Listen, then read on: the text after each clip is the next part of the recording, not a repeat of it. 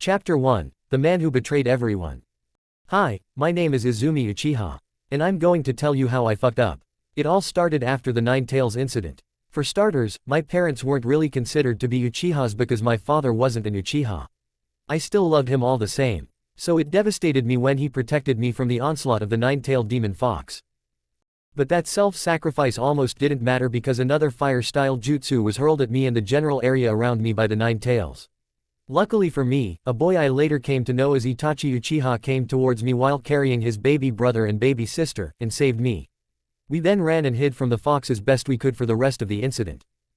Strangely enough, though, Lord 4th Hokage appeared before us. "Can I take Satsuki for a moment?" Lord 4th asked Itachi. "Why?" Itachi asked. I didn't know it at the time, but Satsuki was the name of his baby sister. "I'll need her," the Hokage answered. Itachi and I exchanged looks of confusion, but Itachi handed over the baby nevertheless, and then, the Hokage teleported away using his own teleportation jutsu, the flying Raijin jutsu, to disappear. We didn't know why he took Satsuki, but we both knew that he must have had a plan in store to save the village. And then, the fox was gone for some reason. Hours later, it was said that the 4th Hokage nobly sacrificed himself to kill the nine-tailed demon fox. And, miraculously, he saved 2 babies in the process. One was Satsuki and the other was a newborn baby boy named Naruto. The village was saved. That sounded a little suspicious to me, so I did what I normally wouldn't do. I bent the rules a bit. I snuck my way into the Hokage Tower a few days after the incident, and somehow managed to hide myself from all the officials who were coming to see the Hokage in his office, as well as the captain of the Hidden Leafs police force and the head of the Uchiha clan himself, Fugaku Uchiha, and Itachi's mother, Makoto, who was still holding baby Satsuki in her arms. I pressed my ear to the wall to hear everything that's going on in there. "Fugaku. Makoto. Is there something you want to see me about?" asked a familiar voice. I know that voice, well, that is to say, I've heard that voice before. But I can't remember when or where. All I remember is that that's the voice of Hiruzen Sarutobi, the 3rd Hokage. "Yes," Fugaku answered. "It's something we wanted to talk about with you as well, Lord Hokage. Especially since Lord 4th is no longer around to talk about it with us," said the voice of an elderly female official.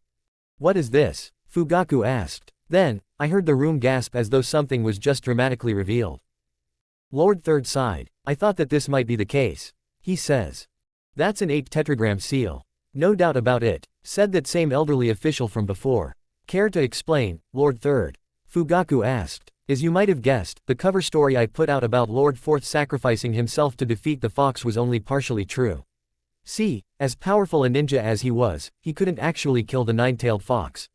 So he did the next best thing, although, whether you'd call it the best, is a matter of debate. He instead planned to seal the fox away, creating a new nine-tailed fox Jinchuriki.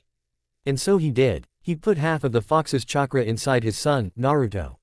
But he probably realized that that wasn't enough, therefore, he needed another vessel to place the other half of the monster's chakra into. Without any other ideas in his mind, he probably chose to seal the other half inside Satsuki. Lord 3rd explained. "And what of Kushina?" Makoto angrily asked. "There wasn't any way to seal the fox inside her since she was already the Nine-Tails Jinchuriki. I don't know how, but something must have gone wrong, and the fox came out of the seal that was placed on her after her son was born. Both Kushina and Lord 4th were impaled by the Nine Tails before it was fully sealed into Satsuki." Lord 3rd answered. I then heard Makoto starting to cry. Why couldn't he seal the other half inside himself instead? She sobbed. "I suspect you already know this by now, but you must promise not to tell anyone what was said in this room." Lord 3rd told them. "Why?" Fugaku asked. "For Naruto's sake. We all know how Jinchuriki are treated everywhere across the ninja world, mistreated, despised and abused by the hidden villages they protect by being the jailers of these monstrous beings. It would be preferred if he grew up without having to deal with that baggage. Same for little Satsuki." Lord 3rd answered. Right before he died, Lord 4th said that he wanted both Naruto and Satsuki, in fact, to be seen as heroes for keeping the village safe by keeping those monsters inside them should the secret ever come out at some point in the future. I understand. As a father, I would want the same kind of success for my children if I were in his position. But he had no right to use my daughter like he did. Fugaku angrily said. "Is there any way to undo this, at least?" Makoto asked. "None, where Satsuki would be alive after the process." An elderly male official's voice answered. "Alternatively, you could allow her into my custody," said another elderly male official's voice. This official, however, sounded more sinister than the other old guys. No, Danzo. We have talked about this extensively. Lord Third told him. For once, I agree with the Hokage. How could a man like you ever be trusted with my daughter? Fugaku rhetorically asked. I understand your aversion to me, Lord Fugaku, but someone must answer for the Ninetales attack. The fox can't just come out of its seal and attack everyone for no good reason. Someone must have controlled it, someone with a Sharingan, perhaps. The sinister official apparently named Danzo rhetorically asked in reply. You think an implicit accusation like that will make me more likely to give my daughter to you? Fugaku shouted. I can't believe it, for the first time in forever, someone's managed to crack through Fugaku's hardened, emotionless exterior. I heard that the guy never smiles, gets sad or even laughs. This guy is as serious as they come, as far as shinobi are concerned. But, my lord, if the Uchiha are so innocent, then why won't you relinquish the custody of your daughter to me? Danzo asked. Enough, Danzo, Lord Third shouted. As I was saying, can I trust you to keep quiet about this? Yes, Lord Third, Fugaku answered. Then, as far as I am concerned, this matter is resolved. Lord Third said. Yes, Lord Hokage, Fugaku said. I then heard footsteps walking towards the door. That's my cue to leave, I thought. And so, I stealthily got out of the Hokage tower the same way I went in, and walked back to my house. A few years later, I enrolled at the academy and, while I was there, I fawned over Itachi just like every other girl there. Even more to the point, he and I met a few more times. It was lovely, if I had a word for it. Oftentimes, during lunch break, I'd find him sitting near this very small lake, and just staring off into space or something. I'll never forget that first time. I was carrying a dango stick, and I saw him by that same small lake, just staring into the lake itself. I went to sit beside him, and said, hey. Itachi just looked up at me, and then looked back at the water below us. What you doin'? I asked. Me, nothing, just, he says. After a bit of a long silence, he asked, why are you talking to me? This is just a little, thank you, for saving me that one time. I answered. That's true. I never got the chance to thank him that day. Hell, I never thought I'd get a chance until I learned that every girl in the Hidden Leaf Ninja Academy had a crush on him. Naturally, I was no different.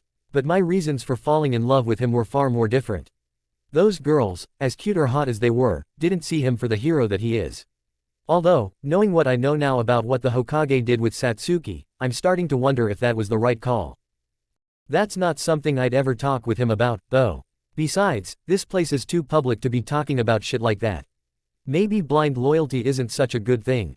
I ate one half of my dango, and offered the other half to Itachi. Want some? I asked. Ew, why? Itachi asked. I chuckled, and ate the other half instead. Hey, Itachi shouted. Well, that's what you get for so rudely refusing my offer. I shouted back. For the moment we were getting angry at each other until we started laughing instead. This was so silly. What's your name? Itachi asked. Izumi. I answered. Izumi Uchiha. I'm Itachi. Though, I guess you'd already know that. He says. You're right, but who cares? Everyone either knows you because of your good looks or you're too cool for school attitude. I know you as that hero who saved me when the Ninetales attacked. I replied. You remembered? Itachi asked. Oh yeah, who could forget that? I lost my dad that night, though. I say. I'm sorry. Itachi said. Thank you, I replied. The day before he asked me out, he asked me something else. We were hanging out on a bridge near the park and he was about to graduate and become a fully fledged shinobi. I was 9 years old at the time. I heard that you can already activate your Sharingan now. Is that true? He asked me. I closed my eyes, channeled all my chakra towards my eyes as another clan member taught me to, and then opened them up again. I don't often like using the Sharingan because of this weird purple vision it gives me. Wow, he shouts, presumably surprised. I then deactivated my Sharingan. That will be the only time you will ever see it, okay? I told him. Itachi chuckled. Okay, he answered. What makes you so interested in the Sharingan, anyway? I asked. I still haven't awakened mine. Itachi answered. Really? I asked. He responded with a nod. Wow, the prodigy who is about to graduate tomorrow doesn't have his Sharingan yet. If that isn't a little awkward, I don't know what is. I quipped. Itachi chuckled. So how did you do it? How did your Sharingan awaken? He asked. It just happened after the Ninetales attacked the village. My father died because of that monster, so I suppose that was the cause. I answered. I have to say, I don't like it. Why? Itachi asked. Because it gives me this weird purple vision and kind of fucks with my senses. I doubt I'll ever get full control of it. I answered. Nonsense. Itachi suddenly said. Huh? I asked, startled. I've seen what you can do. I've seen you fight and I've seen you successfully cast ninjutsu and genjutsu. You're as much of a prodigy as I am, some people say. I think, given time, you will have full control of your Sharingan. Itachi explained further. I started blushing at him. You really do have a way with words, don't you? I rhetorically asked. HMPH. Itachi scoffed while smirking at me. The next day, as I mentioned before, he asked me out even though he was already on a 4-man Hidden Leaf Ninja squad and would soon be carrying out missions by this time. I said, yes, of course. We kissed to celebrate the moment the night after our first date. Years passed, and we grew older. Satsuki was like 6 years old by now and so was Sasuke, and both had entered the academy. Meanwhile, Itachi became a chunin at the age of 10, and I was still just a genin, although one of my teammates, a kunoichi named Akiha Terasaki, became a chunin in my and my other teammates' stead. A year after he was promoted, Itachi joined the Anbu Black Ops, a secret organization meant to carry out assassinations and act as spies. Only those who are higher up in rank know about them. And, I know what you may be thinking, Izumi, you're just a genin. How can you possibly know that? That chunin on my team told me about them after a mission that went terribly wrong. Luckily, the Anbu bailed us out. It was after that mission that I found out about them. And I once accidentally caught Itachi putting on his Anbu gear, though he never saw me watch him put it on. And that was where I started fucking up. Because as soon as he joined the Anbu, Itachi started acting all weird. I thought it was alright because on our next date, which took place 2 years after joining the Anbu, he told me about this good friend he had. A boy named Shisui. Are you really that cool with him? I asked. Of course. Although, I can't tell you how I met him. Itachi said before winking at me. We were dining at this fine restaurant somewhere in the northern part of the Hidden Leaf Village. He and I were still dressed in our ninja gear. Of course, I replied. So, what else is new? That was when he got serious. Do you think the clan is wrong, by any chance? He asked me. What do you mean? I asked in reply. I've heard some rather disturbing things about the clan. They're rumors, of course, but I heard that they're planning to commit treason against the Hokage and the village. He answered. That's outrageous. I shouted. Why would they do such a silly thing? Itachi looked around, and then said, perhaps this isn't the place to talk about such things. We ate the rest of our food and drank the rest of our drinks, and then, after paying for the food, Itachi asked me to take him to my place. Of course. Mom should be out buying groceries or something. I say. We walked to my house together, holding hands. I was happily blushing at him while he was just looking sad and down in the dumps. After we got to my house, we took off our shoes, and we then walked up to my room. I hope you're okay with being in a girl's bedroom. I teased. You and I both know I've been through worse. Itachi replied. I chuckled. Once we were in my room, we sat down next to each other on my bed, and Itachi started explaining his crazy theory. Right after the Nine Tails attacked the village, the council had a meeting and argued about the cause of the attack. My father denied claims that the Uchiha were behind it, especially because we lost clan members in the attack, too, but they were still suspicious. So, as a consequence, the Uchiha were forced to move their entire compound to the outskirts of the village. Itachi said. I remember the move, at least. It must be hell for anyone to report anything to the police right now. I quipped. Just one reason this angered the Uchiha. Anyway, after the move, more and more things kept happening at the Uchiha clan's expense. Itachi then said. Like what? I asked. For instance, more and more power shifted away from the police into the Anbu to the point where the Anbu were the ones solving crimes as well as taking part in their usual activities. Meanwhile, the members of the Hidden Leaf Police were relegated to being beat cops, taking care of disorderly drunks and solving rather boring and mundane civil disputes. Itachi answered. It went on to the point where the Uchiha claimed they're being oppressed by the village's higher-ups. The Hokage and my father are currently in damage control mode, trying to bring a peaceful end to this conflict. That's insane, I shouted. Tell me about it. Itachi agreed. This all sounds like pretty serious, top-secret stuff. Why are you telling me all this? I asked. If he was sad about what he will go on to do, I will never know. All I know is that I should have pushed him for more information in what we do about this. But I was dumb and in love. To tell you that, no matter what happens, I will love you. He said. That was when we kissed, started making out, and then, he and I started taking our clothes off and we laid on my bed, and he fucked me. His touch was so hot, I thought I was going to explode. But, it was fine. When we finished, he and I cuddled. I love you too, Itachi. I said. If I'd known what he was about to do nearly a year later, I would never have said those words to him. Time passed, and everything seemed to be fine. On top of that, Satsuki seems to have made a friend in that boy, Naruto. Sasuke didn't like Naruto for whatever reason, though. And I've come to understand that that was not new to Naruto. Someone let slip that Naruto was the Nine-Tails Jinchuriki back when he was 4, and so now, he's a homeless orphan who everyone beats, berates and hates for the crime of existing. If they knew he was the 4th Hokage's son, I doubt that they'd be treating Naruto the same way. And because the secret got out, though no one's told Naruto just yet, the Hokage issued a decree saying that it's illegal for anyone to speak of Naruto's Jinchuriki status in public lest they want to be executed. That still doesn't stop the villagers from mistreating him. One time, I was sitting on a stool near a food stand in the Hidden Leaf Village's marketplace when I heard a ruckus from outside. I took a peek to see what the noise was all about, and, yep, I knew it. 2 male villagers were yelling at Naruto and beating him up because apparently, he stole something. An apple. Naruto, meanwhile, was on the ground, in a fetal position. I was just sitting there, sipping on some orange juice, and then, I put my orange juice back on the counter, and paid the man behind the counter. Keep the change, I told him. I got up from the stool, and got out of the stand just as those 2 guys were taking Naruto to a back alley. I followed them, and said, "Hey. Oh, would you look at that?" One of the villagers says as the 2 of them stop torturing Naruto to notice me. The harpy has come to save the demon from his well-deserved justice. Justice. All I'm seeing is revenge. And unlike you, that pretty much goes against my policy. I said. I remember my Jonin-sensei telling one of my other teammates, no, it was not Akiha, about how bad walking the path of revenge is.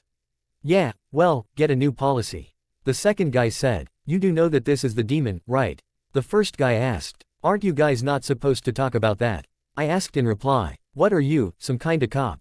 The second guy asked. I put the navy blue hidden leaf headband on my forehead, and said, no, but I'm pretty sure the Hokage will forgive me if I rough you up a little too much, right? I then pulled out a kunai knife with my right hand, held the knife in a reverse grip, and prepared for a fight. Come on, I said while making the, come here, gesture with my left hand. Oh shit, the first guy shouted. She's an actual ninja. The second guy shouted. Run. The first guy also shouted. They then ran right past me, and ran out of the alley. I put away my kunai knife, and watched them run. Ha, losers, I said. I turned my attention back to Naruto, and walked up to him. How are you doing? I kindly asked. I can hear the boy's cries. I don't know why, but I feel a sudden urge to comfort him. But, from what I've heard about him, he wouldn't like that. Maybe it's the parental instinct that all humans have. The boy looked up, and saw me. Stay away, Naruto shouted. It was clear to me that he said what he said out of fear. He wasn't meaning to be rude. Come, now, is that any way to thank the person who saved you? I asked. He was backing away from me slowly. I slowly walked towards him, and simply gave him a few headpats before giving him a bit of candy I bought earlier that day. Naruto took the candy, unwrapped it, and ate it. See, I'm a friend, I told him. We ended up starting our friendship that day. My name is Naruto. Naruto said. I'm Izumi. I replied. I wondered if he'll remember me when he gets older.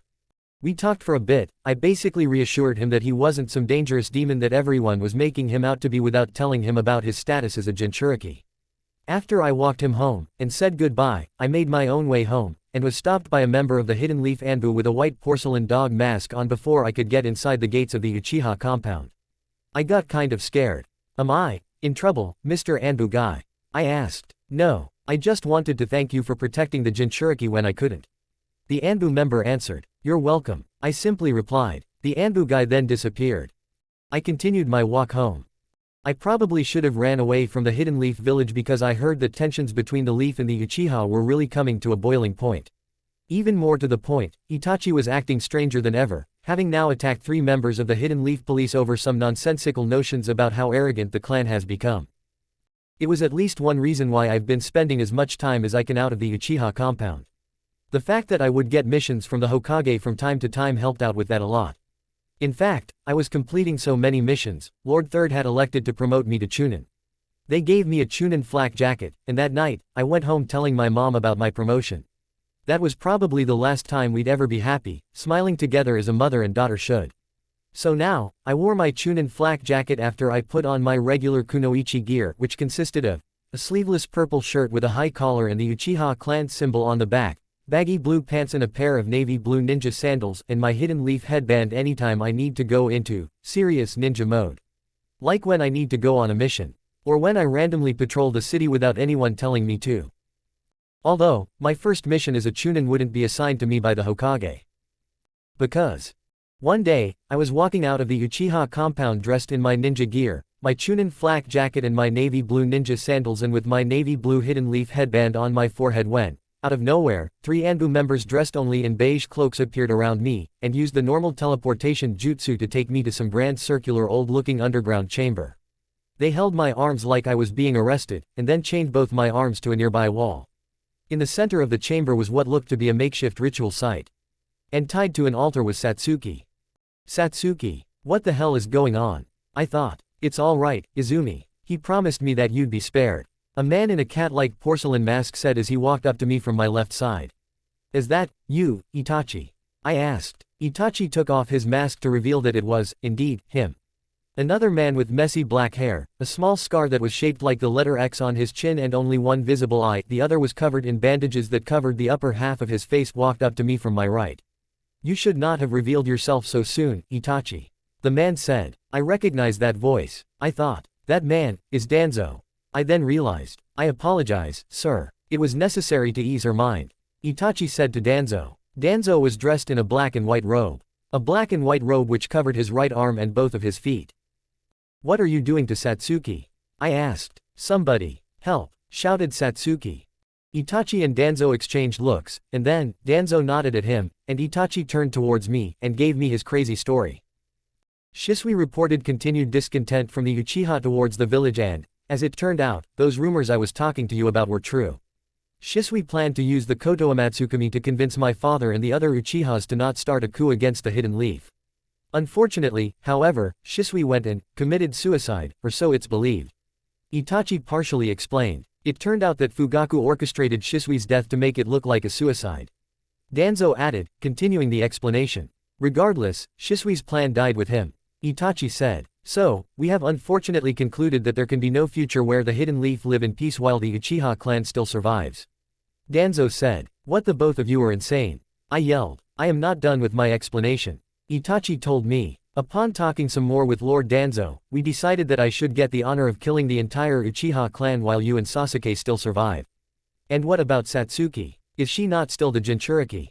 I asked. That's the beauty of this little plan of ours. We know we cannot kill Satsuki while the beast still lives inside her, so we are conducting a ritual to take the Nine Tails chakra out of her, and inside you. Danzo explained. It was the price we agreed upon when I was negotiating for your survival. Itachi added. You are both insane. You can't just trade lives away like that. I shouted. You are in no position to say such things, girl. Danzo told me. Itachi, commence the operation. Yes, my lord, Itachi said. Itachi then used the teleportation jutsu to disappear. Danzo turned towards the makeshift ritual site, and walked towards it, probably expecting me not to make a sound. I was still chained to the wall. This ritual was seemingly taking forever. On top of that, a dark aura started to fill the room as 12 masked ninjas gathered around the altar in a circular formation, and started chanting as Danzo and I watched. I was horrified. This is the type of shit you'd usually read about in horror novels, and yet, here I am, living in one. If I wasn't chained, I'd slap myself awake, but I don't think I'm dreaming. And then, suddenly, some minutes later, something with the ritual went wrong. I don't know why, and I probably wouldn't understand how, but there was this immense purple fire surrounding Satsuki that separated the masked ninjas from Satsuki that suddenly appeared out of nowhere. What are you all doing? What's happening? Danzo asked. The Dark Reaper summoning isn't working. Or it is. I don't know, shouted one of the masked ninjas. What? I thought. What's a Dark Reaper? But I would find out soon enough, or, well, to be more accurate, I'd find out what a Dark Reaper-like entity that was mixed with half of the nine-tailed fox's chakra looks like. Satsuki's seal quickly came undone, and some great big ghostly-looking monster that had a purple glow, a fox-like head, body, legs, and feet, 2 glowing red eyes and 9 fox-like tails suddenly came out. Foolish, foolish humans. Even so, I expected nothing less from the race that keeps locking me and my brethren in cages again and again and again. And I expected that the 4th Hokage's seal wouldn't be manipulated by punks like you so easily. And my expectations were met with flying colors. Because of you, though, I have no choice but to join the vessel you put me in, and head on into the nether realm, but actions must be punished. Perhaps, I will explode in such a way that you can't possibly be ignored any longer. The entity said. No, wait, Danzo shouted. But it was already too late. The ground started quaking so much that my chains broke themselves.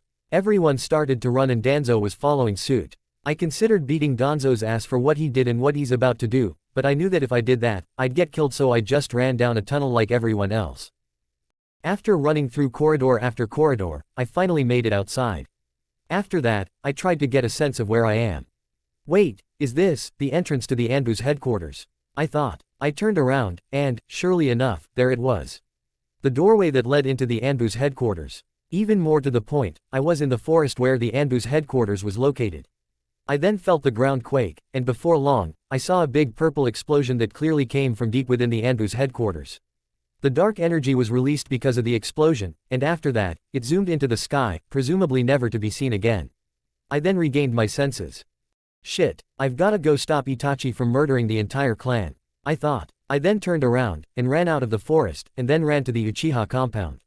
I heard many sword slashes and screams. Then, after that, the whole place went quiet. Maybe he heard the explosion, and halted his genocide for a moment. I concluded that that was my opportune moment to kill him for murdering almost everyone in the clan. I pulled out one kunai knife, and began searching for Itachi. And then I kept searching, but I've found nothing but the corpses he's left in his wake. But I got something close to a second chance when I heard Sasuke's scream. I ran back over to the Uchiha compound's gates only to see Sasuke lying down on the ground with his eyes closed. I thought him dead. Sasuke, no, I yelled. I put away my kunai knife, and rushed towards him, and then I got down on my knees, picked him up, started to hold him, and then, I started crying with Sasuke in my arms. Despite all the plotting and scheming that the Uchiha clan and the village were doing from behind the scenes, I still treated Sasuke like he was my brother-in-law. I treated Satsuki like she was my sister-in-law, too. I loved them both as siblings-in-law, too. So, to think that both of them died young. Anyways, I must have been crying until it was daytime because I felt a hand on my right shoulder, and then, a voice kindly said, "Don't worry, he's still alive." I looked to my right, and then upwards, and saw a masked ninja. I got startled because of that. "Calm down, Izumi. They are not one of Danzo's ninjas," a recognizable voice said. I then turned my head to face forwards, and saw Lord Third Hokage walking up to the two of us. I took a deep breath. "I apologize. I didn't mean to assume," I said. "Not to worry, Ms. Uchiha. It is perfectly understandable," the masked ninja with a feminine voice said. Sasuke then started to wake up. "Izumi?" he asked. He then got off me, and stood up on his own. "Where's Itachi?" he then shouted. "Calm yourself, boy," Lord Third told him. "Lord Hokage," he says. Itachi did it. He started to pass out again. I immediately stood up, and rushed to catch him. I did, in fact, catch him before he hit the ground. "Did Itachi do this?" Lord Hokage asked me. "It may be hard to believe, my lord, but yes he did," I answered despite my inner self telling me not to. Then, other masked ninjas appeared around us. "Sir, we've searched the whole area for survivors," one masked ninja reported. "And," Lord Third asks, "these two are the only ones?" A second masked ninja answered. "Sir, we also noticed that every other resident was either cut down by a sword or had a genjutsu cast on them before they died," a third masked ninja reported. "Not even the Hidden Leaf Police or the children managed to survive," a fourth masked ninja reported. "And Satsuki?" Lord Third asks. "Her location is unknown, sir," the female masked ninja said. Lord Third turned to me, and said, "Tell me everything, no matter how unbelievable it may seem." "Yes, sir," I say. I then explained to him everything that happened from the point where I was kidnapped by these two masked ninjas in beige cloaks to the entity that escaped from Satsuki's seal, and blew the entire place up. I also told him how I managed to escape from the blast and how I ran over here to hunt down Itachi, and kill him before he kills anyone else. But it's obvious that I failed in that regard. I say. "Well, at least the two of you are still alive," Lord Third replied. "That's all that matters, now." 5 years later. Izumi Uchiha, now a Jonin, was finishing telling the rest of her story to her friend, Enko Mitarashi, while standing to Enko's left on the bridge where Izumi and Itachi once stood. And that was how I fucked up.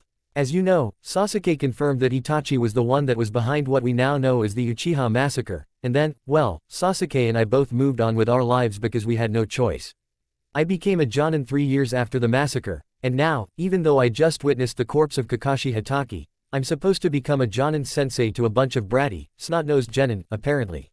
Izumi said, finishing off her story. "That's crazy. It makes my experience as Orochimaru's apprentice seem insignificant in comparison."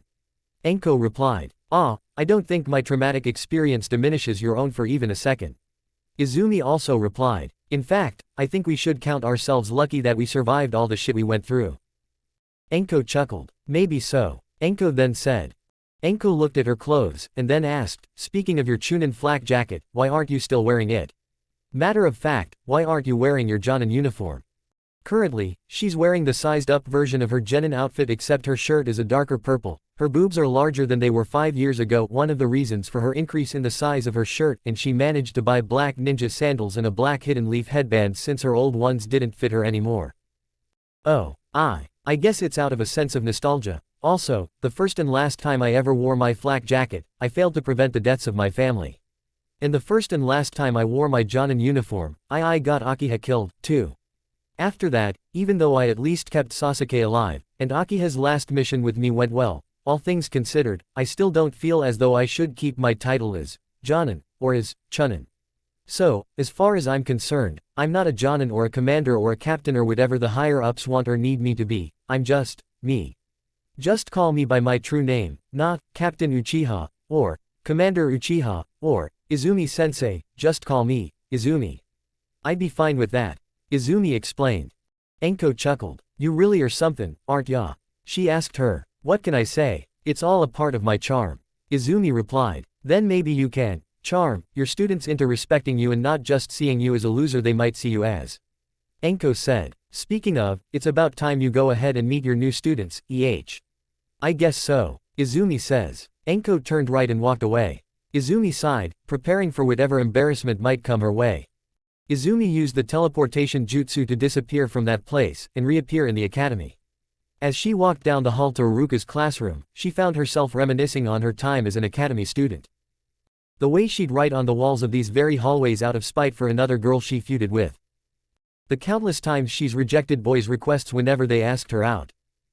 And the times she's thrown dull kunai knives at the wooden target in the gymnasium with her friends after school. Obviously, so much has happened since then. She remembered the first time she ever killed someone. It was on her 100th mission as a Chunin of the Hidden Leaf.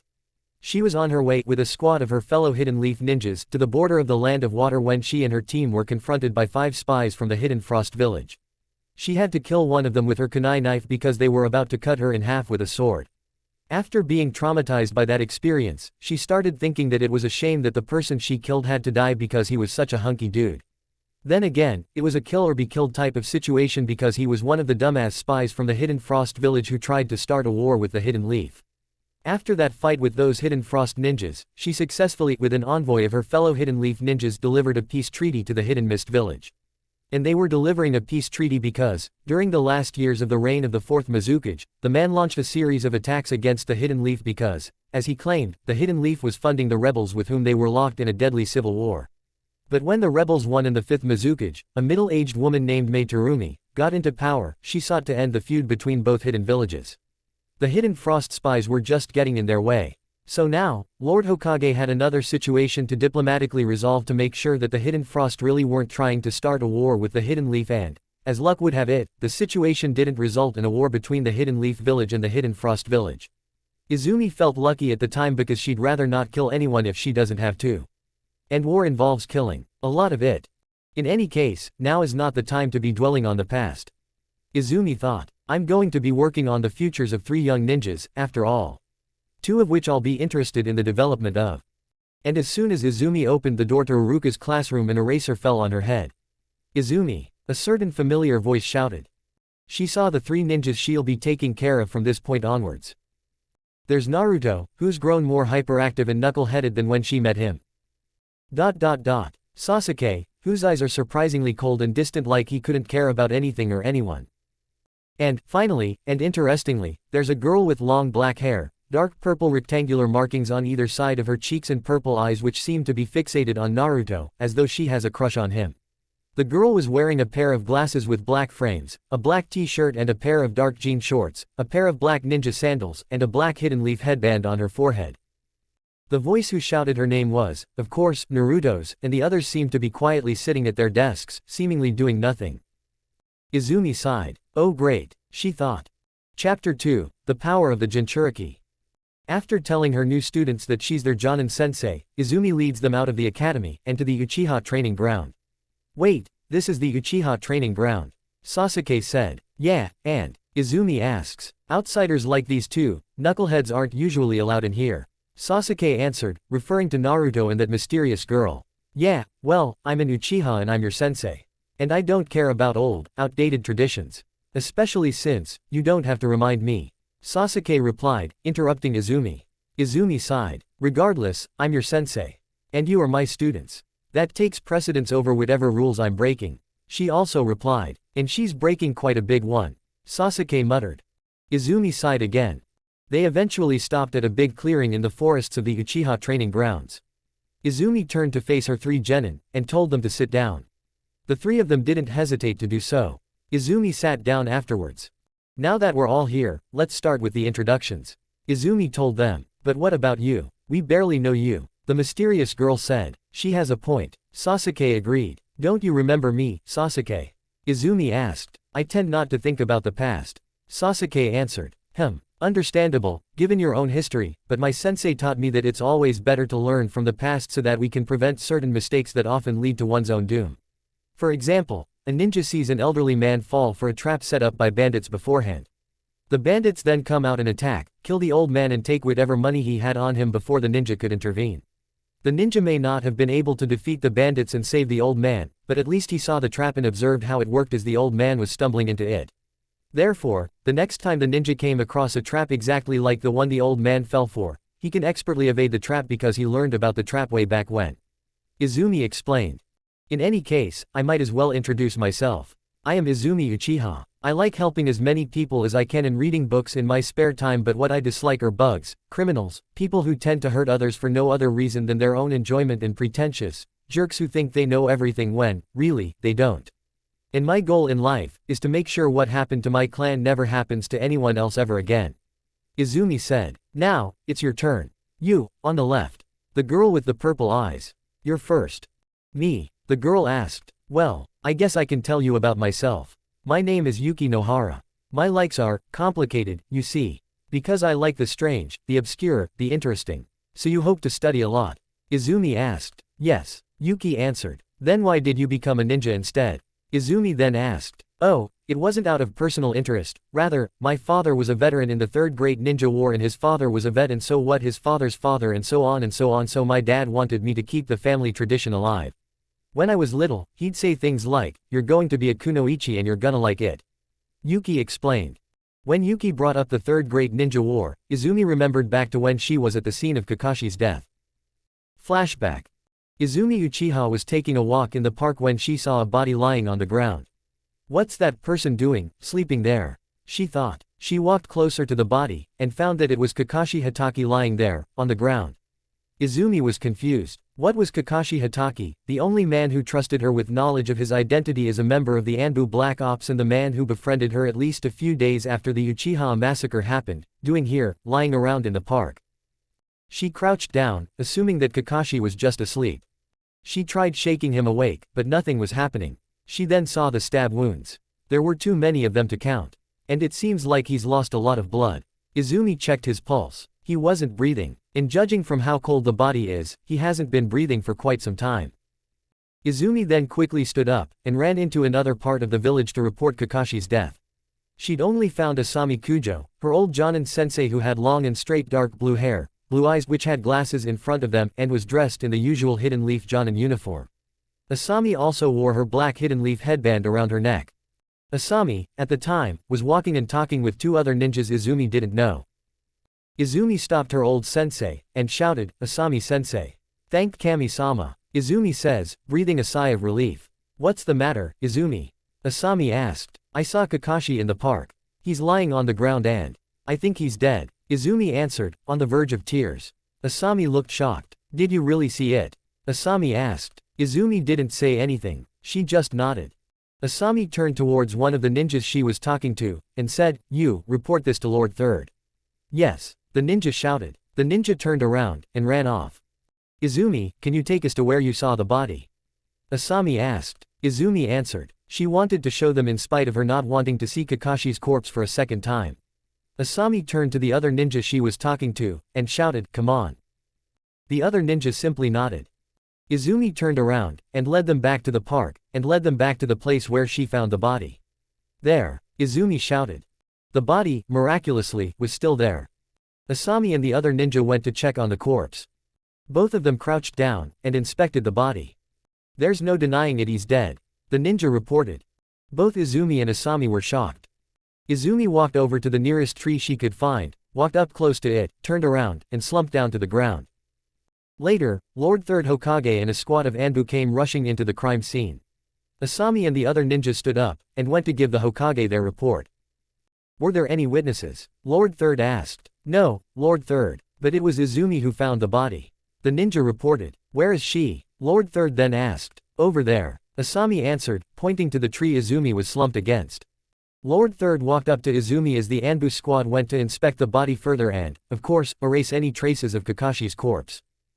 Lord Third crouched down to her level to look her in the eyes. What happened? Lord Third asked her. I was taking a walk in this park by myself when I saw him.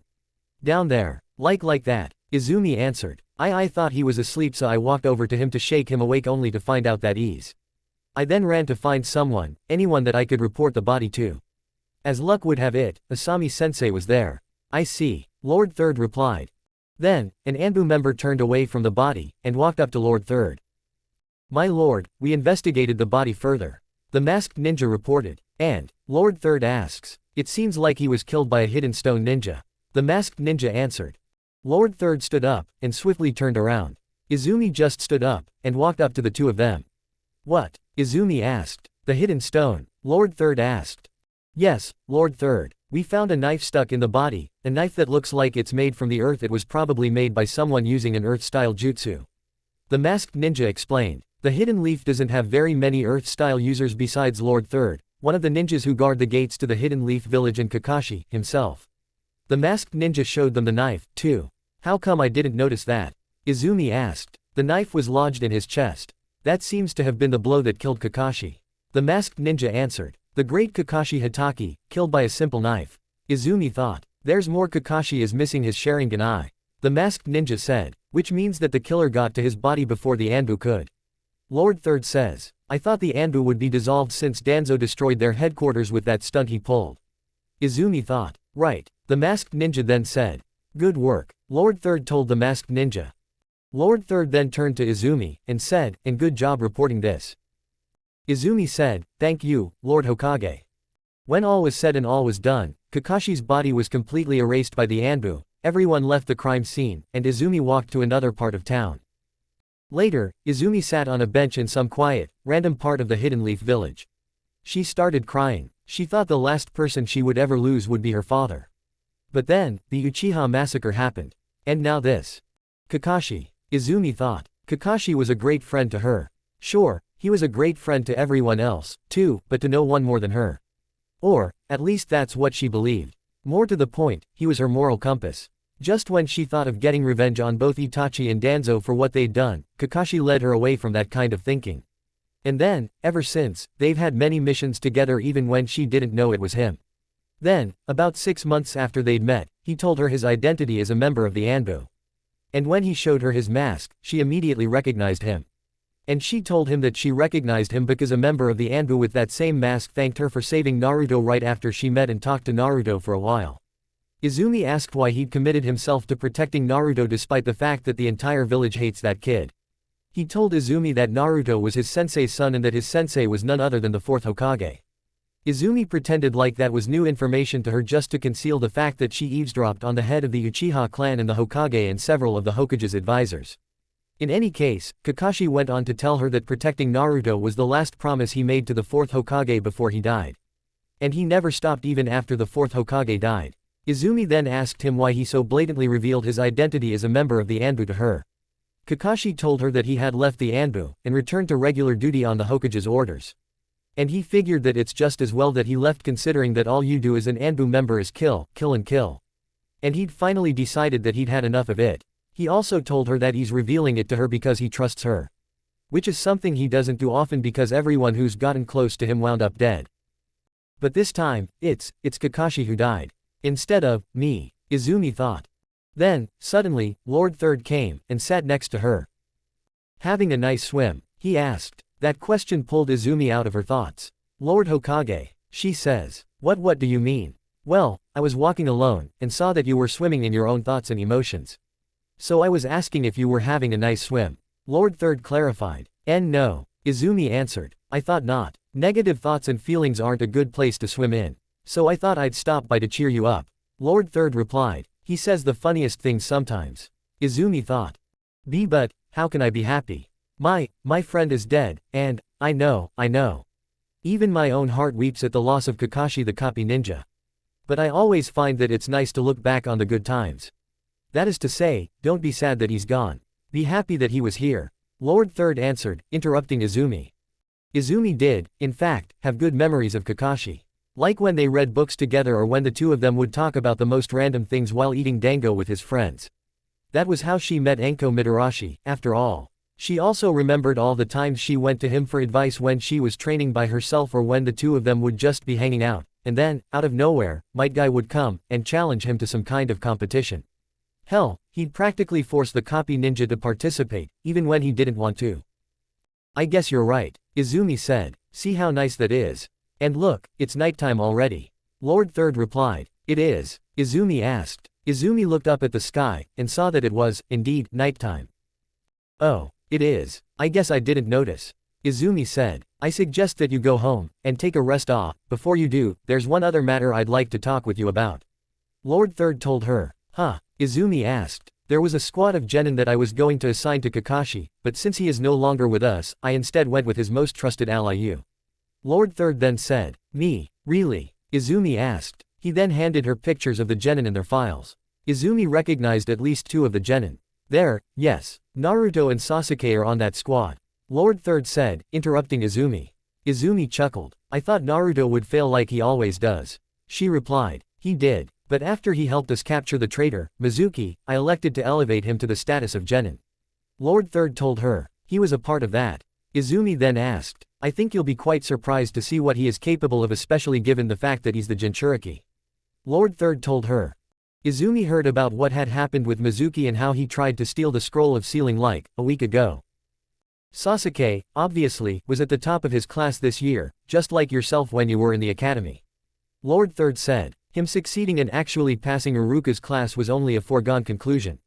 And what about the girl? Who is she? Izumi asked. A complete mystery. Her name is Yuki Nohara. Lord Third answered. Nohara. Like Rin Nohara. Izumi asked. I thought you might recognize her last name. Lord Third said. Kakashi told Izumi all about his old team and told her that that team was the reason he personally knew the fourth Hokage. So, what, is she Rin's sister or something? Izumi then asked. No. Yuki, like Rin, is simply a member of the Nohara clan, which is a civilian clan, like the others living among us. Yuki's father was also another Nohara who became a ninja. He was a veteran of the Third Great Ninja War. Actually, now that I think about it, Yuki's branch of the Nohara clan is full of ninjas and war vets.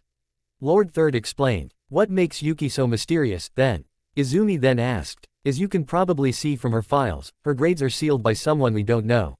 Lord Third answered. Could it be the Foundation? Izumi questioned. It's likely, but I doubt it.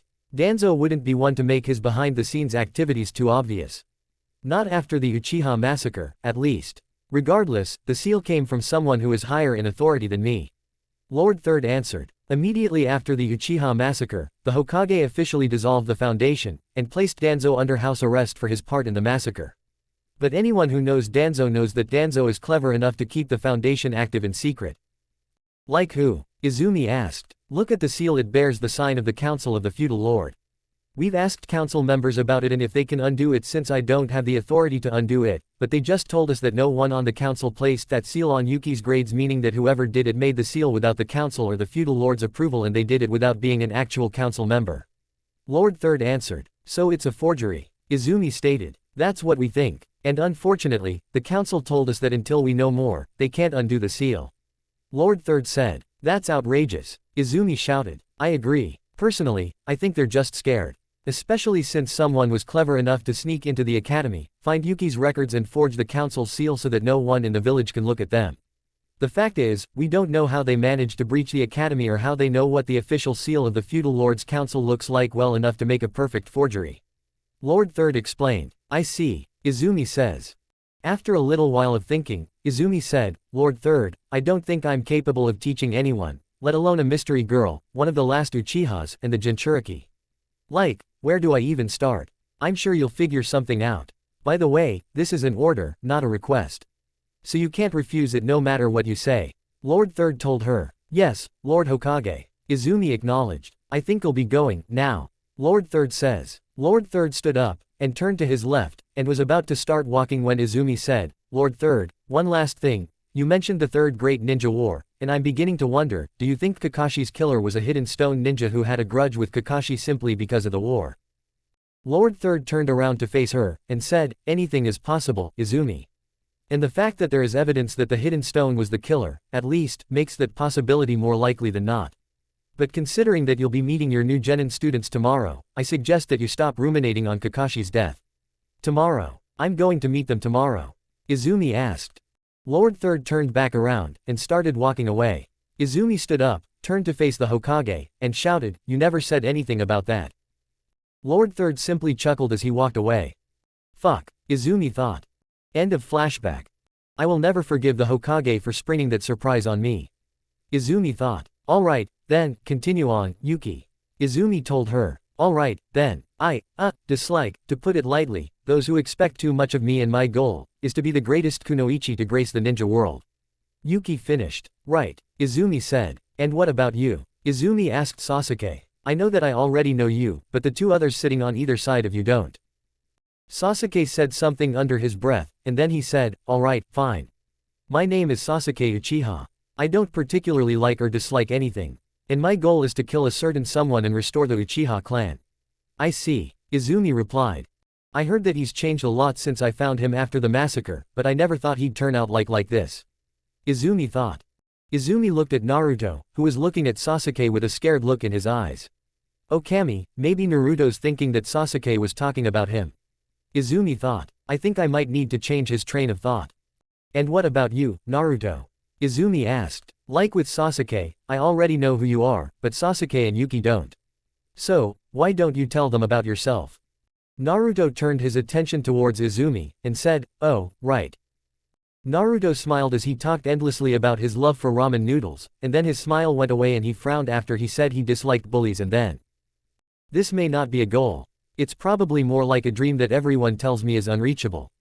But I swear that I'll work hard, and become the greatest Hokage. Better than all the others. Naruto declared. Izumi chuckled. That does sound like a dream. But one that I think he can make a reality, I'm sure. Izumi thought. What, do you think that my dream is something to laugh at? Naruto shouted. No, Naruto. I was just thinking about something else. She lied. Let's hope that he's stupid enough to buy that, at least. Izumi thought. Well, now that we all know each other, I think it's time that I see what you can do. Izumi then said. The four of them stood up, and Izumi said, but, there's something I have to attend to. So we'll have to do a rain check. Tomorrow, how about 7 in the morning, meet me here. Ah, Naruto whines. I know, but this is something I can't afford to miss. I'm sorry, Naruto. Izumi said before she disappeared using the teleportation jutsu. Izumi is going to attend Kakashi's funeral. Izumi used the teleportation jutsu to appear in the training ground 3, which was near the famous memorial stone, which was where Kakashi's funeral is taking place and where the names of great heroes of the Hidden Leaf are engraved after said great heroes died, and Kakashi's name was soon to be among them. Kakashi's team was the one that brought about the end of the Third Great Ninja War, after all.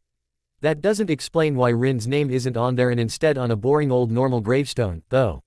Because there was no body to bury or cremate thanks to the ninja world's policy regarding its village secrets, the preparations didn't take all that long. Izumi never felt right about removing every trace of a dead ninja's existence just to protect the village's secrets. Those dead ninjas were humans, too. And for anyone else, what the Anbu does with these bodies is desecration. And if anyone else did what the Anbu did with these bodies, others would consider it a sin and the perpetrator who did that a sinner. But sins are a part of a ninja's everyday life. Even more so when a ninja joins the Anbu. So that leaves Izumi feeling as though there is nothing that can be done about that because there isn't. As Izumi started walking towards the memorial stone, she saw that at least a dozen ninjas were standing around the memorial stone, most of whom were wearing a black kimono. And when she finally arrived at the stone, she saw that only 2 people weren't wearing black kimonos, Izumi, herself, and Might Guy. Izumi was wearing her usual ninja outfit and usual ninja gear while Might Guy was wearing his usual Jonin uniform. Guy was probably thinking that that was how his rival would want to see him in death or whatever. Guy was eccentric like that. Izumi, however, simply didn't have the time to go home and change. Speaking of, Izumi saw many of Kakashi's other friends at this funeral. Although, many would be a bit of a stretch. She saw Anko, Asuma, and Kurenai. She also saw a few other faces she didn't recognize. Like the kunoichi with purple hair and black eyes who was dressed in a black kimono. They just stood, silently, mourning their lost comrade in arms. After Guy delivered a eulogy later on, everyone turned around and went home. Izumi, in particular, went home and crashed down on the couch, thinking about life. My friend died just yesterday, and now, after his funeral which just happened today, I'm supposed to take his place and look after 3 preteens. Izumi thought. The next morning, Izumi was at the Uchiha training grounds, waiting for her new students. It didn't take long for them to come. Naruto was wearing his regular old blue and orange jacket and a pair of orange pants and finally a pair of navy blue ninja sandals. He's also got his navy blue hidden leaf headband, which was on his forehead. Sasuke was dressed in a navy blue t-shirt with a high collar and the Uchiha clan symbol on the back of it, white arm warmers, white shorts and a pair of navy blue ninja sandals. He, like Naruto, wore his navy blue hidden leaf headband on his forehead. Yuki was dressed in the same thing she wore yesterday and so was Izumi. Good morning, Izumi said. Good morning, Naruto replied, being the only one to respond. Sasuke was just staring at her as though he were saying, "What are your orders?" And Yuki was staring at her in the same way as Sasuke was. Are you ready for some training? Izumi asked. All 3 of them looked at her as though they weren't sure how to respond. Good. Alright, first, you're going to fight me one-on-one just so that I can assess your strengths and weaknesses, and we can go from there. Now, this is a no-holds-barred fight. Come at me like you're aiming to kill me. All 3 of them got worried looks on their faces. Naruto looked especially worried. Don't worry, I can take what most of you are dishing. Alright, Yuki, you're up first. Naruto, Sasuke, you can just go and stand over there or something, I don't know. Izumi told them. Izumi and Yuki walked more and more into the clearing while Naruto and Sasuke walked off to the side to watch. Meanwhile, Hiruzen Sarutobi, who is also the 3rd Hokage, was sitting at his desk in the Hokage's office in the Hokage's tower with his 2 advisors, Koharu and Homura, who were both the village's elders and Hiruzen's former teammates. So, what did you want to talk about? Hiruzen asked. It's about your appointment of Izumi Uchiha as leader of Team 7. Koharu answered. And, Hiruzen asks, you realize how dangerous letting an Uchiha around the 9-tailed fox is, right? Half the reason we moved the Uchiha compound to the outskirts of the city is the possibility that it was an Uchiha who was controlling the 9-tailed fox during the attack. Homura said. The same can be said of Sasuke's placement on the team. Hiruzen argued. The difference between Sasuke and Izumi is that Sasuke has not yet mastered his Sharingan, and if there's one thing that can control a tailed beast, especially one as powerful as the 9 tails, it's the Sharingan. Koharu countered. And that is exactly why I appointed her as leader of Team 7. Izumi is not a threat to us, no matter how much you want to convince me otherwise.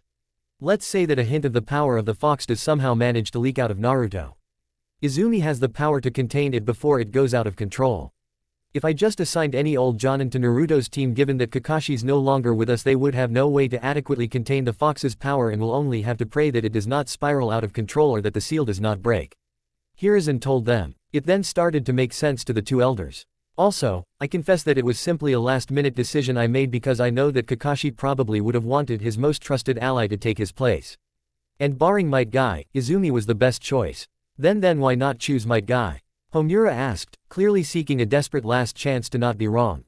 He is already looking after another squad. And besides, I doubt Guy knows any sealing jutsus, and it would be a pain to teach him any while he's teaching Naruto, Sasuke and Yuki. Also, Might Guy isn't capable of using any ninjutsus or taijutsus. So teaching him sealing jutsus or to strengthen the seal that Naruto already has in place would be a wasted effort. Hiruzen answered. Homura and Koharu exchanged looks, knowing that they'd lost this debate. Alright, then, Lord Third. The issue is resolved, Homura said. I thought so, Hiruzen replied.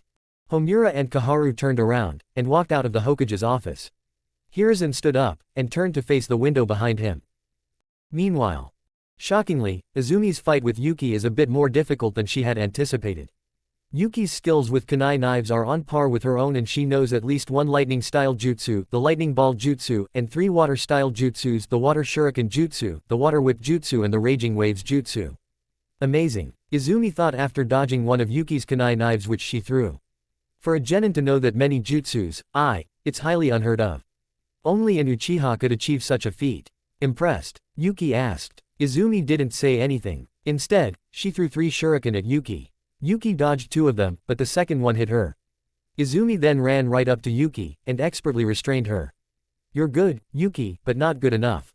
You kept using the same jutsus over and over again, and your skills with the kunai knife are adequate, at best. Izumi told her. Yuki angrily grunted because, clearly, she lost. Or maybe she intended to lose. Izumi thought. She then let go of Yuki, and Yuki went over to where the 2 boys were standing. Something tells me that she knows far more than she's letting on and that she was still holding back against me. Izumi then thought, looking at Yuki with an appropriate degree of suspicion. Sasuke, you're next, Izumi said. Sasuke scoffed, then he walked up to the great big opening, 12 feet away from Izumi. You told me not to hold back, right? He asked. Right, Izumi answered. Sasuke then activated his 2-tomo Sharingan. Then I hope you won't hold it against me when you lose. He replied. 2-tomo, Izumi thought. Despite this new development, although not totally unexpected on Izumi's part, given the fact that the Uchiha massacre happened, Izumi is going to have to hold back, and not show her own Sharingan. Especially since the 2 of them are the last of their clan, aside from Itachi. Sasuke started the battle by firing off a single fireball jutsu. A fireball jutsu, Izumi thought. She dodged the jutsu, and then ran towards Sasuke, expecting him not to be that much of a challenge. Normally, a genin wouldn't be able to use a jutsu like that, but the Uchiha are, quite naturally, different because we're taught this jutsu far before they even become a genin. Izumi then thought. She prepared to punch Sasuke, but Sasuke instead turned into a wooden log. A substitution, Izumi thought. Sasuke then kicked her from behind. Izumi turned around, and began a melee fight with Sasuke. Izumi ended the melee brawl by blocking one of his punches, but then, Sasuke starts it back up again by pulling out a single kunai knife, and raising it, preparing to strike Izumi with it. Izumi dodged the attack, and pulled out her own kunai knife, and then, she used that kunai knife to block many of Sasuke's other attacks before she disappeared using the teleportation jutsu. Sasuke looked around, trying to find her, but he didn't have to look for very long because he found her just standing behind him. Sasuke ran up to her, and swung at her multiple times, and she dodged each strike before he attempted to attack again, but as soon as he landed a hit, Izumi disappeared with a poof. He was clearly confused, looking everywhere for his sensei again. And then, Izumi snuck up behind him, and pointed a kunai knife at his throat. Behind you, Izumi said. Sasuke was startled. Izumi put away her kunai knife, and Sasuke turned around. You're also quite skilled, but you're too easy to read. I could tell what your next move would be, even without my Sharingan. Izumi then told him. What she didn't tell him was that she could tell what his moves were going to be because they were the exact same moves Itachi used whenever both Itachi and herself sparred. She just didn't want to remind him of Itachi since that would make him think about revenge again. Sasuke deactivates his Sharingan, and goes back to the sideline to join his fellow genin. Naruto, it's your turn, Izumi said. Naruto looked nervous and just kind of froze. But Sasuke pushed him forward, and Naruto went ahead anyway. Thank you, Sasuke, Izumi thought. Naruto walked to a spot 12 feet away from Izumi, and waited for the spar to begin. Are you ready? Izumi asked. Naruto gulped, and then said, why yes. Go, Izumi shouted. Izumi ran up to him, and Naruto simply did one hand sign, and shouted, Shadow Clone Jutsu. And then, dozens of other Narutos appeared around him. So it's true, he really can use the Shadow Clone Jutsu. Izumi thought. The Naruto clones ran up to her while the real Naruto just stood back. The clones then started fighting Izumi with only their fists. They gave her a good fight due to their sheer numbers, but she could see that Naruto's taijutsu style is unrefined and undisciplined, almost like he's boxing instead of fighting an actual ninja. This is the son of the 4th Hokage. Izumi jokingly thought. Once she defeated all of Naruto's clones with a single hit because that's how simple and easy it was. Naruto simply fired off more shadow clones, and they all rushed her again. And they were also easily defeated again. And then, after firing off more shadow clones for a 3rd time, he tried casting it a 4th time when it didn't defeat Izumi yet again, but he immediately realized that he was almost out of chakra, so now, there was nothing he could do to stop her from running up to him and restraining him. That was too easy, Naruto. Your taijutsu could use some work and you didn't even bother trying any other strategies to fight me. And your shadow clones are good, but they're not enough, especially when facing a strong opponent. If you can learn to improve upon your fighting style and maybe learn more jutsus than just the shadow clone jutsu and vary your attacks, you just might be a force to be reckoned with. Izumi told him as she let him go. Though, with how dumb he is, I doubt he listened to any of that. In fact, if I didn't know any better, I'd say he's too scared to actually fight me. I think I may have to take some extra time with him. Izumi thought. Alright, I think I know you well enough to teach you how to be better. You all have a lot to learn, especially you, Naruto. I suggest more training in between the next time we all meet for more training. Speaking of, tomorrow, I have something a little different in mind for the three of you. Now, with that being said, I think you've had enough for one day. We'll meet tomorrow at 9 in the morning. Don't be late, Izumi told them. Sasuke and Yuki then started to walk away from the Uchiha training ground and Naruto was about to leave, as well, but Izumi stopped him. Naruto, I want to talk with you some more. Naruto turned back around, and said, okay. Naruto walked up to her. I could tell that you weren't even trying when we fought. Why? Izumi asked him. Well, I don't know. Naruto answered. Oh, I think you do. Izumi told him. Well, it's kinda complicated. Naruto said. Go on, I'm listening. Izumi then said. Naruto sighed. I remember you even though it's been 5 years. All the beatings and other bad stuff the villagers did to me, they're all a blur because they happen too often to remember. But I remember you. You were awesome, the way you saved me back then. So I just kind of felt like, if I fought you and even worse actually hurt you, that wouldn't be very appreciative of me. You helped me when I was at my worst. And I didn't know what I'd do if I hurt you. Also, you're very pretty. He explained. That is very complicated, indeed. Izumi thought. Well, like I said, I could take it.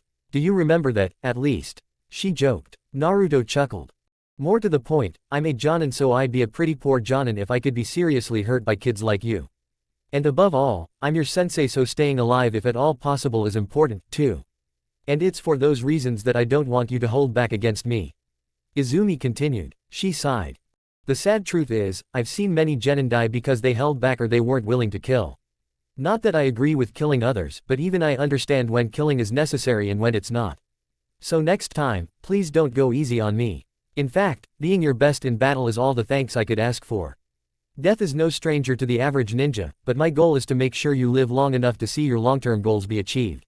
I want to see you up on top of the Hokage's tower, looking down at the villagers below, willing to do your best to protect it, not 6 feet deep in a casket. Do you understand? Izumi asked. Naruto simply nodded in response.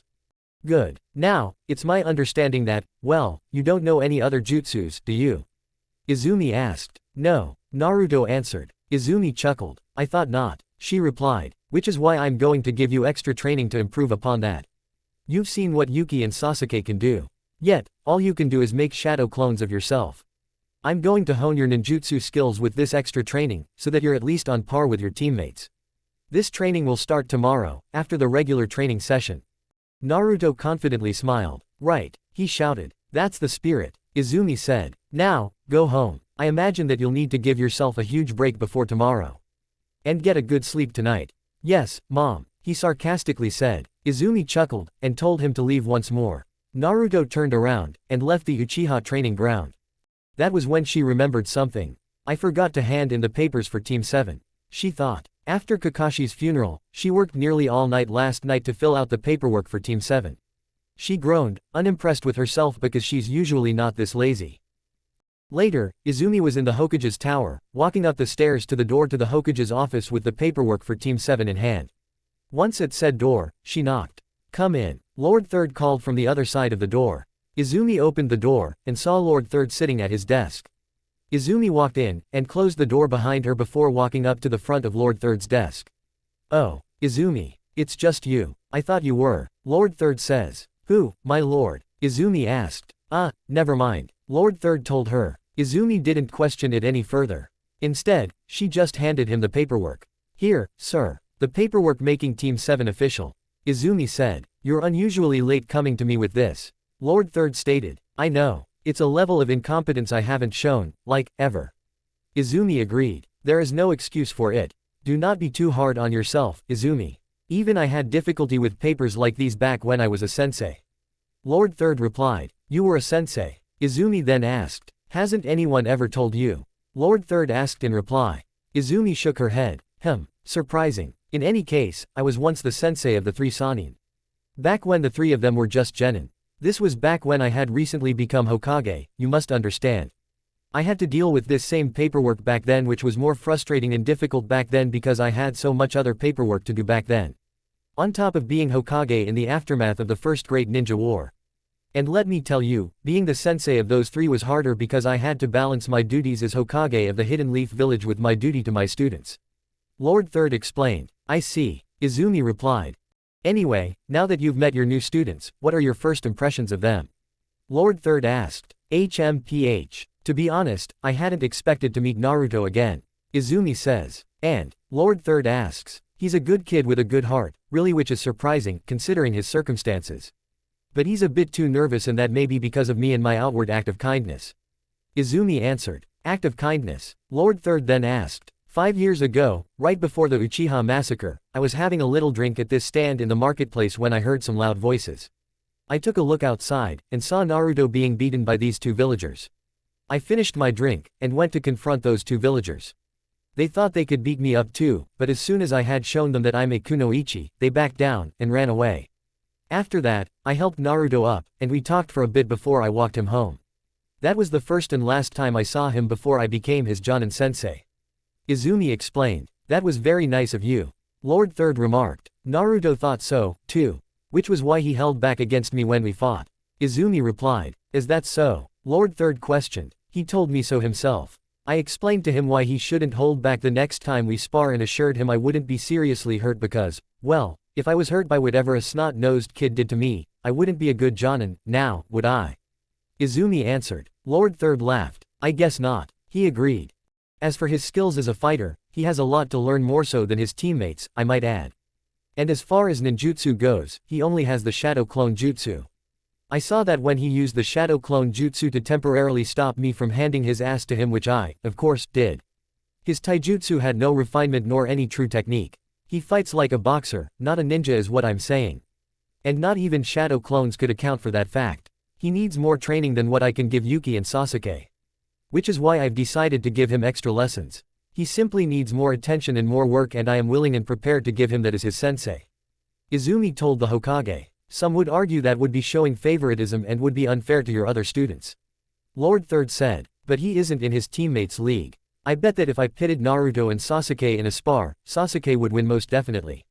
Izumi countered. Indeed. That has been determined already in their taijutsu classes. I guess it would be only fair to get him caught up. Lord Third replied. Does that mean you aren't against the idea? Izumi asked. Yes. Few people recognize Naruto's potential and raw power, both of which have been untapped as of yet. You and I are among those people. So who am I to disagree with such an idea? Lord Third told her. Speaking of disagreements, you should tread carefully when it comes to Naruto. During your most recent training session, my advisors had come to me with concerns about your placement as Team 7's leader. Lord Third said in a rather warning tone of voice.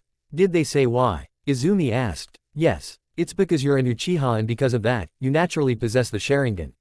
Part of the reason for the disputes with the Uchiha clan stem from the Nine Tails incident. Both councils suspected that an Uchiha was behind the attack. It was very unusual for the Nine Tails to attack the village of its own accord, especially since its previous Jinchuriki was none other than the fourth Hokage's wife. We doubted that Kushina, herself, would have wanted to attack the village, after all. Lord Third answered. Kushina Uzumaki, the wife of the fourth Hokage and the mother of Naruto. Izumi thought. What would the Sharingan have to do with that attack? Izumi then asked. The Sharingan is one of the few things that can control or tame the tailed beasts. To anyone possessing the Sharingan, the strength of the tailed beasts could be a powerful weapon. Especially so for the Nine Tails, since it's the strongest of all nine-tailed beasts. Lord Third also answered. But that is why I put you on Team 7 in the first place, aside from the fact that it's what Kakashi would have wanted. With the power of the Sharingan, you have the greatest chance of stopping Naruto should the power of the Nine Tails leak out in any way, shape or form. And, to be frank, there are not very many leaf ninjas who know any sealing jutsus, and those that do wouldn't be as effective at the job of maintaining the seal, and keeping the Nine Tails from coming out. It is for this reason that you must keep a leash on Naruto. I would hate to see him treated as a weapon by the likes of Danzo. I understand, sir. But, couldn't he, at some point, control the Nine Tails' power and use it for himself? Izumi asked. He could. And that's probably why the fourth Hokage sealed the fox inside him. Lord Third answered. But, as it now stands, he is not ready yet. So does that mean it's true, sir? What everyone has been whispering about him?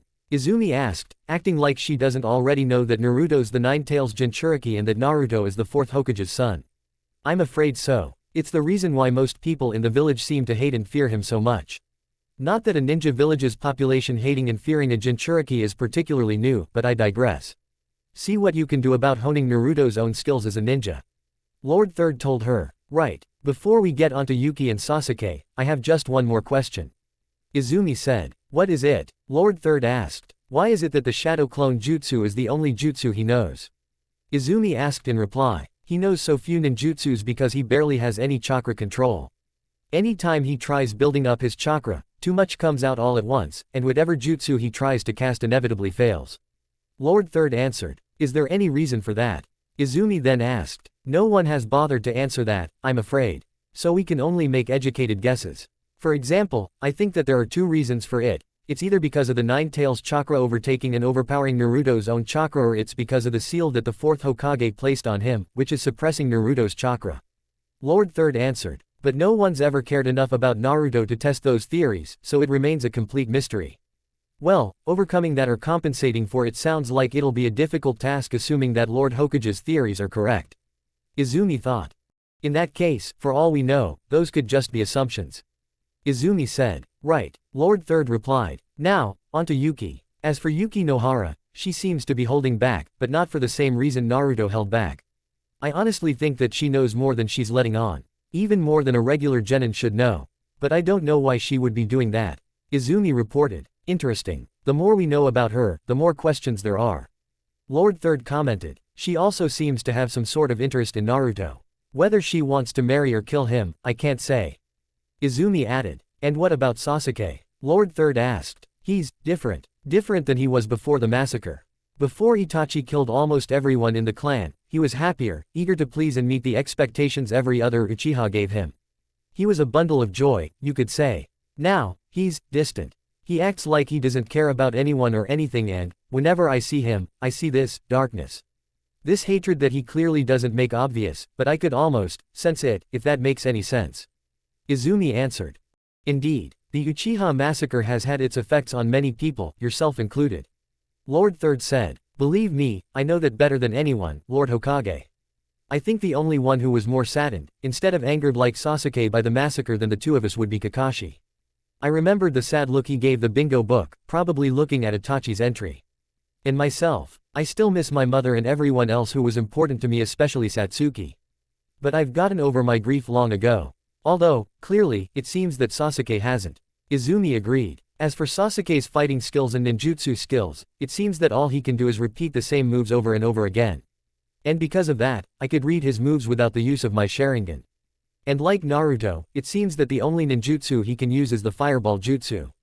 An advanced jutsu for any genin to know, to be completely certain, but he's an Uchiha, just like me. He also seems to act like just an arrogant little punk, too.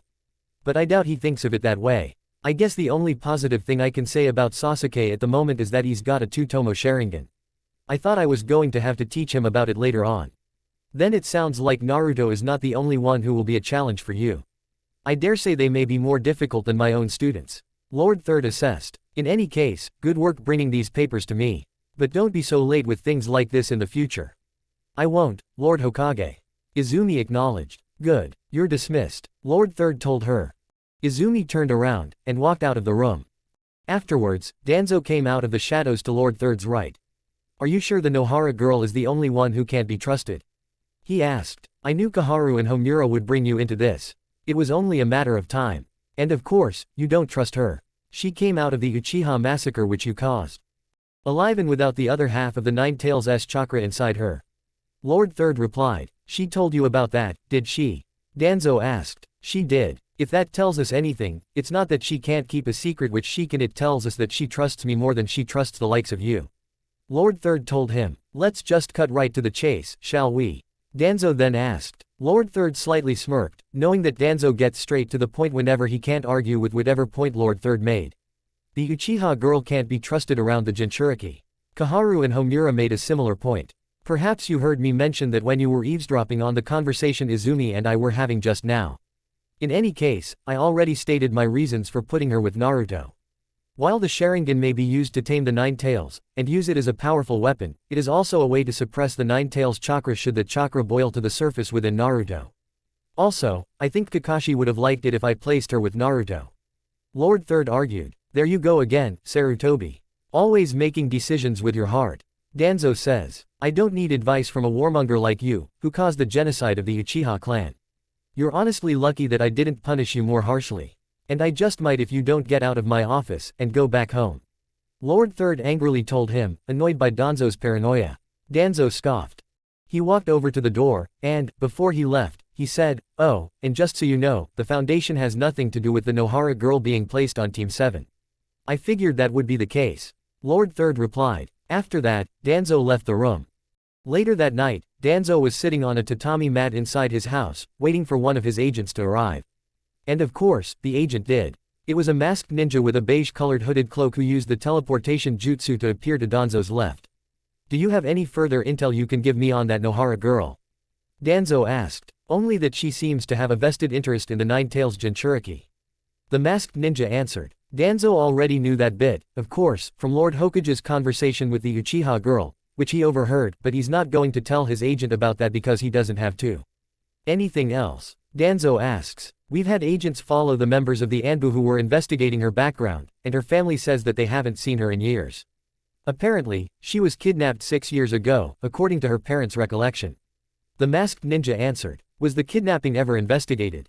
Danzo asked. Her parents said that they tried going to the Hidden Leaf police about it at the time, but all they said was that they didn't have the authority to investigate such a matter.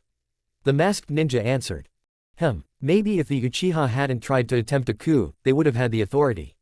Danzo commented. Keep an eye on the Jinchuriki. As much as we like to disagree, both Sarutobi and I have an interest in keeping it safe. And if this Nohara girl becomes a threat to it, kill her. Danzo ordered. Yes, Lord Danzo. The masked ninja said before disappearing using the teleportation jutsu. The next day, Izumi had all 3 of her students gathered in that same opening in the Uchiha training grounds at 9 in the morning. So, what's this surprise, Izumi-sensei? Naruto asked. Izumi got 3 chakra papers out from her pocket, and said, we're going to discover what your chakra affinity is. What's a chakra affinity? Naruto asked. I'm glad you asked that, Naruto. Izumi said. She then went on to concisely explain what chakra affinities are in a way that Naruto could understand it. Oh, that's what it is, Naruto said. HMPH. You're such a loser. Sasuke muttered under his breath. Yuki simply chuckled. Now that that's all over and done with, let me explain the exercise. These are chakra papers. When I give you the chakra papers, you will hold them, and infuse them with just enough of your chakra to achieve the desired effect. Which is, well, it's based on your affinity. If you have a lightning affinity, for example, the paper will wrinkle up. And if you have a wind affinity, the paper will split into 2 halves. If you have a fire affinity, the paper will ignite, and turn into ash. If you have an earth affinity, the paper will turn to dirt, and crumble away. And lastly, if you have a water affinity, the paper will become wet or damp. Izumi told them. Izumi walked up to her 3 students, and handed each of them a single chakra paper. She then walked back over to her original position, and got another chakra paper from her pocket. Let me demonstrate, she told them. Izumi infused the chakra paper with her own chakra, and the paper became wet. See? She asked. The genin all looked at her like they understood. Alright, then, the exercise will begin now, Izumi told them. Sasuke infused his paper with his chakra, and the paper wrinkled. Izumi walked up to him, and said, interesting. What's so interesting about it? Sasuke asked her. The Uchiha usually have fire affinities. Izumi answered. But yours is different too. Sasuke argued. Thing is, I'm not wholly an Uchiha. My mother was an Uchiha, but my father wasn't. My father was a shinobi from a civilian clan who had a water affinity. You're a pure-blood Uchiha, however. Your case should remain the same. Izumi explained. So maybe I am different. What of it? Sasuke then asked. Izumi scoffed, rolled her eyes, and then turned towards Yuki, whose paper had wrinkled just like Sasuke's. Interesting, Izumi thought. Why isn't anything happening? Naruto shouted. Izumi turned towards Naruto, and saw that nothing indeed happened to his chakra paper. Good grief, Izumi thought. She is beginning to sense a pattern with Naruto. She walked up to him, and said, maybe you're just not infusing it with enough chakra. Then maybe, I'll give it some more. Naruto shouted. No, Naruto. That will make the paper explode. You must instead find a balance. Izumi told him. Naruto took a deep breath, and said, okay. He infused it with his chakra, and the paper ignited, and turned to ash. Naruto was startled by the paper's ignition because he thought it was going to burn his hand. But nothing happened. Izumi chuckled. What, did I put too much chakra in it or something? Naruto asked. No, Naruto. Izumi said while chuckling. You did it just fine. In fact, because your paper ignited, we now know that you have a fire affinity. Although, I will admit I'm a little surprised by fire being your affinity. Izumi then said. Why? Naruto asked. Kushina's affinity was water and the fourth Hokage's affinity was wind. Izumi thought. Though, I can't tell him about that. Never mind, Naruto. You did well, despite your frustration. I'm impressed, Izumi said. Izumi then walked back over to her original spot where she was just standing, and thought, okay. Now I know what I'll need to do to train these three going forwards. Good job. Now that we are well acquainted with our affinities, let's try honing the skills we already have before learning anything else. Yuki, I need you to practice your lightning ball jutsu. Sasuke, as I said yesterday, you need to work on your skills with the kunai knife. You're already pretty good, but you could be better. Naruto, let's focus on your shadow clone jutsu. Izumi instructed. Alright, sensei. Yuki said blithely before walking over to a practice range with a lot of practice dummies. Sasuke walked over to a tree to practice hitting it with his kunai knife. Right, Naruto shouted. Naruto walked over to another part of the clearing, turned towards Izumi, and asked, alright, then, so what do I do? Izumi turned to Naruto, and said, try making clones, and having them fight each other. Shadow clones are mostly used for intel gathering because they all share a telepathic link with each other and the original, so as soon as one is defeated or goes away for a completely different reason, the information that the clone gained could be immediately transferred into the original's mind. So using them in this way could be a way to learn a thing or two. Oh, I get it. Naruto shouted. Naruto made the hand sign, and shouted, Shadow Clone Jutsu. And dozens of clones appeared around him. He explained their assignment, and they all started fighting as the original just stood off to the side of their brawl, and watched. Izumi chuckled because it was kind of funny seeing multiple copies of Naruto fighting each other while the real Naruto just stands and watches. Izumi then just walked over to a tree near a forest in the Uchiha training grounds before leaning against it, folding her arms and watching her three students train. After Team 7's training session, Sasuke and Yuki went home while Izumi had Naruto stay behind. So, what's our first lesson? Naruto asked. I'm going to teach you a new jutsu. Izumi answered. Naruto got visibly excited. Now, don't get your hopes up too high. This is an advanced jutsu that not very many genin are taught because, well, it's usually not within the skill level of a rookie genin.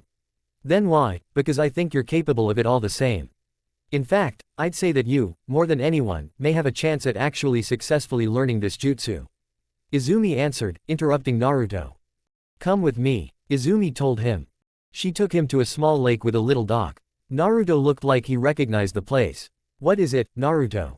Izumi asked. It's just, I remember this place. Naruto answered. You do? Izumi then asked. Yeah, Naruto answered. Why? Izumi questioned. Naruto turned towards a path at the top of a hill overlooking the small lake, pointed at it, and said, I would walk down that path sometimes. And one day, I saw Sasuke sitting at the end of that dock, looking all moody and depressed. Must have been after the massacre. Izumi thought. Well, now's not the time for reminiscing. There's a jutsu you need to learn. Izumi told him. She walked him over to the end of the dock, and they just stood there, side by side as Izumi weaved together 6 hand signs, and thought, fire style, fireball jutsu. And then, a large round-shaped stream of fire expelled from Izumi's mouth, and made the water below boil as though the lake were a pot of water on a stove instead of a lake. It looked to Naruto as though she were actually breathing the fire like a dragon or a monster from those ancient fairy tales. She then stopped the flames immediately.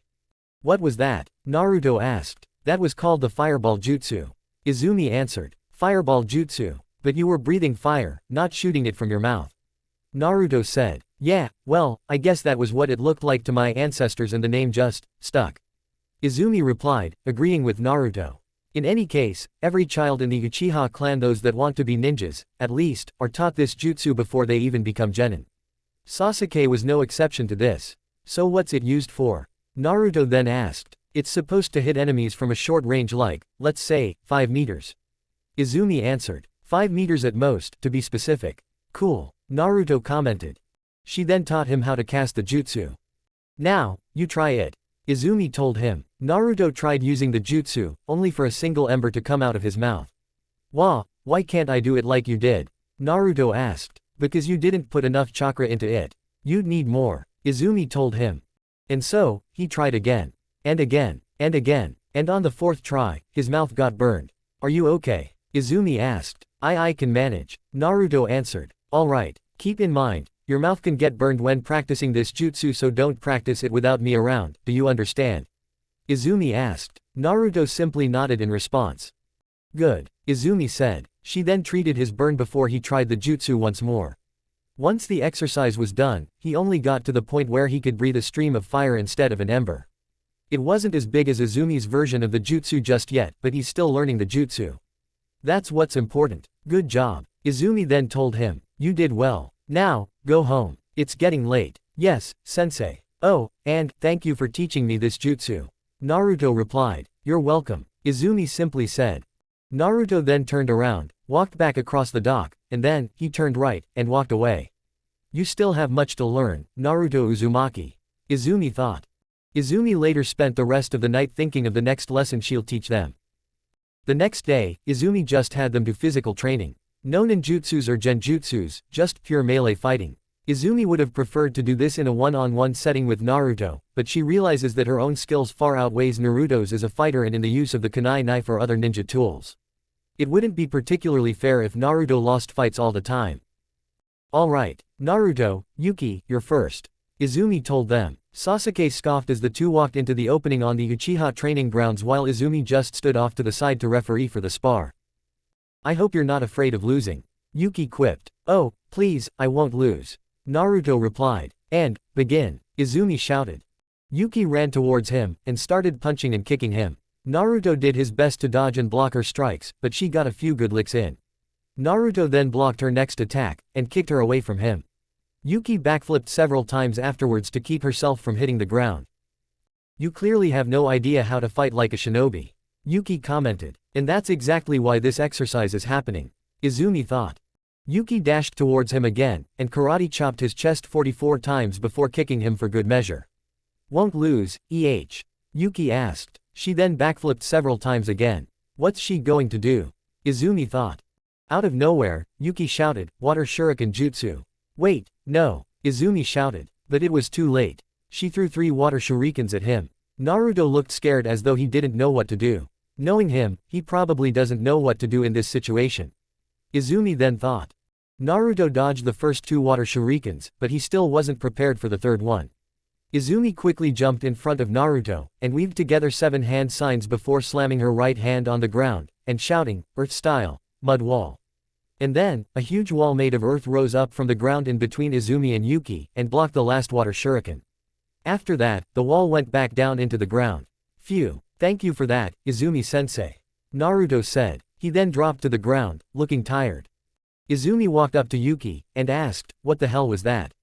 You could have killed him. Sorry, I guess I got carried away, Yuki replied. When you're just sparring against an ally, you're not supposed to get carried away, Izumi told her. Sorry, Yuki lazily said. If you pull a stunt like that again, we won't be sparring for the next week, Izumi threatened. Yes, sensei, Yuki acknowledged. Good. Now, we're done with sparring for today. Try practicing the taijutsus I already taught you over there, Izumi instructed, gesturing towards the training dummies off to the side. Can't we take a break, Izumi-sensei? Naruto asked. You can, for sure. But make it quick. The enemy won't give you longer than a few minutes, at most, Izumi told him. And just like that, Naruto got up, and then he and Yuki walked over to the small field of training dummies, and started practicing their melee fighting with the dummies while Izumi turned towards the field, and just watched with folded arms. Sasuke walked up to her, and asked, why didn't you pick me first? Why do you ask? Izumi asked in reply. Everyone else pits me against Naruto despite the fact that they know that he's just going to lose, Sasuke answered. It's for that very reason that I picked Yuki as his opponent instead.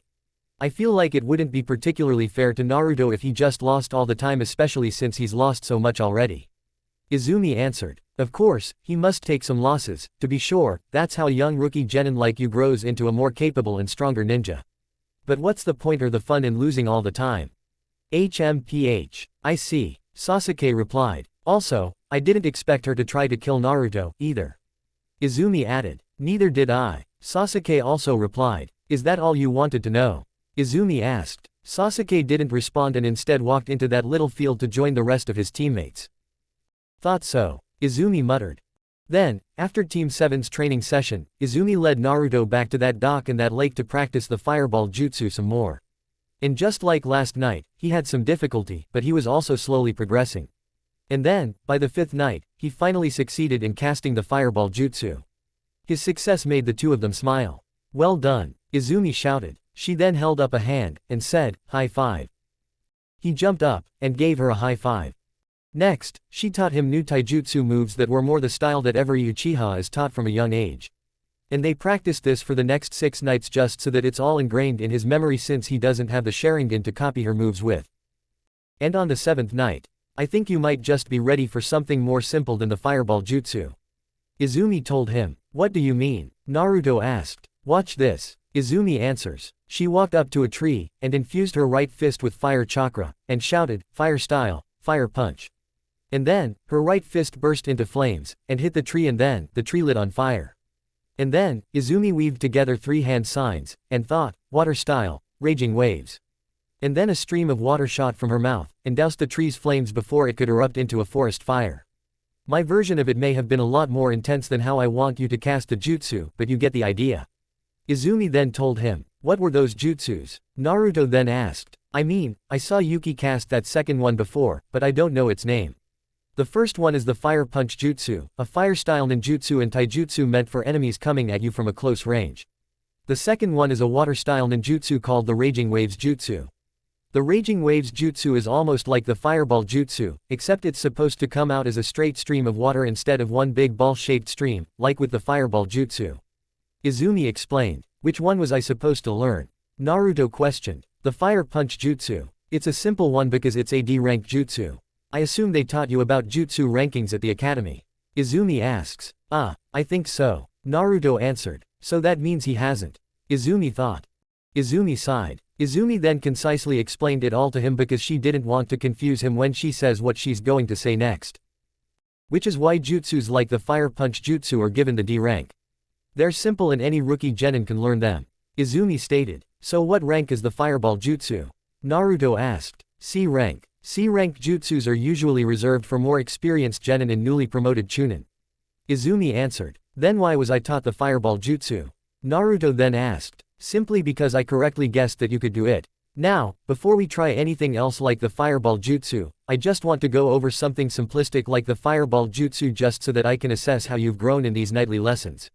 Izumi answered. What do you mean by that? Naruto questioned. Your teachers have said that your ninjutsu skills are non-existent because any time they tried teaching you a D-ranked or E-ranked jutsu, you'd fail every time. It's why you've failed the final exams 3 years in a row. I figured that you may be capable of more advanced jutsus instead. And I was right. Sure, your skill with the fireball jutsu took some work, but we kept trying, and you nailed it better than you did when they had you casting substitutions and simple clone jutsus back at the academy. In a shorter span of time, too. And now that you've learned the fireball jutsu, it may be time to go back to something simpler before trying anything else. Izumi clarified. I get it, Naruto said, looking like he only understood half of what she said. Now, let's see if you can try the jutsu. Infuse your right hand or whichever hand you think is best to punch with chakra, and then try punching the tree. Izumi instructed. Naruto nodded, walked up to the tree next to the one Izumi punched, infused his right hand with chakra, and tried punching it once.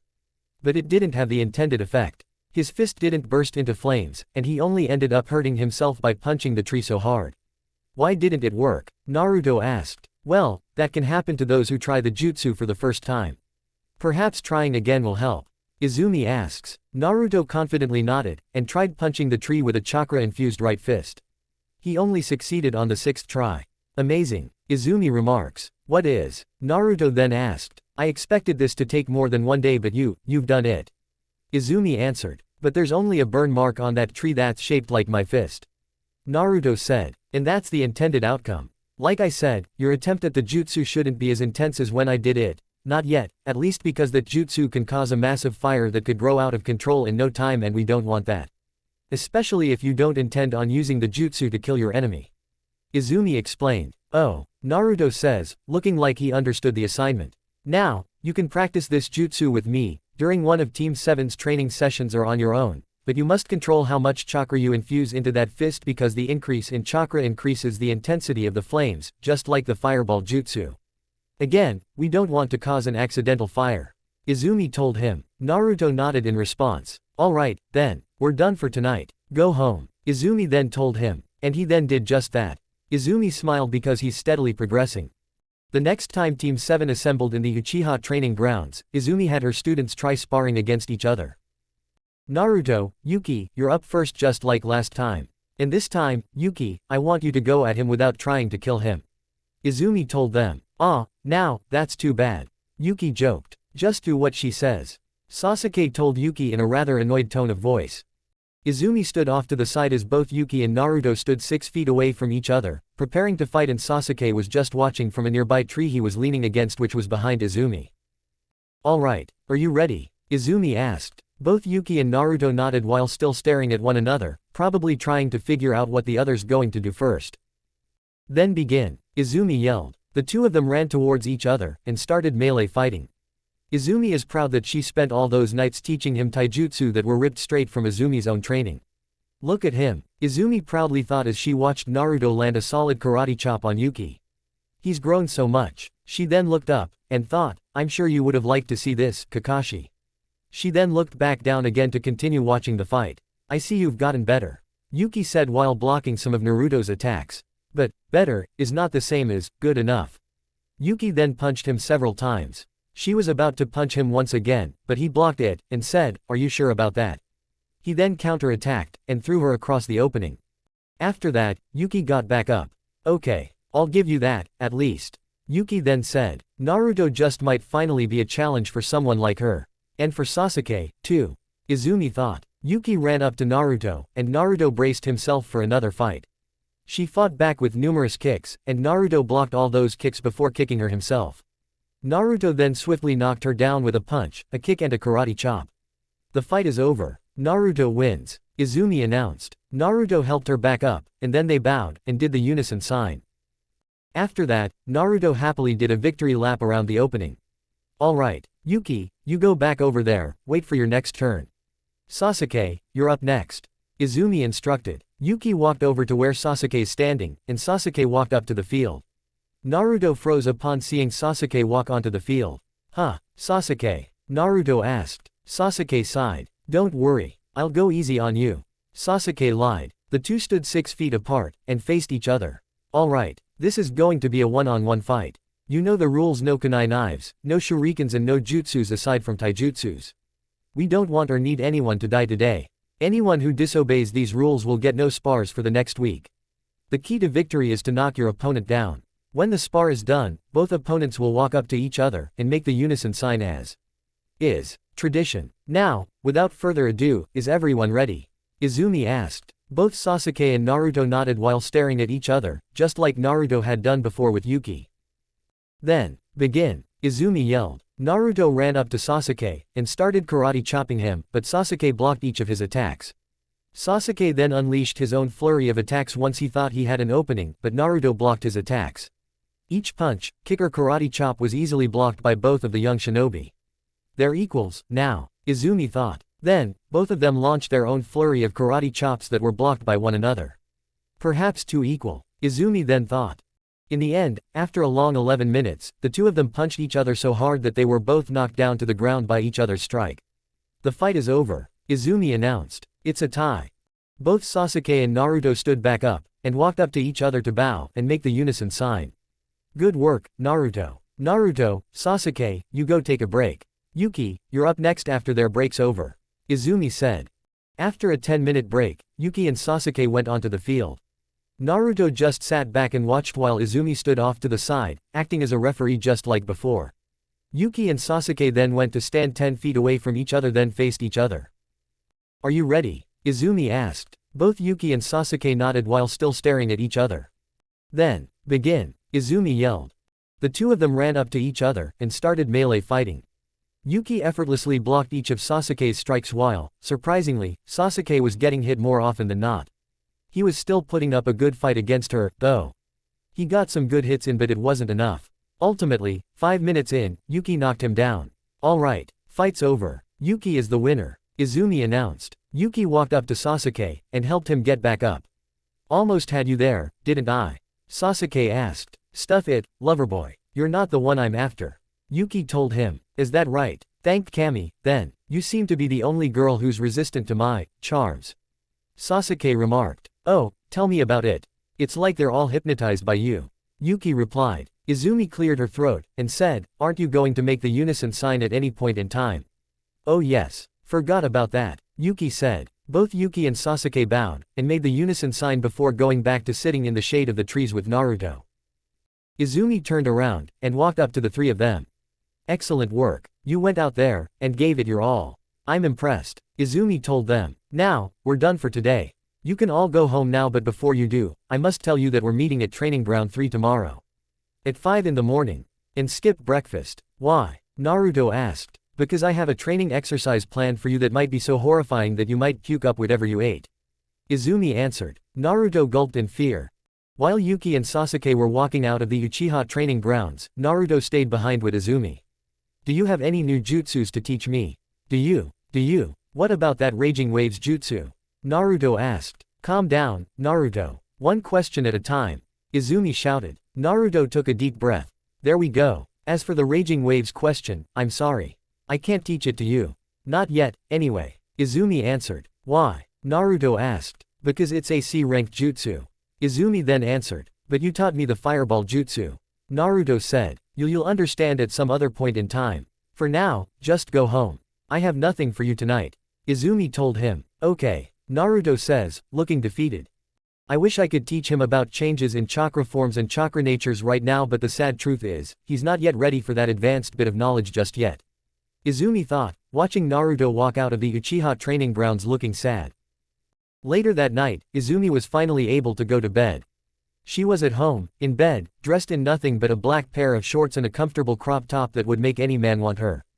But it is for that reason that she doesn't often dress like that in public.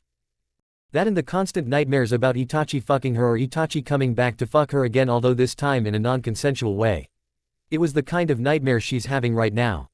No, Itachi. Stop. Izumi screamed in her dream, in which she was naked, laying on her bed with Itachi fucking her with that cold stare he always gave everyone else. Also, in that dream, it was a cold, stormy, and windy night. You murderer. Izumi screamed. The nightmare ended when he came in her pussy, and pulled out. Itachi then got off of her, stood up, turned towards the door, somehow got in his Anbu uniform, and ran out of the room. And he left Izumi shivering and with blood coming out of her vagina instead of semen. As soon as Izumi died in the nightmare, Izumi woke up. Itachi. She shouted as she jolted upwards. She calmed down, looked down, and saw that she wasn't actually naked. Izumi breathed a sigh of relief, and laid back down. It was just a dream, or nightmare, like always. Izumi thought. Nightmares like these often fuck up her chances at ever falling in love with anyone ever. The closest she's been to falling in love with someone was when Kakashi was alive. She had always wanted to ask him out, but she knew that it wouldn't be right because he's much older than her. And now that he's dead, she has no chance to ask him out in the future. So much for a good night's sleep. Izumi thought. Izumi decided not to go back to sleep because anytime she does go back, the nightmare starts back up again. And so, Izumi got up even though it's still dark out, walked over to her closet, and took off the clothes she'd been sleeping in, and put her normal ninja outfit on before equipping herself with her ninja gear. After that, she went downstairs to her living room, and then walked to the kitchen to make herself a cup of tea, and then walked over to the dining table to sit down, and drink her tea. She looked out the nearby window, seeing the moon and a bit of the Uchiha compound, which she was still living in after all this time. The Uchiha compound still looked as lifeless and empty as it ever did after the massacre. The sight of it constantly depresses her because of that fact. The only reason she's been able to get past that depression and stay instead of moving out is because this was her childhood home and because Sasuke is still alive and staying at the compound, too. Izumi sighed because whenever she looked at the compound, all she saw was the lives that were lost. I know the Hokage essentially told me to not be sad that they're gone and instead be happy that they were here, but how can you do that when it wasn't just one person that was killed? Izumi thought. Izumi sighed. Sometimes, I believe that the old man just doesn't get it. Izumi then thought. She wonders if the day when she can shove a kunai knife right through the hearts of Danzo without suffering any legal consequences and Itachi will come anytime soon. The next day, Izumi gave the members of Team 7 the bell test on Training Ground 3, which was an idea Izumi got from Lord Third the last time they spoke. They met once again just randomly in the marketplace. The both of them just so happened to be running errands and buying groceries at the same time. To summarize the conversation they had, and I'm not very good at summaries. Lord Third asked her how Team 7's training was going. She told him it was fine, but she told him about the one time Yuki almost killed Naruto in a spar before Izumi, herself, intervened and saved Naruto. Lord Third suggested teaching Yuki about restraint and told her to keep up the good work with Naruto, and also told her not to neglect Sasuke, either. Izumi asked him how she could do all that, and he suggested the bell test. He explained the bell test to her, and then, after feeling a bit satisfied with his answer, they had a small conversation about nothing, really, and then the two of them went separate ways. In any case, Izumi explained to her students the rules of the test, and they asked the usual questions before the test started. Sasuke came at Izumi first, which was surprising to her because she thought Naruto would be the one to do that, and then, Yuki grabbed Sasuke, and the three of them jumped into the forest. Izumi sighed. Better go ahead and watch them. Something tells me that something crazy might happen if I don't intervene. Izumi also thought. She activated her Sharingan, and used the teleportation jutsu to teleport to a hiding place near Sasuke, who seems to be all alone. That's strange. Izumi thought. Where are Naruto and Yuki? Izumi made a single shadow clone, told that shadow clone to take her spot, and then she looked around for Naruto and Yuki. The original Izumi used the teleportation jutsu to disappear, and reappear in another part of the forest. She didn't have much in the way of tracking skills, but she correctly thought that it wouldn't be that hard to track Naruto down since Naruto is terrible at covering his tracks. The person that would be harder to track down on this team is Yuki. Izumi thought. She looked around, and found a set of 2 rushed sandal prints on the ground. Now, why would that be? She followed the trail of prints to see one person laying over another, for some reason. Are there teenagers or something in here trying to fuck while we're in the middle of a training exercise? Izumi thought. She used the teleportation jutsu to disappear, and reappear in a hiding spot behind a tree. She peeked out from her hiding spot, and saw Yuki on top of Naruto. Ah, Yuki, I don't think this is the right time for this. Naruto told her. Why not, Naruto? Don't you want to have fun? Yuki asked. What the hell is going on here? Izumi thought. Naruto pushed her off of him, and asked, where's Sasuke?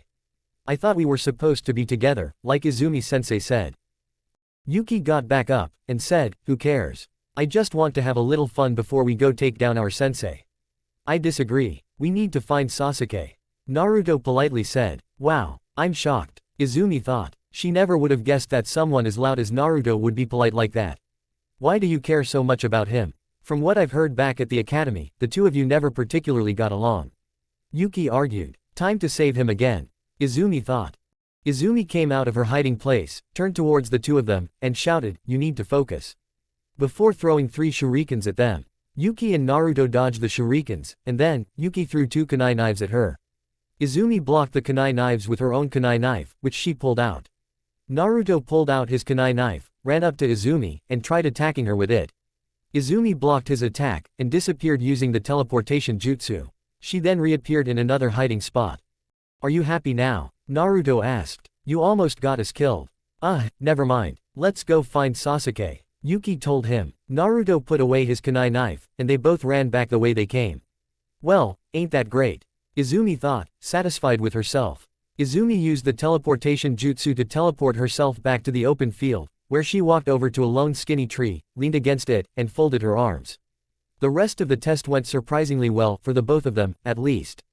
They ambushed, then tag-teamed her with concise attacks, and then, Naruto finished Izumi off with a fire punch. Izumi was knocked out momentarily, and when she woke up, the bells that she had on her person were gone, and Yuki was holding them. You're beaten, sensei. Yuki told her. Izumi stood up, and brushed herself off. So I am, but only one of you got the bells. So that means, fuck all that, sensei. We're here because we wanna become ninjas and we didn't come this far to be held back now. Naruto said, interrupting Izumi. Sasuke sighed, looking as though he's going to cringe about this later on. We're in this, Sasuke said. Together. Whether you like it or not. Naruto added. Izumi smiled, and said, well done, you 3. You all pass. The 3 of them looked perplexed. What? Yuki asked. You pass. Izumi answered. Izumi then explained why they passed. Because, you see, a wise man once told me that those who break the ninja code are scum, that's true. But those who abandon their comrades are worse than scum, Izumi said, finishing the explanation. Yuki scoffed.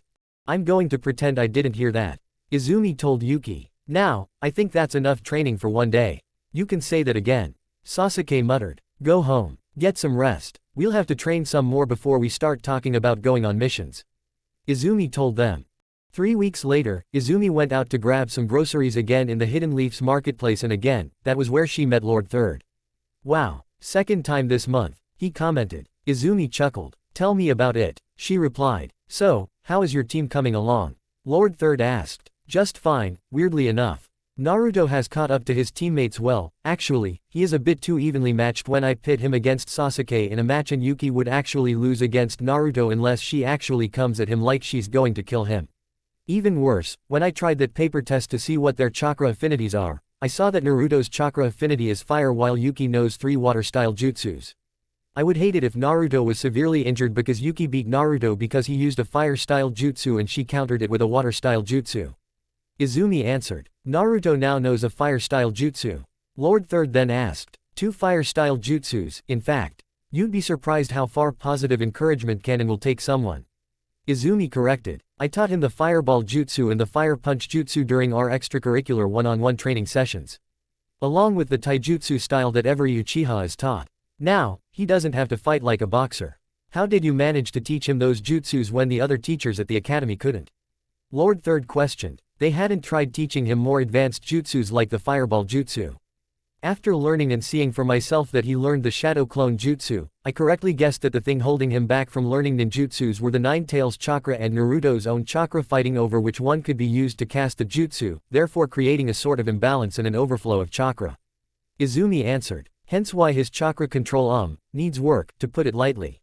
We had always assumed that that was the case, but, as I said before, no one's bothered to test that theory because no one cares enough about Naruto to do such a thing, Lord Third stated. To put it lightly. Nevertheless, it seems that you're adjusting well to your new role as a Jonin sensei. You said you weren't up to the challenge when I first talked to you about it. What changed that? Lord Third asked. 2 things, Lord Hokage 3, actually, now that I think about it. The first of which being that I was the first one to spot that Naruto was horribly underdeveloped to be considered a genin when I first met him. It's more than likely that, as you said, the academy teachers didn't care enough about Naruto to teach him properly. And that's because of his status as the 9 tails Jinchuriki, isn't it? Izumi asked in reply. True. There are still people who remember the devastation the 9 tails caused on the day it attacked the village. Their fear is understandable, but it does not give them the right to mistreat him like they do. At least I don't think so, anyway. Lord Third agreed. I don't think so, either. And I want to carry on Kakashi's promise to Naruto's parents to protect him just as Kakashi did, although this time, it won't be from the shadows. The best I can do to protect him right now is teach him how to protect himself, Izumi replied without thinking. Kakashi told you about that, did he? Lord Third then asked. And am I also to assume he told you the identity of Naruto's parents, or did you overhear when Fugaku came to me about Satsuki? Izumi was startled by Lord Third's questions. Calm yourself, Izumi. I knew you were there and I let it slide at the time because the Uchiha had been through enough, and unlike a certain somebody, you actually kept the secret, so I didn't even try to attempt to arrest you for that, either. Your methods may have been a tad unethical, but I understand why you might have been curious about the circumstances surrounding the 4th Hokage's death. You have a curious mind. In fact, you just might have the most curious mind in the whole village. And the fact that you've never told anyone about what the answers were tells me that you know when to keep your mouth shut. In any case, I am grateful that you're carrying on Kakashi's promise, Lord Hokage said, interrupting Izumi. Thank you for your appreciation, Lord Third, Izumi replied. And I am grateful for your leniency on this matter. You're welcome. By the way, no one has thanked me for my leniency in a long time. There are times when my patience for some people's objections to my policies wears thin, Lord Third commented. I can imagine, Izumi agreed. And what about my suggestion about the bell test? I heard that you had your students take it, Lord Third stated. And they succeeded, Lord Third. But they almost didn't, and that was, Izumi says before sighing, that was because of Yuki. For some damnable reason, she took Naruto and left Sasuke behind. Apparently, she wanted to make out with him or something. Naruto didn't want to do that, however. Whether or not he reciprocated her feelings, I don't know. In any case, I saved him by stepping in just to get them to focus on their task. We had a little fight, and they both agreed to get Sasuke back, and then the belt test surprisingly went swimmingly and they passed. Surprising, indeed. Very few managed to ace that test, and that's because those few were actually smart enough to understand the true purpose behind it. What's even stranger is that the last time we talked, you told me that Yuki almost killed Naruto with 3 water shurikens in a spar, and now, you're telling me that she tried to make out with him without his consent during a team-building exercise. Is that correct? Lord Third asked. Yes, Lord Hokage. Izumi answered without hesitation. Then, in that case, the question is, does she want to kill him or kiss him? Lord Third then asked. Usually, I can answer questions like that in a heartbeat, but not this time. I just simply don't know. Izumi answered. Every time we ask questions about that girl, we only come up empty and with more questions. Lord Third said. Agreed. Izumi replied. I told you to tread carefully with Naruto before, but I suggest you do the same with Yuki, although not for the same reasons. She is a big mystery and I'd hate to let Naruto be killed by her, should she turn out to be an enemy. And my spies have confirmed that the Foundation isn't behind Yuki's assignment to Team 7. I say once more, be careful. Lord Third warned. Yes, Lord Hokage. Izumi said. So what about Sasuke? How's he coming along? Lord Third asked. As I said, he and Naruto are evenly matched now. And I don't see any improvement just yet, so now that I'm done with honing Naruto's skills for the time being, I think it's time that I work on the development of all 3 of them without the extracurricular training sessions. They are all up to speed with each other, but they'll need to learn so much more. Which is why I've changed my mind about being their sensei. Izumi answered. Then I see no reason to convince you any further. Oh, and you might want to think about missions sooner than you plan to. Lord Third suggested. Why? Izumi asked. The Chunin exams are coming up. Lord Hokage answered. I don't think they're ready for that, my lord. Izumi honestly replied. And that may be your opinion on the situation, but, should you think otherwise, I have a surprise waiting at the end of the exams. Lord Third also replied. What sort of surprise? Izumi then asked. Lord Third went up close to her, and whispered, it's for Naruto. I plan to tell him who his parents are, and should he distinguish himself well beyond that of a regular Chunin, I might just promote him to Special Jonin.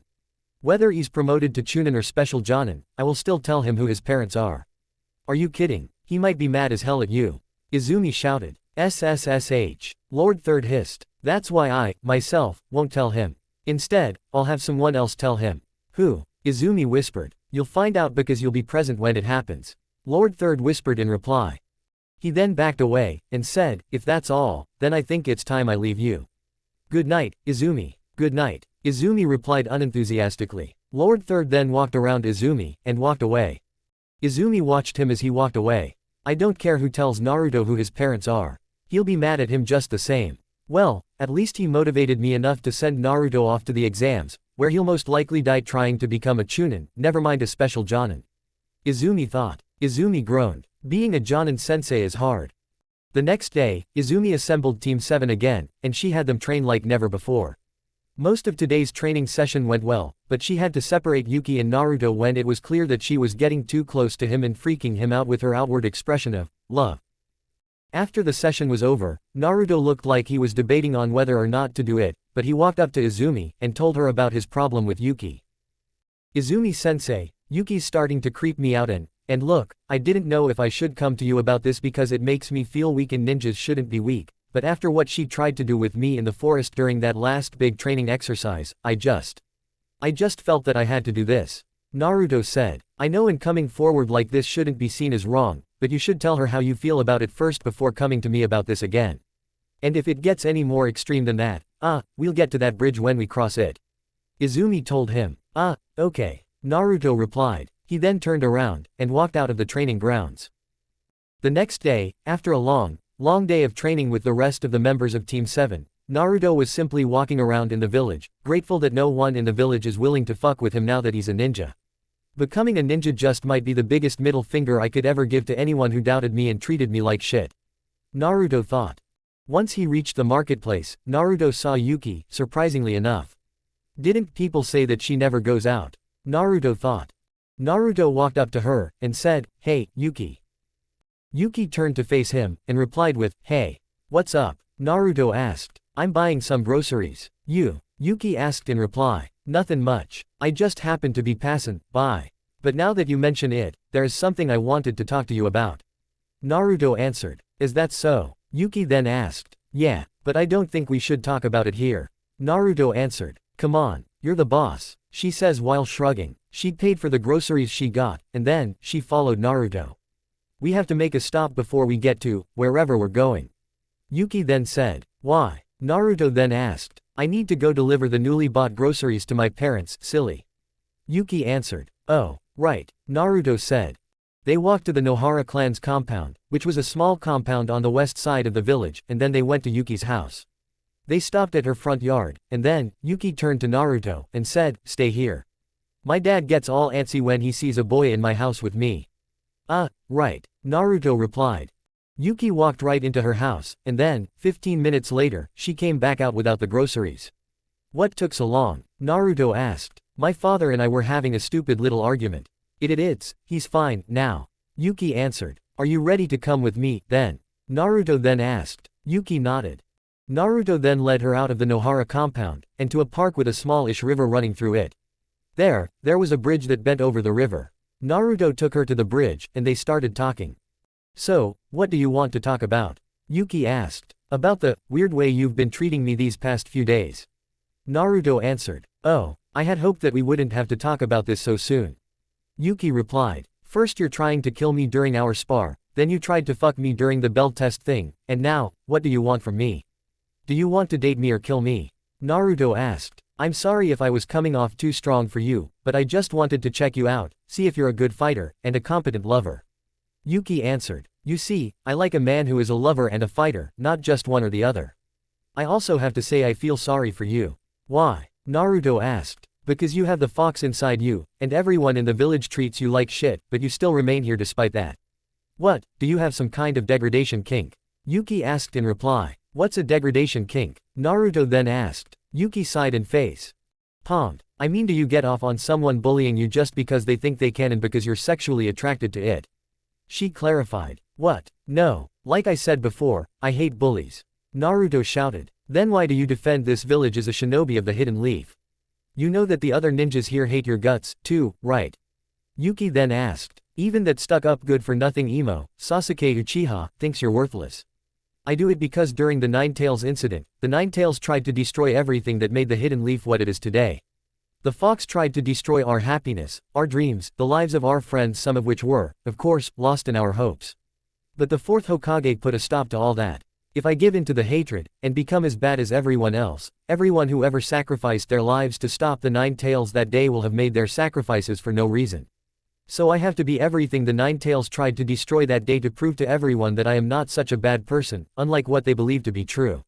Naruto answered. HMPH. I see. Yuki replied. Wait, why am I telling you everything about my reasons for staying here and being as kind as I am? And how do you know that the Nine-Tails was sealed inside me? Naruto asked. I have my sources. But I promise not to tell anyone. Yuki answered. Alright, I'm putting my trust in you. Naruto told her. My lips are sealed. Yuki replied. Okay, and anyway, even if I did leave, where would I go? I don't know of any other place that would be better for me to live. And I'm at least smart enough to know that other places would treat me no better than the people here do. Naruto said. Not in the Hidden Sand Village. Yuki replied. The Hidden Sand Village? Naruto asked. The Hidden Leaf isn't the only ninja village in the world. There's the Hidden Sand, the Hidden Mist or Bloody Mist, as it's alternatively known, the Hidden Stone, and the Hidden Cloud. I've been there once. To the Hidden Sand Village, I mean. It's kinda nice, once you get past the heat, the clear evidence of poverty, and how, dead the land is because it's surrounded by a large desert. Yuki answered. And the Cage isn't a kind man, but you will realize why once you get to know him. And hey, maybe you'll be able to change that. Why? Naruto then asked. Because something tells me that someone as kind as you can cut through the steel barriers that any ninja tends to put around their heart. I know you're doing the same for Izumi-sensei. Yuki answered. Izumi-sensei, you know that if I leave, I'd be leaving behind everyone who ever cared about me. Including old man Hokage. Naruto said. No, I can't. I understand. And it's all just a hypothetical thing, anyway. You don't have to worry too much.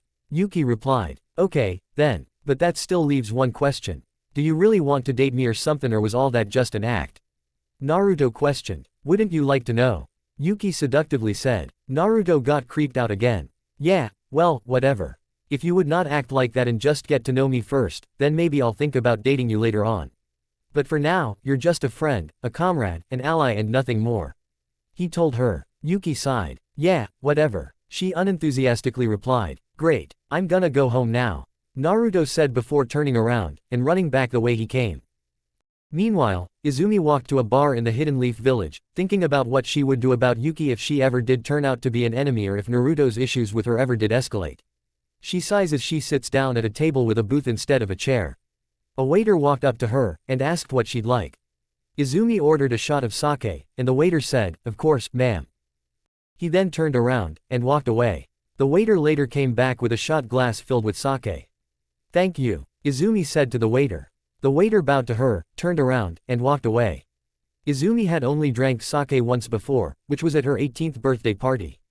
Her friends arranged a party because some ninjas don't survive past the age of 15 or even 13, and those that do are ninjas who are exceptionally good at their jobs or are just relegated to guard duty at either the village's gates, atop the village's walls, or even guarding the borders surrounding the Land of Fire.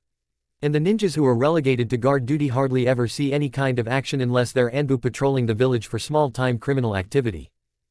Speaking of the village, Izumi doesn't understand why people still call it a village, when it's now the size of a small city and will soon grow to the size of a big city should they ever expand it. Then again, she supposes calling the village the Hidden Leaf City wouldn't sound as cool or as humble as the Hidden Leaf Village. And anyway, the fact that she's drinking sake now, of all times, says a hell of a lot about her. Her state of mind, anyway. And at least she ordered a shot glass. Drinking whole bottles would reflect poorly on her ability to train 3 genin. And from what Lord Third has told her, she really doesn't need that kind of shadow cast upon her reputation. If she became irresponsible over her indecisiveness, she doubts anyone would ever let her near Naruto or any other genin again. And that's specifically because of her already tainted status as an Uchiha. Every time she thinks about this, her next thought is always, damn you, Itachi. Just then, she saw Anko walking up to her. Oh great, another person comes to bitch at me personally because of my bad thoughts, or whatever. Izumi thought. Anko then stopped when she was close enough to Izumi's table, and said, hey, you mind if I sit here? Izumi just nodded in reply. She then went to sit at the booth across the table from Izumi's. So, what brings you to this place? Anko asked. Izumi sighed. Naruto came to me about his feelings about Yuki. She answered. Anko looked visibly surprised. You don't mean he actually likes her, do you? Anko then asked. No, no, no. Just the opposite. Izumi answered. Anko breathed a sigh of relief. Yuki has been flirting with him ever since they became ninjas. But he's made it pretty clear that he doesn't reciprocate her feelings. Whether or not she's actually interested in him is unclear. Izumi said. What do you mean? Anko asked. You didn't hear it from me, but the Hokage and I have been talking. Apparently, her academy records have been sealed. And apparently, the seal bears the signature of the feudal lord's council, which means that it's beyond the Hokage's authority to undo the seal. And during their first spar, Yuki tried to kill Naruto with the water shuriken jutsu, even though I had previously stated that the rules of the spar were that no one was allowed to use jutsus or kill their opponent or use ninja tools. Obviously, I didn't want my students to die on their second day of training. Anyway, I saved Naruto by putting up a mud wall between him and the last water shuriken after he dodged the first 2. I then ended the spar, and scolded Yuki for breaking my rules. She just acknowledged my stern lecture with indifference, and the day went on without my students trying to kill each other. And then, she tried unsuccessfully seducing him numerous times throughout our training sessions. The most horrid example of this was when I saw her trying to fuck him in the forest during the bell test. His mind was still focused on the test, but if I hadn't intervened and faked like I didn't know what Yuki was up to, the 3 of them would have surely failed the test. And that would be all because of Yuki. It got to the point where, during our last training session, Naruto came to me about it, like I told you before. Izumi explained. What the fuck? Does she want to kill him or kiss him? Anko asked. That's the million Ryo question. And even then, because of the shady circumstances surrounding her time at the academy, if she ever was a student there may not even be a clear answer there. Maybe she is a spy, for all we know. Izumi answered. A spy? Who would use someone her age as a spy? And why would they do it? Anko then asked. Another thing, we don't know if that's the case. Izumi also answered. Too bad I'm going to be busy with the Chunin exams. I could have helped you look into this. Anko commented. No need, the Hokage already has agents doing that very thing. Izumi stated. If that's the case, I think we should move on to how you responded to the issue Naruto brought up. Anko said. Agreed. I told him that it's fine that he came to me about it, even though some ninjas would consider that weak, and I certainly don't, but I also told him that should this ever happen again, he would need to confront the issue directly before going to me about it, and I told him that if the issue escalated any further, I told him we'll get to that bridge when we cross it. Izumi told her. So what are you gonna do if that happened? Enko asked her. Perhaps I'd confront her myself, but what if the Hokage's fears were realized and she turns out to be an enemy? What, do I kill her? Sure, I've killed enemy ninjas in the past. I felt like a pile of shit was dumped on me every time I did it, but I still did it. Even so, I've never had to kill a child before. Whatever Yuki is, she's still barely older than Naruto. And if I killed a child, I don't think I would ever live with myself. I'd probably quit being a kunoichi and then jump off the highest building in the village. Izumi honestly answered. Listen, I think you're letting fear get to you. Plus, there's always the chance she could be reasoned with. Alternatively, you could just knock her out, and then send her off to jail, but I digress. Enko replied. Children may be little shits, but they usually turn out to be pretty reasonable little shits. Enko then started looking around, and then looked back at Izumi, and said, speaking of children, when are you going to think about dating again? Enko, you know I'm not ready for that. Izumi replied. Why not? Enko asked. You know why? Izumi shouted. Alright, I get it. Your first and last boyfriend exterminated nearly his entire clan. But you, yourself, told me that you've gotten past that by now. Besides, it's been 5 years. I'd be surprised if you hadn't gotten over it. Enko replied. Izumi then finally drank her shot of sake. It tasted like shit, but she was getting annoyed by this conversation. It's more complicated than you understand. Izumi argued. Bitch, my Jonin-sensei was Orochimaru. I understand more than you realize. Enko countered. My boyfriend was emphasis on was Itachi Uchiha. He murdered nearly his entire clan. My entire clan. Sasuke's entire clan. Did Orochimaru kill anyone you loved? Izumi yelled. No, but I'll tell you something not a lot of people know about Orochimaru. Orochimaru did all the horrible things he's done over the years because his parents were killed when he was a child. He did not understand that we, as humans, die, or maybe he didn't want to suffer the same fate as his parents. Of course, that doesn't excuse his evil actions, but that doesn't mean that he's some rabid dog that has no motive behind his actions. His actions were, understand, able, even if he did use me as an experiment, and left me with a curse mark. All this really goes to show you is that death is a nasty, but necessary part of the ninja world and the problems that go along with this ninja world. Orochimaru, Itachi and the Uchiha massacre are only symptoms of these larger problems that probably wouldn't even be here if a few things here and there were changed, or, perhaps, if the ninja world didn't exist at all. But there is nothing we, as individual kunoichi, can do about it, so I think it's best that we learn to live with them, and move on with our lives. Enko explained. You don't know what you're talking about. Izumi replied. Perhaps not. Perhaps, all I've said is complete gibberish. But the main point here is, move on. It's the only way to keep yourself happy. Enko told her. Even if you were right, there is no one in the village who could compare to Itachi, or, at least how Itachi was before the massacre, or Kakashi before he died. I doubt I will ever meet a man like them. Izumi argued. You fell in love with Kakashi. Enko then asked. How couldn't I? He hated killing as much as Itachi and I did, although, I still hate killing, but that doesn't mean I won't kill or at least fight to protect those I care about most. He was handsome as fuck, and he was more chill than Itachi was. The only bad things about Kakashi were his perversion and his tendency to read porn novels written by Jiraiya out in public. Izumi answered. And those were bad things I think I could have gotten past because those things don't involve murder or theft. Enko chuckled. Of course. In fact, I kinda fell in love with him too. The only reason I never acted on that was because both he and I were of the opinion that there were more important things in life that needed taking care of. She agreed. Same. Izumi replied. Although, ever since I found him dead in that park, I felt as though I should have asked him out at one point or another. Even if his answer would have been, no. At least there'd be no regrets on my end, and at least, back then, I still might have had a chance. Then it's not just about Itachi and the massacre, is it? Enko asked. Izumi shook her head. Then maybe you're right. Maybe you aren't ready. Not yet, anyways. Enko said. Finally, she sees my point of view. Izumi thought. Now, if there is nothing more to be said, I think we should leave. Enko then said. Izumi asked. You're a lightweight, remember? Enko asked in reply. Izumi felt as though she was about to puke. Yeah, I thought so. Enko said. Enko took Izumi out of the bar into a nearby alleyway, where she vomited into a garbage can. Once Izumi was done vomiting, she stood up after leaning over the garbage can, and Enko asked, do you think you'll be okay enough to train your rookies tomorrow? I have to be. If there was any sign I was being irresponsible, the higher-ups might use that against me, strip me of my status as a Jonin sensei, and make sure I was never allowed near Naruto again. I'm an Uchiha with a Mangekyo Sharingan and he's the Nine-Tails Jinchuriki, after all. Hell, if I did anything worse, I'd probably be executed and Kami knows what will happen to Naruto after that. Aside from you, Guy, Asuma and Kurenai, Lord Third is the only one who's ever trusted me and he can't do much if the council finds any reason, at all, to persecute me. Izumi answered. Then I don't think you should have come to the bar, Izumi. Enko said. I know, but I needed a place to think and all the good places like the Dango restaurant are closed right now. Izumi replied. And what were you doing before you came into the bar? Enko then asked. Preparing the next training exercise for my students. Izumi answered. That reminds me, I've been meaning to ask you, you've been training Naruto and the others hard. Why is that? Enko questioned. That's because I'm seriously considering recommending them for the Chunin exams.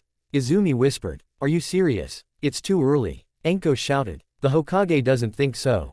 And I don't think so, either, not after the Hokage talked to me about it. Izumi replied. What in Kami's name did he say?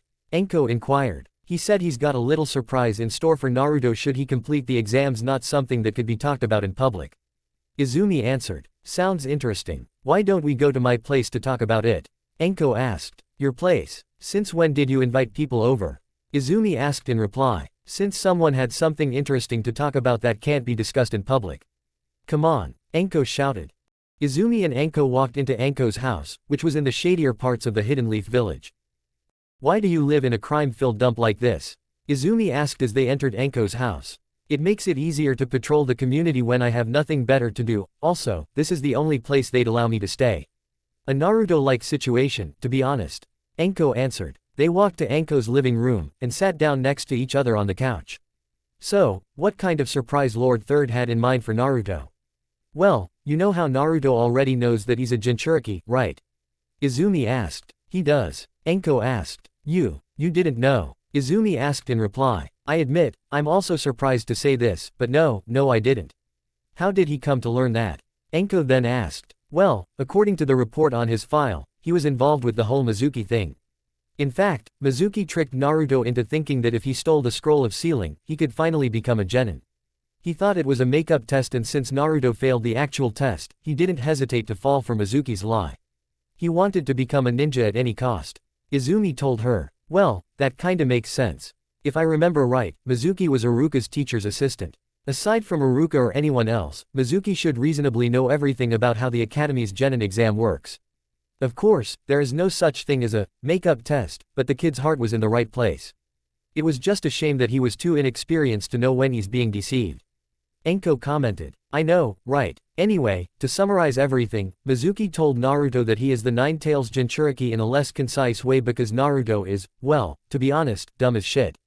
More of a dumbass than any of his other peers, in fact. After that, Iruka starts fighting Mizuki because he planned to take the scroll for himself and kill Naruto. Yada yada. Naruto beats Mizuki's ass once it was clear that Iruka was losing and was gonna die. Yada yada, and then Lord Third upheld Iruka's decision promote Naruto to genin. Izumi explained. So that was how that little goofball became a genin. Enko says. Why, though? Because Naruto helped to expose Mizuki's betrayal and also because he used the shadow clone jutsu to beat Mizuki's ass, too. Izumi answered. Which is ironic. How so? Enko questioned. Naruto learned the shadow clone jutsu using the scroll of sealing. Izumi also answered. So if Naruto had never stolen the scroll, he never would have become a shinobi of the Hidden Leaf. That is ironic. Enko agreed. So how does this relate back to Lord Third's surprise for Naruto? Well, Mizuki told Naruto that he was the Nine-Tails Jinchuriki, but he never told Naruto who his parents were. Lord Third had always intended to wait until Naruto was promoted to Chunin to tell him that he was the Nine-Tails Jinchuriki, or rather, he intended to have someone else tell him about his Jinchuriki status and who his parents are, but since Mizuki ruined the Jinchuriki part of his plan, he now just has to contend with telling Naruto who his parents are. Izumi answered. Who were Naruto's parents, anyway? Enko inquired. Are you serious? I thought the fact that Naruto's last name was Uzumaki would have given some of us a clue as to who his parents were if they, themselves, didn't already know. Izumi said. Uzumaki, you mean like Kushina Uzumaki, the wife of the fourth Hokage? Enko asked. Exactly. Naruto's parents are the fourth Hokage and his wife. Izumi answered. Damn, But to use your own son to seal the nine tails away, must have been really hard, not that I'm a parent or a Hokage. Enko commented. Yes. It's why those of us who understand this realize that Naruto made a sacrifice the day of the Nine Tails incident. Naruto may not have known it for the other 12 years of his life, but he made a great sacrifice that should make him a hero, not some monster to be feared. Izumi agreed. It doesn't explain why he chose to put the other half of the Nine Tails chakra into Satsuki, though. Izumi thought. Does Lord Third realize that Naruto will be furious when he learns this information, though? Especially since he hasn't known for a long time. Enko asked. Yes. That's why he's having someone else tell Naruto about his parents. Izumi answered. I don't think it'd make any difference. Naruto's still going to be an angry little shit. I mean, I would have been if I were him or if I were still his age. Enko commented. And I told Lord Third the same thing. What changed my perspective on this is that Lord Hokage told me that if Naruto goes above and beyond what's expected of him in the Chunin exams, the Hokage just might go one step further and promote him to Special Jonin. Izumi told her. Special Jonin. Does Lord Third realize the amount of work that goes into being a Special Jonin? I should know because I am a Special Jonin. Enko commented. I don't think Naruto would last a day as a Special Jonin. With all respect to you and the work that you do, I think you're wrong. And besides, if he does get promoted to Special Jonin, I have a feeling that he'd be given special assignments that aren't usually given to the regular troops. Izumi argued. I doubt it. Enko replied. Kakashi was promoted to Jonin when he was the same age as Naruto is now. Izumi then argued. Not everyone is Kakashi. Enko countered. You're right, I'll give you that, but that doesn't mean that he can't surpass Kakashi. Expand your expectations of what people are capable of, that's all I'm saying. Izumi replied. If Naruto manages to get promoted to Special Jonin, I'll give you 20 ryo.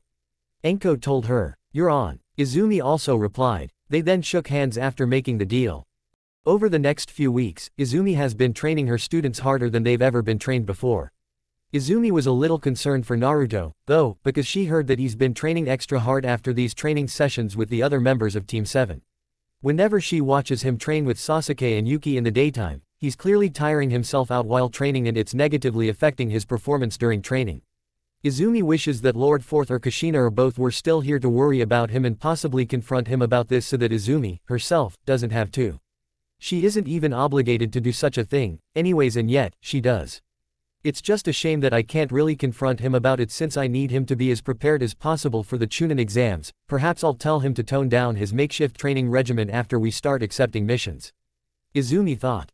And, of course, after those few weeks of training, Izumi felt as though they were ready for missions, and so, the day after their last day of training, Izumi took Team 7 to the mission assignment desk in the academy. As they walked down the halls to get to the mission assignment desk, Izumi quickly looked at her students, who were looking around at their surroundings, obviously reminiscing on their academy days. Indeed, Izumi has also caught herself getting a taste of nostalgia when taking only brief looks at her surroundings. But she realizes that her memories were memories of happiness, well, largely memories of happiness, while her students obviously didn't have a great time at the academy. Actually, now that she thinks about it, since she can't access Yuki's academy records, Izumi wonders what memories Yuki thinks back to when looking at these surroundings. Once they reached the mission assignment desk, the three of them noticed the Hokage sitting in the middle of the desk while Iruka sat to the Hokage's left and to the Hokage's right was one of the village's elders. In fact, they saw a large amount of other people sitting at the mission assignment desk, which was probably because there were a lot of other ninjas standing around and either getting their missions assigned, handing in mission reports for completed or failed missions, or just standing around, waiting for their chance to receive their missions. There were also some Jonin or Chunin or squads of Jonin or Chunin in here, not just Genin squads. Izumi was even old enough to remember back to when she, herself, was just a Genin, receiving missions alongside her two other teammates and Asami-sensei. Of course, her career as a kunoichi of the Hidden Leaf steadily escalated from that point into the point where she is now, teaching three little Genin. Hey old man Hokage. Naruto said. Naruto. You're supposed to call him, Lord Hokage. Izumi shouted. Sorry about that, Lord Third. It's fine, Izumi. I'll let it slide, but only this once. Lord Third said. Do you hear that, Naruto? Izumi asked. Yes, sensei. Naruto said. Naruto then bowed, and said, Thank you, Lord Hokage, for your mercy. You're welcome. Now, am I to assume that you're ready to receive missions? Lord Third asked. Yes, Lord Hokage. Izumi answered. Great. Let me give you your first one, then. Lord Third replied. All the members of Team 7 walked up to the mission assignment desk, and Lord Third gave Izumi a briefing file containing the details of the mission. Izumi read it, and then tucked the file away somewhere on her person. It will be done, Lord Hokage. Izumi told him. Lord Third simply nodded in acknowledgement. They then went back the way they came, and painted a random villager's fence for said villager. After completing several more missions like that first one, Naruto asked why they aren't getting any cooler missions, and Izumi started to explain the mission rankings to him. The missions we've been getting are called D-rank missions. There are 5 mission rankings in total: D rank, C rank, B rank, A rank and S rank. The D rank missions are mainly meant for rookie genin like you. They also provide us ninjas a way to interact with the community, get them to think of us in a positive light, so to speak. C rank missions are more for experienced genin or rookie chunin. C rank missions often involve some of the cooler stuff you mentioned, like guarding people against bandits or highwaymen, background investigations, capturing bandits or thieves, and capturing or suppressing wild animals should said animals go and attack people. B-rank missions are for more experienced chunin, and they most often involve espionage or fighting other enemy ninjas, and trust me when I say that you aren't ready to fight enemy ninjas. A-rank missions are often meant for jonin like me, and they involve, among other things, village or state level matters such as guarding very important people like, say, the feudal lord of the Land of Fire or the Hokage, or suppressing whole armies of ninjas. S-rank missions are meant for jonin who are probably far more experienced than I am, or even the Hokage whenever he has the time, and they involve fighting very important people who are enemies of the Hidden Leaf like, say, a rogue ninja, and transporting highly classified documents. Izumi explained. So why can't we do some of the higher ranked missions? Naruto asked. Sasuke scoffed, just as he usually does. Normally, I wouldn't mind all this busy work, but even I agree that we shouldn't be doing chores for people too lazy to do it themselves. Sasuke chimed in. I must get stronger if I'm to one day take my revenge. As I already told Naruto, none of you are ready for such challenges yet. Izumi told them after chuckling. Naruto pouted. Don't be like that, Izumi told Naruto. Izumi then went up close to Naruto, and whispered, might I remind you that you're lucky to even be a shinobi? Izumi's question startled Naruto. You know about that? Naruto whispered in reply. I'm your Jonin sensei, of course I know about that. Izumi also whispered. Izumi then stood back, and said, now, stop complaining, and get back to work. Naruto and Sasuke sighed, and then got back to their mission while Izumi smugly smiles while watching them, thinking about the fact that they're feeling the same pain she felt back when she was a rookie genin. After a week of completing D-rank mission after D-rank mission, Izumi decided to give her students a break, which finally gave her the chance to confront Naruto about his training regimen. What's wrong, Izumi-sensei? Naruto asked after Sasuke and Yuki left the academy. Izumi and Naruto were still standing outside the academy. Am I in trouble? Not really. Izumi answered. I've heard that you've been training at night non-stop ever since I started training you and your teammates harder in preparation for missions. Is this true? Yes. Naruto replied, probably knowing that he can't lie to her. Why? Izumi asked. Because you said it yourself, you were training us harder than we've ever trained before. You told us that we were going to be getting missions soon. I needed to be ready for that. Although, if I knew that we were going to be getting the kind of missions we've been getting, I probably wouldn't have put in so much effort. Naruto answered. Izumi sighed. Naruto, you can't be doing things like that. Izumi said. Why not? Naruto asked. Because it's not having the effect you think it's having. If anything, it's badly affecting your performance as a ninja. I need you to be at the top of your game if we're going to be effective as a team. And that means getting the rest you need when it's nighttime. Izumi answered. But I know what I said, but just because we're ninjas doesn't mean we're not humans, also. You must promise me that you're going to go to sleep when it gets dark, alright? Izumi then said, interrupting Naruto. Naruto nodded in response. There we go. Now, go home, and make sure to take a proper break. Izumi also said. I will, sensei. Naruto shouted before walking around Izumi, and running off. Izumi smiled while watching Naruto as he left the academy grounds. Sometimes, she feels as though Naruto is her own child. If Iruka was his father figure or so I've heard, then maybe I can be his mother figure. Especially since his real parents aren't around. Izumi happily thought. She then stopped smiling, and looked up at the sky as soon as her thoughts turned to Naruto's parents. Lord Fourth, I hope you're in hell. Izumi thought. Thinking about Naruto's parents made Izumi angry because not only did they leave him to be an orphan, but they also left him to be feared and condemned by every adult in the village, and the fourth Hokage also took Satsuki, and also made her a Jinchuriki of the nine-tailed fox. Izumi then started walking back home, wondering how to think more positive thoughts. The next morning, Lord Third handed Team 7 their toughest D-rank mission yet apparently, the feudal lord of the Land of Fire's wife, a woman named Madame Shijimi, was in the village, and while she was here, her cat, a cat named Tora, went missing, and Shijimi has given a mission request to Lord Hokage for the ninjas of the Hidden Leaf to find Tora. Every ninja and their mother hates this mission because Tora has gotten lost in the village before. Shijimi has put in that same request before, and every time that mission has had to be done, the ninjas of the Hidden Leaf have found that Tora is quite fast and elusive, which is why every ninja in the Hidden Leaf village has given Tora a nickname, the Demon Cat from Hell. And, surely enough, Team 7 have personally found out why Tora is called the Demon Cat from Hell. There were times when it seemed like the members of Team 7 weren't going to be able to find Tora until Izumi used her Sharingan to find the cat. Izumi's 3 genin students were in awe when they saw Izumi's Sharingan. Knowing him, Sasuke's probably thinking, my Sharingan is nowhere near as good as hers, and I guess he'd be right for now, at least. Izumi thought. Team 7 ran down to an alley with a dead end somewhere in the village's market place. Izumi was surprised to find Tora hiding here due to the fact that this was the place where Izumi first met Naruto. Whoa, Naruto says. What is it, Naruto? Yuki asked. This is the place where I first met Izumi-sensei. Naruto answered. So he remembers. Izumi thought. You've met her before? Yuki then asked. Yeah, it was like, I don't know, 5 years ago. It was definitely way before I became a ninja, I remember that much. Naruto answered. What happened? Yuki questioned. You won't tell me anything about your past, why should I tell you? Naruto asked in reply, sounding offended. He has a right to be offended, though. And he is right. Not much is known about Yuki. I'm not even sure we can trust her. Izumi thought. Come on, won't you tell me a little bit? Yuki inquired. That's enough, Yuki. You don't have to answer her, Naruto. Izumi told them. Naruto simply pouted. Tora, meanwhile, was angrily growling and hissing at the 4 ninjas.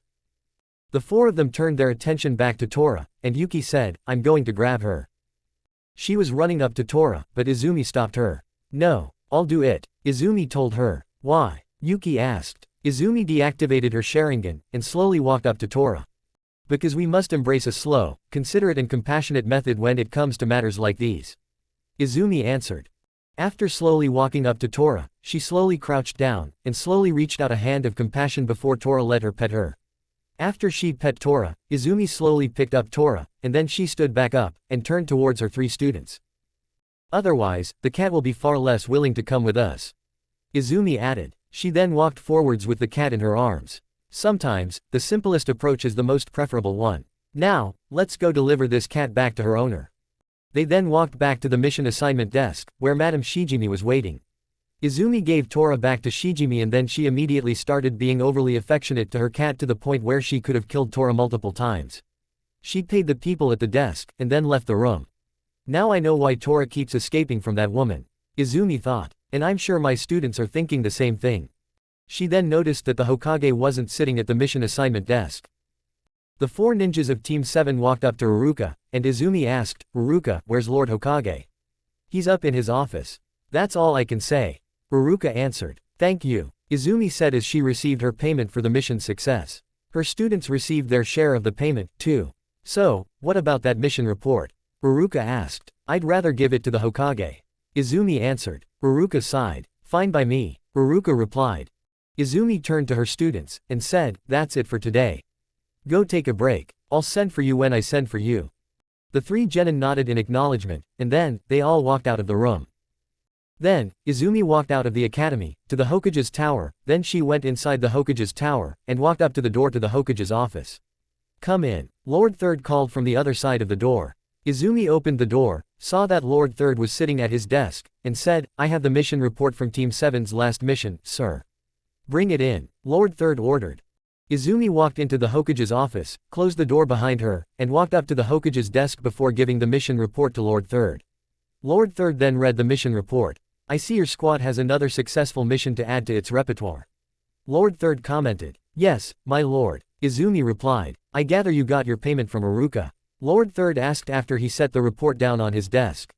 Yes, Lord Hokage, Izumi answered. Then why give this report to me instead of Ruruka? Lord Third then asked. I needed an excuse to talk to you. Izumi also answered. Is that so? Lord Third inquired. Yes, Izumi simply answered. What's on your mind, then? Lord Third questioned. It's about Naruto. And the rest of the team. I know that D ranks are meant to keep them safe from the more heavier duties a ninja has to do, but I feel as though these missions are hampering their development into capable ninjas, and I think that will negatively affect their effectiveness going forward. Izumi told him, I want to give them a taste of field work, just to give them an idea of what they'll be doing out there in the future. I knew you would come to me with a matter such as this. Lord Third replied. You did? Izumi asked. It's always better to be prepared for emergency situations or even other, smaller matters. Lord Third told her. It is why I have been keeping a mission request safe for you in the event this ever happened. He then opened a drawer in his left-hand side, and dug into it before pulling out a piece of paper that was inside a large, rectangular envelope. After that, he closed the drawer, and handed the envelope to Izumi. Izumi opened the envelope, and read the mission request. It was a C-rank mission. Apparently, there's a criminal on the loose. He came all the way from the land of lightning, and is hiding out somewhere in the land of fire. Team 7's job is to find him, and bring him back to the Hidden Leaf Village so that a squad of Anbu could take him back to the Hidden Cloud Village. The feudal lord of the land of lightning, himself, put in this request. Lord Third said, and the Raikage felt that this would be a great way to reopen peace talks between our two villages, and he also views this as a way of saying, thanks for not declaring war against us after a guy from the Hyuga clan killed our guy. And I, for one, agree. Well, he could have used more diplomatic language when talking about it, but I digress. Izumi remembers that whole situation quite well. The Hidden Leaf Village held a parade because the people here were celebrating the end of the military conflict between the Hidden Leaf and the Hidden Cloud. There were even a few shinobi from the Hidden Cloud Village in attendance that day. But then, the night after the parade, one Hidden Cloud shinobi snuck into the Hyuga compound, and tried to kidnap Hinata Hyuga, probably because she has the Byakugan, which is a dojutsu that's coveted by many outside of the Hidden Leaf Village and even the Land of Fire, and that's because, like the Sharingan, the Byakugan is rare and only those of the Hyuga clan can possess it unless someone steals it and implants it into their own eye socket, which, incidentally, is why so many covet it for themselves. Others who are not of the Hyuga clan can steal the Byakugan, and because she's the eldest child of the Hyuga clan's main branch, which makes her a princess, in a sense. Hinata's mother was killed in the incident, but her father, Hiashi Hyuga, who is the current head of the Hyuga clan, stepped in, and killed the Hidden Cloud shinobi before he could even get to Hinata. This sparked an outrage amongst the Hidden Cloud Village's higher-ups, and people from both villages were worried that hostilities might start back up again, and they would have if there wasn't a sacrifice on the Hidden Leaf's part. The Hidden Cloud Village demanded the death of Hiashi and that the Hidden Leaf send his body to the Hidden Cloud Village if the peace is to be preserved. No one knew what to do until the Hyuga clan remembered that Hiashi has a twin brother named Hizashi, who is the head of another branch of the clan. After some talking between the Hyuga clan leaders, Hizashi, and Lord Third, it was agreed that Hizashi would die in Hiyashi's place so that the Hidden Cloud would be fooled into thinking that Hizashi was Hiashi. Hizashi took his own life, and then, his body was sent to the Hidden Cloud Village. It's unknown if the Hidden Cloud were actually deceived or if they found out the truth, but if they did find out, it's mutually agreed among the people of the Hidden Leaf Village that the Hidden Cloud probably didn't care that it's Hizashi's body instead of Hiyashi's body, because they never contacted the Hidden Leaf about the trick ever since Hizashi's body was sent to the Hidden Cloud Village. All they presumably cared about was that it was the body of a dead Hyuga nonetheless. Of course, this left little Neji Hyuga, Hizashi's son, an orphan. No one knew how Hizashi's death affected Neji, but they assumed that it probably didn't matter because, like some Uchihas, many members of the Hyuga clan hid their emotions deep down, and even if anyone tried asking Neji how he felt, it is most likely that he wouldn't answer at all. Geez. Izumi thought, even though it's been years since it had happened. And I thought my clan's politics were bad. Any other ninja would have called you crazy for giving a team of rookies a mission like this. Izumi remarked. Like you said, your team's effectiveness as ninjas when it comes to combat might have been slipping due to the non-combative nature of D-ranked missions. It would be a true shame if we allowed our genin to rest on their laurels and become unfit for combat. Plus, I promise that if your team completes this mission, I will have more where this came from coming your team's way. Lord Third told her. Yes, Lord Hokage. Thank you. Izumi acknowledged. Now, if that is all, you may leave. Lord Third ordered. Yes. Izumi shouted. Izumi turned around, and left the room with the mission request in hand. The next morning, Izumi summoned her students to meet her in the alleyway where she first met Naruto. After waiting for about 30 minutes, she saw Sasuke and Yuki calmly walking towards her while Naruto ran into the alleyway. Why are you running, Naruto? Izumi asked him as he was panting in front of her and his other teammates. Sorry, sensei. I overslept. Naruto answered. Geez, has he been training in the middle of the night again? Izumi thought. After catching his breath, Naruto asked, so, why did you tell us to come here? Because, Naruto, Sasuke, it's your lucky day. After a bit of discussion with the Hokage, I've finally gotten this AC ranked mission. Izumi answered. Really? Awesome. So what is it? Naruto asked her. We're guarding a drunk old man so that he can safely go back to his homeland, and build a bridge. Izumi joked. Ah. Naruto whined. Sasuke sighed. Is that it? Sasuke then asked. I'm kidding. We've actually been ordered to track down a criminal from the Land of Lightning who's hiding somewhere in the Land of Fire. Izumi finally answered. The Land of, what? Naruto asked. Izumi and Naruto's two other teammates sighed, clearly disappointed in Naruto. I'll tell you later. For now, pack your essentials and buy yourselves some camping gear. We're heading out of the village for this one. Meet me at the gates at noon. On the dot. Izumi ordered. Right. The three of them shouted at the same time. Izumi sighed, not wanting to tell them what she's going to tell them in a second, but she needs them to understand this. Be cautious. This mission will likely be very dangerous. I will do my best to protect you, but I am just one kunoichi. So you have to be prepared when we find this border-hopping criminal. Izumi told them. HMPH. He's just some wimpy criminal, not a ninja. I think we can deal with him pretty easily. Sasuke replied. Izumi chuckled. You just might be right about that. That being said, anything can happen. So watch each other's backs and remember everything I taught you. She told them. Yes, sensei. The three of them said. They then turned around, and ran out of the alley. Izumi smiled as they ran off. There's no doubt in my mind that Naruto and possibly Yuki can pull this off, but I wonder if Sasuke can, or if he's being headstrong. Izumi thought. Later, at 12 p.m., Izumi waited at the village gates until she saw her three students running towards her. Are you ready? Izumi asked. The three of them nodded. Good. Let's check how many ninja tools we have before we depart. Izumi then said. Why? Naruto asked. Because anything could happen on this mission. I would hate to see you die because you didn't bring enough ninja tools. Izumi answered. Why can't we use our jutsus instead? Sasuke asked. Not every enemy can be fought with a ninjutsu or genjutsu. Besides, a ninja's best weapon is stealth. You can't exactly sneak up on someone for a stealthy attack if you cast a fire jutsu or two at them. Izumi answered. Good point. Sasuke replied in a defeated tone of voice. Now, let's see him. Izumi told them. The three genin let her check their stock of kunai knives, shurikens and other such ninja tools. Good. It seems like you have a full stock except. Naruto, why do half of your kunai knives and shurikens seem so low in quality? Izumi asked him. The weapons shopkeeper wouldn't let me have any of the better ones because he'd raise the price above what it said on the tag. Naruto answered. He's lucky I was there. Had to get half of the better ones for him because the shop owner wouldn't let me give him a full stock. Sasuke added. I tried to thank him, but he said he didn't need my thanks. Naruto also said. Yeah, 'cause you're such a loser who can't be bothered to be more assertive about it. Sasuke told him. Why you? That's enough, Sasuke. Izumi shouted, interrupting Naruto. Sasuke scoffed. If you're done acting like brats, can we please get a move on? I'd like to find this criminal before the feudal lord of the Land of Lightning starts getting impatient. Izumi told them. Naruto and Sasuke didn't respond. Izumi sighed. Whatever. Let's just go. Izumi then said. Izumi turned around, and led her students out of the village. 30 minutes later, Izumi told them to stay close to her. You can never know what could happen on a mission like this. Izumi added. The three genin did as Izumi told them. So, what did you mean by the Land of Fire? Naruto asked Izumi as they were walking down the path outside of the village. Izumi sighed. She felt like facepalming right now, but she can't afford to do that. I guess now is as good a time as any to teach these things to you. The Land of Fire is the nation or country where the Hidden Leaf village is. And far to the northeast of the Land of Fire is the Land of Lightning, which is simply another nation. And both nations are ruled by a person called a feudal lord, but unlike the Hokage, who are appointed by the village elders, the feudal lord of the Land of Fire and his council, the feudal lord is a position that is passed down from father to son and so on and so on. The person who requested the mission that we're on right now is the feudal lord of the Land of Lightning.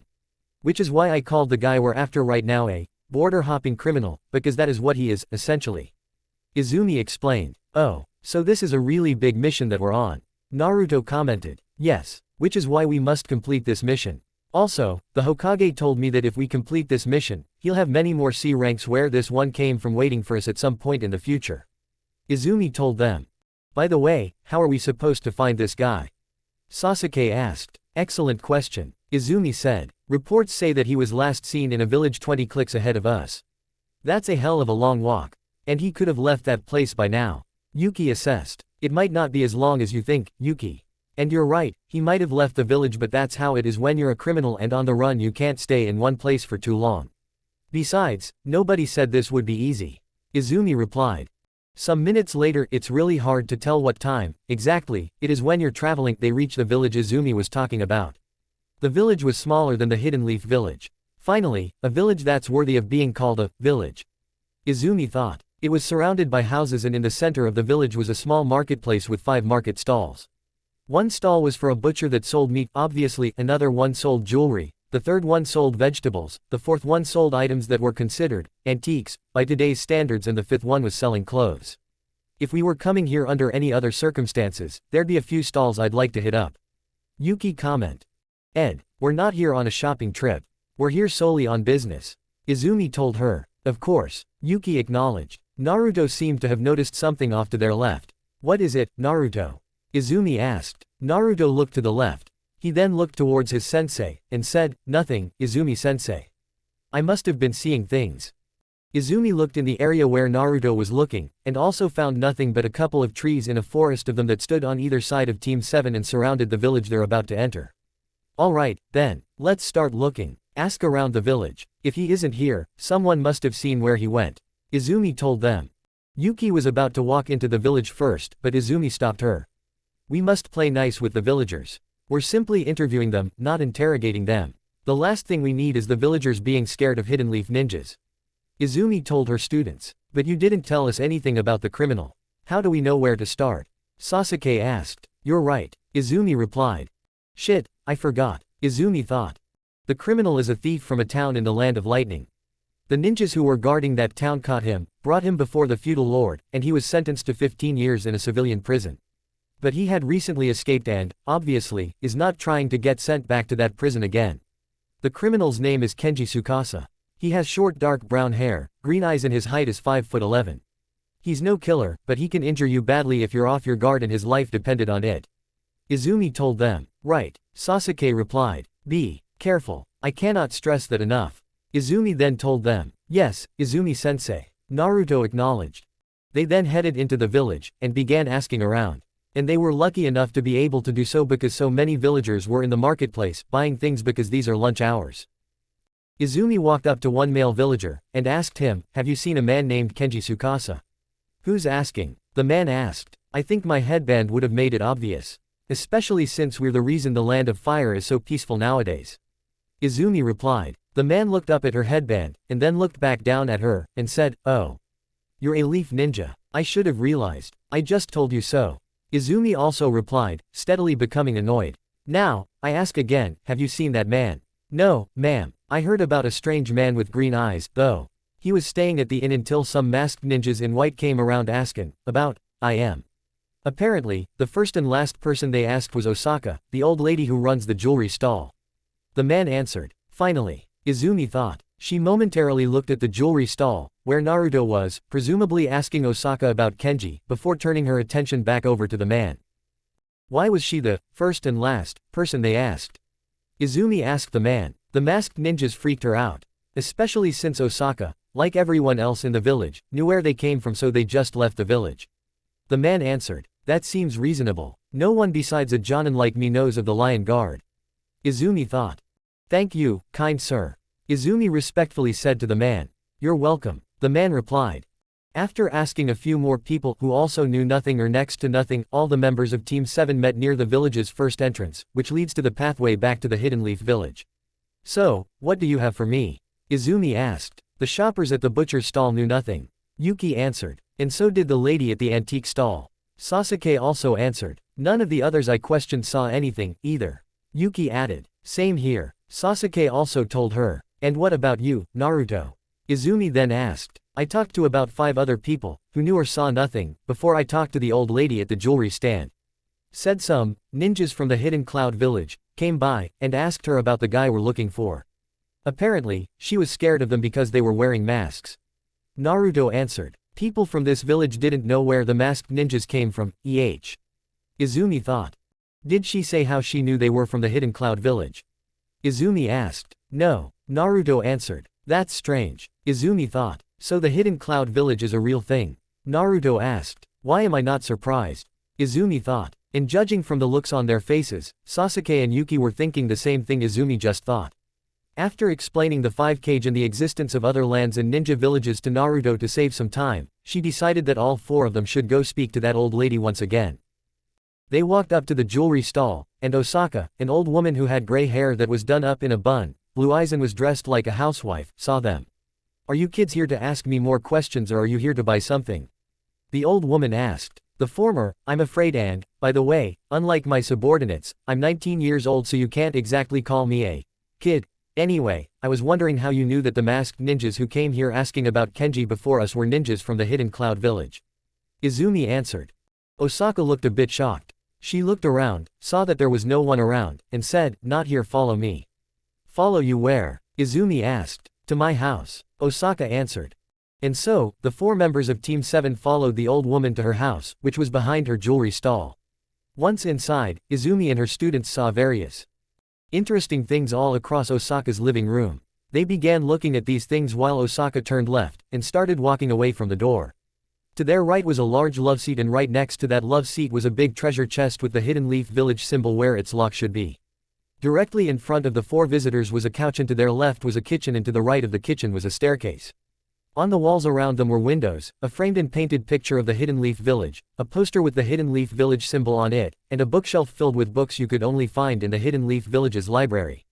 Might I get you anything? Osaka offered. No thank you, madam. Izumi answered. Who is this woman? Sasuke whispered. Look there, she has a picture of the Hidden Leaf Village. Yuki whispered to Naruto. Don't you think I can see that? Naruto hissed. SSSSH. Sasuke also hissed. There's more to that picture than what the first look can tell you. Izumi whispered. What do you mean? Naruto whispered. Look at the stone faces in the picture, there's only 2 on there. Izumi whispered in reply. Holy shit. Yuki whispers. Take a seat on my couch, then. Osaka told them. Naruto, Yuki and Sasuke went to sit on Osaka's couch while Izumi walked up to that couch, and just stood off to the side. Osaka walked to the love seat, and sat down on the love seat. Thanked Kami. I remember back when love seats like this one didn't exist. Osaka said. Who are you? Izumi asked. Osaka sighed. I knew a day like this would come. Osaka is not my real name. I am actually Itsuki Tsunomiya, a kunoichi of the Hidden Leaf. I was a chunin back during the reign of Lord Second Hokage. What happened? Izumi asked. I was abandoned by my comrades and captured by the enemy in the middle of the First Great Ninja War. I thought I would be rescued from the military prison the Hidden Cloud had put me in by some other ninjas of the Hidden Leaf or at least be one of many prisoners of war who were taken back to the Hidden Leaf Village at the end of the war as a part of the peace negotiations. Sadly, I was not. So, at the beginning of the Second Great Ninja War, I orchestrated a prison riot, and escaped the prison, taking what few belongings I had back when they imprisoned me. It was only then that I found out I was somewhere in the Land of Lightning. I took a long journey back to the Land of Fire, and eventually found this village. Afterwards, I started living here and then I changed my name to ward off any pursuers from the Hidden Cloud Village and then I started up a little jewelry stall here in the village because, at the time, I had so much jewelry that I didn't need. Itsuki answered. Why not return to the Hidden Leaf, and come forward instead? Izumi then asked. Because I'm still not over the fact that my comrades abandoned me when I needed them most, so with respect to the 4 of you, the Hidden Leaf Village can go to hell, for all I care. Besides, I knew that if I did return, I'd just meet the same fate again. Itsuki answered. What is protecting a military headquarters disguising itself as a little village even worth if they don't care about you? Is that why you were scared by masked ninjas who were from the Hidden Cloud Village? Sasuke interjected. Well, yes, little whippersnapper, but also because they were asking about an escaped prisoner. I thought they were talking about me until they mentioned a man with dark brown hair and green eyes. And finally, they were wearing masks and talking as though they had no emotions. And finally, I'm an old woman. If they exposed me and tried to attack me, I don't think I'd last very long in a fight. I was a chunin, after all, and they were wearing masks and talking as though they were trying to intimidate me. It became clear to me that they are Anbu Black Ops, which means they were serious and they could kill me if they wanted to. And the cherry on top of all of this was that I didn't even know that the Hidden Cloud Village had an Anbu regiment. Itsuki answered. So that explains her not knowing anything about the Lion Guard, at least. Izumi thought. The other villages have Anbu. Naruto asked. Yes. Normally, genin like you 3 and a chunin like Itsuki wouldn't be allowed to know this until you become a jonin like me, but considering the circumstances, I'm afraid there is no choice. The other 4 villages have Anbu regiments just like the Hidden Leaf, and generally, they serve the same purposes as the Anbu of the Hidden Leaf. Izumi explained. As far as I know, the Anbu protect the Hokage and police the streets of the village. Naruto stated. Among other things, yes. Izumi replied, becoming frustrated. But there are also special teams within the ranks of the Anbu from the other villages that serve different purposes. I know of at least 2, the Tracker Ninjas, a special team from the Hidden Mists Anbu. Tracker Ninjas are supposed to hunt down rogue ninjas mainly because a majority of rogue ninjas come from the Hidden Mist village. And the other special team is the one that Itsuki may have encountered, the Lion Guard. Obviously, they are entirely made up of Anbu from the Hidden Cloud village. The Lion Guard's main duties are protecting the feudal lord of the Land of Lightning and hunting down any threats to the feudal lord of the Land of Lightning. They also quell dissent against the feudal lord of the Land of Lightning even if their feudal lord's policies are rather harsh because their feudal lord wants to act like a malevolent tyrant instead of the benevolent monarch they should be. And you are right, Itsuki. They are dangerous to those who cross them. You sound frustrated, Itsuki said to Izumi. I am. Izumi honestly replied. Why? Itsuki asked. Because this was supposed to be a C-rank mission, but the fact that there are Anbu involved tells me that there are things that the mission request didn't mention or conveniently left out and that this is beyond the scope of a C-rank mission. Among the things that aren't mentioned is the fact that this criminal may not be who we think he is. The Lion Guard don't just go after any random criminal, especially not a thief who has never killed in his criminal career. If you can even call that a career. Izumi says. I figured some amount of deception was involved with your mission. Itsuki replied. The ninja code dictates that if the client who put in the mission request lies about the mission, the ninja or ninjas carrying out said mission are to return to their hidden village and cancel the mission. Normally, yes, Izumi replied. But any move my subordinates and I make, here, could cause an international incident which could spark a war. Izumi then said. So, what do we do? Naruto asked. Naruto was looking very scared. Honestly, I'm feeling the same way too, Naruto. Izumi thought. I say we press on. If there's more of a fight ahead of us, so be it. It will just mean that I'll be stronger by the end of this mission. Sasuke said. I don't know. It sounds like it'll be more dangerous than we bargained for. Maybe returning to the village is a good idea. Yuki argued. Izumi raised an eyebrow at Yuki, unsure if she was putting on an act or not. Well, girl, Itsuki asks Izumi. The decision falls to you, and you, alone. Izumi frustratedly sighs. She wants to protect her students from whatever this escalates into, but she's afraid of the international backlash that might erupt if they give up now. The feudal lord of the Land of Lightning and the higher-ups of the Hidden Cloud might call the ninjas of the Hidden Leaf cowards because they didn't even try to catch Kenji. And she knows some ninjas in the Hidden Leaf who wouldn't stand for that kind of talk. Especially Danzo. In fact, if he were still an elder, he'd try to convince the Hokage to provoke them back. On the other hand, the Lion Guard could just show up and attack the Four-Leaf Ninjas for whatever reason. The Hidden Cloud have been known to betray their allies in the back if they believed that it served their own interests. And so, despite the ramifications of the decision, Izumi says. I agree with Sasuke. What? Yuki shouted. Sasuke smirked.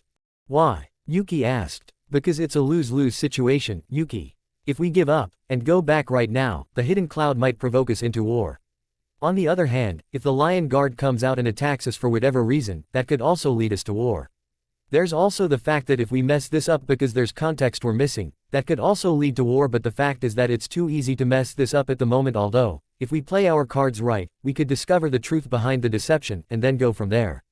Whether that means returning to the Hidden Leaf village or not is still up in the air.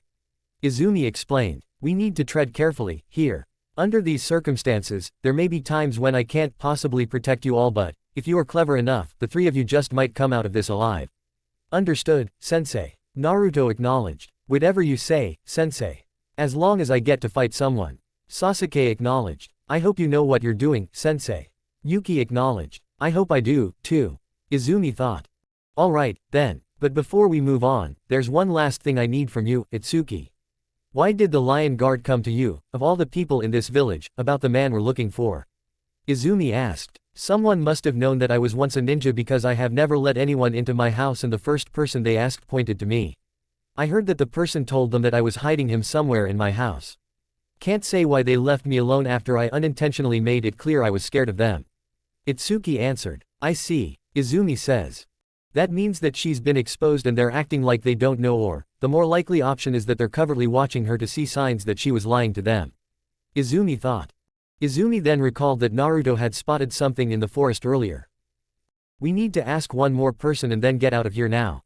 And Itsuki, for your own safety, get your ass back to the Hidden Leaf Village, and tell them where you've been all this time.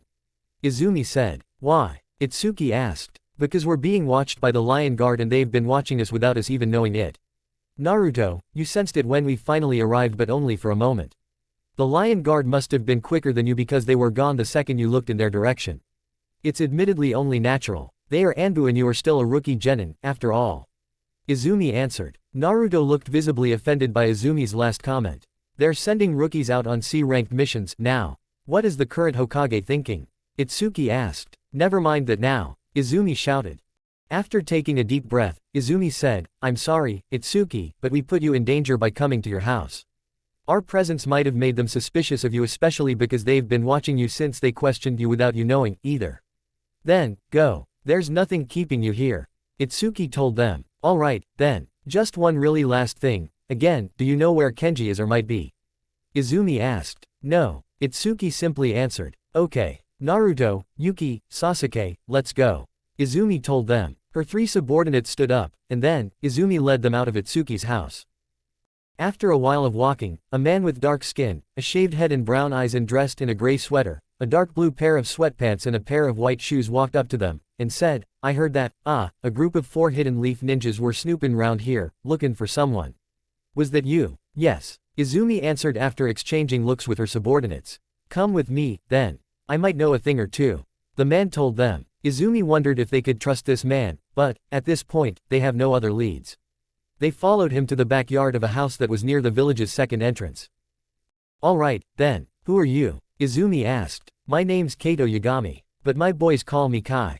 The man answered. It became clear to the 4 ninjas that this guy was just some ordinary criminal, probably affiliated with some mafia or even some other type of crime organization. That doesn't explain why he's unarmed, though. Alright, Kai, tell us what you know. Izumi told him. This guy you're looking for. Kenji. Yeah, well, I saw him a night or two ago at the inn, taking shots of sake and talking shit to the bartender. I knew who him, so I got the fuck out of there, and went back home. Kai said. How do you know him? Izumi then asked. Now, before I say anything else, I want y'all to know that I've never said a word to the guy and had only seen him a couple of other times before. Anyway, the only reason I know him is because he's the friend of a friend of mine. I ain't ever hung out with him, but my friend certainly did. Kai explained. And what's your friend's name? Izumi questioned. She's called Haku. Don't know her real name, though. She dresses like one of the masked ninjas even though she's, in my line of business, if you know what I mean. Kai answered. Any reason why she'd do that? Izumi inquired, now confused and intrigued. Dress herself like that, I mean. If you want my opinion, she's just crazy. Not the type of crazy to torture and kill you for shits and giggles, but the kind of crazy that devotes herself to one guy, even if he is an asshole. Kai answered. And also the kind of crazy to go out dressing like a member of the Anbu, apparently. Izumi thought. Also, he seems to know more about Haku than he's letting on. But this isn't about her. Where does she live? Izumi asked. In the next town past that entrance. Kai answered, gesturing towards the village's second entrance. Just keep following the path, till y'all are there. The place is called Satoshi Town. It's a bit of a big town so y'all might have trouble finding her. I think we'll be able to manage. Izumi said. Whatever you say. Maybe I'll see y'all around, and that's a big maybe. Kai replied before he turned around, and walked away. Izumi turned towards her 3 students, and said, okay, so we now have a lead. It's off to the next town over, you 3. The 3 genin nodded in response, and then, they followed her past the second entrance to the village. And so, the 4 members of Team 7 continued onwards past the village, and to Satoshi Town. So, does anyone know anything about Satoshi Town? Naruto asked as they were walking down the path past the second entrance into the village they were in before. Like Kai said, it's big, very big. It has about 6 skyscrapers and a large tower that could be seen from anywhere in the town. The tower's used as a tourist trap. Izumi told him, simply expecting him to not know something that would otherwise be common knowledge at this point. The town also serves as a midway checkpoint for anyone going to the Hidden Stone Village from either the Hidden Leaf Village or the Hidden Cloud Village. Yuki added. That's right. Izumi replied. Must be a popular vacation spot for Hidden Cloud ninjas, Hidden Stone ninjas and Hidden Leaf ninjas. Sasuke commented. You'd be right about that, Sasuke. Near the town's north side is a large lake and the town had made a beach of that lake's shoreline. The town can also serve as a pit stop for ninjas who are on business like the 4 of us are. Izumi told him. But unless it takes longer to find Kenji than I imagined, we won't be there to relax, we'll instead be exploring the town's criminal underworld. Criminal underworld? Naruto then asked. Kai said that the other person we're looking for is someone who is in his line of business. That means that Haku, like Kai and Kenji, are criminals, and not just criminals, but career criminals, people who've been committing crimes their entire lives. Izumi answered. Why? Naruto questioned. Well, I thought you might understand a bit of why they do what they do, Naruto, considering your history. In any case, most career criminals commit crimes or, as they say, live a life of crime, because they are poor and desperate, stealing just to eat or even joining a gang because that often pays more than getting a normal job, especially people like them, who society condemns from the moment they are born simply because they are poor, homeless or destitute. These kinds of people are not born with many opportunities in life, so they turn to crime just to get by. Of course, there are also some career criminals whose circumstances aren't like the circumstances I mentioned before and just commit crimes either for the thrill of it, or, and this applies to very few of them, which are also a few of the most dangerous of them all, they just want to see the world burn for whatever messed up reason. Izumi explained. Naruto looked as though he was having a moment of retrospection, like he's now understanding that he should have understood most of the career criminals' motives. I get it, Naruto said, looking sort of glum. But does that mean this Haku person is the kind of career criminal who wants to watch the world burn? From what Kai told us, she isn't that crazy. But, then again, anything is possible in this world of ours, and she might have been concealing her true nature from him, possibly because she knew it would freak him out if it was revealed to him. Izumi answered. If you ask me, that guy we spoke to isn't exactly trustworthy. We should take what he told us with a grain of salt. Sasuke said. I feel the same way, Sasuke. Izumi agreed. Naruto looked like he was sensing something again, and so he stopped. The other three then stopped as soon as they noticed that he stopped. They turned to face Naruto, and saw that he was facing the forest to the path's left. Naruto, what's wrong? Izumi asked. I think I'm seeing something in those woods again. Naruto answered. HMPH. I didn't know that you'd be prone to hallucinations every now and again. Sasuke taunted. Suddenly, a kunai knife was speeding towards him. Whoa! Naruto shouted. Naruto dodged, and pulled out his own kunai knife. Who's there? Naruto then yelled. After getting no answer, Naruto was about to rush into the forest, but Izumi quickly dashed towards him, stood in front of him, and stopped him in his tracks. No, Naruto! Izumi shouted. Why? Someone just tried to kill me. Naruto shouted in reply. Because that thing you sensed was the same thing you sensed when we entered that village, the Lion Guard. Izumi answered. Isn't that right? And then, a ninja wearing a porcelain mask that had two eye slits, resembled a lion and had a strange cloud-like symbol near the top of it, came out of the forest, and stood before Izumi. The masked ninja was dressed in a white flak jacket and had other ninja gear equipped. At the same time, Sasuke and Yuki walked up to Izumi and Naruto, and turned to face the masked ninja. I am sorry for the deception. The masked ninja said in a rather masculine voice. But we had to be sure. Of what? Izumi asked. Of the sharpness of your skills. That boy, out of all four of you, seemed the strongest since he was the first to sense our presence. The masked ninja clarified. He's right. I should have been able to sense them first since I'm more experienced than them, so how was Naruto able to do it? I wonder. Izumi thought. So you'd risk an international incident all over a skill assessment. How nice of you. Yuki sarcastically taunted. I hardly think that boy is important enough to warrant that kind of a response from your superiors. The masked ninja replied. We are ninjas of the Hidden Leaf. We'd never let you harm one of our own, and get away with it. Izumi interjected. Is that why Itachi Uchiha killed nearly his entire clan? Is that what Itsuki Tsunomiya would tell you if you asked her opinion of how the leaf treats its comrades? The masked ninja countered. Why you? Calm yourself, Sasuke. We must not lose our heads in this situation. Remember, he is a part of the Hidden Cloud's Anbu Black Ops. Izumi said, interrupting Sasuke. Sasuke reluctantly calmed down. I know how you feel, Sasuke. Every mention of Itachi makes my blood boil, too. Izumi thought.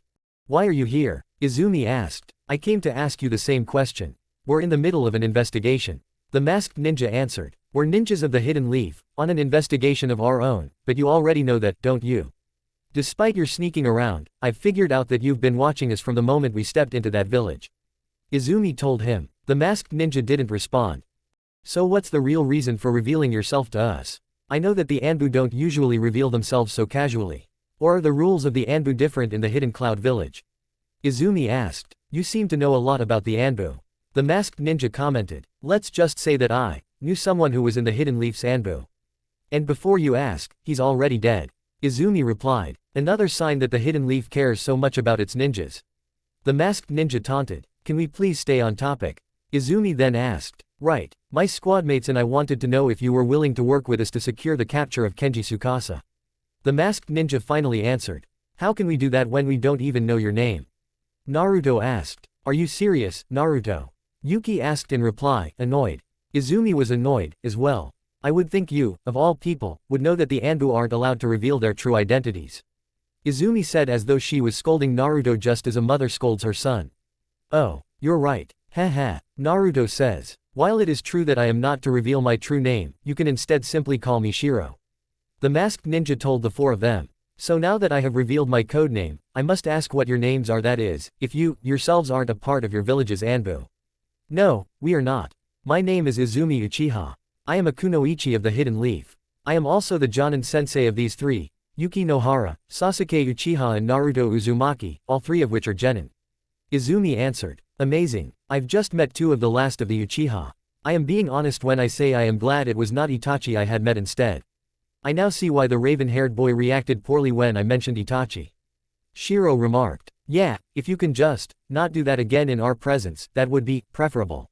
Izumi replied. I understand, Shiro said. So, I ask again, are you willing to work with my squad and I? Shiro requested. I think we'd be fools not to. Izumi answered. Good. My squad has camped out in this forest. I can take you there, myself. Shiro said. Well, lead on, then. Izumi replied. Shiro turned around, and jumped back into the forest. Izumi and the others followed after him. As the five of them were jumping from tree branch to tree branch, Shiro began asking the members of Team 7 questions. What are your leads so far? He asked. We heard that Kenji was in that village we were in just now, so we went there, and asked people around town. All signs pointed to the old woman named Osaka, who ran the jewelry stall. The same old woman you scared. Izumi answered. Why? Because she's a former kunoichi who was a prisoner of ours a hell of a long time ago. Bitch, please. That's all water under the bridge, as far as we are concerned. Besides, that hag is too old to be a significant threat to us now. Shiro replied. All we care about is bringing Kenji to justice. Of course someone from the hidden cloud would say something as heartless as that. Izumi thought. Anyway, after a long conversation, the old woman told us that she didn't know anything about Kenji's whereabouts. We left her house thinking that we had to start from scratch until this man called Kai walked up to us, and said he had a clue or two for us. Izumi continued. He led us to somewhere private, and told us of an eccentric woman he knew named Haku in the next town over, a town called Satoshi Town. He told us that if we wanted to find Kenji, we'll have to go to her. Well, I don't know about this, Kai, but we have heard of Haku. And to tell you the truth, she wouldn't know anything about Kenji. Shiro said. How do you know? Izumi asked. She's crazy. Or, eccentric, like you said. Everyone in Satoshi Town knows her for how crazy she is. She certainly isn't the type of person a lowly thief like Kenji would want to get mixed up with. Shiro answered. And why would that be? Izumi then asked. There are rumors about her. Scary rumors that would make the oldest man cry in terror. Shiro answered. We aren't old men or civilians, so tell us, what kind of rumors? Izumi questioned. It started with the townsfolk saying that she could do magic. She's pranked the townspeople in rather odd ways before, so reaching that conclusion could be reasonable. Anyway, after that rumor started floating around, other rumors spiraled from there on the basis that she could do magic. Rumors that get more and more terrifying the more they're told. One such rumor is that Haku might kill someone she encounters, bring their corpse back to her house, and turn it into a puppet for her collection.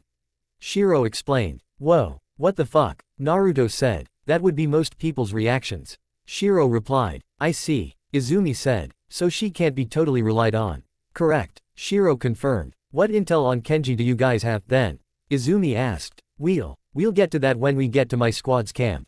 Although, whether or not we reveal our intel to you four is not up to me.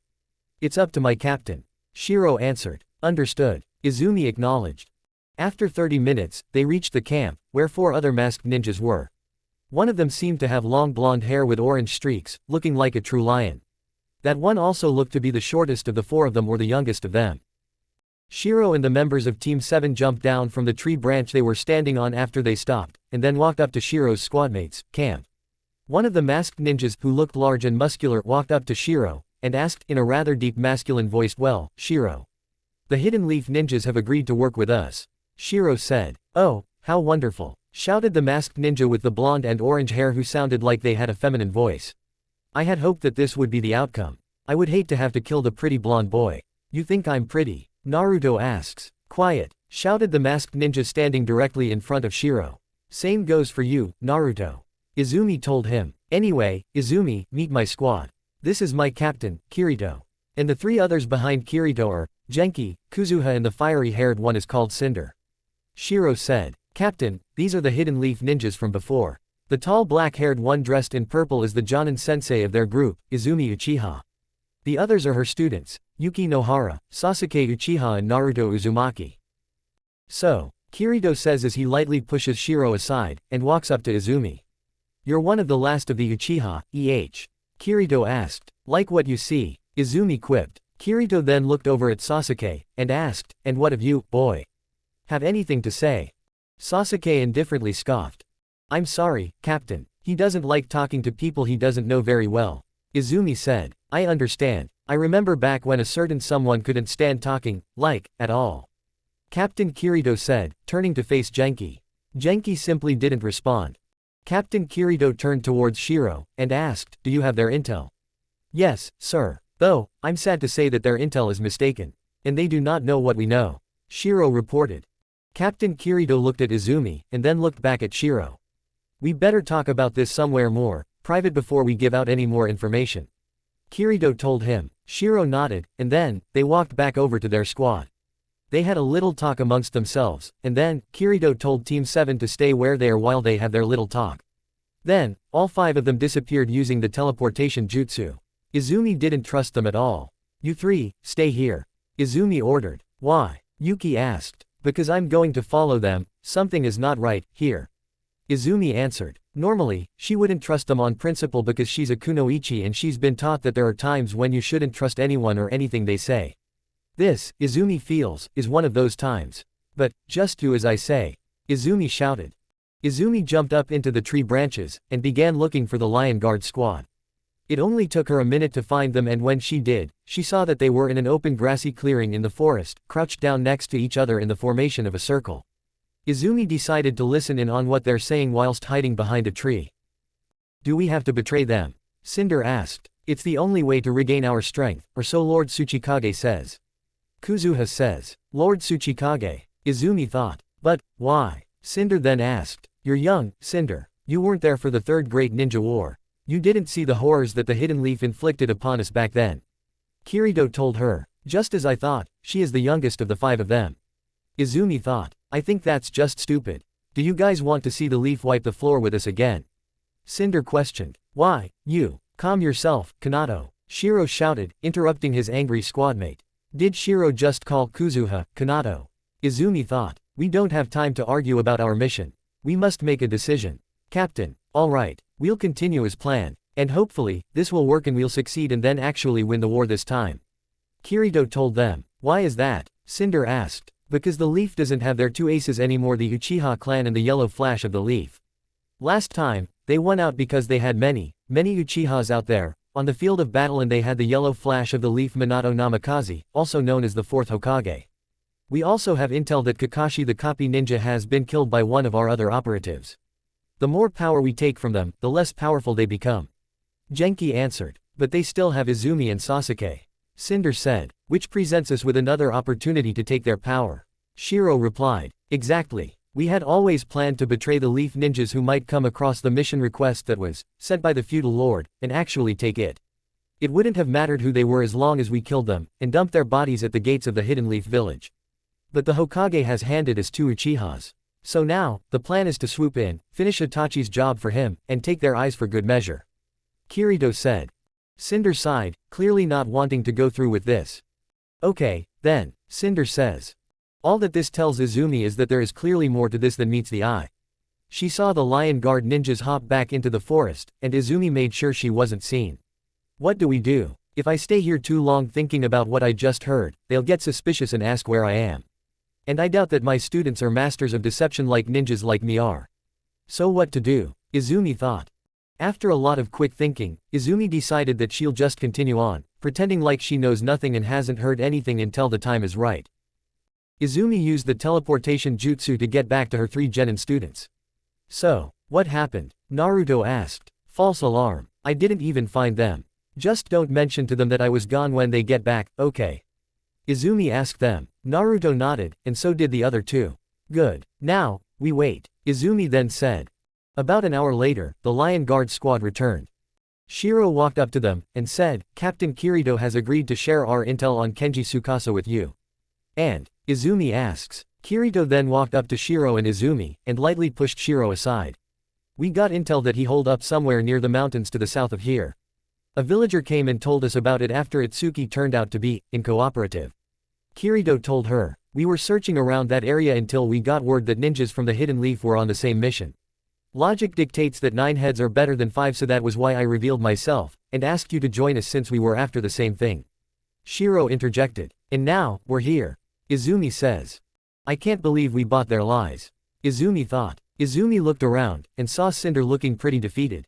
Well, at least one person isn't okay with this. Alright, can you take us to the area where you were searching? Maybe we can help since 9 heads are better than 5, as you said. Izumi requested. Shiro and Kirito seemed to be exchanging looks, and then, both of them looked at Izumi, and Kirito said, of course. And so, they started following the Lion Guard to the area they were talking about. Once there, Team 7 and the Lion Guard began searching for Kenji, only to find him 30 minutes later sitting on a little stone altar that looks like a stool which was surrounded by a large circle made of more stones.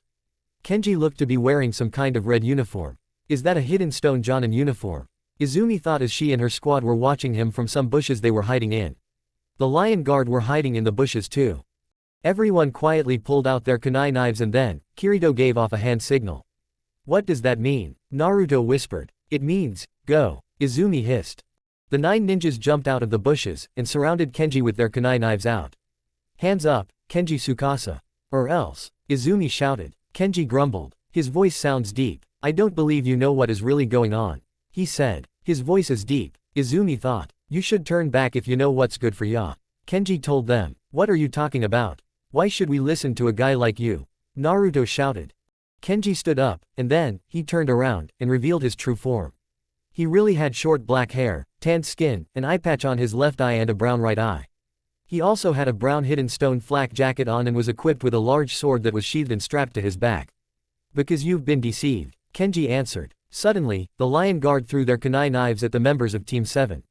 Yuki and Sasuke dodged the knives that were flying towards them while Naruto blocked the one coming for him with his own kunai knife. Hey, what was that for? Naruto shouted. And then, the members of the Lion Guard squad all went over to Kenji's side, and revealed their true forms, as well. Their porcelain masks disappeared as though they were never there, and their uniforms changed from Lion Guard uniforms to regular hidden stone ninja uniforms. Isn't it obvious, Naruto?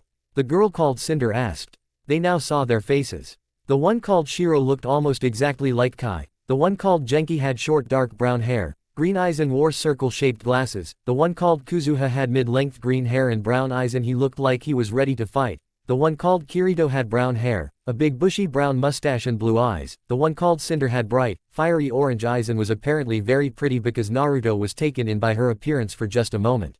Fortunately for Team 7, Naruto did something that no one would have ever expected. He shook his head, and got his head in the game.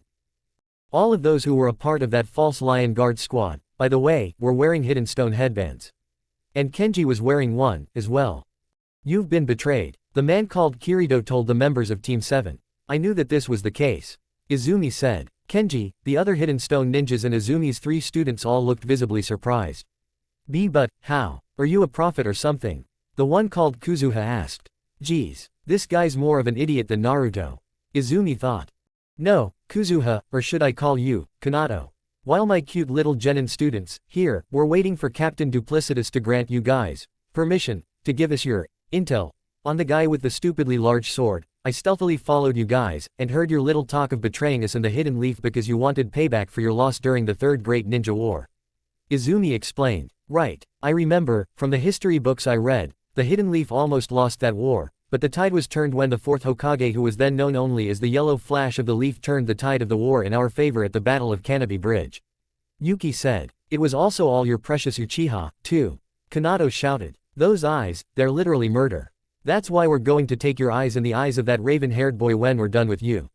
The shinobi called Kirito said.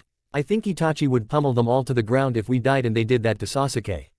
Izumi thought. It is also why I have the I already have along with all of his jutsus. Kenji added. Izumi was shocked. No, please tell me he didn't. Izumi thought, fearing what might be the truth. Kenji took off his eye patch, and revealed his scarred left eye socket which, undoubtedly, had Kakashi's Sharingan eye in it. Your days of having power over all the ninja world are over, leaf ninjas. Kenji shouted as he unsheathed his sword. Izumi activated her Sharingan. Sasuke activates his Sharingan, too. The hidden stone ninjas, except for the girl, laughed in their faces. You think that's supposed to scare us? The one called Kirito asked. Alright, everyone, let's kill him, Kenji shouted. And then, the stone ninjas ran towards the members of Team 7 with kunai knives in their hands. Kenji was running towards them, too. Get ready. Even if they aren't a part of the Lion Guard, they are still a threat. Izumi warned her students. Isn't that obvious? Sasuke asked. Only to those who are smart. I'm guessing she's just saying that for Naruto's sake. Yuki joked. Hey, Naruto shouted. Pay attention, Izumi shouted. The one called Shiro ran up to Naruto, and started fighting him with just a kunai knife, and Naruto did the same, each blocking each other's strikes. Kanato ran up to Sasuke, and tried attacking him with his kunai knife.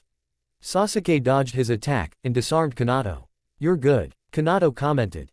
Kenji ran up to Izumi, and tried to attack her with his sword. Izumi blocked his attack. Then, the captain and the one called Genki rushed in, and tried attacking Izumi, as well. The one called Cinder went to join the one called Shiro. Izumi successfully knocked out both the one called Kirito and the one called Genki with 2 strikes from her kunai knife and 3 kicks, so that it was just herself and Kenji. Now it's just you and me, Kenji asked. Just the way I like it. I couldn't agree more, Izumi quipped. Izumi blocked his sword with her kunai knife 3 times, and then, she kicked Kenji back. Kenji remained sturdy, but now he was 6 feet away from her. You're strong. Not many ninjas have a kick like yours, Kenji remarked. I'm flattered, Izumi quipped. In that case, let's try something else, Kenji says. Kenji weaved together 7 hand signs. Oh no, I know that jutsu, Izumi thought. Izumi weaved together 3 hand signs, and shouted, water style, raging waves.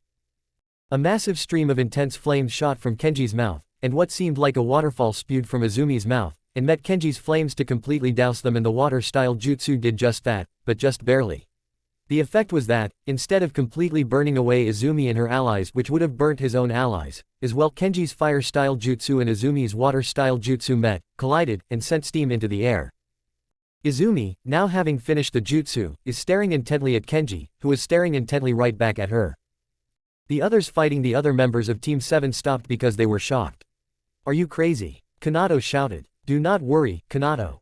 I knew that she wouldn't have let that jutsu hit you guys, Kenji told him. Sasuke took that as a chance to knock him out with one punch. You fight like Naruto did when we first met, Sasuke commented.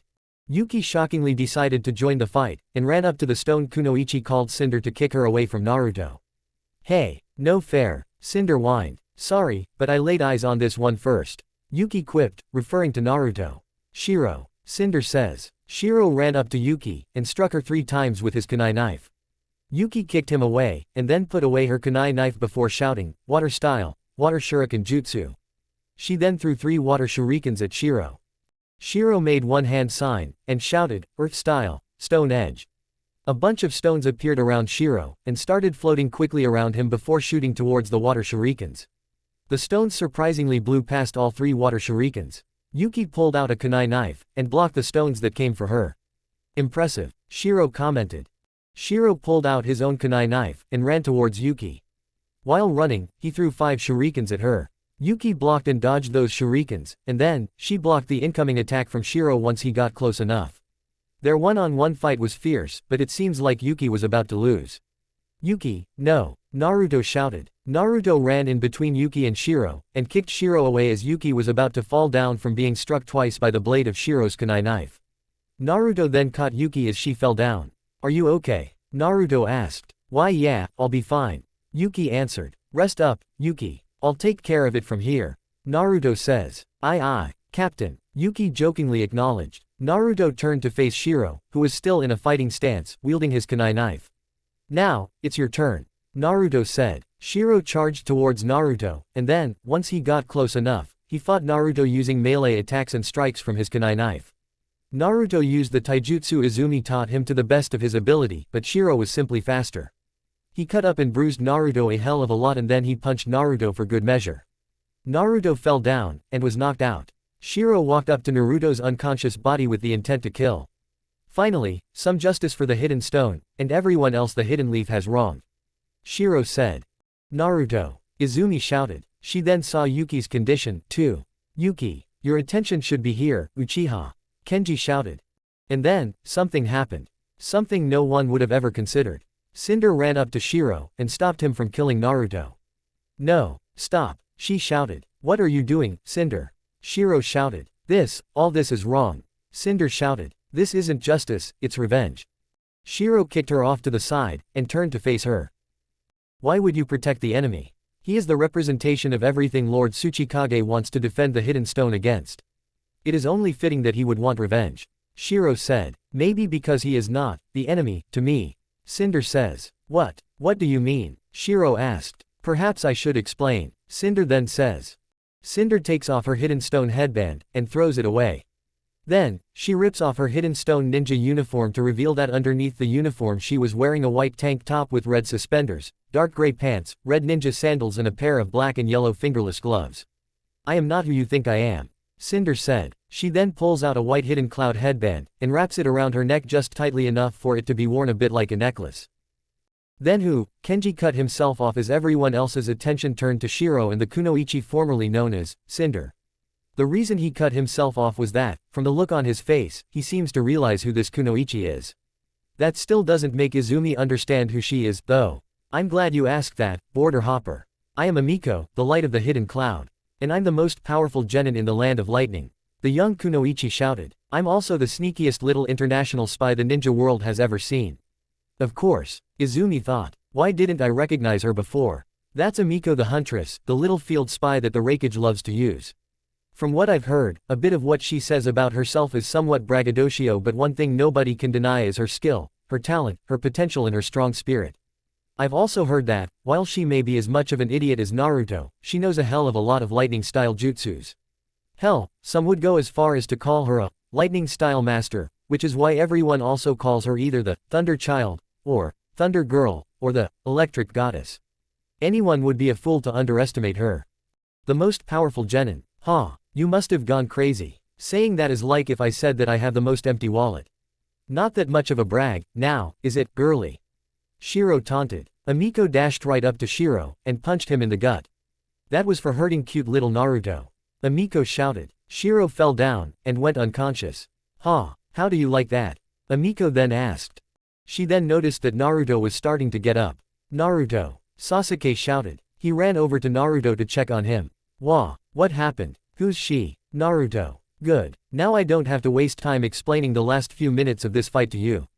I'm gonna go ahead and help your sensei. Is that alright with you? Amiko asked. I don't think she'll need it, but you do you.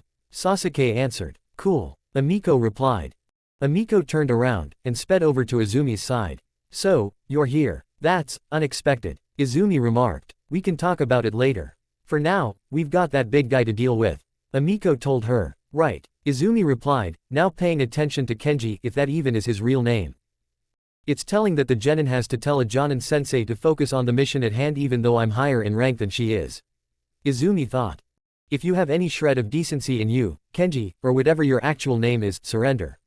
I really don't like violence, but I will protect the people if I have to, even if they are capable of protecting themselves. Amiko demanded.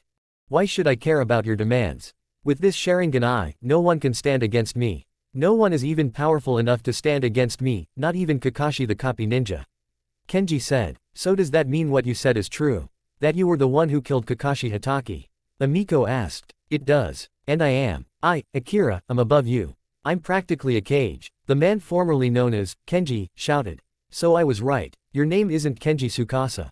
Amiko deduced. Obviously, little girl. But with this eye of mine, I can take you both down. I can even dethrone the Tsuchikage, and make myself Tsuchikage. Akira then shouted. Alright, then, I guess we have no choice. Amiko shouted. Izumi weaved together three hand signs, and shouted, Earth Style, Earth Dragon Bomb. And then, the head of a dragon made out of rock rose up from the ground to Izumi's left, opened its mouth, and started shooting mud balls at Akira from its mouth. Akira ran towards Izumi while dodging the mud balls. And then, once he was close enough to Izumi, he tried to punch her. But then, Amiko got in between Izumi and Akira and shouted, lightning style, thunder punch. Her right fist then started glowing yellow and got surrounded by yellow lightning. She then used that literal lightning fist to punch Akira away. Akira used his sword to stop himself from getting too far away from them. After that, the yellow glow and the yellow light Ning disappeared from Amiko's right fist. Thanks, Izumi said. Amiko turned around to face Izumi, and said, don't mention it, as she smiled at her. She then put a serious face back on and turned back around to face Akira. Some punch. Haven't felt that since I got hit by Kakashi's Chidori back when I fought him. He commented. Thanks, Amiko taunted. I based it on the Chidori after witnessing it for myself. Although, unlike the Chidori, the Thunder Punch jutsu isn't meant to kill. So it's a fool's jutsu. Akira replied. That doesn't mean that your chakra hasn't been halved because of the jutsu Amiko just casted. Izumi interjected as she walked over to Amiko's left. I see, Akira says. Well, in that case. Akira prepared to swing his sword, and then he shouted, wind style, air slash. And then he swung his sword twice, and two blades of wind came rushing towards Izumi and Amiko. Amiko weaved together four hand signs, and shouted, lightning style, thunder wave.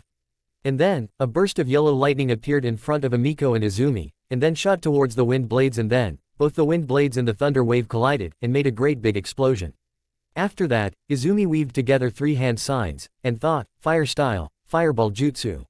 And then a ball-shaped stream of fire expelled from Izumi's mouth, and shot towards Akira. Akira quickly weaved together seven hand signs, and slammed his right hand on the ground. Earth style, mud wall. And a wall made of earth rose up from the ground in between Akira and the fireball jutsu, and effectively blocked the fireball. In retaliation, Amiko weaved together three hand signs, and shouted, lightning style, thunderclap arrow. And then, yellow bolts of lightning formed around her hands, and then, she threw the lightning at the earth wall. The lightning bolts hit the earth wall, and destroyed it. Akira had to jump to avoid the debris that was surely coming his way. After that, he made his way back down to the ground. I'm impressed that a weak attack like that one destroyed my strong earth wall. Akira remarked. Although, you won't remain impressive for too long. Well, then, why don't you come and see how impressive I can be? Amiko smugly replied. You're on. Akira also replied. Akira charged towards her while still wielding his sword, and Amiko pulled out a kunai knife with her right hand, and then charged towards him. Once they got close enough to each other, they crossed blades 50 times until Akira disarmed her because he had the bigger sword. Well, would you look at that? Amiko remarked, amused. But then, Akira caught her off guard by hitting her twice, creating two fresh scars on her body. And as he was about to hit her again with his sword, Amiko wrapped herself in 3 layers of lightning chakra and blocked Akira's sword with the back of her hand. That's lightning-style armor, Izumi thought, shocked to see it for the first time. Okay, I see that you want me to get serious, that's fine by me. Amiko says, speaking in a quieter tone of voice as though she were in a library. She then lightly pushed his sword away. Oh, so you're that powerful. I get the feeling that this will be legendary. Akira hissed. He then tried swinging his sword at her again, but she blocked it, and disarmed him with only her hand.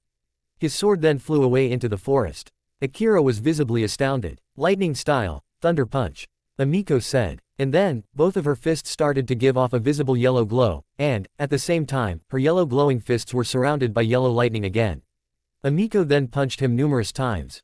Akira tried to get a punch or two in, but every time he tried, his fist would get zapped by the blue lightning surrounding her. The same thing would happen to him if he tried blocking her punches. Via her Sharingan, Izumi saw that Akira's chakra was getting depleted every time Amiko hit him with the thunder punch jutsu. Holy shit, this is cage-level power. Izumi thought. Izumi thought that Amiko's got this and that Izumi, herself, could go and tend to her students, but Amiko's chakra is nearly exhausted, too. She needs help. Akira backed 6 feet away from Amiko, and then weaved together 6 hand signs before shouting, Earth style, flash cannon. And then, a beam of white light shot from his hands, and hurtled towards Amiko. But that did nothing. Akira, you fool, don't you know that Earth style is weak to lightning style? Izumi thought. Akira then casted the Gale Palm jutsu at Amiko. Izumi's eyes widened. The jutsu hit Amiko's lightning armor, and made it disappear. The yellow glow and lightning around her fists disappeared, too. Oh no. She's experiencing chakra exhaustion, Izumi thought. Then, Akira pulled out a kunai knife, charged towards Amiko, and stabbed her. Izumi ran up to them. No, Izumi yelled. You put too much chakra into that lightning armor of yours, didn't you? Akira asked. Amiko chuckled even though it looked like she was going to die. I guess I did. I never did get the hang of that, she said while smiling. Akira pulled his kunai knife out of her body, and kicked her away. Amiko was flung 12 feet away from where she just was, and was now on the ground. Amiko! Izumi shouted. Izumi turned towards Akira, and yelled, "You bastard!" Akira laughed as he turned to face Izumi. "Look how pathetic you all are. Not even your precious electric goddess could help you," he said. Izumi sighed. "I didn't want to have to do this, but you gave me no choice," she told him. Izumi closed her eyes, and thought, Mangekyo Sharingan. And then, she opened her eyes back up again. Her Sharingan eyes were now shaped like the type of wheel that watermills use. Izumi then made one hand sign.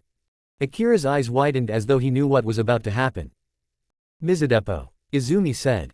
And then, a very large stream of hot water expelled from her mouth, and zoomed towards Akira. Akira tried to cast a counter jutsu, but Izumi's Mangekyo ability was too fast for him, and so it hit him. The water was so scalding hot that it seemed to nearly burn his chest when she was done using the ability. Izumi closed her eyes again, and made her Sharingan eyes return to their normal form before opening them again because she didn't want to use her Mangekyo Sharingan too much because she heard that that could cause blindness, which is the reason why some Uchihas steal Sharingan eyes from their brethren. Izumi has never liked using her Mangekyo or using it for this specific purpose, but she always knew that there are times when it would be necessary. "Have you had enough or do you want to kill yourself with chakra exhaustion?" Izumi asked. Akira laughed. "I'm not that spent, girl," he said. Akira weaved together 3 hand signs, and shouted, "Earth Style, Earth Dragon Bomb." And then, a dragon head made of earth popped out of the ground next to Akira, and began shooting 3 mud balls at Izumi. Akira also heated the mud balls up with a fire-style jutsu to spice things up. Izumi dodged all the fired-up mud balls, but then, smoke filled the area around Izumi, and Akira suddenly appeared behind Izumi, and he pulled out a kunai knife, and stabbed her.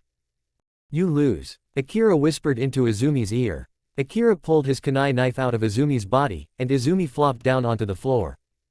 It was then that Sasuke noticed what was happening. "Sensei!" Sasuke shouted. Sasuke stood up, and charged towards Akira after seeing that Naruto would be okay for now. Sasuke pulled out a kunai knife, and threw it at Akira's hand, knocking Akira's own kunai knife out of his hand. Akira then turned to face Sasuke. "Sasuke, no!" Izumi shouted. "So, you want to battle me, boy?" Akira asked. "My name is Sasuke Uchiha. And you're damn well going to remember it." Sasuke shouted. "Remember what? My comrades and I just took out every one of your other comrades. You have no hope against this. I am basically a god." Akira shouted. "Then call me a godkiller." Sasuke said. "You'll be going to hell if you do that." Akira replied. "We're shinobi, aren't we? That means we're already condemned." Sasuke shouted. Sasuke dashed towards him, and Akira pulled out another kunai knife before the two of them crossed blades once more. "Sasuke!" Izumi shouted. She wanted to intervene, but she felt as though she couldn't move. Izumi deactivated her Sharingan before Sasuke confronted Akira because she had to conserve energy if she wanted to stay alive. But now, she wishes she hadn't. As she expected, Akira toyed with him, and then he threw him across the opening before dashing towards Sasuke, and cutting him up with his kunai knife for good measure. "How pathetic, my strength is as low as it's ever been, and yet neither Uchiha can defeat me," Akira arrogantly said. "If not an Uchiha, then how about an Uzumaki?" a familiar voice asked. "Oh no," Izumi thought. She hadn't even considered that Naruto might wake up so soon. There's more. She sensed something. "Oh no."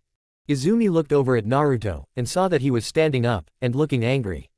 There were also a few other things that were different about him. For instance, his eyes were red and his eyes' pupils were slitted like a fox's, the whisker-like birthmarks on his cheeks were more pronounced and his teeth were sharp and his fingernails were sharp as well. The only good thing about his current condition is the fact that his wounds have completely healed themselves. Akira took notice of Naruto and turned to face him. "Back for more, Akira asked. "What happened to my friends?" Naruto asked. "Look around you. I think what happened to them is pretty evident," Akira answered. Naruto looked around, and he saw Amiko on the ground. He saw Yuki on the ground. He saw Izumi. And Sasuke. Suddenly, Naruto became angrier, and swirls of wind surrounded him. "Naruto, please, stop. Calm down," Izumi shouted. But Naruto was ignoring her. Probably because he's so angry. "Ah, what's the matter? Can't handle the sight of your sensei and your friends dying," Akira said, taunting Naruto. "No, don't taunt him like that, Akira," You don't know what you're doing. Izumi shouted. Naruto only got angrier and those swirls of wind turned into swirls of fire. Akira smirked. I sense something evil in you. I'm feeling energized, he said. Shut up, Naruto yelled. Or what? You're going to bark at me to death. Akira tauntingly replied. Akira laughed. Naruto got angrier, and the swirls of fire turned into an orange aura that gave him orange visible liquid-like forms of fox-like ears and also gave him an orange visible liquid-like form of a single fox-like tail. He then dashed towards Akira, and they began melee fighting. Surprisingly, Naruto isn't losing the fight at all. If anything, he's steadily winning, but the only reason he hasn't won the fight just yet is because the fox is giving him strength that is equal to that of Akira's strength. Punches were thrown, kicks were blocked, but the fight wasn't seeming to tip in anybody's favor until Naruto started using the fire punch jutsu against Akira. Now, it seemed like Akira's on the verge of losing. Amazing, such strength, Akira sadistically said. I told you to shut up. Naruto yelled. Naruto, you can stop, now. Izumi shouted. Again, Naruto's ignoring her. His rage is probably interfering with his ability to hear me and think properly. Izumi thought. She then slammed her fist on the ground. Damn it, my words are getting us nowhere. Just then, she saw Yuki healing Sasuke with the healing jutsu. Amiko also looks to be already healed up, as well. It was probably Yuki's work. Izumi thought. Amiko also looks stunned by what she's seeing. Naruto enveloped by the chakra of the nine-tailed fox fighting Akira on even ground. He was also seemingly using the fire punch jutsu, seemingly to add to the strength of his attacks. Amiko, meanwhile, probably feels as though she doesn't know what to do. She presumably wants to let Naruto keep pummeling Akira, but, at the same time, Naruto is surrounded by an evil aura and that if she doesn't do something, Naruto will be lost forever. I feel the same way, Amiko. Izumi thought. If Izumi was at full strength right now, she could easily suppress the fox's chakra with her Mangekyo Sharingan, but, at present, she isn't at full strength. Fortunately for her, Sasuke's all healed up, and now, Yuki and Sasuke are running towards Izumi. Are you alright? Yuki asked. What does it look like? Izumi rhetorically asked. Besides, it's not me who we should be worrying about. It's Naruto. I was wondering about that. Yuki says. Amiko walked over to Yuki and Sasuke. Roll over. Let me take a look at your wound. Yuki told Izumi. Normally, Izumi wouldn't trust this girl with her health, but, if she knows the healing jutsu, then that makes her the team's medic. And as the medic, she is practically Izumi's boss in situations like these. Izumi rolled over because she now has no choice. Didn't know that you knew the healing jutsu. Izumi remarked. I took a healing class back when I was at the academy. Yuki told Izumi. Sasuke raised an eyebrow at what Yuki just said. Maybe he's starting to realize that Yuki isn't exactly trustworthy too. Izumi thought. That's funny. I don't remember you and I ever being in the academy. Sasuke said. I was, in a different class. Different from Iruka, sensei's. Yuki replied as she began healing Izumi's wound with the healing jutsu. Izumi noted that the way she said, Iruka sensei, told her that she's either lying or that she didn't like Iruka, in part. Icular. What isn't there to like about Iruka, though? Izumi thought, but she then noticed that they were getting off track. That isn't important right now. What is important is what do we do about Naruto? Izumi told them. Well, obviously, shouting at him isn't working. Sasuke replied. Izumi grunted. What, exactly, is happening to my cute little Naruto? A familiar voice asked. Izumi, Sasuke and Yuki then noticed that Amiko was here. Just so you know, I laid eyes on him first. Yuki told Amiko. Enough, Yuki. We need to get back on track. Izumi shouted. Izumi-sensei's right. Besides, I was going to ask what's happening to Naruto but, apparently, Amiko stole my thunder. Sasuke said. Do jokes like that run in the family?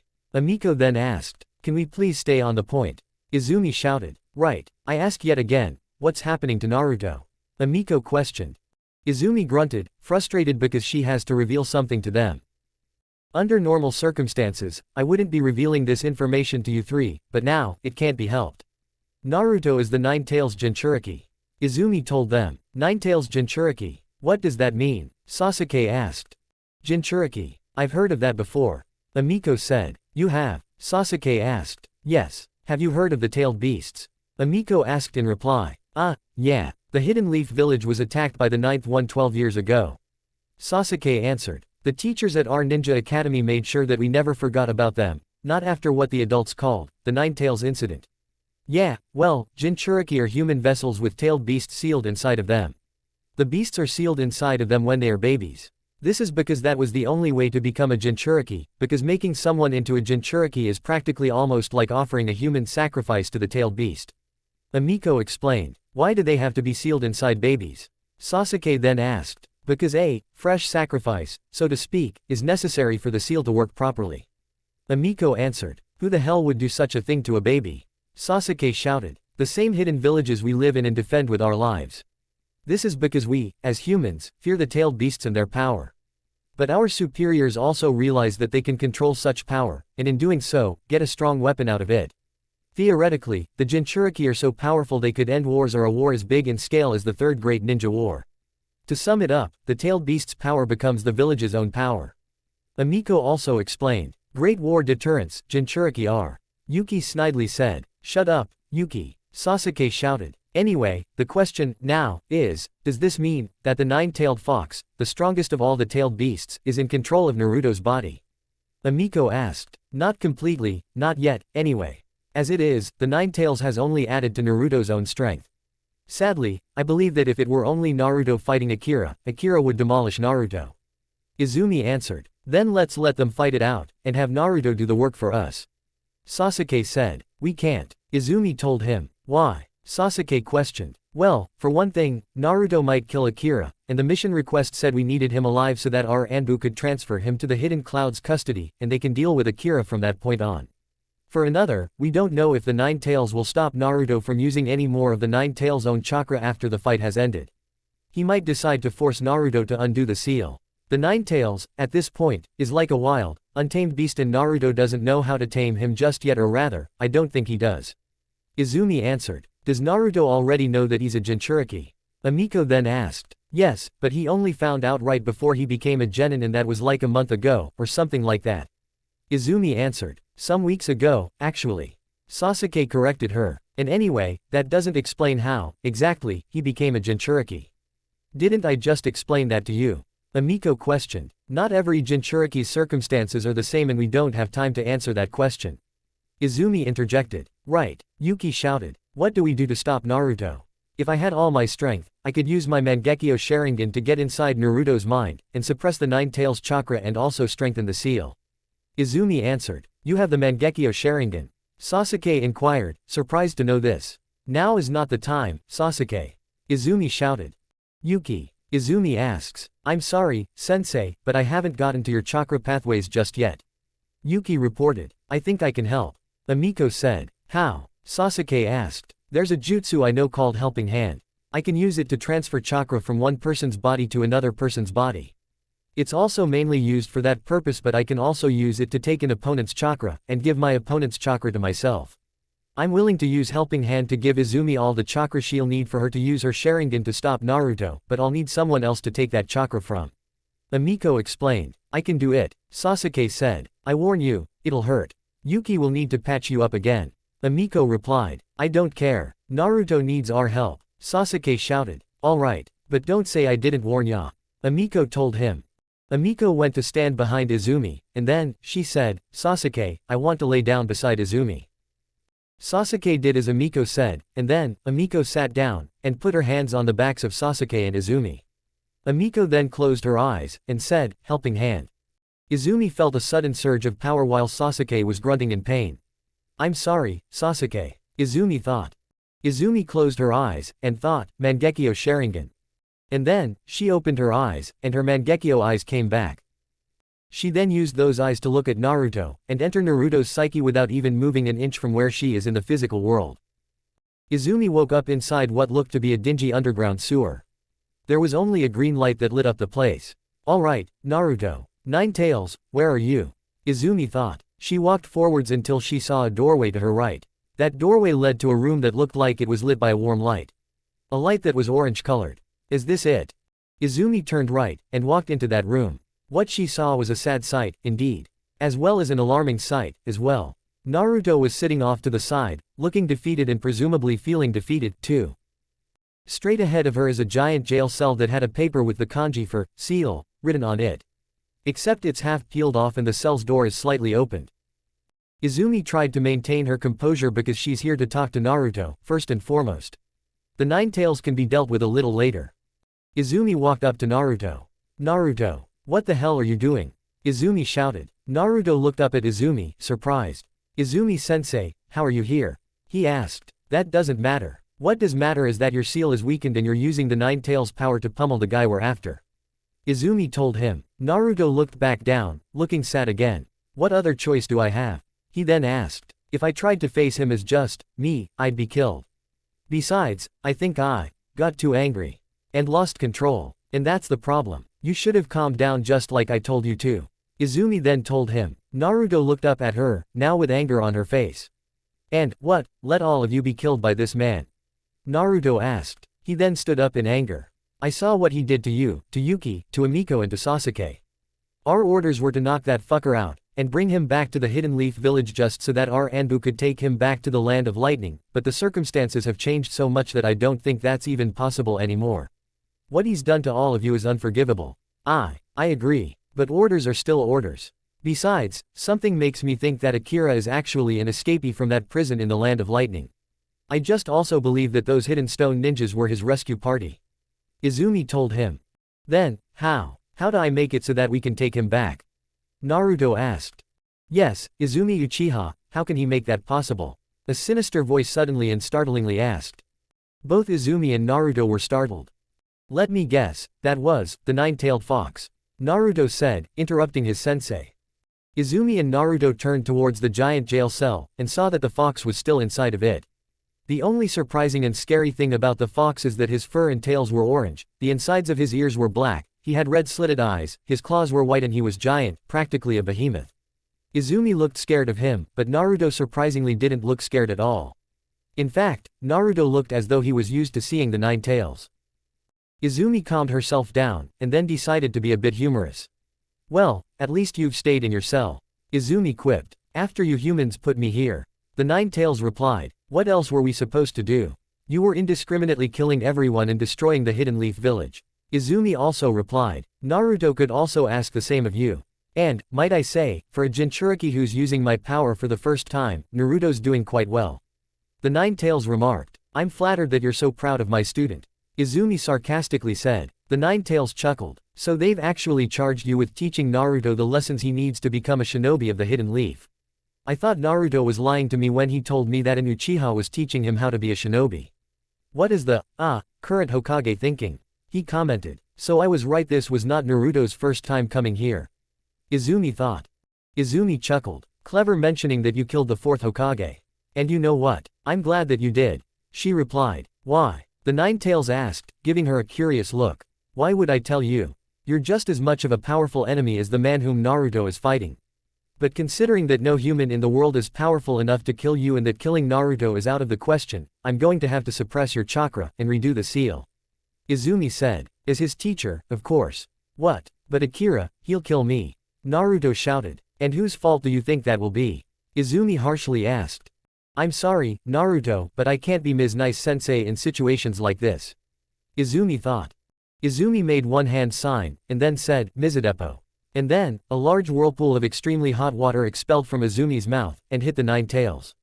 No, Naruto needs me. The Nine Tails yelled before he disappeared as though he was being flushed down a toilet. After that, Izumi made 6 hand signs, and the cell's door closed all the way and then, the paper was put back onto the cell's door. Izumi then looked down at Naruto, and said, what happens next is all on you. After that, she pulled herself out of Naruto's psyche. Izumi woke up back in the real world, still laying down on the ground. Amazingly, she feels that her wound is gone and that her full strength is back. Izumi stood up, and she saw that Yuki was now crouched next to Sasuke and working on healing him while he was still laying on the ground. She also saw Amiko standing next to her. Well, I'm feeling better, Izumi remarked. Amiko, Yuki and Sasuke all look at Izumi. Izumi-sensei. Sasuke shouted, almost sounding glad to see that she's well. You should thank Yuki. Amiko said, replying to Izumi's comment. Izumi looked at Yuki, and asked, how is he? I'm very close to finishing repairing his chakra pathways. Yuki reported. Seconds later, Yuki said, and, done. You should be fine, now. Yuki stood up, and then Sasuke stood up, as well. Thanks, he said to Yuki. How did it go? Amiko asked Izumi. Look at Naruto, and see for yourselves. Izumi told them. All 4 of them looked at Naruto, and watched as he was still fighting Akira. Suddenly, Naruto returned to normal completely. Naruto stopped, and curiously asked, huh? It's almost like he's wondering where all of his power went while simultaneously looking like he's woken up from a long nap. Izumi thought. Akira laughed. It looks like all your power has vanished. He commented.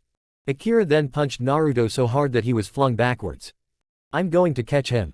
Amiko shouted. Don't, Amiko. Izumi shouted. Don't even try to stop her, sensei. Yuki told Izumi as Amiko sped to Naruto's aid. Amiko is a kunoichi of a different village. If she wants to save Naruto, that's her prerogative. And apparently, the Raikage trusts her enough to make her own decisions without the need of a four-man squad on site or the need of a Jonin.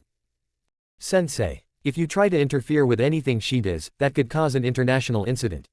And, last time I checked, that was what these guys were aiming to achieve. Yuki advised, referring to the unconscious hidden stone ninjas strewn across the ground. Fine, I just wanted to teach Naruto a lesson for relying on the Nine Tails power like he did.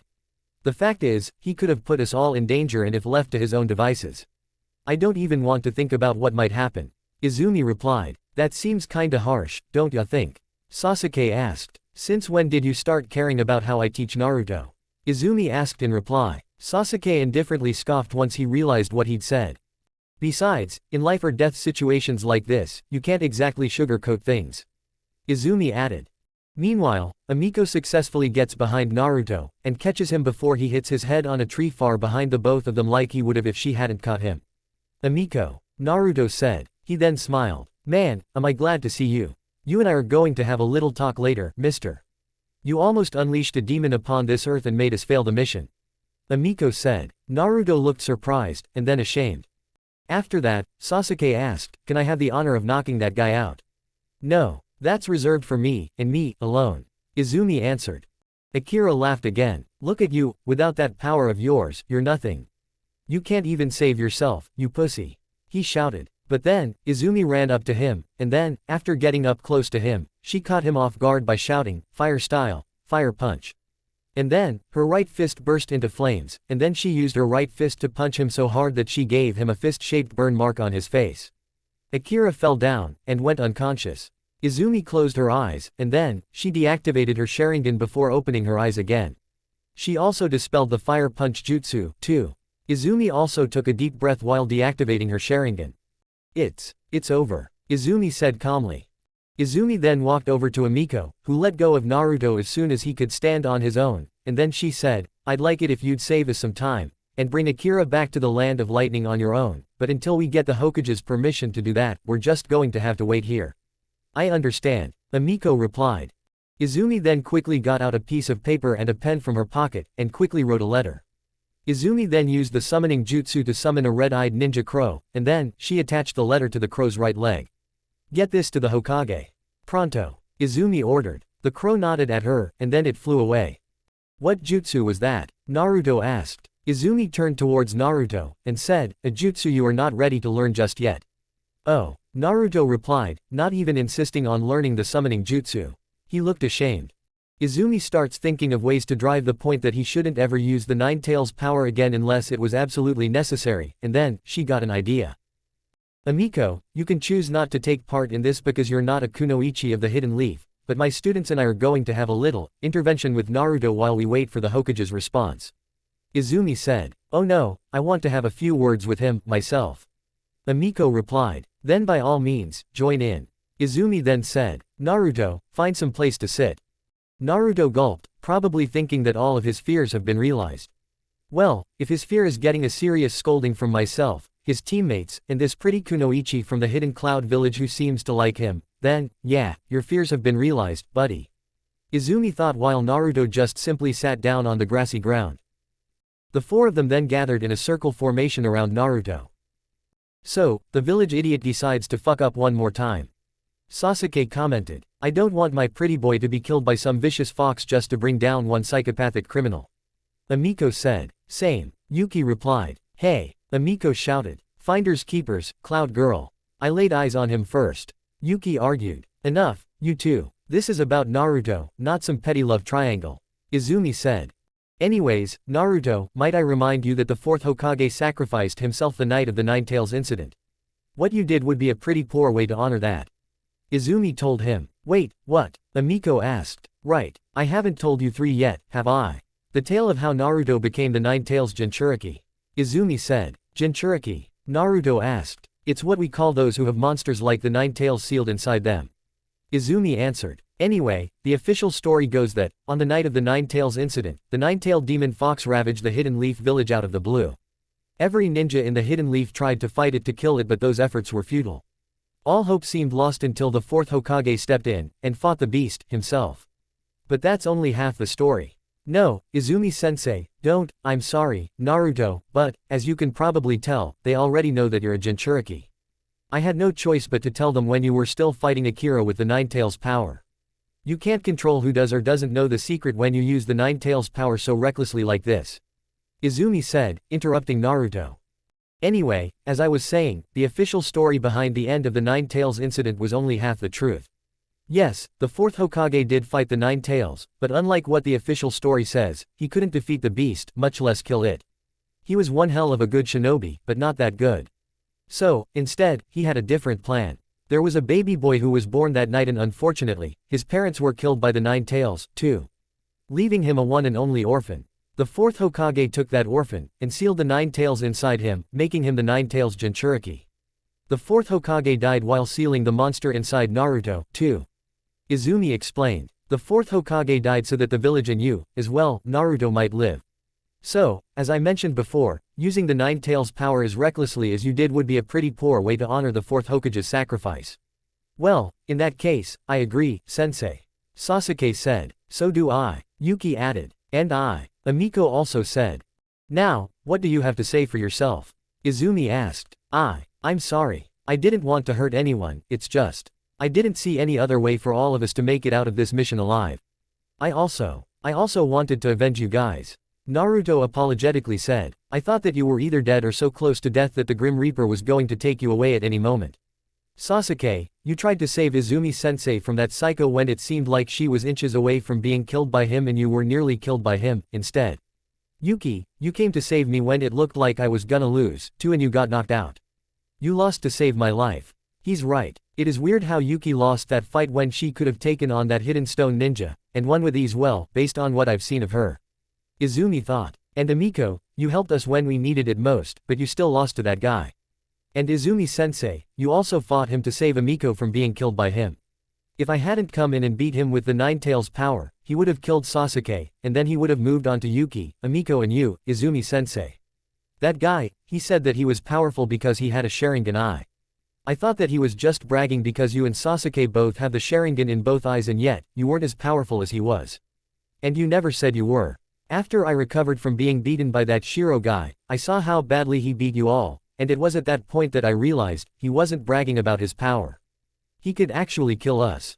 After what he did to all of you, I could almost tell that letting him live by knocking him out with a simple karate chop wasn't going to be possible.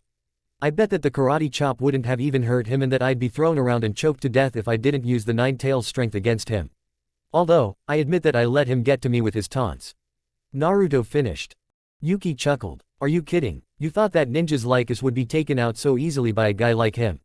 She asked. You might need saving, loser, but we sure as hell don't. Sasuke said. While you were pummeling Akira like the little bitch he was, Yuki was getting to work, healing herself and healing Sasuke and I, too. Amiko briefly explained. After that, I got to Izumi-sensei. Yuki said. She told us about the whole Jinchuriki thing and that she needed more power to use her Sharingan to enter your psyche, and strengthen the seal and suppress the Nine Tails chakra, yada yada, you know what happens from that point on. And, for what it's worth, I don't think Akira will be alive for very long. Amiko says. What do you mean? Naruto asked. The feudal lord of the Land of Lightning has this policy which states that if a prisoner breaks out of a prison, whether or not it was a military prison, that prisoner would then be executed once they were recaptured by our ninjas, and taken back to the Land of Lightning. Amiko clarified. I thought he was an escaped prisoner. Izumi says to Amiko. Yeah, we just didn't know if it was actually Kenji Tsukasa or Akira, because when Akira escaped from the military prison he was in, by the way, he detonated some explosives to make a big ass hole in the wall. Some of the prisoners then escaped from that prison before the Cloud Ninjas guarding the place sealed up that hole so that no one else got out. The prisoners who were still in that prison said that it was Kenji Tsukasa who made that hole in the wall, but another prisoner told us that the others were lying and that it was actually Akira who set off those explosives. And so, we acted on that prisoner's information, and quickly found the actual Kenji, who was disguised as Akira. Reports said that he was about to surrender quietly surprisingly enough, but one of the ninjas who were going to capture him mistakenly thought he was going to fight back instead, so he killed the Akira body double. When Akira died, the truth was revealed because Akira turned back into Kenji. The prisoners thought it was strange because at least 3 of them said they saw 2 Akiras running out of that hole. So it was determined that Akira was the real person behind the deception. But then, the hidden cloud got reports that Kenji was still alive and hiding out somewhere in the Land of Fire. We also got reports that Akira was found dead elsewhere in the Land of Fire. We investigated Akira's so-called corpse, and actually bought that it was Akira, so the guy who entered that village your team investigated must have been the real Kenji, but that didn't make sense because the hidden cloud had Kenji's real body. Amiko explained. My higher-ups also heard rumors of supposed members of the Lion Guard wandering about, looking for Kenji. According to the feudal lord of the Land of Lightning, he never sent out the Lion Guard to deal with this matter because Kenji was in that prison for pickpocketing a hidden cloud shinobi. So it didn't make sense that the Lion Guard, who are usually called in to deal with threats to the feudal lord of the Land of Lightning's life, would be looking for a simple pickpocket. There was also a mission request sent to the Hokage that bore the seal of the feudal lord of the Land of Lightning, but the feudal lord never sent one. The Raikage, however, jumped at the opportunity to have you guys help us with this. And so he convinced the feudal lord to lie and say that he did. In addition, I was busy finishing up another assignment elsewhere in the Land of Lightning, and when I was done, I had received a messenger hawk from my superior while I was on my way back to the Hidden Cloud Village. The Raikage wanted you to uncover the truth of all this, but he sent me, as well, just in case you guys needed help. I found the Hidden Stone guys who were masquerading as Lion Guard members, and met up with them, convincing them I was a Hidden Stone kunoichi that the Tsuchikage had sent as an extra pair of hands, so to speak. They bought my lie, and I became an undercover agent within their ranks. When I had learned of all this, and read the reports, and then met them and learned of their plans, I wanted to take these guys down for myself because to anyone else, they may just be ninjas on just another mission, but, in my eyes, they are nothing but petty, murderous, backstabbing thugs who wanted to wage war against the Hidden Leaf just to get revenge, not justice. Amiko explained further. I gotta say, you have a bigger heart than anyone I know. Yuki remarked. Thanks. Amiko replied. Thing is, Amiko, in our line of work, it can be very, very, very hard to distinguish justice from revenge. Izumi said, thinking back to what Itachi did to her and Sasuke and the countless times she wished death upon Itachi just a week after the Uchiha massacre. I know. It's why I remind myself every day that while I am a kunoichi, I'm also a human being with a strong moral code. The moment I forget that is the moment I become like these hidden stone ninjas, or as heartless as I know some ninjas to be. Amiko replied, my parents taught me right from wrong back when I was a little girl, so why should I have to forsake myself, and go back on their teachings? What, because I'm a ninja? To me, being a ninja means defending your hidden village and your homeland to the best of your ability. It doesn't mean being an indiscriminate killer who makes a total joyride out of making victims, whether they be ninja or civilian. I envy you and your outlook, Amiko. You are the kind of ninja other ninjas should strive to be. Izumi said to her. And that kind of ninja doesn't forego the sake of the mission, and nearly kill a man by using a beast's power to be on equal terms with him, as far as fighting goes. Izumi told Naruto. When we return to the village, I will be benching you for a month. No training, no ninja, ing. Understand? Yes, sensei. Naruto acknowledged. It was interesting to Izumi that Naruto took his consequence without objecting to it first. Someone with a reputation as an immature brat like Naruto would have had a damn near temper tantrum about the consequence I issued to him. Izumi thought. Alright, then. Intervention over. Izumi said. She told Naruto to stand up, and he did. Then, she ordered the members of Team 7 to tie the hidden stone ninjas to the nearby trees. Meanwhile, Amiko tied Akira's hands behind his back with a simple rope. She then pulled the Sharingan eye out of Akira's left eye socket. Then, Amiko walked up to Izumi, who had finished tying another one of the hidden stone ninjas to a tree with the Sharingan eye in her hand. She then showed it to Izumi. What the, just thought you might want this since it used to belong to some guy called Kakashi, as Akira, himself, said. Amiko said, interrupting Izumi. Ah, okay. She replied as she took the eye from Amiko's hand, and placed it in her pocket. Who is Kakashi? Amiko asked. Just as a matter of interest. Quite polite, you are. In any case, I'm not surprised that you don't know about Kakashi, given that you most likely weren't born when the Third Great Ninja War was going on. Neither was I. The difference is I had only met Kakashi because of Naruto and the Uchiha massacre. Meanwhile, You were off in a hole, another hidden village, probably blissfully ignorant of the past until you were fed whatever propagandized version of history that the Raikage had prepped for you. How old are you by the way? Izumi asked. 15. And, no, I was probably fed a more accurate version of historic events than you were. If not as accurate as your knowledge of history. Of course, like probably anyone else, I only remember a few things I was taught in history class. One such bit of history was the stuff about the Third Great Ninja War. Of course, like all the great ninja wars, every hidden village in the ninja world was either fighting amongst themselves, or ganging up on the Hidden Leaf. And in the Third War's case, I only remember two things. 1. The fourth Raikage who wasn't the Raikage back then and his brother, Killer Bee fought the fourth Hokage back when he wasn't the Hokage, either. Both had fought, and lived to tell the tale. Though, the fourth Hokage probably almost did kill our Lord Fourth and his brother, which was probably why Lord Fourth Raikage let the fourth Hokage escape without either of them dying that day. I guess you could say that my recollection of that fight is half remembered. My memory of the other event from the Third Great Ninja War is way better, though. Amiko answered. What other event? Izumi then asked. The Battle of Canopy Bridge, alternatively known as the battle that ended the Third Great Ninja War. Simple premise: the forces of the Hidden Leaf were outnumbered and surrounded by ninjas from the Hidden Stone. The Hidden Leaf guys, your guys thought they were goners. But then, the fourth Hokage who still wasn't the Hokage back then came in, and used his unique ninjutsu that he, himself, was well known for to turn the tide of the battle, and take out all the Hidden Stone guys. Amiko answered. I guess that's why these guys are so pissed. It's understandable, but it doesn't justify them being repugnant thugs about their problems with the Hidden Leaf. How much did you learn from them, by the way? Izumi asked. Getting revenge and starting a new war with the Hidden Leaf wasn't just their plan, it was what the Tsuchikage ordered them to do. Amiko answered. So all this was state-sanctioned. Izumi deduced. Except for the part where Akira gets a god complex and becomes insanely power-hungry. As if that little eye didn't give him enough power. Amiko assessed. Right, did they reveal whether that guy was Kenji or Akira or not, by the way?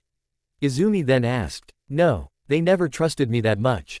All they could say was that there was this prisoner of war from the Hidden Stone village who's been held in a military prison somewhere in the Land of Lightning since the last days of the Third Great Ninja War, and that their other mission was to bring him back to the Hidden Stone village, where he'd be hailed as a hero for enduring whatever tortures that the Hidden Cloud had inflicted upon him. In hindsight, I probably should have guessed that it was truly Akira because that describes Akira to a T. Amiko answered. How? Izumi questioned. Back during the Third Great Ninja War, my village had our own version of the Battle of Canopy Bridge. It wasn't all that well known, but it was called the Battle of Earth and Sky. A regiment of 1,000 or so Hidden Cloud ninjas were headed to the border in between the Land of Frost and the Land of Hot Water because we had intel that the Hidden Stone had sent another army of their own ninjas to invade the Land of Lightning. We figured we'd stop them at the Land of Hot Water and, surely enough, the Hidden Stone ninjas came and our ninjas drove them back. There were a few stragglers left, though one of those being Akira. We captured those stragglers, and imprisoned them. Amiko answered. The Hidden Stone lost the war on two fronts. We were prepared for more to arrive until word had reached us that the Hidden Leaf sent the Tsuchikage a peace treaty. So the Raikage sent one to the Tsuchikage as well, although, unlike your Hokage, the Raikage had allegedly written some rather undiplomatic words in his treaty. People had assumed that if they had the manpower, the Hidden Stone would have attacked our village again, all based on how Lord Third Raikage wrote the treaty. Amiko explained further. Izumi chuckled. Sounds like the Third Raikage wasn't much of a pacifist. She commented. Lord Fourth Raikage isn't much better, from what I hear. Amiko replied. But back to Kakashi. Ah, shit. Right. Okay, everyone knows about the legendary story of how the fourth Hokage fought during the Battle of Canopy Bridge, but his students, Obito Uchiha, Rin Nohara and Kakashi Hatake were a part of that battle, too. Kakashi had become a Jonin by the time he was Naruto's age, and by the time he was Naruto's age, the Third Great Ninja War was still going on. Anyway, because he was a Jonin, the fourth Hokage reasonably assumed that Kakashi would be capable of leading the other two in his absence. But, suffice it to say, he was not exactly, I mean. Rin, the team's field medic, was injured, and so, Kakashi and Obito stayed behind with Rin while the fourth Hokage went to blow up that bridge on his own, as history will tell. Suddenly, while they were staying put, Rin got captured by the enemy, and, to put it simply, Kakashi and Obito went to get her back. They saved her, but Obito died in the process. Izumi explained. That eye you just gave me, it belonged to Obito. Obito gave Kakashi his right Sharingan eye as a belated gift for Kakashi before he died. Izumi added. I don't know what to say. Amiko replied. Neither did I when Kakashi first told me about it. To hear him tell it, the head of the Uchiha clan let Kakashi keep Obito's eye despite the fact that Kakashi wasn't an Uchiha. This was because he wanted to honor Obito's sacrifice in the line of duty. Izumi also replied. And what about Rin? Amiko asked. Kakashi, himself, didn't tell me about it, but what happened to Rin is a sadder tale than the death of Obito. Sadder, in my opinion. Shortly after the Battle of Canopy Bridge, Kakashi and Rin were on their way back to the Hidden Leaf Village when some hidden mist ninjas came out and kidnapped Rin. Kakashi went to save her because, of course, he had to. And while she was in captivity, the hidden mist ninjas sealed the three tails inside of her. They also placed some kind of forbidden jutsu on her heart. A forbidden jutsu that forced the three tails to come out and destroy the Hidden Leaf Village. Kakashi, of course, rescued her and wanted to take her back to the village, but she told him they can't go back. And after she revealed why, they had some sorta argument, I guess. Meanwhile, the hidden mist ninjas who were either Jonin or Anbu in rank caught up to the two of them. They tried fighting those ninjas by themselves, but it was no use. And so, Rin made the ultimate sacrifice. Kakashi was about to use a jutsu he invented by himself to kill a hidden mist ninja, but Rin purposely put herself in the way of his jutsu so that it would end up killing her, instead. This was because the only way they could possibly stop the hidden mist ninja's plan from succeeding is if Rin died. Rin killed herself to protect the Hidden Leaf Village. And from that point on, it sounded like Kakashi fell into a coma after Rin died and then, somehow, all the other hidden mist ninjas died, as well. I'm not sure how the Hokage resolved that whole mess with the hidden mist after the war, but the pieces still kept between the hidden leaf and the hidden mist. Anyway, Kakashi fell into a deep depression after Rin and Obito died.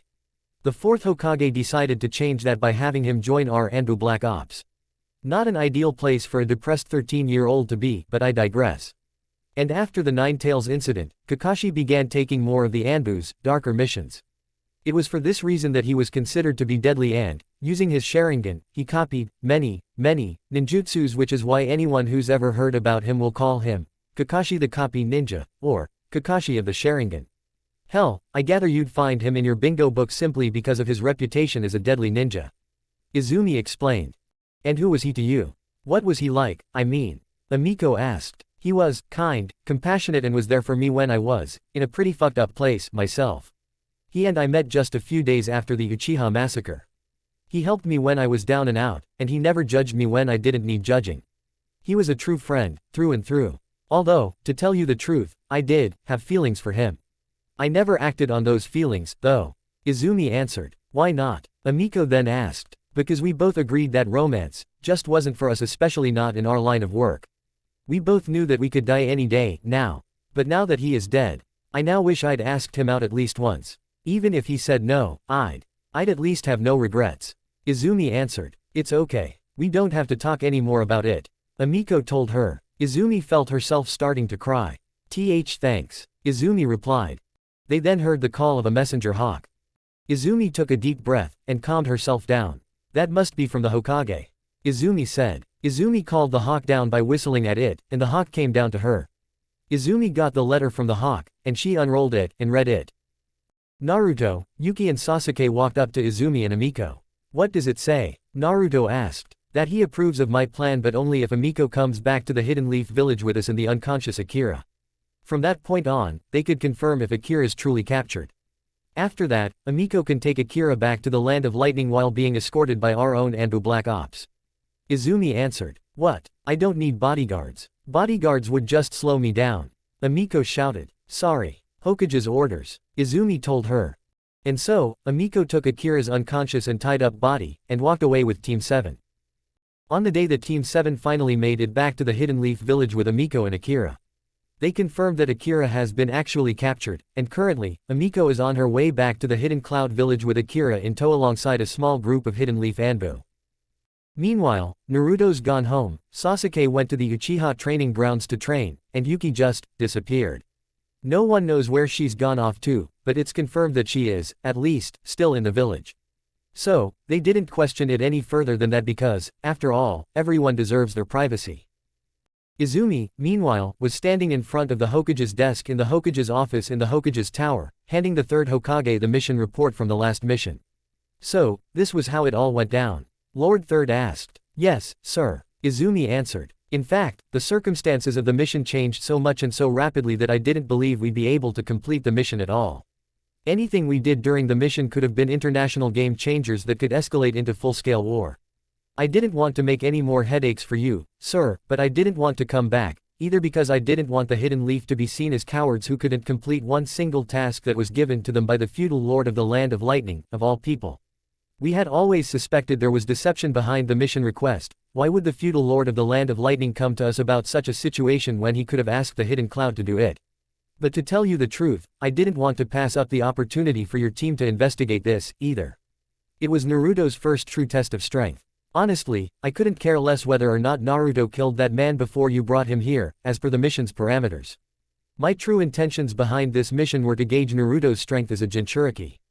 How powerful could he be when he is in Ninetales mode? And, upon inspection of Akira's body, Naruto is pretty strong. Lord Third told her, and I think he'll be even stronger as time passes. Especially after he gains control of the Ninetales. Speaking of Akira, your mission report mentioned that Akira had Kakashi's Sharingan eye. Yes, sir. Amiko plucked the eye out of Akira, gave it to me, and then, upon our arrival, I gave it to the Anbu. Izumi reported. So you did. I had them give it to me before they destroyed it. Lord Third replied. Why, sir? Izumi asked. Because I wanted you to have it, just as a memento. Or even, don't say it. Izumi angrily said without thinking about it, interrupting the Hokage. Alright, then, Lord Third replied. Izumi took the eye back, and pocketed it. In any case, I don't think there will be that many headaches for me as a result of your actions, here. I think the Tsuchikage will have more headaches than me. Lord Third assessed. And about Amiko, Izumi says. Yes, she is a special case. She's the Raikage's little spy as well as a normal little kunoichi taking big missions on her own. Intel on her says that she's been a kunoichi since she was 13, like almost every other ninja. She's not particularly bright, but she has a good heart. Lord Third told her. Izumi chuckled. Do you think Naruto will become anything like her? Izumi asked. That depends on whether or not he does well in the Chunin exams. Lord Third answered. Right, I forgot about the Chunin exams when I gave him that punishment. Izumi thought. Speaking of Naruto, I heard you gave him a serious scolding and have benched him for a month. Lord Third said. Yes, sir. As my report says, we almost failed the mission because of him.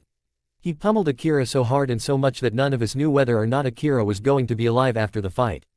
His use of the Ninetales power was incredible, but entirely unnecessary and reckless. He doesn't have control over that thing, and because of that, there was no telling whether or not the Ninetales would stop after Naruto killed Akira. On top of that, his teammates were worried about him and so was Amiko. I'm sorry, sir, but I had no choice other than to tell them of Naruto's Jinchuriki status and of how he came to be a Jinchuriki. I didn't give them all of the truth, though. For instance, I didn't tell them that Naruto's father was none other than the fourth Hokage, himself. Izumi explained. I understand. Sometimes, things like that couldn't be helped. Besides, the secret of Naruto's Jinchuriki status is no longer under my control. Hasn't been under my control since the day Naruto, himself, learned about it. Lord Third replied. But, I don't think benching Naruto is going to do us any good. Why? Izumi asked. Because of the Chunin exams, remember? Lord Third asked in reply. I know, sir, but he must learn that he can't put the mission in jeopardy like he did. Izumi said. Did you hear a word I said? I said I wanted that power to come out of him at some point in time. Sure, it wasn't under more ideal circumstances, but I got the result we needed all the same. Lord Third told her. I understand, sir, but you didn't see what I saw when I used my Mangekyo Sharingan to suppress the Ninetales. The reason some of the power was leaking out in the first place was because Naruto peeled the seal half off. All I could do was use my Mangekyo ability to suppress the Ninetales and then redo the seal as best as I could. Izumi replied. Thanked Kami, I was there. The Ninetales could have used the opportunity to undo that seal completely, and break free after Naruto was done with Akira. And that's why I put you on Team 7, remember? Lord Third asked. Wait, yeah, Izumi says. She almost forgot about that too, until the Hokage reminded her. Izumi then got an idea. Do you think I can teach Naruto to properly use the Ninetales power? I know he isn't ready just yet, but, considering the fact that he told me that he did it because he felt that there was no choice, I now realize that there will be circumstances where he won't have a choice but to use his power as a Jinchuriki. So maybe if I can teach him how to use his power along with all the responsibilities that came with it, there won't be any true danger. She requested. I agree with your proposal and it has my full support even though I know it won't be easy. But, there will be some amongst the council who will be totally against it and the elders will have iffy opinions about it. As I said, you must be careful when it comes to Naruto. Lord Third warned. I understand, sir. Is that all, Lord Hokage? Izumi asked. Yes, Izumi. You can let Naruto know that you're letting him off tomorrow on the condition that he undergoes special training, and that Team 7 is now only allowed to take D-ranked missions until further notice. Lord Third answered. Yes, Lord Hokage. Izumi acknowledged. Izumi turned around, and walked out of the room, having given Lord Third her mission report and Naruto's alternative punishment, no more C ranks until further notice. Meanwhile, Yuki was listening in on the entire conversation between Lord Third Hokage and Izumi-sensei from the other side of the door to the Hokage's office. Once they were done, Yuki heard Izumi-sensei walking towards the door. Yuki then ran out of the Hokage's tower, and was about to get back to her home in the Nohara clan's compound, but she was stopped by a masked ninja who was covered by a beige-colored cloak. What are you doing here? Yuki asked. You need to come with me. The masked ninja said. I'm sorry, but I'm not stupid enough to follow a masked guy just because he says so. Yuki replied. The masked ninja then threw a kunai knife at her. Yuki dodged. She noticed that it barely missed her head. Hey, you could have ruined my hair. Yuki jokingly shouted. The masked ninja threw another kunai knife at her. Yuki quickly pulled out her own kunai knife, and blocked it. So, you're going for the kill. I know that the Anbu who answer directly to the Hokage wouldn't do that unless their opponent was a really dangerous criminal hiding out in these streets or an assassination target. Which means that you're from the Foundation. Yuki said, thinking out loud. Very clever. The masked ninja commented. Like I told Izumi-sensei, I wanted to be a scholar. Why waste time taking lives with physical force when you can fight using your mind? Yuki replied. Excellent idea. The masked ninja also replied.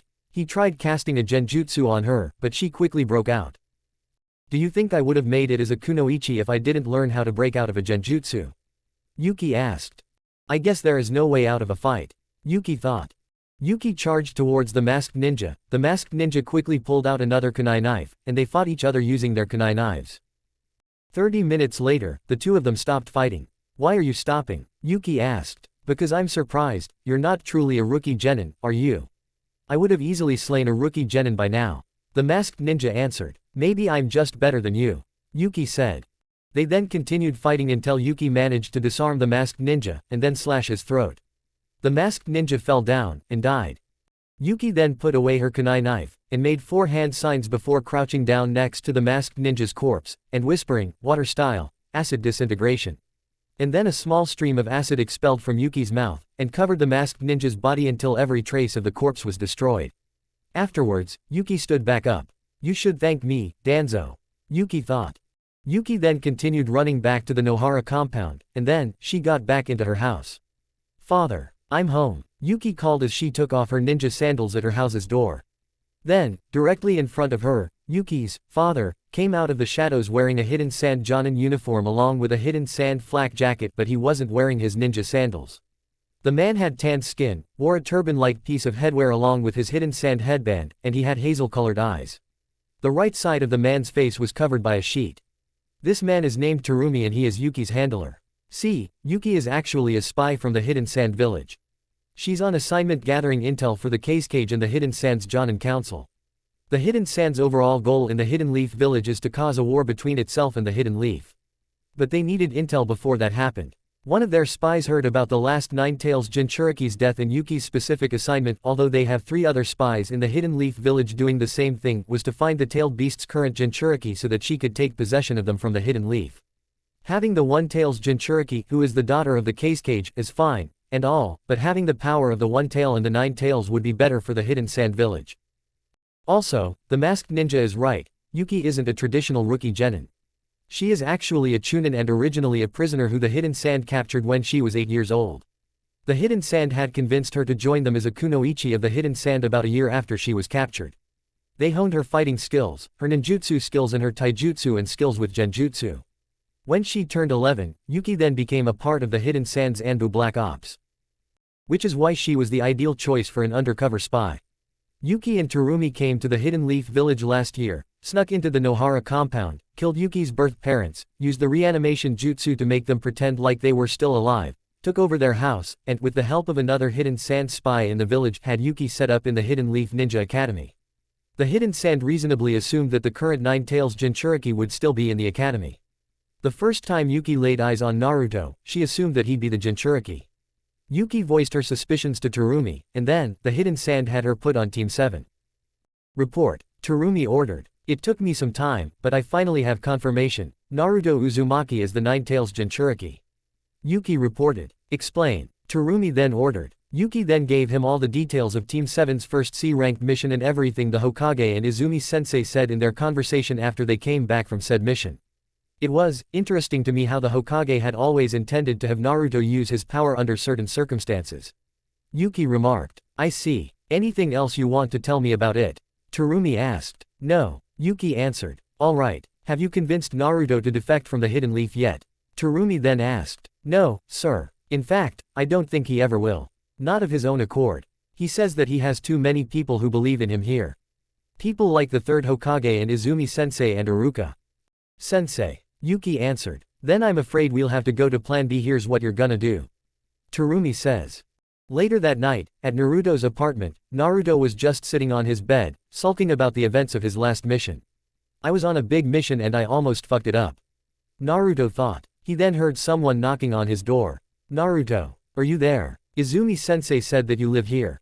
A familiar voice said from the other side of the door. That's Yuki, Naruto thought. Naruto stood up, walked to the door, and opened it. Surely enough, there Yuki was. But Yuki looked different. Her black hair was styled into a couple of twin tails and she was dressed in a black crop top and a pair of black shorts. She didn't seem to have her ninja pouch, which was a container full of kunai knives and ninja tools, or her shuriken holster equipped. I think you could all correctly guess what a shuriken holster is. In fact, the only piece of ninja gear she had on was her hidden leaf headband and her black ninja sandals.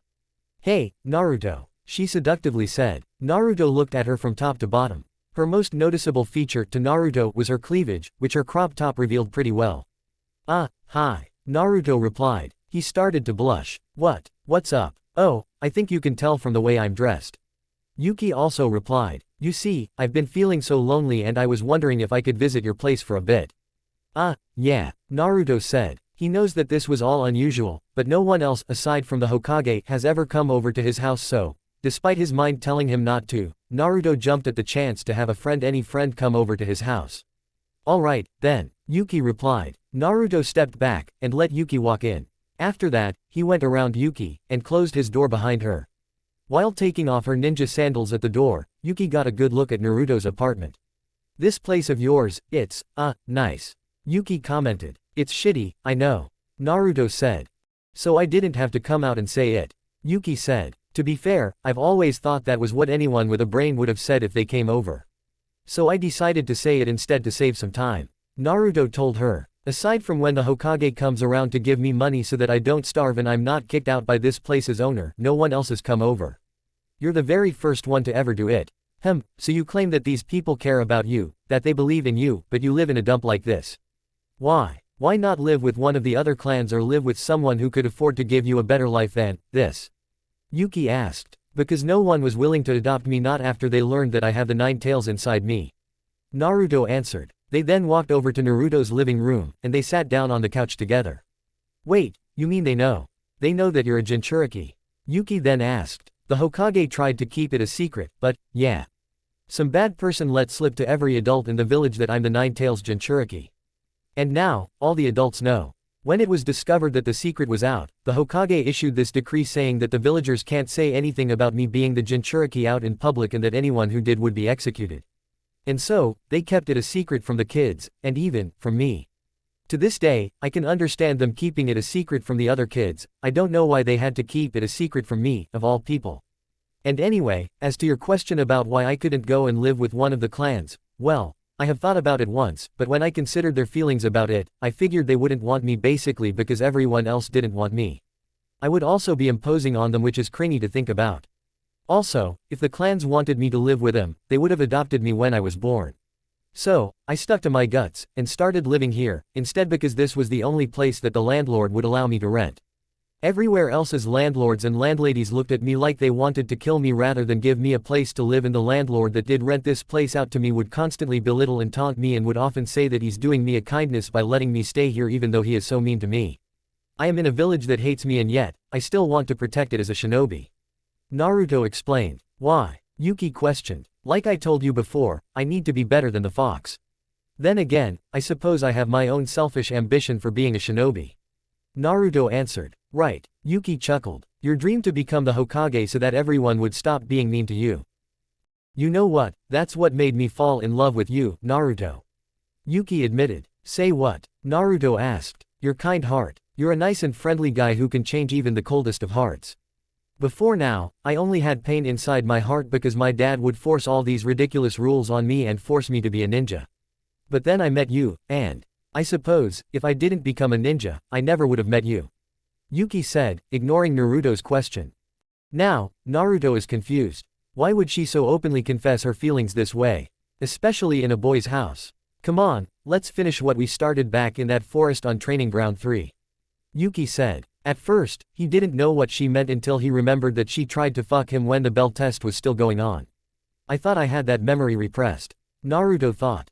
What? No, he shouted. Perhaps you're not totally convinced, then. Yuki says. He now wishes that Izumi-sensei would come in and save him again, talking about, you need to stay focused. Yuki stood up and took off her crop top and shorts, revealing that she was just wearing a purple bra and a purple pair of panties. Naruto, meanwhile, was just wearing a dark gray t-shirt and an orange pair of pants with a pair of green boxers underneath. But right now, he wishes he was wearing more than that.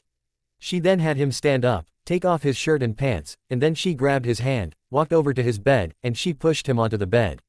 He was laying on his back when Yuki got on top of him. Naruto blushed when it looked like she was starting to take off her bra. No, wait. He shouted. Oh, come, now. It's not like we're in the middle of a training exercise right now.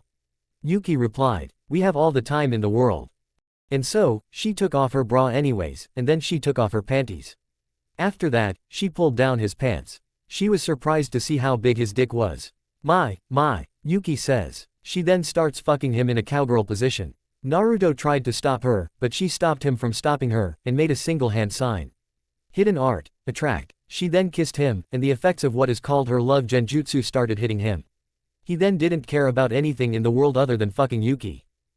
15 minutes in, he started to fall asleep. When he woke up, Yuki was gone, his clothes were back on, and it was now daytime. The only thing that's different, now, is that he feels a sharp ache in his chest, as though he's just had heart surgery. He then heard a knock on his window. Naruto sat up, looked to his left, and saw Izumi-sensei crouching on his balcony. Naruto hesitantly opened his window, and then, Izumi-sensei smiled at him, and said, Yo. Wah, what's up, sensei? Naruto asked. Well, last night, the Hokage and I had a conversation and because of that, I've changed my mind on a few things. Mind if I come in? Izumi-sensei asked in reply. Naruto didn't trust girls with entering his house, not after what Yuki did. But Izumi's his sensei, so who is he to refuse her?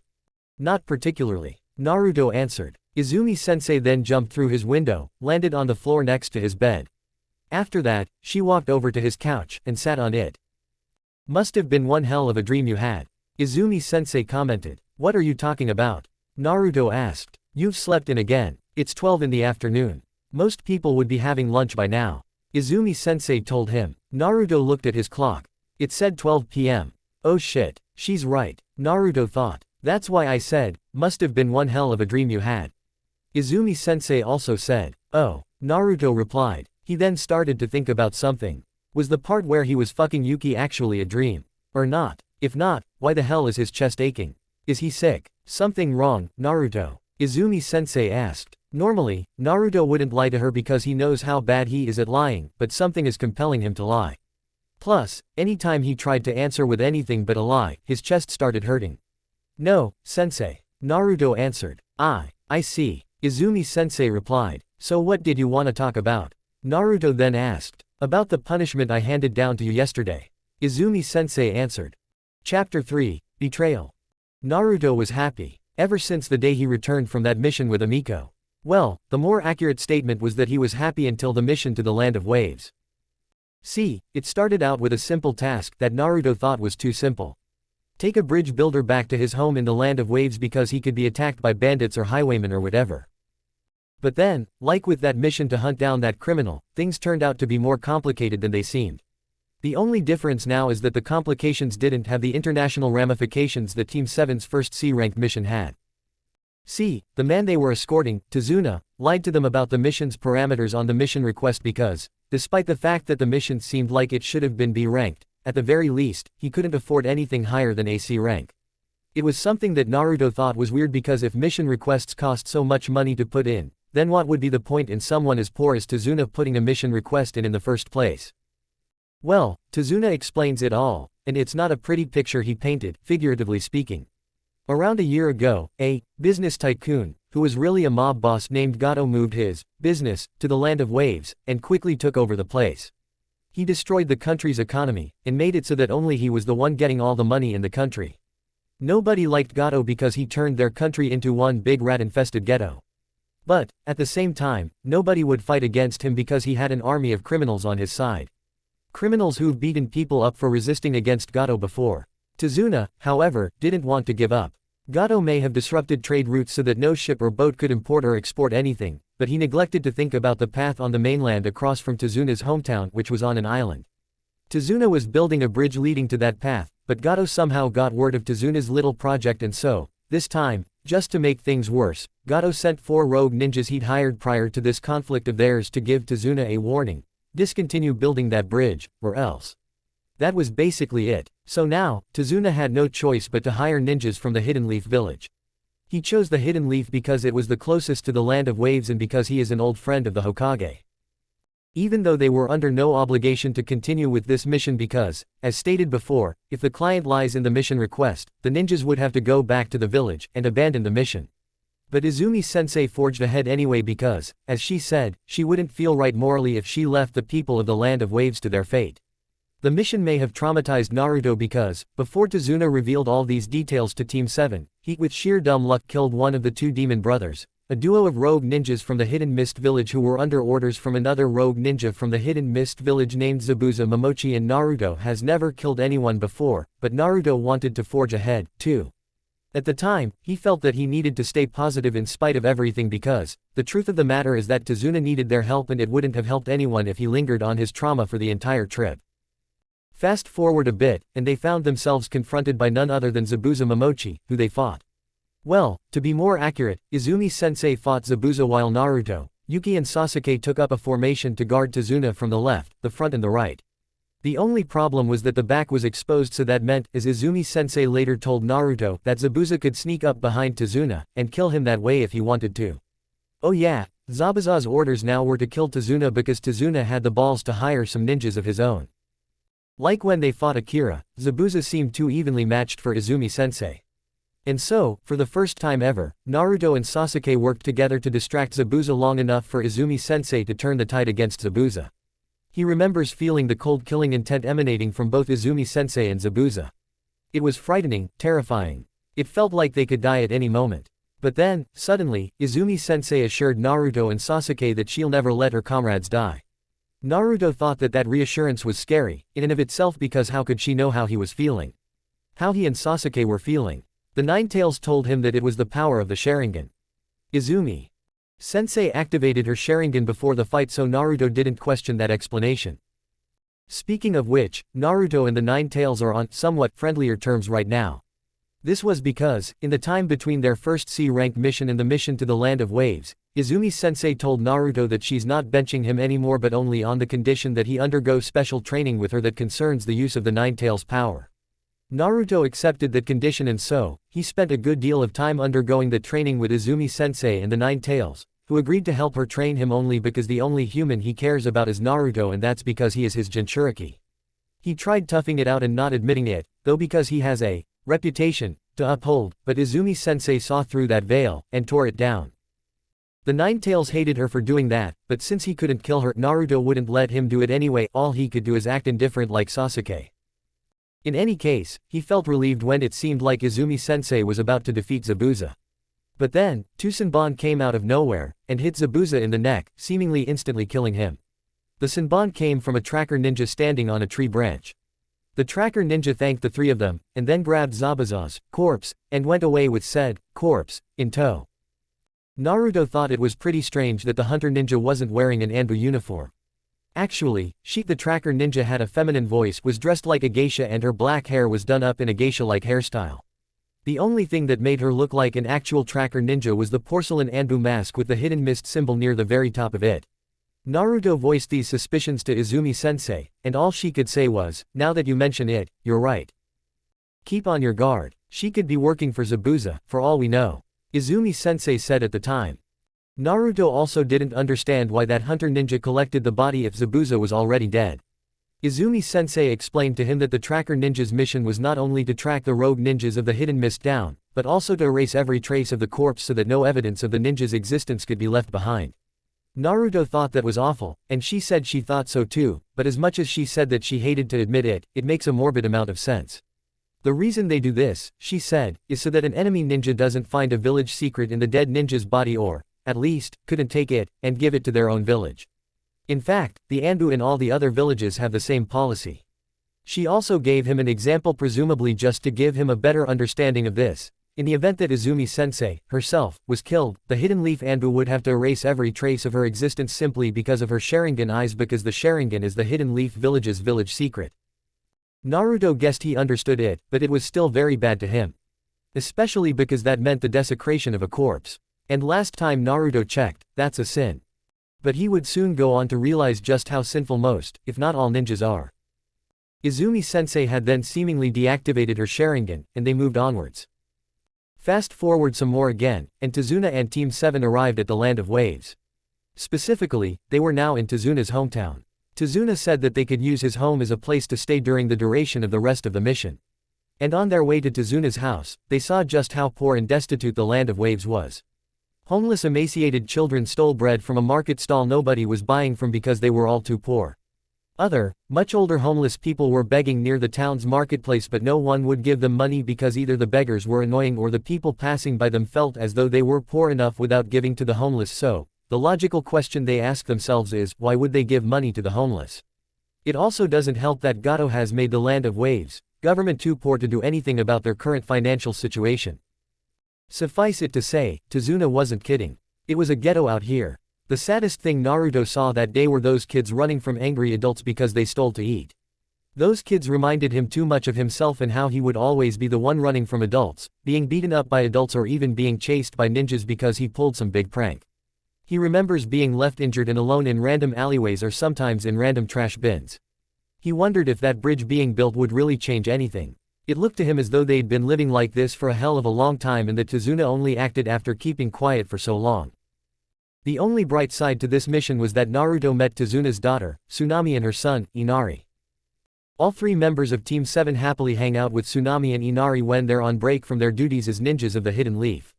Tazuna said that it'd take a week for the bridge to be completed so Team 7 decided that a week is all they need before they head back to the Hidden Leaf village. And all that time, while guarding the incomplete bridge and taking breaks, they had a strategy meeting where Izumi-sensei revealed that she suspected that Zabuza may not actually be dead. As Naruto said, that tracker ninja was too unusually dressed to be an actual tracker ninja. She could have used something to make it seem like Zabuza died. You have to remember what I told you, stay on your guard. Izumi-sensei told them back then. Izumi-sensei also put them through some training. She taught them how to walk up trees like they were simply walking up a wall. Izumi-sensei said that to pull off this exercise perfectly, they needed perfect chakra control. Yuki could do it without a problem. But Naruto and Sasuke had trouble with it. Naruto didn't know why, but he was compelled to go to Yuki for advice. He tried to resist the compulsion because he doubted that she really knew anything. She was a student, not a teacher, after all, but every time he tried, his chest started hurting. And so, he went and asked her anyway.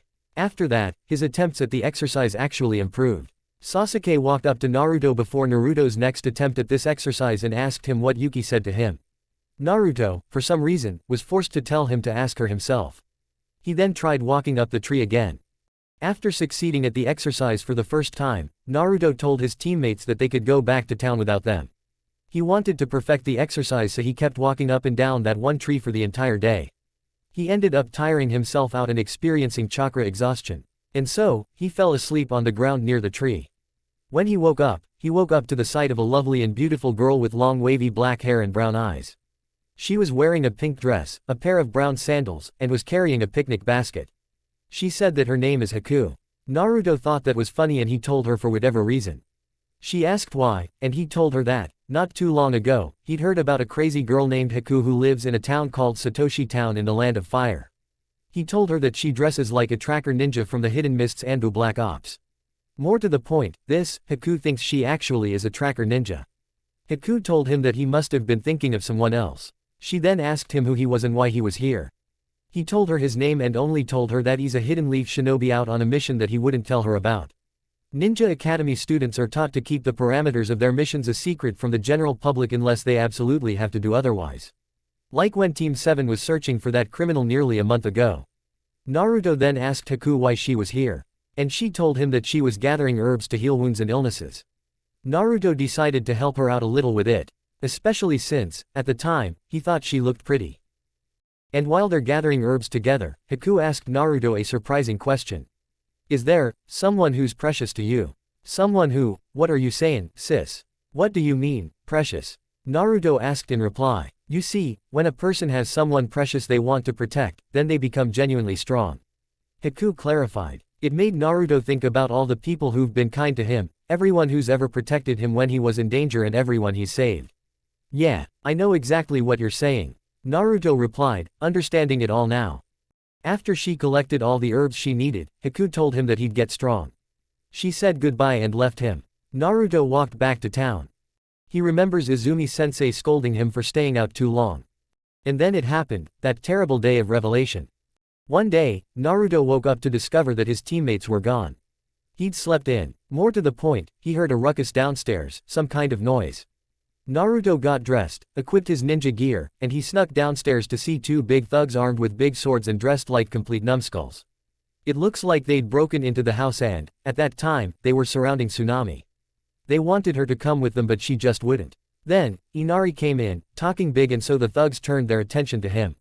That was when Naruto knew he had to intervene. Naruto brazenly ran up to the thugs, and knocked them out with the taijutsu that Izumi-sensei taught him. The thugs fell down, and went unconscious. Naruto asked Tsunami and Inari if they were okay, and they told him that they were. He then sensed something. The nine tails inside him sensed it, too. A fight was going on. Naruto told Tsunami and Inari to stay in the house, and then, Naruto ran outside, and ran to the bridge's construction site. Once there, he saw Izumi-sensei fighting Zabuza, Yuki standing guard in front of Tazuna, and Sasuke being trapped in a dome of ice mirrors. And that dome was being made by a jutsu that Sasuke's opponent had cast. Said opponent was a geisha girl wearing a tracker ninja mask. Izumi-sensei was right, is all he could think at that moment. He ran onto the battlefield, and ran up to the ice mirror dome. He thought of going inside, but common sense was telling him that was a no-go. He tried to find the false tracker ninja, but he was nowhere outside of the dome. He tried destroying the dome using the fireball jutsu, the fire punch jutsu, the strongest variant of it, and paper bombs attached to kunai knives. None of them seemed to work. It's no use. You need my power. The Nine Tails shouted. Naruto agreed. So, using a ninja tool that allowed him to mentally link up with Izumi-sensei that he got when he was undergoing Jinchuriki training with her to ask her permission to use the Nine Tails power. Izumi-sensei granted him permission presumably because she had no other choice at the moment. And so, Naruto activated Nine Tails chakra cloak, and a cloak of orange-red chakra surrounded him and gave him two additional liquid-like and fox-like ears on his head, two liquid-like and fox-like tails coming out his butt, red slitted eyes, sharp teeth and sharp fingernails. His whisker-like birthmarks were more pronounced and his strength was boosted. Naruto then punched the dome, and the dome came crumbling down. The masked kunoichi was knocked backwards, and Naruto then ran over to Sasuke to make sure he was safe. What's gotten into you? Did you finally find a way to stop being an idiot and a loser? Sasuke teased. Go help Yuki. Naruto told him in a serious tone of voice. HMPH. Alright, Sasuke replied. Sasuke then went away and Naruto covered his escape. And this is the part that gets Naruto so depressed. Naruto. Is that you? The masked kunoichi asked. This was always what he feared from the moment he first saw that masked kunoichi, but it still hurt nevertheless when the masked kunoichi took off her mask to reveal that her true identity is Haku. I always thought it was you when you told me that your name was Haku and when you killed Zabuza before we got to this place. A part of me didn't want it to be true. Naruto said. I see. I shouldn't have made myself so obvious, then. Haku replied. Tell me, is the person who is most precious to you Zabuza? Naruto asked. Yes. Haku simply answered. Why? Naruto then asked. That guy is a cold-hearted killer. I doubt that he cares about it at all. Because I'm his tool. As ninjas, we are tools to those we serve. You are no different in that respect. And Zabuza is kinder than I think he'd like to admit. You see, I was a part of a clan from the land of water called the Kori clan. Life was normal until the Mizukage started the clan purges. Everyone in our clan had to run, separate and hide. My mother and I managed to make it to this snowy hamlet elsewhere in the land of water. My mom fell in love with a man, and then they started a relationship, started living together. From that point on, he was practically like my father. But my normal life came to a crashing end when my abilities started manifesting themselves within me. See, my clan is known for its ice style ninjutsu. It's our Kekkei Genkai, our bloodline trait, if you will. Just like your sensei's Sharingan. My mother thought she could hide this part of us. But my curiosity proved her wrong. I was toying with it when my mom caught me, and told me off for using ice style. We then got back to our house, and my mom's boyfriend saw everything. We went inside, and my mom and her boyfriend started arguing about it. The argument escalated and escalated and escalated to the point where he killed my mom, and then, in a fit of rage, I used an ice-style jutsu I had no control over to kill him. I luckily managed to make it out of the house. The last time I saw that place was when I saw what I had done to it. Ice spikes practically destroyed or dominated the house. I got sad, and started to cry. But I couldn't cry for very long. There were villagers who were angered by my mom and her boyfriend's deaths. I tried calmly explaining it as best as I could, but as soon as they learned that I had these abilities, they twisted the story and said that I was the one responsible for their deaths. And so, they chased me out of town, and I was left a homeless orphan who should have died long ago. I felt as though I had no purpose in this life. I was, all alone. I somehow managed to make it to another town in the same area of the land of water, and I was waiting on the cold bridge there because that was all I could do. That was when Zabuza approached me. He could have left me to die an orphan, but he took me in, and raised me to be the ruthless killer, the most useful tool in his arsenal that I am today. Haku explained. Naruto knew all too well what that was like. To be hated and feared and given no purpose. Naruto was lucky enough to have friends who cared for him and gave him the purpose he always wanted. He was lucky he had all these people, even if they're small in number, who treated him as a human being instead of a tool or a weapon. Do you, Naruto, understand what that's like? Haku asked. I understand it all too well.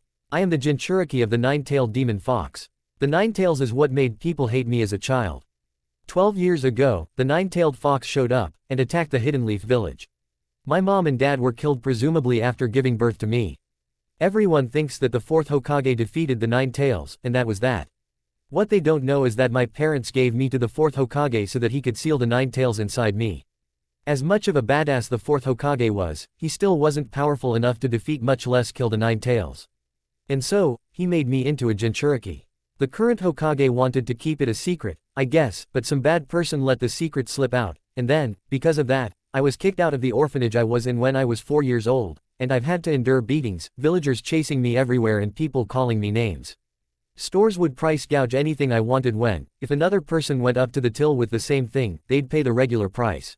So I had to live like a street rat to survive. Even though I have a dingy apartment that I live in. The villagers hated me, so what did I do? Did I wait until some shining prince dressed like a surfer gave me a purpose? Did I cry? Did I give up on being the idiot I am? No. I forged ahead, made my own purpose and never let anything get to me, even if a leaf ninja or a villager called me a demon, or a demon brat, for the billionth time, and now, here I am, protecting a bridge builder from that shirtless thug you love so much, all because I didn't give up, and because you did. Naruto explained. Then, I guess, even if our paths are very similar, we must still be at odds. Haku said. You've got that right, Naruto replied. Naruto weaved together 3 hand signs, and thought, fire style, fireball jutsu. And then, a stream of fire expelled from Naruto's mouth, formed into a big ball, and shot towards Haku. Haku just made 1 hand sign, and said, ice style, ice mirror. And then, an ice mirror appeared in front of her, and blocked Naruto's jutsu. Haku then quickly put her mask back on, dashed away, and the mirror broke. Watch yourself, Haku. Breaking a mirror will bring you 7 years of bad luck. Naruto quipped. Haku then pulled out 2 senbon, and threw them at Naruto. Naruto used his 9 tails chakra tails to deflect those senbon. Haku then pulled out 2 more senbon, and charged towards Naruto. Naruto threw 3 shurikens at her, and Haku swiftly dodged each one. Naruto then pulled out 2 of his kunai knives in preparation for the attacks that Haku might unleash. Although, this might not be Haku's smartest move, because during training, both Izumi-sensei and Naruto discovered that the visible red chakra surrounding Naruto while he is in what is now called his Jinchuriki form, is very, very hot to the touch, and that if Naruto's opponent ever tries to fight him at close range while Naruto's in his Jinchuriki form, they will get a lot of burns on their skin and none of their hits will hurt Naruto much. And Haku found that out the hard way. Haku tried attacking him with her senbon, but Naruto blocked her strikes with his kunai knives. The fight went on and on and on until Naruto kicked one of Haku's senbon out of her hand and Haku knocked one of Naruto's kunai knives out of his hand. They then continued fighting until both had disarmed each other. After that, Naruto struck her 3 times with strong punches. That last one broke her mask. Does this strength come from the 9 tails? Haku asked. I wouldn't be fighting ya without it, sis. Naruto answered. Haku chuckled. If breaking mirrors gives you 7 years of bad luck, then I wonder how many years of bad luck or damnation will relying on a demon for strength earn you. She quipped. I don't know and I don't care. All I care about is keeping that old drunkard alive so that he could see his family again when this is all over. Naruto replied. I see, Haku says. Haku then does something unexpected. She made a fist with her right hand, and said, ice style, ice punch. And then, her right fist was completely covered in ice. Naruto made a fist with his right hand, and shouted, fire style, fire punch. And then, his right fist was completely engulfed in flames. Both elemental punches connected, and the fire punch jutsu won out. The ice around Haku's fist cracked, and her arm exploded as a result of the ice cracking. Haku backed away, and Naruto dispelled the fire punch jutsu. He couldn't believe what he was seeing. Her whole right arm's been blown off. It was at times like this where he looks at himself, and thinks, what the hell am I? The hole where Haku's right arm should be was leaking blood. Lots of it. Haku, it's okay, Naruto. Haku said, interrupting him while smiling. Why is she smiling? It must hurt like hell. Naruto thought. You've just proven that you're a better tool than me. Haku continued. They then heard something disturbing.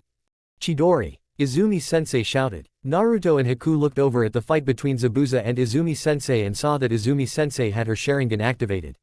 They also saw that she was about to stab Zabuza with a hand that was covered by lightning. The lightning's cracks also sounded a hell of a lot like 1,000 birds chirping all at once. Haku looked at Naruto, and said, goodbye.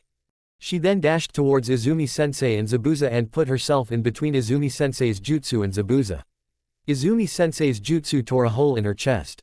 No, Izumi-sensei yelled. Thank you, master. Zabuza. Haku says before Izumi-sensei pulled her hand out of Haku, and Haku fell down, and died. Zabuza tried to act like she didn't matter to him, but Naruto scolds him for acting like he didn't care, stating that Zabuza was someone precious to Haku. He told him that Haku gave up her life to protect someone precious to her. Zabuza was touched by Naruto's words, so, when Gato and his army of thugs came to help Haku and Zabuza joined Naruto and Izumi-sensei in killing those thugs and taking care of Gato. In the end, Zabuza ended up killing Gato and the thugs who were left alive ran away because their opponents were proper ninjas and their employer just died, meaning no one was alive to pay them and they therefore have no incentive to continue what Gato started. Zabuza, tired out and severely injured from his fight against Izumi-sensei, limped over Haku and laid down next to her. It turns out, he really did care about her after all. He just didn't show it because, as a ninja, he was always taught not to wear his feelings on his sleeve. Zabuza died slowly and then, it started to snow. Snow? At this time of year? Tazuna asked. That's strange, Yuki commented. The snow quickly disappeared, though. After that, Izumi suppressed the Nine Tails chakra in Naruto using her Mangekyo Sharingan so that Naruto could return to normal again. The bridge was completed the next day, and then Team 7 went back to the Hidden Leaf village. The best part about it. When they got back, Naruto and the other members of Team 7 heard that they gave the bridge a name. The Great Naruto Bridge. Sasuke looked envious of Naruto, Izumi-sensei and Yuki both looked happy, and so did Naruto. But Naruto still couldn't stop thinking about Haku's words, her sacrifice, Zabuza's sacrifice and the concept that ninjas are just tools for their masters to use, which is a concept Naruto still can't wrap his head around. Especially not after Haku's sacrifice. Of course, Team 7 made graves for both of them and everything, and they even leaned Zabuza's sword onto his makeshift gravestone to honor that sacrifice. On top of that, their graves are right next to each other. But that didn't clear Naruto's mind on the situation, either. And that's where Naruto is now, at his apartment in the Hidden Leaf village, sitting on his bed, ruminating on the events of the mission to the Land of Waves. And after giving it a lot of long thought, Naruto swore that he will honor Haku's sacrifice by always fighting as a shinobi of the Hidden Leaf with his comrades in his mind and in his heart from this point on. We may be ninjas, but we're humans, too. And when I become the Hokage, I'll do my damn best to remind the ninja world of that fact, even if it's the last thing I do. Naruto thought. Izumi, meanwhile, was delivering Team 7's mission report from the mission to the Land of Waves to the Hokage in the Hokage's office in the Hokage's tower. And that was how it all went down, sir. Izumi said. Lord Third Hokage sighed. Never, in all my 69 years of life did I think Tazuna was one for deception. It's almost like this is becoming a routine for Team 7. He replied while putting the mission report in a drawer in his desk. Though, I understand why he did it. And I commend you and your team for having the moral fiber to carry on with the mission. Many would have turned around, and came back. And I wouldn't have blamed you one bit if you did return after discovering Tazuna's deception. Thank you, Lord Hokage. Izumi then said, how is Naruto coming along? Lord Third asked. Excellently. When he was fighting Haku, he asked me for permission to change into his Jinchuriki form. Izumi answered. Using that psychic link transmitter I had you give him. Lord Third then asked. Yes. Izumi answered. Good. Lord Third said. Believe me, I had to practically fight Inoichi to get him to relinquish it to me. I assume you told him to use it in circumstances where he had no choice but to change into his Jinchuriki form. I did. Izumi told him. That is also good news to my ears. I think he'll grow into a great special Jonin, indeed. Lord Third assessed. You were actually serious about that? Izumi asked. I was. Lord Third answered. And I still am. But, sir, he'll still need me. And some of the kind of missions special Jonin get aren't ones where you have a team at your back. Izumi replied. Those kinds of missions can be done with 2 ninjas, though. Lord Third also replied. Is that so? Izumi asked. That can be arranged, to be certain. Until Naruto is ready to undergo his Jinchuriki training. Lord Third answered. I understand, sir. Izumi acknowledged. Is that all, sir? I have another C-rank mission in store for you 4, but I'd like you all to take it at the mission assignment desk tomorrow. Lord Third answered. Yes, Lord Hokage. Izumi also acknowledged. If that is all, you are dismissed. Lord Third told her. Izumi simply bowed to him, quickly stood up after bowing, turned around, and left the room. After Izumi walked out of the Hokage's tower, she saw that the sun was starting to set. Was I in the Hokage's office for that long?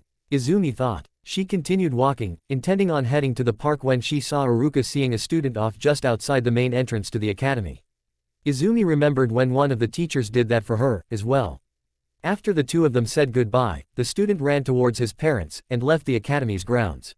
Izumi remembered running over to her mom after the teacher saw her off. Must be a new academy student. Izumi guessed. She then saw that Iruka spotted her. Oh shit, she thought. Iruka walked up to her, and said, well, if it ain't the leader of Team 7.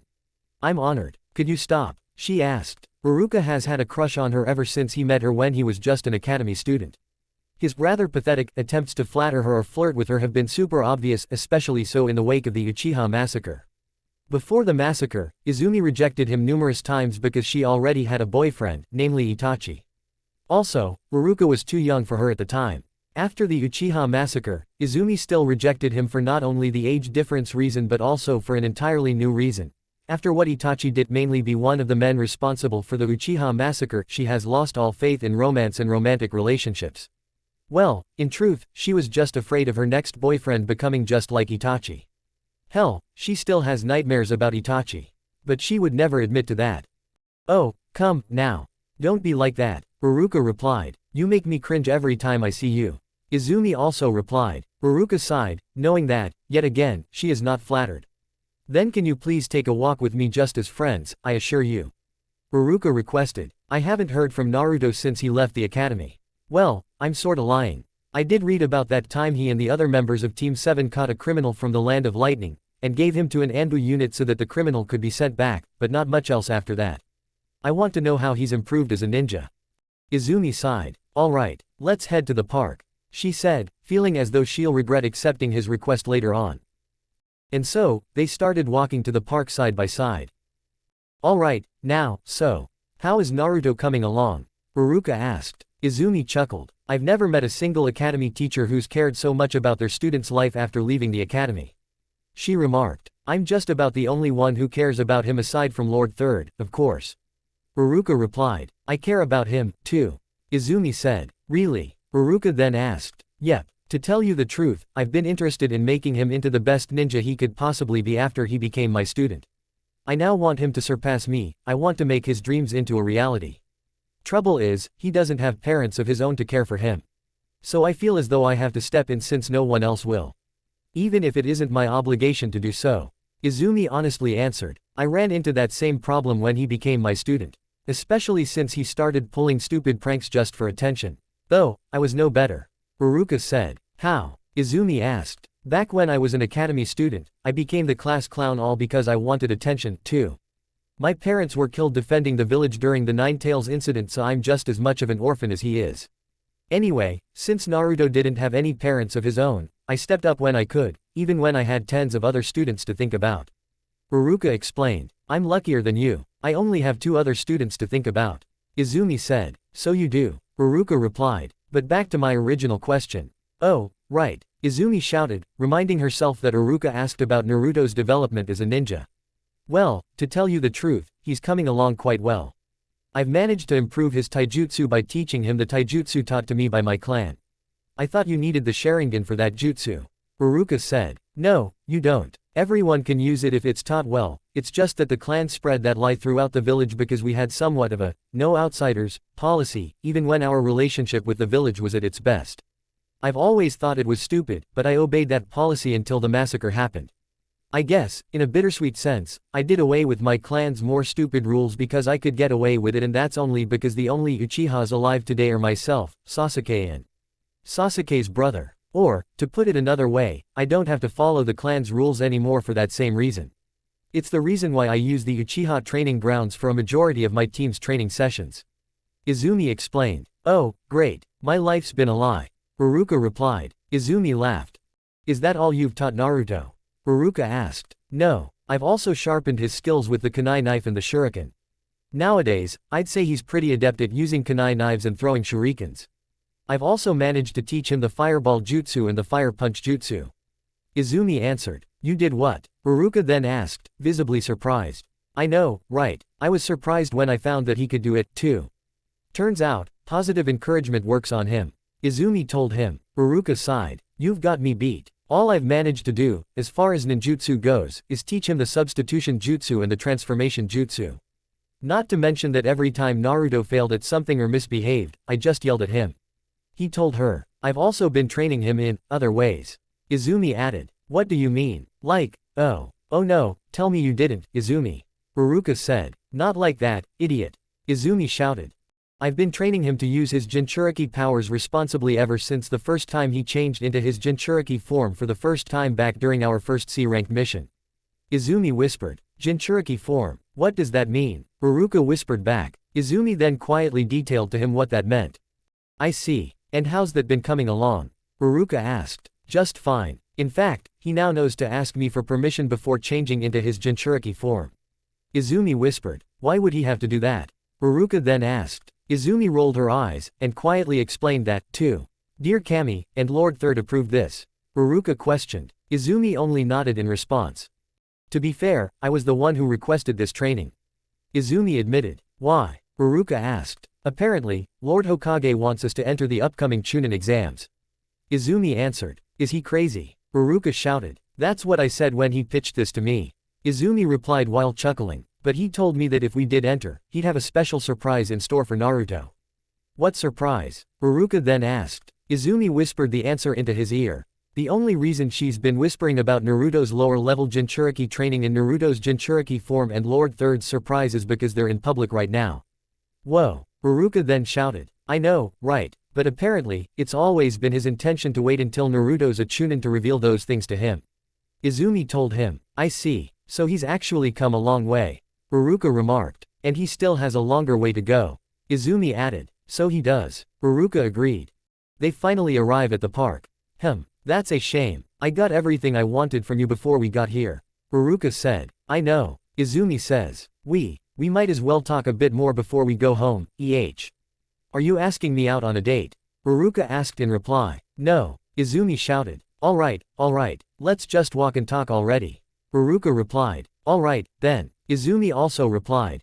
And so, they continued walking. You know, I think that, if we ever did date, we'd make the perfect couple. Izumi awkwardly admitted. Really? You've always rejected me in the past. Haruka says. That's because you're as subtle about it as a brick being thrown through a window. Anyway, I think that we'd make a good couple because we both care so much about Naruto. There are times when I think about whether or not I'm seen as a motherly figure to him. I know that some people talk about you and Naruto like you're his adoptive father. Izumi continued. Maybe I am. I've never really thought about it like that. Baruka replied. But, wait, does that mean you're thinking about having children? No. Izumi unconvincingly lied. Oh, come on. Baruka then replied. No, never in a million years will I think about children. Izumi doubled down. Whatever. Lie all you want. Baruka replied while shrugging. That doesn't really change anything, does it? Then, suddenly, he asked, wait a minute, you've only known Naruto for, like, weeks or something like that, right? So why are you thinking about whether or not he sees you as a mother-like figure? Where do you come off, asking a question like that? Izumi shouted, startled. Hey, you can't blame a guy for being curious. Baruka replied. So, back to my question. Well, if you really want to know, I've known him ever since the mere days before the massacre. Naruto was just a little snot-nosed kid back then. I was taking a drink of some orange juice before I heard some guys roughing up Naruto. I looked towards the chaos, and saw them taking him to an alleyway. I paid for the drink, got up, and bravely went into that alleyway before I saved him from those thugs. Naruto must have been like, 7 years old back then. Anyway, we had a small talk afterwards after I assured him that I wasn't there to hurt him. We became friends, well, more like acquaintances, actually, now that I think about it. And that was because I hadn't encountered Naruto or interacted with him ever since that first meeting up until I became his sensei. Izumi explained. But he must have looked up to me and maybe even loved me in a family-ish way because he's rarely ever disobeyed my orders and he never talked back or misbehaved during training. He basically wasn't the brat that everyone else knows him as when he's around me. And that may be because I was one of the very few people who's been kind to him and saved him from a beating and treated him like a human being. In fact, I kinda wish I hung out with him more because he was an otherwise friendly and happy-go-lucky kid, and also a noisy, knuckle-headed idiot.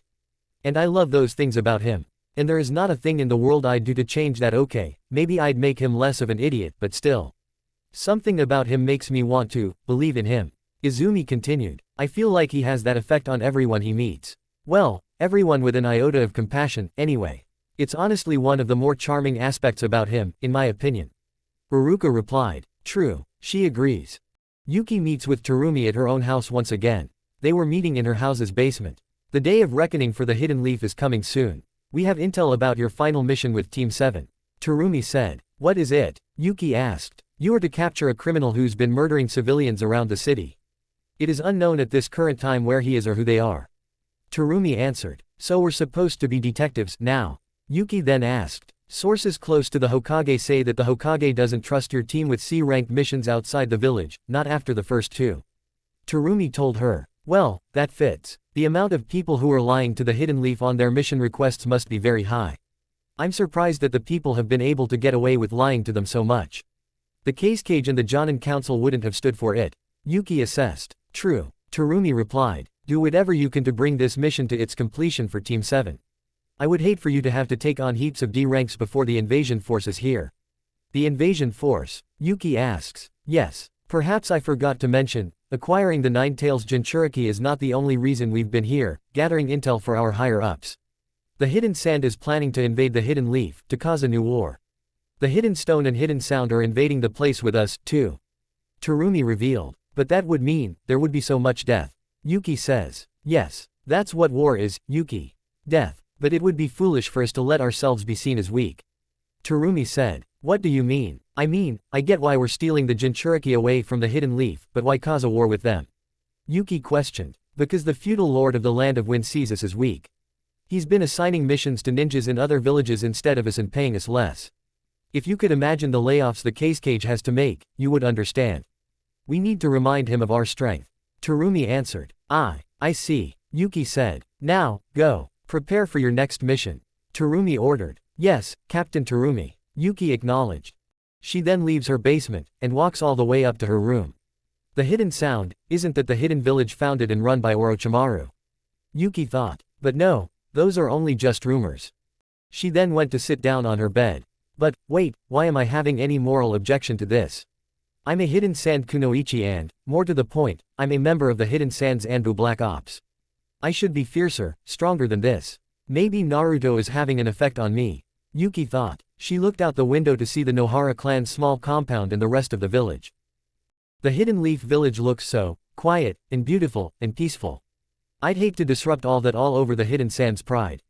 Yuki thought. She then sighed. Alright, I'm just going to focus on the Jinchuriki. Not the invasion, not the battle that will come after the invasion and the war that will come after, either. Just Naruto. The next day, Izumi walked up to the mission assignment desk with her 3 genin students. This time, they walked up to Iruka, since he was the only one who didn't seem to have anyone else lining up to get a mission from him. For some odd reason. Also, Lord Hokage wasn't there, either.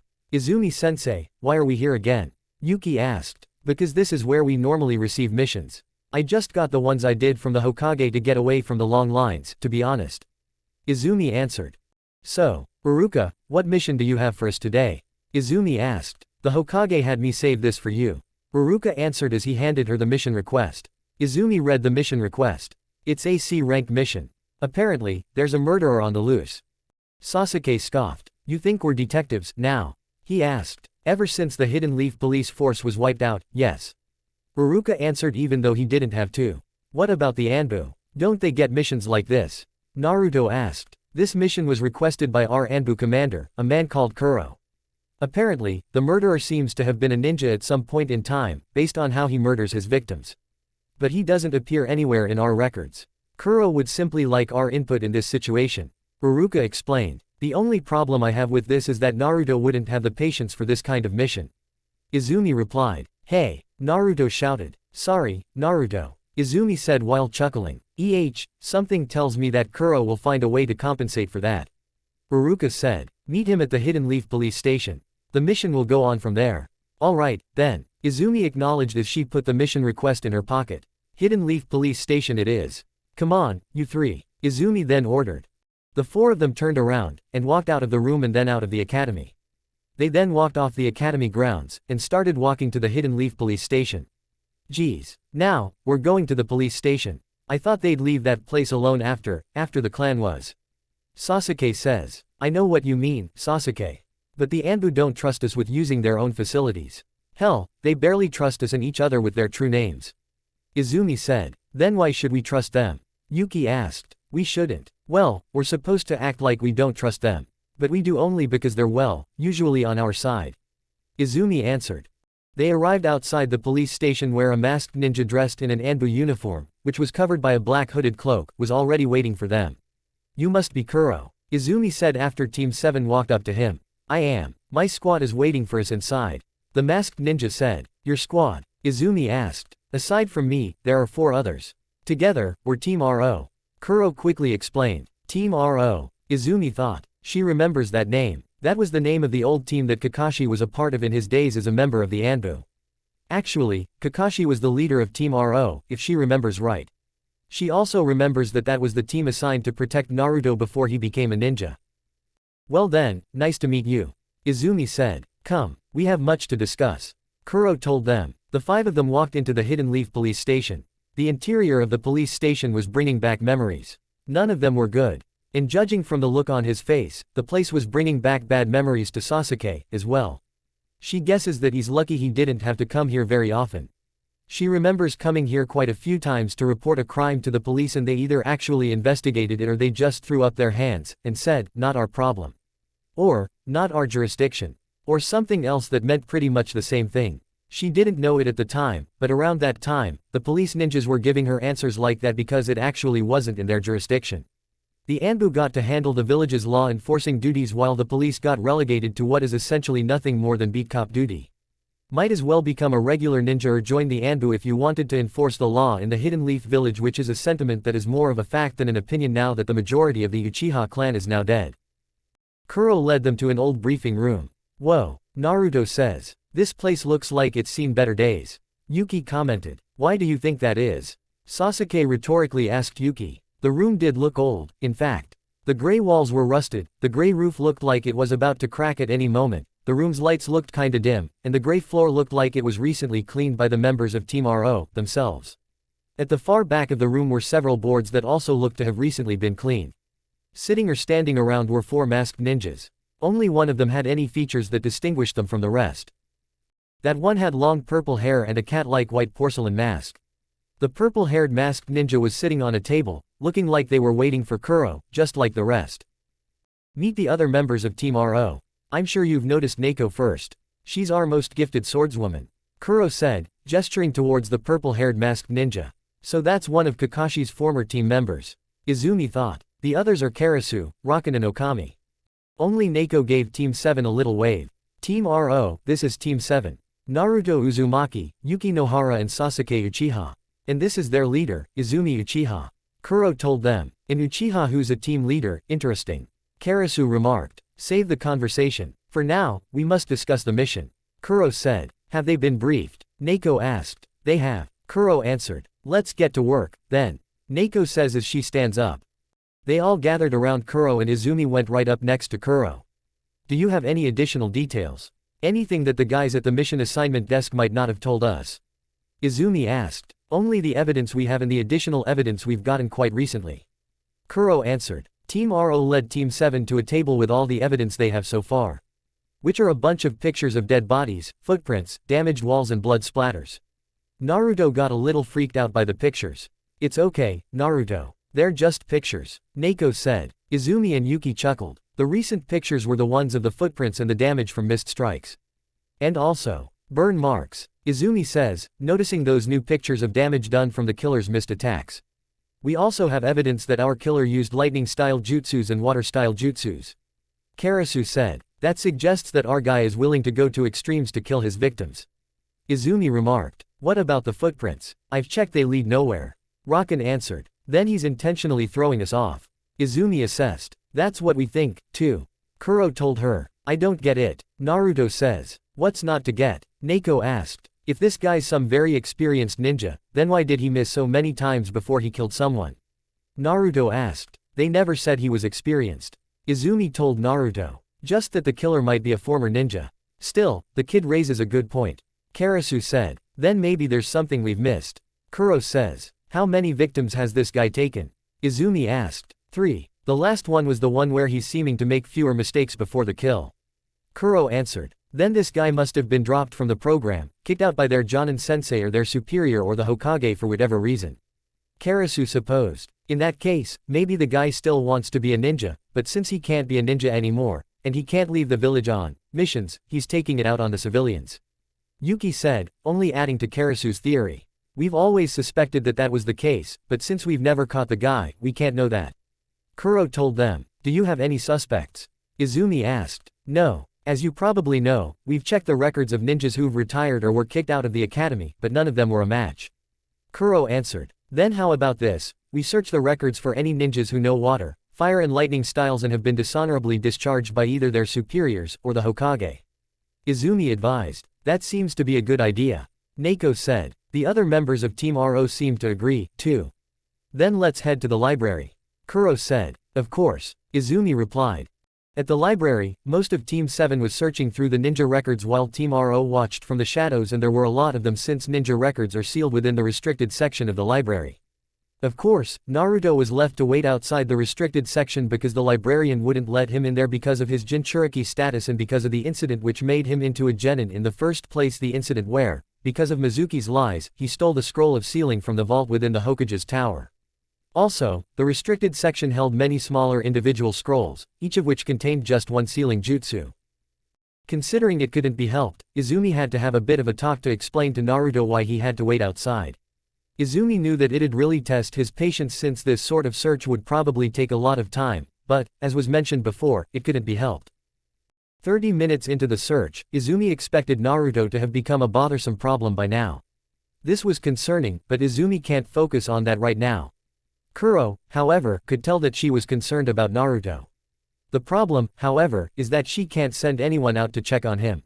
Yuki and Sasuke are just kids, themselves, and she felt as though she couldn't impose on Team RO, who are supposed to be watching them. They aren't meant for that, after all. What Kuro presumes that Izumi doesn't know, however, is that Team RO has been looking after Naruto from the shadows whenever they had the time, at least from the moment Naruto was kicked out of the orphanage at age 4 to the moment he became a ninja. And Kuro knows that, aside from Kakashi, who was known as Inu, back then Neko is the only one in the Anbu who cared about Naruto and Naruto's safety. That's probably because she's been on Team RO the longest. Kuro doesn't really know because he doesn't pry into the lives of other Anbu members just as every other Anbu member would do for him. Kuro stealthily walked up to Neko, and whispered, "Can you check on Naruto?" Finally, I've been worried, myself. If you didn't say anything, I was going to sneak out, and keep him entertained. The boy is such a brat. Neko says. That's the reason I asked. Kuro replied. Don't worry. I'll think of a way to keep him company. I honestly think we scare him. Neko replied. With these masks on, of course. Naturally. Kuro also replied. Let me know when you're finally done. Neko told him. Don't worry, I will. Kuro told her. Neko then disappeared. Outside the restricted section. Naruto was becoming bored. He'd been waiting here, sitting at this random table with another chair across the table from him in the library, for Kami knows how long. The librarian gave him books to read, but if they knew anything about Naruto at all, they'd know that Naruto isn't into the whole reading thing. Especially if the reading material didn't have something he could use to train like a new jutsu or a new form of taijutsu. But, like everyone else, the librarian has never bothered to know Naruto, especially in light of the fact that he's a Jinchuriki and the librarian has an inherent anti-Jinchuriki policy that they unfortunately couldn't implement into the library's rules. If they could, they would have banned Naruto and any other Jinchuriki who came around. Naruto knew this to be the case, so he didn't even bother to make a stink about it. But all this waiting was stretching his patience to its limits. Wow, Izumi-sensei was right about me not having the patience for this. Naruto thought. Maybe I should have ducked out from this mission before I jumped right into it. Suddenly, an extremely attractive woman with long purple hair and brown eyes sat on the chair across the table from him. She was wearing a hidden leaf Jonin uniform and had a hidden leaf headband on her forehead. Mind if I sit here? The woman asked. Sure, Naruto answered. Naruto didn't know if he was dreaming, daydreaming, or if he finally struck gold. The only negative about this woman is that she is too old for him. Great, she said while smiling at him. What are you reading? Nothing much. It was pretty boring, to be honest. Naruto answered. Might I read it instead? The woman asked. Of course, be my guest. Naruto also answered. He gave the book to her, and she saw the cover. That's interesting. The tale of a gutsy ninja. The woman commented. What's so interesting about that? Naruto asked. It was written by a woman named Kitsune Senju. The woman answered. Senju, you mean like the first and second Hokage? Naruto then asked. Yes. For someone who doesn't like reading, you at least know who Lord First and Second are. The woman commented. Of course, I do. If I'm going to be the Hokage, then I'd have to know about the others who came before me, right? Naruto replied. Right. The woman also replied. And yes, Kitsune is related to them. Specifically, she was the second Hokage's granddaughter. And the first Hokage's daughter is her aunt. But even more than that, she is one of the 3 legendary Sannin. Or the 3 sages, to put it in simpler terms. And the sages are the greatest ninjas of them all, perhaps even rivaling the 4 Hokage in strength. Whoa, Naruto said. Agreed. She chuckled. If she's so impressive, who are the other ones? Naruto asked. Tsunade, who is Kitsune's cousin, and Orochimaru. Kitsune is known as the Fox Sage, Tsunade is known as the Slug Sage or the Slug Queen or the Hidden Leaf Slug Princess, and Orochimaru is known as the Snake Sage and, well, known and feared by other names. The woman answered. You keep talking about this Orochimaru guy like he's bad. Why? Naruto then asked. Because he is. Aside from Madara Uchiha, he is one of the Hidden Leaf's most infamous rogue ninjas and is listed as an S-class criminal in all the 5 great nations. He is bad news and extremely powerful if that wasn't understood already. He murders innocents by forcibly putting them through horrendous and torturous experiments. The woman answered. Naruto was shocked. Could he be the guy who we're after? Naruto thought. He gulped. That's evil. Naruto then said. The rest of the ninja world agrees. The woman replied. He struggled to think of what to say next. You seem interesting. What's your name? The woman then asked. Naruto. Naruto Uzumaki. Naruto answered. I'm Yugao Azuki. The woman told him. Wait, you're that boy, aren't you? Yugao asked. Of course, what, you think I'm bad, too? Naruto replied, annoyed. No, not for that reason, silly. I'm talking about the boy who exposed the traitor Mizuki and Katakira. Yugao told him. Wow, so you know about that? Naruto asked. I do. Yugao answered. Yugao then leaned over the table, and whispered, this is a big secret, but I'm a part of the Hidden Leaf Intel Corps. Wow, Naruto remarked. Yugao then sat back down. Well, in that case, I guess it makes sense that you'd know. Naruto then said. So what are you doing here? My boss has given me a break from my usual duties. Yugao answered. Oh, of course. Naruto said, trying to tell her that he wouldn't tell anyone about what her true job is. Not that he thinks anyone who'd ever interrogate him would actually ask about her, he reasonably thinks that they'd more likely ask him about Izumi-sensei or Yuki or Sasuke, he just wants her to know that because he likes her. Yugao chuckled. Yugao looked around, and said, you know, I'd say you're right. This place is a bit boring. Maybe we should take a bit of a walk for fresh air. But I'm kinda in the middle of a mission right now. You see, my teammates are in there, looking for intel on someone. Naruto told her, pointing at the entrance to the restricted section. I'm not in there because the librarian won't allow me to be in there because I'm me. Don't worry. I said we'd be going on a bit of a walk, after all. Yugao told him. Naruto and Yugao stood up, and Yugao said, let's go. Yugao and Naruto walked around the library's building while just talking. So, what's your team like? Yugao asked. To be honest, weird. Well, sorta weird. Naruto answered. How so? Yugao then asked. Well, Sasuke and Izumi Sensei are just fine and normal, even if Sasuke likes to annoy me sometimes. Naruto answers. Those two are also the only ones who see me as an actual human being. And what about your other teammate? Yugao questioned. This is where the weird part comes in. Have you ever had a teammate who acts weird around you? Who makes it so obvious that they're in love with you while also trying to kill you at the same time? She's also very creepy because the way she flirts with me is, UGGHH. Naruto answered. He then shuddered. Not to my recollection, no.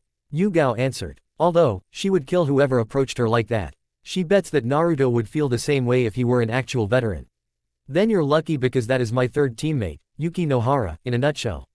Naruto told her. It was clear that Naruto is scared of Yuki. Although, that is reasonable. No one really knows much about her aside from the fact that she's a hidden leaf kunoichi and can apparently use water style and lightning style.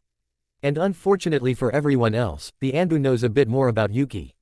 For a couple of examples, Yuki's parents would act odd every time someone came over to her house, and the fact that even though what little her academy records do say said that Yuki started attending the academy at age 7. Like everyone else, those who were actually at the academy at the same time as Naruto, Yuki and Sasuke say that she'd only enrolled a year or two ago, meaning that she wasn't in the village for that long. And now, Yugao has apparently learned that the girl has a schoolgirl crush on Naruto, feelings that aren't reciprocated by Naruto himself. Or are those feelings just a mask for what she truly wants out of Naruto? Everyone theorizes that Yuki's just a spy wanting Naruto because he is a Jinchuriki. Although, if you asked a normal Hidden Leaf ninja about it, they'll just say it's just a rumor that no one can verify. Well, it's true that no one can verify the claim, at least.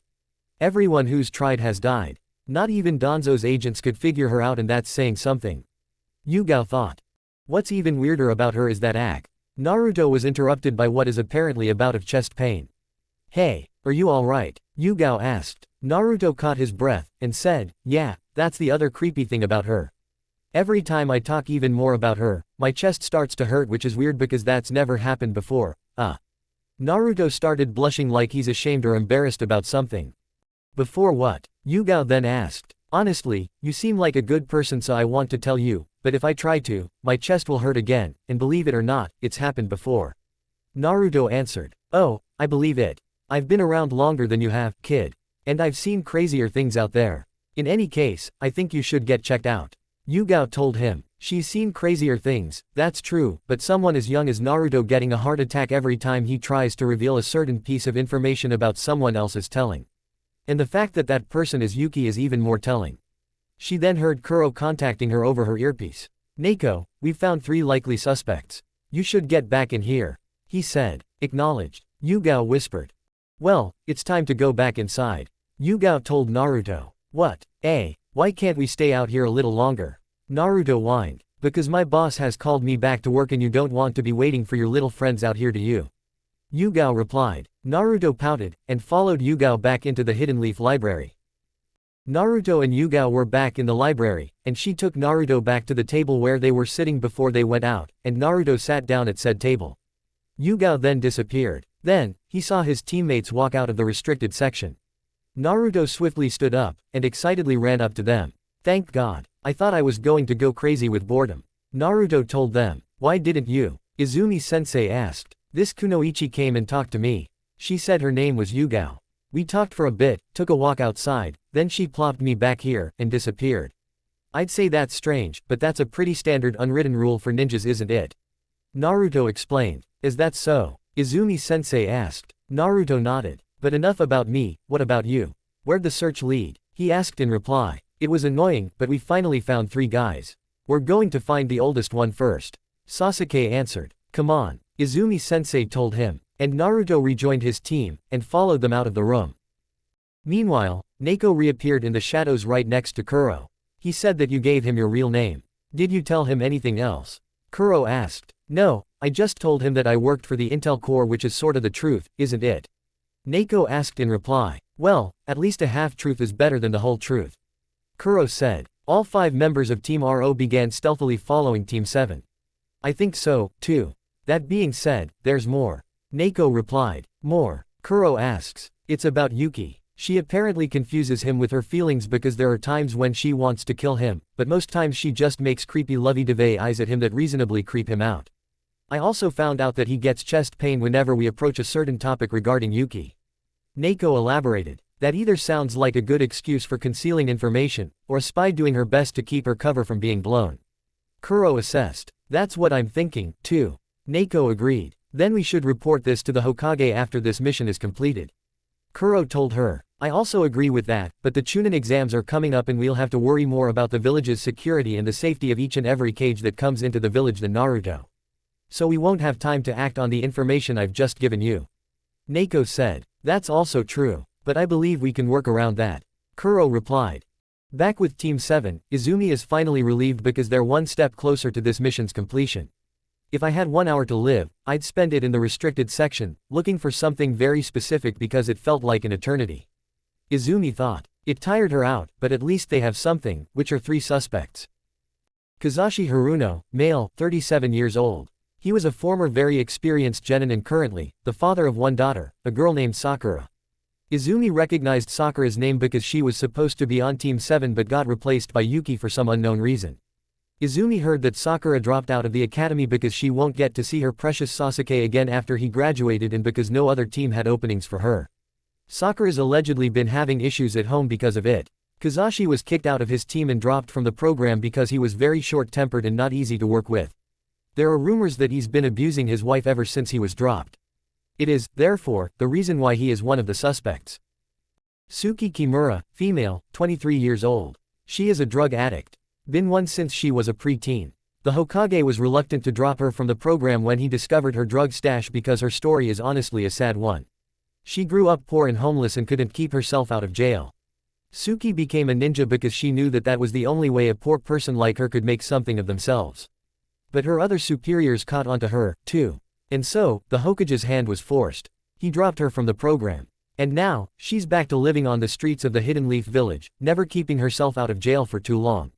The drug she's addicted to is called meth, a new and hot one on the market that's been secretly spreading amongst the village's poorest and youngest residents. And meth could sometimes make you get violent with some people. The chance of her being the killer is low because to cast jutsus, you need a mind that could think straight, which addicts do not have, especially not while high on drugs. But if she is the killer, it won't be jail time she'll be facing, instead, it'll either be life in a military prison or the death penalty. Daichi Inoue, male, 50 years old. This man was recently dropped because he could never get promoted to Chunin no matter how hard he tried or if he fought in the Great Ninja Wars, and also because he's getting too old to be a ninja. Daichi, however, is a hardcore conspiracy theorist who claims that they didn't promote him because his skills are too deadly. Like with Suki, the likelihood of Daichi being the killer is rather low due to the fact that time was not kind to him. But if he were, the majority of people would agree that the death penalty would be seen as a mercy to someone his age. Team 7 went to Kazashi's house first because it was the easiest and closest one to the library to get to. They were close to the house when they heard yelling and screaming coming from inside the house. All 4 members of Team 7 knew what to do. They hid in strategic locations around the house and pulled out their kunai knives. Izumi snuck up to one of the windows, and peeked through it. She saw Kazashi beating his wife up with a saucepan in the living room while his wife, Mebuki, was on the floor, in a fetal position, clearly afraid. Across from them was Sakura, who was just witnessing the whole thing. She looked like she wanted to do something, but she couldn't figure out what.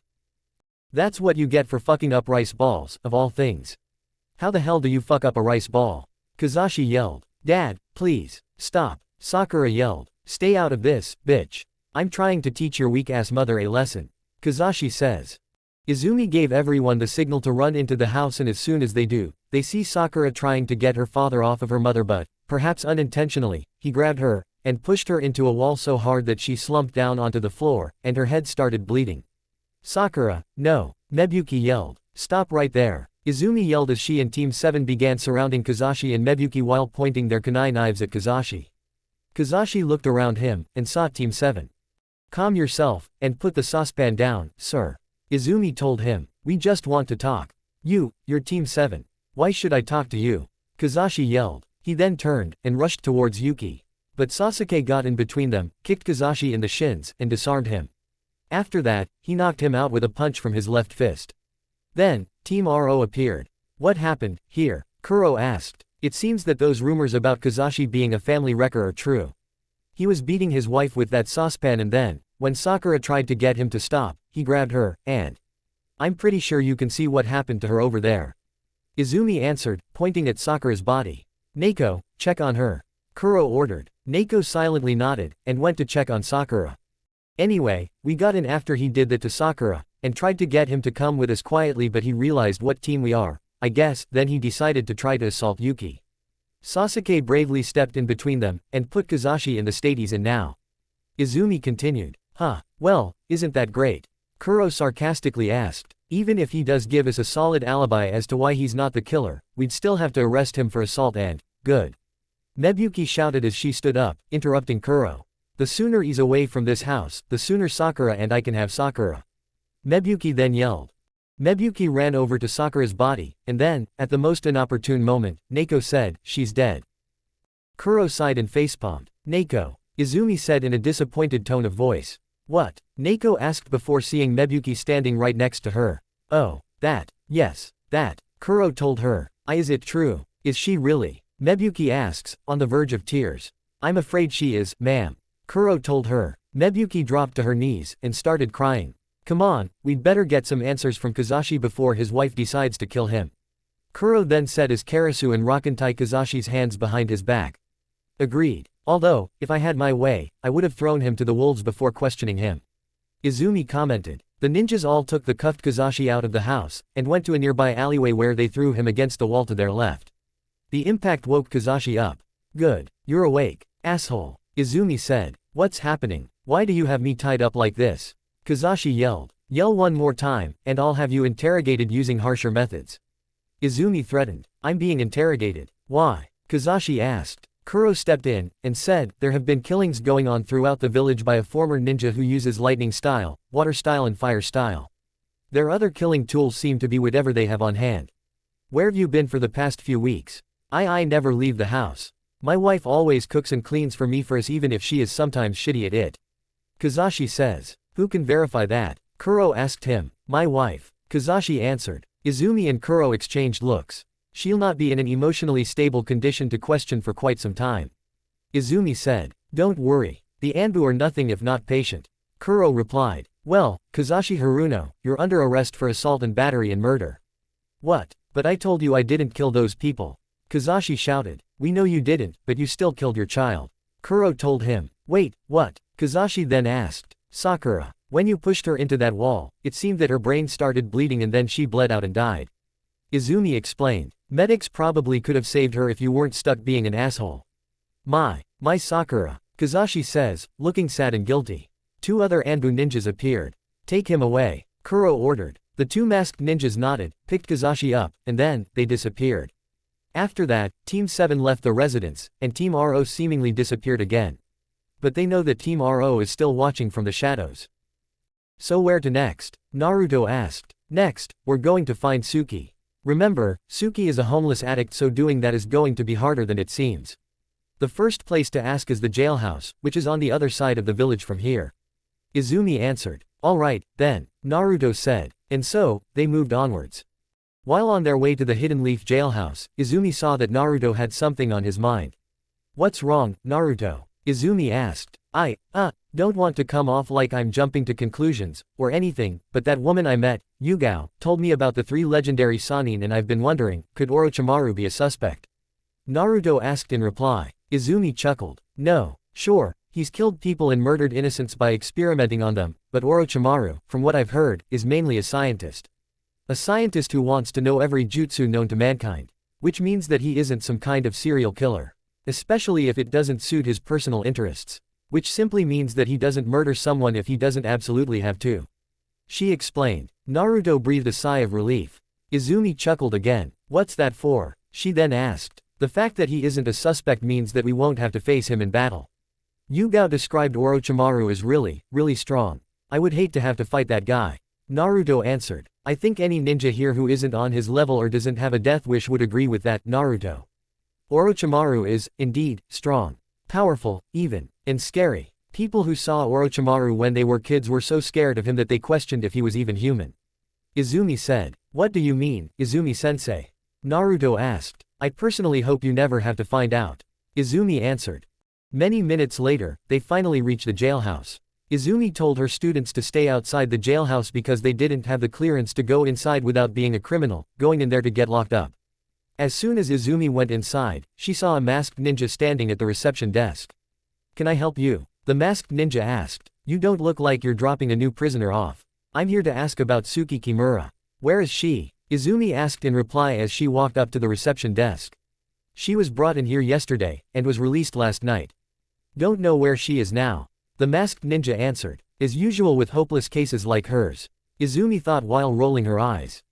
Thank you, Izumi replied. Izumi then turned around, and walked out of the jailhouse. So, Naruto asks. As usual with cases like hers, Suki was just in here yesterday, but she left last night. Izumi answered. Which means we're going to have to get creative. We need to ask around the village. The village is big, but not so big that we won't find her soon. Right, Naruto, Yuki and Sasuke all shout.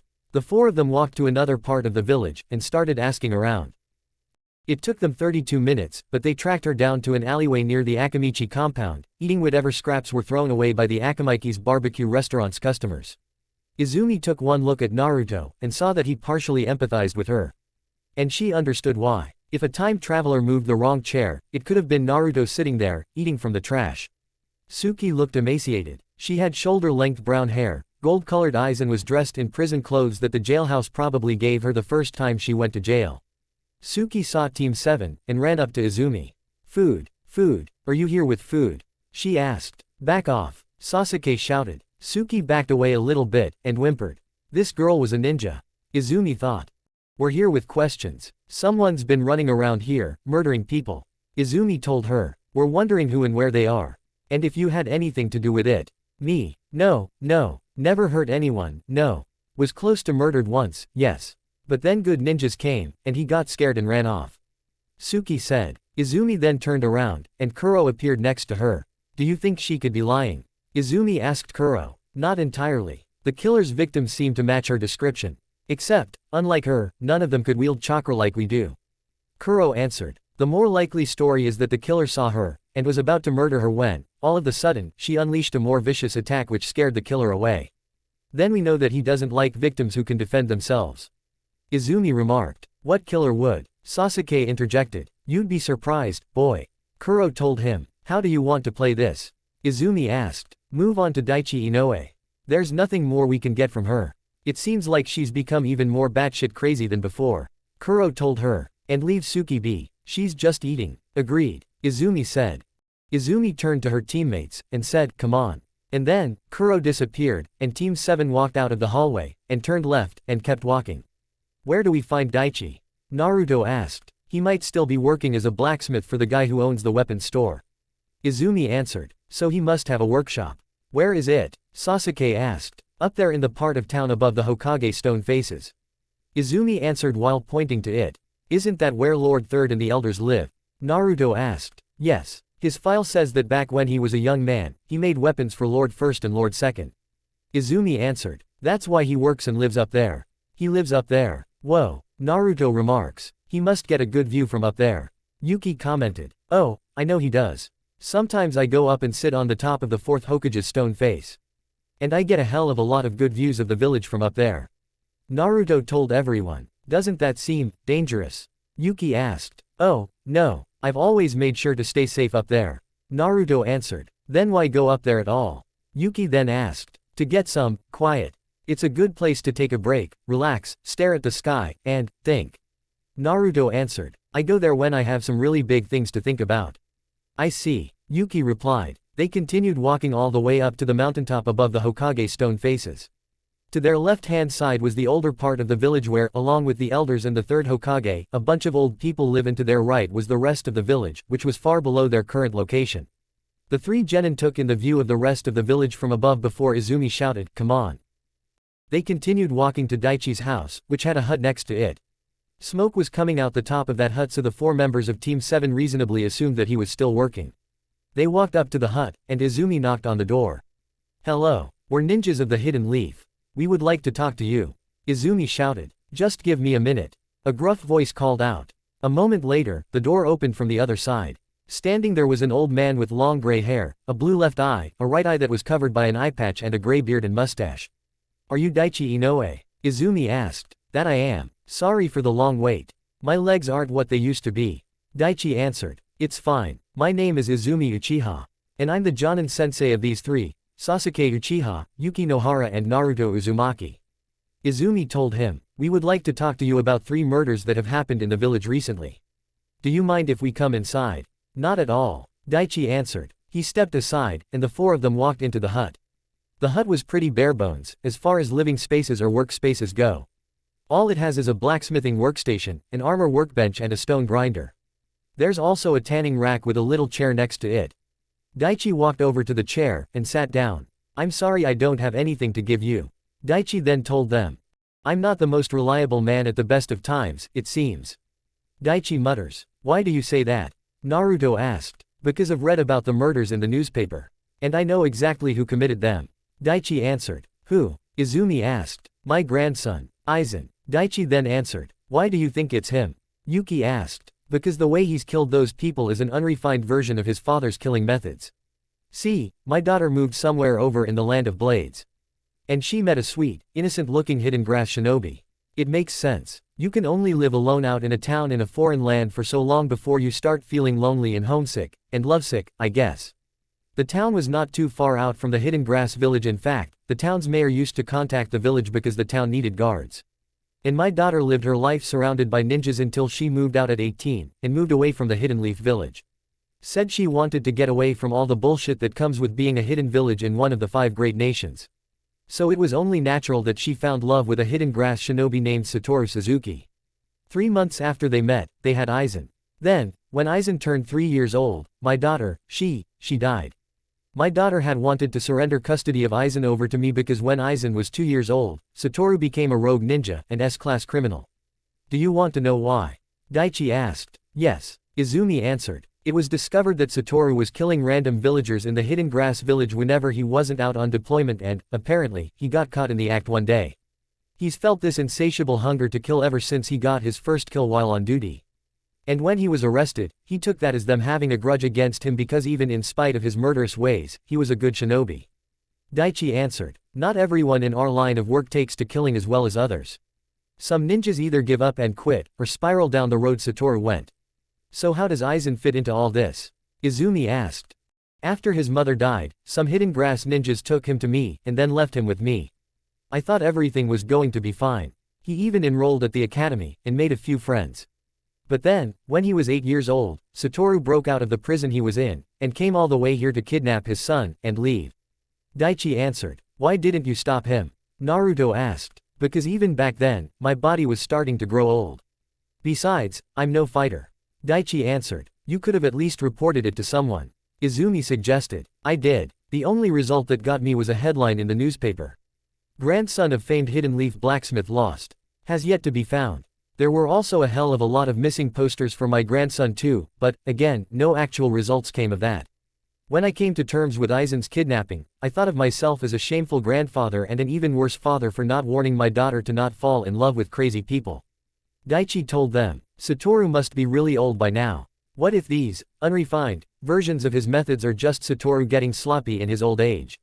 Naruto theorized. Because a few years ago, I got word that Satoru died while fighting some hidden mist ninjas somewhere in the land of fire. His death was later confirmed by the hidden mist village. But the child he always had by his side went missing. Later on, I heard word of murders that looked exactly like they could have been the work of Satoru in the hidden mist village.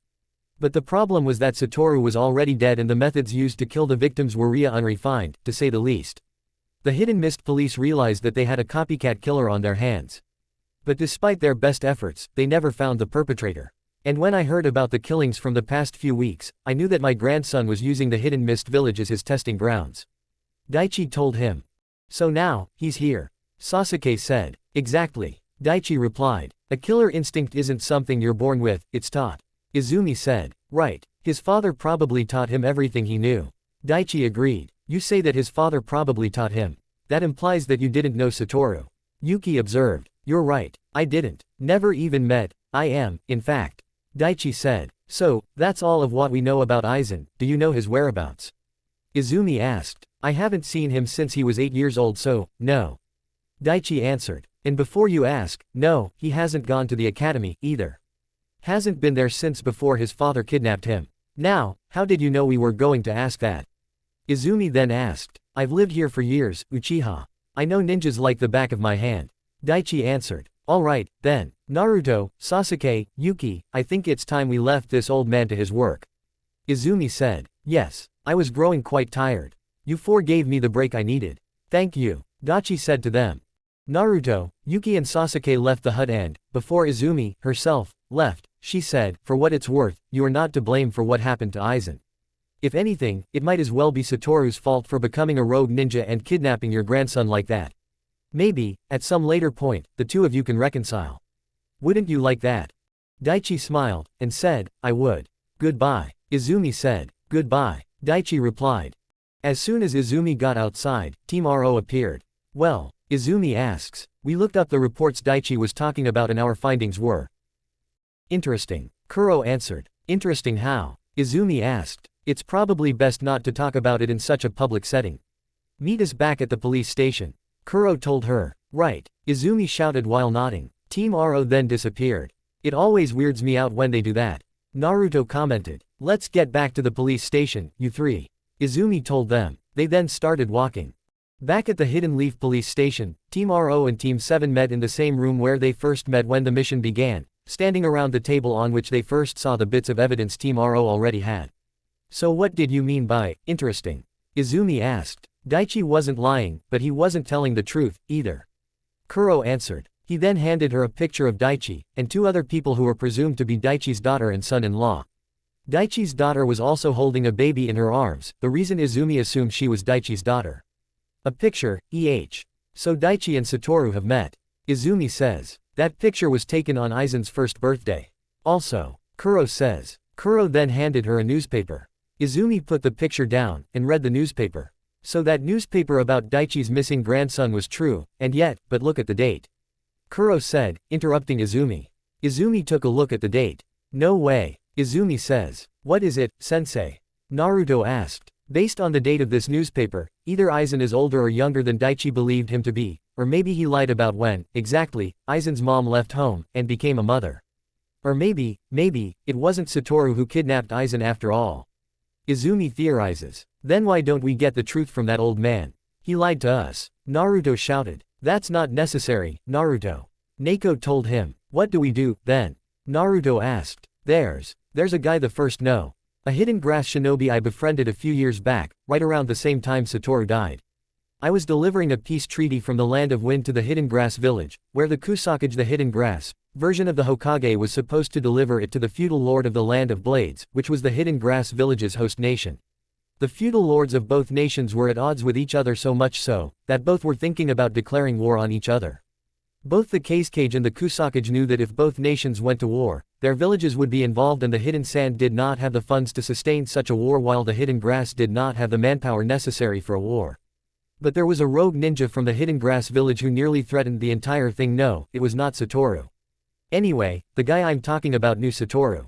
Neiko answered. What are you thinking? Karasu asked. That we can use my guy as a source of information from within the Hidden Grass village.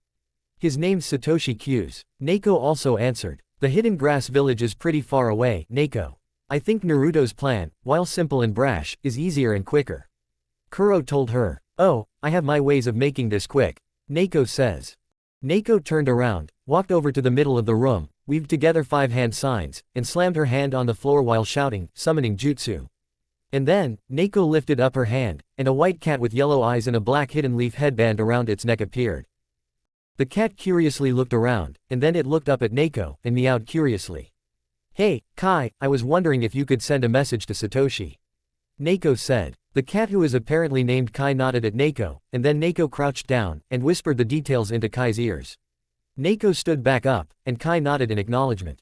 Kai then disappeared. Wow, that was so cool. Sensei, can I learn that? Naruto asked. Of course, he'd ask that. Izumi thought.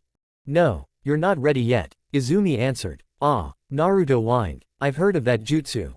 It's called the summoning jutsu.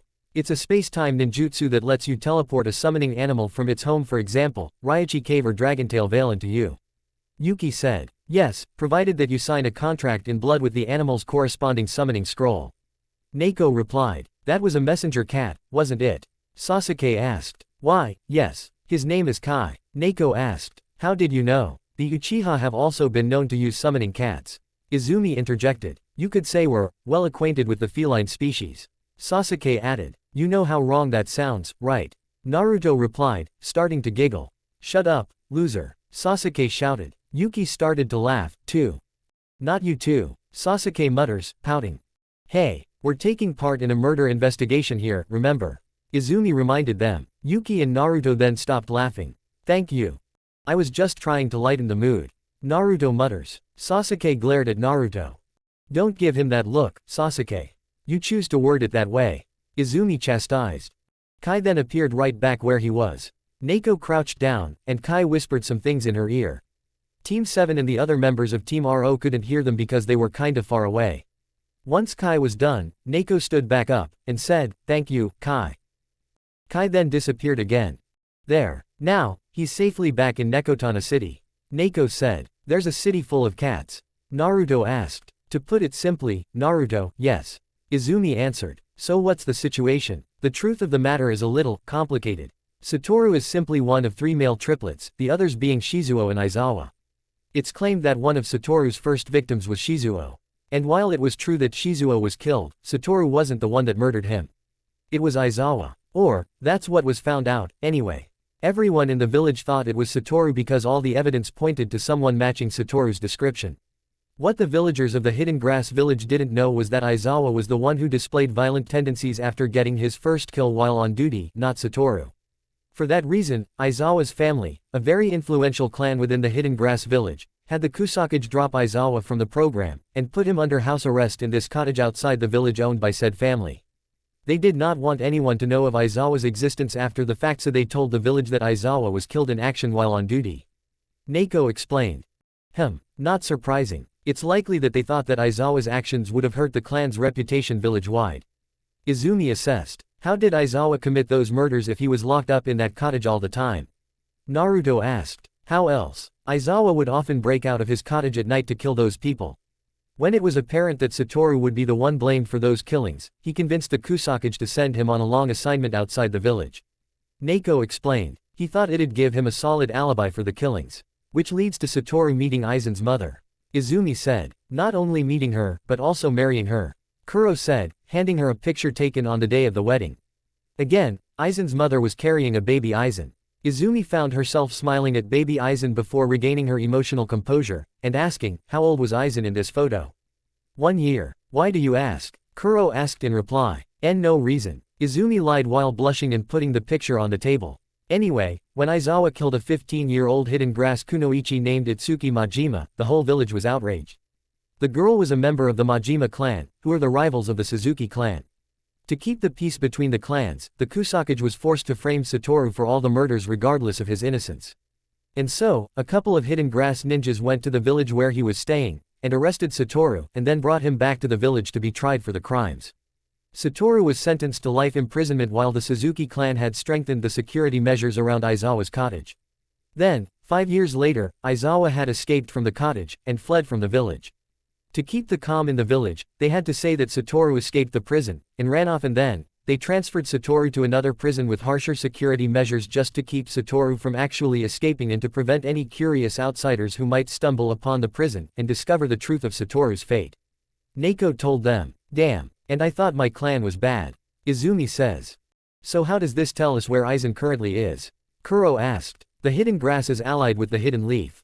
Therefore, their clans are pretty friendly with our clans. Because of that, it's safe to say that he could have been and also could be hiding in any of the 3 Suzuki summer homes in the Hidden Leaf Village.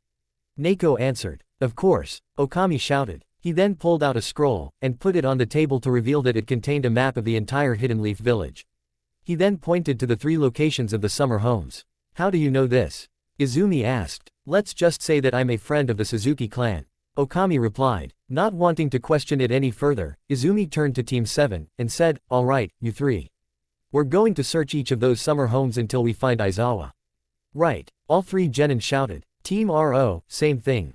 Kuro ordered. All the members of Team RO then disappeared. Team 7, meanwhile, ran out of the police station, and continued running. The first summer home is on the village's western outskirts, somewhere in the forest near the Hidden Leaf training grounds, and Team 7 started searching the home for Aizen. He was not there. Damn, Naruto shouted, all 4 members of Team 7 meeting in the house's living room. Where could that guy be? Don't worry, Naruto. We have 2 other places to check. Kaboom. Izumi was interrupted by the sound of an explosion. What the hell was that? Yuki shouted. The 4 of them ran outside into the house's front yard, and saw a large black cloud of smoke rising into the air. That looks like it came from the park. Izumi said. Let's go. They ran all the way to that park in the village, and found a little house that was destroyed. That's funny. I thought this house was a part of the shrine behind it.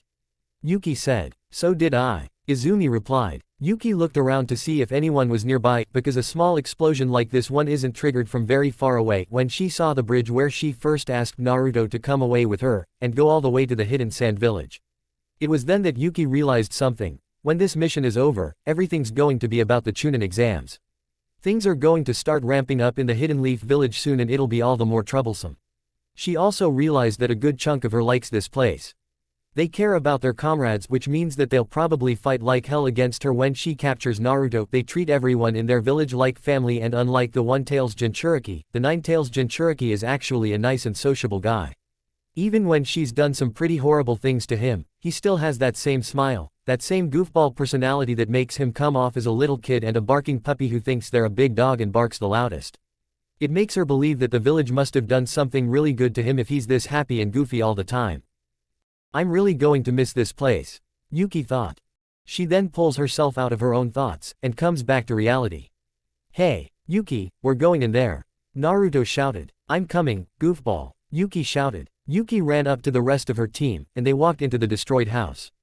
Good Kami, Naruto says. They saw the dead bodies of the members of Team RO strewn all across the floor. Some have had beams that had fallen down on them as a cause of the explosion, while others looked like they were readying a jutsu that was supposed to erase every trace of their existence, but they bled out and died too fast for that to work. The only Team RO member alive seems to be Neko, who came out of the shadows just in front of them and looks to be severely injured. Well, this isn't good. At all. Neko remarked. No kidding. Yuki agreed. Neko's mask started cracking, and then, it shattered into pieces. Naruto was shocked. You're Naruto says. Hey, Naruto. Neko said. You know Neko? Izumi asked. I met her back when I was waiting for you guys in the library. Naruto answered. So this is. Neko is. Yugao. Izumi deduced. Izumi Uchiha, you clever bitch. Yugao said. In any case, yes, I'm Yugao Azuki. Well, I guess I have you to thank for keeping Naruto busy while we searched for suspects. Izumi said. Thank you, Yuki said genuinely and gratefully. Anyway, that explosion mustn't have been triggered too terribly far away. So that must mean that Aizen is around here, somewhere. No, Sasuke. That isn't what happened, Yugao said, interrupting Sasuke. What, then? Sasuke asked. When the other members of Team RO and I entered this place, we all felt that something was about to go off. We thought the same thing you thought, that Aizen was nearby, and he was just fucking with us, but Okami told us that this place was actually rigged with what the Suzuki clan calls outsider tags, which are explosive tags that are supposed to go off the moment someone who isn't of the Suzuki clan. Yugao explained. And you can guess what happened next. Right, none of you are members of that clan, so it only makes sense. Izumi said. So the tags were set up by someone else, not Aizen or Aizawa. Sasuke deduced. Exactly. So it would have gone off regardless if we were here under the context of a murder investigation or not. Yugao said. Do you have anything to confirm that it was rigged explosive tags? Yuki smartly asked. Yugao took one of the explosive tags out of her pocket, and showed it to them. It looked like almost any other explosive tag, except a hawk-like symbol was embedded into the tag's formula. What's that hawk in the formula? Yuki then asked. That's the Suzuki clan symbol or crest or whatever you clan ninjas wanna call it. It's the reason why a Suzuki clan member won't set off the tags. Yugao answered. Yugao then put the tag back in her pocket. Did the search of the summer home in the west bear any fruit? No, but we're lucky because the house we were in didn't blow up on us. Izumi answered. Then Aizen must be in that last one, the one in the village's east side. Let's go, Yugao told everyone. Yugao was about to run off ahead, but Izumi stopped her. Wait, she shouted. What is it? There's a criminal we have to catch, remember? Yugao asked. You're injured, Yugao. You need the Hidden Leaf Hospital or at least a medic. You also need a new Neko mask, if I'm not mistaken. Izumi told her. Yugao sighed. You're right. It's just, my friends died on a stupid mission like this. If I died alongside my friends on Team RO, I'd rather do it protecting Naruto than catching some serial killer. She told them. Wait, what? Naruto asked. Yugao chuckled. You'll find out some other time. She answered before walking away. She's right, Naruto. We've still got a mission to finish. Izumi said. They then ran right over to the village's east side, near where the Uchiha compound is. Alright, so this is right around the last place Okami pointed to when he pointed out the summer homes, locations to us. Sasuke said. Alright, spread out. Start searching around. Sasuke, you can go back, and wait outside the compound's gates if this place gets you a bit too emotional. I know you struggle with that when it comes to Uchiha-related things. Izumi ordered. Trust me, I'll struggle with keeping my emotions in check, too. Izumi muttered. Yuki mischievously smirked. Might as well see what kinda dirt I can dig up on the Hidden Leaf Village. Yuki thought. Yuki ran off, and came across the Uchiha's main house. Oh, this must be where Sasuke used to live. Yuki then thought. Yuki walked into the house, and snuck around in case anyone else might come and interfere with her fun. Every ninja in the Hidden Sand calls her crazy for this, but she personally thinks of being a spy as a fun little game. She found that the house was rather barren. Kinda boring. Then again, how else is it supposed to be when the majority of the clan's been killed? Yuki thought. She snuck around some more, and found a barren room with a little paper in it. Hello, what are you? Yuki thought. Yuki opened the sliding door, and walked into the room. She then walked over to the little piece of paper, and picked it up. It reads. I got tired of missions. At this rate, the Uchiha will have no future. And neither will I. I am unable to walk the path any further. Damn, this reads like a suicide note. And what does the path mean? Yuki thought. She then pockets the letter. Something tells me I'd better hold onto this little note. Yuki thought. She then heard sounds of fighting.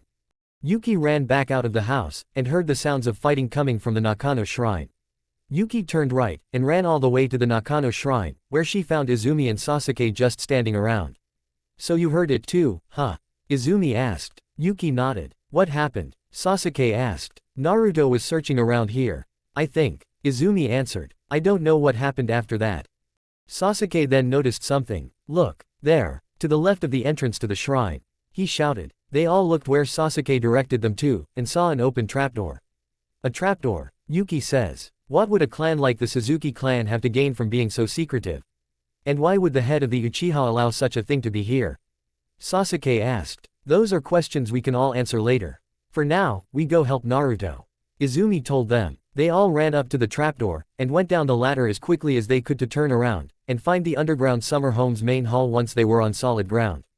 This place is as big as a basketball court. Yuki thought. Halfway ahead of them, they saw Naruto standing in between 5 other Naruto shadow clones and facing off against a man dressed in a Hidden Leaf Jonin uniform and flak jacket. He had long messy blue hair and black eyes, and he wore black sunglasses, too. You're good, boy, but not good enough for me. The man said. He then casted the Raging Waves jutsu at Naruto. Izumi casted the Mud Wall jutsu to block the stream of water coming for Naruto and his clones. Naruto and his clones looked around to see who casted the Mud Wall jutsu, only for one of his clones to spot Yuki, Izumi and Sasuke. Hey, look, the clone called. The others spotted them, too. Izumi sighed as the 3 of them walked up to Naruto. Loser, Sasuke said. You goofball, Yuki said while chuckling a bit. What did I do this time? Naruto asked. You drew the enemy's attention to us. You're lucky that guy didn't attack us. Sasuke answered. He's right. Who is that guy, anyway? Izumi asked. Well, I just came down here. He asked me if I'm here to look for him. I was like, who's asking? And he goes, Aizen Suzuki, and then he threw kunai knives at me. He then casted a wind-style jutsu at me. I dodged the kunai knives, and then I countered the wind-style jutsu with my fireball jutsu, and then some big explosion happened. That was when you guys came here, and saved me from his raging waves jutsu. Thanks for that, by the way. Naruto explained. I didn't really have a counter for that wind-style jutsu since I only know the fire punch jutsu and the fireball jutsu. You're very welcome, Naruto. By the way, I think it's time that I teach you 3 new jutsus later, that is. Izumi said. Alright, we need a plan to take this guy down. We can't kill him unless capture is absolutely impossible, do you 3 understand? The 3 genin nodded. Alright, let's try this, Izumi says. Aizen threw a couple of kunai knives with explosive tags taped on them at the mud wall, and the mud wall was destroyed instantly. Team 7 had to separate a bit in order to avoid the debris. You think you can fool me? I am a Sasuke. I am the greatest ninja of all time. Aizen yelled. He then laughed as he started randomly throwing kunai knives at Team 7. Naruto dodged the kunai knives while Yuki, Sasuke and Izumi blocked the kunai knives with their own kunai knives. After dodging the last one, Yuki said, "This guy is crazy. He never attended the academy. What is he even talking about?" Naruto asked. He must have some sort of mental illness. Izumi theorized out loud. Naruto looked confused. She said what I said in much less simple, and way softer terms. Yuki explained to Naruto. Well, what do we do? Sasuke asked. Well, we stick to the plan. Although, this time, I don't think it's going to be possible to talk to him, not while he's using ninja tools and ninjutsus to throw a temper tantrum at us. Izumi told them. Naruto pulled out a kunai knife, and then, they ran up to him alongside Naruto's clones. And when they were within melee range of Aizen, Aizen managed to defeat all the clones, but then, the real Naruto kicked him in the head. Aizen tried fighting back, but Naruto easily dodged his attacks. Same goes for Yuki when he tried attacking her, instead. After that, Aizen targeted Sasuke and ran up to him with a raised fist. But then, Sasuke threw a bunch of smoke pellets onto the ground, and smoke filled the room. Then, out of nowhere, Sasuke took him down with 2 punches and some kicks. Izumi then used the Gale Palm Jutsu to literally clear the air. Everyone saw an unconscious Aizen on the ground. Naruto, Izumi and Yuki all walked up to the unconscious Aizen, and then, Izumi said, "Good job, Sasuke." Suddenly, 2 members of the Anbu appeared, and arrested Aizen while he was still unconscious. They then disappeared with Aizen in tow. Much later, Team 7 was at the mission assignment desk, receiving accolades and their pay from the Hokage. Well done, you 4. I imagine you would have made a great police ninja, Sasuke. Naruto, you did well, as well. You found the murderer first and you aided in his capture. So did you, Yuki. I imagine that you'd serve well as a member of the Anbu under my direct control. Not that I am making any such considerations now. Lord Third commended. Izumi then looked at Lord Third, who looked at her and they nodded at each other before Lord Third said, "Alright, congratulations are over now. You shall take a break. I imagine your mission must have tired you out." "Yes, Lord Hokage. Thank you," Izumi replied. The Hokage granted them permission to leave, and they did. Yuki went back to her house, and decided to take a break in the living room on the couch after sitting down. But all hopes of a break were washed away when Terumi appeared. "How did your mission go?" he asked. "It was completed," Yuki answered. "Good," Terumi said. She then decided to ask him about something. Sir, near the end of the mission, we were searching around the Uchiha compound for the murderer, and I came across something when I was searching the Uchiha's main house." Yuki told him. She gave him the note she found. Terumi opened the note, and read it. "This reads like a suicide note." Terumi commented. "That's what I thought, as well. So my next question was, who committed suicide and why'd the hidden leaf leave that note there after the massacre?" Yuki also told him. He then looked as though he realized something. "Shisui Uchiha," Terumi said. "Who?" Yuki asked. Shisui Uchiha was an old friend of Itachi Uchiha. He's the one who committed suicide and probably wrote this note. Terumi answered. "Why would he do that?" Yuki then asked. "Why would you want to know?" Terumi asked. "I'm going to have to take Naruto at some point in time and both Izumi and Sasuke are going to fight me over it, so if I am to stand any chance against those 2 Sharingan wielders and get out of here with the foolhardy Jinchuriki, I think I'm going to have to sow discord and chaos. Break up Team 7 more than it already would have been broken up." And while Izumi is more reserved when it comes to the Uchiha massacre, Sasuke isn't. He's going to be so confused and angry that Izumi will be too distracted with trying to calm him down that when they finally regain their composure and reunite, Naruto and I will be long gone. Yuki explained. "Well, in that case, maybe it is beneficial that you learn what few details that the hidden sand has on the Uchiha massacre. It started some time after the Nine-Tails incident, when the Nine-Tailed Demon Fox came and wrecked the Hidden Leaf village. The fourth Hokage died while sealing the fox inside Naruto, as we now know, thanks to you, and that was that. People wanted someone to be responsible for the attack since the Nine Tails inflicted so much damage on the village and killed so many people. People wanted to put the blame on the Uchiha even though there was no evidence of that. And so, the tensions between the village and the Uchiha started from that point on. Both the Hokage and the Uchiha clan head, Fugaku Uchiha, tried opening branches of peace numerous times as the years went on. But those either failed or went absolutely nowhere. To make matters worse, the Uchiha clan was forced to move its compound to the outskirts of the village, and the tougher assignments the Hidden Leaf Police used to get were reassigned to the Anbu Black Ops while the police ninjas got relegated to beat cop duty. Terumi told her, "Why are we talking about the cops now?" Yuki asked. "Because the Uchihas founded the Hidden Leaf Police Force, that's the reason why it's always in the Uchiha compound." Anyway, there were reports of scuffles between the police ninjas and drunk villagers because even the villagers came to hate and spite the Uchiha. There were also rumors swirling around the village that the Uchiha were planning a coup. Terumi explained. "So could that note be about the coup? Or the result of some foiled attempt to stop it?" Yuki asked. "It's unknown, but I can have our other spies look into it."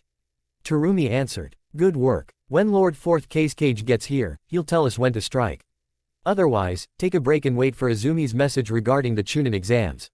"Yes, sir," Yuki acknowledged. Terumi then disappeared. Just half a week later, Izumi was called to the Hokage's tower. Specifically, to this big red room called the Hokage's chamber, where Lord 3rd sits on this pillow and smokes his pipe all day. At least, that's what Izumi presumes he does in that room when he's not in his office. She walked to the Hokage's tower, then all the way up to the Hokage's chamber, where a bunch of other jonin were standing around. Here, Izumi saw three friends of hers, Might Guy, Kurenai Yuhi, who just became a jonin and a jonin sensei, and Asuma Sarutobi, the son of the third Hokage. Izumi heard that Lord 3rd and Asuma have not always had the best father-son relationship. Izumi also noticed that a lot of older Chunin and even Chunin Academy teachers like Iruka are here. Izumi was blushing because she saw Iruka, but she then regained her composure, and pressed forward. The jonin senseis, Chunin and Chunin Academy teachers all assembled in front of the Hokage. "I have summoned you for a very important purpose. Seeing your fellow jonin here, I'm sure you realize what this is about." Lord 3rd said. "So soon?" Asuma muttered. "Here we go." Izumi thought. "I take it all the other lands have been notified. I noticed some of their genin here in the village." Asuma said. "So have I." Izumi thought. "And, when do we start?" Kurenai asked. "Good question." Izumi thought. "We will begin in 1 week." Lord 3rd answered. "That's pretty short notice." Izumi commented. "Take heed. Exactly 7 days from today, on the 1st day of July, the genin will be gathered and tested. Only the very best will be selected as Chunin." Lord 3rd told them. "In any case, it's time we chose our candidates for the Chunin exams. To begin, will the jonin senseis in charge of the rookie genin step forward?" Lord 3rd then asked. Asuma, Kurenai and Izumi stepped forward. "Izumi, Kurenai and Asuma, what do you say? Are there any in your squads who you'd recommend? Are they ready for the exams despite their inexperience? As you know, any genin who has carried out 8 or more missions is technically eligible for the exams. Beyond that, only you can decide when they are ready. Of course, most genin require a much longer training period and at least twice that many missions." Lord 3rd said. Izumi saw Iruka looking concerned. She just knows that Iruka will make a fool of himself in front of everyone. "So, Izumi, you begin." Lord 3rd told her. "All right, here goes." Izumi thought. "I lead Team 7, Sasuke Uchiha, Naruto Uzumaki and Yuki Nohara. I, Izumi Uchiha, recommend all 3 of these genin for the Chunin exams." Izumi said. Then, Kurenai got her turn. "And my team is number 8, Hinata Hyuga, Kiba Inuzuka and Shino Aburame. And now I, Kurenai Yuhi, recommend all 3. And finally, Asuma. And my team is number 10, Ino Yamanaka, Shikamaru Nara and Choji Akamichi. And now I, Asuma Sarutobi, recommend all 3. The recommendations got the other jonin to quietly chatter amongst themselves, surprised that 9 rookie genin are going to enter the Chunin exams. "Hold on, just a minute," Iruka shouted. "Yes, what is it, Iruka?" Lord 3rd asked. "I knew he would start something." Izumi thought. "Iruka, back down," Izumi told him. "No, I won't," Iruka shouted. "Let him have his peace, Izumi." Lord 3rd said. "Lord Hokage, with all respect, the 9 names that were mentioned were all my students at the academy. I know their skills and abilities. Every one of them has great promise, but it's too soon. They need more experience before they are tested. If they try now, they're sure to fail the exams." Iruka then said. When Kakashi became a chunin, he was younger than Naruto. Izumi told him, Naruto is nothing like Kakashi. We're also not at war, so what the hell is the rush for? Iruka yelled, are you trying to destroy him? I've gotta admit that I had my own misgivings about him joining the exams, but upon further reflection, it might be a bit fun for him. Besides, you're not his sensei anymore, I am. And he told me he wants to prove himself. If that's what Naruto wants, who am I to not recommend him for the exams? Izumi told him, what did you say? Iruka shouted, I asked you, who am I to not give him this chance to prove himself? Well, I'm waiting for an answer. Izumi replied, but seriously, Iruka, relax. Listen, I understand how you feel. It's very personal for you and it upsets you, but, alright, Izumi. Back off, you've said enough. Kurenai told her, interrupting her fellow jonin. On the contrary, Kurenai, he needs to hear this. He needs to realize that they're not his students anymore, they're mine. So it's my decision, not his. Izumi replied, but these exams could kill them, you know that. Iruka argued. Iruka, you have made your point. I understand. Lord Third said. Lord Hokage. Iruka says. Accordingly, I have decided that the best thing to do is to hold a special preliminary test. Lord Third then said. Preliminary test? Iruka asked. Izumi, Kurenai and Asuma sighed. Later, Izumi met with her students in the alleyway where she first met Naruto, and gave them one form to fill out. I know this is a bit sudden, but I recommended you for the Chunin exams. All three of you. Those are the application forms. Izumi told them. Chunin exams? Naruto asks. Izumi chuckled. It means you'll get promoted to Chunin if you do very well in these exams. However, if one of you wavers, and decides not to apply, then all three of you can't enter the exams. She clarified. You are to submit these forms to me within a week because July 1st is when the first exam starts. Okay. Naruto said.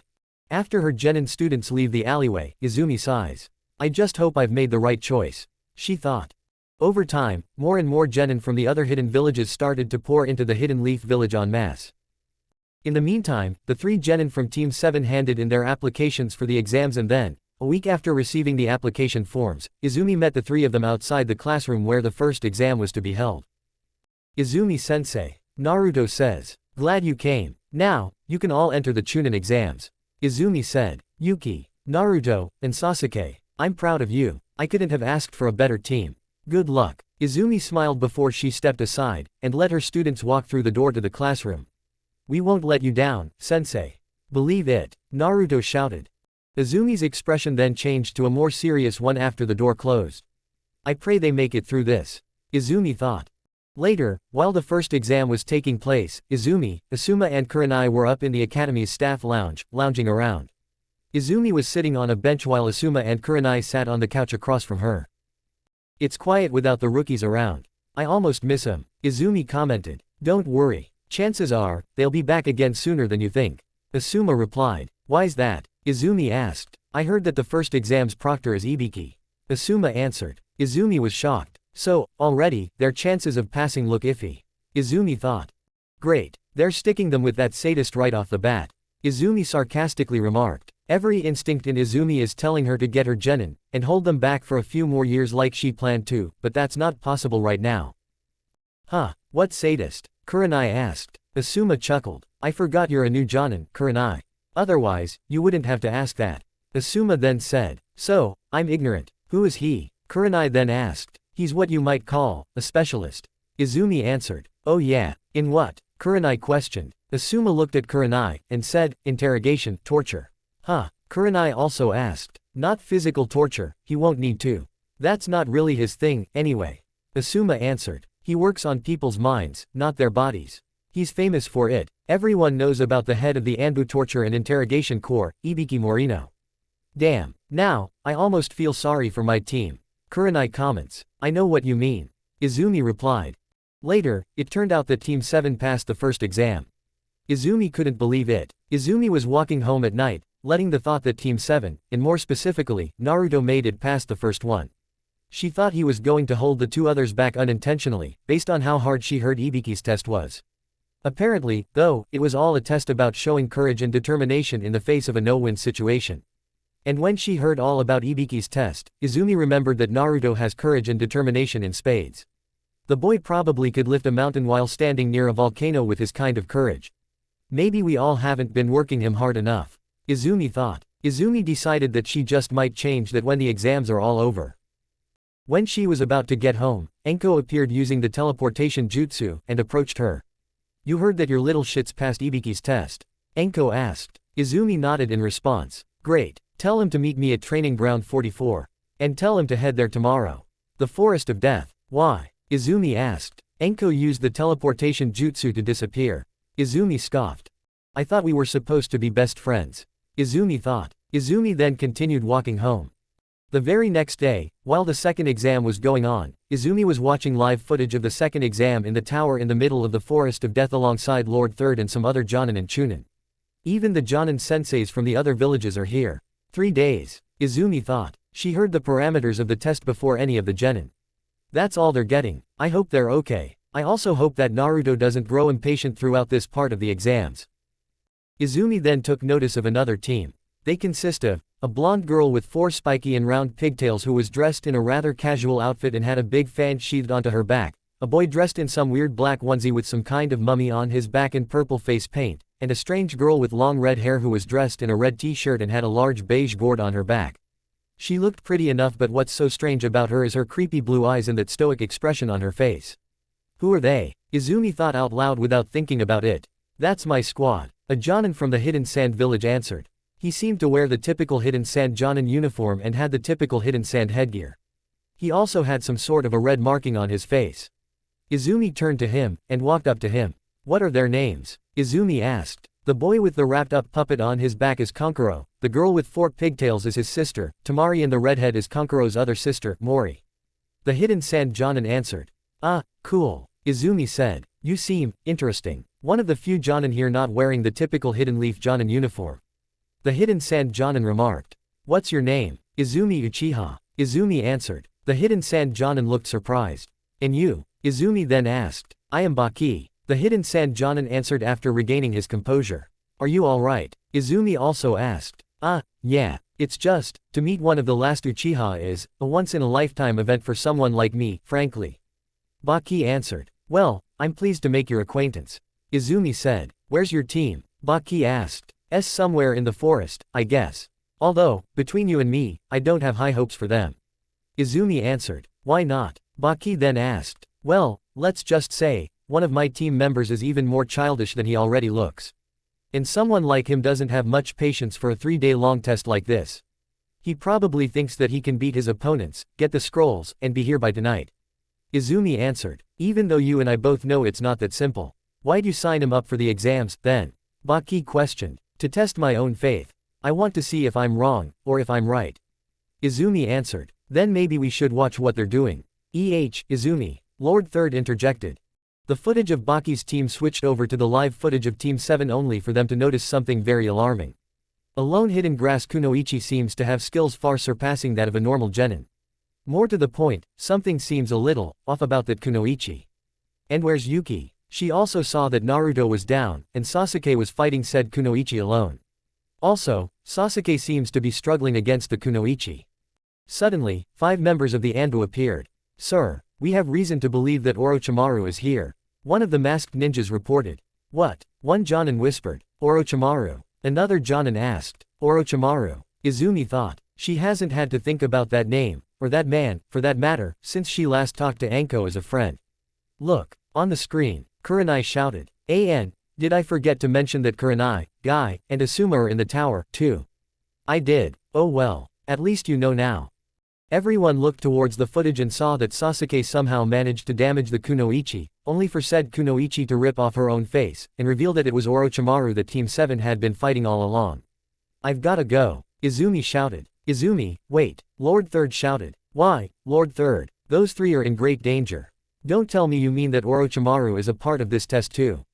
Izumi said. No, he is not a part of the test. But the fact remains that this battle won't last long, and I'm almost sure none of them will die.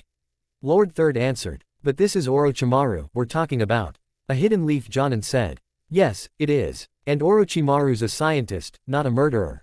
He doesn't kill without reason or if he doesn't absolutely have to. As confident in their abilities as I am, even I admit that Naruto, Yuki and Sasuke are no match for Orochimaru. He will probably toy with them until he gets what he wants.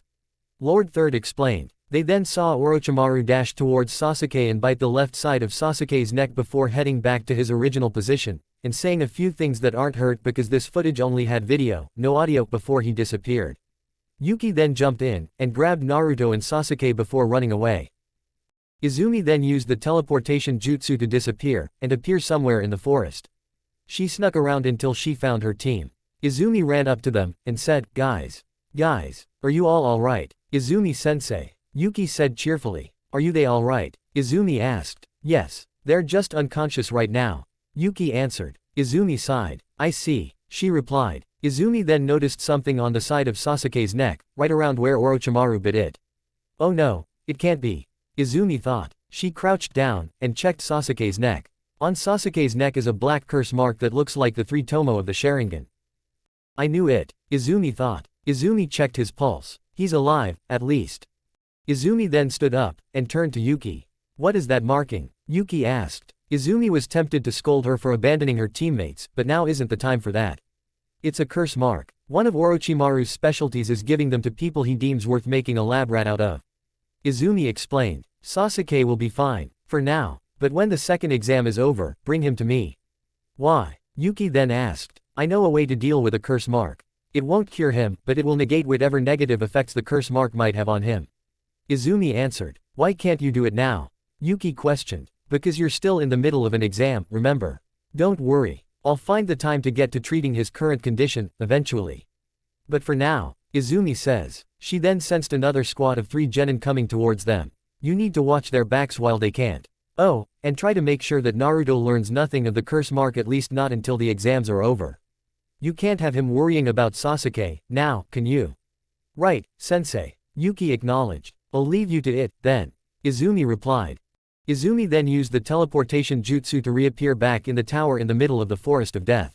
I have to make Lord Third cancel the exams. Until Orochimaru is dealt with, at least. Izumi thought. Izumi walked back up to the top, where she heard a huge argument going on.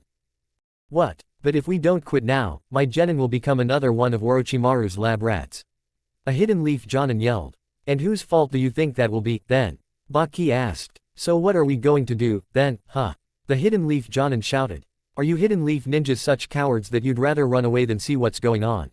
A hidden stone Jonin asked. Why, you, that's enough, Enko shouted, interrupting her fellow hidden leaf ninja. Enko, when did you get here? Izumi asked. Everyone then turned their attention to Izumi. Izumi walked into the room, got a harsh scolding from Lord Third about going off, and aiding her genin students without his permission, and then, she got a lengthy explanation about the whole issue they're arguing about from Enko. Well, I did plan on telling Lord Third to stop the exams right here and right now, but considering that Orochimaru said that he'll destroy the village if we do that, then, I guess, we have no choice. Izumi said. Why would you do that? Did Naruto or Sasuke die or something? 'Cause if they did, I was gonna ask Lord Hokage to stop the exams because Sasuke now has a curse mark. Izumi answered. Enko grunted in pain. I was wondering why my curse mark's been hurting after all these years, plus, he did say something about the Uchiha when we fought. Enko said. Then that was the whole reason why he's here. A second hidden leaf Jonin says. He's after the Sharingan. More to the point, he has this forbidden jutsu called the immortality jutsu, a jutsu that will make you immortal, but only if you pass your soul from one body to another like a reincarnation. Enko added. But those bodies that your soul is in can only last 3 years. So when that body becomes useless you have to use the immortality jutsu to transfer your soul into another body, lest you in that body your soul is using die. I heard somewhere that Orochimaru's ambition is to learn every known jutsu in the ninja world. A third hidden leaf Jonin said. That is true, Lord Third interjected. So, considering his ambition, then Orochimaru going after Sasuke makes sense for 2 reasons. Orochimaru's body's due date is coming up and he wants the Sharingan for himself. Enko said. Then he should be out of the village, soon, right? He has what he wants. Izumi replied. Maybe. Enko says. Let's hope so. Lord Third says. Luckily, no other such incidents like the one where Team 7 had to fight Orochimaru popped up throughout the rest of the second exam.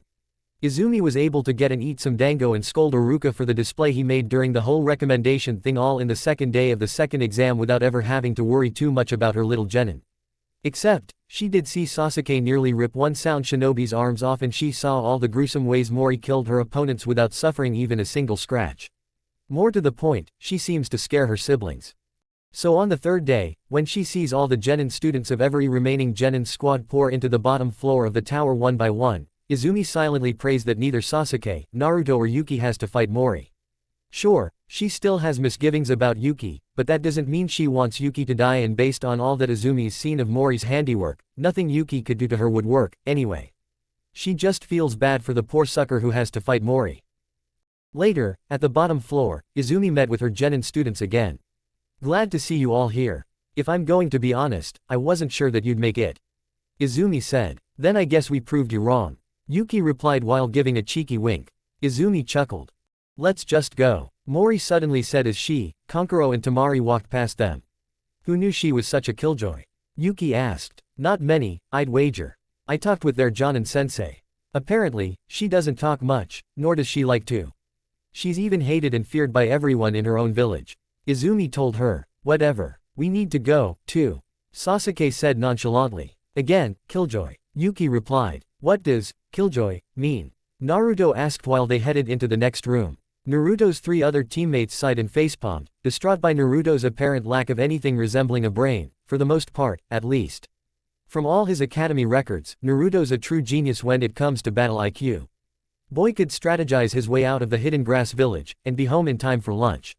Izumi also heard that, aside from Shikaku, Naruto's the only one who can stand a chance against Shikamaru in a strategy game like shogi. The only thing about Naruto's shogi skills, when compared to Shikamaru's, Naruto's the only one who's managed to come close to beating Shikamaru in a shogi game multiple times, while Shikaku is the only one Shikamaru's ever lost against. Izumi doesn't know how Asuma fares in a game of shogi against Shikamaru, though. Maybe I should ask him about that sometime. Izumi thought. The room they were taken to looks like an indoor arena that's the size of a gymnasium, with walls that were some shade of green, and a roof and floor that was of the same color as the walls. On either side of Team 7 were red metal stairs that led up two individual red metal, presumably, based on the stairs' platforms. Directly in front of them was a large red statue of two hands making one hand sign. And standing in front of that statue is the Hokage. What is this place? The final arena? Naruto asked. Izumi chuckled. No, Naruto. It's the place where they hold the preliminary exam before the final exam. She answered. A preliminary? Why? Naruto then asked. Perhaps, I'll let the Hokage answer that. Izumi replied. Stupid old man, Naruto mutters. Izumi pretends that she didn't hear that, and then quickly tells Naruto, alright, so you're going over there to stand in a line with your teammates while I join all the other Jonin, and stand behind the Hokage to listen to his speech. Naruto quietly grumbles, pouts and then says, okay.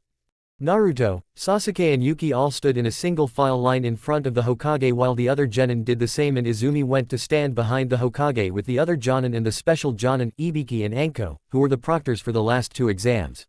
She also saw Hayate here. What is he doing here? Izumi thought. Hayate was coughing. After a long-ass speech from the Hokage about the Chunin exams and about the final exam, which will take place in a month, Lord Third introduced Hayate as the final exams proctor and also the preliminaries referee. So that explains him being here. Don't know why Lord Third asked him to do this, though. The man looks so sick that he might as well be on death's doorstep.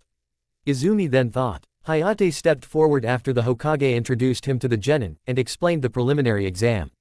Basically, there are still too many participants who haven't been mowed down just yet. And the final exam can only allow 10 participants. To Izumi's knowledge, a preliminary exam hasn't been held since Kakashi and his team were Genin. Then again, there was a war going on back then, so she guessed that it made some degree of sense. And Izumi wasn't there to see Kakashi's attempt at the exams, so she can't personally comment on Kakashi's performance during the exams, but considering he made Chunin at 6 years old, it had to have been exemplary for Lord Third to have promoted him when he was that young. Meanwhile, Obito made Chunin when he was 11, and Rin made Chunin when she was the same age as Obito, as far as Kakashi has told her, so maybe, if it weren't for the last great ninja war, both Obito and Rin would be alive today to be a Jonin just like her. Just as always, Izumi is getting into her head a bit too much. And who is she to think about Rin and Obito when she was never their friend? Hell, she never even knew him or met him. In fact, these things should be for Kakashi to think about, not her. And yet, he isn't here to think about them either, isn't he? Izumi guesses that the silver lining that could be found in this cloud she's thinking about is the fact that Kakashi is finally with his father, his old team in the 4th Hokage again. First round is Sasuke against some random guy from the Hidden Sound Village. The non-combatants are to go to the platforms, and stay until the next combatants are called down. Hayate announced. Izumi walked up to Naruto and Yuki, and they did as Hayate said, just as the other genin and their jonin squad leaders, as well. Only Sasuke and this Yoroi guy remained on the bottom floor. Sasuke and Yoroi turned to face each other, and Hayate shouted, "Begin." The two genin then started fighting. The rest of Team 7 watched the fight as did every other participant in the preliminaries. Hayate reminded Izumi of when she, herself, was the referee for all of Team 7's spars, even though a spar is entirely different from a battle against an enemy, which Sasuke's fight against Yoroi sort of is. Speaking of the fight, Yoroi had the advantage against Sasuke at first by using two of his own jutsus and using his unique trait that allows him to absorb Sasuke's chakra. But Sasuke then gained the upper hand by using some sort of taijutsu that has Sasuke successfully kick Yoroi into the air, and then Sasuke jumps up, and follows close behind him, and then he provoked Yoroi into attacking, which gave Sasuke the opportunity to kick him into the air some more and with greater speed.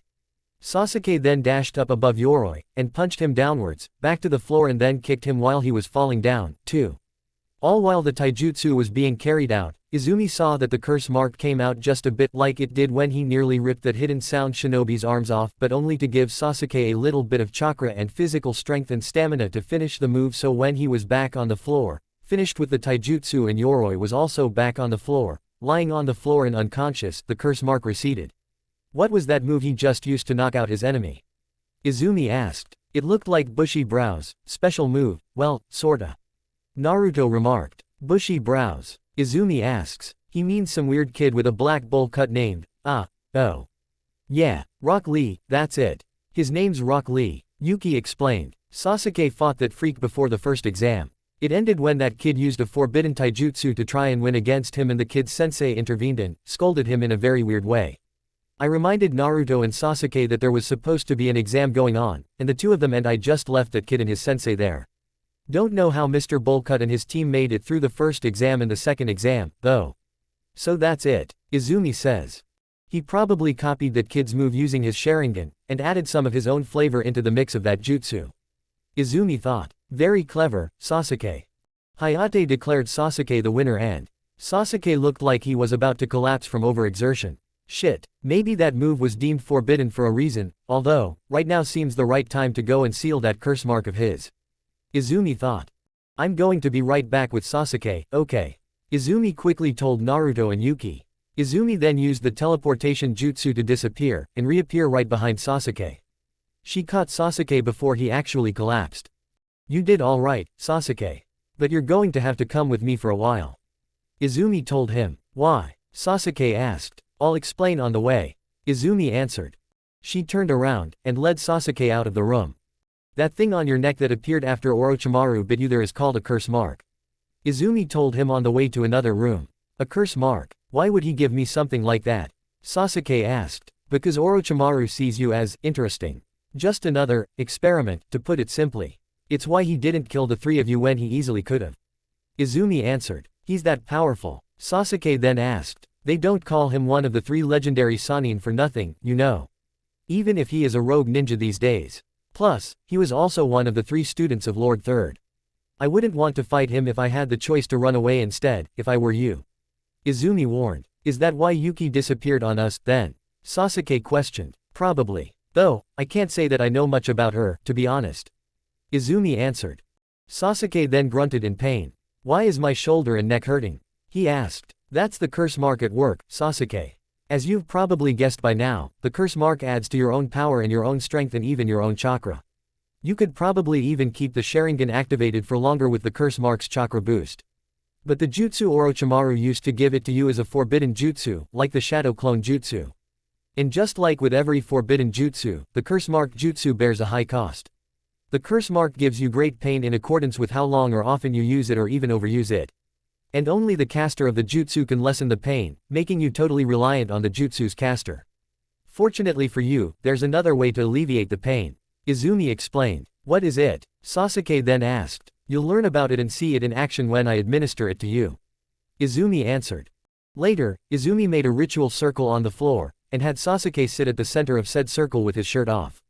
Izumi then went right behind him, and then she weaved together 19 hand signs, put her left hand on Sasuke's back, and shouted, curse sealing. And then, the ritual circle disappeared, and the seal appeared around the curse mark. There. That seal should hold for as long as your own will does. If your will breaks, so does the seal, and we don't want that, do we? Izumi told him. Sasuke falls to his left side, and immediately goes to sleep. Oh dear, Izumi thought. Are you sure he doesn't want that? A sinister snake-like voice asked from behind Izumi. Izumi turned around, and saw Orochimaru standing there, dressed in a Hidden Sound Jonin's uniform with a Hidden Sound Village headband on his forehead. Orochimaru's appearance was as vile and snake-like as Anko said. He had long black hair, yellow snake-like eyes, and skin so gray that it would make a corpse jealous if corpses weren't dead and actually had feelings. Orochimaru! Izumi shouted. What's that surprised look on your face for, Izumi? You already knew I was here. And you already know why I'm here. Orochimaru said. Izumi regained her composure, and then said, so, the rumors were right. You were behind the creation of the Hidden Sound Village. Orochimaru simply walked 2 steps forward, and then Izumi activated the Chidori. Orochimaru stopped before he took another step. I don't want to have to kill you, but I will if it means that I have to protect him. You will not touch him. Izumi threatened. I wonder about that, Orochimaru says. Orochimaru then released intense amounts of killing intent. Almost over the same amount both she and Zabuza released when they were fighting each other. You think you can intimidate me with that? Izumi asked. She then activated her Sharingan, and unleashed her own killing intent towards Orochimaru, something she hasn't had to do since the mission to the Land of Waves, and before that, well, it was a hell of a long time. In fact, something tells her that her killing intent would have been more intense the first time she unleashed it if she was actually using her Sharingan against her opponent, and if her Sharingan was as strong as it is today. Orochimaru stepped back as a result of this stalemate. You know what? I don't even need to retrieve him. In time, he'll come to me of his own free will. Orochimaru said. Orochimaru then turned around, and walked back into the shadows. Izumi then deactivated her Sharingan in the Chidori. What does he even mean by that? Izumi thought. Izumi turned back around to face the asleep Sasuke. Well, I guess that question doesn't matter, for the moment. Izumi thought. Izumi picked up Sasuke, and took him to the hospital. After that, she had some medical ninjas lay him down on a hospital bed, and they gave him a private hospital room at the top floor of a tower. Izumi then assigned some Anbu to guard Sasuke while he's recovering. Izumi also guarded him, as well. Another Anbu offered her a break, and she accepted the offer. She went out for some dango, ate some, and then returned only to find a dead Anbu right outside Sasuke's private hospital room. What the? She thought. She stealthily walked into the room only to find a man, no, a boy, a teenager, at least that's what Izumi thinks, with a silver ponytail and dressed in a dark purple shirt, white short sleeves, a pair of dark purple fingerless gloves, a white cloth waistband, dark purple pants, and a pair of navy blue ninja sandals. He also seemed to be wearing a navy blue headband, although she couldn't see which village that headband represented because this kid had his back to him. The boy stood over Sasuke's hospital bed with a scalpel aimed at Sasuke's throat. Izumi also found more dead Anbu on the floor. Impressive. This kid managed to kill the Anbu I assigned to guard Sasuke. I guess I shouldn't have taken that break. Izumi thought. Then, the kid suddenly threw the scalpel at Izumi, and Izumi caught it. Izumi, was it? I didn't expect someone as soft as you to attack from my blind spot. The boy said. She threw the scalpel away. I'm not soft on people who try to kill my subordinates, even if the would-be killer is a kid, in and of themselves. Izumi replied. Then next time, you should assign at least 10 more guards. The boy said as though he were giving advice. You're not an ordinary genin, are you? You caught a whiff of me, and immediately readied your weapon. Quite impressive. Perhaps Lord Hokage will give you a field promotion, if you surrender now, that is. Izumi offered. The boy scoffed. Don't make me laugh. You know that I won't do that without a fight. He said. Are you implying that you can take me on? Izumi asked. The boy turned around to face her, pulled out another scalpel, and again pointed it at Sasuke's throat. Perhaps you're forgetting that I hold the advantage, here. The boy replied. She could now see his face and the headband on his forehead. The boy wore black framed glasses, had black eyes, and the headband was a hidden leaf headband, of all things. Now I want to redeem him even more, considering he looks to be a hidden leaf shinobi, or... Izumi thought. Who are you? And what do you want with Sasuke? Izumi asked. Now, why should I tell you? The boy asked. Especially since you won't like the answer to your second question. Are you one of Orochimaru's puppets, then? Izumi then asked. The boy looked offended, but also conflicted. Look, you can either answer me or I can take you in for questioning, and the guys at the interrogation corps aren't as kind as I am. Izumi told him. Fine. If you really want to know so much, perhaps the only thing I can tell you is that my name is Kabuto, and that I have no choice. I'm under orders. The boy said. He then raised his scalpel, and Izumi immediately rushed into the room to disarm and restrain the boy who is apparently named Kabuto. "Come, I think you and I need to talk some more," Izumi told him. But then, Kabuto's body went limp. I didn't restrain him that hard," Izumi thought. But then, one of the dead Anbu tried running out the door, but Izumi quickly realized that something wasn't exactly right about that corpse. Izumi dropped Kabuto, and she rushed to restrain the corpse, but then, that corpse went limp, too, and another Anbu corpse got up, threw at least 5 shuriken at a window and ran out the window. Izumi ran over to that window, and watched the masked ninja as he fell. The masked ninja took off his mask to reveal that he was, in fact, Kabuto before he put the mask back on. Izumi then walked over to Kabuto's body double, and checked its pulse. "It's just as I thought," Izumi thought. The dead soul jutsu, where a ninja temporarily reanimates and controls a dead body, even transforming its face. Kabuto even stopped his own heart and eliminated all traces of his scent by impersonating a murdered Anbu Black Ops ninja. But how would a kid like him know how to do all this? Maybe it has something to do with who he is. I'll have to look in the records for any mention of a Kabuto. Later, that is. For now, I must replace all these guards. She stood up, and looked around. Izumi flashed back to when Zabuza called her soft, as well. Although, the reason Zabuza called her soft was because she took on 3 genin as her apprentices. But maybe Zabuza and Kabuto are right, maybe I am getting soft, Izumi thought. Izumi then assigned 20 members of the Anbu to watch over Sasuke before she used the teleportation jutsu to teleport right behind Yuki and Naruto. "Izumi-sensei," Naruto shouted, startled. "Will Sasuke be alright?" Yuki asked. "Don't worry, Yuki. He'll be just fine," Izumi answered while giving Yuki a smile to reassure her.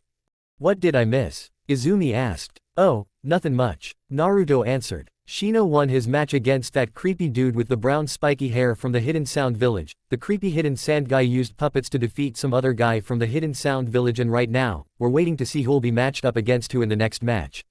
"Sounds good," Izumi said. "Next is Yuki Nohara vs Ino Yamanaka," Hayate announced. "Well, this will be interesting," Izumi thought. The 2 combatants walked down to the main floor, and faced each other with 6 feet in between the 2. "Ready, begin," Hayate shouted. Ino tried casting her mind transfer jutsu at Yuki, but Yuki quickly casted the water shuriken jutsu at Ino to give her no time to successfully cast the jutsu. So instead, Ino dodged the water shuriken. Ino laughed. But she wasn't laughing for long because now, Ino couldn't move.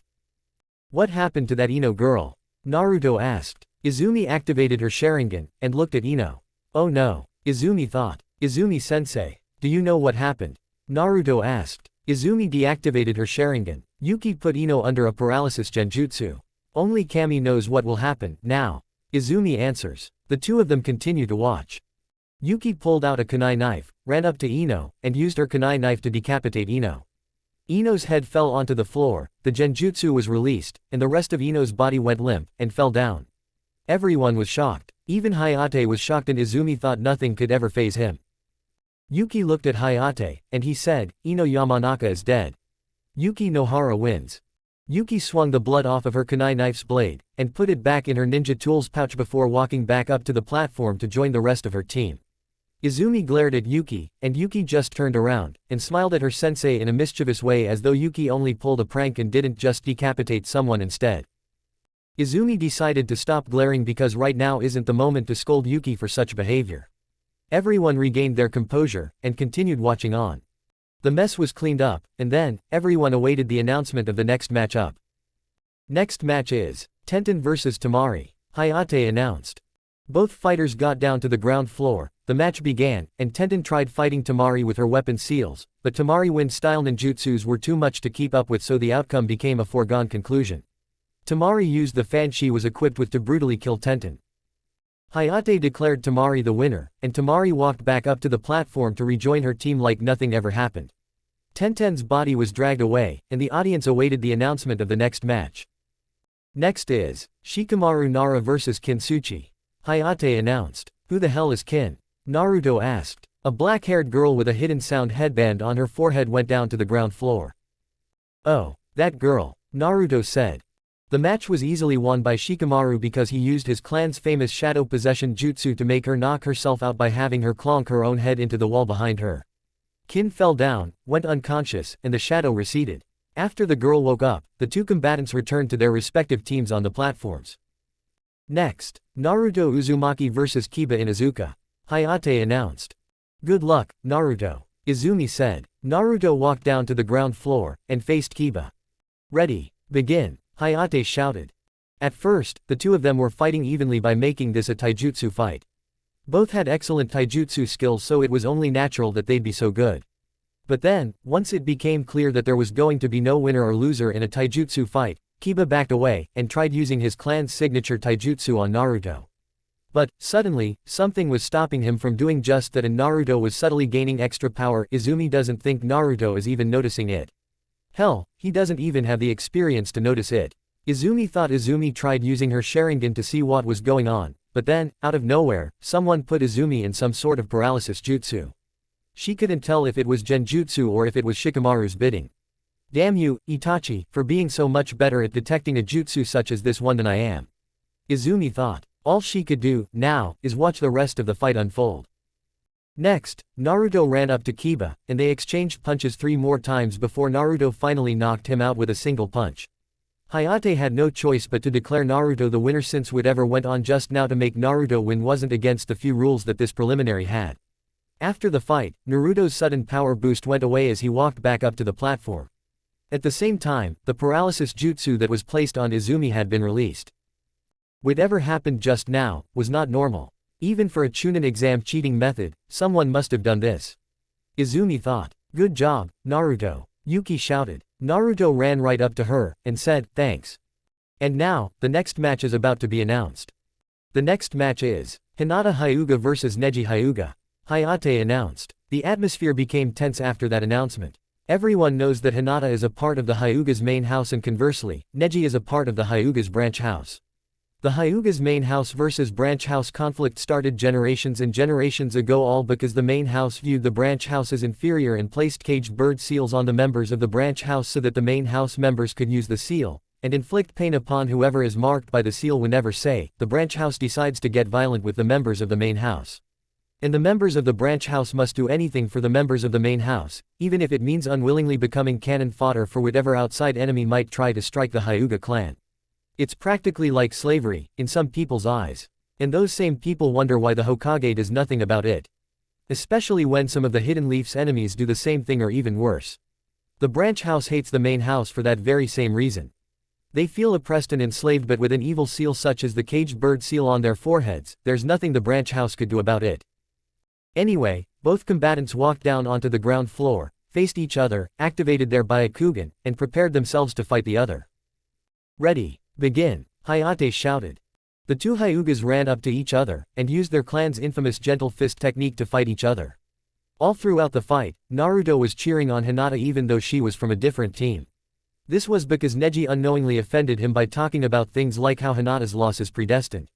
However, even an idiot like Naruto could see that Hinata would need constant streams of confidence boosters for her to have a chance of winning this fight. But, despite all the cheering and all the determination Naruto gave her to carry on, Neji killed her with far too many gentle fist attacks. Hinata fell down, and died on the spot. Hinata! Naruto yelled. Naruto jumped down, and rushed to her aid. HMPH. What else do you expect? Her loss was predestined. Neji said. What did you say? Naruto asked, getting angrier by the moment.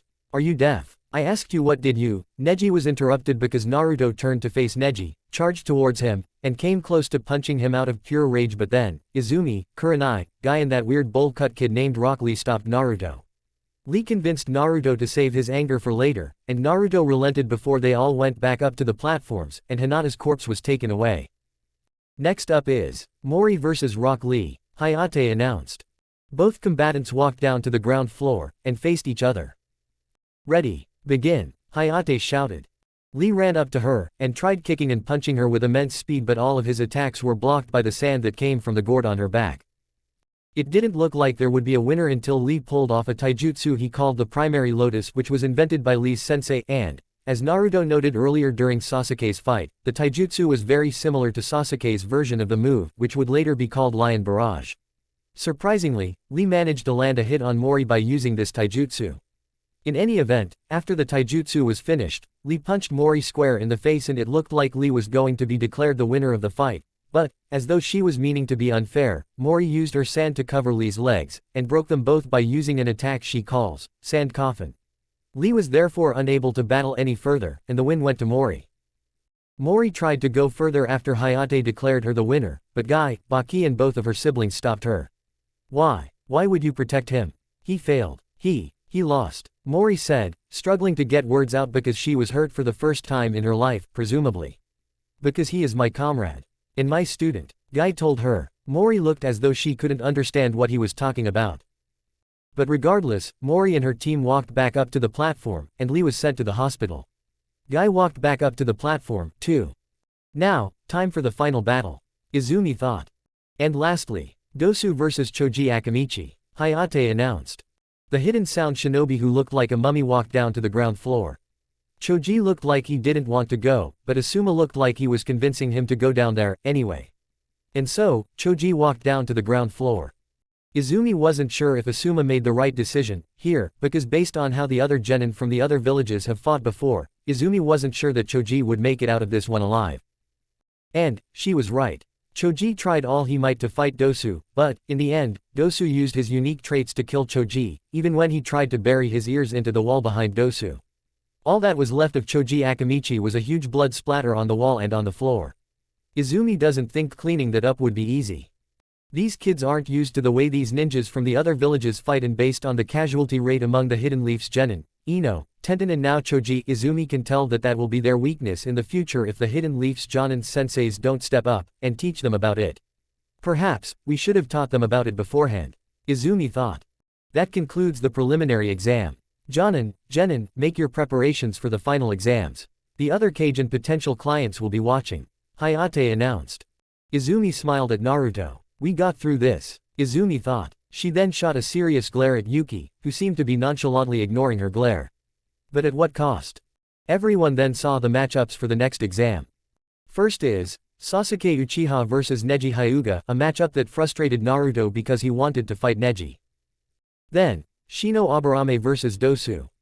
Then, Yuki Nohara vs Tamari. Then, Kankuro vs Shikamaru Nara. Then finally, Naruto Uzumaki vs Mori. The people who were going to be watching the final exam were excited about the Sasuke and Neji fight since both the Hyuga and the Uchiha are rival clans.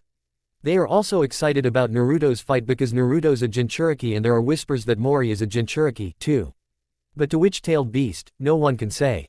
Naruto, on the other hand, feared having to fight Mori. And Izumi had to convince him that it wasn't going to be that bad multiple times.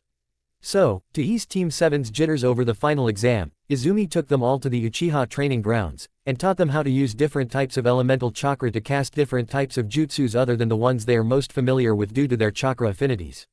Izumi is sure that Yuki already knows how to do this, but this was for Sasuke and Naruto, not her.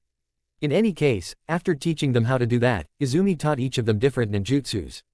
Naruto was taught the lightning cutter jutsu, a jutsu that's far less lethal than the Chidori and could be usable without a Sharingan. Unlike the Chidori, Sasuke was taught the Chidori and the lightning cutter jutsu and a special lightning style jutsu Izumi created by herself called the lightning bomb jutsu, a larger version of the lightning ball jutsu that explodes when it hits its target, and the thunder punch jutsu that they saw Amiko perform earlier. Naruto excitedly asked Izumi if she could teach him the Thunder Punch Jutsu, to which she agreed, and then, she taught both Sasuke and Naruto the lightning-style jutsu called Spark and another lightning-style jutsu called Thunder Shock. The next day, Izumi taught all three of them the Raging Waves Jutsu even though Yuki already knew it, and then she taught them the Mud Wall Jutsu. She also taught them all the Air Slash Jutsu, a wind-style jutsu that's simpler than the Wind Sword Jutsu that some of the ninjas of the Hidden Sands sometimes use, and much more deadlier and quicker to use than the Wind Sword Jutsu. It's also easier to use than the Wind Sword Jutsu. And while a ninja is capable of using the Air Slash Jutsu with their hands, it's much more effective with a sword in their hands. The Air Slash Jutsu could also be useful if a ninja finds themselves shrouded in mist. And finally, she tells them to practice the jutsus they've all just learned when training on their own time to hone them and make them better than when they casted these jutsus for the first time. Later that night, at the little lake where Izumi taught Naruto the Fireball Jutsu, Izumi privately taught Naruto the Majestic Destroyer Flame Jutsu and the Chidori since Naruto's got bigger chakra reserves than any ninja in the village and also because of the opponent he's facing. Which is Mori, whose only armor and weapon is the sand in her gourd. Everyone touts that sand is Mori's ultimate defense, but a long time ago, a friend of mine taught me that every jutsu has its weak point, you just have to find it. Izumi told Naruto. And if you want to pass this final exam, that will be your job. You've got to find her weakness, got it? Got it, sensei. Naruto answered. After a couple of tries, Naruto successfully casted the majestic destroyer flame jutsu. The Chidori was surprisingly easier for him. Half a month later, at night, Izumi and all the other Jonin were called to the Hokage's chamber in the Hokage's tower.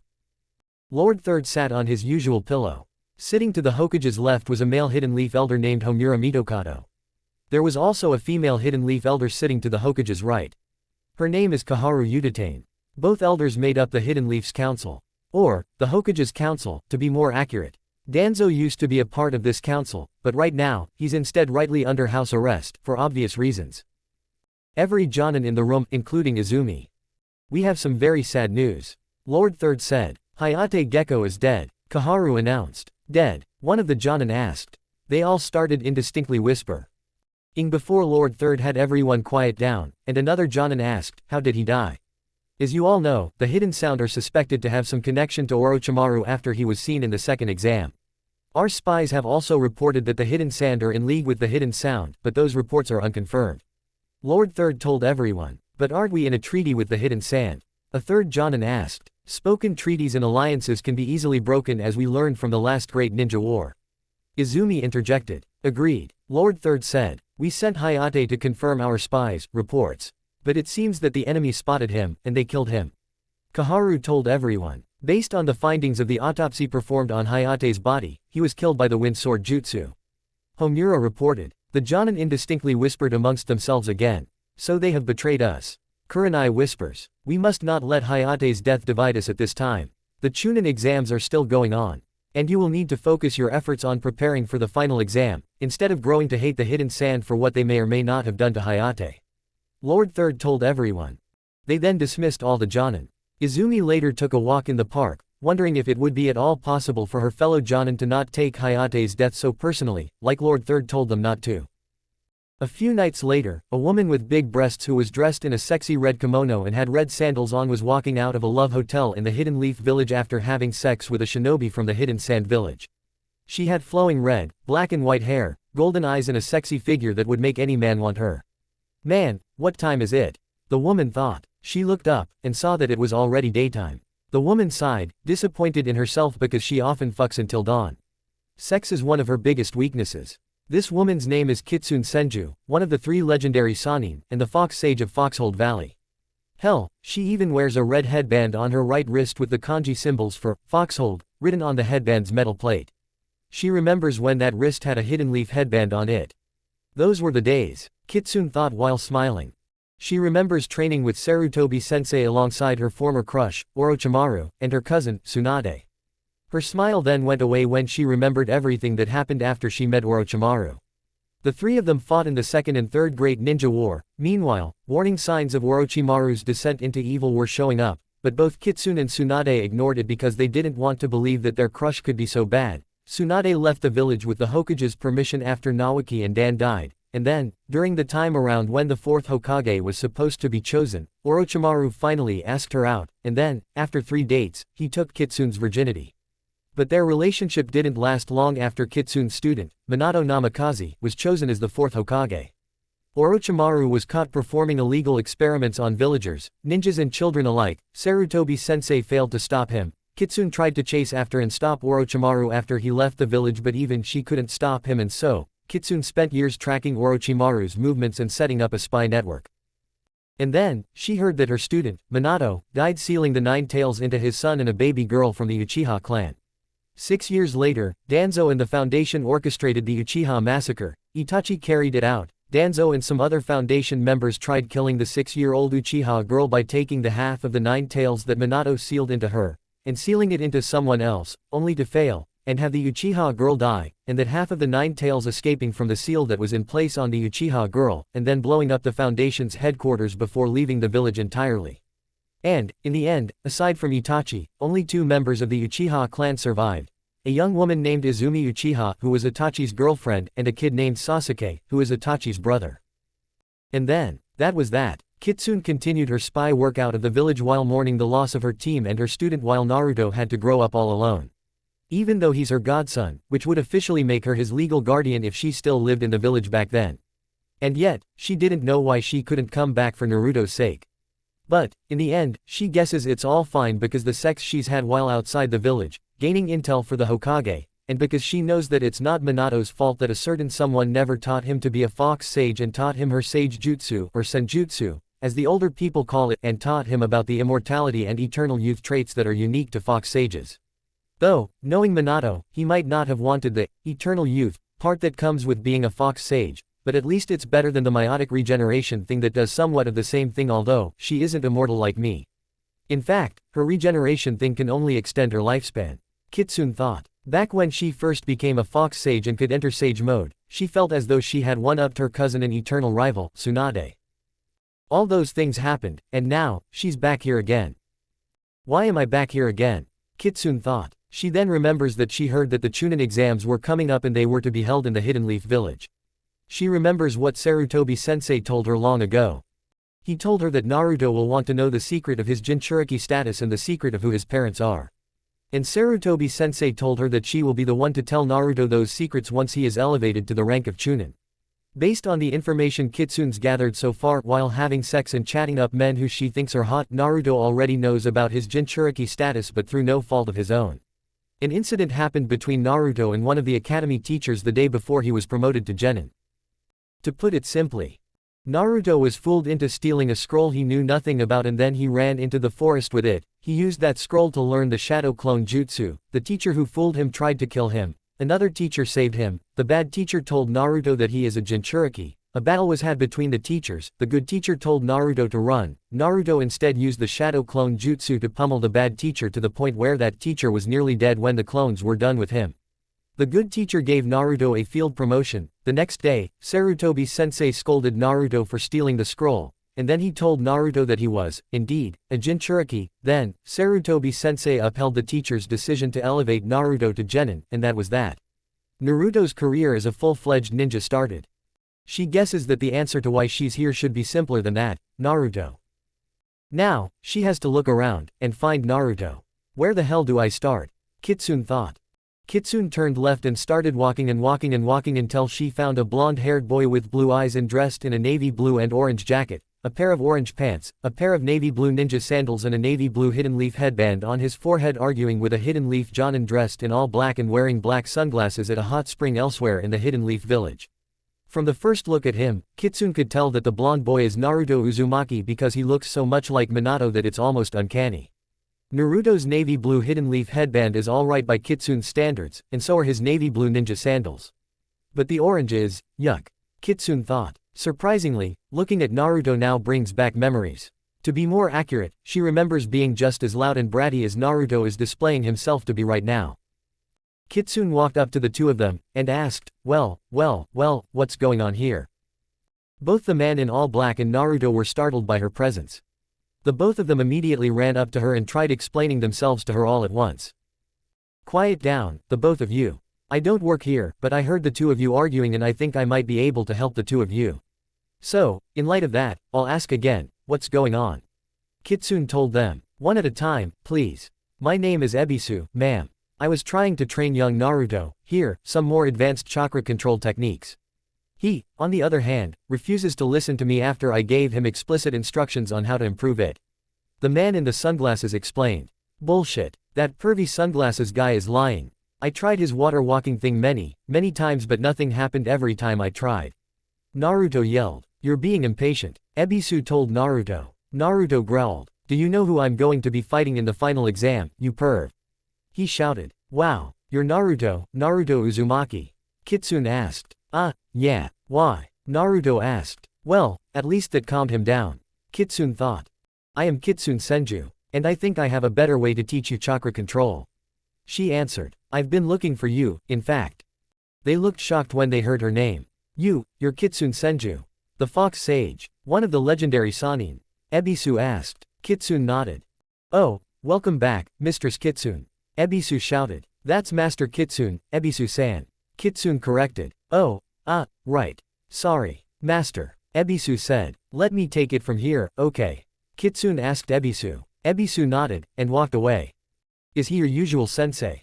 Kitsune asked. No, but Izumi-sensei told me that he could train me instead of Izumi-sensei, herself even though I asked her to train me.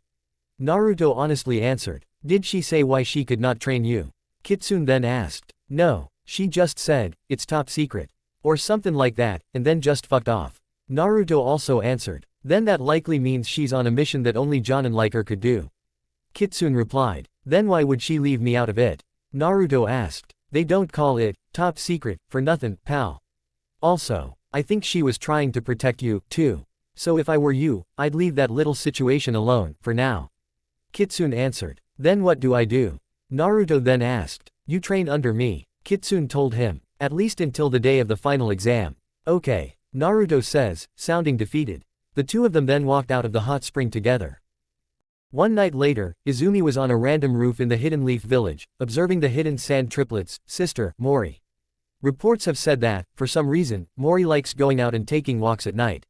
Normally, she'd be in bed by now like mostly everyone else's and she wouldn't give a fuck if some random genin goes out at night to take walks instead of staying where they live, and going to sleep, but in the light of Hayate's death, and the sudden appearance of Orochimaru, they couldn't leave anything to chance, which is why they assigned Izumi, as well as a few other jonin whom Izumi didn't know, to stealthily surveil Mori, Kankuro and Tamari. Izumi wanted to know the reason for these nightly walks. That's just not something anyone would normally do, not without a very good reason. There are times when Izumi feels as though she doesn't want to be doing this sort of thing because Izumi doesn't really have the right to pry into Mori's, in this case, private life, and also because Mori is one powerful motherfucker. I mean, she scares Naruto, of all people. Naruto. And that kid usually isn't scared of anything even when he should be. More to the point, when I asked him why Mori scares him so much the last time he and I talked, he told me about how much he relates to her because of her backstory and the possible fact that if he didn't have friends like Iruka, Yuki, Lord Third, Sasuke and myself at his side, he could have turned out like her. Naruto is hated and feared because of the Nine Tails. And from what I've heard, Mori is hated and feared in the same way back in her home village. Izumi thought. She then saw that Dosugai walk up to Mori, and try to talk to her. A large amount of sand came out of her gourd, and killed Dosu. Serves him right for killing Choji. But I've gotta wonder, how and where does she get all of her power from? Izumi thought. Izumi activated her Sharingan, and saw a seal on Mori's belly. I don't believe it, Izumi thought. She remembers seeing a similar kind of seal on Naruto's belly the first time she looked at Naruto with her Sharingan. So the rumors about her being a Jinchuriki are true. Izumi deactivated her Sharingan, and jumped down to the ground, and started walking to the Hokage's tower. I'd better report this to Lord Hokage, she thought.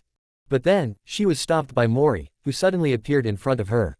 What are you doing? She asked. What do you mean? Izumi asked in reply. Mori gave her a cold stare. Lie to me again, and I'll kill you. Mori threatened. Like you can even try.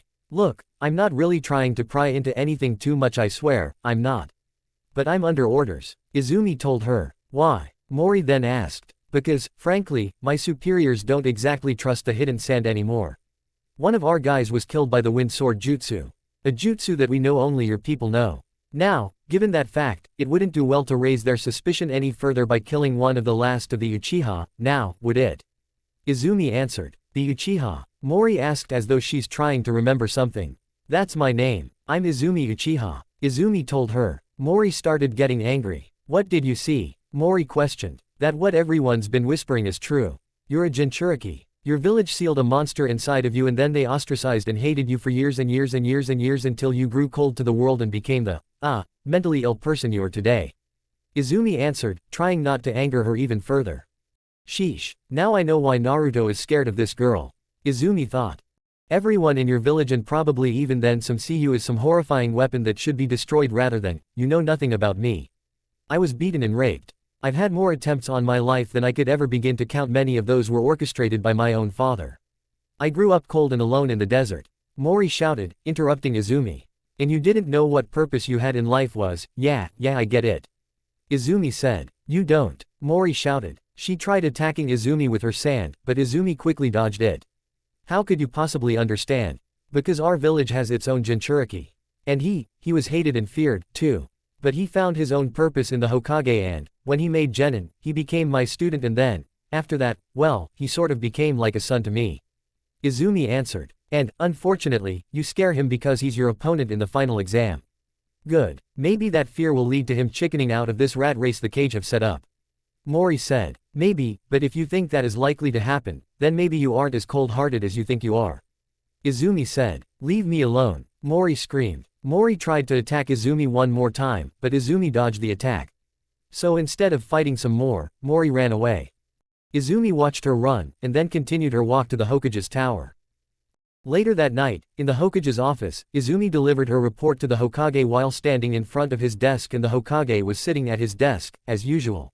Then, I saw it. The seal. Izumi reported. What? Lord Third asked. The seal. The seal needed to trap a tailed beast into a human, sir. It seems what they're saying about her is true, she is a Jinchuriki. But it's still unclear as to which tailed beast she has living inside her, presumably rent-free. Izumi clarified. Lord Third sighed. I suspected that might be the case. Anyway, I should think that, in reality, the answer to which tailed beast is living inside her should be pretty clear. The one tail, also known as Shukaku or Shukaku the Sand Spirit, or, maybe, just, the Sand Spirit. The hidden sand village had gotten a hold of Shukaku long before Lord First Hokage gathered all the other tailed beasts, and shared them with the other nations, only keeping the 9 tails for the hidden leaf. But because the hidden sand already had the one tail, the first cage demanded something else instead of a tailed beast at the first official 5-cage summit. Arguments against this demand were made, threats of war were thrown around the table, but ultimately, Lord First Hokage relented, and gave the first cage what he wanted. And that was that. No other real changes to the balance of power within the 5 great nations have been made since that time. Lord Third explained. And yet there have been 3 whole great ninja wars after that happened, even though the Jinchuriki are used as war deterrents, right? Izumi asked. Yes. It's been my understanding that not all Jinchuriki have full control of their tailed beasts, though. The only one who's ever come close to gaining full, perfect control is the 4th Mizukage, Yagura Karataki. That's why they called him, the perfect Jinchuriki. But we all know what happened to him after the rebels won the civil war. Lord Third says. I know. Of course, he was a bad person, no doubt about it. That's half the reason there are so many rogue ninjas from the Hidden Mist Village, but even I can admit that he died too fast. He should have been in jail for life, at the very least. Izumi replied. In any case, good work. Continue your surveillance of those 3 until the day of the final exam. Don't want to miss out on your team's fights, now, do you? Lord Third asked. No, sir, I don't, Izumi answered. Meanwhile, Kitsune taught Naruto how to better control his chakra by teaching him the summoning jutsu and teaching him how to summon foxes. The first time he used the jutsu, he summoned a baby fox, and then, the next few times he summoned a fox, he only summoned teenage foxes, and then, one day, when Naruto put too much chakra into the jutsu, he summoned a big 7-tailed fox with white fur and blue eyes.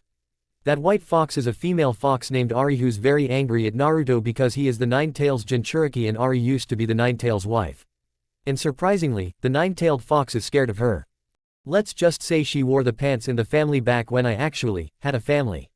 The 9 tails explained. He also told Naruto that Ari is basically the queen of his homeland, a place called Foxhold Valley.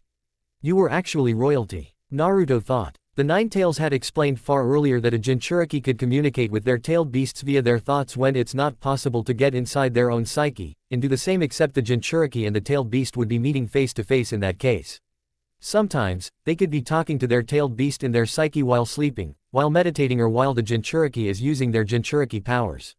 Yes, the 9 tails answered. Why did you leave all that, then? That sounds awesome, Naruto thought. Madara Uchiha and the first Hokage.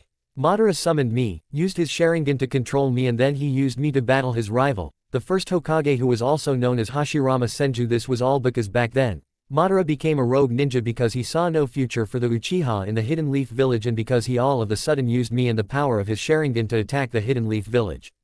Hashirama stopped Madara, and then, he freed me from Madara's control. I thought I could get back to Foxhold Valley, and return to my wife before she got too upset, but Hashirama turned around, and sealed me into his wife because he thought I was too dangerous to be wandering around freely. And he must have thought the same of my other siblings, those who you call the tailed beasts, because he captured almost all of them, and distributed them freely to the other nations so that they could seal them in other humans. The 9 tails explained. There are more powerful so-called demons, like you.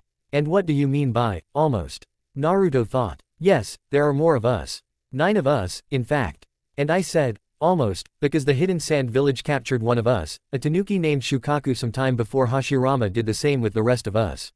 The Nine-Tails answered. The hidden sand village. Naruto thought. Yes. In fact, I sense his chakra even now. The Nine-Tails says. Well, that doesn't sound ominous, at all. Naruto sarcastically thought. You should be more focused on my wife right now, brat. The Nine-Tails shouted. Right. Naruto thought. Naruto managed to get Ari to calm down by telling her that the Nine-Tails leaving her was not his fault. After that, they'd actually managed to become friends. And then, Ari saw that Naruto had signed his name on the blood contract necessary to summon foxes. Ari looked at Naruto, and said, I'm curious. Who taught you the summoning jutsu and to sign that contract?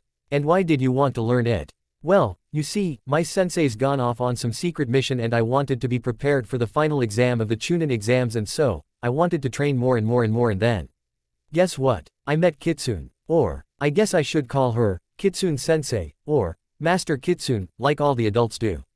Anyway, she taught me the jutsu to improve my chakra control, and ever since I learned the summoning jutsu, I've been practicing it. I've also been practicing the other new jutsus that Izumi-sensei taught me. Naruto excitedly explained. Wanna see the other new jutsus I've learned? Of course, Ari answered. He then demonstrated the lightning cutter jutsu, the thunder punch jutsu, the air slash jutsu, the spark jutsu, the thunder shock jutsu, the raging waves jutsu, the chidori, and the mud wall jutsu. He also told her that he knows the majestic destroyer flame jutsu, but he can't cast it here because it has such a wide area of effect. So Kitsune has taken on yet another promising young student. Ari mutters while smiling. I'm sorry for startling you by summoning you, by the way. If anything, it was a bit of an accident. Naruto told her. Then I forgive you. Practice makes perfect, though. Keep going at it, and I'm sure you'll be a force to be reckoned with. Ari said. Farewell, Naruto Uzumaki. Ari then used some sort of jutsu to teleport away. Naruto practiced the summoning jutsu one more time, and found the fox that he thought he'd most likely use. The fox had black and orange fur, blue eyes, and it surprisingly took a liking to Naruto as soon as it was summoned. That one's name is Kovu. The Nine-Tails said. How do you know? Naruto thought. He's my youngest son, that's how I know. I still have fond memories of Ari and I playing with him before Madara summoned me away. The Nine-Tails answered. Kovu barked at Naruto, but never talked to him. Why can't he talk like some of the others did? Naruto thought. A few of the kids Ari and I had together are disabled. Kovu is one of them. But that does not matter. He can still understand human speech all the same. The Nine-Tails answered. Cool. Naruto thought. Alright, Kovu, you can go home now. I'm done practicing the summoning jutsu for today. Naruto said. And just like that, Kovu disappeared. Man, I wish I could have summoned something when I went up against Kiba. Naruto thought. Agreed. The Nine-Tails replied. Naruto told Kitsune how he did with his summoning jutsu practice, and then, she gave him good praise. The next day, Naruto went to training ground 3 all by himself and decided to train with the summoning jutsu once more. Tomorrow was the day of the final exam and he wanted to get all his bases covered before fighting Mori. Surprisingly, he learned that summoned foxes can use ninjutsus like humans can, and he learned how to use their jutsus in conjunction with his own to create devastating and powerful combo jutsus. The Nine-Tails smirked a bit because he knows that Naruto would have reminded Minato of Kitsune if he was here to see Naruto training using the summoning jutsu like he is now. Naruto also found another summoning fox that he likes. This fox had white and yellow fur, orange eyes, 2 tails, and it had the ability to grow to a larger size if it needed to, like the Akamichi clan could. The fox introduced herself as the Nine-Tails' second youngest child and the older sister of Kovu. Her name is Kiara. She also likes Naruto. The only con to being a fox summoner is that foxes can only use 2 kinds of elemental chakra, ice style and fire style. They can't use wind, water, lightning or earth or some of the other more unique styles like lava style or boil style or crystal style. Naruto reasonably believes that he can work with that. And now, it's time. Izumi thought as she woke up. Today is the day of the final exam. She got up, got dressed in her usual ninja outfit, which is a sized up version of what she wore as a genin, equipped her ninja gear, walked from her bedroom and to the kitchen, made breakfast, ate her breakfast quickly, walked to the door to her house's front yard, put on her purple ninja sandals and her purple hidden leaf headband, which she kept on a hanger in the closet, walked out to the front yard, made a brief visit to the cemetery to pay respects to her dead mother and father, and then used the teleportation jutsu to arrive at the exam stadium early. That's right, the final exam matches are taking place in a large stadium with a large amount of seats for the audience. The highest of all the audience seats were reserved for the 5 cage. To her knowledge, only the Hidden Cloud, Hidden Stone and Hidden Mist Village all declined to partake in the Chunin exams. Izumi doesn't know why, but she also doesn't care why because her 3 students were going to fight in the final exam, and, to her, that was all that mattered. Izumi walked over to a seat, and took it. Then, many other audience members started pouring in all at once. She was so ready for this and filled with anticipation. She remembers when Asami-sensei told her that she felt the same way when Izumi's other teammate was partaking in the final exam. Izumi already made Chunin back then, so she was just watching her teammate take part in the exams for her own entertainment, even if she knows that it's fucked up to have literal children fight to the death for others' entertainment. Already, Tenten, Choji, Hinata and Ino have all died in their matches against their opponents. And she can't forget all the genin who died in the second exam and all the children who were killed during the Uchiha massacre. Izumi sighed. Knowing him and his state of mind at the time, Itachi would have said that there are no innocents if I mentioned that he'd be killing innocent children, too, if he killed every other Uchiha except for myself and Sasuke. And, in a way, he'd be right considering that many children would grow up to be ninjas who would kill for the sake of the mission. And also, if I remember right, Itachi was 13 when he killed all the Uchiha aside from myself and Sasuke. So he was also an innocent child turned killer. And I remember, one of the participants in the Chunin exams killed Hinata's older sister, Aikika, back when Hinata was 7 years old. Izumi thought. And, if I remember right, Aikika was killed by a hidden mist genin named Ao, I think. Back then, there was a lot of chatter about the fact that he was a little too old to still be a genin. Moments later, Lord 3rd Hokage and Lord 4th Kazekage appeared where they were supposed to sit along with their hidden leaf Anbu bodyguards and sat down. At the same time, Genma, who replaced Hayate as the final exams proctor, appeared on the field using the teleportation jutsu and the other teams and their Jonin senseis arrived, as well. And so did Naruto, Sasuke and Yuki. At least all my kids are here. Izumi thought. She then started blushing because she was embarrassed. Did I just say, all my kids? Well, at least no one was here to hear my thoughts. Izumi thought back to Inoichi and his wife, Reiha, won't be here because their daughter is dead. And neither will Choza and his fat-ass wife. Hiyashi and Hanabi are only here to watch Neji's fight against Sasuke, but at least Shikaku Nara and his wife, Yoshino, are here to watch. Izumi never knew why the Hokage didn't make Shikaku his right-hand man since he's the village's Jonin commander. She also can't see if the Aburame kid's parents are here or not. Just then, Enko and another woman walked up to Izumi, and decided to sit on either side of her. Wait, are you Kitsune Senju, one of the 3 legendary Sannin? Izumi asked as the woman sat on the seat to Izumi's right. The woman was wearing a pretty sexy red ninja uniform that consisted of an armored-up version of a corset with only a couple of black straps instead of sleeves, a pair of red arm warmers and a normal pair of red sandals. She also wore a headband that had the kanji for foxhold on it instead of any one hidden village's symbol. Why, yes I am. The woman answered so nonchalantly. What gave me away? Your fox-like long silky hair and your headband. Izumi answered. What are you doing here? She basically took over for Ebisu. Apparently, Naruto was becoming too much for the poor man. Enko answered for Kitsune. Now, I'm just here to see the fruits of my training and also to meet the Jonin sensei who abandoned him. Kitsune added. Hey, I had a reason to hand him over to Ebisu for a bit. Izumi shouted while pouting. Kitsune chuckled. So I was right, you were on some kind of a top-secret mission. Kitsune said. Izumi grumbled because she knew Kitsune was right. Chill out, Izumi. She's just fucking with you. Enko said. So you're Izumi Uchiha, right? The princess of the Uchiha clan, the last girl of the Uchiha clan? Kitsune asked. The exams participants all walked out onto the field from the stadium's entrance, and stood in front of Genma. Why do you want to know? Are you going to tease me again? Izumi asked. No, I'm just telling you to be careful. I know you already know this, but this life of ours can be rough. And I want you to be there for Naruto and Sasuke's sake, of course. Kitsune answered. What's got you so sentimental all of a sudden? Izumi then asked. Well, Naruto's parents named me his godmother. So even though he and I didn't meet until I came back to the village, part of me cares about him deeply. Also, you and Sasuke are the last of the Uchiha. And, as far as I know, Itachi's already been sentenced to death by now even though he hasn't been tried in a court-martial just yet. Kitsune answered. And it would be foolish of you both to go and join your clan so soon. Well, I guess that makes sense. Izumi said. Although, she doesn't yet know about Sasuke's curse mark. Izumi thought. Shut up, you two. The exam's about to start. Enko told both of them. Meanwhile, Naruto was angry although he didn't want to show it. But Sasuke can see right through Naruto's facade. What's got you so riled up, loser? Sasuke asked. I won't get to fight Neji.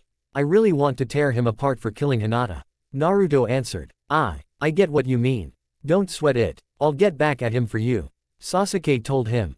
Mori looked at Naruto for just a second, and Naruto nearly tripped over himself out of a sense of fear. Sasuke chuckled and Naruto didn't know why. Doesn't she scare him too? Naruto thought. By the way, loser, why do you care so much about that girl? Sasuke asked. Well, she cared so much about me even back at the academy. I didn't understand it at the time because the way she showed her affection was weird. Also, something about her eyes creeped me out. Then, I saw Neji mock her determination and ridicule her for even trying to get through the exams, and I just knew I had to cheer her on. Even if we were from different teams. I cared about her because she was always caring about me. She even gave me that healing cream I still haven't used. Another thing that told me she cared was when Kurenai-sensei told me that she doesn't give out that cream normally or talk to anyone normally. Also, I didn't always get it, but Neji was her cousin, right? He should have knocked her out instead. But no, he chose to kill her. What kind of monster does that, and still thinks he's better than everyone else? Naruto explained. I understand that, too. Sasuke agreed. Guys, shut up. The proctor's about to start talking. Yuki whispered. The proctor told everyone that the final exam had the same rules or lack thereof as the preliminary exam. After that, he offered the participants a one and only chance to back out and forfeit their match. Anyone who forfeits can come back and try again. The proctor said. That Kankuro guy raised his hand, and then walked to the observation platform above the stadium's main entrance. Alright, because of a sudden death that took place before the final exam and because the hidden sand ninja Kankuro forfeited his match, the matchups have changed. Shino Aburame will fight Shikamaru Nara and Yuki Nohara's match against Temari will instead be the second match. The proctor announced. First up is Sasuke Uchiha and Neji Hyuga.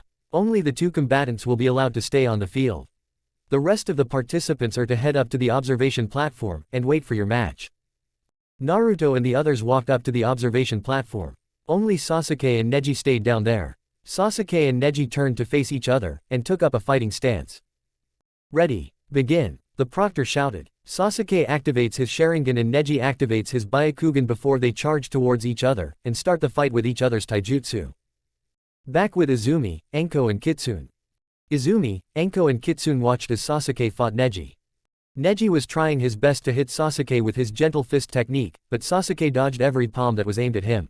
Look at him go, Kitsune says. Their academy records say both Sasuke and Neji were atop of the class during their time at the academy. Enko told Kitsune. So it's a prodigy versus prodigy fight. Interesting, Kitsune remarked. I think that aspect makes it less interesting because they'll probably be so evenly matched that there'll be no clear winner in this fight. Enko said for the sake of argument. I think you'll be wrong, Enko.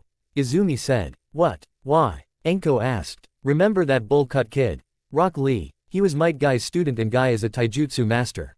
Neji is also on the same team as Lee, the Tenten girl who died in the preliminary, in Might Guy. And before the first exam, Sasuke fought Lee in an unsanctioned fight but thankfully, both survived that fight because Guy intervened before it could go any further. And I don't know if you saw it, but Sasuke sorta copied Lee's front lotus move in the first preliminary match. And I heard from Guy, himself, that Lee views Neji as a rival. So I wonder what other moves Sasuke copied during his fight with Lee. Izumi says. Izumi was right about that, but not in the way she thought. Sasuke backed away from Neji, and then, he casted the fireball jutsu and Neji blocked the jutsu by using that palm rotation secret technique of his. But then, Sasuke casted the lightning bomb jutsu while Neji was blocking Sasuke's fireball and then, the lightning bomb came at Neji faster than he could anticipate it. The bomb hit Neji, and then exploded. Neji was instantly rendered unconscious. But, before he could fall down, Sasuke activated the Chidori, and then zoomed towards Neji before using the Chidori to stab Neji in the heart. That was for killing your cousin, Sasuke said. Sasuke pulled his hand out of Neji's chest, and then he deactivated the Chidori and his Sharingan. Neji fell down, and immediately died. Neji Hyuga is dead. The winner is Sasuke Uchiha.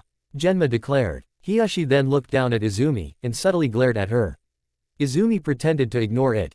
After Hiyashi regained his composure, he instead looked back down at the field. Sasuke was about to walk to the observation deck and the next combatants were about to walk onto the field when a loud sound was heard by everyone in that stadium. Blue smoke shot up into the air and then another loud sound was heard, and red smoke shot up into the air, too. The smoke was coming from where the cage were sitting. Then, one by one, audience members were starting to fall asleep, and white feathers started to slowly fall from the roof. Izumi activated her Sharingan. It's a genjutsu. Izumi thought out loud. She released herself, Kitsune and Anko from the genjutsu, and then, she released some other hidden leaf ninjas from the genjutsu. That was one hell of a genjutsu. Kitsune commented. Agreed, but who was casting it? Anko asked. They looked down, and saw that members of the Anbu dressed in black hooded cloaks were holding up one hand sign. Izumi, Kitsune, and Anko threw one kunai knife at the Anbu, who were clearly disguised enemies, and then, 2 of the Anbu were hit, and they fell down and died, but the one meant for the third fake Anbu was blocked somehow.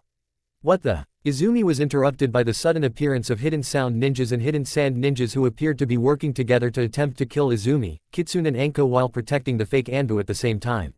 Izumi also heard other sounds of fighting amongst the audience.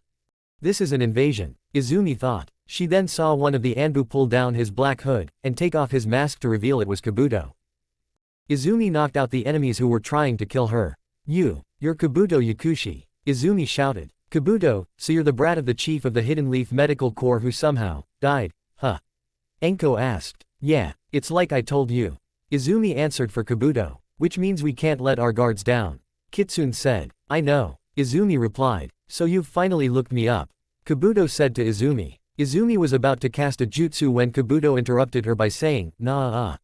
I'd reconsider that if I were you. He then stepped to the side, and showed her that the triplets from the Hidden Sand, Baki, Yuki, and Naruto, who was in his Jinchuriki form, were on the field, confronting Sasuke like they were about to fight him. Wait, what? I didn't give him permission to use his Jinchuriki powers. Izumi thought. Genma seemed to be the only one who's protecting Sasuke.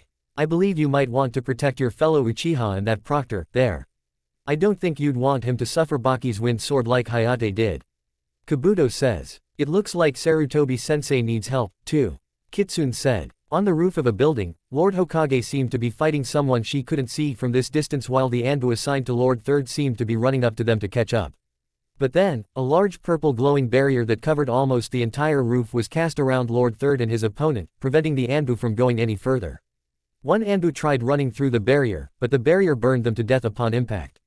The other Anbu just decided to wait outside the barrier. Useless Anbu. Izumi thought. You'd be right about that, Fox Sage. See, at this very moment, Lord Orochimaru is fighting you and his former sensei.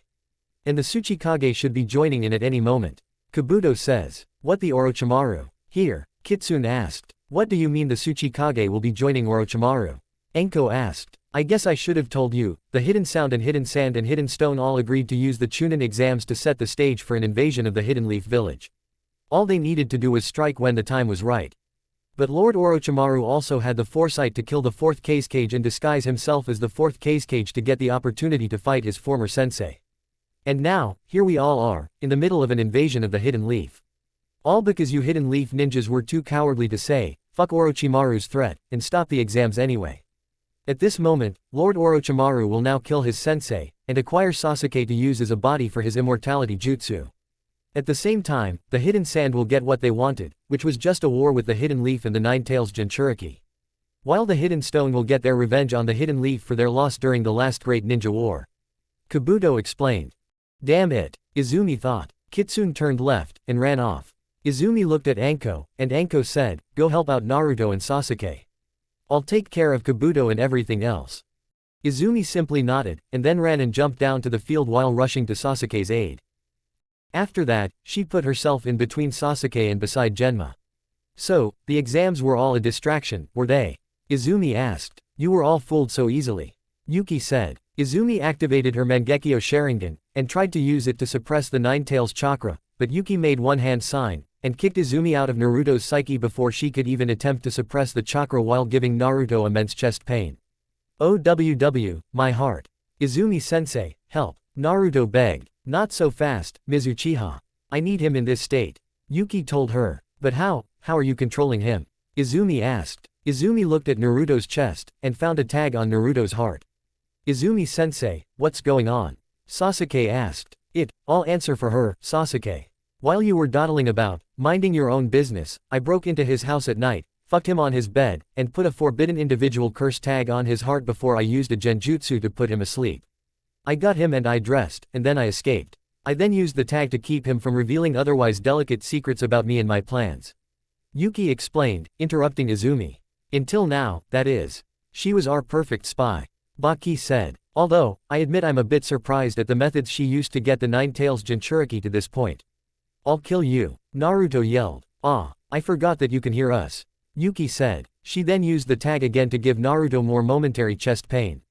Give us that boy, the boy you call Sasuke, or I'll kill you, Mori demanded. I'm sorry, Miss Fake Genin, but you're not exactly in a position to make any demands, Genma said. He's right, you're not touching him, Izumi told them. That's fine, I'm only here for Naruto, anyway, Yuki said. Yuki and Naruto turned to their left, and ran out the stadium's main entrance. Can you handle them? Izumi asked Genma. I'll try, Genma answers. Izumi sighs. Okay, Izumi then said, knowing that that's probably the best answer she'll get. They then heard more loud noises and sounds of roaring from afar. That'll be our reinforcements attacking from your village's gates, Kankuro told Izumi, Sasuke and Genma. Izumi turned to face Sasuke, and asked, you're not too wounded from your fight against that Hyuga member, are you? Sasuke shook his head. Great, then this'll be our first A-rank mission. We need to get Naruto back and defeat Yuki, Izumi told him. Sasuke nodded in agreement. Izumi and Sasuke both turned towards the stadium's main entrance, and ran after Naruto and Yuki. They ran and ran and ran and ran all throughout the village, fighting hidden sand, hidden sound and hidden stone ninjas along the way until they finally found them. Yuki and Naruto turned around to face them once Yuki realized they were there. HMPH. A persistent duo, aren't you? Yuki asked. Give back Naruto, or you'll regret it, Sasuke threatened. Sorry, Sasuke, I'm afraid that will be an empty threat, Yuki said. She then demonstrated her use of that forbidden tag again, and caused Naruto a lot of temporary chest pain. Face it, you two. Team 7 is over. In fact, there never was a Team 7 in the first place, Yuki told them. Why are you doing this? Izumi asked. Because Rin Nohara was my oldest cousin and yet, you Hidden Leaf ninjas let her die. Contrary to popular belief, I was not kidnapped. My clan willingly gave me up to the undercover Hidden Sand Anbu group sent here to take me. My clan wanted to give one of their own clan members away to any hidden village other than the Hidden Leaf who would take them. All because they wanted revenge for Rin. And I also wanted revenge. The thing is, I never expected myself to get it this way. But I did all of what I did anyway. I also wanted to take my revenge on the Hidden Leaf because, back when I was kidnapped, I didn't understand why they were taking me or where they were taking me to. I spent many days in a hidden sand prison. Meanwhile, my parents, who knew nothing, called for help from the Hidden Leaf's Anbu. But no one came for me. After so many days of imprisonment, I came to resent the Hidden Leaf and so, I became the Hidden Sand's youngest kunoichi. I was quickly elevated to Chunin by the Cage over time and then, I joined the Hidden Sand's Anbu. And now I'm here, taking away the Hidden Leaf's biggest source of power, and thus causing a shift in the power balance between the nations. Which means that even if the Hidden Leaf somehow manages to drive our forces out of the village and win the battle, the war we crave will still start because everyone will want Naruto after that, Yuki explained. Like hell it will, Sasuke shouted. He casted the fireball jutsu at Yuki. Yuki casted the mud wall jutsu to block Sasuke's fireball. Naruto, let's show them what we're made of, Yuki ordered. Naruto went around the mud wall, and ran up to Sasuke before punching him. Stop, Naruto. That bitch is enslaving you, Sasuke shouted. I know, but I can't suffer another heart attack, Naruto said. A sad look was on his face and tears were streaming down from Naruto's blue eyes. Alright, if he's got Naruto, then I've got Yuki, Izumi thought. Izumi weaved together 4 hand signs, and then shouted, ninja art, lightning ball. And then, a bunch of balls made of yellow lightning appeared around Izumi, and fired themselves at the mud wall. The mud wall was destroyed by the lightning balls, and then, Yuki dodged the debris from the destroyed mud wall, and then, she casted the Gale Palm Jutsu to counter the other lightning balls. The lightning balls and wind gusts from the Gale Palm Jutsu collided, and made a big explosion. Alright, if you want to take revenge on us for Rin's death, then perhaps I should tell you how Rin died because what you're doing is so ironic that it borders on stupidity, Izumi said. Tell me, then, since you apparently know so much, Yuki sarcastically told her. While Rin and Kakashi were returning home to the Hidden Leaf village after the Battle of Canopy Bridge, some Hidden Mist Anbu and Hidden Mist Jonin came out of nowhere, and kidnapped Rin. They took her somewhere to seal the 3 tails, the third of the tailed beasts inside Rin. They then placed a forbidden individual curse tag on her heart so that the 3 tails would come out, and destroy the Hidden Leaf village when Rin returned to the village. Kakashi came and saved her, and then they were running back to the village while some Hidden Mist Anbu were chasing them. While they were running away, Rin somehow figured out what was really going on, and she asked Kakashi to kill her. Kakashi refused, but the only way they knew how to remove the tag was to strike her heart. But Kakashi didn't want to acknowledge that. So, instead, Kakashi and Rin stopped, and fought the hidden mist ninjas while thinking of ways to take off the tag without killing her. But it was fruitless. So, instead, as Kakashi was about to use the Chidori to kill an enemy, Rin went and put herself in the way of Kakashi's jutsu. The Chidori went straight through Rin's heart. And Rin died, but the enemy's plan was foiled. All anyone can say about the aftermath was that Kakashi fell down and went unconscious after killing Rin, and then, somehow, every hidden mist ninja was killed. Help arrived, probably thinking that Kakashi and Rin somehow killed them all before Rin was killed and help arrived. Izumi explained. Bullshit. How could you possibly know that? Yuki shouted. Yuki threw a kunai knife at Izumi, and Izumi dodged the kunai knife. Because I knew Kakashi Hatake. He was there for me right after the massacre. He and I became friends. And he told me all about how Rin and Obito died because they were on the same team. They were students of the 4th Hokage. Izumi answered. You put a forbidden individual curse tag on Naruto, who is the 9 Tails Jinchuriki, and yet, if Rin wasn't made into the 3 Tails Jinchuriki, if that same tag was never put on her hell, if the hidden mist ninjas hadn't kidnapped Rin at all, Rin wouldn't have had to die. How come you can't see the irony in that? Izumi asked. Because I don't care if my actions here today are ironic or not.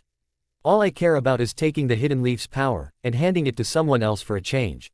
Yuki answered. Izumi looked shocked. Oh, what's that look for, Izumi? It's a simple and universal truth that you hidden leaf ninjas can't get through your thick skulls. That truth is called survival of the fittest. The weak shall perish and the strong shall survive.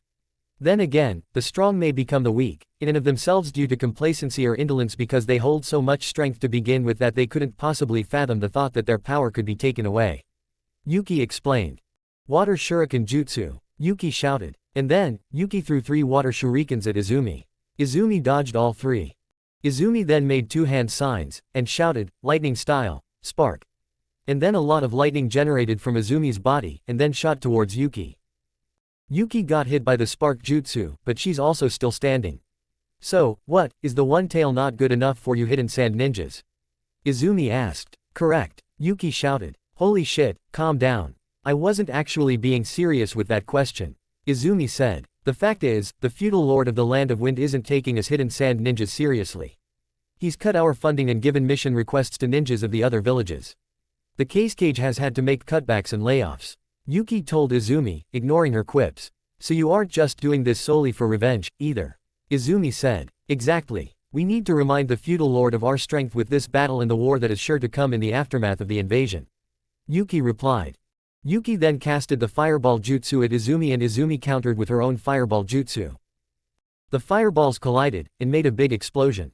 Izumi pulled out a kunai knife. Well, aren't the hidden sand higher-ups a bunch of geniuses? They probably don't realize that Orochimaru's been masquerading as their case cage this whole time. Not that it matters because their plan is dumb and smart at the same time. Izumi thought. Izumi ran up to Yuki with her kunai knife raised, and Yuki pulled out her own kunai knife, and blocked Izumi's incoming attack. Meanwhile, Naruto and Sasuke were continuing to fight using taijutsu. Did you hear Izumi-sensei? The only way to remove this tag thing from me, is for me to die. Naruto said, crying while fighting Sasuke. Sasuke dodged each strike Naruto attempted to make. Kill me, Sasuke. Like hell, I will. Sasuke shouted. Sasuke then kicks Naruto, and Naruto punches Sasuke in retaliation. Annihilate him, Naruto. Yuki shouted. Naruto then used the fire punch jutsu to launch Sasuke into a wall. Sasuke recovered. Damn, I can't find an opening. Sasuke thought. Sasuke wanted to fight some more, but he was slightly injured. Izumi noticed this, and rushed to his aid. Sasuke. Izumi shouted. Izumi used a special water-style jutsu to heal Sasuke, and then, they turned to face Naruto. To me, Naruto. Yuki commanded. Naruto then jumped back to Yuki's side. Izumi and Sasuke walked to a spot 6 feet away from Naruto and Yuki, and prepared to fight again. It seems that we can't do this for too much longer. You attempted to defeat me with just words, and words, alone, and yet you failed. So instead, I'm going to try the same to you. Because the village has been lying to you. Sasuke. Itachi didn't just decide to murder the Uchiha clan just out of hatred. Yuki said. What are you talking about? Sasuke asked. Sasuke, don't listen to her. Izumi told him. It's interesting how even you know, Izumi, and yet you never told him, either. Yuki taunted. I don't understand. What do you mean? Sasuke shouted. Izumi passed a little white paper to Sasuke, and Sasuke caught it. Sasuke saw that the paper had a note written on it. And he read it. It reads, "I got tired of missions. At this rate, the Uchiha will have no future. And neither will I. I am unable to walk the path any further." That's a suicide note written by Shisui Uchiha, a friend of Itachi's. Shisui was also feared far and wide as Shisui the Teleporter. See, at the time, the Uchiha clan was planning a coup against the Hidden Leaf. This was because the village wrongly accused the Uchiha clan of orchestrating the Nine Tails incident. The clan denied the accusation, but the village doubled down on the accusation because there was so little known about the Nine Tails incident and no one else was coming around and saying, "I did it." Yuki explained. "Why did they single out my clan, of all clans?" Sasuke asked. "Because there are only two ways to control or tame a tailed beast, the wood style or the Sharingan. Hell, an exceptionally strong Mangekyo Sharingan is more effective at taming and taking control of a tailed beast. The wood style is an extinct chakra nature that hasn't been seen since the first Hokage was alive. But the Sharingan was still very much alive. And the village knew that the Sharingan could control the Nine Tails. As a compromise between the clan and the village to keep the peace, your higher-ups had the Uchiha move their compound to the village's outskirts. And then, over time, your superiors had been taking more and more from the clan to the point where your police ninjas were relegated to beat cop duty while the Anbu were given all the murder, robbery and drug investigations. The Anbu were taking down actual criminals while your clan was arresting people for rather stupid reasons like public nudity or the occasional drunken dispute. So it was no fucking wonder that the Uchiha were dissatisfied with these current circumstances. The village, however, suspected the Uchiha of being traitors who could incite a coup at any moment. And they knew that the other hidden villages would carry out their own strikes against the village if a civil war were to start in the Hidden Leaf village. The third Hokage and the head of the Uchiha clan, your father, tried and failed numerous times to negotiate a peace between the clan and the village. But for some reason, those peace talks always wound up failing. So, seeing no other solution, your father actually planned a coup against the village leaders. This was where Itachi and Shisui came in because they were double agents for the village and your silly little clan. After both Shisui and Itachi heard that the Uchiha clan's head would actually have the clan rebel against the village, Shisui planned on using his Mangekyo ability, the Koto Amatsukami, which is a mind-control genjutsu that allows the caster to make the individual they casted the jutsu on do whatever they want them to do on your father to make him put an end to the coup before it starts. But before Shisui could even do that, he was approached by one of your village elders, a bad man named Danzo Shimura, who didn't have any faith in Shisui's plan, so, instead, Danzo stole Shisui's Sharingan for himself. And, before Danzo could take the other one, Shisui teleported away, met with Itachi for one last time on the top of a cliff overlooking the Nakano River. As I mentioned before, Shisui knew that Danzo would try to steal his other eye, so he gave that eye to Itachi, and intentionally fell off the cliff. Yuki explained further. But Itachi told me he murdered Shisui when he and I last talked. That was how he got his Mangekyo Sharingan, wasn't it? Sasuke asked. Another lie. Itachi, himself, fed you to make you hate him. Yes, Itachi did awaken his Mangekyo Sharingan, but only after witnessing Shisui committing suicide. Murdering your best friend isn't the only way to obtain those eyes, stupid.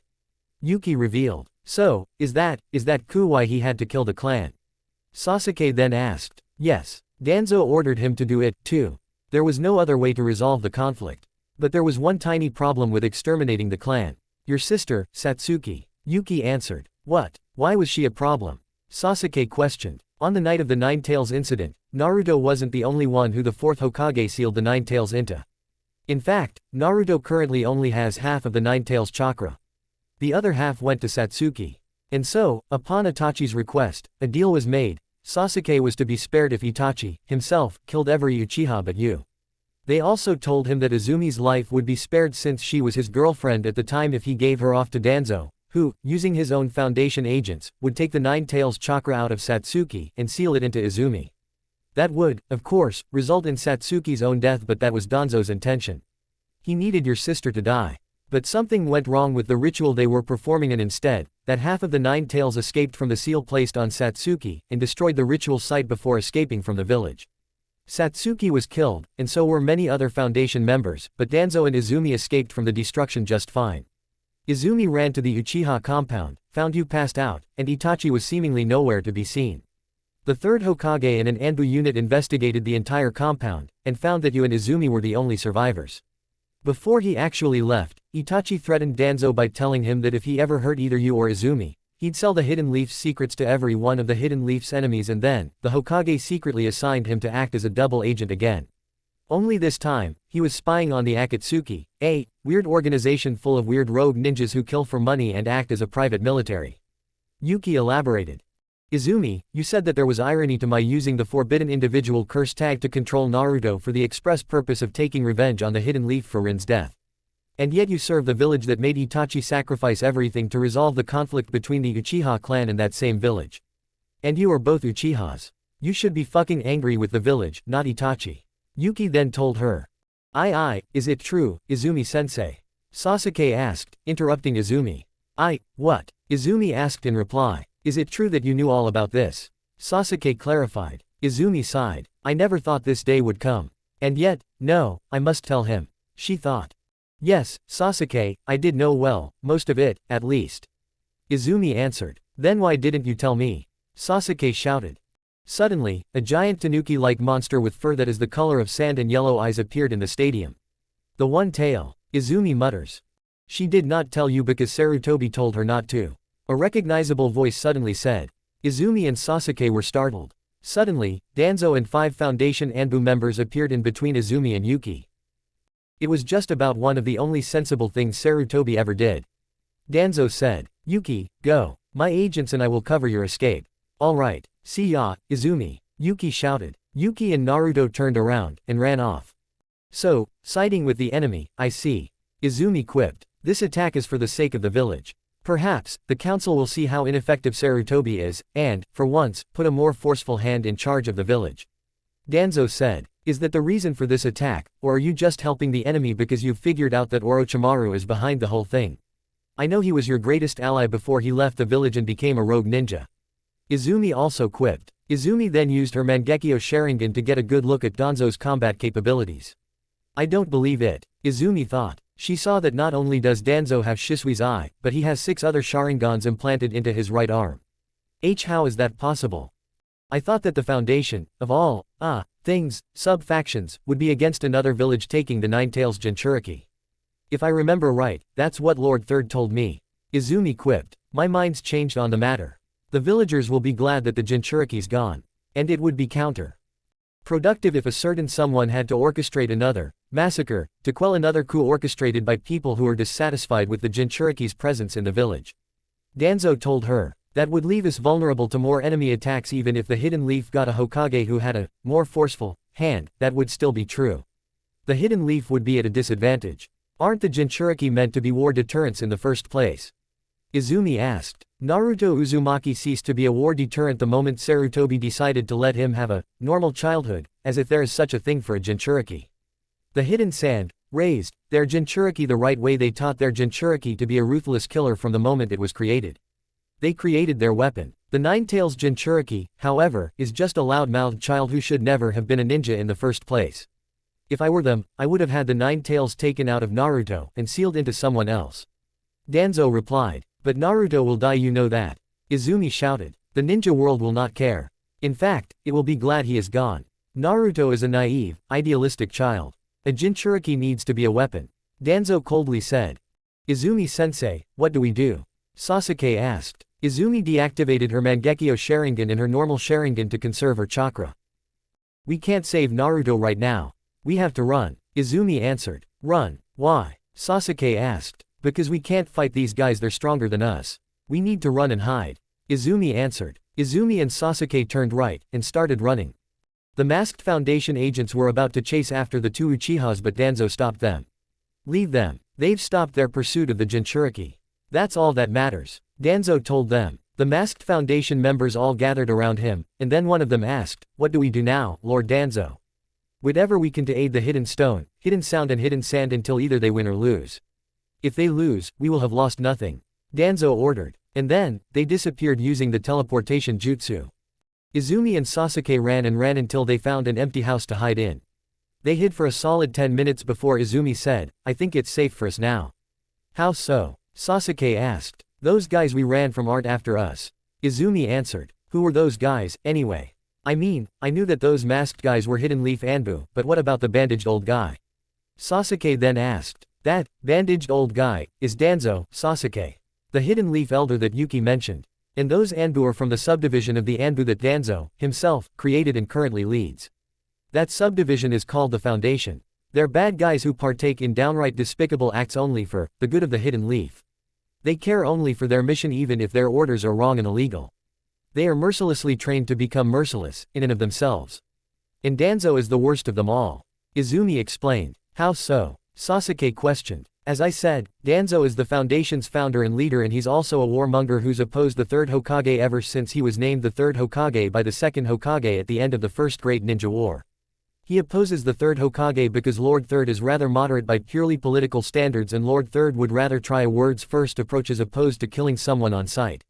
Just as Danzo is merciless, Lord Third is merciful. In a way, Danzo and Lord Third are complete opposites. Before the creation of the Foundation, Danzo tried creating another faction called the Hawk, which was full of other people who opposed the third Hokage for other reasons. But they were put down. Thus, Danzo gained a nickname. That nickname was the Warhawk. You should not approach him carelessly. Danzo and the Foundation will not hesitate to kill someone as young as you, Sasuke. After all, Danzo is the one who ordered Itachi to kill everyone else in our clan. Danzo is one scary, power-hungry warmonger who will probably stop at nothing to become the Hokage if we don't do something about him one of these days. It kinda surprises me that they're back, though. Izumi explained. Why? Sasuke inquired. Because straight after the Uchiha massacre, the third Hokage officially dissolved the Foundation and put Danzo under house arrest. But those who know ninjas like Danzo know that he won't be dissuaded from his horrible activities just because Lord Third said so, so naturally, the Foundation would just continue its dirty work in secret. Also, I always knew that the Foundation would show their faces again one of these days, but the fact that they showed their faces right now is what surprises me because it's only been 5 years since the massacre and the day when the Anbu's headquarters was nearly destroyed. Izumi explained. But at least they're not really after us. They just wanted to stop us from going after Yuki and Naruto, and they succeeded. Izumi then said. So what are we going to do now? Sasuke asked. We're going to stop the One Tail, that big tanuki-like monster we saw earlier. Izumi answered. That thing? How? It's taller than a building. Sasuke said. My Sharingan can not only suppress the Nine Tails chakra, it could also do the same for every other tailed beast. And the One Tail, as its name might imply, is a tailed beast just like every other. Except the One Tail is the least powerful as opposed to the Nine Tails, which is the single most powerful. Hell, because of that, suppressing the One Tail might be easier. Izumi told him. Alright, then, how do we do that without getting crushed by that thing or attacked by the enemy? Sasuke then asked. Izumi walked outside, and looked around. She then got a perfect idea once she saw the Hokage stone faces. Sasuke, come out here. Izumi shouted. Sasuke ran up to Izumi, and Izumi said, we'll be carrying out my plan from the top of the first Hokage's stone face head. I see. Sasuke said. They went all the way to the top of the first Hokage's stone face head while sneaking past the enemy. Once at the top, the two of them turned to face the One Tail, who was still inside the stadium, but was on the verge of breaking out, and then, Izumi activated her Mangekyo Sharingan and used it to enter Mori's psyche the same way she did with Naruto while Izumi's physical self stayed in the real world. Her psyche looks a lot like Naruto's. Izumi thought. Except hers is darker. She walked on, and she found Mori in the One Tail's cage, which had been recently opened. Mori was just standing around with her arms folded and her expression was cold and stoic. Until Izumi came into the room, that is. How are you even here? Mori asked. Izumi looked at her, and said, I have special eyes. Then, the One Tail appeared in front of them. Oh, the Sharingan, In that case, I wouldn't trust this dame if I were you. The One Tail warned Mori. You mean the Nine Tails? Izumi asked. Of course, I mean him. What are ya, stupid? Maybe the term, dumb blonde, really is just a generalization. The One Tail said. Rude. Izumi replied. He's right. Why should I trust you?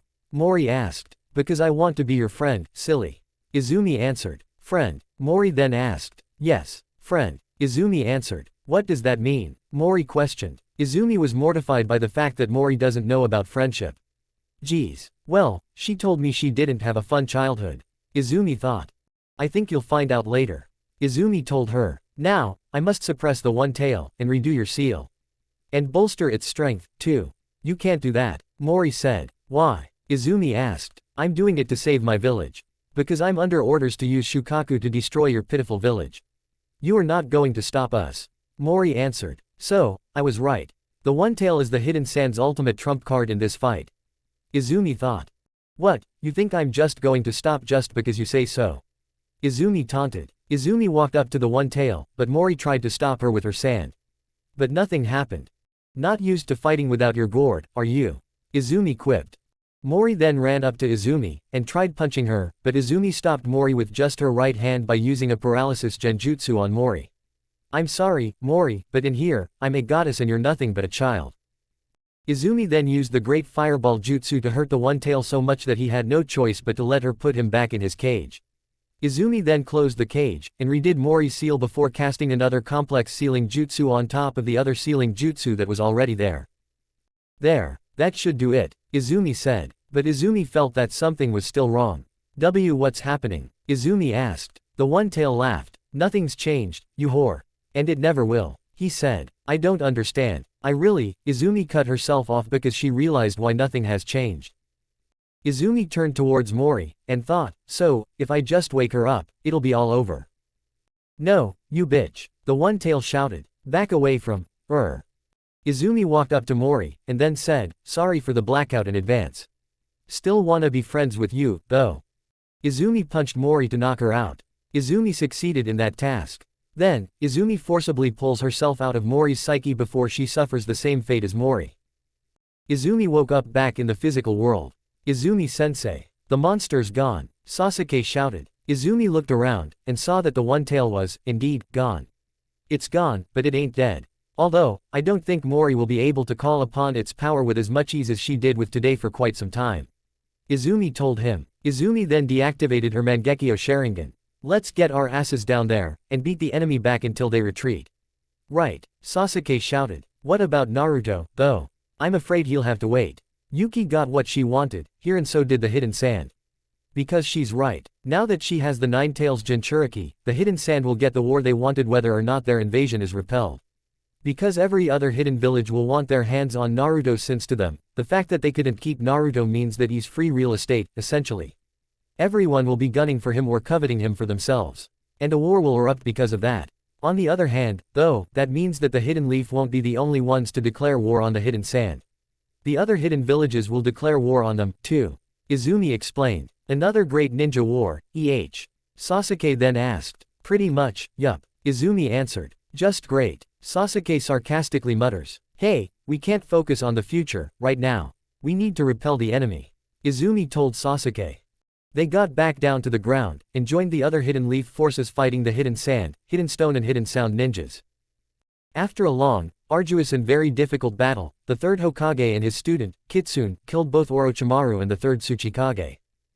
After that, they also joined the other hidden leaf ninjas, and repelled the enemy, who were all just lowly rank and file jonin that would have been difficult to defeat for a genin but not for a kage like Lord Third or a sanin like Kitsune.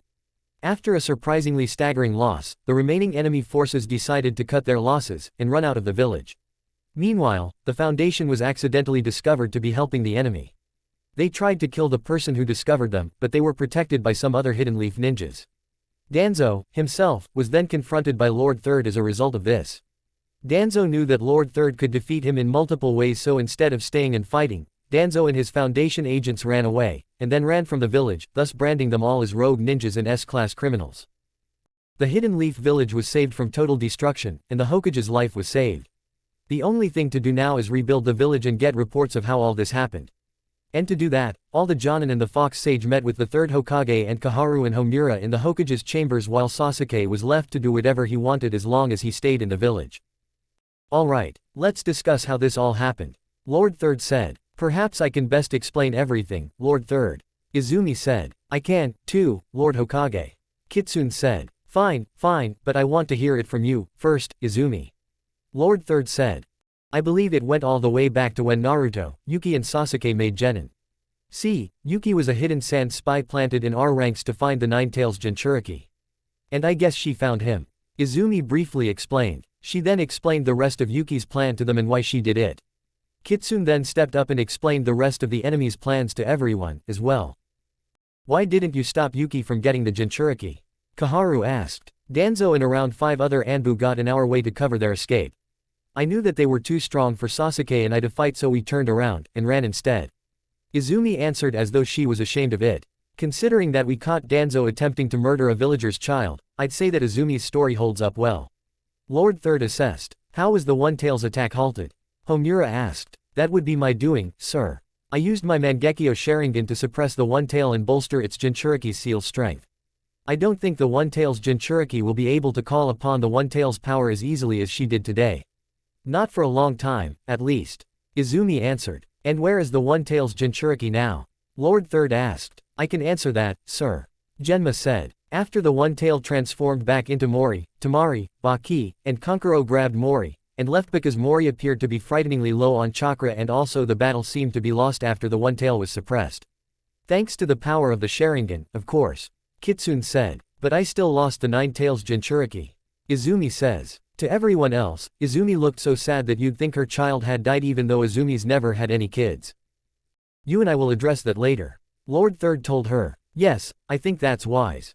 Homura said. Agreed. Kaharu also said. The question, now, is, how do we respond to this attack? Actions like these don't come without consequences. Shikaku interjected. I believe that before we should take any action, words must be spoken. A 5-cage summit must be held. Lord Third answered. Homura and Kaharu looked like they were reluctantly agreeing with this.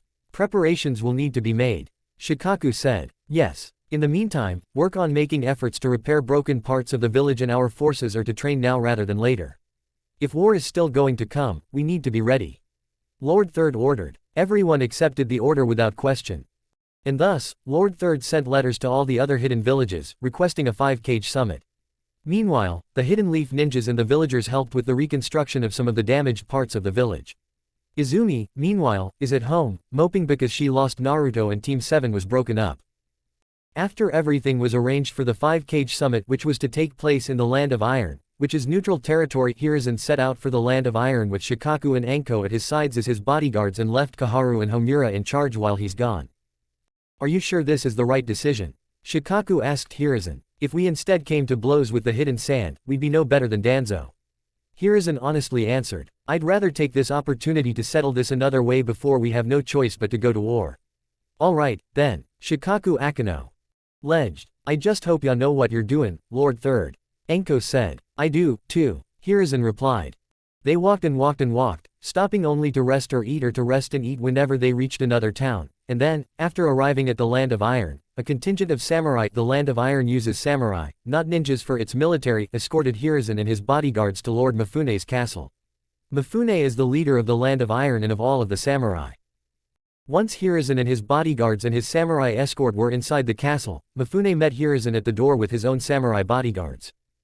Welcome, Lord Third Hokage. Lord Fourth Raikage and Lady Fifth Mizukage await you in the conference room. Lord Mifune told him. Follow us.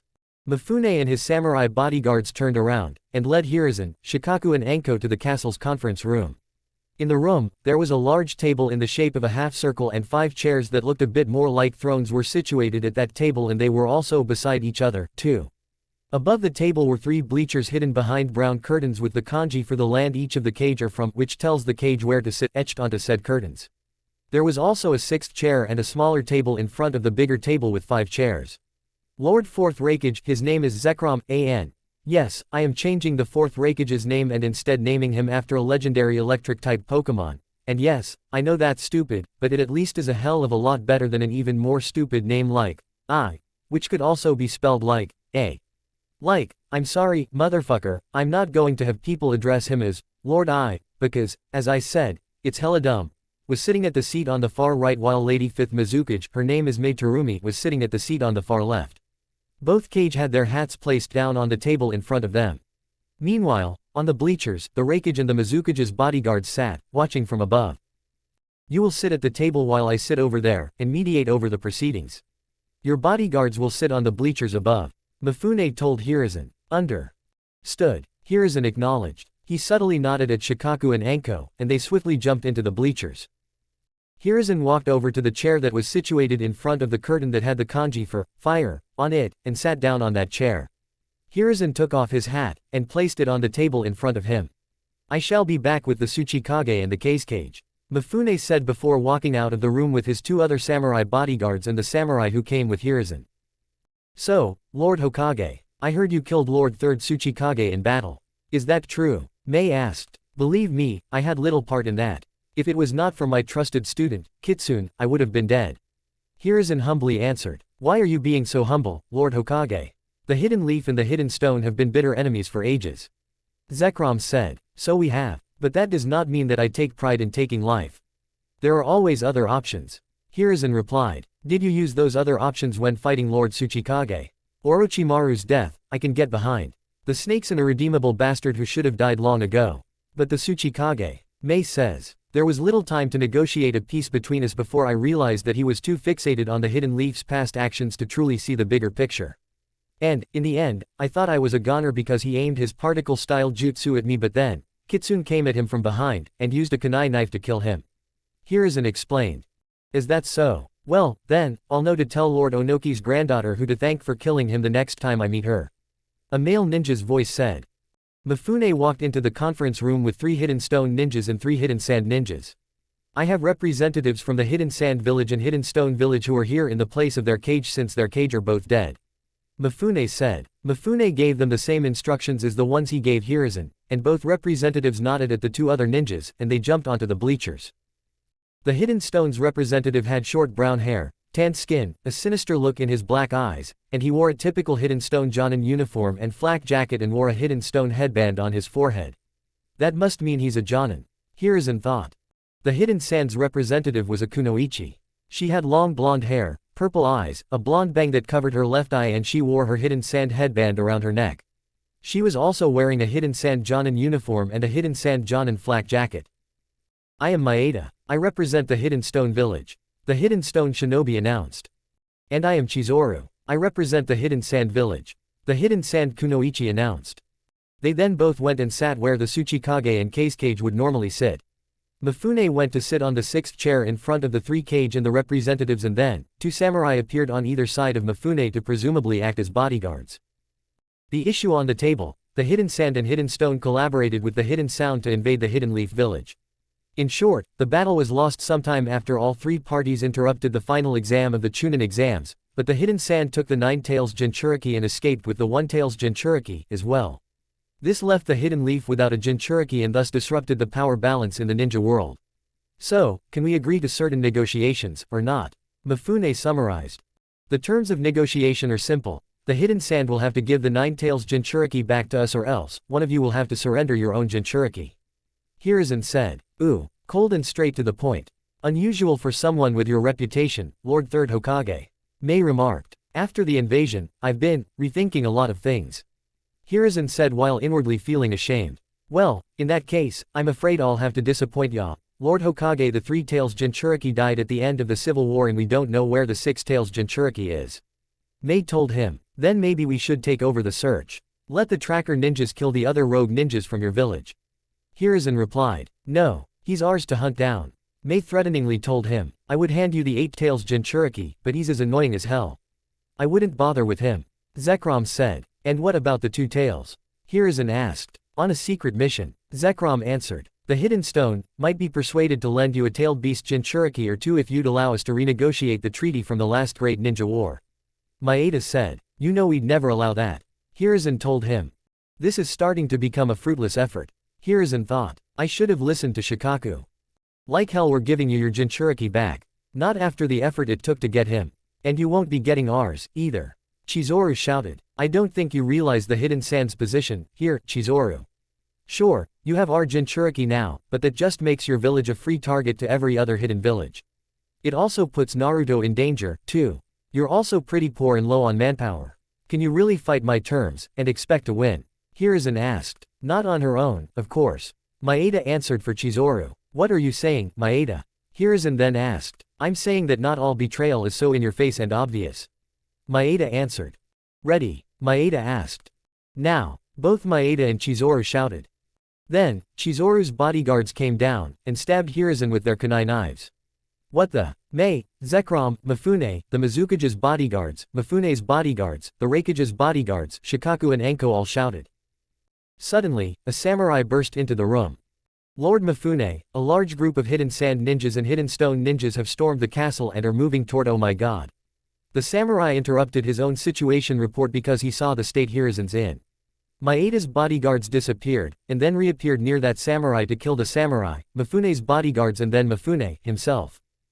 Shikaku and Anko came down, and kicked Chizoru's bodyguards away from Hiruzen. I'm sorry, Shikaku. I should've listened to you. Hiruzen said. Shut up and save your strength. Shikaku shouted. Anko, we need to get him out of here. How? I don't have a stretcher on me and there could be an unknown number of enemies waiting outside. Anko said. She's right, Hiruzen added. With his dying breath, Hiruzen gave Shikaku a paper, and said, deliver this letter to Kitsune. He then finally died. Damn, Anko says. Yes, Lord Hokage, Shikaku said. Shikaku pocketed the letter, and then they ran out of the castle's conference room. Sure enough, there were hidden stone and hidden sand ninjas waiting for the 2 hidden leaf ninjas. These ninjas numbered in the hundreds. The only thing Shikaku and Anko could do was turn around, and run while attempting to stall them by casting ninjutsus at them.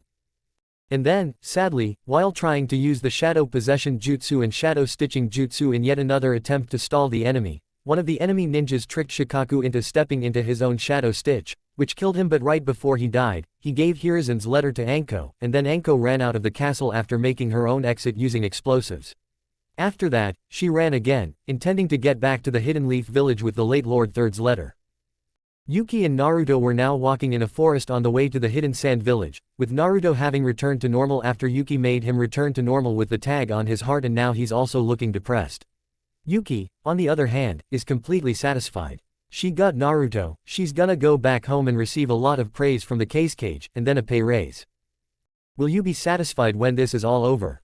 Naruto asked. Yeah, Yuki so bluntly answered. Why? Well, then, that's great, but you've tried to kill me, you've raped me, and now you've taken me away from my friends. Hell, you've taken the lives of one of my friends. Naruto answered. Who? You mean that Ino girl? You and her weren't even friends. Yuki shouted. It doesn't matter. She was a kunoichi of the Hidden Leaf and she sure as hell didn't die like one. Naruto replied. Who the hell cares? She was a ninja, not your wife. Just calm down, and forget about them. Besides, you have new masters to serve now, you fox. Yuki told him. After a long-ass walk, they finally make it to the Hidden Sand Village.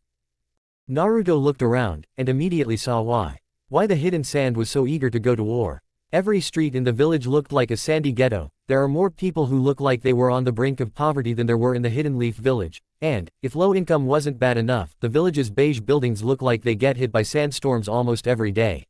So where are we going? To the mission assignment desk. Naruto asked. Nope, we're going to our village's Anbu headquarters. Yuki answered. Naruto gulped, afraid that he'd have to meet another masked ninja.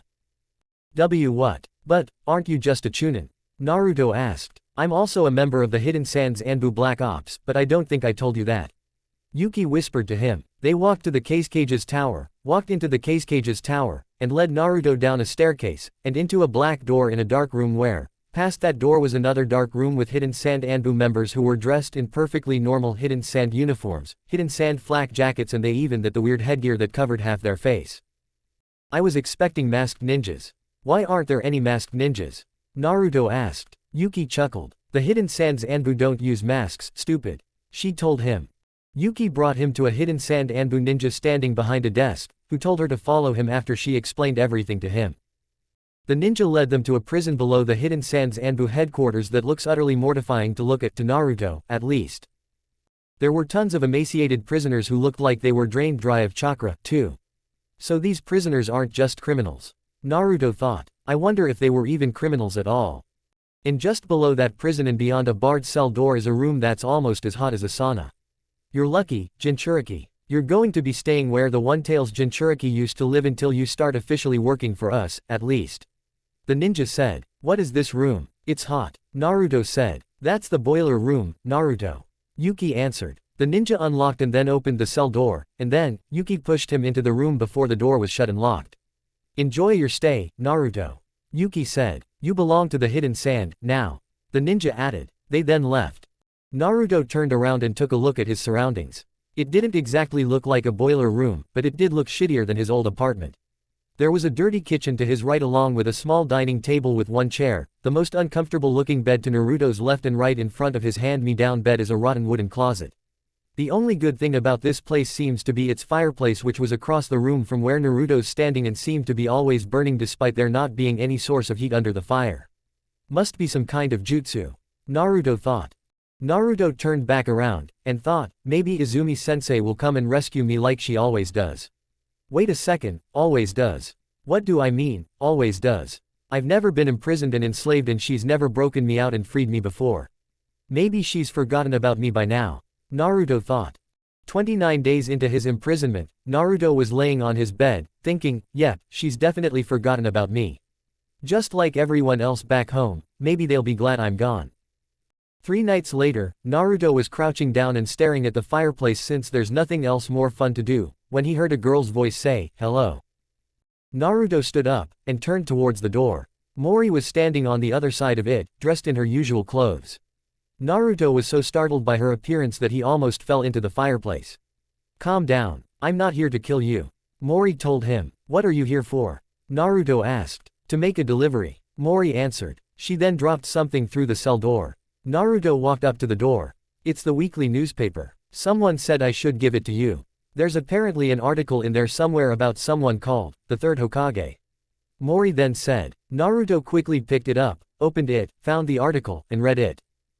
The old man Hokage, he's. Naruto says, starting to tear up.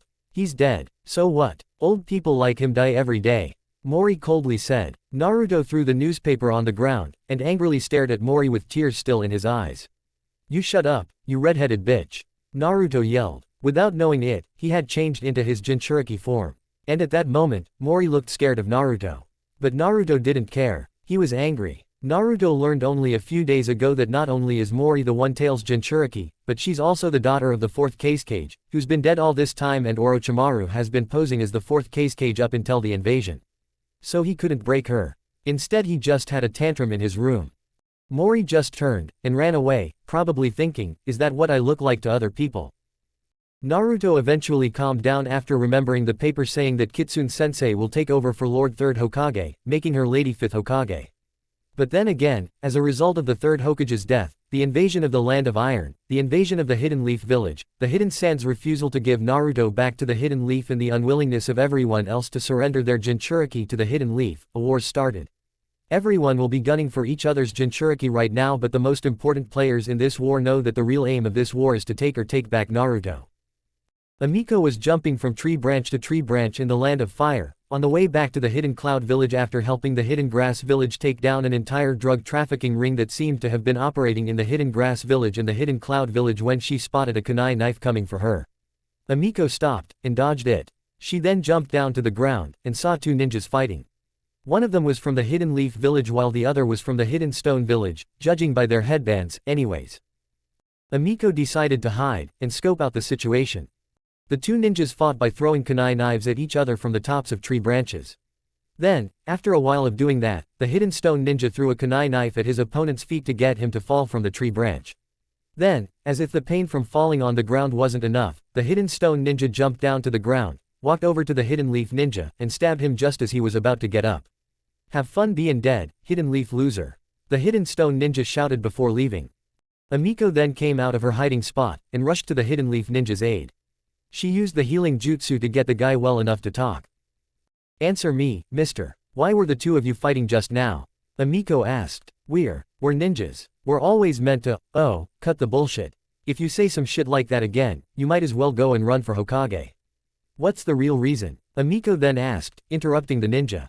There's a war going on. Don't you know? The ninja asked. He then quickly explained everything before dying. A war? Seriously? Amiko shouted. She then heard the sound of a messenger hawk. Amiko called it down to her, and took the letter it had strapped to its left talon. She then petted it 3 times, and let it fly away. After that, Amiko turned her attention to the letter, and examined it. It looks like it's from Lord Raikage. Amiko thought. Amiko opened the letter, and read it. It was, indeed, from the Raikage, and it told her that there was, indeed, a war going on and that it started only moments ago. The letter said to return to the Hidden Cloud Village, where the Raikage will explain everything in more detail. Amiko grunted angrily as she closed the letter, pocketed it, and continued on her way back to the Hidden Cloud Village. What's Lord Fourth done now? Amiko thought.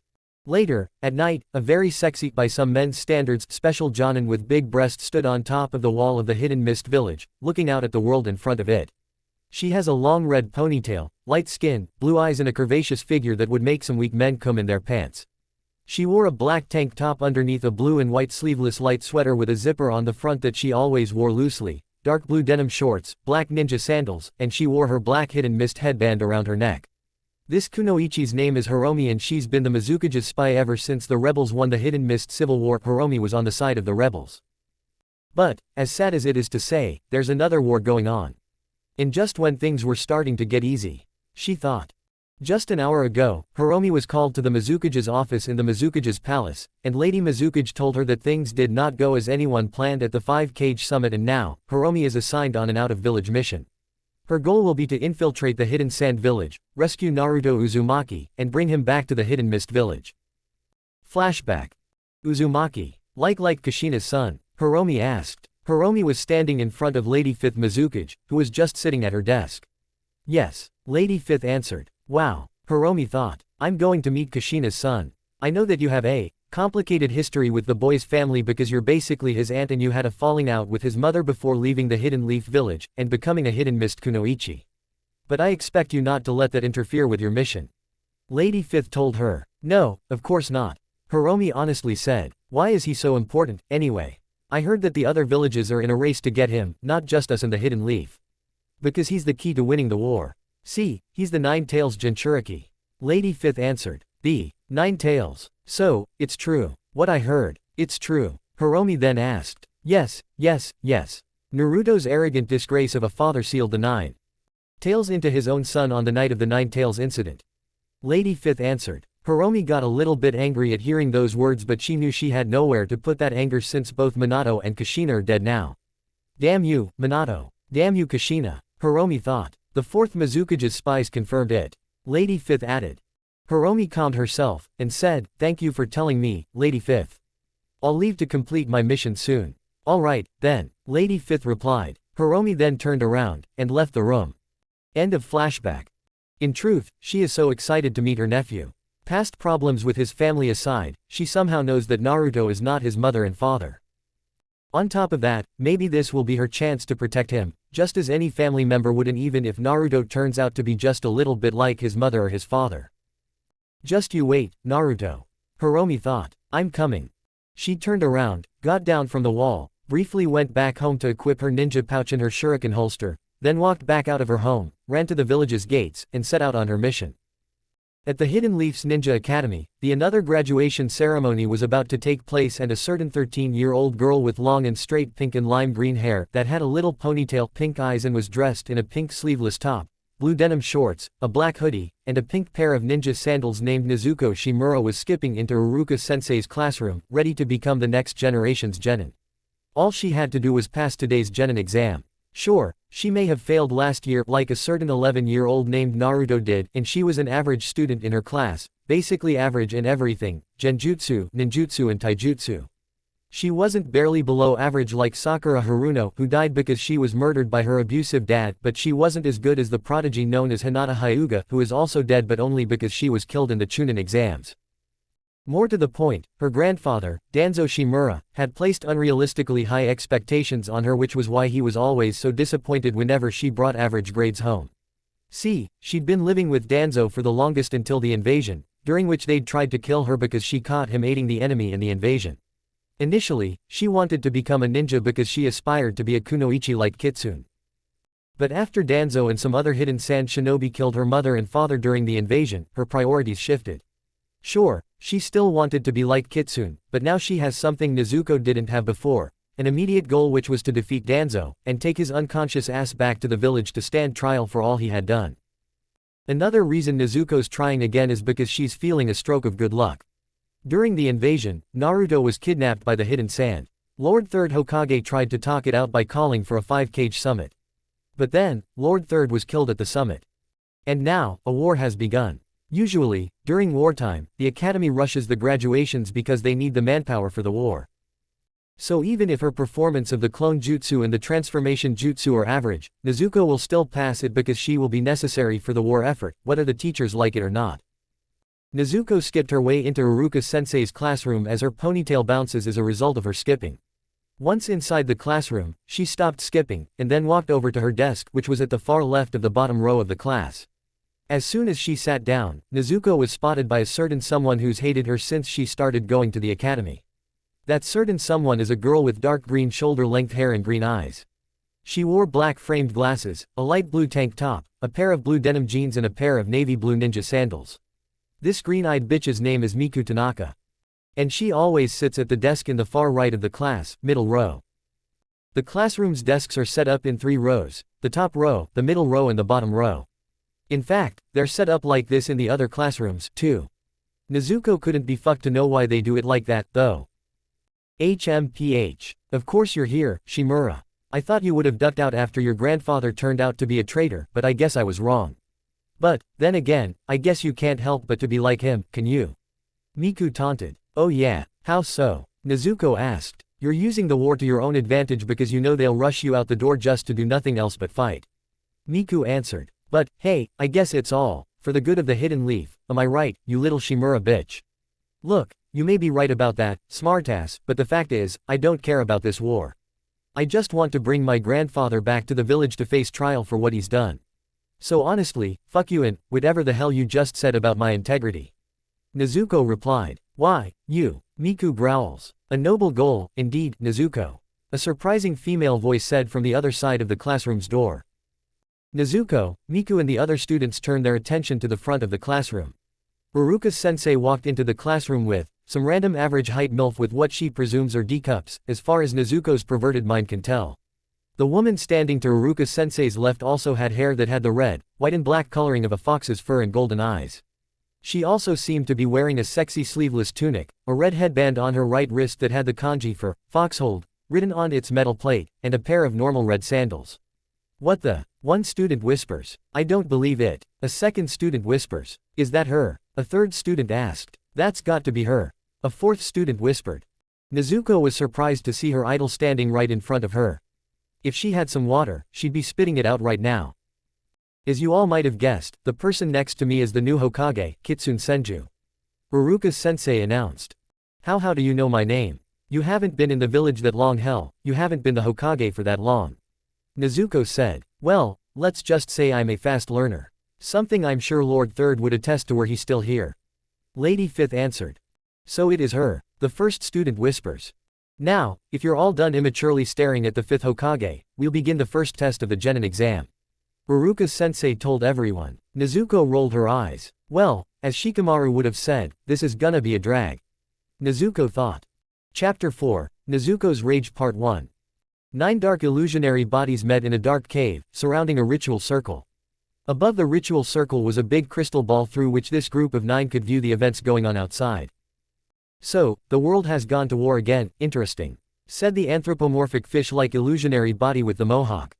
Conflict on a scale not seen since the Third Great Ninja War. Said the illusionary body with rather unique purple eyes. More to the point, we've already got the 5 tails and the 7 tails. Said a turtle-like illusionary figure. I've already acquired the 8 tails. Said the illusionary figure with creepy black eyes. This is no time to get bragging rights, Hidan. Shouted the illusionary figure with unique green eyes. Is what he said true, Kakuzu? The illusionary figure with purple eyes asked. Kakuzu sighed. Yes, he answered. This is not ideal. At all. We need to seal the 8 tails into the ghetto statue, and lay low. No doubt, the Raikage will have a fit once he realizes his brother is missing. The illusionary figure with purple eyes answered. The illusionary figure with a ponytail sighed, and said, whatever ya say. The illusionary figures disappeared, and so did the crystal ball. Damn it, Lord Raikage. What the hell did you do, now? Amiko shouted. Amiko had just come back to the Hidden Cloud Village and is now standing before Lord Fourth Raikage in the Raikage's office, which is in a building on the top of a mountain in the Hidden Cloud Village. The building is called the Cloud Parliament. You dare yell at me, your Raikage. You're lucky you're a useful spy to me, you brat, otherwise, I'd have you hauled into the nearest jail. Lord Fourth yelled. Lord Fourth Raikage, a dark-skinned man with blonde hair, a blonde mustache, a blonde goatee and black eyes named Zekrom, who was wearing a white haori made to fit his large muscular body without any kind of shirt underneath said haori, a pair of big black pants held up by a golden belt and a pair of white ninja sandals, was also sitting at his desk in said office.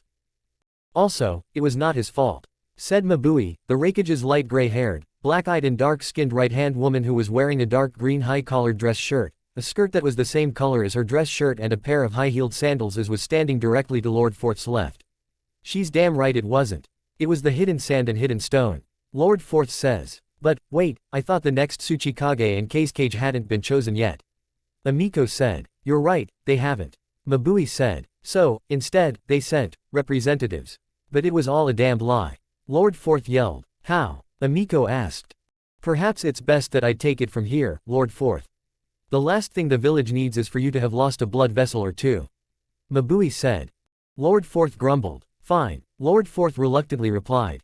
It all started back during the Chunin exams that were being held in the Hidden Leaf village. Under the orders of Orochimaru, who disguised himself as the fourth Kazekage, the Hidden Sand and Hidden Sound invaded the Hidden Leaf village on the day of the final exam. Earlier, the Hidden Stone said they wanted in on that action, and the Hidden Sand and the Hidden Sound agreed with the Hidden Stone helping them during the invasion. And, they did. They also brought the One-Tails Jinchuriki to the Hidden Leaf village, who was there as just another participant in the exams. But, of course, the Jinchuriki's true mission was to transform into the One-Tail once the invasion started. The One-Tail came out, the third Hokage and the Fox Sage battled Orochimaru and the third Tsuchikage by themselves, and there was an all-out battle between Hidden Leaf ninjas, Hidden Sand ninjas, Hidden Stone ninjas and Hidden Sound ninjas. Fortunately, a Hidden Leaf kunoichi named Izumi Uchiha stopped the One-Tail by suppressing its power, and strengthening its Jinchuriki's seal from a distance thanks to her Sharingan eyes. Meanwhile, after a long fight, Lord Third Hokage and the Fox Sage killed Orochimaru and the third Tsuchikage. Then, both Izumi, Lord Third Hokage, the Fox Sage and Izumi's student, Sasuke Uchiha, helped their allies win the rest of the battle. The enemy forces fled, and the Hidden Leaf was then left with a village in a kinda rough shape. Mabui explained. What about Naruto? Where was he? Amiko asked. Funny you ask that. He's the whole reason a 5-Kage summit was called. Mabui replied. What do you mean? Amiko then asked. The Hidden Sand apparently had somebody on the inside working undercover, a girl named Yuki Nohara. Mabui answered. Whoa, she's a spy. But I worked with her when Team 7 and I brought down Akira. Amiko said. Exactly. Naruto was what she was after all along. That was why she was put on the Hidden Leaf's Team 7. Mabui replied. Damn, Amiko says with a tone of disappointment in her voice. During the invasion, Yuki kidnapped Naruto, used Danzo Shimura's little foundation to cover her escape, and now, she's presumably on her way to the Hidden Sand village. Mabui explained further. If not there already. Let me guess, this kidnapping has something to do with Naruto's status as the Nine-Tails Jinchuriki. Amiko said. Why you know about that? Lord Fourth asked. It was back during the mission to capture Akira. Akira mopped the ground with pretty much all of us, so when Naruto got back up, and saw everyone on the ground in bad shape, he used the Nine-Tails power for the first time. And then he beat Akira up so badly that Izumi was forced to tell me everything about Naruto's Jinchuriki status and how he came to be a Jinchuriki just to help her stop Naruto from outright killing Akira before we could even capture him, and bring Akira back. And, as we know, Akira was brought back alive and then he was executed after I brought him back here, and handed him off to the Lion Guard. Amiko explained. So, in case it wasn't clear to you yet, yes, I know. I know that Naruto's the Nine-Tails Jinchuriki. Why wasn't this mentioned in the mission report you gave us that day? Lord Fourth asked. Well, the Hidden Leaf made all that information top secret and we all know how coveted and sought after the Jinchuriki are, no matter who they are or what monster is inside of them. So it would be kinda stupid of me to put that information in our records, now, wouldn't it? Amiko answered. Lord Fourth Rakage chuckled. And that's why they call you, the most moral spy. He remarked. Amiko chuckled. I think you're the only one who calls me that. She replied. In any case, yes, that's why Yuki kidnapped Naruto. Mabui said. Not wanting the ninja world to come to blows over this issue, the third Hokage called for a 5-Kage summit. But, again, the Hidden Sand and Hidden Stone used that as a ruse to kill the third Hokage, invade the land of iron, and wipe out the samurai. Lord Fourth told her. No doubt, the Hidden Sand and Hidden Stone are us in the land of iron to make settlements and military outposts. We didn't know whether or not Lady Mizukage got out of there alive until our sources close to the Mizukage's office said she's alive and well. And now, the war's begun. Mabui said. Everyone's either going Jinchuriki hunting or protecting their own Jinchuriki. But everyone also knows that Naruto's rescue is the key to winning this war. Lord Fourth also told her.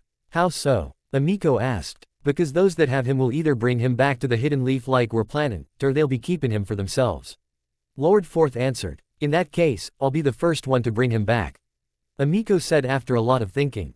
We knew you'd say that. Lord Fourth replied. As usual, you will have little to no contact with the village unless the Raikage wants to contact you. Try to stay out of sight of any enemies and, do your usual hero thing. Mabui instructed. I suggest you go to the Hidden Leaf village for further intel first. There are some things we don't yet know about Naruto's kidnapping, and instead going directly to the Hidden Sand village is too risky at this point. The more we know, the better. Lord Fourth added. You can count on me, sir. Amiko shouted. Good girl. That's what I like to hear. Lord Fourth said. Amiko then turned around, and ran out of the room. The Raikage chuckled. She reminds me of me when I was her age. Lord Fourth mutters. Meanwhile, at the Ichiraku ramen stall, Kitsune was sitting on a stool and eating a bowl of ramen that Kyuki had served her. Naruto's right. This place does cook good ramen. Kitsune thought. As she was eating, Kitsune heard a lot of construction work going on behind her. She hated the noise, but, at the same time, it reminded her that Naruto's still in the hands of the Hidden Sand. Kitsune remembers waltzing right up to Homura and Kaharu, and asking them to allow her to get Naruto back, but they said no because Sarutobi-sensei hasn't come back from the summit yet. So I guess that means I can use my spare time to fuck a cute guy for 3 days, and, shit, I don't know what else. Kitsune thought. Just then, Enko ran up to her. Hey, Fox Sage, Enko shouted. Kitsune turned around, and saw Enko. Enko, surprised to see ya. Does this mean Sarutobi-sensei's back? Kitsune asked. Enko had a sad look on her face. Or maybe the right question is, what the hell went wrong? Kitsune then said. She quickly turned back around, and finished her ramen before turning around again, standing up, and walking up to Enko. The Hidden Stone and Hidden Sand had chosen to send representatives instead of a new Tsuchikage and a new Kazekage. Lord Hokage and the Raikage and the Mizukage were presumably alright with this turn of events because they let the representatives sit at their table, and the proceedings began. Lord Third Hokage's terms for peace were simple. The Hidden Sand had to send Naruto back to us, or the other villages had to surrender their own Jinchuriki.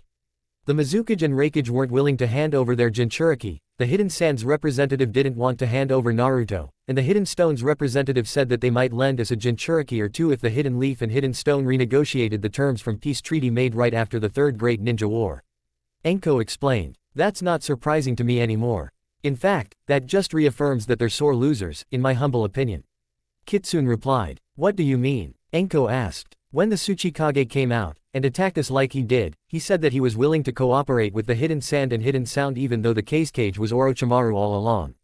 That was because the Tsuchikage and, as it turns out, the rest of the Hidden Stone, wanted to get us back for their loss during the Third Great Ninja War. I told him that just makes them sound like sore losers. And I was right. All this destruction happened just so that one old man could kill another old man. Luckily, Sarutobi-sensei and I never gave him the chance. What else happened? Kitsune asked. Unfortunately, unbeknownst to us, the Hokage, the Raikage, the Mizukage and both the Mizukage's bodyguards and the Raikage's bodyguards, the Hidden Sand and Hidden Stone used the 5-Cage Summit as a ruse for another collaborative invasion. Lord Third Hokage and Shikaku were killed, Mifune and Mifune's guards were killed and the samurai were wiped out. Enko reported. Damn, Kitsune says. Sarutobi-sensei was one of the good ones. The Hidden Stone and Hidden Sand have just declared war on the Hidden Leaf while the Hidden Cloud and Hidden Mist have declared war on the Hidden Sand. Both the Hidden Mist and Hidden Cloud have offered us their protection.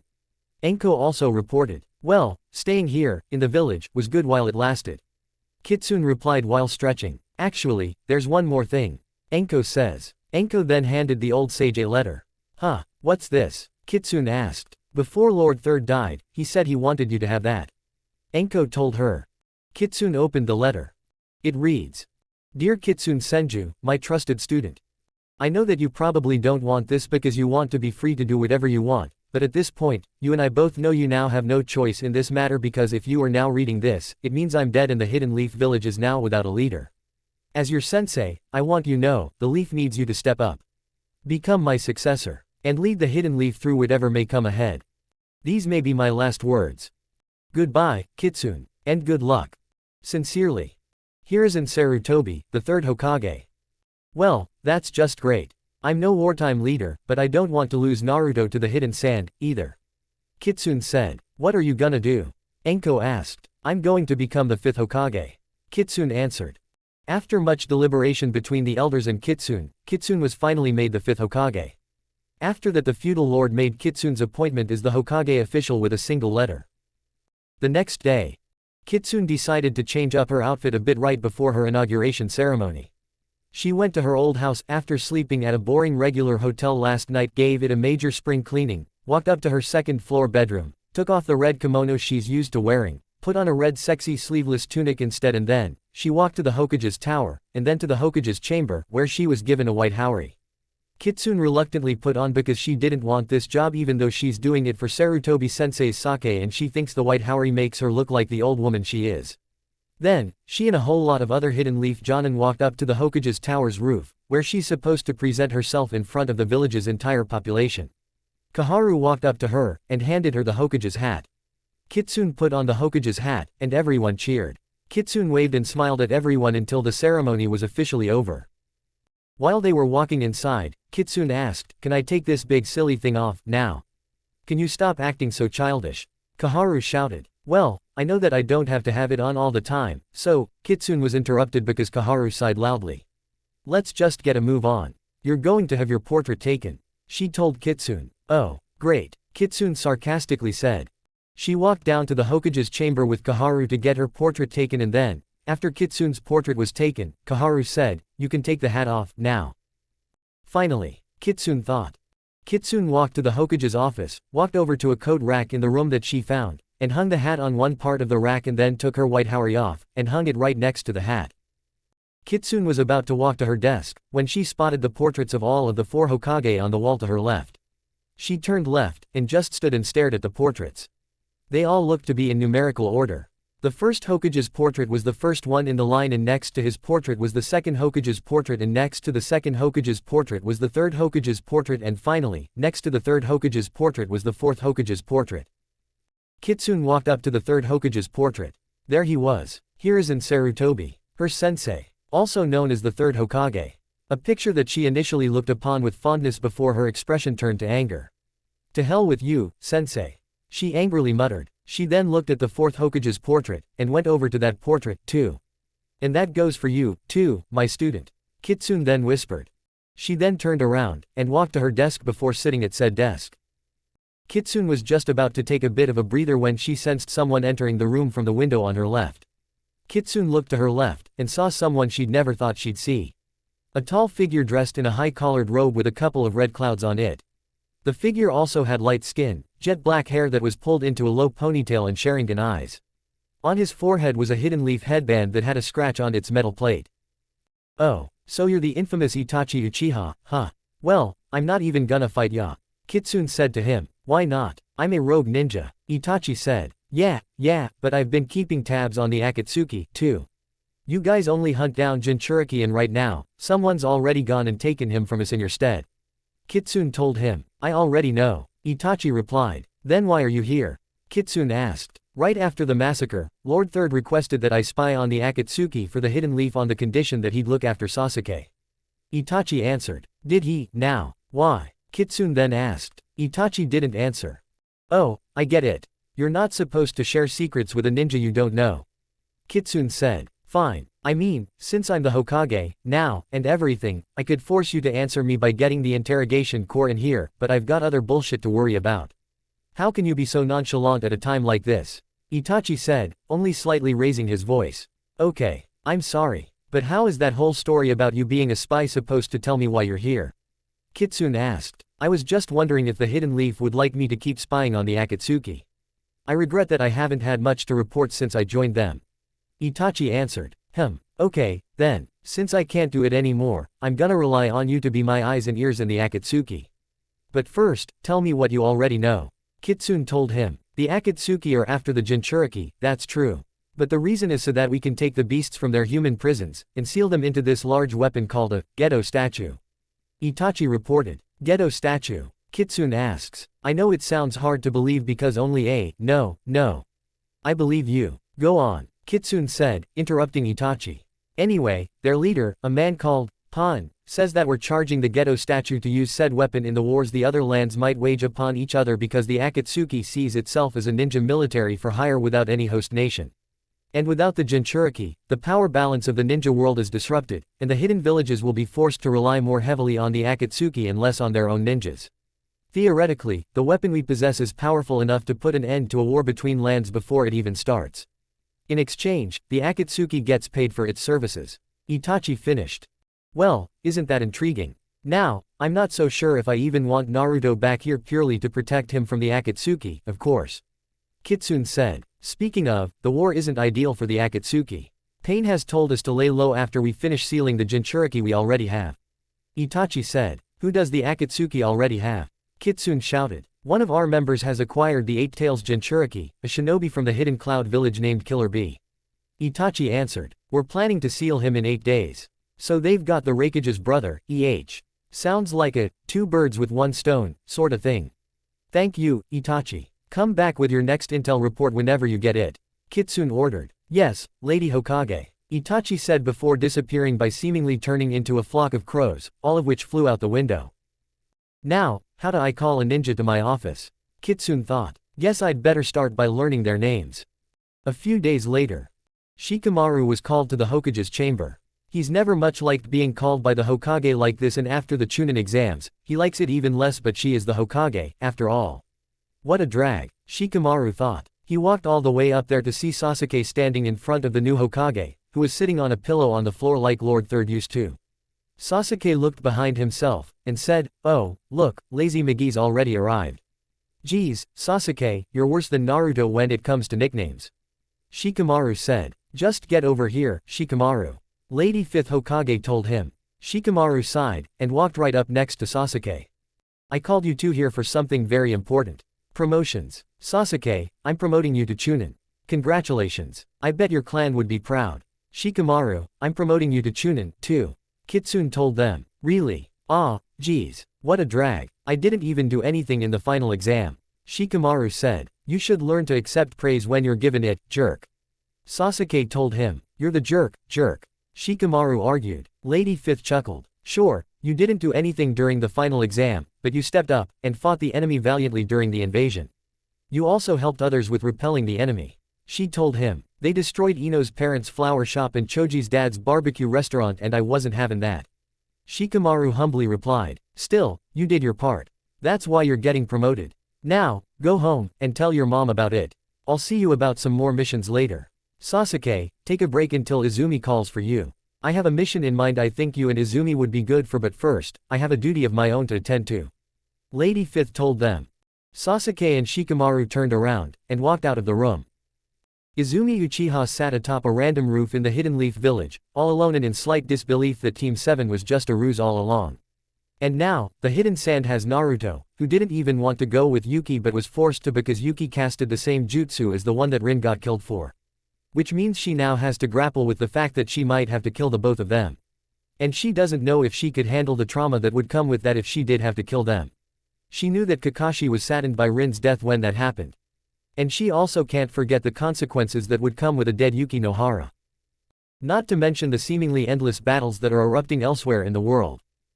She heard that some Hidden Leaf ninjas and some Hidden Cloud ninjas are fighting some Hidden Stone ninjas on the border between the Land of Fire and the Land of Earth.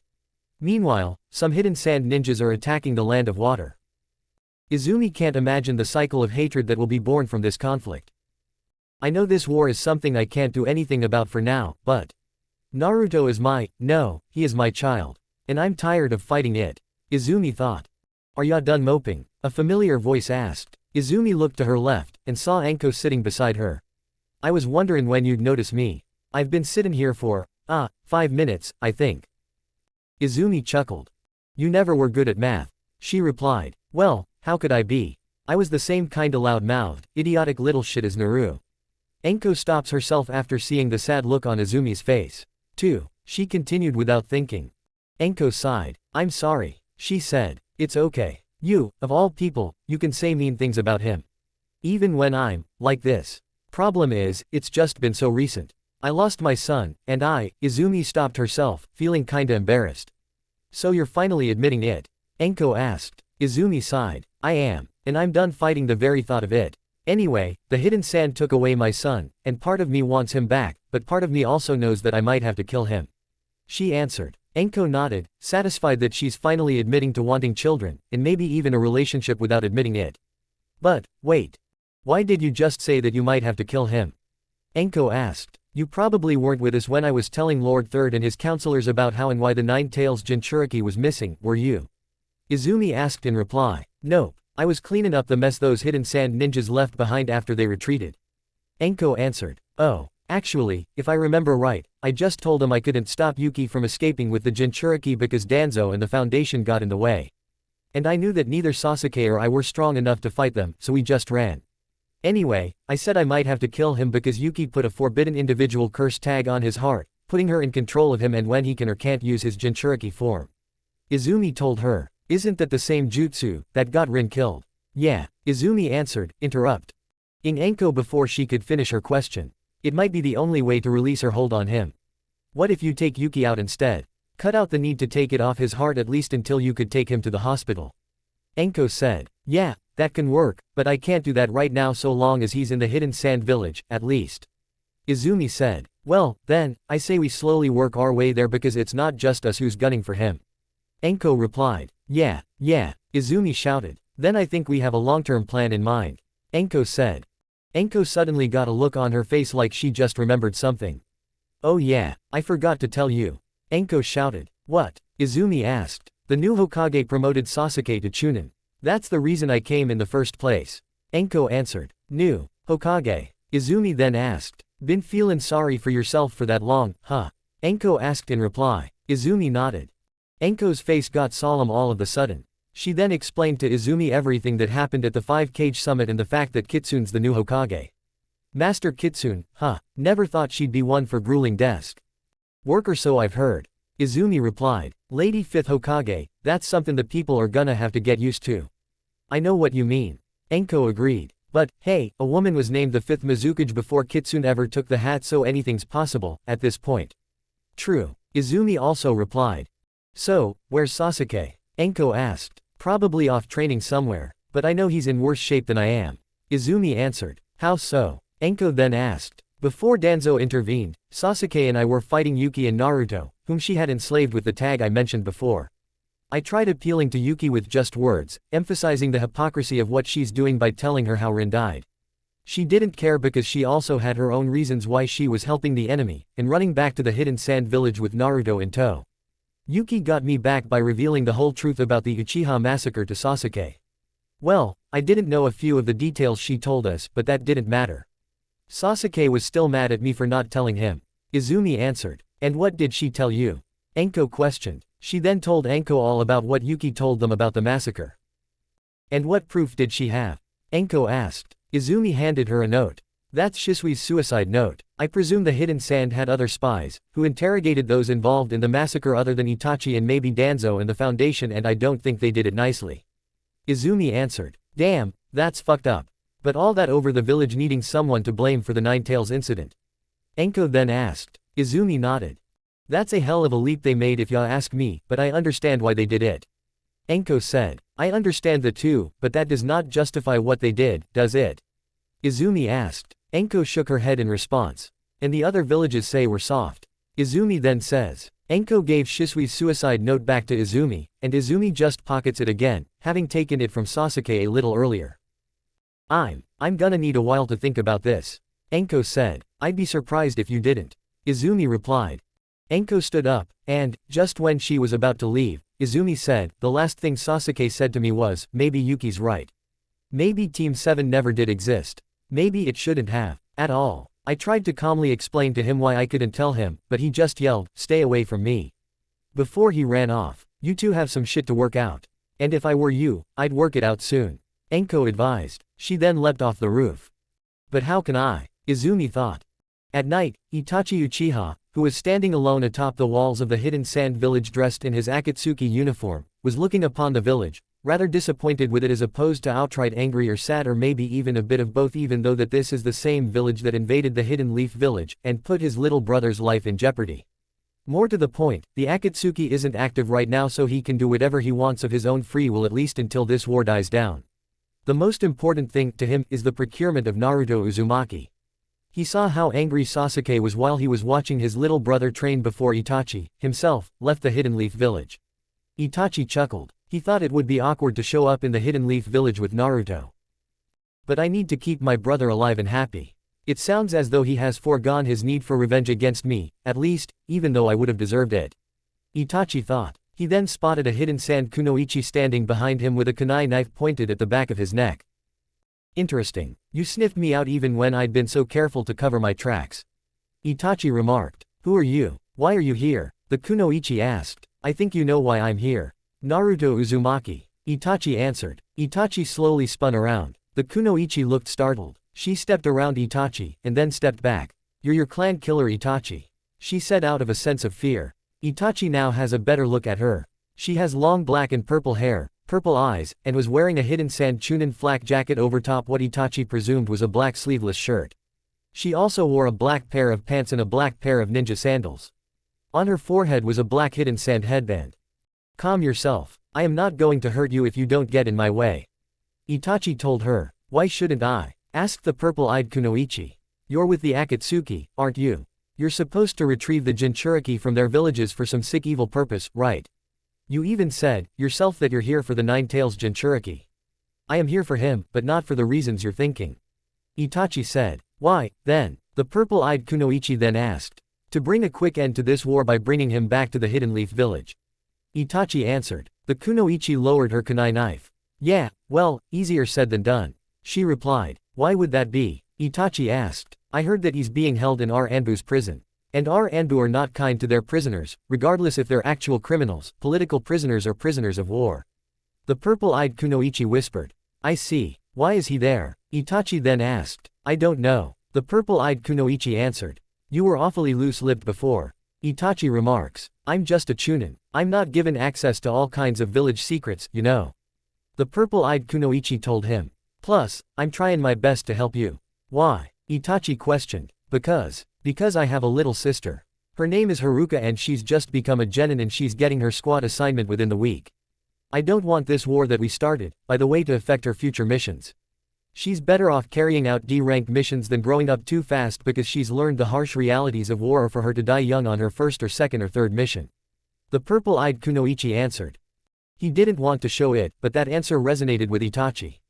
Despite every despicable thing he's done, there is nothing in the world Itachi won't do for his little brother. And given that this kunoichi is a chunin, Itachi can reasonably assume that she's done some bad things, to all under orders from the cage, of course. I don't care what happens to me, all I care about is her. The purple-eyed kunoichi added. What's your name? Itachi asked. Why do you want to know? She asked in reply. Itachi realizes that she's still scared of him, but that might be because of his Sharingan. He deactivated his Sharingan. I want to know who I'm working alongside. Itachi answered. You mean you want my help? The purple-eyed kunoichi asked. I do. I don't know this village as well as you do. I could use someone on the inside. Itachi answered. Oh, I guess that makes sense. The purple-eyed kunoichi replied. She put away her kunai knife, and then said, I'm Kasumi. Nice to meet you. Itachi replied. Likewise. Kasumi also replied. She blushed and smiled at him. Itachi sighed, annoyed by her sudden crush on him. Suddenly, my afraid enemy becomes my fangirl. I wonder if Sasuke had to encounter this problem back when he was in the academy like I did. Itachi thought. The both of them then turned to stare at the village below, standing side by side. So, there is a whole village of ninjas in between us and Naruto. Kasumi said. There is. Itachi replied. Where do we start? She asked. Shikamaru was walking around the Hidden Leaf village with his chunin flak jacket on. Earlier his mom and Asuma-sensei had congratulated him on making chunin, but the truth is he doesn't feel like celebrating his promotion. Not after witnessing Ino and Choji die. He also thought about how Yuki was the one who killed Ino. And how Yuki later kidnapped Naruto, and ran out of the village to speed her way back to the Hidden Sand village. And now, there's a war going on over who does or doesn't get Naruto. What a drag, Shikamaru thought. It's nighttime. There are no clouds in the sky and now, he's all alone. He looks down at his flak jacket while walking through the streets of the village. Am I meant to be wearing this? Should I be a chunin? Shikamaru thought. He sighs. What was Lady Fifth thinking? Shikamaru also thought. Too bad I can't throw this thing in the trash and burn it. He made chunin earlier today and he's not sure if he'll regret it or not. Meanwhile, at Training Ground 3. Sasuke was training up a storm, repeatedly using the lightning blade jutsu on some nearby trees. 3 minutes later, he was beating up a wooden combat dummy with taijutsu. What's all this been for? He thought. He kept thinking back to the legitimately fun times he's had with Naruto and Yuki and was happy with Izumi-sensei. But then, in an instant, all that was torn apart, a war was started over who gets Naruto, and now, Sasuke was made Chunin by the 5th Hokage. Where the hell does she get off, making me a Chunin? Sasuke thought.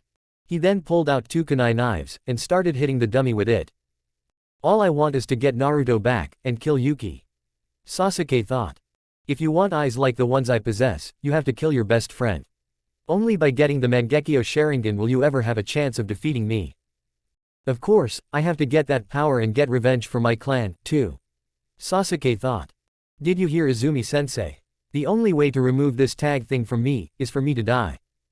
That loser did word it awkwardly, but he drove the point home. Sasuke thought. But that doesn't matter. I'm going to kill Yuki, save Naruto, end this war, kill Itachi, kill Danzo and then kill the Hidden Leaf Elders, too, because they agreed to order Itachi to do this whether he wanted to or not. Knowing Lord Third, he probably would have regretted been really apologetic about forcing someone like Itachi to do something as despicable as that, but, personally, I don't give a fuck about his regrets. He was called, the negotiator, and often knew how to wiggle himself and the Hidden Leaf out of situations without much violence. He could have stopped the coup my clan was planning in an instant, and yet, he chose to let the elders and Itachi do it for him. Itachi was the same age as me when he committed the massacre, right? So he was just a kid who was made to deal with adults' problems. This leads me to only one conclusion. I'm going to get that tag out of Naruto without killing him, and I am going to get the Mangekyo, but not in the way Itachi says I should. He then stopped and lowered his kunai knives.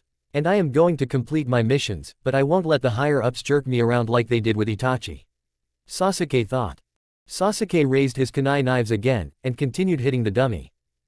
The next day, Izumi was woken up by a nightmare and a knock on the door. She got up, got dressed in her normal outfit, quickly equipped her ninja gear, and ran over to the door.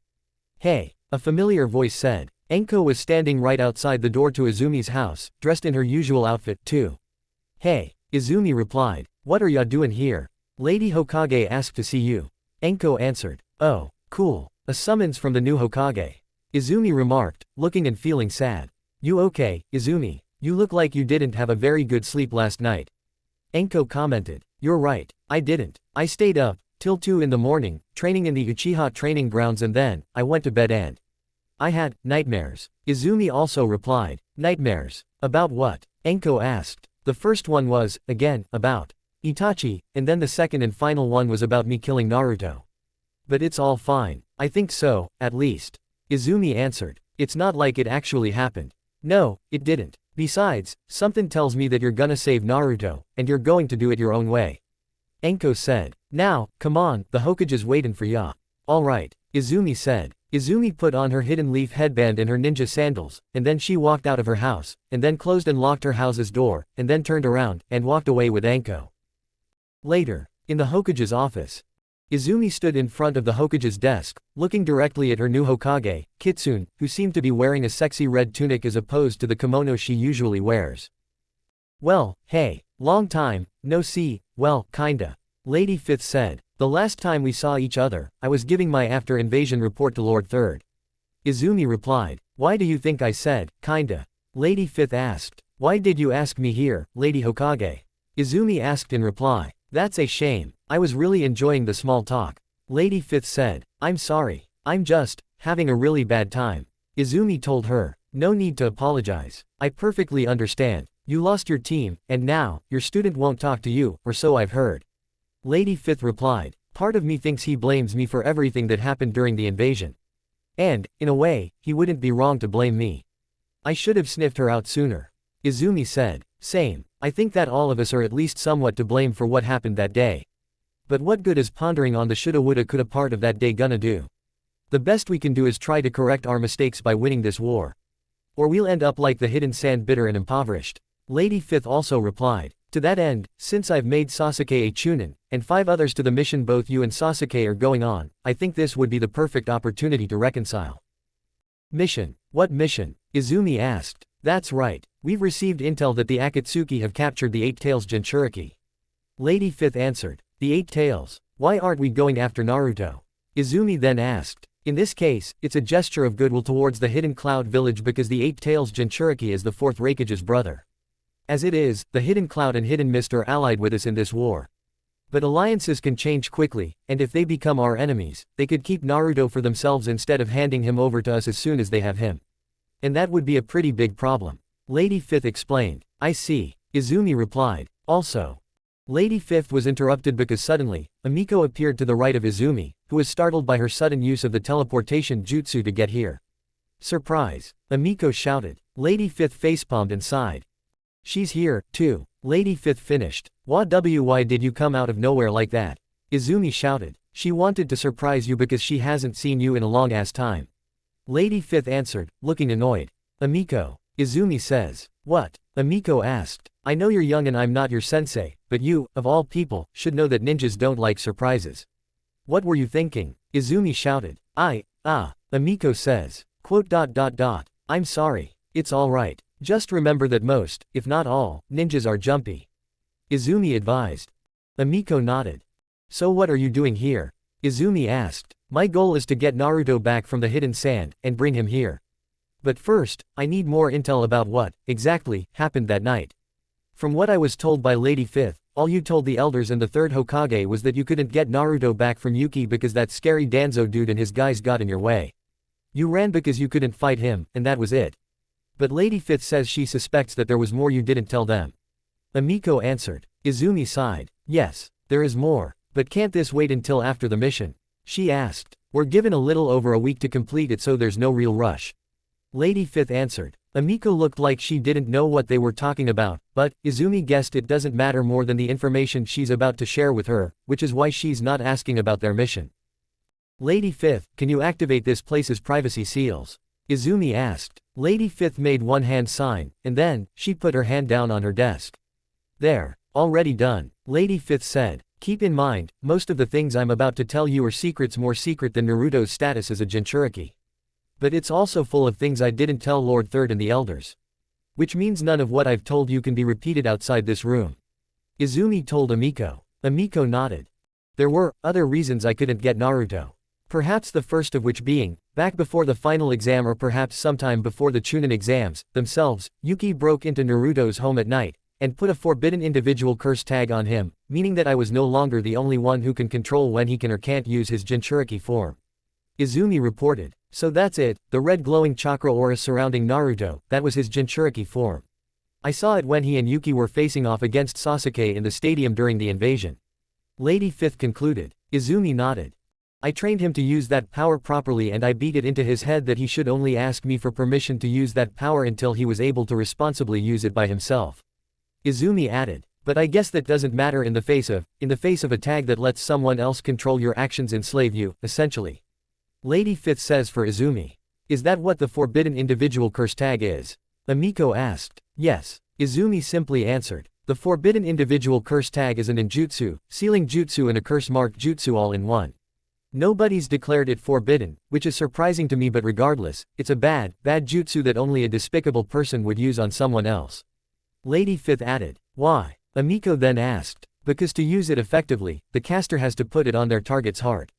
In fact, if I remember right, Naruto was having chest pain problems after our first mission with you, Amiko. Izumi answered. Now, that's quite the oversight to not include it in your mission reports, Izumi. Lady Fifth said. We didn't think much of it at the time. We were too busy preparing for the Chunin exams and taking on more missions in the meantime to be too worried by it. Izumi replied. Wait, you've had other missions since we captured Akira together. And Naruto was a part of them? Amiko questioned. Yes. I benched him, and then I unbenched him on the condition that we undergo the Jinchuriki power training I mentioned before. Though, I guess, if I kept him benched, stop that, Izumi. I told you not to ponder too much on the shoulda woulda couldas of this situation, remember? Lady Fifth reminded her. Alright, Izumi acknowledged. Besides, thinking about it now, benching him would have made it easier for Yuki to get to him. Exactly. Now, back to your story. Lady Fifth said. Right, I confronted Yuki and Naruto, who had some help from the hidden sand ninjas who were participating in the exams, and I thought it was just going to be Sasuke and I against those 5. But Genma was at my side, also protecting Sasuke. Yuki told me how easily we were fooled and about the tag and then said that she only needed Naruto, and so she ran off with him. Sasuke and I ran after her, and then, we caught up to her, and we had a fight. She had Naruto fight Sasuke while I fought Yuki. I explained the absolute irony of her actions, considering that she did it to get revenge on the hidden leaf for Rin Nohara's death, because Rin was Yuki's cousin and because she blamed us for the fact that she wasn't rescued after being kidnapped by the hidden sand, as it turns out, and had to become a hidden sand kunoichi to not die in prison. Izumi continued. What's so ironic about that? Amiko asked. Remember what I told you about what happened to Rin? Izumi asked in reply. Amiko nodded. The forbidden jutsu I mentioned that day wasn't officially forbidden, like Lady Hokage said, but I digress. That forbidden jutsu was, in fact, the forbidden individual curse tag. That was what Rin had on her heart the day she died. So considering the circumstances, wouldn't you say Naruto's situation wasn't as similar to Rin's? Izumi asked. But he's alive right now, right? Amiko asked in reply. But there's a chance that he may have to die because outside of a surgical procedure that could only be done in a hospital, the only way to remove the tag is for someone else to strike him directly in the heart, albeit risking his life in the process. That process, I guess you could call it, was what killed Rin. Lady Fifth answered. Amiko looked so angry that she was about to punch someone. And is that it? Is that all Yuki did? Amiko asked. No, because, before Danzo arrived, Izumi says. She then tells them everything Yuki told her and Sasuke about the Uchiha massacre, and she showed Shaosui's suicide note to both Amiko and Lady Fifth, and then she pocketed it again. I presume this was all kept top secret so there could be no other evidence that proves what she says.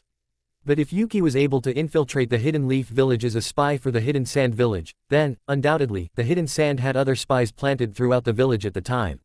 They could have beaten the information out of some of the others who were behind the massacre. So I have no reason to doubt what she said, but that's just my opinion.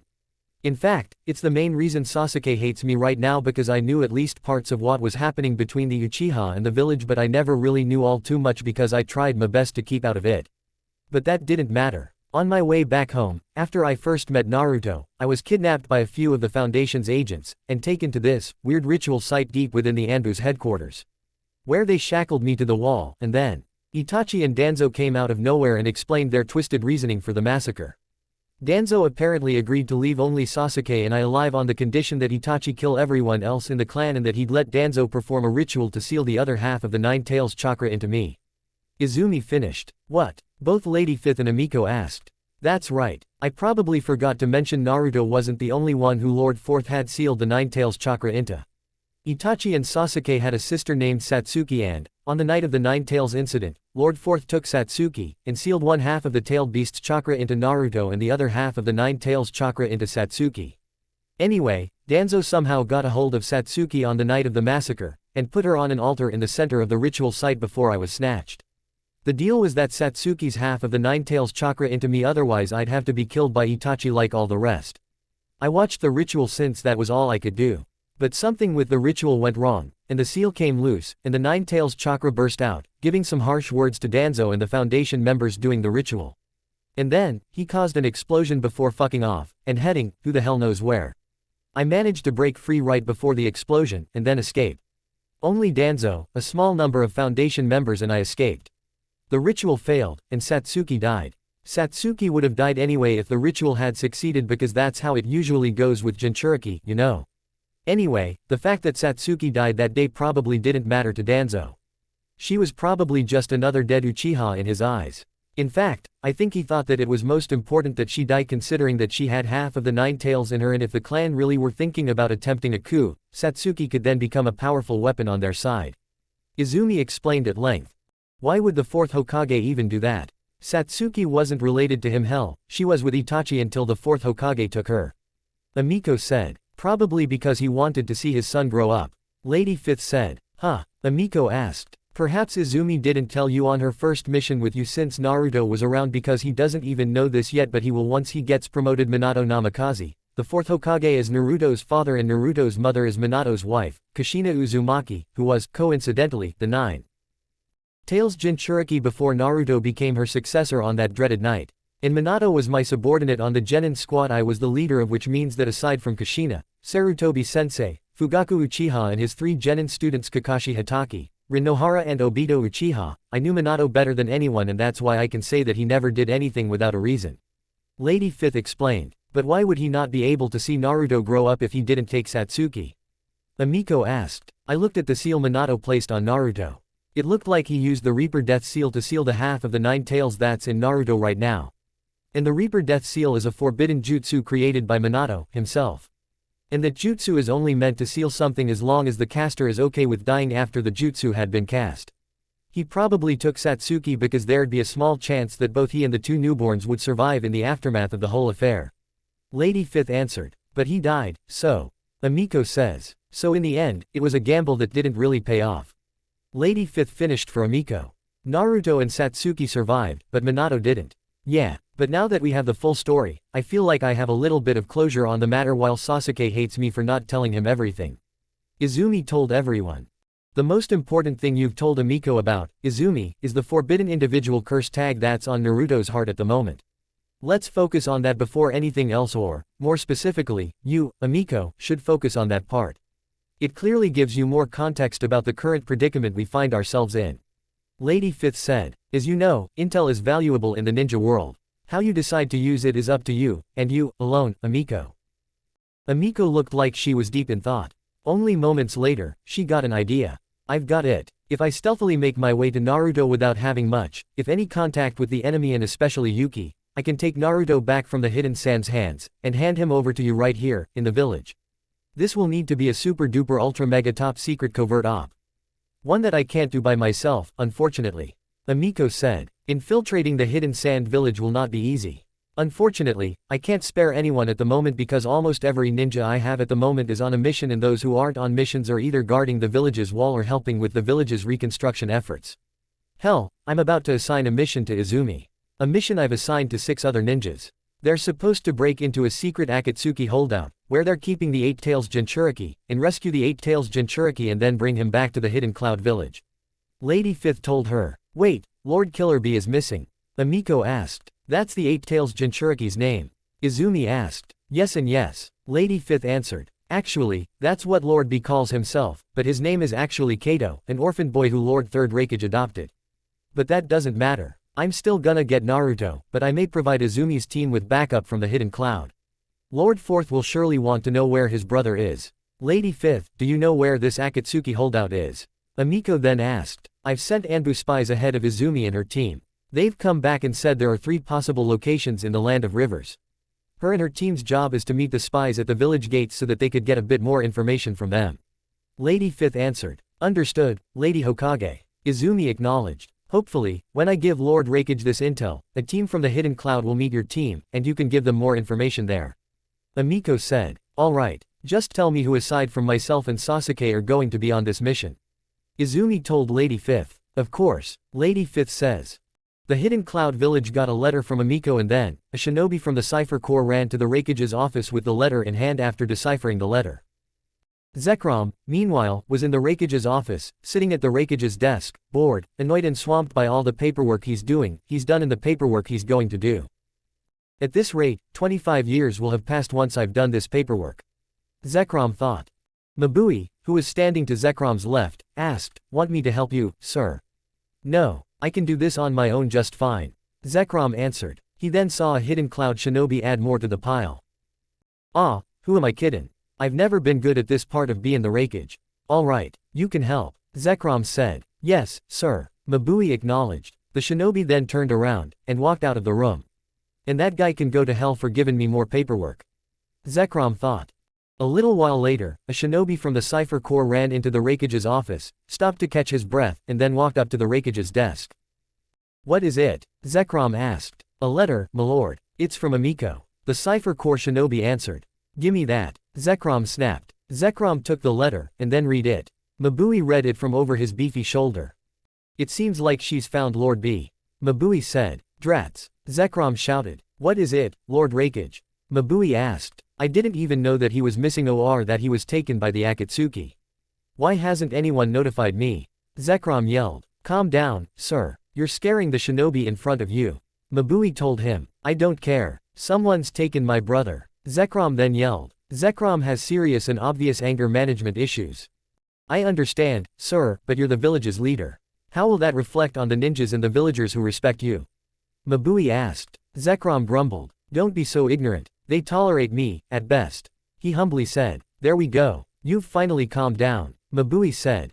Zekrom took a deep breath. Good work, he commended. Thank you, Lord Fourth. What will your response be? The Cypher Corps shinobi asked. Before I submit a response, I must see why no one's told me why Killer Bee's gone. Zekrom answered while standing up.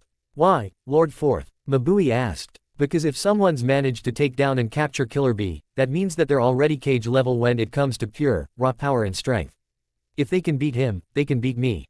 Zekrom answered. 4 hours later, at Killer Bee's secret training facility somewhere in the Land of Lightning.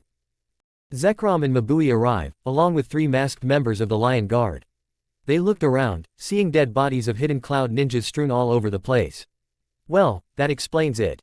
Zekrom remarked. It does, sir. Mabui replied. Mabui, what do we know about the Akatsuki? Zekrom asked. From all the intel Master Kitsune and our own spies have gathered, the Akatsuki wear black robes with red clouds on them and they wear straw hats to hide their faces. Their only known members are Deidara of the Hidden Stone Village, Sasori of the Red Sand, Itachi Uchiha and Kisame Hoshigaki. Mabui answered. All of whom were listed in the bingo book. Orochimaru was a member of the group for a short time, but he left for unknown reasons. Maybe because their goals don't align with each other. Orochimaru is a mad scientist who uses forbidden jutsu and performs torturous experiments on humans. The Akatsuki are a group of terrorists who go around, hunting and kidnapping Jinchuriki for unknown reasons. Zekrom theorized. That is the working theory, yes. Mabui replied. Lion Guard, spread out. Investigate the area. Zekrom ordered. Yes sir. All 3 Lion Guard members shouted. They then scattered while Zekrom and Mabui just stood and waited. 15 minutes later, 1 masked Lion Guard member returned with 2 pieces of evidence that were shown to Zekrom. Sir, we've confirmed that a fight between 1 Akatsuki member and Lord B took place here. We also found these. One is a little spider made of white clay and the other is a torn piece of the Akatsuki's robe. The masked Lion Guard member reported. Mabui. Zekrom asks. Sir, from the intel our spies got from the Hidden Stone Village, only Deidara is capable of making art from explosive clay. Mabui answered. Should I throw the little white spider away, then, sir? The Lion Guard member asks, clearly scared for his life. I don't think so. It looks inactive but if it makes you feel any better, do it. Zekrom advised. The Lion Guard member turned left, and threw the little clay spider away. He then turned back around to face Zekrom. Good work. Call your men back, and have someone put the torn piece of robe in the evidence room. Zekrom ordered. The Lion Guard member nodded, and then called his men back. The 2 other Lion Guard members returned, and sped away.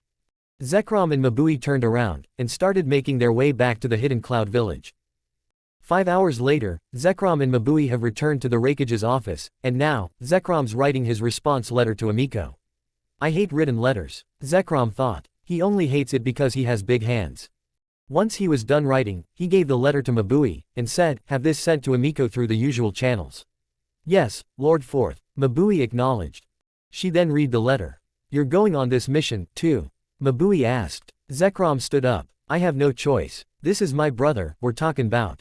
And for the Hokage's sake, I hope she hasn't sent some wimps to deal with the Akatsuki.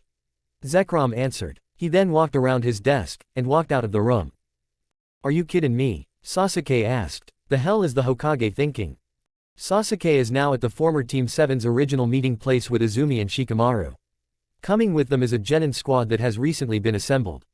They're called Team 13, and they're being led by Asami-sensei. Izumi-sensei shouted. Hello, Izumi. The fellow Hidden Leaf Kunoichi replied. Wait, what? Sasuke asked. Sasuke, this is my old sensei, Asami Kujo. I was originally on her team back before you guys were in the academy. Izumi-sensei answered. And who are these young men? Asami asked. Well, Asami-sensei, this is Sasuke Uchiha, my former student who became a Chunin not too long ago, and that's Shikamaru Nara, another genin who just recently became a Chunin. Izumi-sensei answered. I see. Asami replied. Both Sasuke and Shikamaru were both wearing their Chunin flak jackets over their regular outfits. Nice glasses, Shikamaru said. Thanks. Asami also replied. Now, can you see without them on? They could get broken in combat, you know. Shikamaru said. Izumi-sensei chuckled. No worries. Asami-sensei has a compartment on her flak jacket where she keeps a lot of pairs of glasses, so when one does break, she can just hide, and put on another. She explained. Wait, what do you mean by former student, Izumi-sensei? Sasuke then asked. Perhaps I didn't warn you about this before the exams, but when a genin gets promoted to a chunin, they don't have to be on a genin squad to take missions anymore. Officially speaking, our teacher-student relationship has ended, but, of course, I'll still help you out with your training because despite what the paperwork says, I'll always be your sensei. Izumi-sensei also explained. Okay, but who are the little kids? Shikamaru asked. He's right, we haven't been introduced, Izumi-sensei said. The first genin on the left is a boy with messy and spiky dark brown hair and brown eyes. He was wearing a blue short-sleeved jacket, a red hidden leaf headband that's worn like a tennis visor, a black pair of pants and a black pair of ninja sandals. The second genin in the middle is a shy-looking girl with shoulder-length purple hair and brown eyes. She wore a dark blue t-shirt, red pants, a pair of navy blue ninja sandals, and a navy blue hidden leaf headband, which was on her forehead.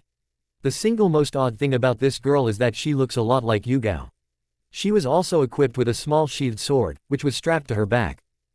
The third genin on the right is a short carefree-looking girl with long and straight pink and lime green hair and pink eyes. She was wearing a pink sleeveless top underneath a black hoodie which she wore openly and very loosely, blue denim shorts, a pair of pink ninja sandals and a pink hidden leaf headband on her forehead. She also had a little ponytail near the top of her head. Right, well, the one on the left is Takeshi Shinoda, the one in the middle is Sora Izuki, and the one on the right is Nezuko Shimura. Say hello, you three. Asami told them. Hiya. The name's Takeshi. And I'm gonna be the best shinobi in the world. The boy shouted. Hi. The shy girl said. What's up? The laid-back pink-haired girl said. They're all kids who've just become genin. Asami told Shikamaru, Sasuke and Izumi-sensei.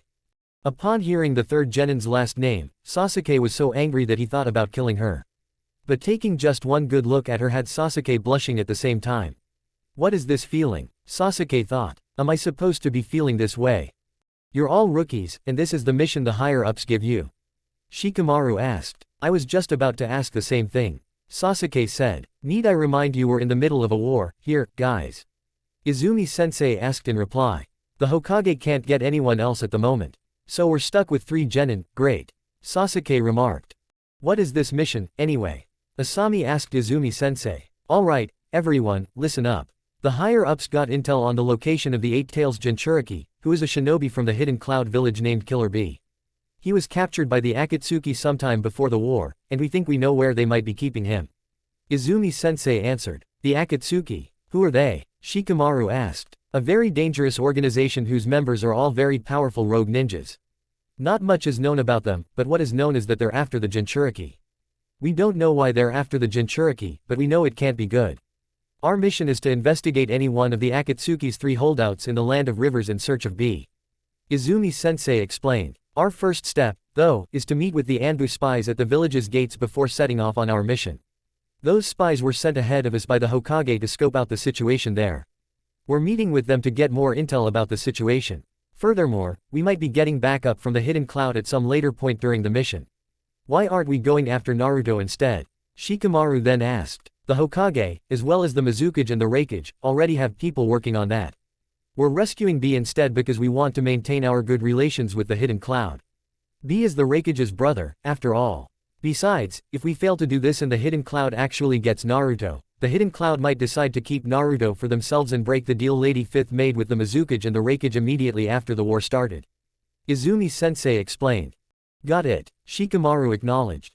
Sasuke looked at Shikamaru, and thought, he's probably thinking, what a drag. What a drag. All this nonsense is boring to me. Nezuko said. Well, at least somebody said it. Shikamaru muttered. I'll be your squad captain for this mission so you'll do what I say when I say. Understand. Good. Get ready for a hell of a long road trip. Izumi-sensei said. We meet with those spies in half an hour.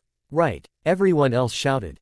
Nezuko and her teammates later followed Asami-sensei to the village gates, where Captain Izumi and the 2 other guys were waiting. So, Asami-sensei had other students before us 3. That's new info, Nezuko thought. As soon as Team 13 arrived at the village gates, 3 masked ninjas dressed in gray armor and equipped with swords on their backs appeared seemingly out of thin air. Cool, Nezuko thought while smiling. Asami-sensei stopped, turned towards Nezuko, Sora and Takeshi, and said, You 3, stay here. Ah, man. Why? Takeshi asked. Because the Anbu does not like rookie genin hearing sensitive information.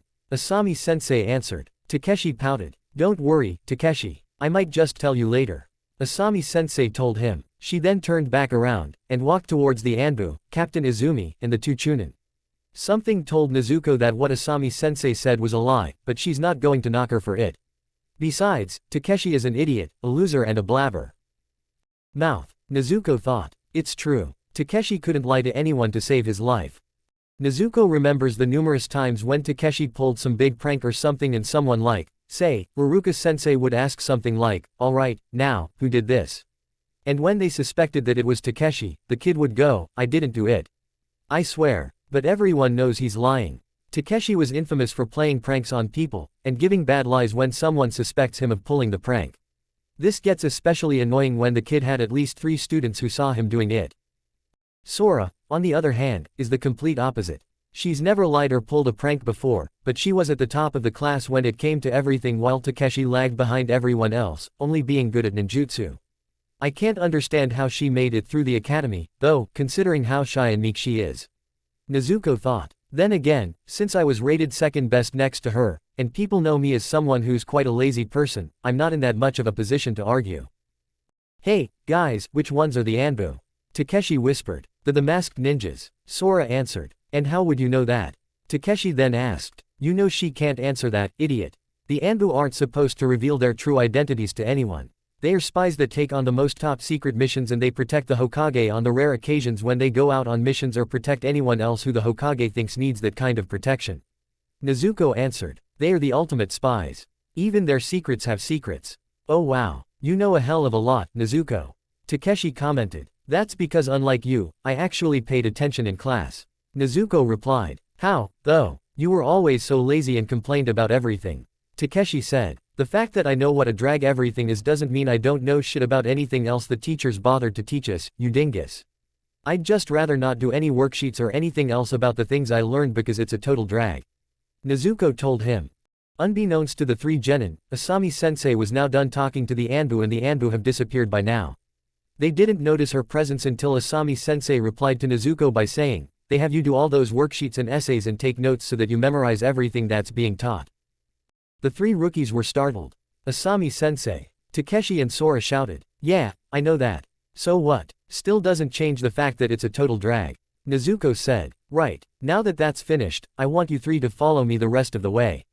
We're ready to leave the Hidden Leaf Village. Asami-sensei told them. Yes sir. Both Takeshi and Sora shouted. Great. Nezuko sarcastically says while rolling her eyes. Come on. Asami-sensei said. Asami-sensei turned around, and the 3 genin of Team 13 followed their sensei to Captain Izumi and the 2 chunin. Alright, you 3, listen up. The Anbu have told us that they have more specific locations for where the enemy is keeping the 8 Tails Jinchuriki. Now, I know this may be hard for you to hear, but it's necessary that you hear it. Some of you might die. That being said, Asami-sensei and I will do our best to protect you, and so will Sasuke and Shikamaru. But we can only do so much. Which is why I'm warning you to be careful. Anything can happen out there, so you must protect your comrades as best as you can, as well, because someone very wise and knowledgeable other than Asami-sensei, of course, told me that those who break the shinobi rules are scum. That's true. But those who abandon their comrades are worse than scum. Captain Izumi told them. Now, who could have told you that? Asami-sensei asked. I'll tell you later. For now, we set off for the land of rivers. Captain Izumi ordered. Yes sir. All 3 genin shouted. Captain Izumi and Asami-sensei turned around, and the 7 of them ran outside the village gates, and then, 30 meters away from the Hidden Leaf Village's gates, they turned left, and jumped into the forest to jump from tree branch to tree branch. A few minutes later, Asami-sensei said, I want you 3 to prepare yourselves for enemy contact. There might be enemies aside from the Akatsuki out there. As you may know, fighting between each hidden village's ninjas is happening all over, especially in the Land of Fire. Same goes for you Sasuke, Shikamaru. Captain Izumi added. There is a war going on, after all. Right, the chunin and genin shouted. Sasuke went over to Nezuko, and asked, so you're a Shimura, Yeah, why should that matter? Nezuko asked in reply. No reason. Sasuke stuttered while blushing. Yeah, well, keep dreamin' on, boy, because I think you just asked me about my clan to make fun of me because Danzo is my grandfather, so I don't think I'll be talking to you anymore. Nezuko told him. Nezuko then went ahead of him. Smooth. Shikamaru sarcastically commented before chuckling. Sasuke didn't respond. Meanwhile, 3 days have passed since Naruto had heard news of Old Man Hokage's death. Now, Kitsune-sensei is the Hokage, but that doesn't matter right now because he can't be in the village to celebrate Kitsune-sensei's ascension to Hokage. So now, he's sitting on his uncomfortable bed in his jail cell in the boiler room of the Hidden Sands Anbu's headquarters, thinking of how best to mentally process the situation or of how to move forward. Aside from the fourth Hokage, Old Man Hokage was the one who motivated him to aspire to be the Hokage. Without that, his life wouldn't have purpose. He wouldn't even have meaning, either. Maybe he'd end up like Mori if it weren't for Old Man Hokage. He remembered all of what Mori told him and Shikamaru on the day she tried to kill Rock Lee in the Hidden Leaf Hospital. She said that she had a monster sealed inside of her and that she didn't have a purpose for her own life since everyone in her village left her alone and treated her like she wasn't worth anything to anyone, not because of Mori, herself, but because of the one tail having been sealed inside her. According to what Naruto had heard from the guards, Mori can't even comprehend what love is. She was left without a purpose. So she made one for herself: kill everyone on Earth until she, alone, is left standing. He remembers feeling the same way as she did since he had no parents and no one else to love or care for him. But then, Old Man Hokage came into his life. And then Iruka Sensei. And then Izumi Sensei. And then Sasuke. And then he met Shikamaru, Kiba and Choji. And finally, Kitsune Sensei. But we were all fooled by Yuki and her charms. I thought she cared about me, too, until I learned the real reason for why she was so weirdly affectionate towards me. She wanted the monster inside me, not me. Naruto thought. Tough shit, isn't it? A recognizable female voice asked. Naruto pulled himself out of his thoughts to look up, and see Yuki leaning against a wall, inside his cell, next to the cell's door, though. She was now wearing a hidden sand headband with the same kind of headwear some hidden sand ninjas wear and wearing a Chunin uniform that's exactly like Iruka Sensei's, except Yuki's Chunin flak jacket was brown instead of green. Being a Jinchuriki, she then said. Naruto stood up, and angrily walked towards her. He then put his left hand on her throat. Give me one reason I shouldn't kill you right now. Naruto threatened. Well, we never did take your tag off, did we? Well, I suppose that was by design. Yuki told him. She then held up one hand sign, and Naruto got chest pain so intense that he took his hand away from Yuki's throat, and stumbled back to his uncomfortable bed. How are you allowed to even be here? Naruto asked, looking at her with hate in his eyes. Let me put it in simple terms. I am your master, and you are my slave. Also, because I am a member of the Anbu, I have more sway here than I do anywhere else in the village.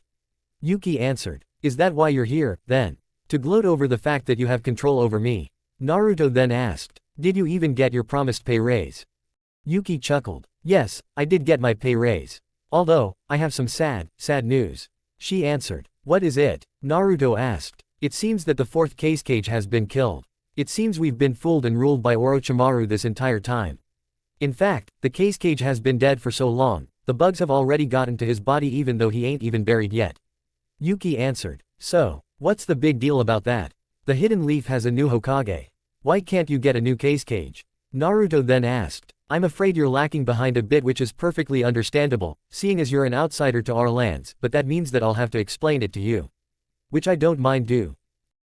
For a price. Yuki said. What price? Naruto questioned. Yuki held up one hand sign again, and Naruto writhed in pain while his chest started hurting more and more and more and more, all the while Yuki was laughing. She then finally answered with, your pain. After that, Naruto's chest stopped hurting and Yuki put her hand down. Anyway, the Kage isn't a position which just anyone who's strong and is capable of protecting the village can take, like the position of the Hokage. No, the position is purely hereditary, meaning that it's passed down from one family member to another. The fourth Kage, for example, was Mori's father. This means that Mori, Temari and Kankuro are all eligible for the position of Kage since they are all siblings, which means the fourth Kage is Temari and Kankuro's father, too, but, none of them are strong enough, old enough or experienced enough to rule an entire village. So none of them can be chosen and then appointed just yet. But, given time, that will change. So who leads the village in the Kage's place? The Jonin Council. The Jonin Council has always had more power than the Kage, to be honest, but regardless, that is what makes them able to rule the joint in the Kage's place. So, I guess one can say that the village's leader is now none other than the Jonin Council's leader, who is called the Jonin Commander. And her name is Chizuru. Coincidentally, she is also the one who sabotaged the 5 summit, and her bodyguards are the ones who killed the third Hokage. Then again, it was the Hidden Stone's dastardly little idea, but we wanted in on that action because we want our war. And now, we have it. Yuki explained. That doesn't explain why you're here. Naruto replied. No, it doesn't, does it? Yuki also replied. She then held up one hand sign once more, and Naruto's chest pain came right back for 3 minutes. Naruto writhed again, all the while Yuki laughed at his suffering. After that 3 minutes was up, Yuki put her hand down again. So she thinks my pain is funny. Naruto thought. Anyway, I'm here to provide you with an offer. An offer that was made to me many years ago. Join the hidden sand and forsake the hidden leaf, or continue to rot down here. I've heard that no one survived in this cell, specifically, for more than a month purely because of the heat. Yuki told him. Finally, an answer. Naruto thought. I'd rather go through hell than join you if this place is turning out depraved and evil people like you.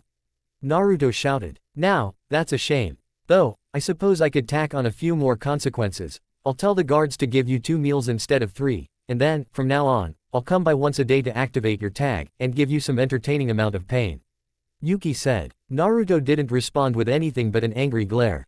Yuki then got up, and walked towards the door.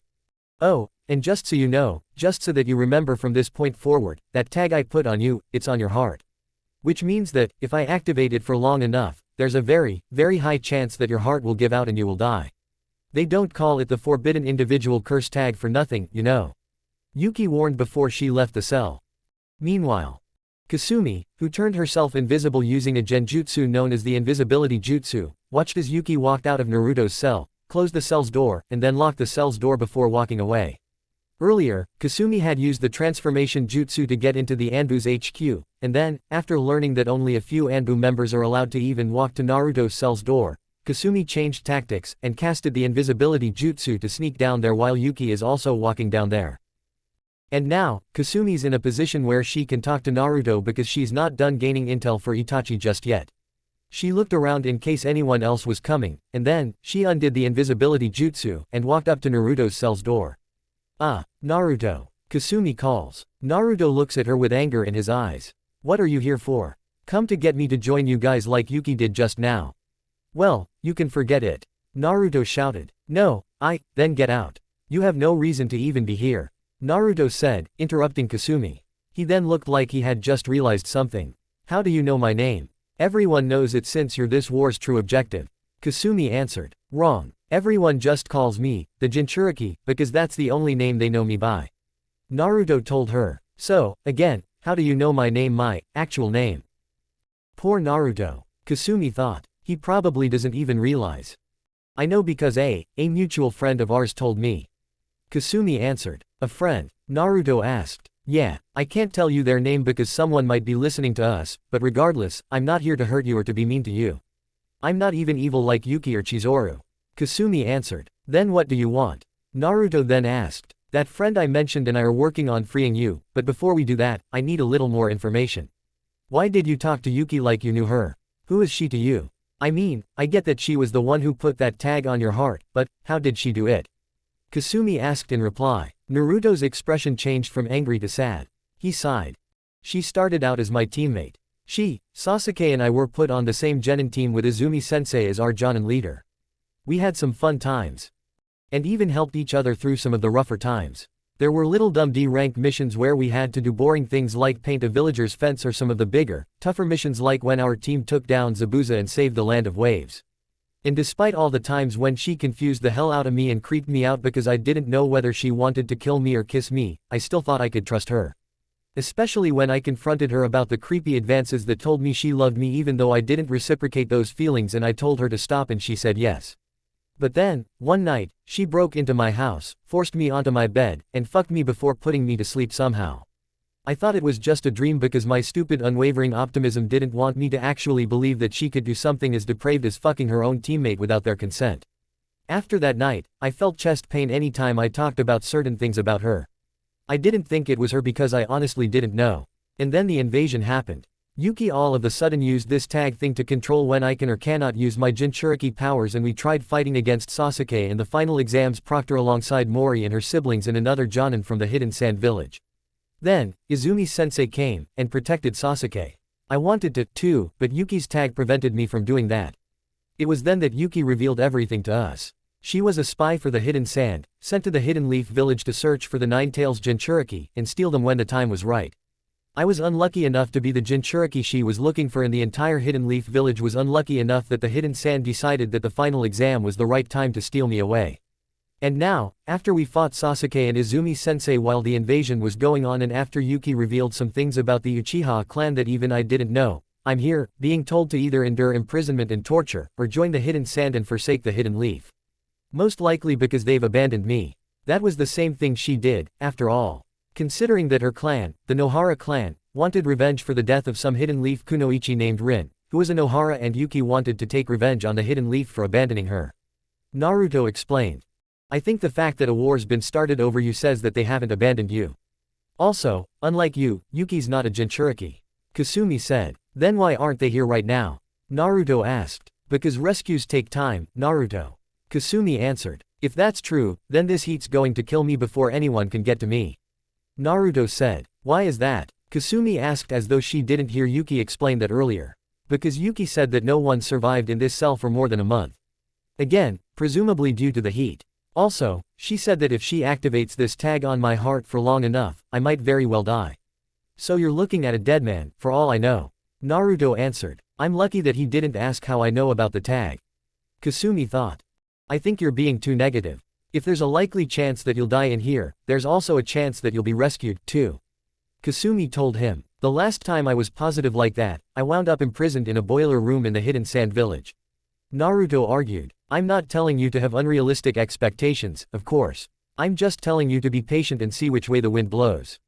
Kasumi clarified. Oh, Naruto said. Kasumi chuckled because of how silly Naruto was being. I'm Kasumi, by the way. She told him. The name's Naruto. But you already knew that. Naruto replied. I'll see you around sometime.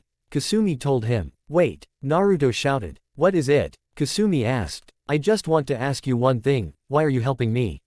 Naruto asked in reply. Well, like I said, I'm not as bad as Yuki or our Jonin commander. Also, I have a little sister. She's going to be placed on a genin squad soon. And I don't want her to be involved in this war. She could die because of the war or become jaded by the concept of war, in and of itself, like some ninjas I know. I'd rather she do some of those dumb and boring D-ranked missions you mentioned than see her be blown up by an explosive tag, because unlike some in the ninja world, I know in my heart of hearts that despite being a genin, she's still just a child, like you are. Like Mori and her siblings. And if I had my way, I'd have academy students wait until they're 18 years old to be genin. But, as it is now, if there's anything I can do to end this war, I'd do it. And right now, that means freeing you, and handing you over to the hidden leaf before my superiors even know you're gone. Kasumi explained. Kasumi saw the look of surprise on Naruto's young face. As I said, I'll see you around. Kasumi said. She then casted the invisibility jutsu once again, turned to her left, and walked away. Later. Using the teleportation jutsu, Kasumi appeared in a random alleyway in the hidden sand village. Itachi. Kasumi hissed. Nobody came. Hey, are you here? Kasumi hissed once again. Itachi then appeared from the shadows. I apologize for the delay. I had to make sure there was no one around. What do you have for me? Itachi asked. A problem. A pretty big one. Kasumi answered. Enlighten me. Itachi told her. Yuki, one of our Anbu members, was planted as a spy within the Hidden Leaf village a long time ago, and placed onto the same genin squad as Naruto. I'm guessing she found out he was the Nine-Tails Jinchuriki early on into her time as Naruto's teammate, because at some point between the mission to the Land of Waves presumably Yuki broke into his house, and raped him also she could place a forbidden individual curse tag on his heart. He said he went to sleep sometime afterwards, so he thought he was dreaming at that time, and then, he started getting infrequent chest aches, presumably due to her activating and deactivating the tag. Kasumi explained. And how have you learned of this? Itachi then asked. I spied on a conversation Yuki had with Naruto in his cell, and I also talked to Naruto, myself. Kasumi answered. That was risky. Itachi remarked. I know, but I had to get the information we needed, and I wanted to be sure of a few things. Kasumi replied. Naruto said she could use the tag to control his Jinchuriki abilities. Then it seems that the Sharingan and the wood style aren't the only ways to control a tailed beast. Itachi also remarked. And you're right, this does present a problem. So how do we free Naruto? Yuki could force him not to come with me if I'm caught. Kasumi said. Their original plan was to, when the time was right, sneak into the Hidden Sands Anbu headquarters, break Naruto out, and get out of the Hidden Sand village. They originally thought that this plan's only problem was that it'd be possible that Naruto would have learned about the Akatsuki and Itachi's affiliation with them, which was solved by having only Kasumi sneak in there, and break him out while Itachi follows from the shadows. But Itachi hadn't factored the tag into his plans. But, of course, every jutsu has its weakness, and Yuki must have cast a jutsu to place that tag on Naruto's heart. So the obvious answer to our problem is to kill the jutsu's caster, so when you break him out, the hidden sand will no longer have control of his actions. Itachi said. Kasumi knows and has told Itachi that Yuki put the tag on Naruto's heart, and she also knows that, if Yuki fooled the hidden leaf into thinking that she's a genin, then it's likely that Yuki is close to Naruto in age. And that means she has to kill a child. But if it's for Naruto's freedom and an end to this war, then she'll kill Yuki, even if it will make her feel like she should go to hell for it. Agreed, Kasumi replied. But what do we do on the small chance that they catch us before we even get to Naruto? Itachi looked like he was thinking about it, and then, he walked up to Kasumi, and whispered something in her ear. Izumi's team has finally arrived at the land of rivers. The team checked the first one, which was at the far left end of one river, but nothing was found. Izumi and Sasuke used their Sharingan to check, and then they checked the third one, which was on the far right end of the river. Now, they're checking the second one, which was at the halfway point between the first one and the third one. What do you see? Asami-sensei asked. I definitely see 3 chakra signatures, one of which is behind a prison. Izumi answered. So that's B. Shikamaru said. Who are the 2 other chakra signatures? Takeshi asked. I can't tell. Izumi answered. Neither can I. Sasuke also answered. Why not? Takeshi then asked. Because a Sharingan doesn't exactly work like a Byakugan, dumbass. They can see chakra signatures, but it might as well be like seeing only half of the puzzle pieces to a whole picture. But a Byakugan user could probably see the full picture without any missing puzzle pieces, as I said before. Nezuko answered. Oh yeah, how would you know? Takeshi questioned. I had a friend who possessed the Byakugan back in the academy. She was a Hyuga, like the other Byakugan users. Nezuko answered. She may have been out of line when she called him a dumbass, but she's right. If we had a Hyuga with us, I bet we'd get a clearer picture. Izumi thought. Takeshi pouted in response. How honestly childish, Izumi thought. Regardless, the fact is that he's there. But there's a problem, Sasuke said. I see it too, Izumi added. What problem? Asami-sensei asked. There's a seal on a boulder that's blocking the entryway. Sasuke answered. A tag, to be more specific. Izumi also added. Then let's just rip it off, and be done with it. Shikamaru said. But doing that will trigger a genjutsu that will make copies of ourselves appear and fight us without holding back. Izumi told him. Then what do we do? Takeshi asked. Both Izumi and Sasuke deactivate their Sharingan. I don't know, Izumi answered. Then it's a good thing that we've arrived in time for us to rescue my brother together.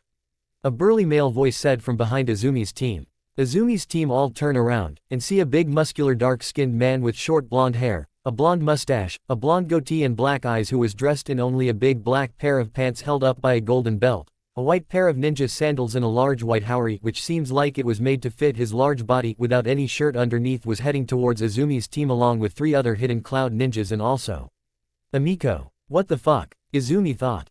Great, so you're the team from the hidden cloud village. What a drag, Shikamaru remarked. Excuse me, the big muscular man asked. Excuse their ignorance, Lord Fourth, they might not know who you are. They're from the Hidden Leaf Village, after all, they might not have seen your face before. Said a tall hidden cloud kunoichi who had light skin, shoulder-length blonde hair and blue eyes, who was dressed in a very low-cut outfit which showed her sizable cleavage with mesh armor underneath, a short skirt, red arm guards, high black ninja boots and a modified version of a hidden cloud flak jacket which appears to only cover her stomach. The blonde kunoichi also seemed to be carrying some form of a short sword that was sheathed and had a red handle and was also strapped horizontally to her waist. Hidden cloud ninjas are known for their swords, so this didn't surprise Izumi. Nor does Takeshi's blushing at the stoic blue-eyed kunoichi. He turned away, presumably not wanting to embarrass himself by staring at her. What did surprise Izumi, however, was that Shikamaru didn't have any reaction to the blonde kunoichi, but Nezuko did. Nezuko also turned away, presumably for the same reason Takeshi did. Then again, Nezuko did have the same reaction towards Sasuke while they were on the way here, so Izumi's conclusion is that Nezuko might be bisexual. Oh, right, the beefy dark-skinned man said. He then cleared his throat. I am Zekrom, although you may address me as Lord Fourth Raikage, or Lord Raikage, because I'm the Raikage. Why does he look embarrassed to introduce himself like that? Izumi thought. Still, it came as a shock that the Raikage, of all people, would be on the backup team provided by the Hidden Cloud Village. Surprisingly, though, Sasuke had no reaction. Takeshi and Nezuko turned around with shocked looks on their faces. Did I hear that right? Takeshi asked. Yes, I'm the 4th Raikage, Lord Fourth answered. Of course, unlike everyone else, Izumi picked up on the obvious clues that could only lead one to conclude that he is the Raikage, from mentioning B as his brother to that blonde kunoichi calling him Lord Fourth. I see. I believe introductions for everyone else are in order. Since we were here first, I think my team will introduce themselves first. I'm Izumi Uchiha. This is my former sensei, Asami Kujo. Izumi said. And these are my new genin subordinates, Sora Izuki, Takeshi Shinoda and Nezuko Shimura. Asami sensei said. I'm Shikamaru Nara, Shikamaru said. And I'm Sasuke Uchiha, Sasuke said. Alright, your turn, Izumi said. The blonde kunoichi next to me is Samui. Those are her former subordinates, Omoi and Karui, both of whom became chunin not too long ago. And the last one's Amiko, my most trusted spy. I'd prefer it if you don't mention her in your mission report. Lord Fourth told everyone. Omoi, the hidden cloud shinobi that Lord Fourth introduced, had dark skin, black eyes as well as short and spiky white hair. He had a black hidden cloud head band on his forehead, wore a gray overlong shirt with a hood, a white hidden cloud flak jacket, red bandage hand guards, white hidden cloud shin guards and a pair of black ninja sandals. He also had a sheathed longsword with a white handle strapped to his back. Karui, the chunin who Lord Fourth introduced to Izumi's team, had dark skin, amber-colored eyes, and had long and spiky red hair. She wore a long, short, sleeved dress with frilly edges complete with a white hidden cloud flak jacket, fishnet stockings, thigh-high black ninja boots, and she wore her white hidden cloud headband like a bandana. Like Omoi, she also has a sheathed longsword with a white handle strapped to her back. Amiko looked the same as she did when she first met Izumi, Sasuke, Yuki and Naruto. She even had the same hidden cloud outfit on. Though, unlike Samui, Omoi and Karui and like Lord Fourth Raikage, Amiko had no sword of any kind or any length. Izumi, happy to see Amiko again, ran right over to her. Amiko. Izumi shouted joyously. Izumi. Amiko shouted with the same amount of joy in her tone of voice. The two of them quickly hugged each other, and then Izumi said, "Nice to see you again." Likewise. Amiko replied. "You two know each other?" Samui asked. "Yeah, I was about to ask the same question." Asami sensei said. "Ah, she was the hidden cloud kunoichi who helped my team capture a criminal a while back." Izumi answered. "Yeah, her team was the one I told you about, Lord Fourth." Amiko added. "Interesting." Samui says. "So you're the leader of the famous Team 7? Lord Fourth asked Izumi. "Ah, yeah, but, obviously, Sasuke and I are the only remnants of Team 7 after the invasion." Izumi answers, saddened by the topic of the recent invasion of the Hidden Leaf Village. "So you're the one who lost the Nine Tails Jinchuriki?"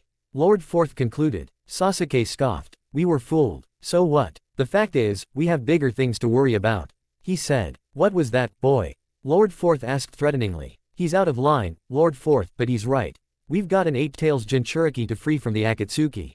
Shikamaru says. "And who put him in charge?" Lord Fourth then asked. "No one. In fact, I'm the captain of this team, but a colleague of mine named Asuma said that Shikamaru has quite the strategic mind.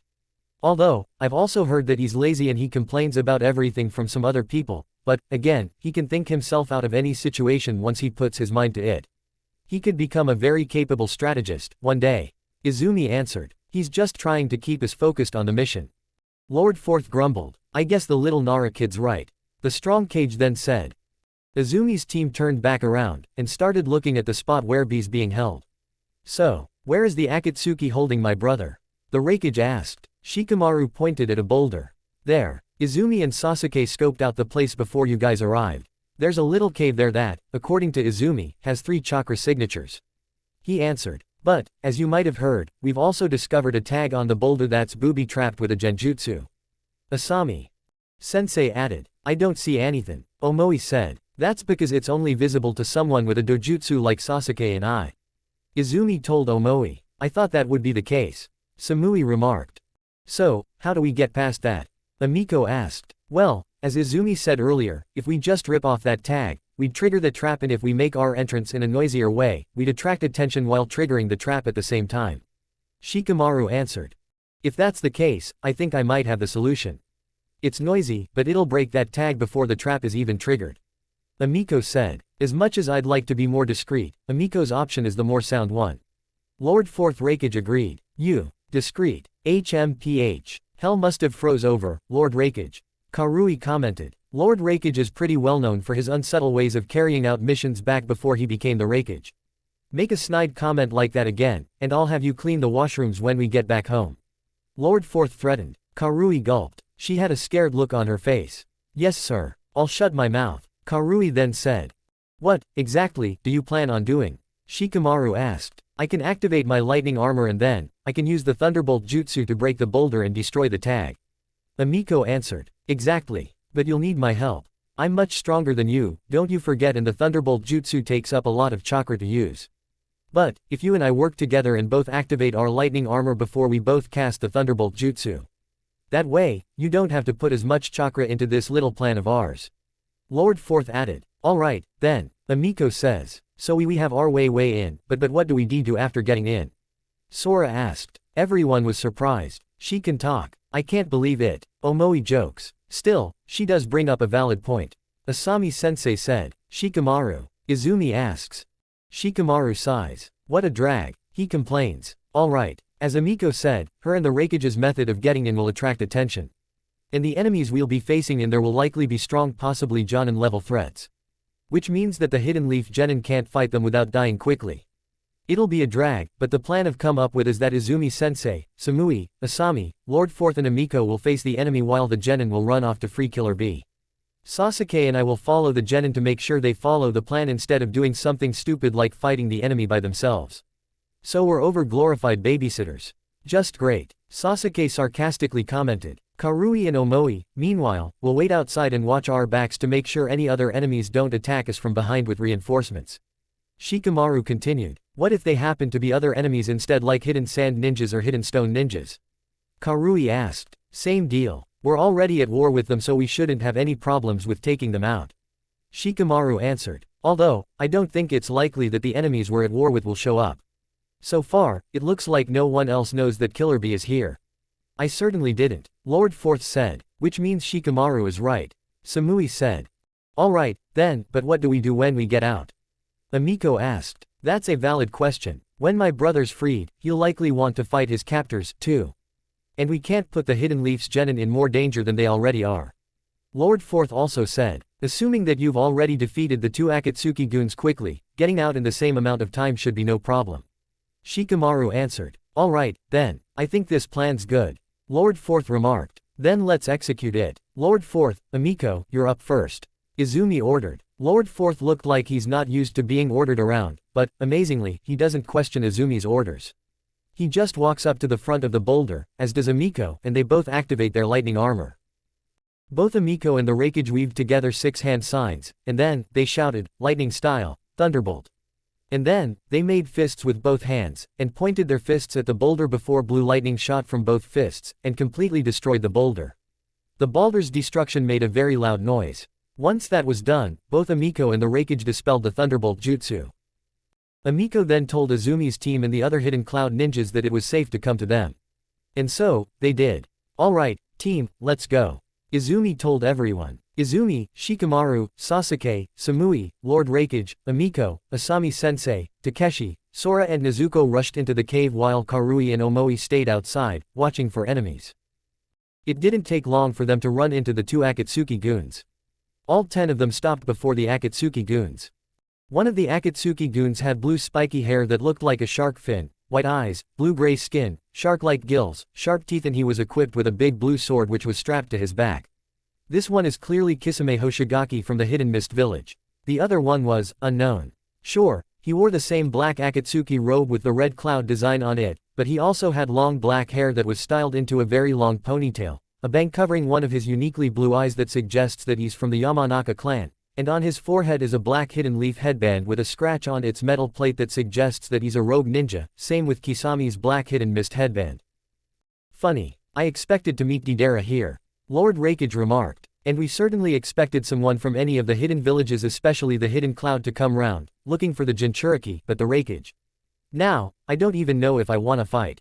Kisame remarked in reply. Why would he be here, anyway? The black-haired hidden leaf Akatsuki member asked. The Eight-Tails Jinchuriki is my brother, you idiots. Lord Fourth yelled. The Akatsuki members now looked shocked, as though they genuinely didn't know that. Shikamaru, Sasuke, go. Take the kids and follow the plan. B should be that way. Izumi told them, pointing to her left. Kisame unsheathed his sword. And how would you know that? The shark-like Akatsuki member asked as Sasuke, Shikamaru and the hidden leaf genin all turned left, and ran off. Izumi looked at Kisame, and said, Sasuke and I scoped the place out using our Sharingan. Interesting, Kisame says. Kisame, let me go after those brats. The black-haired Akatsuki member shouted. Samui stepped forward, and unsheathed her sword. Izumi pulled out a kunai knife, and then, Izumi, along with the others, prepared to fight. It looks like we won't get the chance. These guys are powerful. Samahata can smell it, Kisame told his partner. Where's Itachi? He's usually by your side, right? Izumi asked. Unfortunately, Itachi has decided to hide away with the others while we got stuck with guard duty. Kisame answered. Disappointing, Izumi sarcastically says. Indeed, Kisame replied. Izumi then looked at the unknown Akatsuki member. So who are you? Izumi asked. No one important, the black-haired Akatsuki member answered. Really? Because you look like a Yamanaka. I'd say that's pretty fucking important. Izumi replied. I don't care. It doesn't matter, so it isn't important to me. Therefore, I'm nobody important. The black-haired Akatsuki member said. Look, can we just skip all the introductions and just get to the fighting? Kisame asked. Good idea, Lord Fourth replied. Both the Akatsuki members and the ninjas charged towards each other. Nezuko and her teammates followed Sasuke and Shikamaru to Killer Bee's cell. Everything seemed fine, at first. Once they got to Bee's cell, they heard Bee's awful rapping. It's so bad and annoying that it makes their ears wince. Hey, Killer Bee, Shikamaru called. Bee had his back to them, rapping only stopping once he heard Shikamaru call his name. Killer Bee turned around to see Sasuke, Shikamaru and the three genin standing on the other side of the cell he was in.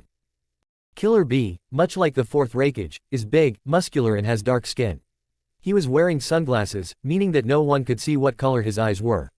Another thing that Bee and the fourth Raikage have in common is their blonde hair. Both Bee and the Raikage have blonde mustaches, but Bee only has a blonde beard instead of a goatee, though. He was wearing a hidden leaf flak jacket with no uniform of any kind underneath, a pair of black pants, a pair of white hidden cloud shin guards, a pair of white hidden cloud handguards, a white scarf, a white hidden cloud headband which was on his forehead, and a pair of black ninja sandals. He also has the kanji symbol for iron on his right shoulder. His shuriken holster and ninja tool pouch are gone, though. What are some kids doing here? Bee asked. We're hidden leaf ninjas and the Hokage has sent us to come and rescue you. Shikamaru answered. And why ain't Kisame and Yushiro stopping ya?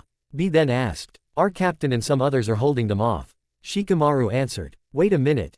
Yushiro. Who's Yushiro? Nezuko asked. This guy with the black hair. His name's Yushiro Yamanaka. He's one of the Akatsuki's lower-ranked members. And because of that, I bet he's being kept out of the loop. Probably doesn't even know why they need me. Bee answered. Well, that explains the black-haired guy with the Yamanaka eyes. Shikamaru says. Come on, time's wasting, Sasuke said. Right, how do we break him out? Shikamaru asked. Only Yushiro has the key. Bee told everyone. I think IC can help. Sora said. Sora then walked up to the lock, and made one hand sign before shouting, Dark Style, / And then, with the wave of Sora's hand, a black energy blade cut the bars that were keeping the jail cell intact into two, and both pieces fell down to the ground. Shikamaru and the others stepped back, and Bee came out of the cell. Thanks, kids. By the way, what's her problem? Why does she stutter a lot? And why is she really quiet when she speaks? Bee asked. Sora's shy as hell, Nezuko answered. Word is, she was bullied a lot. So she's stopped having a social life. Takeshi added. What I don't understand is why someone like her, who lets people walk all over her, is allowed to be a ninja. Nezuko also said. That's enough, you two. You both have your own flaws to sort out, too. Shikamaru told them. Good rhyme, Bee said. Shikamaru sighed and facepalmed, clearly cringing. Bet he'll try to suppress this memory for the rest of his life. Nezuko thought. And anyway, Bee says. My name's Nezuko. Nezuko told him. Right, Bee said before clearing his throat. Anyway, Nezuko, in my experience, you'll find that docile creatures can be most fearsome when they are protecting something precious to them. Something precious? Nezuko asked. Shikamaru chuckled. Look, maybe I'll teach you about the will of fire. It has everything to do with what Bee said just now. He said. How? Nezuko asked. I'll tell you later. Shikamaru told her. For now, I gotta know your names. Killer Bee said, interrupting Shikamaru. Right, I'm Shikamaru Nara. Shikamaru told him. I'm Nezuko Shimura. Nezuko said. And I've gotta warn you, don't ask me about my grandfather. Nezuko then said while having an angry look on her face, trying to give off some killing intent. Ah, Takeshi says, thrown off by the new dark side that Nezuko's never shown to anyone in this room before. And I'm Takeshi Shinoda, the next great shinobi that you'll hear about in your history books. Takeshi bragged to distract himself from what just happened. I'm Sora Izuki, Sora said. And I'm Sasuke Uchiha. Now, let's get out of here before the enemy notices that you're gone. Sasuke told him. They then run to the cave's entrance with Killer Bee only to find a disturbing scene. Asami-sensei was now a chakra-less corpse, the fourth Raikage and Amiko seemed to be barely able to stand, but both Izumi and Samui seemed to still be at full strength, fighting the man who they now know as Yushiro. As if things couldn't get even worse, Kisame spotted Shikamaru's team and B. Well, it seems like your strategy's paid off, Captain. Kisame commented. Nezuko and Takeshi got so enraged that they ran towards Kisame. What have you done to our sensei, you bastards? Both Nezuko and Takeshi yelled. Nezuko, no, Shikamaru shouted. Don't worry, I've got him. Killer Bee shouted. Suddenly, an octopus tentacle came out of Bee's back, grabbed both Nezuko and Takeshi, and pulled them back. What are you doing? We're trying to avenge our sensei. Nezuko angrily yelled. You'd die before you'd even get the chance to scratch him. Shikamaru said. Just calm down, and think. But we don't wanna be calm. We wanna get that shark freak. Takeshi shouted. Then maybe you'll get your chance at some later time. Shikamaru told them. When you're older and stronger. He's entirely right, you know. And so are the both of you because I did kill your sensei, that is, if you're talking about the kunoichi with the glasses. Kisame says. Of course we are, you idiot. Nezuko shouted. Anyway, you wanna know how I killed her? You see, my sword, Samahata, has the sentience of a real, actual shark, which means it gets bloodthirsty and hungry when it smells a huge amount of chakra. And I can feed it by swinging it at my opponents. It won't even matter if my opponents block my strikes or dodge them, they'd still be hit and Samahata would still eat away at my opponent's chakra. Kisame explained. So, in reality, it won't even matter how strong you get in the future.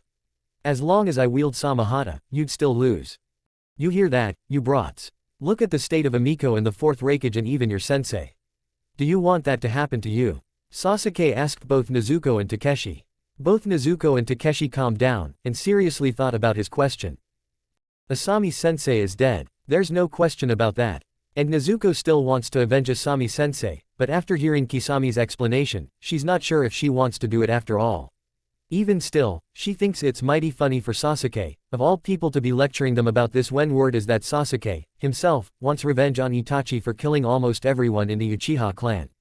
But, after thinking about it for a bit, Nezuko decided not to ask him about it because she might hurt his feelings if she did that. It's too bad that Takeshi isn't as considerate as she is. Oh yeah, and what if it was Itachi standing in that shark guy's place? I've heard that you want to avenge your clan. Would you run away instead? Takeshi asked. Takeshi, you damned idiot. Nezuko thought. Let's just get out of here. Sasuke told them, looking really annoyed and pissed off. Bee and the others turned around, and ran out the cave's exit while Izumi, Amiko, Samui and the fourth Raikage stayed behind. Izumi stopped fighting for only a moment to see if Nezuko and the others were gone. And, they are. Good. Now, I can focus all my attention on this guy. Izumi thought. The Black Hate Akatsuki member ran towards Izumi with a raised fist. Izumi was getting ready to fight, but Samui jumped in, and kicked him away. Are you alright? Samui asked. Yeah, Izumi answered. Izumi finally saw Samui's sword. So, what type of sword is that? A tanto. Samui answered. Well, isn't that a shame? The Raikage and the world's best genin are completely spent, and it seems I won't be able to face off against the Eight-Tails Jinchuriki, which leaves me with only the two of you. Kisame said, turning towards Samui and Izumi. I'll take care of him. You just focus on the Yamanaka man. Samui told Izumi. The black-haired Akatsuki member got back up. Don't call me that. The black-haired Akatsuki member shouted. You'll have to forgive Yushiro. He doesn't like it when you mention his name, or his clan. Kisame told both Kunoichi. So that's your name, huh? Yushiro. Izumi asked. The black-haired Akatsuki member growled. No, it's not. Yushiro yelled. Yeah, it's Yushiro, alright. Problem is, he seemed to gaslit himself into thinking that he doesn't even have a name, or, more accurately, that his name matters. Izumi thought. Izumi looked at Samui, and nodded in agreement with Samui's plan. Samui ran towards Kisame while Izumi threw a kunai knife at Yushiro. Yushiro dodges the kunai knife, and then he charges towards her, and then he attempts to punch her. Izumi quickly dodged his attack. The punch made a large crater in the ground. That is an extraordinary amount of strength. Izumi thought. Are you scared of me now? Yushiro screamed. No, just astonished, honestly. Izumi lied. This guy is an absolute beast. Izumi thought. He then casted a fireball jutsu at her, and Izumi quickly weaved together 7 hand signs, slammed her hand on the ground in front of her, and shouted, Earth style, mud wall. And then, a wall made of solid rock rose up from the ground, and shielded Izumi from the jutsu. I clearly can't defeat this guy with the usual methods. Izumi thought. Izumi activated her Sharingan, and prepared to face Yushiro's next move. Izumi foresaw him bursting through the wall with a single punch thanks to her Sharingan, so she jumped backwards, and then, soon, the wall started cracking and then it was destroyed by a single punch from the other side. The fact that Yushiro ran up to the wall without making a sound is another thing that alarmed Izumi. Now, it's my turn. Izumi thought. Water Shuriken Jutsu. Izumi shouted. She then threw 5 water shurikens at him. Yushiro dodged the water shurikens, temporarily looking away from Izumi. Good. He's distracted. Izumi thought. After Yushiro dodged the 5th water shuriken, Izumi formed a ball of chakra in her right hand, and charged towards Yushiro. By the time Yushiro could bring his attention back to the fight it was too late. Once she got within melee distance of Yushiro, Izumi pushed the ball of chakra into Yushiro's stomach, and shouted, Rasengan. Yushiro was then flung backwards, and then fell down, and went unconscious. The chakra ball disappeared, and Izumi walked up to Yushiro's unconscious body. Now, listen here, mister. If you try to attack me or my friends again, I will do much worse to you. Do you understand? Izumi asked. Yushiro didn't respond because he was unconscious. Good. You hidden leaf ninjas are too soft. If I were you and had your powers, I would have killed him without mercy. Samui commented while she was fighting Kisame. Is that really how you feel? Izumi asked. Izumi went 6 feet behind Kisame, and threw 7 kunai knives and 8 shurikens at him and then, she quickly weaved together 11 hand signs, and then, blue lightning channeled around Izumi's right hand, and then, she charged towards Kisame while shouting, Chidori. And, once she was close enough, she thrust a Chidori into Kisami's back, and struck Kisami's heart. Izumi pulled her right hand out of Kisami's back, and then, Kisame stopped swinging at Samui with the Samahata, fell down, and immediately died. Izumi then deactivated the Chidori. Izumi witnessed Kisame die, but she'd be lying if she said that she liked it or that she was glad that he's dead. And her face showed that, too. I stand corrected, Samui said as she sheathed her tanto. Though, you seem conflicted. Let's just say that my experiences have taught me that killing an enemy is the last thing you should do. Izumi replied as she deactivated her Sharingan. Come on, let's take the Raikage and Amiko and then get the hell out of here before Kisami's sword gets any ideas. Agreed, Samui also replied. Izumi and Samui ran over to Amiko and the Raikage. Amiko started to get up while the Raikage was trying, but failing to get back up. Are you okay? Izumi asked. Amiko nodded. Lord Fourth, can you walk? Samui asked. Do you think I'd be having such a hard time getting up if that were the case? Lord Raikage asked in reply. Izumi and Amiko rolled their eyes. Of course he'd answer like that. Izumi thought. Izumi was pretty sure that Amiko was thinking the same thing. And so, Izumi and Amiko ran out of the cave while Samui carried Lord Raikage out of the cave behind Izumi and Amiko. Once they were out of the cave, Izumi took out 6 kunai knives, attached explosive tags to the kunai knives, and threw all 6 kunai knives at the rocky surface above the cave's entrance. What are you doing? Nezuko asked. Making sure the Akatsuki don't follow us. Izumi answered. Izumi made 1 hand sign, and the tags exploded before a bunch of boulders fell on top of the cave's entrance. And also, giving them a taste of their own medicine. If they can be imprisoned for a long time, they can also enjoy a little bit of imprisonment. Izumi added. I'd say that's reasonable, Shikamaru said. So would I. Lord Raikage agreed. Come on, let's head off before anything else happens. Izumi told everyone. Everyone turned around, and ran off into the forest in front of the cave. Izumi's team, Team 13 and the Raikage's team all stopped and camped out in an opening in a forest across a river and at least 50 clicks away from the cave they were in not too long ago just so that the Raikage and Amiko could recover from the fight they were in. Killer Bee put down the 3 Team 13 genin, and made his tentacle recede into his back. Whoa, Nezuko thought. You're so cool. Takeshi shouted. So you're in full control of your tailed beast, Captain Izumi asked. Yeah, Yuki and I have been cool since the day I met Genbu. Bee answered. Who? Captain Izumi asked. That's not a secret we're at liberty to divulge without Lord Fourth say so. Samui told her. You're damn right, Lord Raikage said. Samui then had him slumped against a tree. Thank you, Samui. Rest up, my lord. You'll need it, Samui says ominously. Wow, the fourth raikage must be heavy. Takeshi assumed. Why did she say that so ominously? Nezuko thought. Yeah, Nezuko then said. They set up tents in a circular formation and later set up a campfire. Shikamaru and Omoi went to another river which was somewhere to the west of their camp to go fishing, but just before they went off, Samui had a little talk with Omoi. Suspicious, Nezuko walked over to Captain Izumi and asked, "What do you think they're talking about?" Nezuko had already finished setting up her tent and Captain Izumi had also finished her tent by now. So was Sasuke and Killer Bee and Karui. Samui was in the process of setting up her tent when she went over to talk to Omoi after Shikamaru had left without him with Omoi's consent. Sora is also still in the process of setting up her tent while Takeshi was struggling with his tent, and Amiko hasn't even started hers because she was sitting by the fire right now. I don't know, Captain Izumi answered. I don't like it, Nezuko commented. Neither do I, Captain Izumi agreed. They couldn't hear the conversation and Samui had pushed away anyone who tried to get close to them.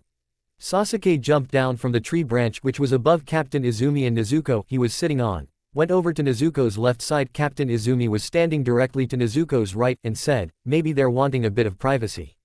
"Nothing wrong with that, maybe," Captain Izumi says. "So what do we do, then?" Nezuko asked. "Ignore it, for now. I want you to go and help Takeshi.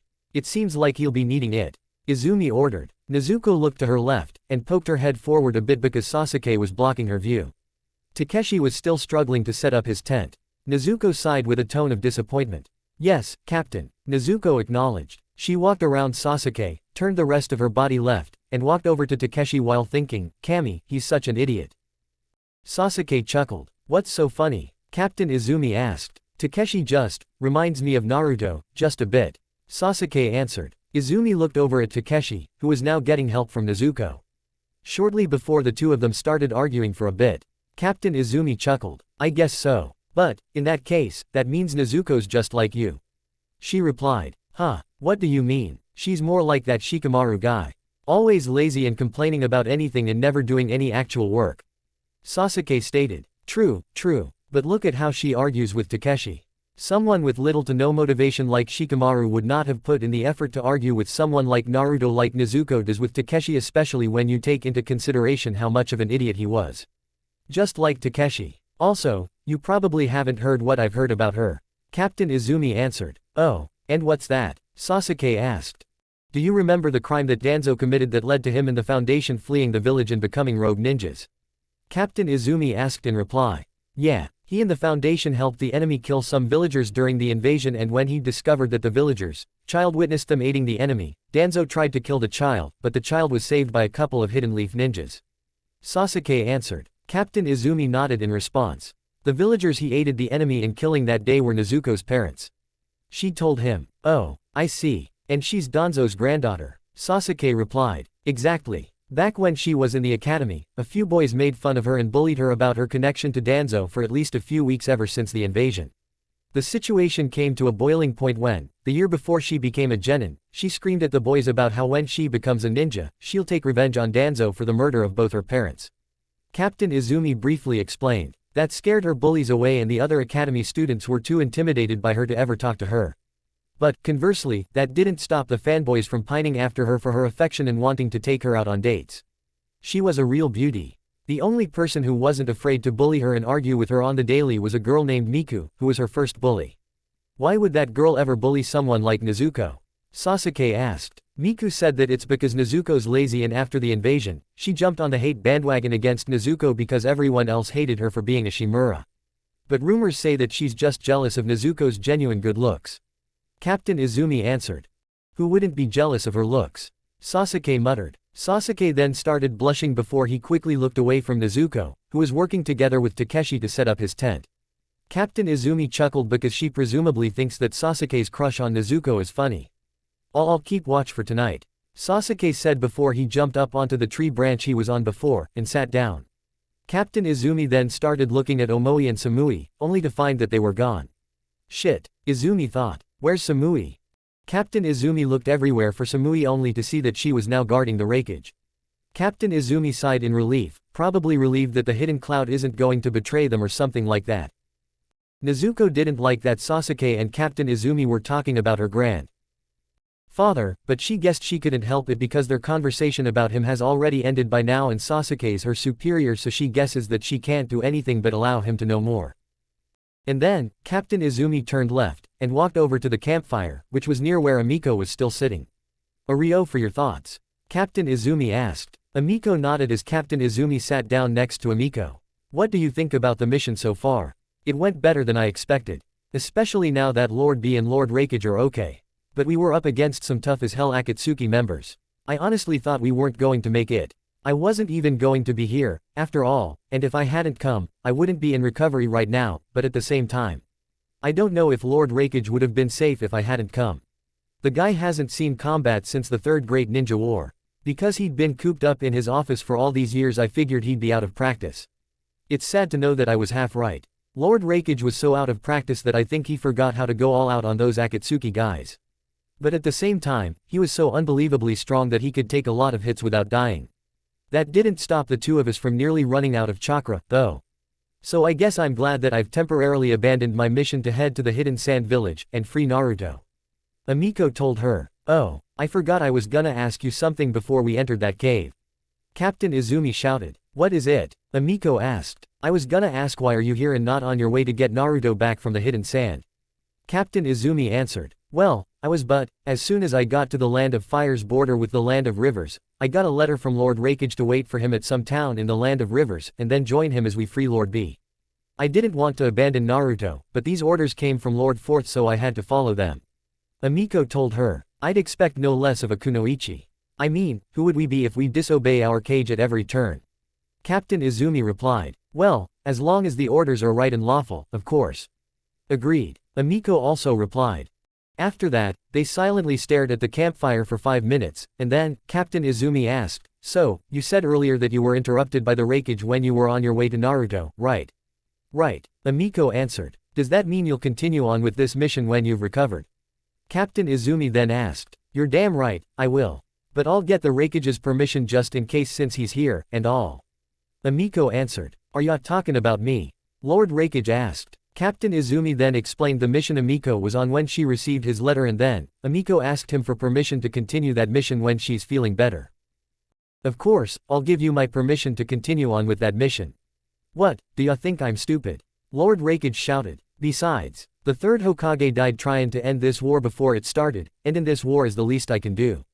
The third Hokage may have been an old and naive fool, but he was also a brave man who stuck to his code. I find that more honorable than anything in the world. Plus, giving Naruto back is better than giving my stupid, crazy and annoying brother to you Hidden Leaf ninjas." Captain Izumi, Amiko, Samui and Lord Raikage all looked at Killer B, who was writing in a notebook and mumbling to himself. "Why does he do that, by the way?" Captain Izumi asked. Lord B thinks of himself as a rapper and he sometimes held concerts whenever he was in the village. But he mostly stays in his private dojo somewhere in the Land of Lightning, where he trains. He also stays there for his own safety. Amiko answered. Except he won't be trainin' there no more cause it was compromised by the Akatsuki. He'll need to be somewhere more private from now on. Lord Raikage interjected. Right, I forgot about that, Amiko said. Captain Izumi chuckled. Our village thought about doing the same thing with Naruto when he was just a baby, but the third Hokage was against it because he wanted Naruto to have a normal childhood. It's also because unlike every other hidden village, our village has always treated our Jinchuriki like human beings instead of weapons who should be kept hidden at all times. That was why he was allowed to be a shinobi instead of just another regular Jinchuriki. She told them. Lord Raikage chuckled in response. Maybe that's why you lost him in the first place. Lord Fourth Raikage said. If that's so, the Nine Tails would have been taken from us by any one of the hidden villages a long time ago. Captain Izumi argued. You have a point, there. Lord Raikage agreed. Nezuko knew about the hidden villages and their infrequent warring with the Hidden Leaf. In fact, the reason why Nezuko was so suspicious of Samui's talk with Omoi was that she read in a history book that the Hidden Cloud would sometimes betray their allies if they believe it serves their own village's interests.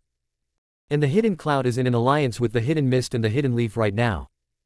Nezuko doesn't trust this situation at all. But she knew there's nothing she could do about it, so she tolerates it.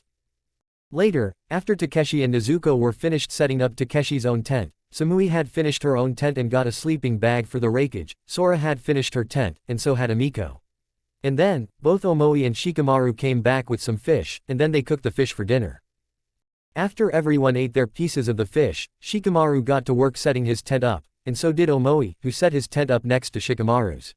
After that, Lord Raikage had recovered enough to the point where he could walk, and got in his sleeping bag, and then, everyone went into their tents, got ready for bed, went into their own sleeping bags, and went to sleep. Nezuko later woke up to the sound of fighting. Fighting that was happening very close to where she is right. Shit, she thought. Have the other enemies like the hidden sand found us? She quickly got dressed, and then equipped her ninja gear, and then, a hidden cloud ninja came, and destroyed her tent with their sword. And just as that same ninja was about to kill her with that same sword, Nezuko quickly pulled out a kunai knife, blocked the attack with her kunai knife, and kicked the ninja away. I have to find Captain Izumi, Nezuko thought. She ran towards where the campfire was, and saw that it was out.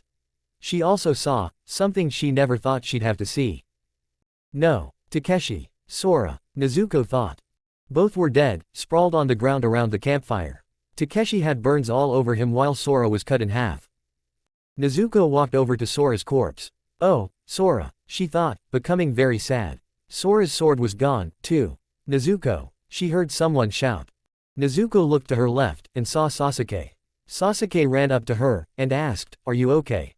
"Yeah," she answered. "I'm not bruised or injured, if that's what you're asking." "Oh, thank Kami. You seriously need to work on your sleeping habits," Sasuke said. Nezuko chuckled with a sad smile on her face. "Is that right?" she asked. "Did I sleep in again?"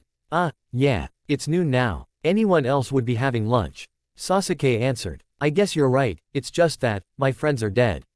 And they were killed by hidden cloud ninjas," Nezuko said. Sasuke then looked at the body she was standing over. I apologize," Sasuke replied. "No, you don't need to apologize to me. But those hidden cloud ninjas do. First my parents, then my sensei and now, my friends." Nezuko asked. "It's enough to make a girl like me want to set the world on fire. They were your friends. I thought you three only met the moment you became a team." Sasuke then said. Flashback. "Oh, look, it's that girl who thought she could come and play sword with us," a male academy student said. I just wanted to learn, shut up," the boy shouted, interrupting the girl before kicking her. This boy and his friends had a female academy student with shoulder-length purple hair and brown eyes cornered in an alleyway somewhere in the Hidden Leaf village after class. "You don't know shit and you're a girl, so how can you play sword with us?" the second male academy student said. I said, shut up," the first boy shouted, interrupting her before punching her in the face twice. "Guys, I think it's time we teach her what happens when she messes with the big boys," the third male academy student said. "I think that's a good idea," the first boy agreed. And so, the first boy picked the girl up by her collar, and prepared to punch her one more time when an apple came out of nowhere, and hit him in the face. What was that?" the first boy asked, startled. The first boy dropped the girl, and the three boys started looking around.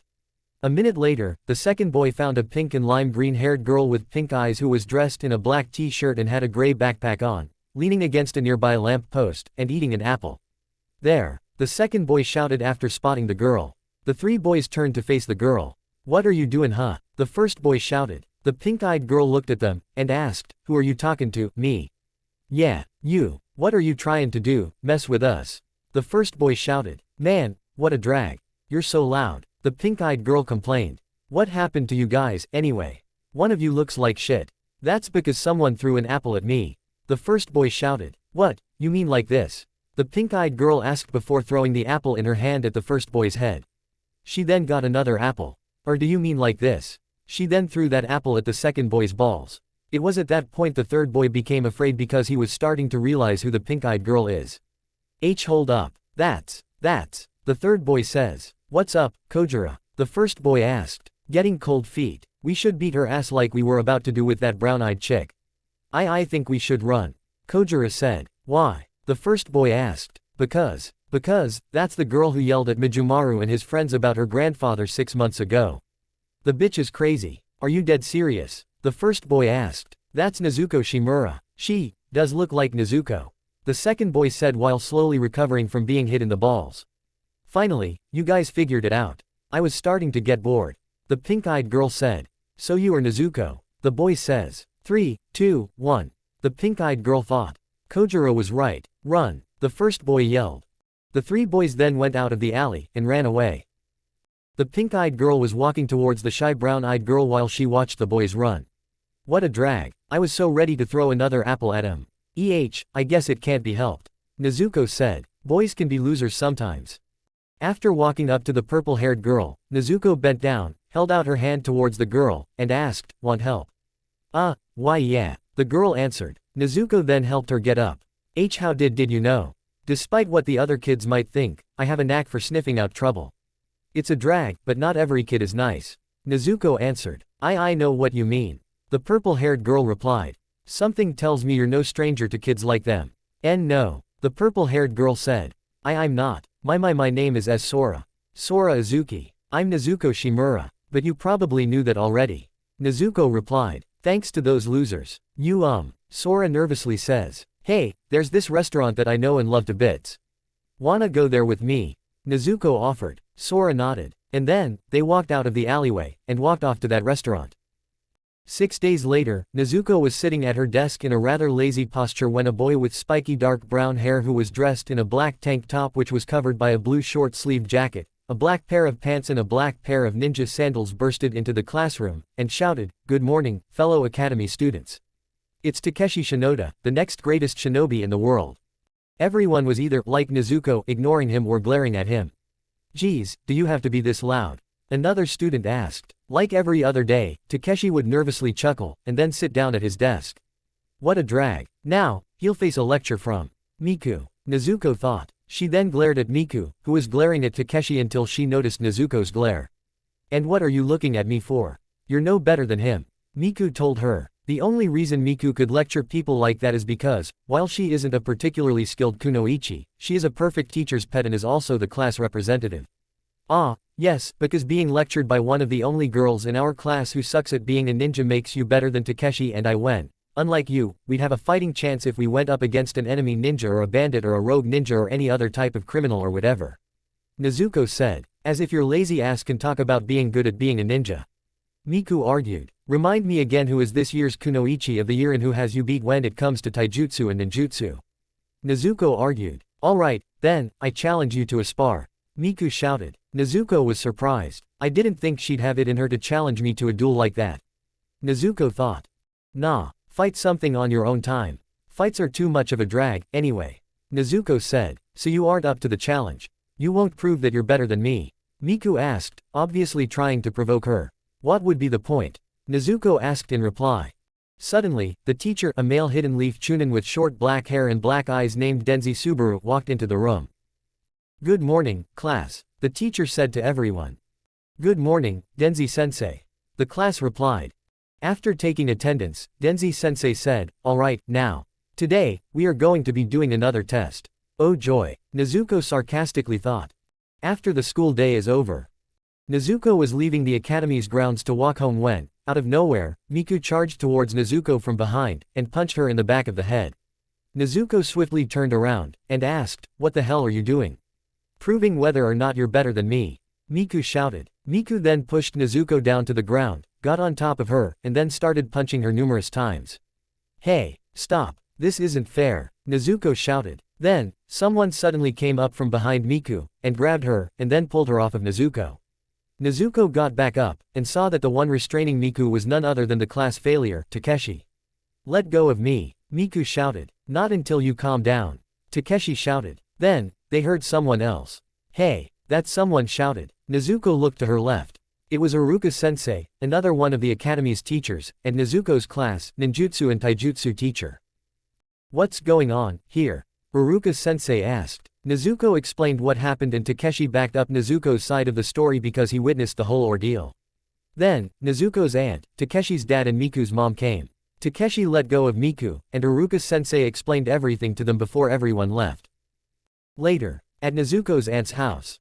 Nezuko sat up in her bed in her dark bedroom. She remembers that she used to do this when she was waiting to receive in-home training from her grandfather. It was nighttime right now and Nezuko had already eaten her supper. Then, someone opened the door to her room, and asked, Nezuko. The door to Nezuko's bedroom was to the left of her bed, so when she heard someone call her name, presuming it was her grandfather, Nezuko looked to the left, and asked, Grandpa. That same someone turned on Nezuko's bedroom's light. It was actually Nezuko's aunt, a woman with long black hair, tan skin and black eyes named Ayano Shimura. Aunt Aya, the name that Nezuko had affectionately given her aunt, was dressed in a white kimono with a black skirt and a pair of normal wooden sandals. "No, it's just me, dear," Aunt Aya said. Nezuko breathed a sigh of relief. What's up?" Nezuko asked. "It's past your bedtime," Aunt Aya answered. Nezuko looked over at her clock, which sat on her dresser, which was next to the door to her bedroom. The clock said that it's 10 a.m. So it is, Nezuko thought. "Oh, sorry for worrying you. It's just, I know. But he isn't here anymore. You have no need to worry. You should just try to get some rest," Aunt Aya said, interrupting her niece. From the moment Nezuko turned 6 years old until her grandfather became a rogue ninja, Danzo kept Nezuko awake every night just to force her to train so that she could be a Foundation member, not a regular ninja. And thus, because of her grandfather's strict training regimen, she knows way more ninjutsus, genjutsus and taijutsus than the average academy student should be able to know or to learn. And when she failed to cast a single jutsu that Danzo taught her, he would force her parents not to feed her for a week. It made Nezuko resent her grandfather. Danzo also tortured her mentally by casting genjutsus on her just so that she would learn the genjutsu itself. All this made her wonder if he ever cared about her or if he just cared about how useful she'd be to the Foundation. She heard that her mother failed to be an effective Foundation member when Danzo was training her, so he forced her mother to give up on being in the Foundation and on becoming a ninja. That didn't stop him from forcing her to marry another member of the Shimura clan who succeeded in becoming a Foundation member. Knowing him, Danzo probably had them bring Nezuko into the world just so that she'd make for a capable ninja and a successful Foundation member. "Okay, Aunt Aya. Good night," Nezuko said. "Good night," Aunt Aya replied before turning off the lights and closing the door. Nezuko got into her bed, but she stayed awake, still fearing that her grandfather might come out and force her to go down to the basement of her family home to train or learn some complex jutsu that would be impossible for any other academy student. 1 year ago, Nezuko was fighting practice dummies in the unusually big basement of her parents' house when Danzo came to her from the shadows. "That's enough," Danzo told her. And then, Nezuko stopped fighting the dummies, relieved because she thought her grandfather would finally let her go to bed. Nezuko walked up to her grandpa, tired as all hell and one taijutsu away from falling unconscious. "I need you to learn this jutsu I am about to teach you. It is essential for the Hidden Leaf's future that you learn this jutsu," Danzo said. He always says, "It is essential for the Hidden Leaf's future," but never, "It is essential for your future." "Please, grandfather. I just want to go to bed," Nezuko whined. "No," Danzo snapped. "You'll go to bed when I say you can go to bed. And if you whine like a child again, I will have your mother spend all day tomorrow beating you relentlessly." After that whole, sparingly short debacle, he taught her a B-rank fire-style ninjutsu called the Fierce Dragon Flame Jutsu.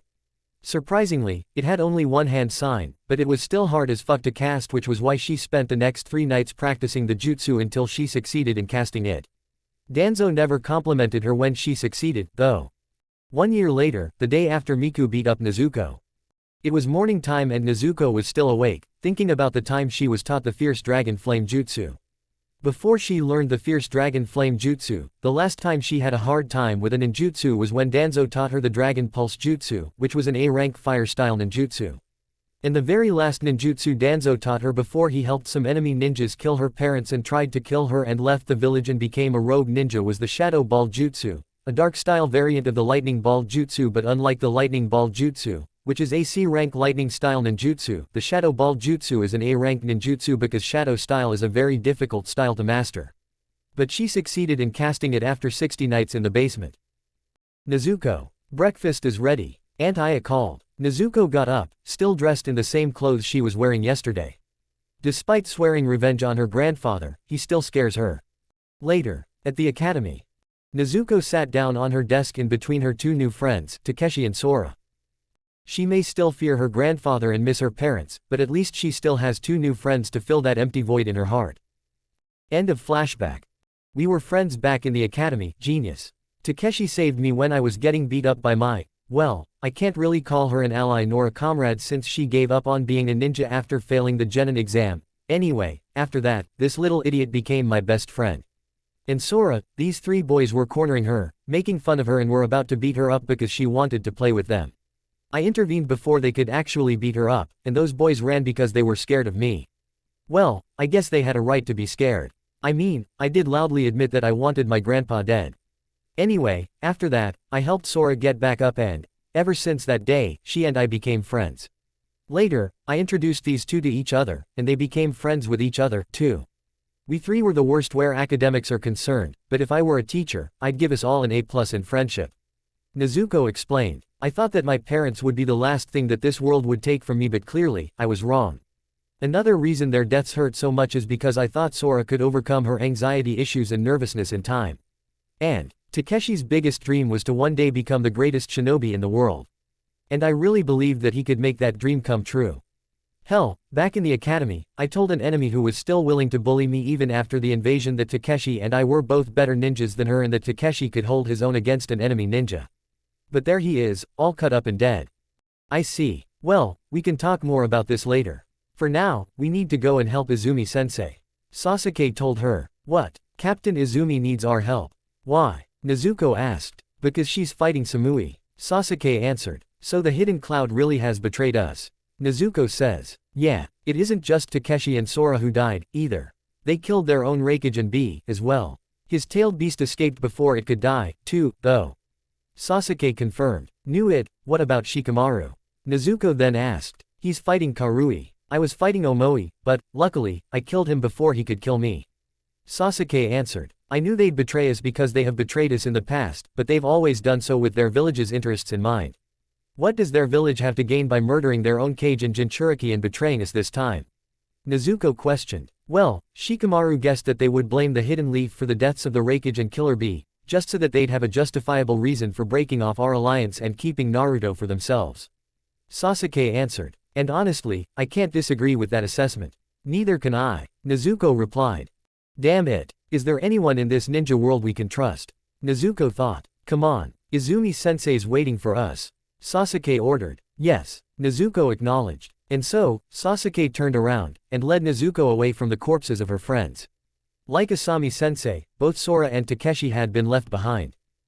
While on their way to help Captain Izumi, Nezuko asked, I saw another hidden cloud ninja just before I saw the corpses of Takeshi and Sora. That ninja tried to kill me before I kicked him away. What are other ninjas from the hidden cloud doing here?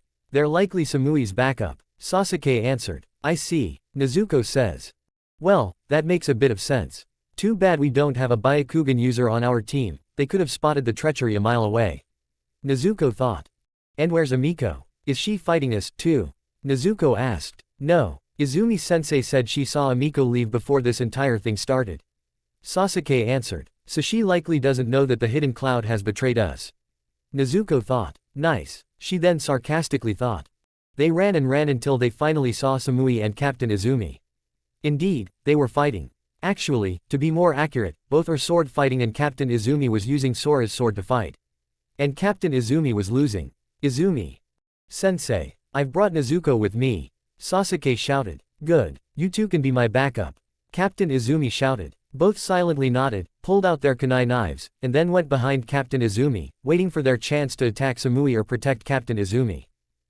Captain Izumi's attention turned back towards the fight. She blocked two of Samui's attacks, but then, out of nowhere, Samui used her left hand to punch Captain Izumi in the stomach, and then, she cut Captain Izumi's shoulder with her sword. Nezuko ran towards Samui, and tried to kick her, but her kick was blocked, and she was pushed back. Seeing no other way past this, Nezuko made one hand sign, and thought, fire style, fierce dragon flame jutsu. And then, a fireball shaped like a dragon's head came out of nowhere, and then shot towards and hit Samui. Now, Samui is all burnt up and barely able to stand. How can you know a jutsu like that? Samui shouted. Nezuko. Captain Izumi says. I'll tell you later. Nezuko said. She's right. For now, we have to finish this battle. Speaking of which, Sasuke says. Sasuke ran up to Samui, and knocked her unconscious with a spin kick to the head.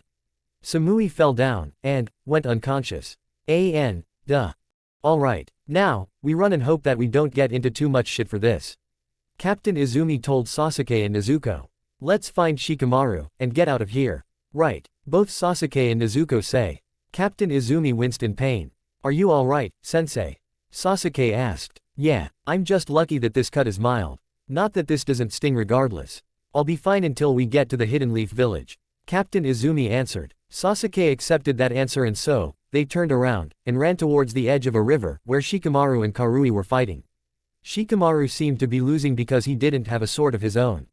Without anything needing to be said, Captain Izumi, Sasuke and Nezuko rushed over to Shikamaru's side. Finally, some help, Shikamaru said. You two, go ahead and take it easy. I'll take it from here. Sasuke told Shikamaru and Captain Izumi. Sasuke. Captain Izumi says. Sasuke took Sora's sword from Captain Izumi, and went in between Shikamaru and Karui.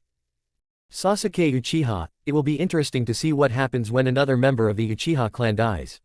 Karui said. Sasuke didn't respond. Instead, he charged towards her, and swung at her with his sword. Karui dodged or blocked all of his attacks. You're really shitty with the sword, aren't you, Uchiha? Karui commented. And then, Karui kicked the sword out of Sasuke's hand, and then, she kicked him down to the ground. Karui went to step on his chest, and then, she pointed her sword at his throat. You lose. Karui said. Sasuke, no. Captain Izumi shouted. Nezuko, on the other hand, acted quickly to save her teammate. Nezuko weaved together 7 hand signs, and shouted, Dark Style, Shadow Ball. And then, a big purple ball of energy appeared above Nezuko, and shot towards Karui, and when it hit Karui, it disintegrated her, not even giving her enough time to scream. Everyone was shocked. Nezuko was shocked as well, but she didn't want to show it. Sasuke stood up, and looked at her with a surprised look on his face. What? Didn't Captain Izumi say we needed to get out of here? Nezuko asked. Everyone was pulled out of what was presumably their thoughts, and they all proceeded to turn and run back to the Hidden Leaf Village, easily defeating any hidden cloud resistance that may show up along the way, along with the few other enemies who might show up, too. After recharging from her fight against those 2 Akatsuki members, Amiko said goodbye to both Izumi and Sasuke and is now jumping from tree branch to tree branch, on her way to the Land of Wind to get to the Hidden Sand Village, free Naruto, and take him back to the Hidden Leaf Village. I'm going to get you back, Naruto. I swear, Amiko thought. The truth that she doesn't really want to think about is that she has a crush on Naruto, which is why she, above everyone else, wants to bring Naruto back home. Also, she heavily dislikes war. She tolerates the occasional ninja versus ninja scuffle because that is honestly something that can't be controlled, but at least in a situation like that, there is only a 50% chance of a ninja dying. Ninjas in those situations can simply knock the enemy out if the enemy's a rogue ninja or some other kind of criminal and not simply a ninja from another village doing their damn job. However, in a war, the chance of a ninja dying bumps up to 100% because every ninja will be wanting to go for the kill against one another while expecting the enemy to do the same. Just hang in there, Amiko thought. Suddenly, just as Amiko was about to reach the border between the Land of Rivers and the Land of Wind, someone kicked her while in midair. Amiko fell down to the ground like a bird that was knocked out of the sky. Amiko got back up and thought, what was that? A hidden sand ninja. She started looking around for whoever kicked her, and then, at the top of a tree branch of a tree that was next to the one Amiko was on before she made her last jump was a sexy kunoichi, just about as sexy as Amiko is, in fact, who was dressed in a black tank top which was worn underneath an open blue and white short-sleeved sweater with a zipper on the front, dark blue denim shorts, and black ninja sandals. This kunoichi had a long red ponytail, light skin and blue eyes. In fact, she almost looks like Naruto except she's clearly older than him, and her hair is far straighter than Naruto's hair is. Around the kunoichi's neck is a black hidden mist headband. The kunoichi's hidden mist headband surprised Amiko. How did a hidden mist kunoichi get here? Amiko thought. She expected the occasional hidden leaf or hidden sand ninja to be here either guarding or attacking the border of the Land of Wind, and the only hidden cloud ninjas, aside from Amiko herself, here in the Land of Rivers, anyway, are Samui, Omoi, Karui, Lord B and the Raikage, who should be on their way home by now. Hell, only someone exceptionally strong like Amiko or the Raikage could have gotten this far and taken out the border guards stationed around here.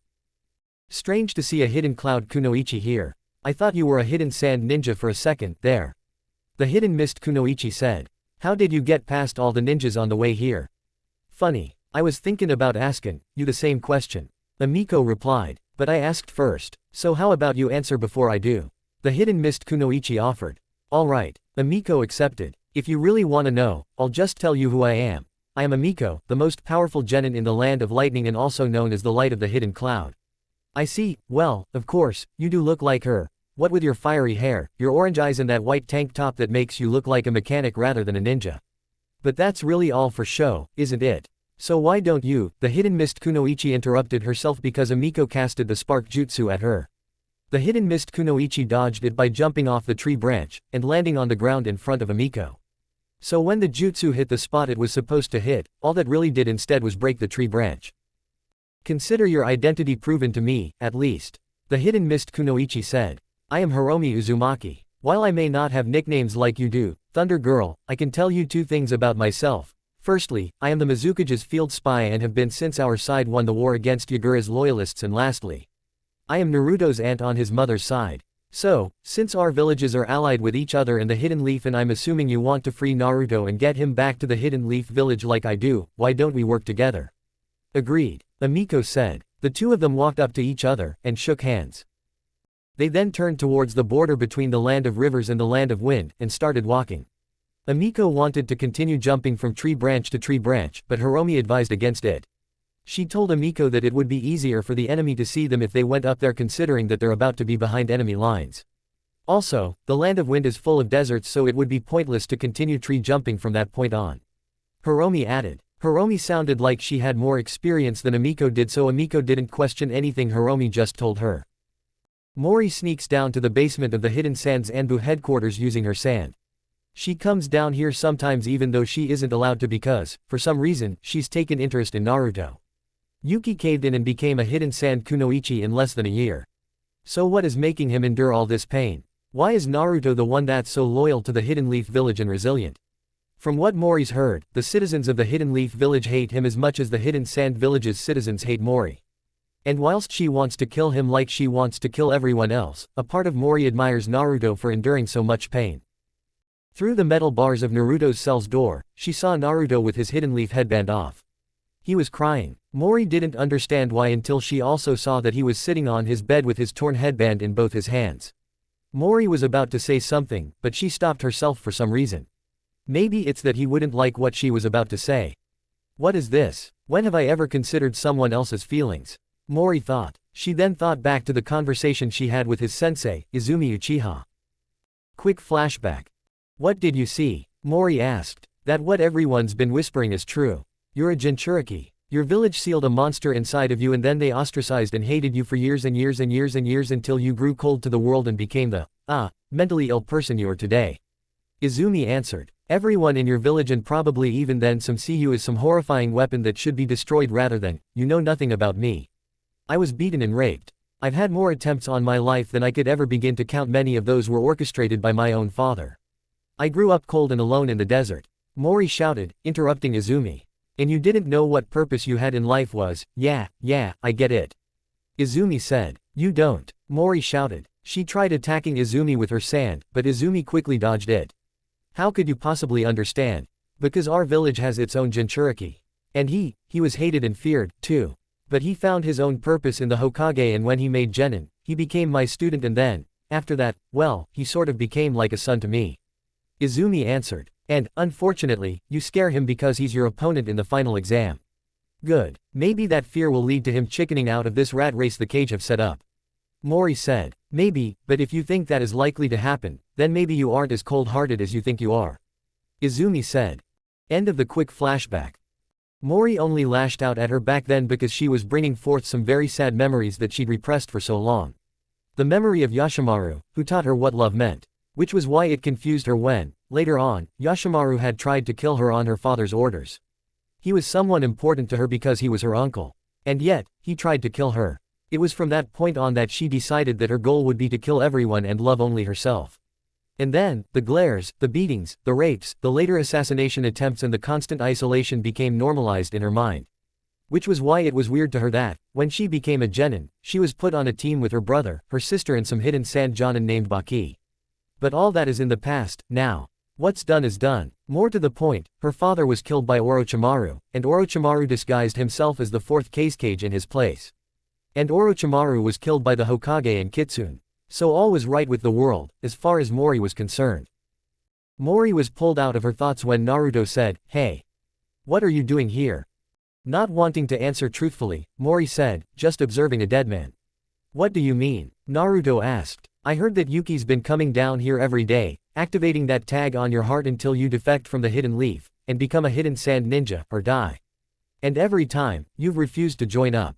Why? Mori asked. Why be so resilient in such dire circumstances?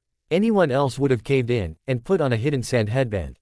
Well, it's because I've got friends back home. Friends who care about me and believe in me. If I cave in right now, and become another village's shinobi, all of my friends' faith in me would have gone to waste. I would have let them all down. I don't know about your ninjas or the ninjas of any other village, but friendship, comradeship and the will of fire, that is what it means to be a hidden leaf ninja. Naruto answered. But everyone in your village hates you like the villagers here hate me.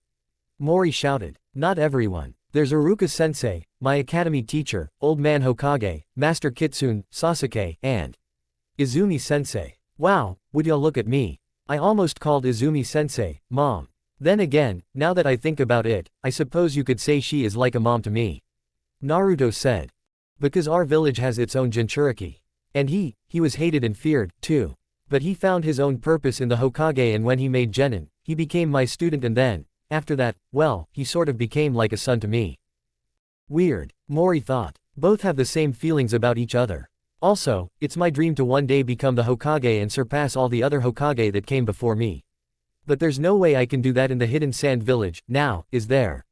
Naruto added. Again, Mori hasn't felt love for anyone else in a very, very long time. So seeing these two ninjas love each other as though they were family members even though they are ninjas is contradictory to her.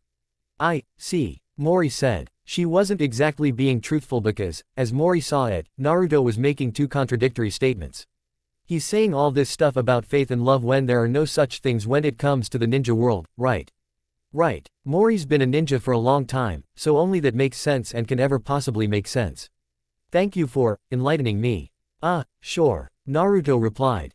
Mori was about to leave when Naruto said something to her that, unbeknownst to her, will stick with her for the rest of her life. I've heard the other ninjas talk about you. They've talked about you the same way they talked about me back in the Hidden Leaf Village. And from what you've told me just now, the villagers treat you and talk about you the same way. Now, I've not gone through all the same pain as you have, but I don't think it matters because hatred is always the same. Almost unbearable to endure, the dark and lonely place they force you to be in. I was where you were once simply because I am a Jinchuriki. I've asked myself about why I exist, too. But then, I made friends. Friends who not only believe in me but mean a lot to me. I honestly care about them more than I care about myself. That's why I'll stop anyone who tries to hurt them. Hell, I'd kill them. They saved me from myself. They rescued me from loneliness. They were the first to accept me as who I am instead of judging me for what I hold inside of me. They're my friends. I know you can't understand that. But maybe I'll help you understand. Naruto said. How? Mori asked. Well, to start off, how about we make friends? I'll be your first friend. How does that sound? Naruto asked in reply. He had a smile on his face. The kind of smile Yashimaru used to have before she was forced to kill him.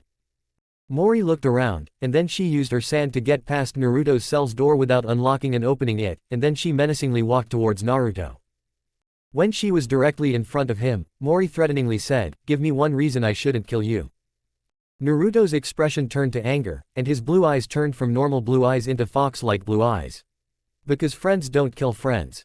Naruto answered. Mori stepped back, afraid that he was going to change into his Jinchuriki form. Mori then used her sand to get out of Naruto's cell without unlocking and opening the door, and then, she got back out of the Hidden Sands Anbu's headquarters the same way she came in. Naruto's Jinchuriki form scared Mori more than anything else. She doesn't doubt that if it weren't for that tag on his heart, Naruto would use every jutsu or ability he has in his arsenal to break out, and run back to the Hidden Leaf Village on his own. Now, she doesn't know if she should see him again or accept his outreach of friendship. Still, she wonders if she can trust him to be her friend. 30 meters away from the Hidden Sand Village, both Hiromi and Amiko were continuing to walk and talk. So, you knew Kushina? Amiko asked. Yes, but how do you know Naruto's mom's name? Hiromi asked in reply. We're both spies and our cage uses us both for the same purpose. You, more than anyone, should know that I can't really reveal that information to you. Let's just say, I have my sources. Amiko told her. Right, silly me, Hiromi said while shaking her head. But anyway, yes, I did know her. What was she like? Amiko then asked. She was a real beauty. Fiery tomboy who would hurt the boys who were mean to her. I was jealous of her because, well, I thought I was inferior to her. She had all the good looks, all the attention, and, eventually, she married the fourth Hokage. She was also powerful because she was the second Jinchuriki of the Nine Tails. And what was I? Chopped liver, or so I thought. Hiromi explained. She chuckled. It all seems so petty, now that I think about it. Sounds like you had it rough. Amiko commented. We did. My sister and I would have arguments almost all the time, now that I think about it. And when we weren't arguing, we were either fighting side by side as kunoichi of the hidden leaf or acting like the loving sisters were supposed to be. I met Minato, met his team, and both Kushina and I found this little girl named Rin Nohara to be really cute. Hiromi told her. And what was the fourth Hokage like? Amiko asked. I didn't like him all that much. He was reckless, arrogant and cracks very passive-aggressive jokes when it wasn't really the best time. And by that, I mean he would feign respect for his enemies only as a part of a really bad strategy to beat said enemies. There were often times when I thought to myself, this guy is lucky to be alive. I mean, it's either that or, he's lucky that strategy worked. I would sometimes pull him aside, and ask him, did you know it was going to go down like that? And his answer would sometimes be, yes, but often, it was a resounding, no, and he'd also tell me that he was just winging it. That made me scared because my sister is his wife and I didn't want to come back to the village to see her crying because Minato died. I told him so myself, and he just didn't listen. Hell, there could have been times when he put other people's lives in danger with his recklessness. My anger towards him only grew bigger after Minato became the fourth Hokage. Hiromi answered. Wow, what made it so bad that you changed sides and became a hidden mist kunoichi, though? Amiko then asked. The day Kushina became pregnant. The life of a ninja is not always the happiest life, and if I had a nephew, I'd want him far away from this ninja world of ours. I should have known that it wasn't my place, but one day, I requested no, more like demanded that Naruto come and live with me because I'd be a pretty bad aunt if I sat around and did nothing while my nephew was thrown to the wolves by the Hokage. My sister, of course, refused and argued against it. We then argued about it 3 more times weeks after that had happened. Then, on the 4th time I argued about it, I accidentally threatened to take Naruto away if Kushina insisted on making him a ninja. She forced me out of her house after that, and then, she had the Hokage banish me from the village. Our relationship shattered into little tiny pieces after that. More to the point, I knew that I wouldn't get to see Naruto when he's born. So I had to make new plans. Ones that didn't involve Naruto and the Hidden Leaf Village. It started with me becoming a ninja for hire, and then, somewhere along the line, I got involved with Mei's civil war against the 4th Mizukage. The kid had become a tyrant and everyone hated him as a result of that. I became Mei's little spy, and I only did it because Mei said that if our side won the war, I'd be a fully fledged hidden mist kunoichi. You can probably guess what happened from that point on. Hiromi answered. I heard about it. Your side won, the 4th Mizukage somehow died, Mei became the 5th Mizukage, and that was that, I guess. Amiko said. Exactly. Hiromi replied.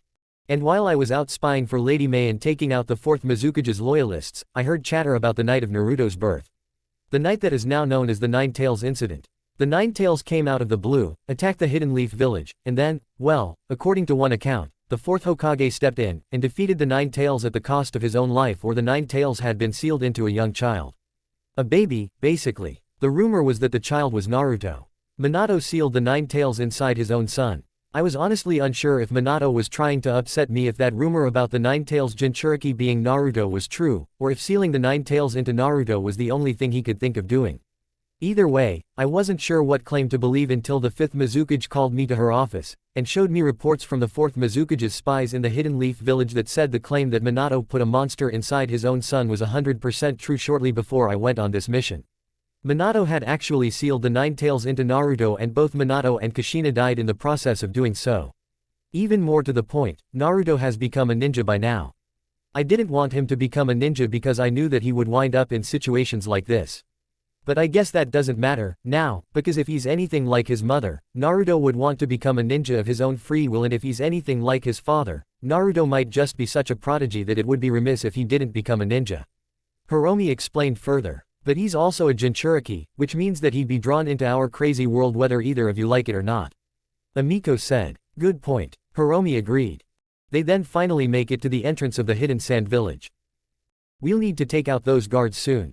There's nowhere to hide. Amiko told Hiromi. Agreed. Hiromi replied. Most Hidden Sand ninjas know wind style ninjutsus. I bet that you could take him. I can. Lightning style is wind style's weakness, after all. Amiko agreed. They walked up to the village's gate guards and stop right there. Who are you? The first ninja shouted. Hold on, one of them's a hidden cloud kunoichi. And the other's a hidden mist kunoichi. The second ninja told him. They must be here for the Nine Tails Jinchuriki. The first ninja shouted. Or, they could be here for the One Tails Jinchuriki instead. The second ninja shouted in reply. Quick, sound the alarm. The first ninja ordered. I don't think so, boys.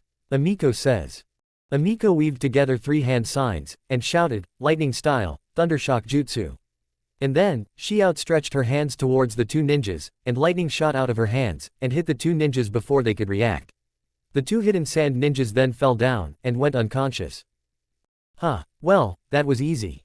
I wonder how the hidden leaf ninjas had such a hard time with them during the invasion of their hidden village. Amiko remarked as she put her hands down. The hidden sand had help from the hidden stone, the hidden sound and the hidden leaf's foundation. Hiromi told her. Oh yeah, I forgot about that. Amiko replied. Clearly. Hiromi said. Come on. They then ran into the village. Once inside the hidden sand village, Hiromi looked as though she just thought of something. Shit. Hiromi hissed. What? Amiko asked. We need to hide. The other hidden sand ninjas are likely to find the guys you just knocked out with your lightning style jutsu. They might try to raise the alarm. As I said, we'll need to hide until their guard is back down to what it was. Hiromi answered. Good idea. Amiko said. Let's go. They then ran towards a hiding place somewhere in the hidden sand village. Meanwhile, somewhere on the other side of the hidden sand village, Itachi and Kasumi were hiding inside an abandoned house that appeared to have been condemned for the longest time, although it seemed like no one's demolished it as of yet. They stayed inside this house, only going out in disguise as a hidden sand ninja to get some food. The 2 of them would often go out on these grocery trips together so that Itachi could use his Sharingan to put the store owner into a genjutsu to convince him to give them the groceries for free just so they didn't have to waste time paying for the food with what little money they had. It was risky because it could expose them since the genjutsu could last far longer than it needed to, but it was necessary nonetheless. Kasumi was about to go out on one of these trips again when they heard the alarm. She instead hid inside the house where she and Itachi were staying. What managed to set them off? She asked. Itachi came out of the shadows behind Kasumi, and walked up to her. It was probably because someone has managed to get past the wall guards like I did. Itachi supposed. Which means we have another ally. Kasumi said. Sure, but the people coming in could be different people, entirely who are not here for Naruto. Itachi replied. The 2 of them exchanged looks. Get some intel. Find out what you can about this. If there is a chance that you might be right, then we may have some more help in freeing Naruto. It also gives me an idea. Itachi then says. Of course. Kasumi acknowledged. Kasumi walked out of the house, now intent on gaining information on just who got past the village's wall. Danzo and his army of 36 masked ninjas who were members of the Foundation were trudging through a forest in the Land of Fire for hours on end. Sir, the men have been walking for 7 hours. They want to know where we're going. One of the masked ninjas reported. To one of Orochimaru's hideouts. Danzo answered. That answer inwardly surprised the masked ninja. Really? There. The masked ninja asked. You've heard the intel reports from Torun. The Hidden Leaf has branded as traitors and rogue ninjas. Danzo told him. Earlier, they were temporarily taking shelter in a random town in the Land of Fire just to learn more about current events. With the help of Torun Aburame, they were able to do just that and get a little bit of intel. Which was why they were now headed to one of Orochimaru's hideouts. It would do us no good if we went back there after the invasion. Danzo added. In any case, Orochimaru hid numerous hideouts throughout the 5 great nations. The continent is practically dotted by them right now. We'll head there, and think about our next steps. Yes, Lord Danzo. The masked ninja acknowledged. As soon as the Foundation arrived at one of Orochimaru's hideouts, they rushed in, and killed everyone in the hideout just so that the Foundation could take it over without any pushback from the local population. Danzo toured his new home, examining it purely to assess its usefulness. Unsurprisingly, he liked it. He even found a large, spacious throne room with a throne across the room from the room's entrance. Danzo slightly smirked. His dreams of becoming the Hokage may have been quashed thanks to recent events, but maybe that's just what he needs. Danzo went to sit on the throne, and he began plotting. The time for political maneuvering is over. What needs to happen now is a hostile takeover. That would take time, though. The Foundation doesn't have the manpower it needs nor the funds to keep a facility running for a very long time. The plan now is to focus on short-term goals that need to take place to ensure that he takes over the Hidden Leaf Village no matter what the cost. Danzo started summoning masked ninjas, and giving them orders. The Foundation needs to gain a larger presence within the 5 great nations. In Danzo's mind, this means going and taking over every other hideout Orochimaru ever had. If Orochimaru's men didn't surrender, and join the Foundation, they were to be killed. Danzo also sent out spies to look in on the world outside of his hideout, which turned into the Foundation's new headquarters. Danzo also sent out Sai, a special agent of his to track Naruto's movements. Thanks to the alliance that the Hidden Sand already shared with the Foundation already knows that Naruto's got a forbidden individual curse tag placed on his heart. Sai's job is to tell Danzo when Naruto re-entered the Land of Fire so that Danzo, himself, can go out there and kill the boy. Danzo said he wants to kill Naruto because he ceased to be useful to the Hidden Leaf after that tag was placed on him. And he knows that Naruto definitely won't be useful to the Foundation due to the fact that no one in the Foundation has the power to take control of the tag. With Hiruzen, Minato, the Nine-Tails Jinchuriki and the Uchiha clan out of the way, the only powerful ace the Hidden Leaf has up its sleeve is Kitsune, the current Hokage, Izumi Uchiha and Sasuke Uchiha. And Danzo thinks that those three won't be enough to quell another invasion force. And if the Foundation takes the Nine-Tails out of the equation completely, taking over the Hidden Leaf village will be easy for them. Danzo becomes the new Hokage, there will be a brutal, bloody and lethal regime change, and then, Danzo will use the Foundation to scout for new Jinchuriki, and then take said Jinchuriki. Even though they are less powerful than the Nine-Tails, Danzo thinks that either the Six-Tails Jinchuriki or the Seven-Tails Jinchuriki will be easier for the Foundation to target since the Six-Tails Jinchuriki had left the Hidden Mist village, and become a rogue ninja and the Seven-Tails Jinchuriki belongs to and is or can be located in the Hidden Waterfall village, a small hidden village to the northwest of the Land of Fire. History will say that the first Hokage gave the Seven Tails to the Hidden Waterfall village as a gesture of good faith so that the smaller villages and nations didn't feel left out. It seems we'll need the Seven Tails back, Hidden Waterfall. Danzo thought. A day later, in the Hidden Sand village, whoever successfully got into the Hidden Sand village was nowhere to be found and so, they stopped the alarm, and the ninjas went back to their business. Speaking of, a Hidden Sand shinobi who had half his face covered walked into a bar, and went to sit at a bar stool in front of the counter. Behind her, two Hidden Sand shinobi were sitting at a table, eating and talking. Did ya hear about the alert? The first shinobi asked. Who didn't? The second shinobi asked in reply. Oh, I guess you're right. Anyway, they said that two kunoichi from the Hidden Mist village and the Hidden Cloud village took down Izu and Junta at the entrance before they came in. The first shinobi said. Really? Who else was with them? The second shinobi then asked. No one. It was just those two. The first shinobi answered. Wow. They must be some pretty powerful kunoichi to get past our defenses like that and then hide out some. Where around here? The second shinobi commented. Agreed. Although, I think the Hidden Mist kunoichi did all the work. The first shinobi said. Why do you think that? The second shinobi questioned. Because those Hidden Mist ninjas have to be tough if they could win a civil war and oust the fourth Mizukage. The first shinobi answered. Oh, that makes sense. The second shinobi then said. The Hidden Sand shinobi sitting at the bar stool stood up, and waltzed out of the bar before walking to an alleyway, where the shinobi transformed into Kasumi. That shinobi was actually Kasumi in disguise. Earlier, she'd used the transformation jutsu to transform into a random Hidden Sand shinobi. As soon as Kasumi transformed back into her original appearance, Itachi came out of the shadows. Going in there in disguise was unnecessary. Itachi told her, I had to. Chizuru is getting suspicious. She says that my family worries for me because I haven't seen them since before we started working together. Kasumi said. Days earlier, Kasumi explained to Itachi who Chizuru is in her role as a village leader in the absence of a Kazekage old enough to rule the village. Whether or not they are actually worried about me, and I sincerely doubt Chizuru's words, I know that Naruto is more important simply because Haruka is so important to me. I see. Itachi simply said. Well, what do you have for me? In the bar, I heard these two shinobi talking about a Hidden Mist kunoichi and a Hidden Cloud kunoichi who've taken down two village gate guards, and are currently hiding out somewhere in the village. Kasumi reported. So it is them Hiromi and Amiko. Itachi said, thinking out loud. What? Who are you talking about? Kasumi asked. The two kunoichi you mentioned, their names are Hiromi and Amiko.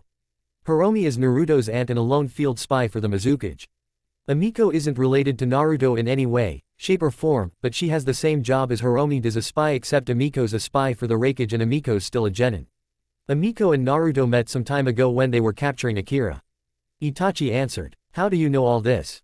Kasumi then asked. I talked with one of the Hidden Sand shinobi who faced them other than the two gate guards you mentioned. His description of who knocked him the fuck out, as he so colorfully said, matches the descriptions of both Hiromi and Amiko. Itachi answered. Alright. If that's the case, we'll have to find him before the Hidden Sand does. I think they are here for the same reason as you and I.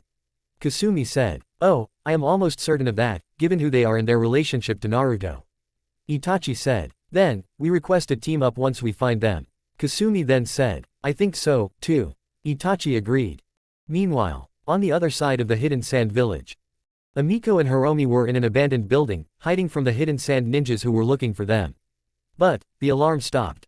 And there were less ninjas out here, looking for them. Phew, Amiko says, breathing a sigh of relief. I thought they would never stop trying to find us. Amiko was looking out a window, watching the events taking place outside and looking out for any signs of enemies coming towards the building they're now in, while Hiromi sat on the floor behind Amiko, drinking what little water she had left in her water bottle. Amiko turned around, and walked up to Hiromi. Well, Uzumaki, what should we do next? She asked. Find out where they're holding Naruto. Hiromi answered as she stood up, and put her water bottle away. That's easier said than done. Amiko replied. The existence of the Jinchuriki have always been kept as closely guarded village secrets. Only high-ranking Jonin, the Anbu and maybe experienced Chunin would know about him, while the rest of the ninjas and maybe the public would see him as normal people if they didn't already know that they were a Jinchuriki. I know, Hiromi said. So what do we do? Amiko then asked. We sneak around and find someone to interrogate. Hiromi answered. Well, that's a start. Amiko commented. And so, both Hiromi and Amiko sneak around the hidden sand village, searching for hidden sand ninjas to interrogate. But every time they thought they'd found someone, the conversation someone else had with said person that they overheard told them that the person didn't know anything about the imprisoned Jinchuriki. After searching for an hour with no results, Amiko and Hiromi decided to split up, and search for the person they needed to interrogate on their own and then regroup in a random alleyway an hour later. But even that strategy yielded no results, so they walked to the alley they talked about just to report what they already knew. They have nothing. So, what do we do now? Amiko asked. Hiromi sighed, and went to lean against a wall. Honestly, I don't know. She answered. You're lucky that I happened to be here, then. A somewhat deep male voice said. Amiko looked to her left, and Hiromi looked to her right. Out of the shadows from that direction came a man with shoulder-length black hair, black eyes, who was dressed in a black robe with a red cloud pattern on it. Hiromi stood back up, and walked over to Amiko's side. Akatsuki. Amiko says. Hold on, I recognize this guy from the bingo book. You're Itachi Uchiha, aren't you? Hiromi asked. Itachi Uchiha? Amiko asked. Amiko felt really scared because she knew how dangerous Itachi was. It was at times like this that Amiko wished she hadn't refused to carry a kunai knife or a larger weapon like a sword. I know who both of you are, too. You're Amiko and you're Hiromi Uzumaki. It is surprising that Naruto's aunt would show up here, of all places. I've heard about your bad blood with Naruto's parents. Itachi said. What can I say? I'm his aunt, and what Kushina and I went through has nothing to do with him at all. Hiromi argued. I didn't say that it did. Itachi countered. Hiromi sighed. I'm guessing that you're here for Naruto because of his status as a Jinchuriki. Probably want to take him back to the Akatsuki for whatever reason. Hiromi said. This is why I told her that making Naruto a ninja is a bad idea. Hiromi thought. I hope we don't die in this fight. Amiko thought. You misunderstand. Though, I cannot say that my presence here isn't for the benefit of the Akatsuki. My superiors in the Akatsuki told me that this war isn't suitable for the Akatsuki's bigger ambitions. I know that the Hidden Leafs ninjas are battling the Hidden Sands ninjas at the border of the Land of Wind as we speak. I thought I'd cut the middleman out, and bring Naruto back to the Hidden Leaf village on my own. But as soon as I got here, I realized that I didn't know this place, and taking Naruto wouldn't be as easy as I thought. The ninjas here aren't as merciful as they are in places like the Hidden Leaf village or the Hidden Waterfall village. That is why I got some help. Itachi explained. A woman with long black and purple hair and purple eyes, who was dressed in black civilian clothes and black ninja sandals and looked to be 2 years older than Amiko, came out of the shadows behind Itachi, and went to stand next to him. That was where I came in. The woman said. Amiko, Hiromi, this is Kasumi, a hidden sand chunin who was guarding the village's gates and wall until she met me. Itachi told them. We've been out spying on the hidden sands ninjas for longer than you have, and with much more success. Kasumi told them. How? Amiko asked. I know where to look. The two of you don't. Neither did Itachi until I met him.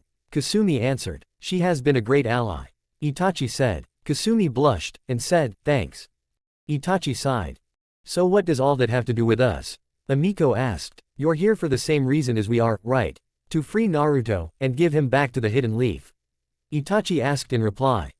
Yeah. The Mizukage likes this war even less than the Akatsuki does. Hiromi answered. The Raikage feels the same way. Amiko added. So we are on the same page, then. Itachi said. We are. Hiromi replied. But that doesn't explain why Kasumi wants to get Naruto back to the Hidden Leaf village. Let's just say, it has to do with my family. If this war drags on any longer, they will be involved. I can't have that, Kasumi told them. I hope she isn't lying. Both Hiromi and Emiko thought. Anyway, I want the two of you to collaborate with the two of us. We already had a plan, but if we had more manpower, we could execute the plan ahead of schedule. Itachi told them, finally answering Emiko's question about what their plans have to do with Emiko, herself, and Hiromi. Hiromi grumbled, frustrated because she has to work with an Akatsuki member and a traitorous hidden sand ninja who may or may not be lying. Alright, we'll work with you. Besides, we currently don't know where they're holding Naruto. If we knew that, we'd have formed a plan of our own by now. Hiromi said. Smart choice. Let's start by sharing the intel we already have in the plan. Kasumi. Itachi says. Kasumi walked up to the two of them, and said, our village's Anbu are holding Naruto in their headquarters boiler room, which is deep beneath the prison. We also know that Naruto has a forbidden individual curse tag placed on his heart. We already know about the tag. Emiko said. Izumi and the Hokage told me about it when I last visited the Hidden Leaf village to learn more about the war we're in. Later, I met Hiromi and we joined forces once we learned we were going to the Hidden Sand village for the same reason. She's right, Hiromi told Kasumi. But what she isn't telling everyone is that she is considering making Naruto move to the Hidden Mist village just so that he can live with her, or moving to the Hidden Leaf village and becoming a Hidden Leaf kunoichi just so that she could be with Naruto. Hiromi saw Itachi's eyes widen just a bit when Emiko mentioned who Hiromi assumed was Izumi Uchiha, the kunoichi who was reportedly dead after the Uchiha massacre. This has always confused Hiromi because the Hidden Leaf never made the fact that Izumi survived the massacre a secret. As soon as Hiromi saw Itachi's slightly shocked expression, Itachi returned to being as stoic as he reportedly always was. Kasumi sighed. Did they tell you that Yuki put the tag on him, too? She asked. Yes. Emiko answered. And I suppose that you know by now that Yuki's a Chunin and a member of our village's Anbu Black Ops. Kasumi assumed. I didn't. Hiromi shouted, now frowning because there was one detail Emiko forgot to mention.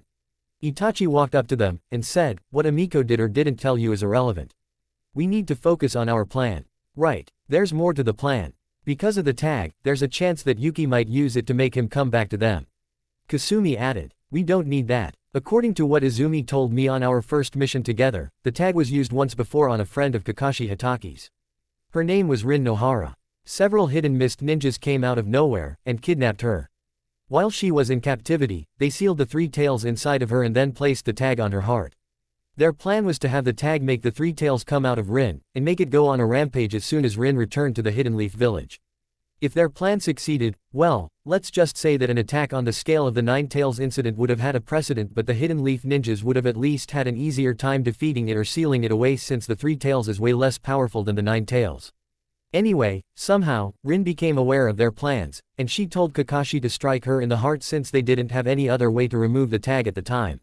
Obviously, both knew that would have killed her, but, again, they had no choice.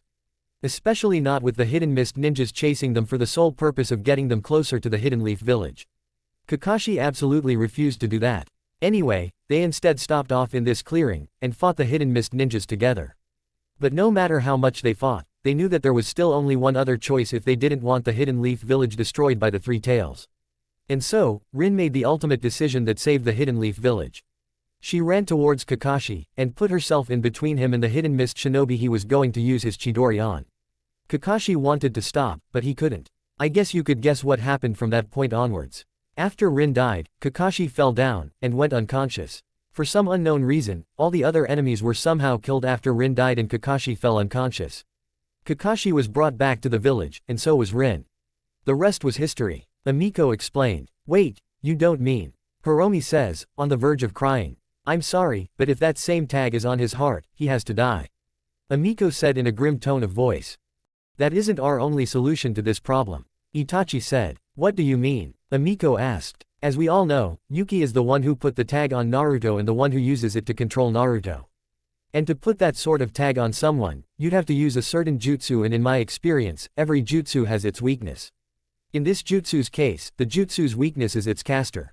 If we kill Yuki before we extract Naruto, we can take Naruto back to the Hidden Leaf village without any other problems at all. Itachi answered. Emiko didn't like the fact that they had to kill someone as young as Yuki, but if that's the only other way, it's the only other way. And she'll be damned if she has to see Naruto die because of this jutsu. Hiromi, on the other hand, didn't see any problem with this because she wants to get revenge on Yuki for putting Naruto in this predicament in the first place. Alright, I will go and deal with Yuki. Is that alright by you, Itachi? Hiromi asked. It is. Kasumi will back you up and help you if you face any resistance. Meanwhile, Amiko and I will rescue Naruto. Itachi told them. Sounds like a plan, Amiko said. 3 days later, Itachi's plan went into motion. First, Hiromi and Kasumi went looking for Yuki. Interestingly, they found that she was one of the Anbu guarding the One-Tails Jinchuriki. Maybe I will take their Jinchuriki if Itachi's plan fails, Hiromi thought. They snuck into the One-Tails Jinchuriki's house, and then, they stealthily killed every Anbu in their way just so they could get to Yuki, who was standing outside the One-Tails Jinchuriki's bedroom. Yuki was walking around until she saw Hiromi and Kasumi standing in front of her. So, I was right. You are a spy for the Akatsuki. Yuki said. I suppose you could say that. Kasumi replied. We've been watching you, you know. Yuki also replied. Of course we knew. Why do you think we went up close to each other, and only whispered our plans to each other? Kasumi asked. We still heard everything. Your plan to kill me, then free the Nine-Tails Jinchuriki, and then go all the way back to the Hidden Leaf Village like the war didn't even happen. Yuki said. Don't worry. This little rescue attempt will be put down shortly. It may be possible that we've been made. Hiromi thought. Then I suppose that you also already know that we have Itachi on our squad. And last I checked, no one has ever beaten Itachi, and the only people who could beat Itachi are either already dead or too young and inexperienced to be considered a threat to him. Hiromi said. Everyone else would just be considered an amateur. Maybe, but that won't stop us from trying. Yuki replied. I say we stop talking, and start fighting. Kasumi said. Good idea. Hiromi agreed. Both Hiromi and Kasumi pulled out kunai knives, and charged towards Yuki with their kunai knives raised. Yuki pulled out 2 kunai knives, and prepared to use them to defend herself. As soon as they got close enough to Yuki, both Hiromi and Kasumi started swinging at Yuki with their kunai knives. Yuki blocked their attacks to the best of her ability, but there were a few times where Yuki would get cut or hit or slashed by either Hiromi or Kasumi's kunai knife. Meanwhile, in the Hidden Sands Anbu's headquarters, 2 Anbu guards were standing outside the door to the Anbu's prison on either side of said door, bored as any member of the Anbu can be in this situation, no matter what hidden village they're from. Man, I wish I wasn't here, at head quarters, guarding some dumb door. This is not what I signed up for when I joined the Anbu. The second Anbu guard said. The first Anbu guard sighed, annoyed by his partner's complaining. Will you be quiet? Asked the first Anbu guard. Why? There's nothing else to do around here. Why are we guarding this door, anyway? We never used to care all too much about that place. The second Anbu guard said, referring to the Anbu's prison. It's full of dissenters and S-class criminals, right? Yes. But for the past few weeks, it's also been holding the Nine-Tails Jinchuriki. The first Anbu guard answered. The second Anbu guard was shocked. The Nine-Tails Jinchuriki. He's here, he shouted. Yes. Now, shut up, and do your job. The first Anbu guard ordered. Yes sir. The second Anbu guard acknowledged. But then, out of nowhere, the second Anbu guard was killed. What the? The first Anbu guard asks. He looked around until he was stabbed from behind. Both fell down, and died. Then, Itachi and Amiko came out of the shadows, both of whom had a kunai knife in hand. Amiko sighed. It's a shame, she said as she handed the kunai knife in her hand back to Itachi. Itachi put away both kunai knives. I've never liked to kill. But in this case, I have to set my personal rules against killing aside because the Anbu are full of killers. That's one thing that separates a ninja from a psycho path or a murderer, their opinion on killing. Itachi replied. Well, then, let's just be grateful that we don't like killing. I would hate to see myself become a serial killer. Amiko says. Let's get inside. Itachi told her. Of course. Amiko replied. Amiko walked up to the steel door and used a complex lightning-style ninjutsu called the disintegration jutsu to destroy the door without making much, if any, noise. Impressive, Itachi remarked. They walked through the doorway, and walked down the stairs. So, Izumi's alive? Itachi asked. Yeah, but she hates you, though. Amiko said. Understandable. Itachi replied. I've also heard from other Hidden Leaf ninjas that the massacre affected her personal life. Because you were her boyfriend, she hasn't had any other relationships because, well, I guess it's because of paranoia about how they might turn out like you, but, in my personal opinion, that's I should stop talking right now, shouldn't I? Amiko asked. Itachi thought back to the time he told Izumi about his problems with the clan and had sex with her just a day or two before the massacre. Wait, was it a day or two? I can't remember anymore. Must be because I was too busy killing everyone and traumatizing Sasuke. Itachi thought. No, that's alright. I feel like she has the right to be paranoid, but it is no less insane, as you were going to say. Itachi said. Oh, okay, then. Amiko replied. Aside from worrying about what her next date might be like, what else has my ex been up to? Itachi asked. Well, she's a jonin, now and she was, that is, until Naruto was taken as sensei to 3 genin. Those 3 genin were, Sasuke Uchiha, Yuki Nohara and, of course, Naruto Uzumaki. Amiko answered. Yuki was on Naruto and Sasuke's genin squad. Itachi then asked, surprised. Yeah, that was how Yuki got close enough to Naruto to put the tag on his heart and then steal him away during the invasion. Amiko answered. Izumi also told me that Yuki told Sasuke the truth about why the Uchiha massacre happened in the first place. I guess it was to make them fight each other, figuratively speak. While Yuki ran away with Naruto. On top of that, this old guy named Danzo Shimura and the Foundation covered her escape. Sasuke must be very conflicted right now. I wouldn't blame him. I used Tsukuyomi to torture him and make him hate me after the massacre. Now, because of what Yuki did, I'm not sure if that's possible. Itachi said. For what it's worth, I'm sorry that you had to kill your whole clan to end the coup they were planning. Amiko said. There is no need to feel sorry for me. Itachi replied. Sasuke, I hope you don't do something stupid. Itachi thought. After an hour of walking past the prison and down some more stairs, both Amiko and Itachi finally find Naruto's cell.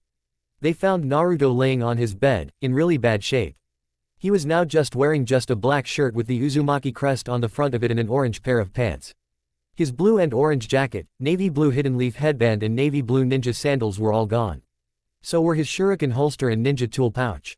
Naruto was shivering and breaking out into a cold sweat even though it's very, very, very hot in his cell. Holy shit, Amiko hissed, commenting on Naruto's state. So the intel reports about his poor treatment were true. Itachi thought. Never, give up. Naruto says. Who is he talking to? Amiko whispered. That must be the delirium settling in. Itachi whispered in reply. Itachi then used a genjutsu to incapacitate Naruto. What are you doing? Amiko then hissed. Don't worry, he's just asleep. I can't have him knowing I'm here. Also, he's very sick. This just makes things easier. Itachi briefly explained. Itachi then picked Naruto's cell's door's lock, and then opened the door. Go in. Why me? Amiko asked. He trusts you more than me. Itachi answered. Amiko sighed. Amiko rushed into the cell, got Naruto, and jogged out of the cell before Itachi closed the cell's door. After that, they walked out of the Hidden Sands Anbu's headquarters, and then they went to the abandoned house Itachi and Kasumi were staying at. Amiko laid Naruto down on the floor. I hope whatever he caught isn't contagious. Amiko quipped. Amiko then turned towards Itachi, who was keeping watch near a window. So, how long is the genjutsu going to last? She asked. For as long as I need it to or as long as he's near me. If we got separated, and went further and further away from each other, the genjutsu would break, and he might wake up. Itachi answered. So now, Itachi and Amiko are waiting for Hiromi and Kasumi to kill Yuki before they make it out of the Hidden Sand Village. Back in the hall outside the One-Tails Jinchuriki's bedroom. This fight is harder than I thought it'd be. Hiromi thought. Yuki was putting up quite a fight. She even managed to hit Kasumi 3 times but luckily, Kasumi is still alive and she can still fight. I just wish I could use an offensive mid or long-range jutsu but that would end up damaging the house and I don't need to alert the other Hidden Sand ninjas to what we're doing here. Hiromi also thought. I can't use explosives or projectiles either. Both Hiromi and Kasumi crossed blades with Yuki using their kunai knives. They did this 3 times until Hiromi got hit twice by Yuki's kunai knives. Both Hiromi and Kasumi stepped back. Are you okay? Kasumi asked. Yeah, I'll be fine. I can still fight. Hiromi answered. The more important problem is ending this fight quickly. Hiromi then got an idea. Kasumi, can you create a distraction? She asked. Kasumi nodded in reply. Good. Hiromi then said. Why do you need a distraction? Kasumi asked. There isn't any time to explain. Hiromi said. Just go. Kasumi charged towards Yuki to continue the kunai knife fight. Why are you doing this? How do you know that Itachi won't just take Naruto back to the Akatsuki? Yuki asked while both she and Kasumi fought. Because keeping Naruto here will only hurt the village in the long run. Also, I don't want my little sister to be embroiled in a war which both the Hidden Sand and the Hidden Stone started. She deserves to be a genin taking on D-ranked missions instead of growing up too fast and learning the harsh realities of war if not dying as a result of said war. Also, I've come to realize that Itachi, unlike many other rogue ninjas, is truly a man of honor and integrity. Plus, he's told me that this war isn't ideal for the Akatsuki so he wants to bring a quick end to it all. So, I teamed up with him because we share the same goal. Kasumi explained. I think your sister would be honored to serve and sacrifice herself to protect the Hidden Sand Village. Yuki replied. She is a child, for Kami's sake. Kasumi argued. Then, Hiromi joined the fight. Excellent. I was wondering when you'd be back. Yuki said. She blocked both Kasumi and Hiromi's strikes 4 times until Yuki was unexpectedly stabbed in the back. She looked behind herself, and saw another Hiromi. The fight stopped, and Yuki looked at Hiromi. How? Yuki then asked. I casted the water clone jutsu and then had the clone cast the hiding in water jutsu. I came in just in time to get you to stand with your back to the little puddle you didn't notice. Then, the clone came out of the puddle, and stabbed you. Hiromi answered. So that was why you asked me for the distraction. Kasumi says. Clever. I wish I could say that this won't change anything, but you and I both know that to be a lie. Yuki said to Hiromi. The clone then pulled its kunai knife out of Yuki's back, and Yuki fell down, and died. Hiromi then dispelled the water clone, and the water clone disappeared. Hiromi and Kasumi put their kunai knives away. Well, that was anticlimactic. Kasumi commented. But it was what she deserved. Hiromi replied. Come on, let's rendezvous with Itachi before he thinks something's gone wrong. Kasumi told her. Right. Hiromi replied. Kasumi turned around, and ran off. Hiromi looked down at Yuki's corpse, and muttered, I hope you rot in hell. After that, Hiromi followed Kasumi out of the house. But unbeknownst to the both of them, the One-Tails Jinchuriki was watching the entire fight. And so was one of the other Anbu whose sole purpose was to watch Itachi's group. 3 hours later, Hiromi and Kasumi finally met up with Itachi and Emiko at the house both Itachi and Kasumi had been staying at, which was the rendezvous point. Hiromi and Kasumi went inside the house to meet with Itachi and Emiko. Finally, you're back, Emiko said. Both groups of 2 walked up to each other. How did your part of the plan go? Itachi asked. Yuki put up a hell of a fight, but, long story short, we still killed her. Hiromi said with pride. And what about Naruto? Kasumi asked. We extracted him with ease but, he's in pretty bad shape. He has a very high fever and has possibly been malnourished and dehydrated. All this is probably due to the toll the tag was taking on his heart and everything else they might have done to torture him. Emiko told both Hiromi and Kasumi. The 4 of them then looked at Naruto, who was still laying on the floor on the top right corner of the abandoned house. Holy shit, Hiromi mutters. I bet if we got him just a day or 2 later, he'd be dead. Emiko added. They then turned back to face each other. We've done everything we can to stabilize his condition, but that won't be enough. He needs a hospital. Itachi also added. Then it's essential that we bring him back to the Hidden Leaf Village as fast as possible.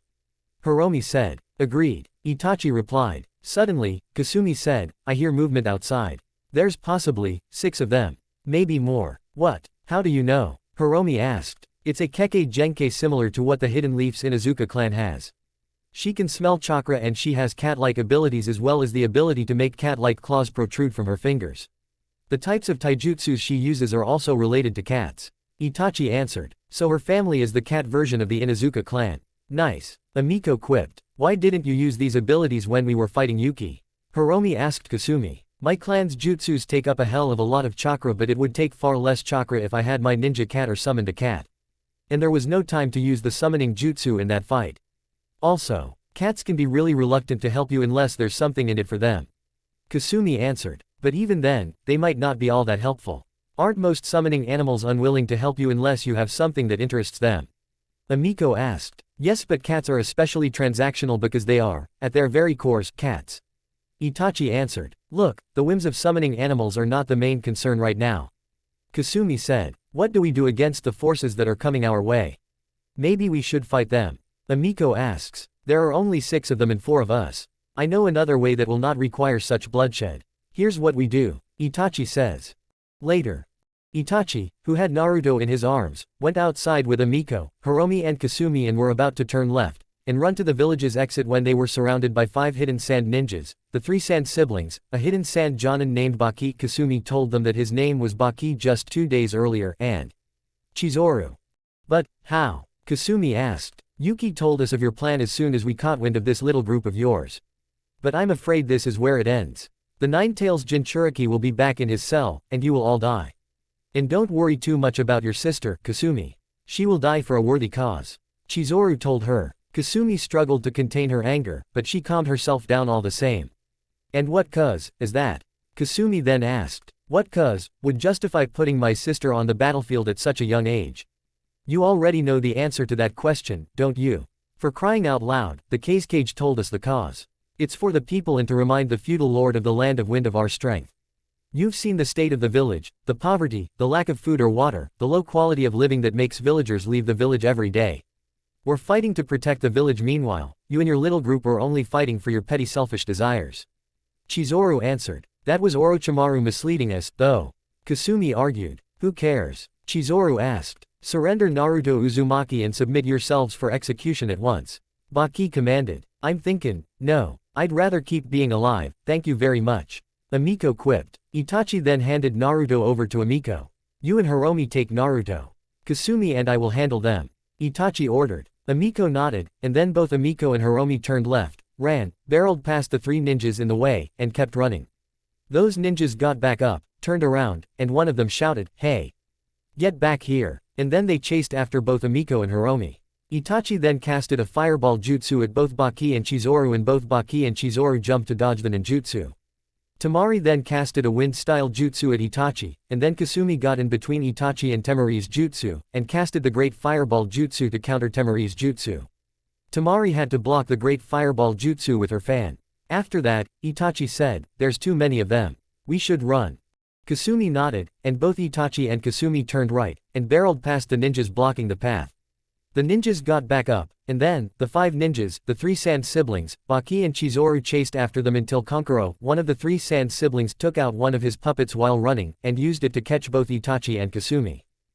Later, both Itachi and Kasumi were taken to an alley and made to sit on the ground with their hands tied behind their back while Chizuru, Baki and the three Sand siblings stood on the roof overlooking the alleyway. Two hidden Sand ninjas stood on either side of Kasumi and Itachi with their kunai knives pointed at both Kasumi and Itachi. Well, now, that was a good run, but, ultimately, it was going to lead to failure anyways. Chizuru said. It is anticlimactic, though, how clan killer Itachi Uchiha is not only defeated so easily, but is also about to die in the most mundane way possible. Itachi Uchiha, Kasumi Nekomata, you are sentenced to death for your crimes here today. Baki declared. Chizuru, I think we should stop and rethink this. The One-Tails Jinchuriki said.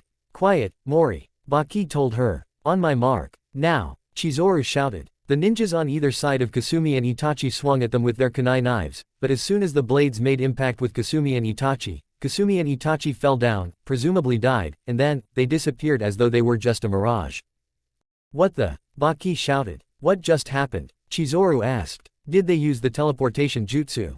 Kankuro asked. No, they were most definitely dead. We saw them die. Chizuru answered. I wonder about that. Mori mutters. Then, two more hidden sand ninjas appeared to the left of Chizuru using the teleportation jutsu. Sir, one of them shouted. Chizuru turned to her left, and the two ninjas walked up to her. What is it? Chizuru asked. A squad has reported that they've both killed the kunoichi from the hidden mist and the hidden cloud and caught the Jinchuriki, but then, their corpses disappeared, and so did the Jinchuriki. The first ninja reported. A couple of gate guards have reported seeing all four of them leaving the village with the Jinchuriki in tow before they were killed. The second ninja reported. And what of the other gate guards?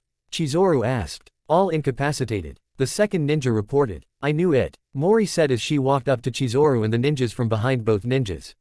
What do you mean, Mori? Baki asked, turning to face Mori. Itachi used genjutsu clones of all four of them in Naruto to make us think we've won. As Chizuru said, Itachi's defeat was all too easy. Mori answered. Then we were all fooled. Tamari concluded. Correct, Mori then said. But, that's ridiculous, when were we? Chizuru asks. Itachi is known for using objects, whether it's his Sharingan or that strange red ring that's reportedly on his right ring finger to put his opponents in a genjutsu. Mori answered. Everyone gave her strange looks, thinking that she's been some unthinking monster this whole time. Unlike what you'd like to think, I'm not some unthinking monster. I like to read intel reports in my spare time. Baki looked to be deep in thought, thinking when they could have been under Itachi's genjutsu until he looked like he figured it out. That's it. Itachi didn't have his Sharingan activated, but I did see that ring of his. Baki then said. So did I. Mori said. The others said that they saw the ring, too. Chizuru growled. Damn it, she yelled. What do we do, Commander Chizuru? One of the hidden sand ninjas asked. We need to go after them. If we lose the Jinchuriki, we have no reason to continue this war. Go, Chizuru ordered. Yes, Commander. The hidden sand ninjas all shouted. I'm afraid that won't be happening, Mori said before using her sand to kill the two ninjas standing in front of Chizuru. Mori, what do you think you are doing? Baki shouted. Bringing an end to this war. And also making sure that a fellow Jinchuriki can see his friends once again. Mori answered. So this is really about love, is it?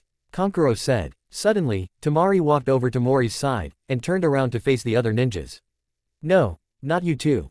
Kankuro then shouted. Tamari, why? Chizuru asked. Because Kasumi and Mori are right, this war can't continue on. The war will drain way more of our funds than if there was no war at all. I'd also prefer it if millions of people didn't suffer and die because of this war. Including our own. Tamari answered. Truth is, I've been against this war from the very beginning. But I was too afraid to speak up because that position is unpopular right now, but now, because of Kasumi and Mori, I've decided that enough is enough. Tamari continued. You do realize what's going to happen as a result of insubordination, right? Chizuru asked. You'll be sentenced to death. Baki told them. I fucking doubt it. We're the children of the fourth cage. You wouldn't dare. Tamari said. That old man is dead. And oh, I would. Chizuru replied. There's something else you don't understand. If you do this, if you stand in our way right now, it's not just yourselves that will be slated for execution. Kankuro will too, because he's associated with a couple of traitors. And so will I. Baki told them. Kankuro was surprised to hear this information. Mori, Tamari, don't do this. Kankuro shouted. I'm sorry, Kankuro, but we can't just stand aside. Tamari replied. Fine, then, come at us with all you have. We'll do the same. It doesn't matter if you're the children of the cage. Baki said. We'd like to see you try. Mori smugly said. In the Hokage's office in the Hidden Leaf Village, Izumi was delivering her mission report to the 5th Hokage, who was sitting at her desk in the office. Standing beside Izumi were Sasuke, Shikamaru and Nezuko. And that was what happened. Izumi said, finishing the report. Did they really kill the Raikage and the Eight-Tails Jinchuriki? Lady 5th asked. Yes, Lady Hokage. We saw it with our own eyes. Sasuke answered. They're probably spreading lies and saying that we killed the Raikage and the Eight-Tails Jinchuriki as we speak. Shikamaru said. I wouldn't put it past him. The Hidden Cloud has been known to betray its own allies if they think that it's for the benefit of their own village. Sasuke said. Lady 5th sighed. Is there anyone we can trust? She then asked. The Hidden Mist probably. Whoa, that was a rhetorical question, Sasuke. Lady 5th said, interrupting Sasuke. Who knew that a simple mission like that could go so wrong? So, what do we do? Sasuke asked. Nothing. For now. You all did well, considering the circumstances. I think you all deserve a good break before you're all deployed to the front lines. Lady 5th said. Dismissed. Yes sir. Izumi, Shikamaru, Sasuke and Nezuko all shouted. All four of said ninjas then turned around, and left the room one by one. Meanwhile, the war was getting more and more bloody as time went on. And other events took place, as well. The Hidden Stone Village had named Onoki's daughter-in-law, a brown-haired blue-eyed kunoichi named Sake, its fourth Tsuchikage.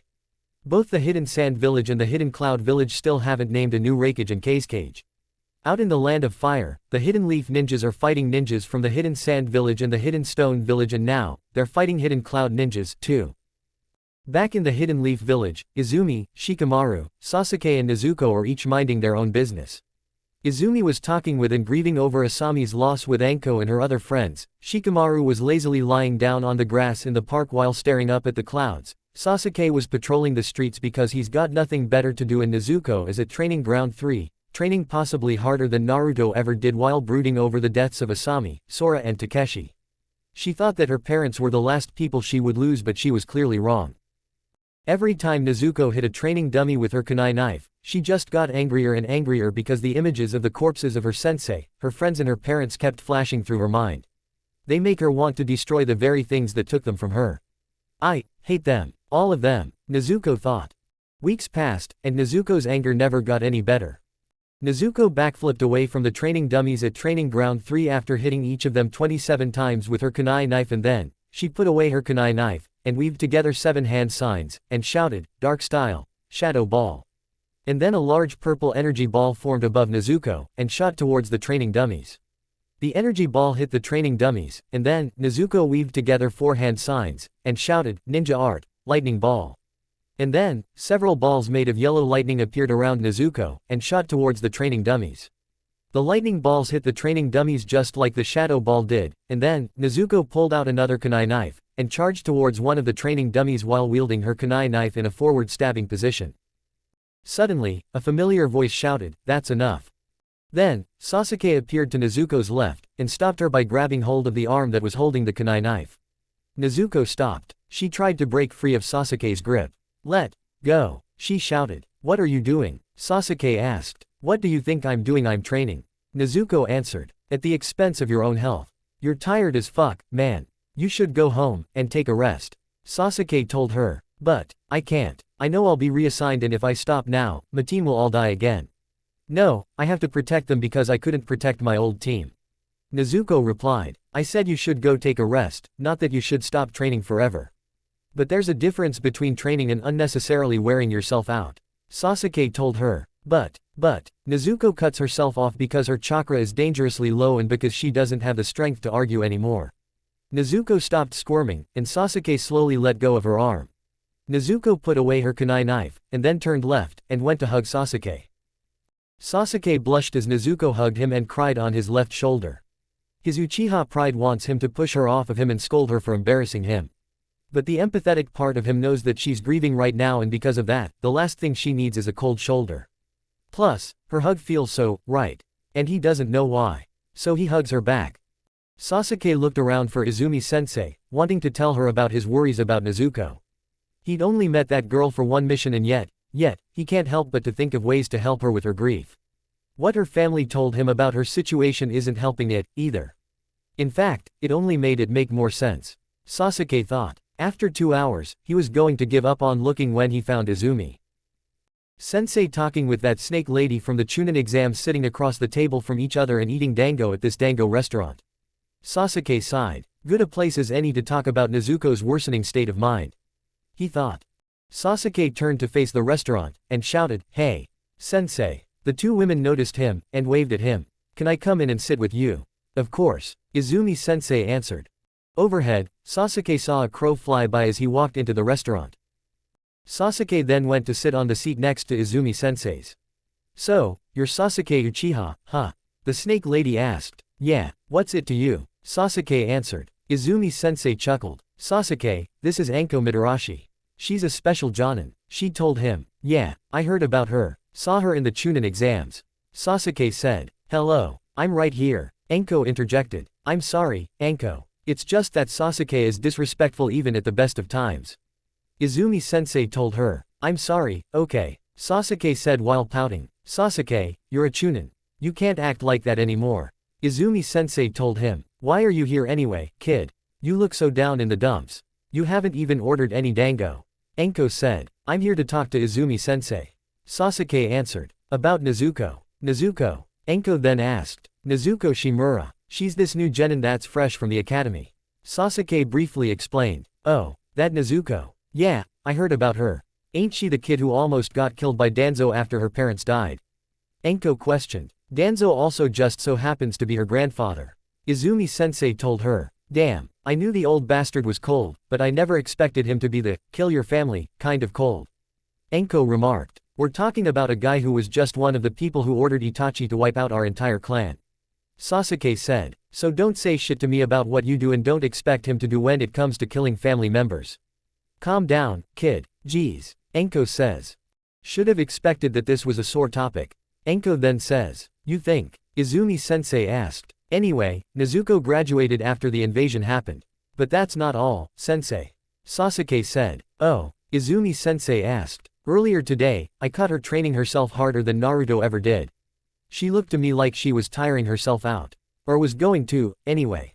I stopped her, and, after I gave her a little talking to, I took her home. That was where I met her aunt. I told her aunt that Nezuko had tired herself out training for the past week. I was surprised to see that Nezuko's aunt wasn't all that shocked to hear that news. Sasuke explained. Did you ask her why?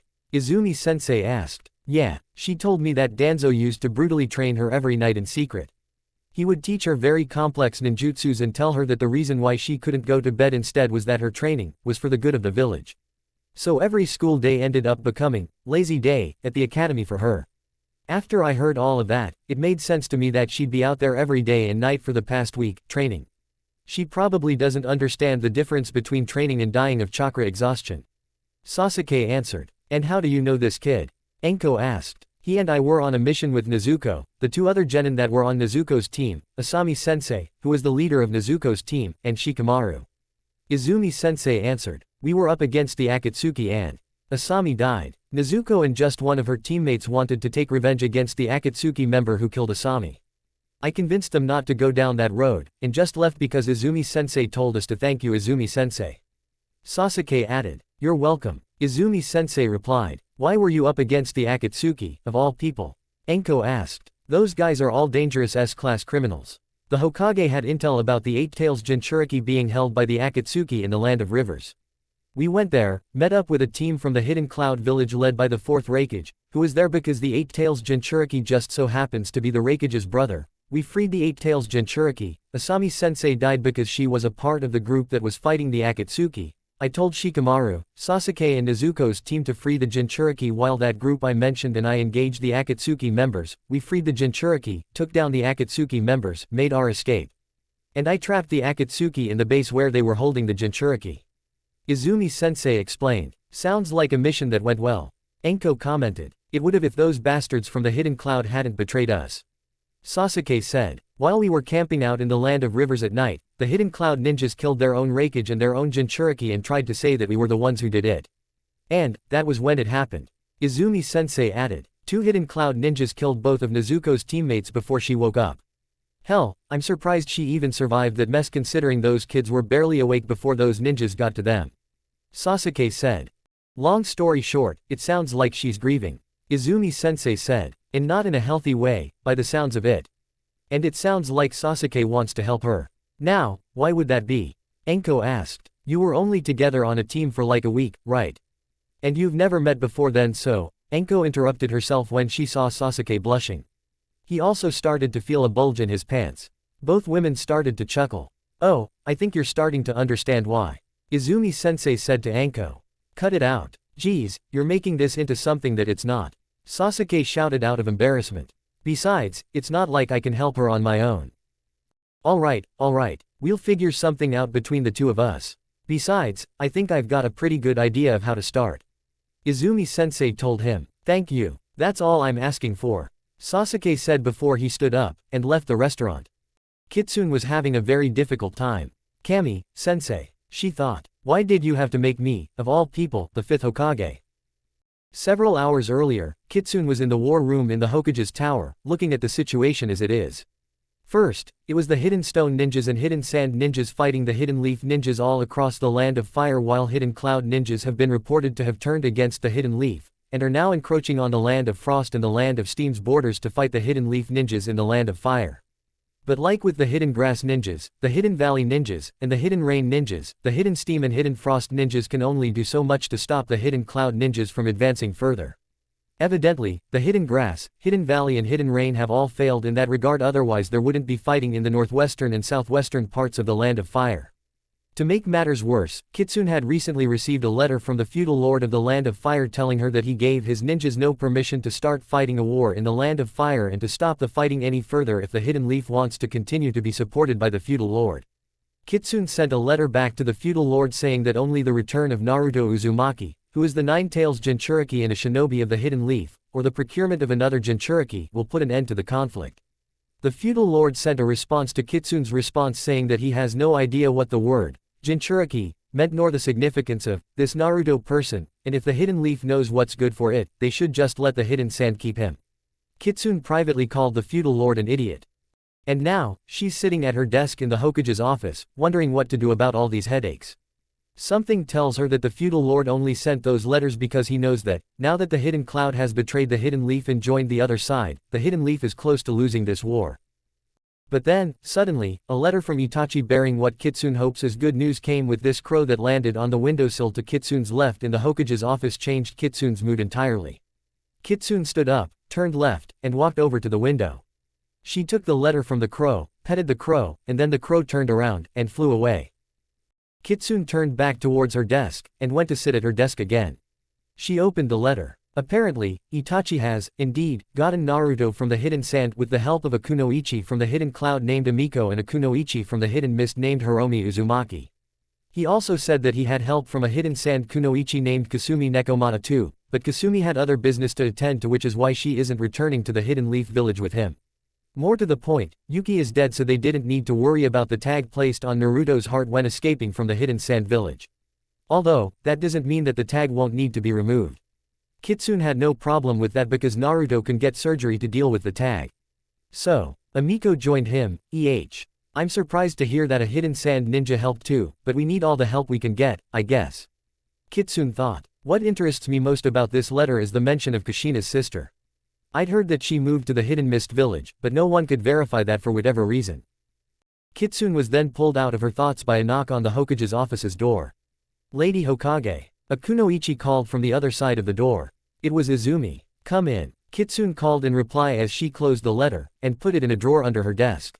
The door opened, and Izumi walked in before closing the door behind her. Izumi, I was just about to call you up here. Kitsune said. Well, that's convenient. I was about to ask you about something. What do you need? Izumi asked as she walked up to Kitsune's desk. Nothing, at the moment. I just wanted to tell you that I have good news. Naruto's been rescued and his rescuers are on their way to the Hidden Leaf village right now to bring him back.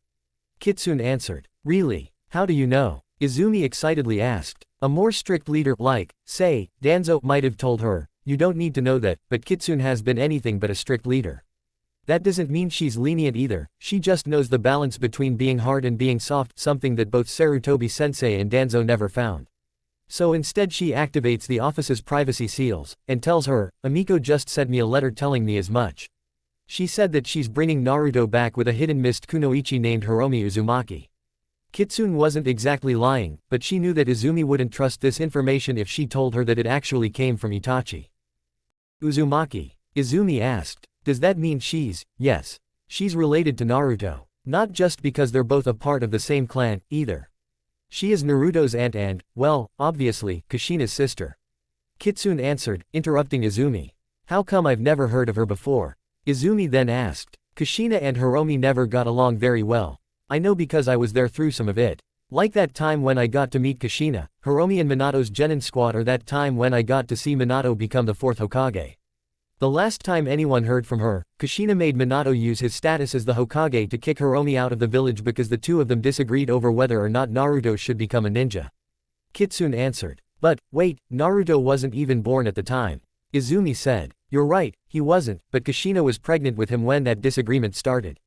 And last I've heard, some time after Hiromi was kicked out, she moved to the Hidden Mist village, and became a Hidden Mist kunoichi. Until now, though, I thought that was just a rumor because no one could verify that story. Then again, the Hidden Mist was embroiled in a civil war at the time, so it was assumed that only so much information could come out of the Hidden Mist village. However, if she's involved with Amiko and no one's heard from Hiromi even after the civil war ended and the rebels won, that must mean she's now the 5th Mizukage's little field spy. Kitsune explained. Touché. Izumi said. To think there is another spy like Amiko who works for the Mizukage and that said spy is Naruto's aunt, it's just unreal. Kitsune thought. Well, that's great news. How will we tell the public and the other nations who brought him back to us, though? We can't just tell everyone the names of Amiko and Hiromi. Izumi said. I'll call for another 5-cage summit, and deal with that later. For now, wait until I call you and Sasuke to the hospital. Kitsune told her. The hospital? Izumi asked. Yes. The letter also suggested that the tag will need surgery to be removed and that Naruto was tortured while he was imprisoned. Kitsune answered. Oh, that's. Izumi says. You don't need to comment on it. Just make sure you'll be there when he gets here. Kitsune then told her. Understood. Izumi replied. You're dismissed. Kitsune said. Yes sir. Izumi acknowledged. Kitsune deactivated the privacy seals, and Izumi turned around, and left the room. Kitsune smiled and breathed a sigh of relief, knowing that the war is a step closer to its end. Nearly a month later, Naruto had been brought back, and immediately taken to the Hidden Leaf's hospital. Naruto was given a hospital bed, and taken to a room by a bunch of medical ninjas. Then, Izumi and Sasuke went to Naruto's hospital room, and saw Amiko, Lady 5th Hokage, and a red-headed young woman with a black hidden mist headband on her forehead. Ah, Izumi. Welcome, Lady 5th said. Izumi and Sasuke walked up to his bed. Well, we meet again, Amiko. Sasuke said. Hey, Sasuke. Amiko replied. How is he? Izumi asked. Far worse than Amiko described. He's been dehydrated and malnourished for quite some time. I imagine if they had gotten him back any later, he'd be dead. Not to mention that it looks like the tag's taken a toll on his heart. They've sedated him and they've got 2 IVs dripping blood and water into his veins. Lady 5th answered. Have they gotten the tag out? Izumi asked. No. And the doctors have said that the surgery necessary to take it out is beyond them and very complicated to perform. Lady Fifth answered. It will also require the weakening of his seal because if it isn't weakened, the Nine-Tails chakra will make it impossible for them to make an incision. I can control the seal to make it easier for them, but that won't mean shit if there isn't a doctor here who can perform the surgery without much difficulty. I see, Izumi replied. Poor guy, Amiko said. The red-headed hidden mist Kunoichi suddenly got a look on her face as though she had gotten an idea. There might not be a medical ninja who can perform such a surgery here, but what about Tsunade? The redhead asked. Tsunade? Who's that? Sasuke asked. She's my former teammate, the first Hokage's granddaughter, one of the 3 legendary Sannin like me and a highly talented medical ninja who's revolutionized the field of medicine several times over. Many medical ninjas far and wide owe her a debt of gratitude for the medical advancements she's made and many young kunoichi aspire to be a kunoichi just like her. Lady Fifth answered. She's also my cousin. Wow, Sasuke remarked with a shocked look on his face. I heard that she left the Hidden Leaf Village a long time ago. Nobody knows where she is at the moment. Amiko said. Then I think our next goal should be to find Tsunade, and get her back to the Hidden Leaf Village so she could work on that surgery. Izumi said. Agreed. Lady Fifth said. We should also keep these developments from the public to minimize the chances of them getting out to the rest of the ninja world. There's no telling what the other hidden villages might do with this information once it reaches them. You can count on me for that, Lady Fifth. Amiko said. You can count on me, too. The redhead Kunoichi said. I'm sorry, who are you? Sasuke asked the redhead. The redhead looked at Lady Fifth, who gave her a nod of approval. The redhead then looked back at Sasuke, and said, I'm Hiromi Uzumaki, a hidden mist special jonin and the Mizukage's field spy and Naruto's aunt on his mother's side. Wait, so you're, yep, she's his aunt. Lady Fifth confirmed, interrupting Sasuke. So you're the aunt Lady Fifth mentioned. Nice to meet you, Izumi said. You knew? Sasuke asked. I'll tell you later. Izumi told Sasuke. Back to that tag, is it active? Izumi asked. No. It's been inactive and fortunately it's going to stay that way because I killed Yuki, the bitch who put it on him in the first place. Hiromi answered. Finally. Sasuke muttered. Nevertheless, that is good news. I thought the only way to remove that tag was to kill the person it was placed on, but I knew a different solution, and pitched it to my team. Amiko said, interrupting Lady Fifth. Izumi gave a stern look to Amiko. Oh, sorry for interrupting you, Lady Fifth. Amiko then said. That's alright. Just remember not to do it again. Lady Fifth told her. Amiko nodded in response. Hiromi, return to the Mizukage and let her know of the new developments and make sure they stay secret, okay?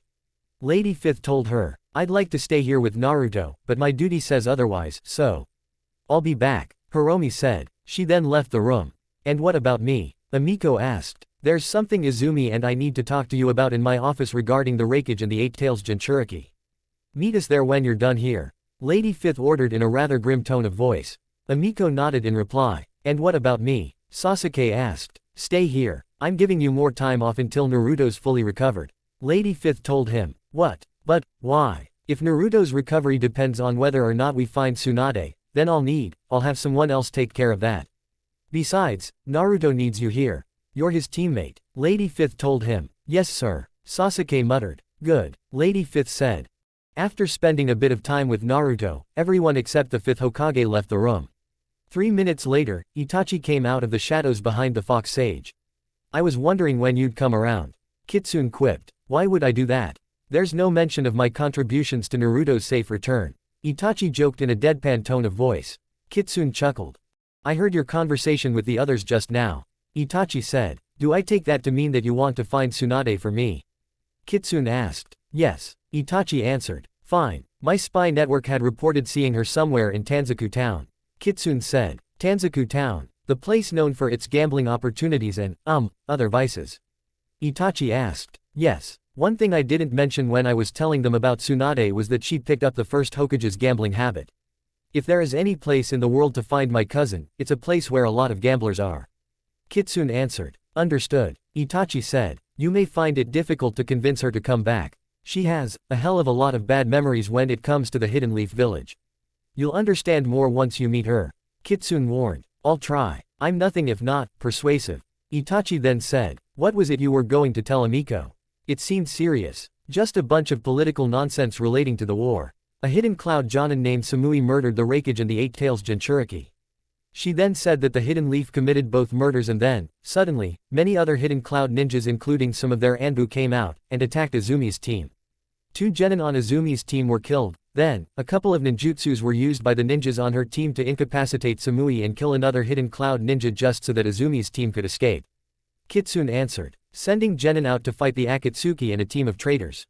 That seems risky. Itachi remarked. I had no choice. I couldn't spare anyone else because of the war. Kitsune replied. Who made it back from that mission? Other than Izumi and Sasuke. Itachi then asked. Shikamaru Nara and another genin who was on that team. That genin's name was Nezuko Shimura. Kitsune answered. Nezuko Shimura. Itachi questioned. Remember the crime that Danzo and his foundation buddies committed during the invasion? Nezuko was the kid he almost killed and her parents were the ninjas who he and the enemy killed. Kitsune answered. Never thought Danzo would cross such a line. Itachi remarked. That's hella funny comin' from you.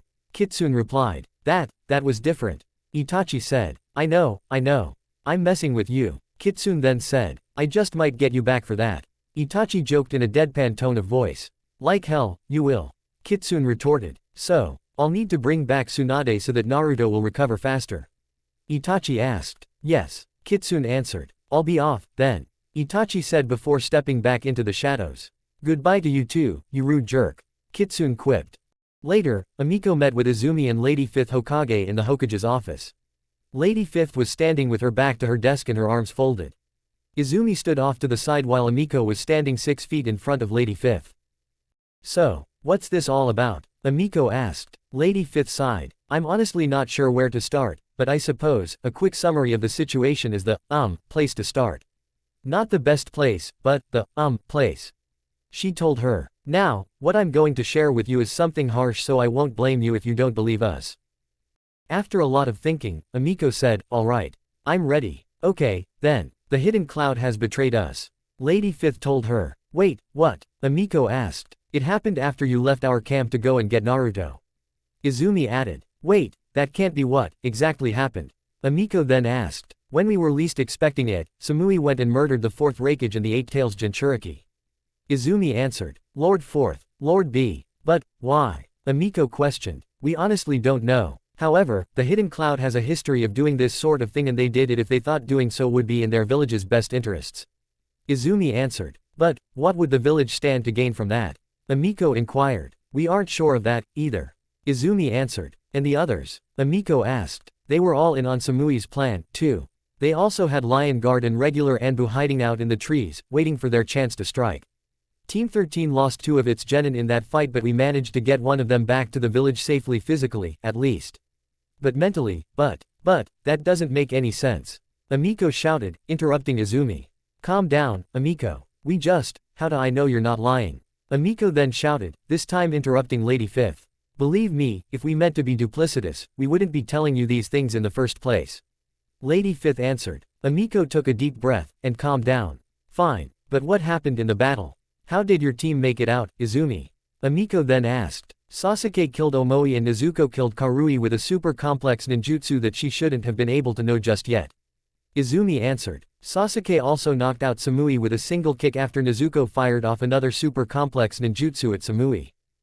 What? That's insane, Amiko shouted. I'd have to agree. What ninjutsus did she use and how did she manage to learn them? Lady Fifth asked. She used the Shadow Ball Jutsu on Karui and she used the Fierce Dragon Flame Jutsu on Samui before she was knocked out. Izumi answered. As to how she learned those 2 ninjutsus, I, myself, didn't know until Sasuke told me about it a week or so ago. Apparently, Nezuko's aunt had told him that, before the invasion, Danzo would spend every night training Nezuko to be a ninja ever since she was 6 years old. And she never slept because of that training. No one in the Shimura clan including Nezuko's parents could get Danzo to stop training her so ruthlessly like that because even though he'd lost his seat on the Council of Elders by then, Danzo was still the head of the Shimura clan. Some have said that he was really training her so that she could become a member of the foundation. Considering how relentlessly she was trained, there's no telling how many ninjutsus advanced or not she knows.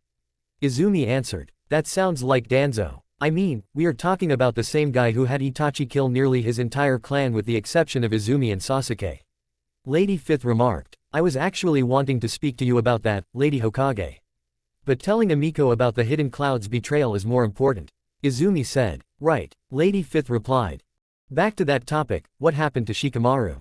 Amiko asked. He's fine, too. After Samui was defeated by Sasuke and Nezuko, we escaped and returned to the village. Izumi answered. It seems like the hidden cloud was never intending to maintain our alliance after all. Lady Fifth says. And what of the tailed beast inside Lord B? Amiko then asked. It escaped from its seal just a second before Killer B died. Currently, no one knows where the Eight Tails is. Izumi answered. Amiko looked shocked and sad. How did it all go so wrong? Amiko thought. As I said, I'd understand it if you didn't believe us, so if you really want to discern the truth for yourself, you'll have to go back to your village and make your own decision. Lady Fifth told her. Did Lord Fourth tell Samui to do this? Amiko questioned. As far as we could tell, no. It looked to us like her betrayal was as shocking to both Lord Raikage and Killer B as it was to us. They had surprised looks on their faces before they died. Izumi answered. So it was a coup. Amiko guessed while tears started streaming down her face. Maybe. After this whole mess, the Hidden Cloud's higher-ups have convinced its people that we killed the Raikage and B and its ninjas are attempting to trespass onto the land of fire so that they could fight our ninjas. The Hidden Frost's ninjas and Hidden Steam's ninjas are trying their best to hold off the Hidden Cloud's forces, but as it stands, they don't have the manpower to do so for very long. Lady Fifth told her. On the plus side, the Hidden Cloud's higher-ups are in disarray, trying to decide who the next Raikage should be. Izumi added. How is that in any way good? Amiko inquired. It might be possible to use this chaos to our advantage, and have the Hidden Cloud's forces retreat back into the Land of Lightning if we knock out and capture their platoon leaders. Izumi said, looking like she doesn't completely agree with this plan. When I call for the 5-Cage Summit, I can negotiate with the new Raikage for the release of those commanders. Lady Fifth told her. You are all insane. I mean, you're not lying, but you're still insane all the same. I need to get back to the Hidden Cloud village. Amiko shouted. Amiko then turned around, and zoomed out of the room. I'm sorry, Naruto, but I won't be here to see you fully recovered. Your insane Hokage has told me some, very disturbing things. Amiko thought. Back in the Hokage's office, Kitsune sighed. Damn, Kitsune whispers. With respect, Lady Fifth, we both knew that telling her about this would go badly. Still, if I knew that the mission would go sideways, I would have. Izumi was interrupted by the two village elders, Kaharu Udatane and Homura Mitokato, suddenly walking into the room. If you knew that telling her would go badly, then why tell her at all? Kaharu asked. The two of them then stood in front of Kitsune, who gave no response to Kaharu's question. Kaharu looked to her right, and saw Izumi standing there. Get out of here if you know what's good for you, Uchiha. Kaharu then told her. Izumi shot her a stern glare. Never mind it, Izumi. Just leave, Kitsune told her. Izumi took a deep breath, left the room, and shut the door behind her. Now what do I owe the pleasure? I can't imagine that both of you are here for a social call Udatane-sensei, Mitokato-sensei. Kitsune said. At least you respect the both of us, Kitsune. Kaharu replied. Again, what's this about? Kitsune asked. We heard the entire conversation you had with that Hidden Cloud spy. Homura answered. I knew I should have activated the privacy seals.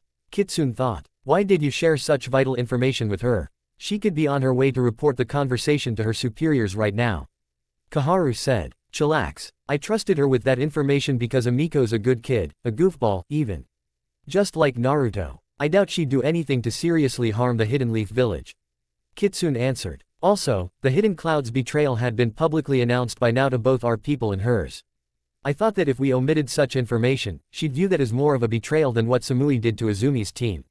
And what if your faith in her is mistaken? Kaharu asked. It isn't. My spy network and I had been tracking her movements over the past few years before I put someone else in charge of it. Our reports say that she's still a genin despite her considerable skill with lightning style, and the Raikage has never given her any serious assignments in the past. Nothing like covert takeovers of cities or smaller nations from behind the scenes, no destabilizing the smaller nations, and she's never secretly supported coups on the orders of the Raikage, either. Kitsune answered. Why? Homura asked. He believed she's too young and naive for that sort of spy work. Kitsune also answered. She just simply doesn't have the will to compromise her morals and forsake herself in the process. Then what kind of spy work has she done? Kaharu then asked. She's taken down bandits, criminals and rogue ninjas alike via going undercover or espionage tactics. The Raikage would rather have her destabilize gangs and the criminal underworld from behind the scenes than carry out covert takeovers or destroy other cities by providing the Hidden Cloud with intel of said cities' weak points or things they could take for themselves. Kitsune answered. So he's made her look like a hero who protects from the shadows rather than a covert operator who does what needs to be done for the sake of her village. Homura said. Somehow, I knew you'd have something to say against that. But it's not our place to criticize how the hidden cloud uses her. Besides, we've got our own concerns like the return of Naruto Uzumaki. Kitsune replied. Yes, we've heard, Koharu said. Do we really need him back? Homura asked. The boy's very unpopular, Koharu added. Last I checked, we do not rescue comrades based on a popularity contest. Kitsune said. He is different, Koharu argued. Gee, I wonder why. Kitsune sarcastically said. Are you even taking your duty as a Hokage seriously? Homura then asked. I do when I need to, and even I know that Naruto is serious business, but when you say something like, he is different, in relation to Naruto, it kinda makes me wonder if you two are finally going senile. Kitsune answered. We don't know if we can trust him, damn it. Homura shouted. So there's the truth, laid out and bare for all to see. Kitsune said. We've seen his charts. There are signs of torture all throughout his innards. Koharu told her. So his medical condition is now reason enough to treat him like an enemy ninja. From the mission report Amiko gave me just now, it sounded like he wanted to come back. Like he missed his allies here, in the Hidden Leaf. And on the contrary, he probably harbors at least a little bit of ill feelings for the Hidden Sand, who, as you've said, tortured him. Kitsune argued. How do you know that? How do you know that he's not harboring ill feelings for the Hidden Leaf, who abandoned him for weeks before rescuing him? Homura questioned. On top of that, there is also the fact that none of our doctors can retrieve the tag that's been placed on his heart without much difficulty. Koharu added. After a bit of silence, Homura said, we have to consider resealing the 9 tails. Kitsune glared at Homura and Koharu. So that's the real reason they've come to me. They want me to sign Naruto's death warrant. Kitsune thought. You know I can't agree to that. And you both know why. Kitsune said. With that tag still in his heart, the enemy could try again.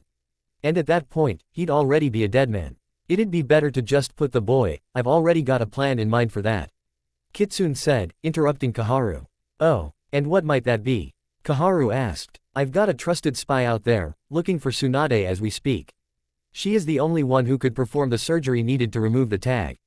Kitsune answered. Tsunade, the Slug Queen. Koharu then asked. That's correct. Kitsune also answered. And before you even ask, I've got a pretty good idea of how to find her, and relayed that information to the spy I sent. Koharu and Homura exchanged looks. And just how do you find her? She hasn't been heard from in years. Koharu said to Kitsune. All you have to do is know how to smoke a gambler out of their den. Kitsune subtly hinted. Koharu and Homura exchanged looks once again. And who is that trusted spy of yours? Koharu asked. I don't have to tell you that if I don't want to, now, do I? And I don't. So if that's all, you can leave. Kitsune told them. Fine, Kitsune, we'll trust your judgment. We're giving this spy of yours 3 weeks to find Tsunade. Make sure they do not fail. Koharu told her. Homura and Koharu turned around, and left the room. Kitsune sighed, finally feeling relieved. That was intense, Kitsune thought. Kitsune turned around, and went to sit at her desk.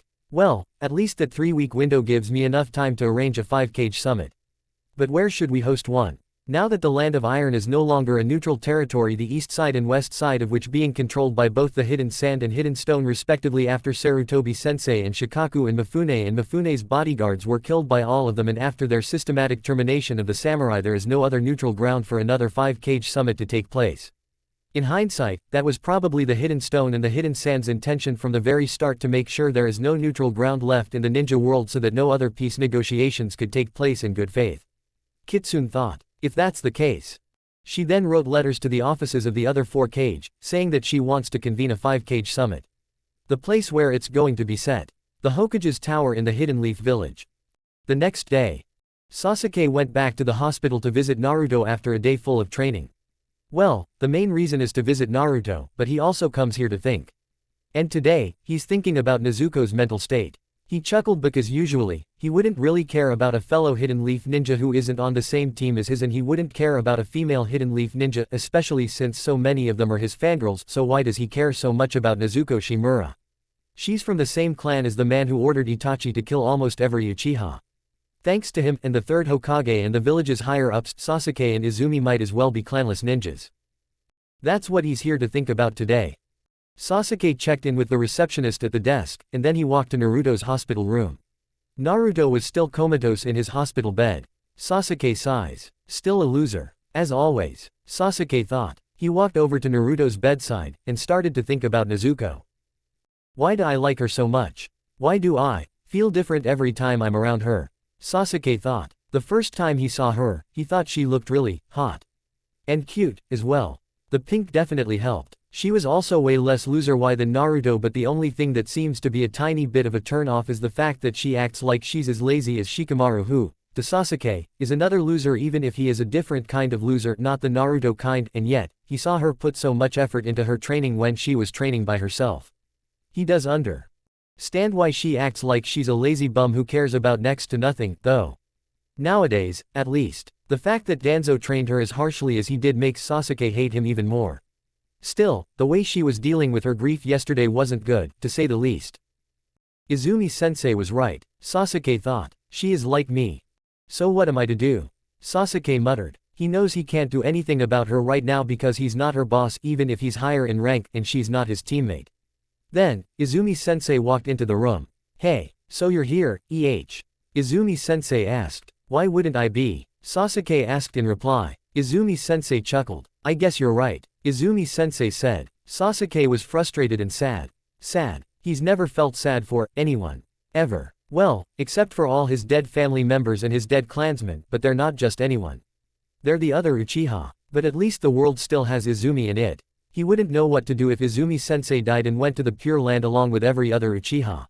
Regardless, he still feels sad for Nezuko. What's wrong, Sasuke? Are you worried about Naruto? Izumi-sensei asked. He hadn't even thought about Naruto being here.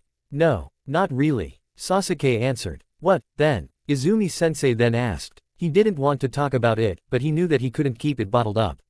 Especially when he's already told her about his concerns about Nezuko.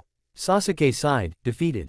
Nezuko, Sasuke answered. It's about Nezuko. I wish I could do more, but it's complicated. Normally, I'd never even care about another ninja's well-being like this because it's not my place, and I don't know why. I feel that she's different, and I think that's because whenever I'm around her, I feel different. What kind of different? The good kind or the bad kind?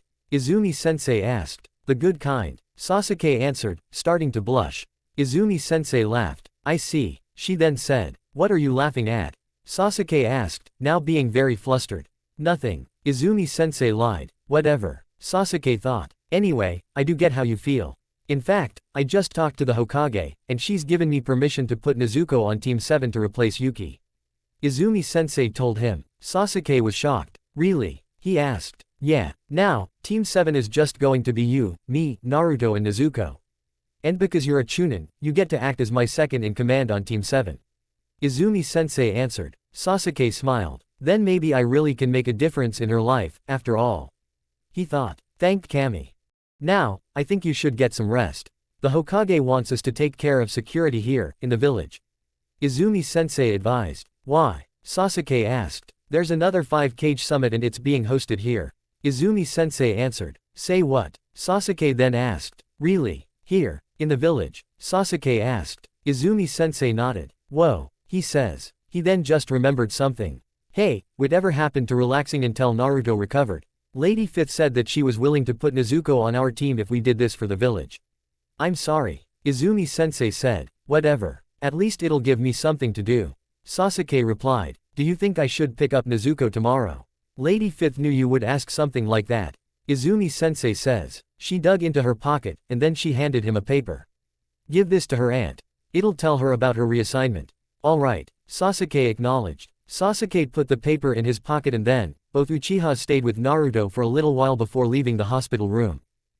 1 week has passed since Sasuke and Izumi last visited Naruto in his hospital room, and in that time, a new Raikage and new Kazekage have been chosen and officially appointed because the 5-cage summit was supposed to take place next week, which, to the rest of the ninja world, meant that the Hidden Cloud and Hidden Sand felt a little rushed due to the fact that the summit is going to take place next week. A Jonin named Chizuru had been chosen as the 5th Kazekage and the 4th Raikage's assistant, Mabui, had been named the 5th Raikage. The Hidden Leaf and Hidden Mist, after receiving news about the Hidden Cloud's betrayal, expected Samui to become the 5th Raikage, but, apparently, they were wrong. Kitsune liked Mabui, though, because she seemed to be more reasonable and level-headed than her predecessor. In other news, Amiko had returned to the Hidden Cloud village and personally opened an investigation into the Hidden Leaf's claim that the Hidden Cloud betrayed them after privately giving the new Hokage a mission report on the successful rescue of Naruto Uzumaki. Lady 5th Raikage agreed to keep the news of Naruto's return private until the Hokage deems it necessary to reveal it to the public. Based on the scowls from Darui, Samui and Mabui's other assistants and advisors, they didn't like this decision. It was fortunate, however, that the Raikage has traditionally held more power in the village than the council and the other higher-ups. After conducting the first part of her investigation by using the transformation jutsu transform herself into a village councillor so that she could talk to another village councillor in private, she discovered the reason for those scowls. Everyone in the village had been convinced by Samui that the Hidden Leaf had betrayed them by murdering the fourth Raikage and Lord B.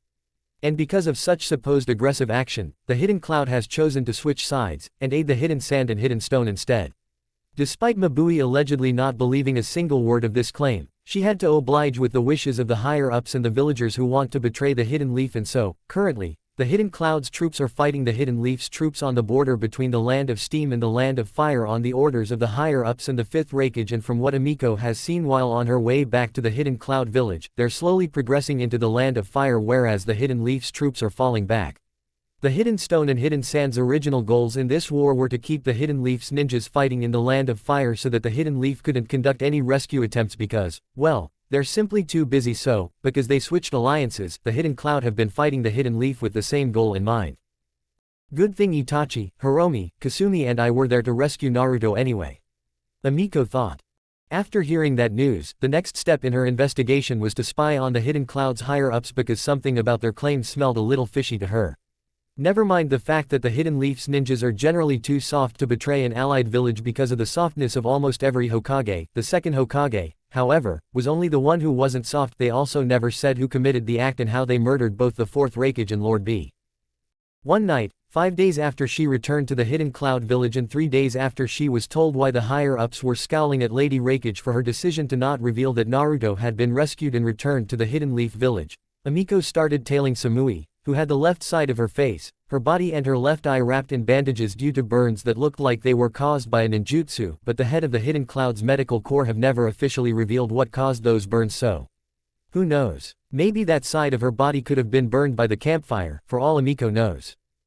But then, she remembers something that Izumi told her. Sasuke also knocked out Samui with a single kick after Nezuko fired off another super complex ninjutsu at Samui. She also remembered something else Izumi told her. She used the Shadow Ball Jutsu on Karui and she used the Fierce Dragon Flame Jutsu on Samui before she was knocked out. So, those burns must have been from the Fierce Dragon Flame Jutsu Nezuko hit her with before Sasuke knocked her out with a kick. Amiko thought. And considering that Samui's a 26-year-old Jonin who was defeated by a 13-year-old Chunin and a 13-year-old Genin, she probably covered it up by refusing to give a cause for her burns because she was probably embarrassed by the experience. To be fair, though, I'd be pretty embarrassed under those circumstances, too. Amiko tailed Samui from the moment she left a random bar somewhere in the Hidden Cloud village all the way to a spot outside of Samui's apartment unit.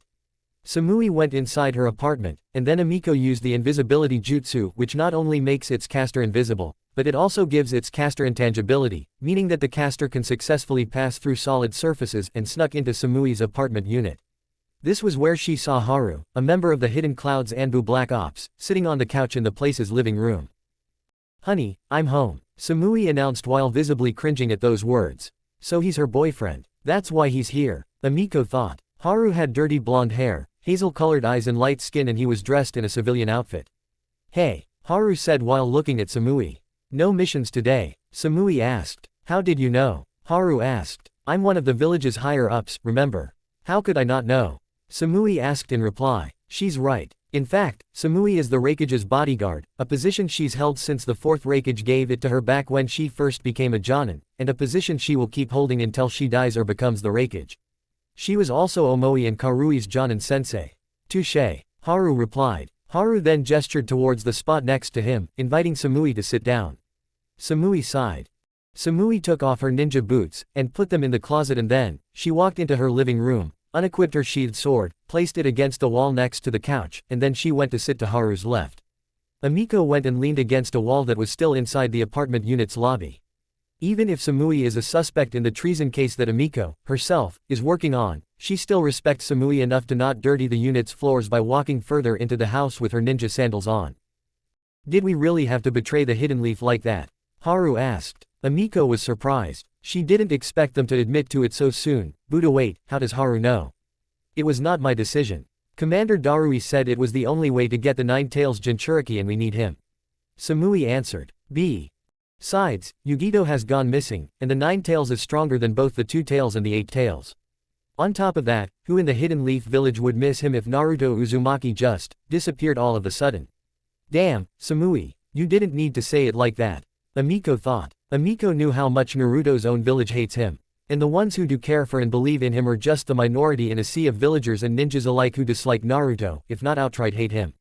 Then again, the 9 tails incident is still a somewhat recent memory. Hidden Leaf ninjas and villagers alive today have loved ones who were killed by the 9 tails or were directly affected by the 9 tails incident if not severely injured by the 9 tails. Then again, Naruto is not the 9 tails, so treating him as though he were the fox is completely unjustified in Amiko's mind. That's, also a good point. Haru agreed. But, still, I don't think it's fair to take that boy away from his village. From all of Amiko's reports and the reports from our other spies, Naruto has real friends in the Hidden Leaf village, as few in number as they may be. You can't exactly judge us for betraying the Hidden Leaf when you were on that mission, too. I specifically assigned you to take care of that pink-haired genin and yet, you failed. She gave me these burns, and the Hidden Leaf's team got away. Samui argued. True, and besides, it's not about what's fair for him. I mean, who the hell gives a fuck about him? He's a Jinchuriki. It's about what's best and what's necessary for the sake of the village. Samui argued further, interrupting Haru. So that's how he knows about the betrayal. He was there and he almost killed Nezuko, by the sound of it. Amiko thought. And Samui is really starting to sound as cold-hearted as this Danzo guy I've heard about so much and have collected bits and pieces of intel on over the 3 years I've been the Raikage's spy. Then again, Amiko can't exactly judge Samui for saying that. Part of her wanted to take Naruto back to the Hidden Cloud village, and keep him here all to herself because she's in love with him. But she knew that that was wrong because it'd be incredibly selfish of her to do so, and taking such an action would destroy their friendship, which was why she worked together with Kasumi, Hiromi and Itachi to get him back to the village. So she guesses she has a little bit of leeway to judge Samui. You were once targeted for assassination. I was sent to kill you. And yet, I made a different call. Haru argued, clearly becoming frustrated. He's right on that account. Amiko once read about it all sometime after she became a genin. Back when Samui was a chunin, she disagreed with the 4th Raikage sometime right after the 3rd Great Ninja War. She believed that the Hidden Cloud should have rejected the 3rd Hokage's peace treaty and restarted the war because she thought that the Hidden Leaf was weak based on how the treaty was written. The Raikage disagreed because they didn't have the manpower to continue the war. After many arguments over the disagreement, Samui planned a coup to depose the 4th Raikage and appoint herself as the 5th Raikage. Someone talked, and her coup was quickly destroyed by the Hidden Cloud's Anbu. Haru convinced the Raikage to instead sentence her to a month in prison after he changed his mind, and decided not to kill her. After the end of that month-long prison sentence, Samui returned to her duties as a chunin of the Hidden Cloud, and she was made the Raikage's bodyguard by the time she was promoted to jonin. But never again has she had freedom or free time with which to do whatever she wanted. This was a rather extreme measure imposed upon Samui by the Raikage to make it so that she never attempted a coup again. And I'm grateful for that. Samui told him. I'm glad you're grateful because you should be. If I abandoned my morals that day, you would not be alive. In fact, you would not be here to get promoted to jonin or to love me. Haru said. And yet, you went along with me on that mission even when you knew that our actual mission was to kill the Raikage and his fool of a brother, and pin it on the Hidden Leaf. Samui argued. I went with you to protect you. I never said I agreed with what you were going to do. Haru shouted, now standing up because he's very angry with her. Samui also stood up, and turned right to face him just to say, morals did not form the Hidden Cloud village. Morals didn't protect the village and its interests. Morals didn't stop my coup before it started. Morals have no place in the ninja world. Isn't that right, Amiko? Amiko was so startled, that the invisibility jutsu she cast on herself had undone itself. Haru and Samui went over to the lobby just to see that Amiko was, indeed, there. Amiko ran towards the door, quickly opened it, and ran out of the door. She was chased all the way out of the apartment building, and then, a mud wall rose up out of nowhere, and blocked Amiko's way forward. Amiko turned around slowly. Good job, Haru. Samui said. How did you know? Amiko asked Samui. I'm a jonin, dipshit. I'd be a pretty poor jonin if I didn't know I was being tailed by a cowardly airhead like you. Samui answered. I knew once I stepped out of the bar, and started walking home. Then why didn't you stop me before you got home? Amiko then asked. Because I knew that Haru would be stupid enough to not only not notice you, but to ask naive questions about why we betrayed the Hidden Leaf and admit that we betrayed them in doing so I took that as an opportunity to teach you the way of the ninja world. It doesn't matter whether you become a ninja with the best of intentions or not. In the end, it's all the same. You're going to have to compromise your morals, you're going to have to do what you're told whether the orders are legal or not, and you're going to have to steal, kill and cheat your way to the top and break the trust of your allies in other nations. To believe otherwise is naive at best and delusional at the very worst. Samui explained. Bullshit. Amiko shouted. Why is it bullshit? Samui asked her. Because there have been so many rogue ninjas who've told me the same thing. And if I went back on my beliefs and morals without a good reason, then I would have forsaken myself and I'd never be able to look at myself in the mirror or sleep quite right. Amiko answered. Then tell me, how many of those rogue ninjas and criminals you've been after have you had to kill? Samui then asked. Like I said, I've never had to compromise my own morals without a good reason. Amiko told her. The guys I've killed have all been very bad guys who did bad things because they liked it or they had some other goal in mind that would be bad for everyone. Yet they didn't care like you don't care. I've also killed people who threatened my friends. Samui glared at her and then said, You're a hypocrite and a naive fool, then. No, because the difference between you and I is that I kill bad people whether it's on the Raikage's orders or to protect myself or my friends or, hell, maybe even the whole world. You've murdered the Raikage and Lord Baal for the higher-ups' own selfish interests. Even Lady Raikage sees this and yet she does nothing about it because there are so few in the Hidden Cloud Village like Lady Fifth and I and so many in the Hidden Cloud Village who are like you and Darui.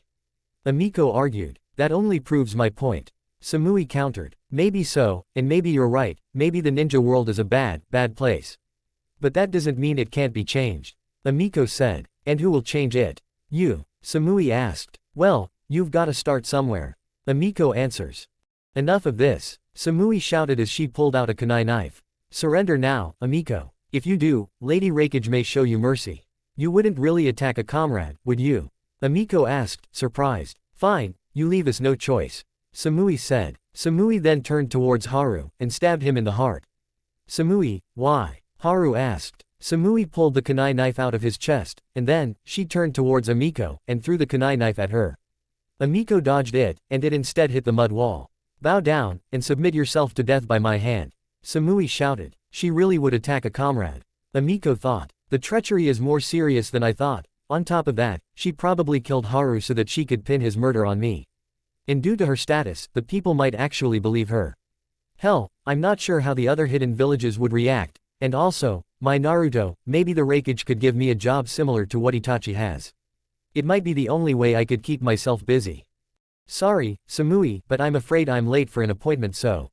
I've got a dash. Amiko told her before throwing a smoke pellet on the ground, and disappearing using the teleportation jutsu. Surely enough, Samui had later painted her as a murderer. And now, she has an entry in the bingo book as an S-class criminal. Meaning that she's now been classified as a rogue ninja. The Hidden Clouds ninja's reaction to this was mixed. Those in the village who knew her knew she wouldn't commit murder while the Hidden Cloud ninjas who didn't know her were all too ready to condemn her and sentence her to death. And the villagers just shrugged their shoulders, and believed that Amiko was a murderer because they honestly didn't know any better. And now, Amiko has to make plans to move out of the village without anyone noticing her. But still, she must talk with Lady Fifth Raikage before leaving. And later that night, that was exactly what she did. Amiko snuck into the Raikage's office, and hid herself in the office's shadows, which she found very difficult to do because behind the Raikage's desk was a wall made of windows, which meant that her cover would have been blown if it were daytime. She snuck in while Lady Fifth was out of the office, and when she came back, and sat down at the Raikage's desk, well, it didn't take long for Lady Fifth to notice her. Come out, Amiko. I know you're there. Lady Fifth said. I will if you promise not to kill me or send men after me. Amiko told her. Lady Fifth sighed. You have my word, she replied. Amiko came out, and kneeled to show respect to the Raikage. So I take it that you didn't kill Haru? Lady Fifth asked. No, milady. Amiko answered. I didn't. I expected as much, you never were one for murder. Hell, you wouldn't rob a bank even if I told you to. Lady Fifth remarked. Other ninjas would have been offended by such a remark because it damaged their egos. Amiko, however, doesn't have an egotistical bone in her body, so she instead took that comment like a badge of pride. Still, there must have been a set of circumstances that led to Haru's death. What were they? The Hidden Leaf had told me that they were betrayed the last time I was in the Hidden Leaf village. I didn't want to believe it, and, for a second, I didn't, because our village said the exact opposite and blamed the Hidden Leaf for Lord Fourth and Lord B's deaths. But then I noticed some inconsistencies with the higher-ups' story. How were Lord Fourth and Lord B murdered? What was their proof that the Hidden Leaf did such a thing? So I launched my own investigation into the matter because Lord Fourth had always given me leeway to pursue these kinds of things and I have had such leeway ever since I became the Raikage's field spy. Anyway, Amiko says. She then tells the Raikage the rest of the story. When Amiko was finished, Lady Fifth sighed again. I had some of my own questions regarding the Hidden Leaf's so-called betrayal, but I never had the time to get someone to investigate that claim. I'm glad you told me the truth of the matter and told me of Samui's treachery. But unfortunately, for appearance's sake, I must arrest you unless you want to be on the run for the rest of your life. Lady Fifth said, that was what I was here to ask you about. Amiko said, go on. Lady Fifth says, I was wondering if I could act as a spy for you, but only from the shadows this time. I once met with Itachi Uchiha and he told me that he made an arrangement quite like that one with the third Hokage right after the Uchiha massacre. Amiko told her, you met Itachi? Lady Fifth asked. Amiko then told her how and why she met Itachi. Without the help of Itachi and the others, I don't think Naruto's rescue and safe return to the Hidden Leaf village would have been possible. Amiko finished. Lady Fifth sighed for a third time. I see. She replied. I never expected someone like clan killer Itachi to be the one who helped rescue Naruto instead of taking him back to the Akatsuki. Itachi said that he only did it to end the war quicker because the war isn't ideal for the Akatsuki. He wouldn't say why, though. And part of me believes that that is only half the reason. I genuinely believe he is a good man. Especially after hearing what I heard from Izumi Uchiha. Amiko also told her, what are you talking about? Lady Fifth asked. Amiko then told her what Izumi and the Hokage told Amiko about the Uchiha planning a coup, which was the entire unfortunate reason behind why the Uchiha massacre happened in the first place. The Hidden Leaf feared that if there was a civil war in the Hidden Leaf village, the other hidden villages might use that as an opportunity to strike the Hidden Leaf when they least expected it. Amiko also finished. Also there was another reason for the massacre. Itachi was given a choice between saving his brother, Sasuke, and his girlfriend, Izumi, if he massacred the rest of the clan and offered his girlfriend to Danzo's foundation so that the 9 tails could be sealed into her and out of Sasuke and Itachi's little sister. Wait, what? But I thought Naruto was the 9 tails Jinchuriki. Lady Fifth said, I'm afraid I'm gonna have to tell you everything. I'm sorry, Lady Hokage. Anyway, yes, Naruto is still the 9 tails Jinchuriki but so was Satsuki, Sasuke and Itachi's little sister. For whatever reason, the 4th Hokage could only seal one half of the 9 tails into one person, and the other half into another. Satsuki had that other half sealed inside her until the night of the Uchiha massacre. As I said, the Foundation was attempting to seal Satsuki's half of the 9 tails into Izumi so that Izumi could be allowed to live. But something went wrong and the ritual to cast the jutsu failed. And so, that half of the 9 tails escaped, never to be seen or heard from again. That half of the 9 tails destroyed the Hidden Leaf's Anbu headquarters during his escape. A lot of Anbu members and Foundation members died and so did Satsuki, but a few Anbu members and Foundation members survived. Danzo and Izumi survived as well, which I guess you could say is both a good and bad thing, but I digress. Only Sasuke, Izumi and Itachi survived and during the invasion, Danzo and the Foundation helped the Hidden Sand and the Hidden Stone, attempted to murder a child only to be stopped and then they fled the Hidden Leaf village, and were branded rogue ninjas, as you already know. So he traded the lives of his entire clan for his brother and his girlfriend also that he could save the village from a civil war. Why didn't he object to that, though? Lady Fifth asked. Because they told him that if he didn't murder his whole clan and leave only Sasuke and Izumi alive, a Hidden Leaf Anbu squad would be sent out to kill the entire clan anyways and they also wouldn't leave Itachi, Sasuke or Izumi alive, either. Amiko answered. Wow, Itachi sacrificed a hell of a lot for the village. His family, his friends, his comrades, his freedom, and I'm being asked to make a similar kind of sacrifice, aren't I? Amiko asked, interrupting Lady Raikage. Lady Fifth didn't answer. Because if you don't accept my request to be your shadow Raikage, then I'll have to be arrested or flee the village. I'll have to leave my village, my family, my comrades and I won't be free to come back anymore. And for the record, I'd understand it if you rejected my offer, it's just, if I became a wanderer that's always on the run, I wouldn't have anything to do. And I can get easily bored. Amiko told her. I feel sorry for you. Lady Fifth says. Yeah, so, I didn't mean it like that. Lady Fifth said, interrupting Amiko. Then, suddenly, 6 members of the Hidden Cloud's Anbu Black Ops appeared around Amiko using the teleportation jutsu and then they all pointed their swords at her. Lady Fifth Raikage then stood up. Wait, what? Amiko asked, slowly standing up and highly confused. But you said, I lied. Lady Fifth then said, interrupting Amiko once again as she slowly turned towards her. What I meant to say is that I feel sorry for how much of a fool you were to come to me for refuge. Lady Fifth said. No. Amiko whispered, on the verge of just crying. Now, just lay down and die. Lady Fifth demanded. Why? Amiko asked. As I said, this is all for appearance's sake. Lady Fifth answered. I knew it could go badly, but I never thought it'd go this badly, Amiko thought. The Anbu members all tried to stab Amiko, but Amiko ducked, and then she knocked them all out with punches and kicks while still crouched. She then stood up, and ran out of the room. Half a week later. Amiko was now standing on the southern coast of the Land of Lightning. She was just here to take off her hidden cloud headband, and throw it into the water. Samui was right about one thing, at least. The ninja world's a very, very bad place. Amiko thought. Might as well leave it altogether. Amiko then journeyed to the hidden grass village, discarded all of her ninja gear, put on some new clothes, and became just another villager. From that point on, she went by the name, Mikasa, to make sure no one could find her. 1 week after Amiko became a rogue ninja, it was finally time for the 5-cage summit and the other 4-cage had finally arrived in the Hidden Leaf village.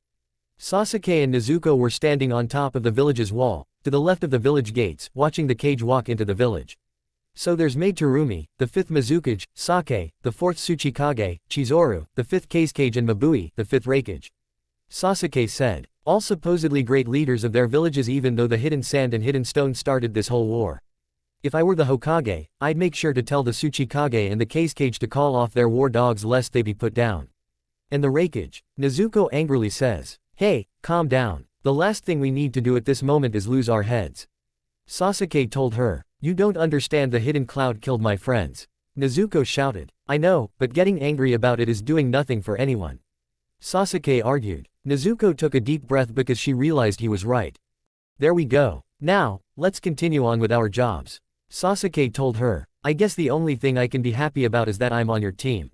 Nezuko said. Suddenly, to the left of Sasuke, Izumi-sensei. Izumi told Nezuko that she was supposed to call her that now because Izumi is Team 7's Jonin-sensei appeared using the teleportation jutsu. Izumi-sensei. Both Nezuko and Sasuke shout after turning to face her. What's up? Izumi-sensei asked. Nothing much. We're just standing around here, looking for any signs of foul play by the other villages just like you told us to, and we just saw the other cage walk into the village. Sasuke answered. Well, I believe you're just about to see another person walk into the village. Izumi-sensei told them. What do you mean, sensei? Sasuke asked. I've just received word from the Hokage that Tsunade is on her way here right now. Izumi-sensei answered. What? Sasuke shouted. Watch the road, and see for yourselves. Izumi-sensei told them. The two of them turned back around to face forwards to see a woman with two blonde loose ponytails that were long and straight and brown eyes walking into the village. The woman also had a small purple diamond marking on her forehead. She was wearing a gray sleeveless kimono-style blouse which was held closed by a broad dark green obi, dark green pants and open-toed and strapped black sandals with high heels. Overtop the woman's kimono-style blouse was a green haori. That same woman also had boobs that were bigger than Izumi-sensei's or Nezuko's. That made the more perverted side of Nezuko jealous of the woman. Nezuko also saw Sasuke getting just a little bit angry. Sasuke, are you alright? She asked. Sasuke took a deep breath. Yeah, don't worry, it's alright. Sasuke answered. Who is that blonde woman in the green haori? Nezuko asked. That was Tsunade Senju. Izumi-sensei answered. Now, I'm even more jealous. Nezuko thought. Nezuko can tell that Sasuke wants to go straight to Tsunade, and ask if she can get that tag out of Naruto's heart. And it sounded like Izumi-sensei could tell, too, because the next thing she said was, don't worry, Sasuke. I'm sure everything will be fine. And again, Sasuke took a deep breath. Good job calming yourself down like that. Now, if you'll excuse me, I have to join Asuma, and act as the Hokage's bodyguard during the proceedings. Izumi-sensei said before disappearing using the teleportation jutsu. Nezuko and Sasuke continued acting as lookouts until Ibiki walked towards them from Sasuke's left, and told Sasuke that he needed Sasuke elsewhere. Sasuke was about to oblige with his commands when a member of the Hidden Leaf's Anbu appeared behind Nezuko, and disappeared. Nezuko and that Anbu member reappeared in a sort of basement-like lab with all sorts of weird stuff lying around. In the middle of the room was an operating table with a still comatose Naruto lying down on said operating table while dressed in a black t-shirt with a red swirl on the front of it and a pair of orange pants and being strapped to the operating table. To Naruto's operating table's left was another operating table. What are you doing? Let go of me. Nezuko shouted as the Anbu member took her hoodie and put her on the operating table next to Naruto's, and then strapped her to it. Relax, little girl. We're just going to do a little something to make you more powerful. the Anbu member told her. Nezuko took a deep breath, and calmed down. On whose orders? She calmly asked. We were requested to do this by Sasuke Uchiha. The Anbu member answered. The Anbu member then turned around, and walked to the other side of the room, where another Anbu member was waiting. Guess I didn't notice him before, Nezuko thought. Is everything ready? Asked the second Anbu member. Yes, answered the first Anbu member, the one who brought Nezuko here. You know, it was awfully kind of Orochimaru to leave this lab behind for us. Let's just hope that the Hokage doesn't find out what we're doing here. The second Anbu member replied. Who cares if she finds out? The orders came from the higher-ups. Besides, she's too busy with the 5-cage summit to care about what's going on down here. The first Anbu member then said. Wanna get some ice cream before we reseal the 9 tails? The second Anbu member offered. And get fired while on duty? No way, the first Anbu member told him. The second Anbu member scoffed. Fine, he said. Suit yourself. The second Anbu member then disappeared using the teleportation jutsu. The first Anbu member scoffed. The nerve of that guy. The 9 tails is going to be resealed and that Naruto kid is finally going to die because of it and he's worried about ice cream. He muttered. If I were him, I would have stayed not only because I wouldn't get fired for doing so but also to witness Naruto's death. I want to enjoy every second of it. Nezuko gasped. Naruto is going to die. She thought. She looked at Naruto. Well, isn't he cute? He's too cute to die. Do not worry, child. He will not die. Who was that? Nezuko thought. Nezuko looked around, and saw no one. She then said. The 5-cage summit has officially begun. Izumi stood next to Asuma in the Hokage's chamber behind the chair that Kitsune, the 5th Hokage, was sitting on, which was close to this round table in the middle of the room. This place takes me back. Asuma mutters. Same. Izumi whispered to Asuma. This was the last place we saw the 3rd Hokage. Oh shit. Asuma replied. You're right. SSSH. Kitsune hissed. That reminder from the 5th Hokage turned Izumi's focus back to the summit. Another interesting feature is that the other 4 Kage, who were also sitting on chairs at this round table, also had bodyguards who stood behind their chairs. Izumi recognized a few of the bodyguards. Chizoru's bodyguard, for instance, was just Baki. Chizoru had no second bodyguard for whatever reason. Mei, on the other hand, has 2 bodyguards and Izumi recognized one of them, Ao. She recognized Ao because he got an entry in the Hidden Leaf's bingo book after he stole a Byakugan during the 3rd Great Ninja War. Mabui only brought 1 bodyguard, too. Interestingly, that bodyguard was Samui, who was looking more half-bandaged than Danzo. Izumi also recognized Saki's bodyguard, a 15-year-old Chunin-ranked kunoichi of the Hidden Stone named Kuretsuchi, because Kuretsuchi is the granddaughter of the 3rd Tsuchikage and the daughter of the 4th Tsuchikage, which technically makes her royalty within the confines of the Hidden Stone village. Kuretsuchi looked as nervous and unsure of herself as the blue-haired kid with the big sword next to Ao does. And like Izumi and Asuma, all the bodyguards are standing behind the chairs their Kage are sitting on. Why would you have us all meet here? You know these aren't neutral grounds, right? Mei asked. I'd have to agree with Lady Mizukage. Sake said. And so would I. Mabui said. And I. Chizoru said. Well, I have some news that I'd like to share with you all. We have Naruto Uzumaki. Kitsune told them all. What? Mabui asked. Every Kage except for Chizoru and Kitsune looked surprised. Just what I said. I had a spy extract Naruto from the Hidden Sand Village. Said spy had help from a spy from the Hidden Cloud Village, a spy from the Hidden Mist Village and someone from within the Hidden Sand Zone ranks. So not only do I have that spy to thank for Naruto's safe return, but I also have to thank you, Lady Mizukage, and you, Lady Reikage. Kitsune explained. Chizoru slammed her fist on the table. And what, hosting a 5-cage summit is your way of mocking us for losing the war? Chizoru shouted. Calm down, Lady Kage. I assure you that I didn't have any ill intentions when I chose this place as the summit setting. Besides, the Hidden Stone and Hidden Sand have taken all the neutral ground there might have been in the continent. I was forced to make this choice. Kitsune told her. The Hidden Leaf had been doing the same thing, you know. Your alliances with the Hidden Grass, Hidden Waterfall, Hidden Rain, Hidden Frost and Hidden Steam have made it stupendously difficult for our forces to get into the Land of Fire. Sake said. That's not a fair argument. Those alliances were made long before this war and long before I became the Hokage, as you should very well know. Kitsune told her. Plus, all those parties you mentioned had to act otherwise ninjas from the Hidden Sand and Hidden Stone and Hidden Cloud would have come and the village would have been invaded. It'd be like the last invasion of the Hidden Leaf village all over again. There was only so much we could do with just our own forces and help from the Hidden Mist. Truth was, we were outmatched and outmanned. But Naruto's safe return changed all of that. Then why are we all here if you're so confident that you won the war? Chizuru asked. We're here to negotiate a peace. Kitsune answered. Everyone but Kitsune, Izumi and Asuma gasped. Are you insane? Currently, the Hidden Leaf is so damn close to losing the war. Unless you have something that can end this war with everyone in this room leaving this room while very happy, I'm afraid I can't agree to any deal you make. And nor will the others. Sake told her. So what could we do to make everyone happy and end this war? That is what we're all here to talk about. Kitsune replied. Lady Hokage is bold. Izumi thought. Okay, then, Sake says. Minutes later. The 5 were still talking until Tsunade, Sasuke and 3 medical ninjas barged into the room. Tsunade. Well, it's nice to see you.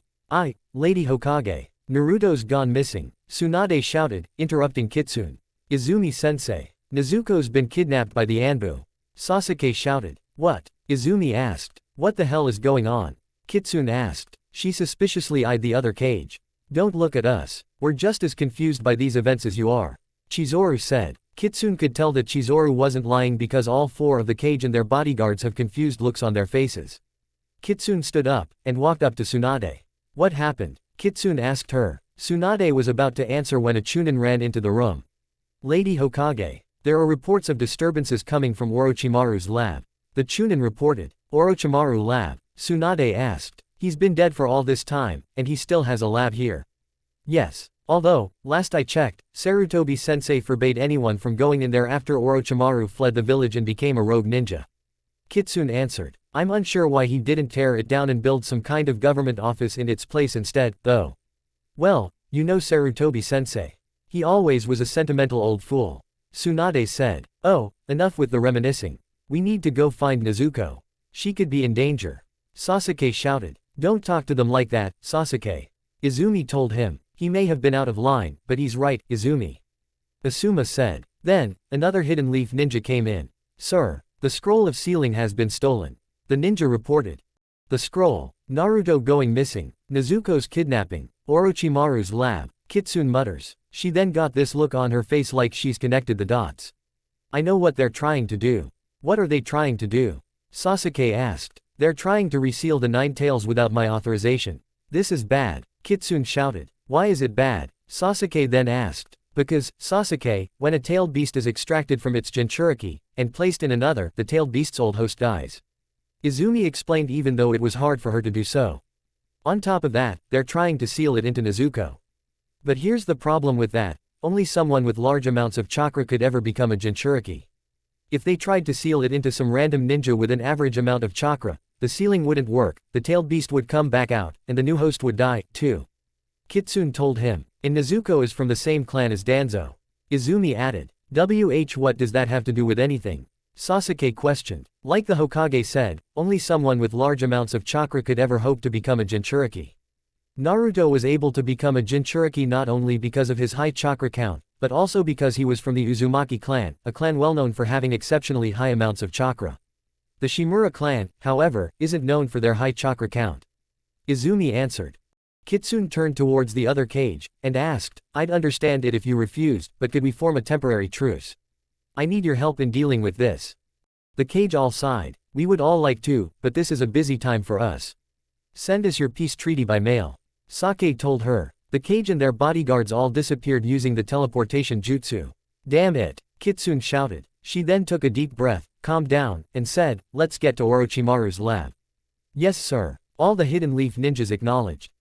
Around a few hours later, Nezuko was still strapped to the operating table when the ritual to cast what Nezuko presumed was some sort of sealing jutsu was starting. 2 Anbu members lifted Naruto's shirt and Nezuko's top, and then, those 2 Anbu members disappeared using the teleportation jutsu. Then, using the teleportation jutsu, numerous Anbu members appeared and surrounded Nezuko and Naruto. Behind the Anbu members in front of Nezuko, an old woman and an old man came out of the shadows, and then stopped just 6 feet behind those Anbu members. Commence the 9 tails resealing. The old woman ordered. All the Anbu members surrounding Nezuko and Naruto quickly weaved together 37 hand signs, and they all shouted, Demon Art, Vulpine Sealing. And then, a red chakra came out of Naruto's stomach, and made an upwards curve line to go into Nezuko's stomach. Both Nezuko and Naruto started screaming in pain, but then, the old woman incapacitated them with a genjutsu. Next thing Nezuko knew, she was in a dank hallway with dim green lights. Where am I? Nezuko thought. Nezuko started walking forwards, and then she saw an open doorway to her right. An open doorway that looked like it led into a room with a warm orange light. Kurama, what's happening to me? I'm in so much pain. A boy's raspy voice shouted. Who was that? Nezuko thought. Nezuko turned right, and walked into the doorway. Crouching in pain to Nezuko's right was Naruto. She knew his name was Naruto because Sasuke once showed Nezuko a picture of all of the members of Team 7. They are attempting to reseal me into another vessel. A big booming and rather scary voice answered. Where did that voice come from? Nezuko thought. Nezuko looked around and then she saw a big cage 12 feet in front of her. And inside that cage, well, she couldn't believe what was inside that cage. It was the nine-tailed demon fox. The thing that everyone calls, the nine tails, or, the fox. On the cage's door there was also a little paper that had the kanji for, seal, on it, too. A paper that's slowly being peeled away all by itself. I'm in pain, too. My chakra is being extracted as we speak and it hurts. The nine tails said. Why are they doing this? Naruto asked. I don't know. The nine tails answered. Well, whatever the reason is, they must have thought I failed you. If that's true, then I'm sorry for being such a weak Jinchuriki, Kurama. Naruto said. The nine tails chuckled. The world cannot blame you for being weak. Nor can I, you are still a child, after all. He replied. As the nine tails he. Nezuko thought. It certainly sounds that way, given how the nine tails voice sounds.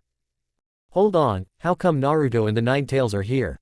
Where is, here, and who is, Kurama? Nezuko thought out loud. The nine tails then turned his attention to Nezuko. Shit, Nezuko thought. Who are you? How can you even be here? The nine tails asked. Naruto noticed her, too. Perhaps I can explain. There's that voice again. Nezuko shouted, thinking out loud without meaning to again. You can hear my father's spirit. The nine tails asked. Is that what that voice is? Nezuko asked in reply. Then, a tall man with pale skin, spiky pale brown hair, a braided long just hanging in front of his left ear, a pale brown short goatee, a pair of horn-like protrusions extending from either side of his forehead, strange purple eyes with 6 circles and what looked to be a sharingan in the center of his forehead appeared to the left of Naruto while standing up. The guy with the sharingan on his forehead also appeared to be wielding some kind of black staff with multiple rings at the top of it, and behind him were multiple black orbs that were floating in a circular formation. Nezuko thought that the sharingan on his forehead was strange because Danzo taught her that only an Uchiha can wield the sharingan. The academy taught her the same thing, too. The guy with the sharingan on his forehead was also wearing a white full-length kimono with 6 black magatama around a high collar underneath which he wore a necklace which was also made up of 6 black magatama. The kimono was also so long that Nezuko couldn't see if the sharingan forehead guy was wearing ninja sandals or normal sandals or not. Father. The nine tails says. He's your father? Naruto asked. Yes. The nine tails answered. Kami, you're such an idiot. Greetings. I am Hagoromo Otsutsuki. Although, I may have been dead for quite some time. The guy with the sharingan on his forehead told everyone. A little over 1,000 years, in fact. The nine tails said. But I presume that everyone at least still knows me as, the Sage of 6 Paths, at least. The guy with the sharingan on his forehead then said. Yes. The nine tails answered. The Sage of 6 Paths. You mean the man who was hailed as, the father of shinobi? As in the creator of the ninja world?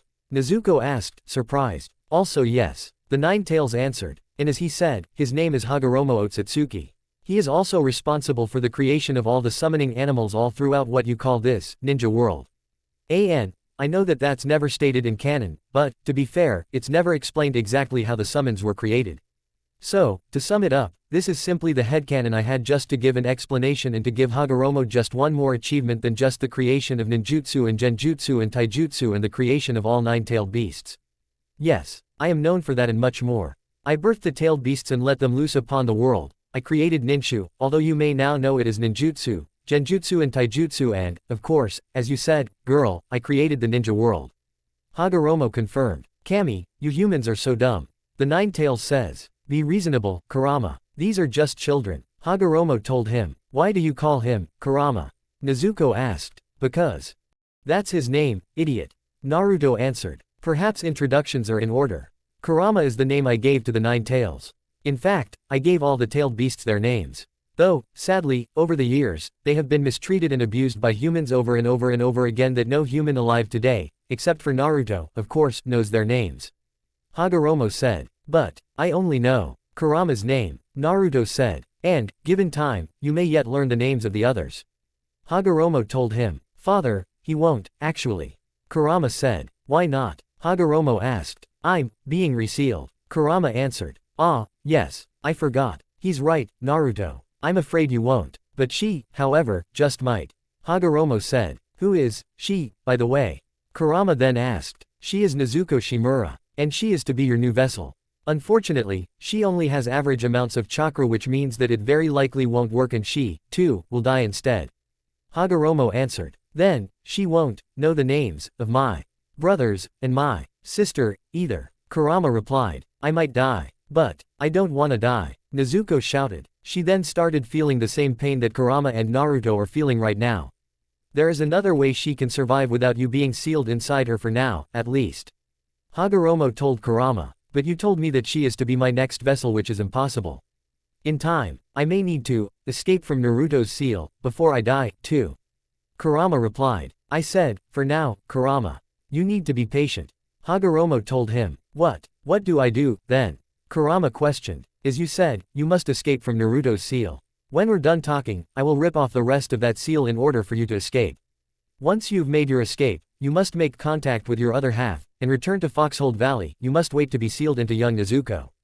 Hagoromo answered. But you said that she has average amounts of chakra. That means I can't be sealed inside her. Kurama then replied. The Great Fox Elder and I have a plan in mind to account for that. For now, you must trust me. Hagoromo told him. Kurama growled. Fine, but why do you care so much about her? Why are you even planning to save her at all? Kurama inquired. It all has to do with the Great Fox Elder's prophecy. A prophecy that is going to be altered by Naruto's death. Hagoromo answered. Truth is, I plan to do this for whoever they selected as Naruto's replacement. Nezuko just so happened to be the lucky ninja who was selected. Kurama sighed, and turned towards Nezuko. For the record, girl, I am sorry that you and I had to meet like this.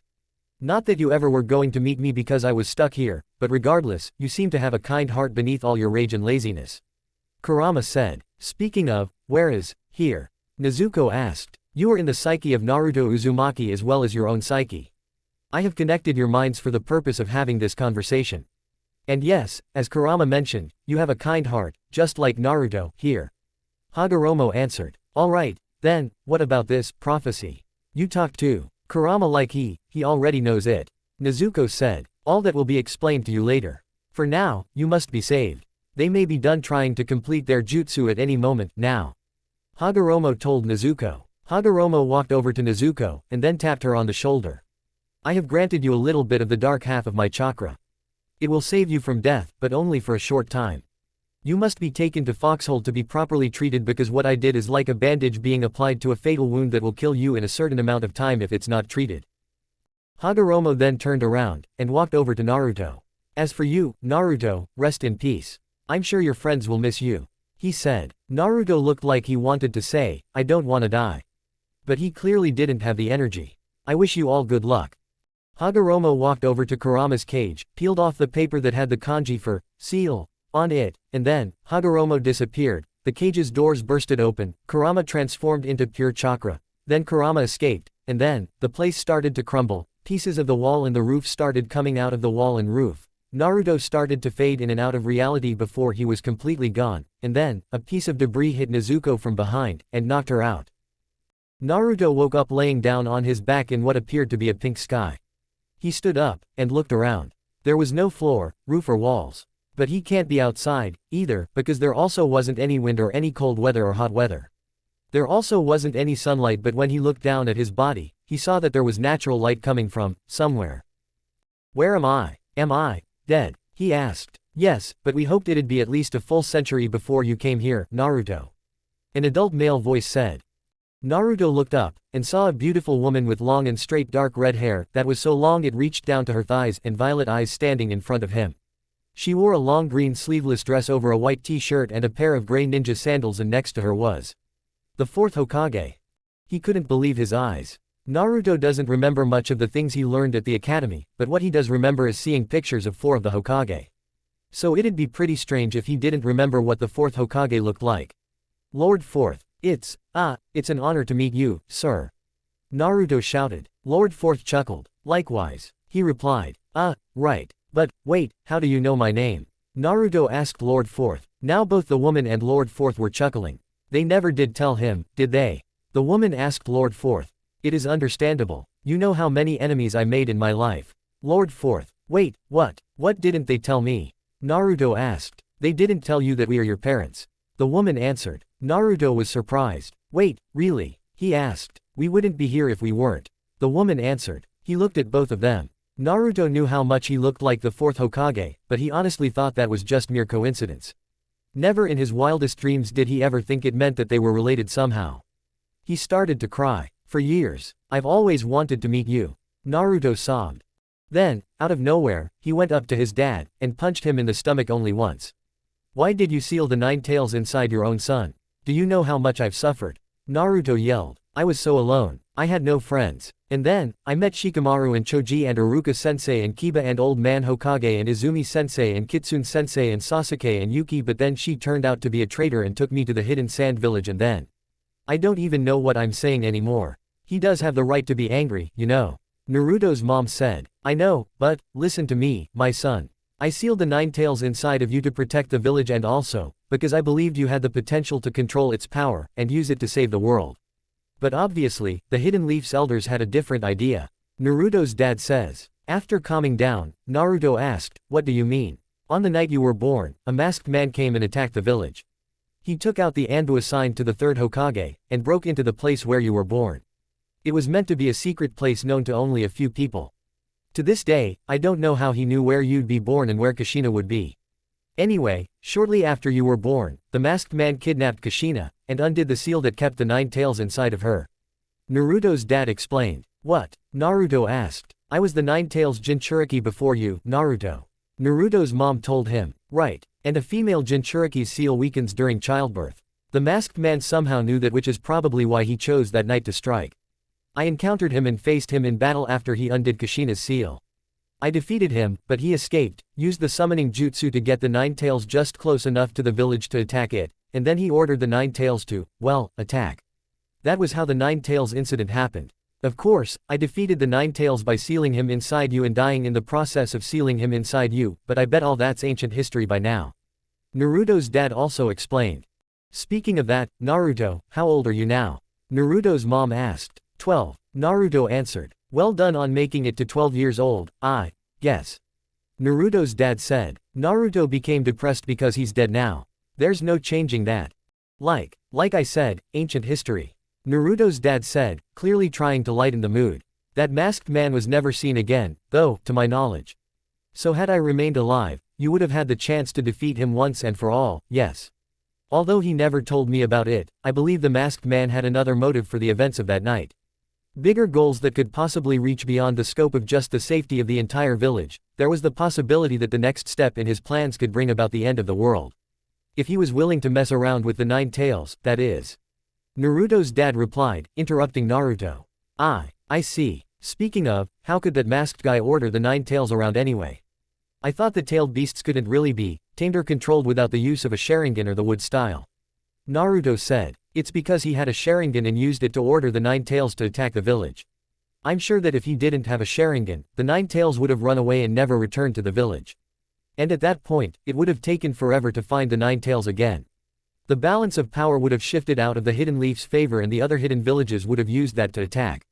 Naruto's dad answered. The Sharingan, huh? Naruto asked. Naruto's dad nodded in response.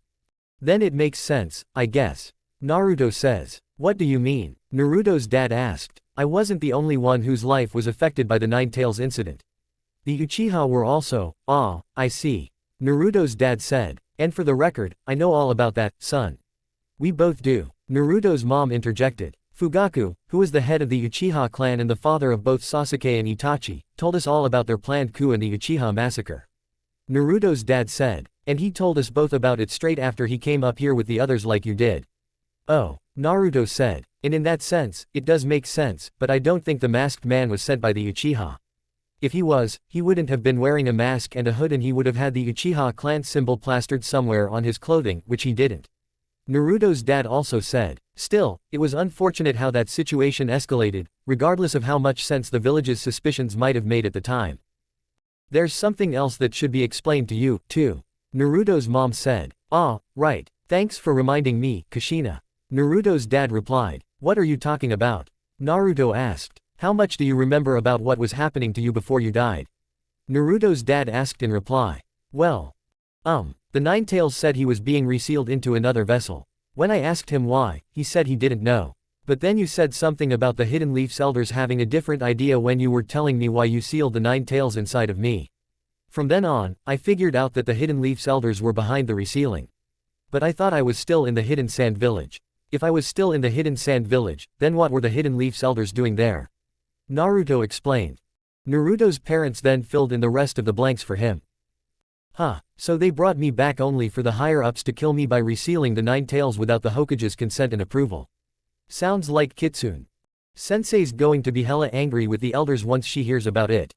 Naruto says. Why would she be angry with them? I thought she wasn't in the village. Naruto's dad replied. She came back about a month before the final exam of the Chunin exams to train me. She's the reason I know the summoning jutsu. While I was imprisoned in the Hidden Sand Village, I heard that she became the 5th Hokage. Naruto answered. Good for Kitsune Sensei, then. I never thought she'd become the Hokage after Lord Third died. Naruto's dad says. Neither did I. Naruto also says. In that case, you're right. She would be mad. In fact, I gather that she is especially mad at them right now. Naruto's dad said. I'm also very angry with them. Naruto's mom said. So am I. Naruto's dad also said. They'll have some explaining to do when they get up here. Naruto's mom says. If they come up here when they die. Naruto's dad added. Though, for their sake, I hope they don't. But, that's alright, now. There's nothing we can do about it from up here. Naruto's dad then said. He's right. Come on, there's so much you have to tell us about. Naruto's mom said with a cheerful smile. They both turned around, and started walking. Okay. Naruto said before following them. Now, I just wish I had taken up the hidden sand on their offer. Maybe things would have been different and I would have remained alive. One thing I know for sure is that they were right, the people of the Hidden Leaf really didn't care about me. Naruto thought. Soon, Naruto Uzumaki passed on into the Pure Land with Minato Namikaze, who was also known as the 4th Hokage, and Naruto's mom, who was named Kushina Uzumaki. He also saw Choji, Ino and Hinata again. He was also surprised to see Mori up here, but regardless, he was glad to see her. He also met 2 other people he has never met personally before. One was Asura Otsutsuki, who was apparently one of Hagoromo's 2 sons, and the other person was Hashirama Senju, the 1st Hokage. Apparently, Asura and Hashirama were able to meet Naruto because both Hashirama and Naruto were Asura's reincarnations. Naruto told them that he met Hagoromo before he died and that Hagoromo never mentioned the reincarnation stuff, but, obviously, that didn't matter, now. Asura's only 2 reincarnations are dead, which means that no one could stop Sasuke, Indra's reincarnation, if he ever became evil like Indra did or like Madara Uchiha, Indra's only other reincarnation did. It made them sad, but only momentarily, because what could they do about it from the Pure Land? Naruto was genuinely happy up here because he was now among friends and family. Best part of all, he would never, ever lose them again.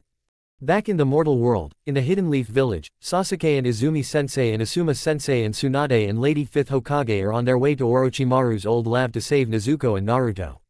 But once they got there, they discovered that they were too late. Nezuko! Sasuke shouted. They also saw the elders there watching the resealing taking place. Kaharu! Homura! What is going on here? Lady 5th shouted. The 2 elders turned around to face them. We are resealing the 9 tails. The female elder answered. I never authorized this. Lady 5th said. We know, said the female elder. But we do not care. You forced our hand because you turned out to be more cowardly and indecisive than Hiruzen was.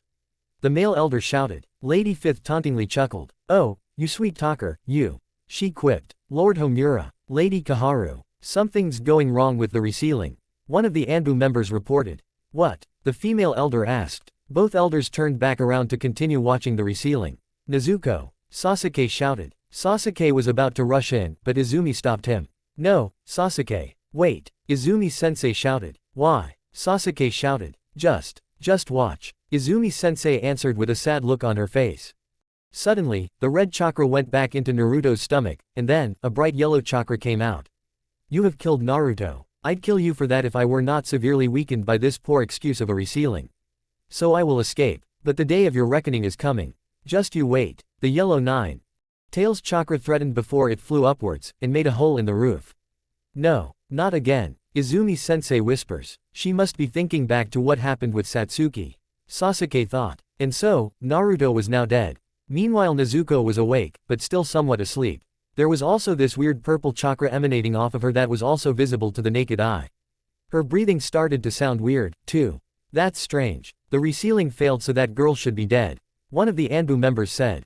Kill her. We have no use for her right now. The female elder ordered. No, she's still alive. That means she can be saved. Lady Fifth ordered. Never mind her. She's unfit to be the Hokage.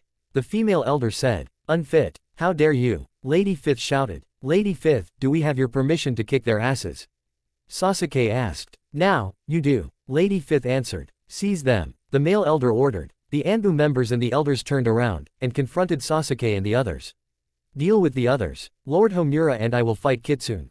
The female elder ordered. That's fine with me. Lady Fifth said. Lady Fifth, it seems like Nezuko's alive, sure enough, but it also seems like she won't be alive for very long if we don't do something quick. Izumi-sensei whispered to Lady Fifth. Then we have to finish this as soon as it started. Lady Fifth replied. Once the fight is over, you and Tsunade will take her to the hospital. Gotcha. Izumi-sensei acknowledged. And so, the two sides charged towards each other. Asuma-sensei and Tsunade easily knocked out at least 3 of the Anbu members. Both Izumi-sensei and Sasuke activated their Sharingan, and charged towards 2 Anbu members. Lady Fifth tried to use the Rasengan on one of the elders, but that elder dodged the Rasengan, and then, the other elder tried to attack her from her blind spot. Lady Fifth, look out! Sasuke shouted. Lady Fifth jumped to dodge the elder's attack once she heard Sasuke's warning. Thanks, kid, Lady Fifth said to Sasuke. Lady Fifth then punched that elder in retaliation. Sasuke saw that he and Izumi-sensei were the closest to Nezuko, so Sasuke casted the fireball jutsu just to get the Anbu members they were fighting out of the way. Izumi-sensei saw what he did, and quickly went to grab Nezuko. I've got Nezuko, Izumi-sensei shouted. Good. We're almost done, here, too. Asuma-sensei replied. Once all the Anbu members were defeated and incapacitated, Tsunade ran over to Izumi-sensei, who gave Nezuko to her, and then, both Tsunade and Asuma-sensei ran back out of the lab. So now, it was down to the fight between Lady Fifth and the 2 elders. Lady Fifth had a hard time with them at first, but that quickly changed when she entered Sage mode. Lady Fifth's eyes became fox-like, she grew fox-like ears on the top of her head that were the same color as her hair, a red, white and black fox-like tail protruded from her butt, and her fingernails turned into medium-sized black claws. Now, every one of Lady Fifth's attacks had more strength than they did before, and conversely, the elders were getting more and more beat up. The battle was over the moment Lady Fifth broke both elders' legs, and made them kneel before her. After that, Lady Fifth deactivated Sage mode, and her appearance returned to normal. Phew, I haven't had to fight like that in a hell of a long time. Lady Fifth said. Thanks for the workout, you too. Angry about Naruto's death and the many other horrible things those 2 elders are responsible for, Sasuke ran right up to the elders and was about to use the Chidori to kill them when Izumi-sensei stopped him. Sasuke, no, you mustn't kill them, she shouted. She's right, Sasuke. They have to be tried before a criminal court before their punishment is decided. Lady Fifth told him. But they're responsible for so much death. It would be a crime in and of itself to not kill them. Sasuke said, very clearly craving revenge. If you do that, I'll take you down, as well. Lady Fifth said. Why? Sasuke shouted. Because that's not for you to decide. Lady Fifth shouted in reply. Sasuke, if Naruto ever meant anything to you, if you ever truly believed in him despite how much of a loser he may have been, then ask yourself, what would Naruto do? What would he do if he were in your shoes and you were the Nine-Tails Jinchuriki who just died? Izumi-sensei told him. Sasuke thought about it, and, in hindsight, he didn't know Naruto very well. He didn't know Naruto for very long, either. Yet he was still a comrade. And he was committed to whatever goal he set for himself. He was kind, brave, heroic and, above all, he was a man of his word. Sasuke never thought about it before, but Naruto always did have this strange ability to make friends with whoever he met and made those same friends want to believe in him. He was the Hidden Leaf's light in the darkness of the ninja world. The boy who could have been the face of the Hidden Leaf's military. Hell, he could have actually been the Hokage someday. But these elders chose to take all that away, and for what? Why? Maybe some questions are better left unanswered. Sasuke thought. He relented, and then, Lady Fifth ordered him to bind the elders, hands behind their backs, which is what Sasuke did instead because above all, Naruto never was a cold-hearted killer. He never had the stomach for it, even after he killed one of the demon brothers. Kaharu Udatain, Homura Mitokado, you are hereby under arrest for taking unnecessary actions without the authority of me, the Hokage, the murder of Naruto Uzumaki, and the theft of the Scroll of Sealing. I'll just put the both of you in jail until I can decide the date of your court-martial. Lady Fifth told them. Lady Fifth is a badass, Sasuke thought. The female elder smirked. What evidence could you possibly have to make a case against us in a court-martial? The female village elder asked. Lady Fifth chuckled. If you think you're as crafty and hardcore as Danzo, then think again.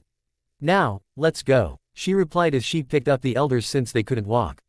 What about the Anbu? They could just escape when they wake up, Sasuke said. I'll send some other Anbu to collect them, and arrest them as well.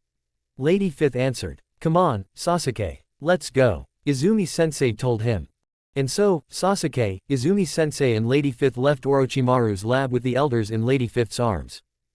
And so, Nezuko was taken to the hospital without any other major incidents, and to protect her further, Lady Fifth assigned regular ninjas instead of Anbu to guard Nezuko's hospital room because she didn't have any trust in the Anbu anymore. How many of them were loyal to the elders, and conversely, how many in the Anbu were loyal to the Hokage? Izumi thought this was the right choice. Although, because there was no one else, Lady Fifth put Tsunade on the Hidden Leaf's Elder Council until she could find someone else to fill that role, as well as another person to take the other elder's place. She also put Tsunade in charge of the hospital and made her the chief of the Hidden Leaf's medical corps. Tsunade didn't like this decision because she hasn't gotten over her hemophobia, the fear of blood, and because being an elder and the chief of the Hidden Leaf's medical corps and the medical director, meaning she's the boss of every doctor and medical ninja and nurse in the Hidden Leaf's hospital, meant she has to stay in the village, and the village isn't a place she likes to revisit often because of her past. Holding all of those positions also means that she's back to being a Hidden Leaf ninja again. A Jonin-ranked ninja, even. Tsunade had reluctantly accepted those positions because, as was mentioned earlier, no one else could fill those positions, especially not the medical director of the Hidden Leaf's hospital nor the chief of the Hidden Leaf's medical corps, because both positions had been left vacant ever since Tsunade left the village on a hiatus from being a ninja with the third Hokage's consent, and because Lady Fifth, who was Kitsune Senju and was also Tsunade's cousin, was asking her to. In other news, Nezuko's condition doesn't seem to be getting any better. Right now, Izumi, Lady Fifth, Tsunade and Sasuke were discussing Nezuko's condition in the Hokage's office. Lady Fifth was standing with her back to the Hokage's desk while Izumi, Sasuke and Tsunade stood in a half-circle formation around Lady Fifth. Despite all the hospital's best efforts, Nezuko isn't getting any better. In fact, her condition is slowly but surely deteriorating, Tsunade reported. So what do we do? Izumi asked. We can't just let her die, Sasuke said. No, you're right, we can't. Lady Fifth agreed. All four of them started thinking of something, anything they could do about the situation. Tsunade then got this look on her face like she remembered something. That's it, Tsunade shouted. What is? Lady Fifth asked. While we were on our way to the hospital, Nezuko whispered something in my ear about foxholden, immortality. I think that may be the solution we're looking for, Tsunade answered. I don't know. The King Sage put me through a hell of a lot of training before I gained the immortality and eternal youth I have now. She would have to know how to use Sage Mode before she could ever get the powers I have now. But even then, that comes with its own set of problems that are minor in scale but they could become major in the long run. Lady Fifth said. What kind of problems? Sasuke asked. First off, the eternal youth thing. It will allow her to age until she reaches her early to mid-20s, but there are 1 or 2 cases where those who become fox sages like me stopped aging at 15 or 16 years old, meaning that others will mistake them for a child when, in reality, they could be 47 years old. The second and last problem is the immortality thing. At first it feels good, great, even to know that you won't ever die or even die when you hit a really old age. But then, as you'll discover for yourself at some point after you've gained vulpine immortality, immortal doesn't mean invincible, meaning that you could still get injured if someone hurts you or die if your head's chopped off or because of a more severe injury like a kunai knife being thrown at your heart. Granted, the vulpine immortality ability also gives you a speedy healing factor, but the severity of your injury will affect how long it will take for said healing factor to heal you, and certain injuries can kill you faster than the healing factor could catch up to it if it's not treated in time. Another thing you will come to understand as time goes on is that you may have to watch as your friends die either by being killed in battle or by old age or even sickness, and in time, no one you knew when you were young will be alive. If Nezuko ever comes to fall in love, it will be a good thing and a bad thing for her because immortality means that her loved one could get to be with her until he or she grows old and dies, but conversely, she can't grow old and die with him or her. This will inevitably happen to her enough times to the point where she might become desensitized to it all, and she might grow cold and distant as a result of that desensitization. Lady Fifth explained. Personally, I wouldn't wish that curse on anybody, even if they were my worst enemy. But it's the only option we have, isn't it? Sasuke asked after a bit of a long silence. He's right, Kitsune, Tsunade told her. Lady Fifth sighed. Izumi, Tsunade, I want you to tell the guards and the medical ninjas to prepare Nezuko to be moved. It sounds like she and I are going on a trip to Foxhold Valley. Lady Fifth ordered. Yes, Lady Fifth. Izumi acknowledged. As you wish, Lady Hokage. Tsunade acknowledged. Can I come along, too? Sasuke asked. Lady Fifth sighed again. Might as well. You can be there to just be there for her as a friend in this trying time and also to represent what she stands to lose. Nezuko will be immortal, but everyone else aside from me are not immortal. Lady Fifth answered. What about your position as the Hokage? The other ninjas won't stand for it if the Hokage's desk is going to be empty for who knows how long. Izumi said. Tsunade, did Shizune come with you when you came into the village? Lady Fifth asked after another long silence. No, but I did tell her to come at some later point in time. I heard that she's in the village right now. Tsunade answered. Good. She can take over as the acting Hokage until I return. Granted, I won't be in Foxhold for very long even though Nezuko and Sasuke very likely will. Lady Fifth said. But how will they get back, then? Izumi asked. I'm sure the King Sage will help them with that. I have a great relationship with the summoning foxes in Foxhold Valley. I'm positive they won't treat them horribly or anything. Lady Fifth answered. Alright, then, I trust you. Izumi replied. The four of them left the room, and started walking to the hospital. Izumi and Tsunade went ahead to tell the ninjas that Nezuko's going to be moved and to prepare her to be moved. And so, they did just that. 4 medical ninjas got a stretcher from another room, and carefully placed Nezuko on it. Then, 4 regular ninjas surrounded said stretcher, and guarded it until Lady Fifth and Sasuke arrived.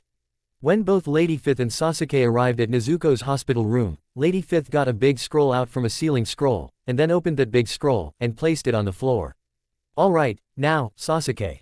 The jutsu I'm going to use is called the reverse summoning jutsu.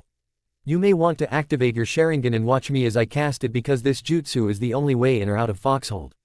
But before we go there, I'm going to give you a chance to talk to Izumi for the last time until you return with Nezuko alive because I need to tell the other ninjas where we're going. But I can't tell anyone else including Shikamaru or Kiba. Lady Fifth said. Why not? Sasuke asked. Because we must minimize the chance of someone following us, and trying to kill Nezuko again before she gets Vulpine immortality. Lady Fifth answered. I see. Sasuke said. Lady Fifth walked over to the ninjas, and started talking with them. Meanwhile, Sasuke walked up to Izumi, and said, So, this is goodbye for now. Sasuke said. Izumi chuckled. What? Sasuke asked. It's just that, you never were good at saying goodbye. Though, I admit it can sometimes be a sad word. Izumi answered. Both struggled to think of what to say next. Then, seconds later, Izumi broke the silence with, You're in love with Nezuko, aren't you? Sasuke looked shocked. He blushed and then said, No I'm not. Who told you that? Was it Kiba? No, silly. No one told me. It's just that I've seen the way you look at her. Also, last I checked, when she was training all by herself and wearing herself out because of it, you were the only one who cared. Sasuke Uchiha. Caring about anyone other than himself and anything other than getting revenge on Itachi. I'll admit, I thought that was highly out of character for you. I won't knock you for it, though. Companionship and true love is what makes a ninja strong, not weak. Izumi explained. Don't tell anyone. Sasuke told her with an angry look on his face. Don't worry, I won't.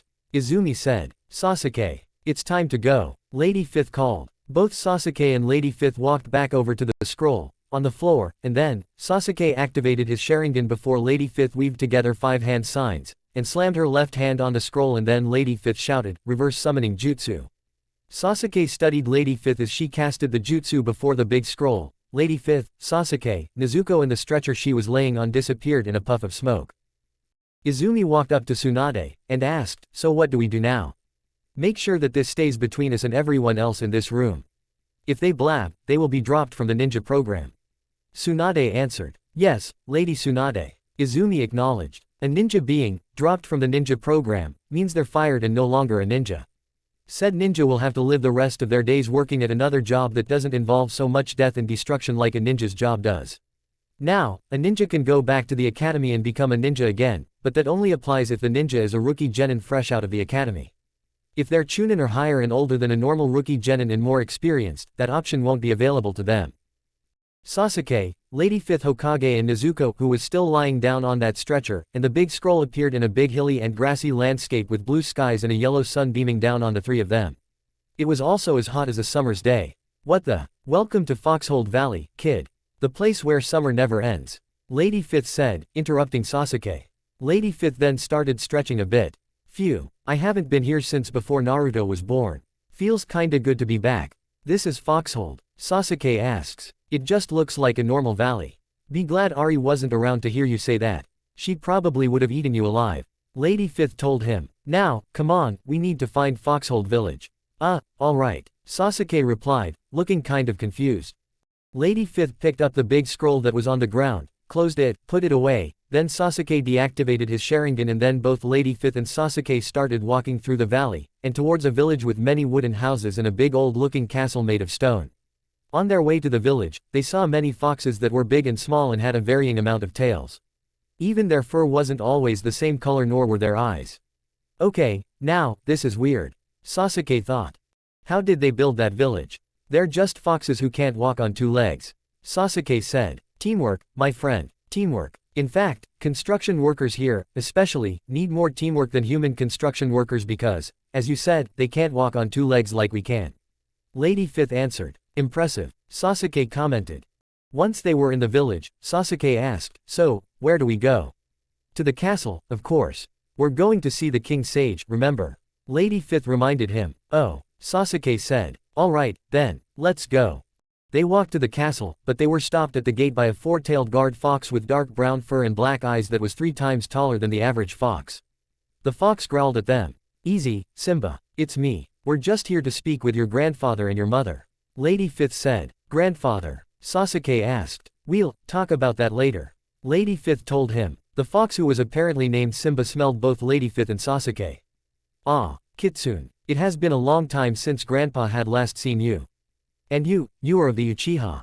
Simba asked Sasuke. Yeah, why does that matter? Sasuke asked in reply. No, just, keep away from my father.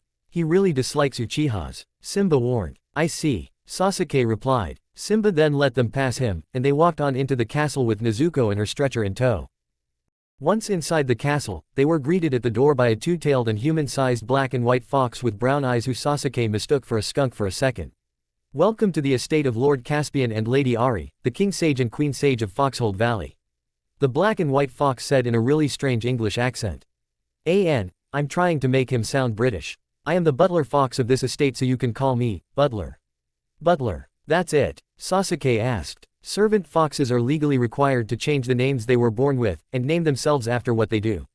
Lady 5th told him. Does that apply to all the ninja foxes, too? Sasuke asked. I'm afraid not, sir. Butler answered. Sasuke scoffed. Figures. Sasuke thought. Only monarchies like these would treat those lower than them with such disrespect. Ever since he learned why Itachi had killed his entire clan, Sasuke had come to realize that the ninja world is wrong, just wrong. If the village was so afraid of revolution because of the other hidden villages, then it's not just the hidden leaf that needs to be taken out, but also all the other hidden villages, too. But he knows that Danzo and the Foundation are still a problem and so is Itachi. So he'll need to think of a way to kill them or incapacitate them long enough to imprison them. Somehow. Also, Naruto's death just reaffirms his aversion to the ninja world and the entire idea of it. If immoral acts like the Uchiha massacre and Naruto's death can be justified, then what else can be justified? Even what they're about to do to Nezuko right now can be seen as immoral because, in time, she will come to know loss that will be unlike anything anyone could possibly begin to understand, which will bring her more pain than Sasuke has. Ah, Master Kitsune, nice to see you, Butler shouted after sniffing both Lady 5th and Sasuke. Nice to see you too. Lady 5th replied. Good God, it's been so long. Lord Caspian will be so very glad to see you. Butler said. Butler then turned around, and said, follow me. They followed Butler to the throne room, where 2 gigantic foxes sat next to each other, looking down at Butler, Sasuke, Lady 5th and Nezuko, who was still comatose on the stretcher. The one on the left has black, gray and orange fur, 8 tails, and orange eyes. The one on the right has 7 tails, white fur and blue eyes. Lord Caspian, Lady Ari, I bring you 2 guests. Master Kitsune Senjuen, Butler asks. I am Sasuke Uchiha, a chunin and a shinobi of the Hidden Leaf Village. Lady 5th Hokage or Master Kitsune, Kitsune Senju, whatever you want to call her, and I have come because we need your help, Lord Caspian. Sasuke said. Hokage, I thought you would never take on that sort of job. Lord Caspian said. So the black, gray and orange one is Lord Caspian. Sasuke thought. Yeah, well, when your sensei, who is also your predecessor, dies and has appointed you as the next Hokage as his dying wish, you kinda have to make a few exceptions to the opinions you once held about the job. Lady 5th replied. Roar. A booming voice roared. What the hell was that? Sasuke asked. Lady Ari sighed. That was my ex-husband. Butler, go remind Kurama to keep quiet. Lady Ari ordered. Why yes, milady. Butler acknowledged. Butler bowed to both Lord Caspian, Lady Ari and Lady 5th before turning right and walking away. Sorry about that, young Sasuke, it's just that, my ex's Jinchuriki just died. And he's being all himself about it. We've kept him locked up downstairs ever since he returned. Lady Ari apologized. Why have you locked him up? Sasuke asked. We did that to just calm him down for the most part. But it was also because of what he did in your world. The event you now know as the Nine Tails incident, and also for his collaborations with a human criminal known as Madara Uchiha. Lady Ari answered. Wait, no, you can't be serious. The nine-tailed fox came back here. Lady 5th asked. Why do you ask? Lord Caspian asked in reply. No reason. Lady 5th answered. Something told Sasuke that she was lying. Lord Caspian sighed, sounding as though he's rather annoyed. Yeah, I'd react that way if someone I knew lied to me like that. Sasuke thought. What do you want, Kitsune girl? Lord Caspian asked. Kitsune girl. Is that seriously what they call you around here, Lady 5th? Sasuke asked. Lady 5th sighed. Yes, but that's only because I first came here when I was younger than both you and Nezuko. She answered. Lady Ari chuckled. You always did get embarrassed whenever my dad called you that. She commented. I'm not embarrassed. Lady 5th shouted, flustered. Both giant foxes were now laughing. Do you see why I haven't been here since Naruto was born? Lady 5th asked Sasuke. Sasuke started to chuckle a bit. It's hard not to. Sasuke answered. Once everyone got over their laughing fits, Lord Caspian asked, why are you here, Kitsune girl? Oh, yeah. As Sasuke mentioned, Lord Caspian, we need your help. There is a girl on this stretcher. She's a kunoichi of the Hidden Leaf and a genin, and her name is Nezuko Shimura, and she's on the brink of death. Lady 5th answered. Interesting. I smell Hagoromo's chakra on her. Lord Caspian said. Hagoromo. Lady 5th asks. Who's Hagoromo? Sasuke asked. You may know him as, the Sage of the Six Paths, the one who founded the ninja world and is also known as, the father of all ninjas. He possessed the Rinnegan, the Sharingan, and created what you know today as, tailed beasts, with Kurama being just one of them. Lady Ari answered. But, that's impossible. He's just a myth. Lady 5th shouted. And yet, this girl has only a fraction of the dark half of the Sage of the Six Paths, chakra. So what does that tell you? Lord Caspian asked. So that's the purple chakra that's coming off of her. Sasuke says. Exactly. Lord Caspian said. What can we do for this girl that you can't? Lady Ari asked. You can grant her vulpine immortality. Lady 5th answered. Lady Ari laughed. You might as well arrange her funeral already. Lord Caspian told Lady 5th. You know the kind of training she has to go through before we can do that for her, right? Lady Ari said. I was kinda hoping you could make an exception in her case. I was gonna have you grant her vulpine immortality because she won't die from, well. Lady 5th says. Lady 5th then explained how Nezuko got in this near-death state. So she was to be Kurama's new vessel. Yet your foolish counselors failed to seal him because she has an amount of chakra that is neither too little nor too large. So your answer to this little problem of yours is to grant her immortality.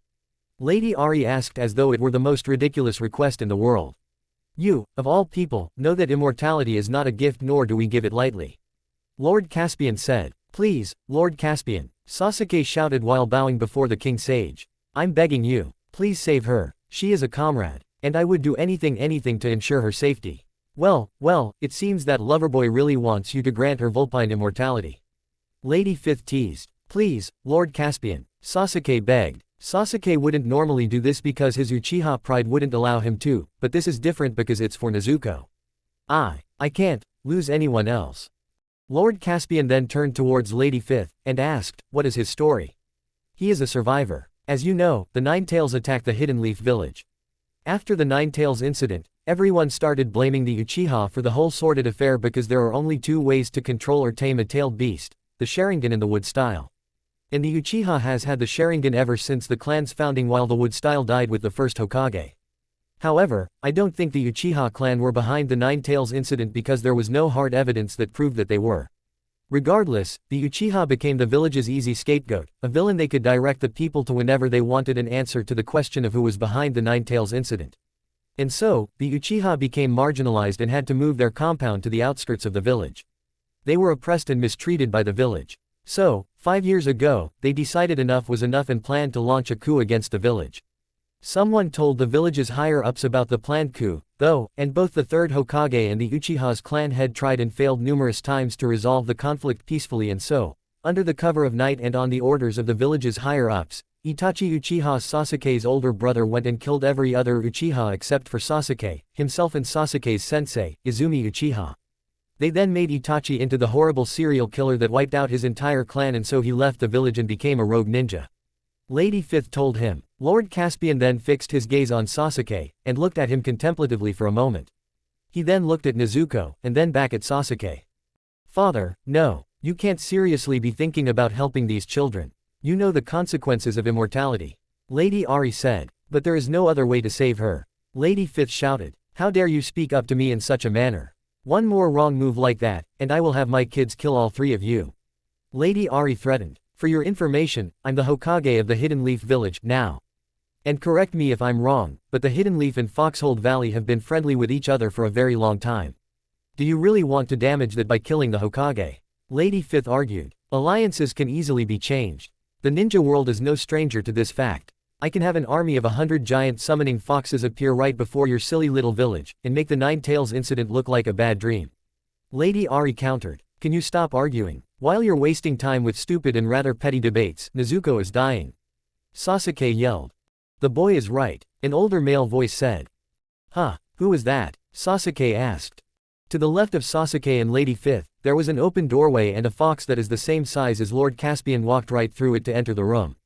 This fox had gray and orange fur and white pupilless eyes and 3 tails. Lord Caspian and Lady Ari looked to their right to see this fox entering the room. Father. Lord Caspian says. Grandfather. Lady Ari says. Lady Fifth, who is that? Sasuke asked. That is the great fox elder, a fox named Mufasa. Back when Lord Caspian was a kid, Mufasa held the same position that Lord Caspian, himself, holds today. He was the first summoning fox and the first king sage of Foxhold. Lady Fifth answered. Lord Caspian is said to be 1,000 years old, although Lord Mufasa was said to be nearly 1,000,000 years old. He is rarely seen, and some foxes around here or even on our continent revere him as the god of all foxes. But to Lord Caspian, he's just his father, and to Lady Ari, he's just her grandfather. But, when Lord Caspian became king, Lord Mufasa became an elder, and would advise Lord Caspian on some things when Lady Ari or Butler couldn't be of any help. Lord Mufasa has been through a lot. Hell, one of the first among the Hyuga clan gave him the eyes he has now, which is why there are some who call him the Byakugan fox. He is also known as the Royal Oracle. My father is not all that impressive. Lord Caspian pouted. Do not be so childish, Caspian. You're a king sage, now. Lord Mufasa shouted as he walked up to them. Act like it. What do you want, father? Lord Caspian asked. It is about the prophecy. About Kitsune and the problem she is faced with. Naruto Uzumaki, the child of prophecy, has died. So new arrangements have had to be made. The spirit of Hagoromo told me so, himself. Lord Mufasa answered. Did he, now? Father, have you ever considered that grandfather is getting too old to be a competent advisor? Lady Ari asked. Why is this prophecy so important? Lord Caspian asked Lord Mufasa. Because those who hunt the tailed beasts will be on the move again. And I do not just mean the Akatsuki. However, I had a vision that said that the Akatsuki's plans are far worse for the fate of the world than the ninjas, fighting. Great change and revolution is needed to set things back on the right path, or else this world will have no future. The only one who will be able to bring about such a revolution is that girl and that boy. Lord Mufasa answered. Sasuke smirked. So my revolution is predestined. He thought. Lady Fifth, however, looked uneasy about these developments. This girl must live on. Grant her vulpine immortality. I assure you, the rewards greatly outweigh the risks. Lord Mufasa told him. Lord Caspian looked like he was thinking a lot before he said, to hell with it all. I am going to grant her immortality, but only because Kitsune asked me to and because you, father, asked me to. Wait, father. No. Lady Ari shouted. I must do this. Lord Caspian shouted. Bring young Nezuko to me. Sasuke and Lady Fifth brought Nezuko over to Lord Caspian, and Lord Caspian weaved together 6 hand signs, and then lightly touched Nezuko's forehead with a single finger, and shouted, Sage art, vulpine immortality. And then a beam of golden mystic healing energy came out of Lord Caspian's finger, and surged through Nezuko's body. After that, the purple chakra disappeared, and her breathing seemed to be normal.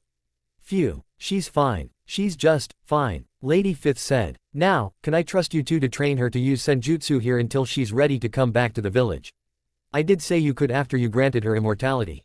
Yes, Kitsune girl, you can leave that to us. Lord Caspian answered. Great, then I'm heading back to the Hidden Leaf village. The kids will ask you how to get back once Nezuko's done training. Lady Fifth said. You're not taking young Sasuke with you? Lady Ari asked. No, I'm not. He's her teammate and he's her friend.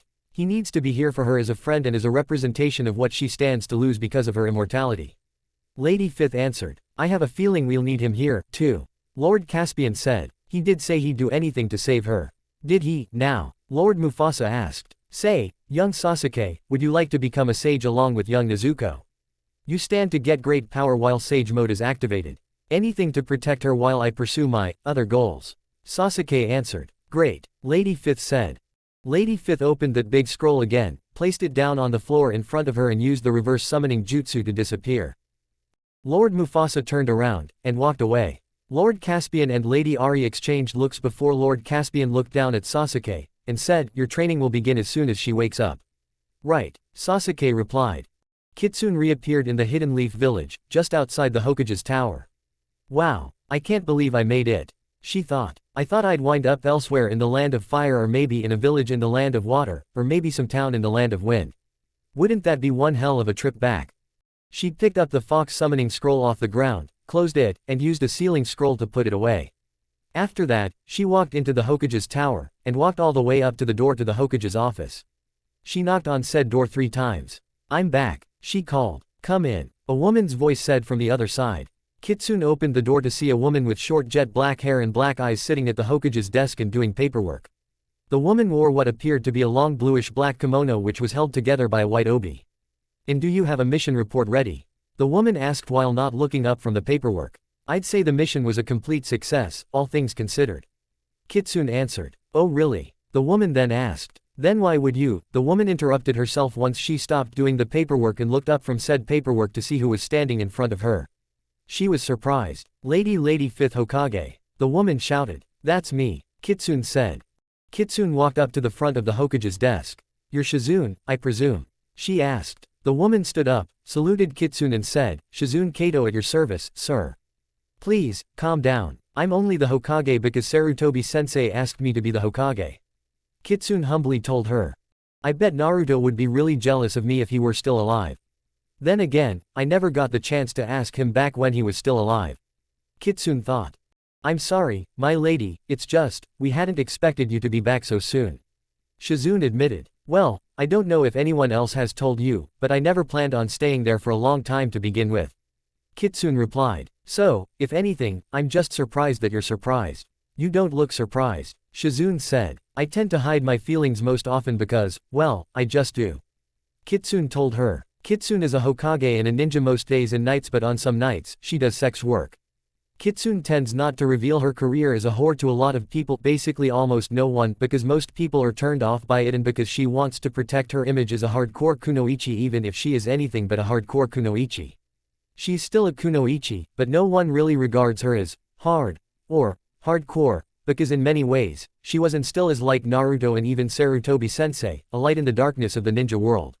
That's why she doesn't take her job as Hokage all too seriously if she doesn't have to. How has everything been since my short little hiatus in Foxhold started? Well, Kaharu and Homura are in jail right now. I've tried to keep Naruto's death and what went down in Orochimaru's lab a complete secret from the villagers and the rest of the ninja world, but someone blabbed, and now I can't even stop the villagers from celebrating Naruto's death because it's what the villagers want and, well, you know how unpopular he's always been. The only downside they see in these events is that the Nine Tails escaped before it could die with Naruto. And undoubtedly, all of the other hidden villages' spies within the Hidden Leaf village will have noticed the celebrations and have learned of Naruto's death and the Nine Tails' escape. We are now acting as if the other Kage already know about Naruto's death and the Nine Tails' escape, and as such, we are putting the village in lockdown and tightening security. We don't need another invasion on our hands. Shizune reported. And the war? Kitsune asks. If the other cage have learned of Naruto's death and, more importantly, the Nine Tails escape, then the parameters of the war have changed. It used to be that whoever was the first to get their hands on Naruto would indeed win the war, and either the Hidden Leaf remains in power or the power is taken from the Hidden Leaf, and someone else gets to control the ninja world as a world superpower, as they call it. Shizune answered. But now that Naruto's dead and the Nine Tails is in the wind, the goal of the war is to find the Nine Tails and seal it inside a new Jinchuriki. If the other cage have heard the news, they will be selecting ninjas from their own ranks to be Naruto's replacement, essentially, and then, every effort will be made by all the hidden villages to find the Nine Tails, seal it inside an object for the time being, and bring it back to their village so that the Nine Tails could be sealed inside that ninja I mentioned before. As for the other Jinchuriki, the 7 Tails Jinchuriki, 2 Tails Jinchuriki, 3 Tails Jinchuriki, 5 Tails Jinchuriki and 4 Tails Jinchuriki have all died or gone missing before the war, as everyone has come to find out, and so, with the death of the 8 Tails Jinchuriki, all eyes are on the 8 Tails, who is still in the wind, the 9 Tails, who is also still in the wind, and the 6 Tails Jinchuriki, who is still in the wind as well. And what of the 1 Tails Jinchuriki? Kitsune then asked. Unknown. She has fallen off the face of the earth, as far as our spies in the Hidden Sand village are concerned, so she could have gone missing too, and the Hidden Sand had just been keeping it quiet to make sure no one goes after her. Shizune answered. Well, that's not concerning at all. Kitsune sarcastically says. What about your mission? Shizune asked. Like I said, it went fine. But while I was in Foxhold, I heard about another concerning development. Summon Tsunade and Izumi to the Hokage's office. I need to talk about this with them, especially since it concerns Izumi's subordinates. Kitsune ordered. Yes, my lady. Shizune acknowledged. Later, Kitsune was casually leaning against the front of the Hokage's desk with her arms folded while Shizune stood off to the side and Tsunade and Izumi walked into the Hokage's office. Is there something you want to see us about, Lady Hokage? Izumi asked. Close the door. This isn't something that can be talked about in public, Kitsune said with a serious expression on her face and in a serious tone of voice. Izumi closed the door behind both herself and Tsunade, and then the both of them walked up to Kitsune. Kitsune activated the privacy seals. So, what's this about? Izumi asked. My mission in Foxdale Valley. Kitsune answered. How did it go? Tsunade asked. Kitsune sighed because she was distraught. It was a battle and a half to get the King Sage and his wife to help us. They were very reluctant to help us. Kitsune answered. Well, that's not surprising. You were asking them to give immortality to Nezuko without having her go through the proper training first. Tsunade said. What changed their minds? Well, near the end of the conversation, Sasuke pleaded with them to save her, saying that he couldn't lose anyone else. I told them his story. Like, everything about the Uchiha massacre. Didn't mention Danzo's involvement, though. Also, the Great Fox Elder came in, and also convinced them to change their minds. Well, to be more accurate, he and Sasuke changed the mind of the King Sage. Nezuko was saved, and I returned without them because I promised that I'd allow them to train Nezuko once she woke up. All of which is good, I guess. Kitsune answered. Izumi started to frown at Kitsune. What do you mean by, I guess? She angrily asked. Just what I needed to talk with you about. I don't know whether any of this is true or not. I mean, Tsunade and Orochimaru were the only ones who didn't believe me when I told them and Sarutobi-sensei about the prophecy, but regardless, the Great Fox Elder said that the prophecy has been rearranged now that Naruto has died. Kitsune answered. What are you talking about? What prophecy? Izumi then asked. Lady Fifth told us about it long ago. It spoke of a child who would come to know the names of all of the tailed beasts and either bring about great destruction or an era of peace the likes of which the world has never seen. Tsunade told her. Sounds very non-specific to me. Izumi commented. Aren't all prophecies non-specific? Kitsune asked. Regardless, it sounds as though Naruto was meant to be this child of prophecy, which is the child the prophecy talked about. Tsunade stated. From what I remember about him, Naruto was a very happy and light-hearted kid.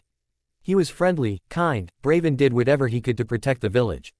To me, he sounds like the kind of kid who would bring about that peace the prophecy talked about. Izumi remarked. Agreed. He was everything that the elders and the more jaded ninjas in our world absolutely hated. Kitsune said. If that's the case, then maybe that was the real reason they killed him. Tsunade replied. But I still think it's complete bullshit. Well, whatever you believe, it ain't comin' true now, that's for sure. Kitsune remarked. So what were these arrangements that had to be made now that Naruto's dead? Izumi questioned. Now, the prophecy sounds more like a prophecy of revolution or rebellion.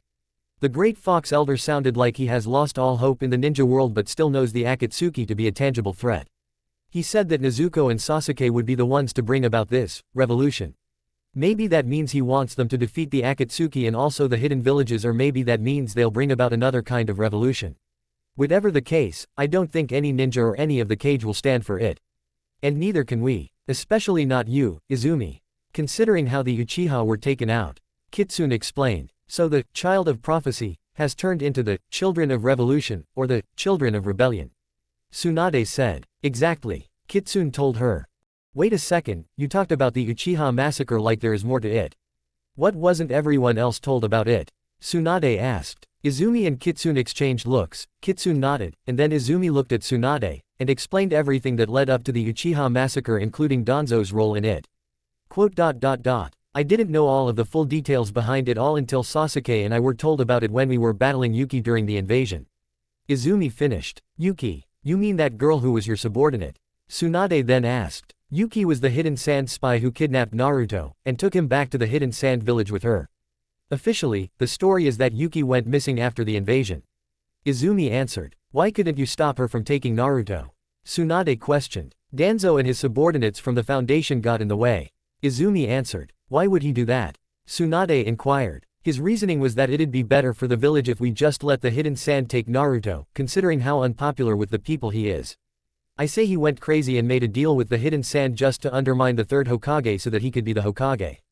Izumi explained. I'd say that doesn't sound like the Danzo I know, but he aided the enemy in killing a few hidden leaf ninjas, and tried to kill those ninjas' only child because that child witnessed him helping the enemy, so anything is possible when it comes to Danzo at this point.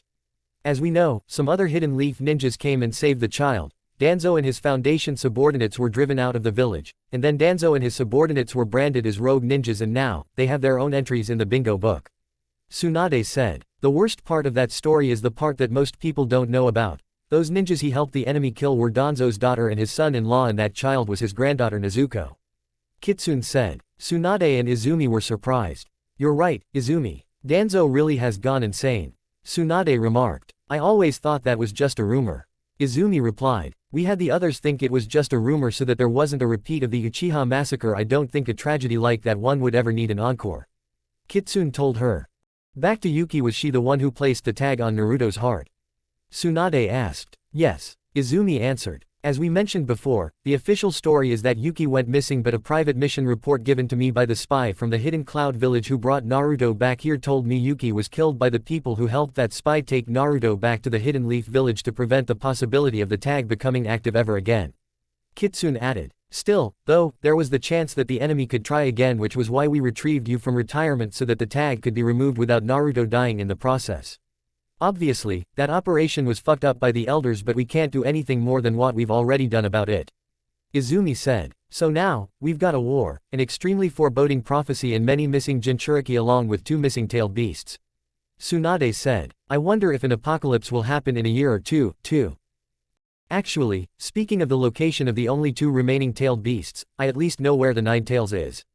Kitsune said. You do? Where is it? Tsunade asked. When I was speaking with the King Sage and his wife back in Foxhold, the King Sage's wife told me that they have the 9 tails locked up in their castle's dungeon just to calm him down because he was hella angry when he returned to Foxhold, and also because of the crimes he committed when he was in our world, including his role in the 9 tails incident.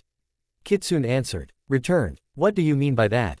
Tsunade then asked. Well, when she was telling me all this, the King Sage's wife called the 9 tails her ex-husband, and like me, he hasn't been in Foxhold for a very long time, although, in his case, he was gone for a longer amount of time. My understanding is that he hasn't been back there since Madara summoned him for the first time all those years ago. And we know that the 9 tails has been in our world ever since the first Hokage battled Madara, sealed the 9 tails inside his own wife because he thought the 9 tails was too dangerous to be roaming out there on its own, and then gave all the tailed beasts except for the 1 tail and the 9 tails to the other hidden villages as a sign of good faith and to keep the balance of power between the hidden villages. Kitsune explained. Why not the 1 tail? Izumi asked. Because the hidden sand already had the 1 tail before the first Hokage gave almost all of the tailed beasts away. Kitsune told her. Attempting to break the 9 tails out of Foxhold's prison and bringing him back here to create another 9 tails Jinchuriki will be no small task. But it'll need to be done to maintain the balance of power between the hidden villages. Izumi said. And if the other 4 Kage learned of this, they'll be thinking the same thing, although, in their case, they'll just want a 9 tails Jinchuriki just to have it for themselves. Kitsune added. And I bet the spies from the other villages who are listening in on this conversation right now despite the privacy tags I've activated will be shitting themselves when they hear about this and will be scurrying off to tell their cage once this conversation is over. Kitsune thought. So that's why you wanted to keep this conversation between the three of us. Tsunade said, having put all the figurative puzzle pieces together. Exactly. The ninja world might already know that Naruto is dead and the Nine Tails has flown the coop and is still missing, for all they know. The last thing we need is for all of the hidden villages to be fighting both each other and the summoning foxes in Foxhold Valley just to get the Nine Tails. Kitsune told her. So what do we do now? Izumi asked. We act as though the Nine Tails is still missing and push the enemy back into their lands as well as do anything we can to maintain the alliance we have with the Hidden Mist. As far as the ninja world is considered, the war is back on. Kitsune answered. As for the Nine Tails, Izumi asks, we'll get to that one later because that one is the endgame. The more important immediate goals we have now is to find both the 8 Tails and the 6 Tails Jinchuriki. Kitsune answered. Oh, and if anyone asks, Nezuko and Sasuke are away on a training exercise and won't be back for quite some time. Kitsune told both Tsunade and Izumi. Alright, then, Tsunade said. Kitsune stood up, and then walked over to Izumi, and put a hand on her shoulder. I know that prophecy was very foreboding, and if it is in any way true, you must make a hard choice. Kitsune told her. What kind of hard choice? Izumi asked. The kind that has you stop them by any means necessary because if you don't, someone else will, and if they fail, the whole ninja world will come to an end, and if you decide not to stop them, everyone else including myself will see you as an enemy and will take you down like everyone else will. It doesn't matter if you decide to fight alongside them or if you decide not to fight against or for them at all. They will need to be stopped, Kitsune answered. And if my trust in you ever meant anything to you, if Sarutobi-sensei and the others who've allowed you to survive the Uchiha massacre ever meant anything to you, you will stop them. And as the 5th Hokage, I'll be the one to hold you to it. Yes, Lady Hokage. Izumi acknowledged. Good, Kitsune said with a smile. She then took her hand off of Izumi's shoulder, and then deactivated the privacy seal so that both Izumi and Tsunade could walk out of the room. Now, I believe you have some things to do. Go and do them. Yeah, Kitsune then says as Izumi and Tsunade walked out of the room. Sir, you didn't tell me all those details about your mission. Shizune said. Kitsune turned towards Shizune, and said, I've already explained why I did that. Now, you get out, too. It's time I resume my duties as the Hokage. You're Tsunade's assistant, right? Yes, Lady 5th, Shizune answered. Then go and see if she needs help with something. Kitsune ordered. Of course, Lady 5th. Shizune acknowledged. Shizune then walked out of the room. We'll need every tool in the shed out here, Kitsune thought while she watched Shizune walk out of the room. After all of them were gone, Kitsune walked up to the door, and closed it behind them. Then, she turned around, walked over to the Hokage's desk, and sat at the Hokage's desk. Speaking of, I don't think Izumi will be an effective tool, what with all the internal turmoil she'll be going through now that she's heard that prophecy. But she needed to hear it, even if it was hard to hear. Kitsune thought. Now, let's get back to my duties as the Hokage. Kitsune looked down at her desk, and saw an official-looking piece of paper. Oh, what's this? Kitsune thought. She picked up the paper, and read it. A statement of neutrality from the hidden cloud, Sounds like we were given it to him raw, and now, the Raikage's got an impending civil war on her hands, maybe we can use that. 2 days later, in the Hidden Mist village, the Mizukage has, indeed, heard about Naruto's death and the Nine Tails' escape. Even more to the point, just now, she's learned some new information regarding the Nine Tails. It is in Foxhold Valley, imprisoned there within its King Sage's castle's dungeons. Right now, Lady Mizukage is talking about it with Ao and Chojuro and Hiromi, who the Mizukage called to the Mizukage's office to deliver the news of Naruto's death.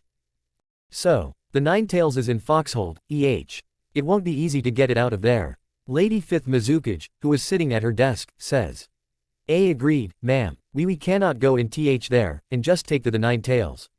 Chojuro said, obviously very nervous right now, but only because he is nervous whenever he's around Lady 5th because she's his type but isn't the kind of person to just ask someone out.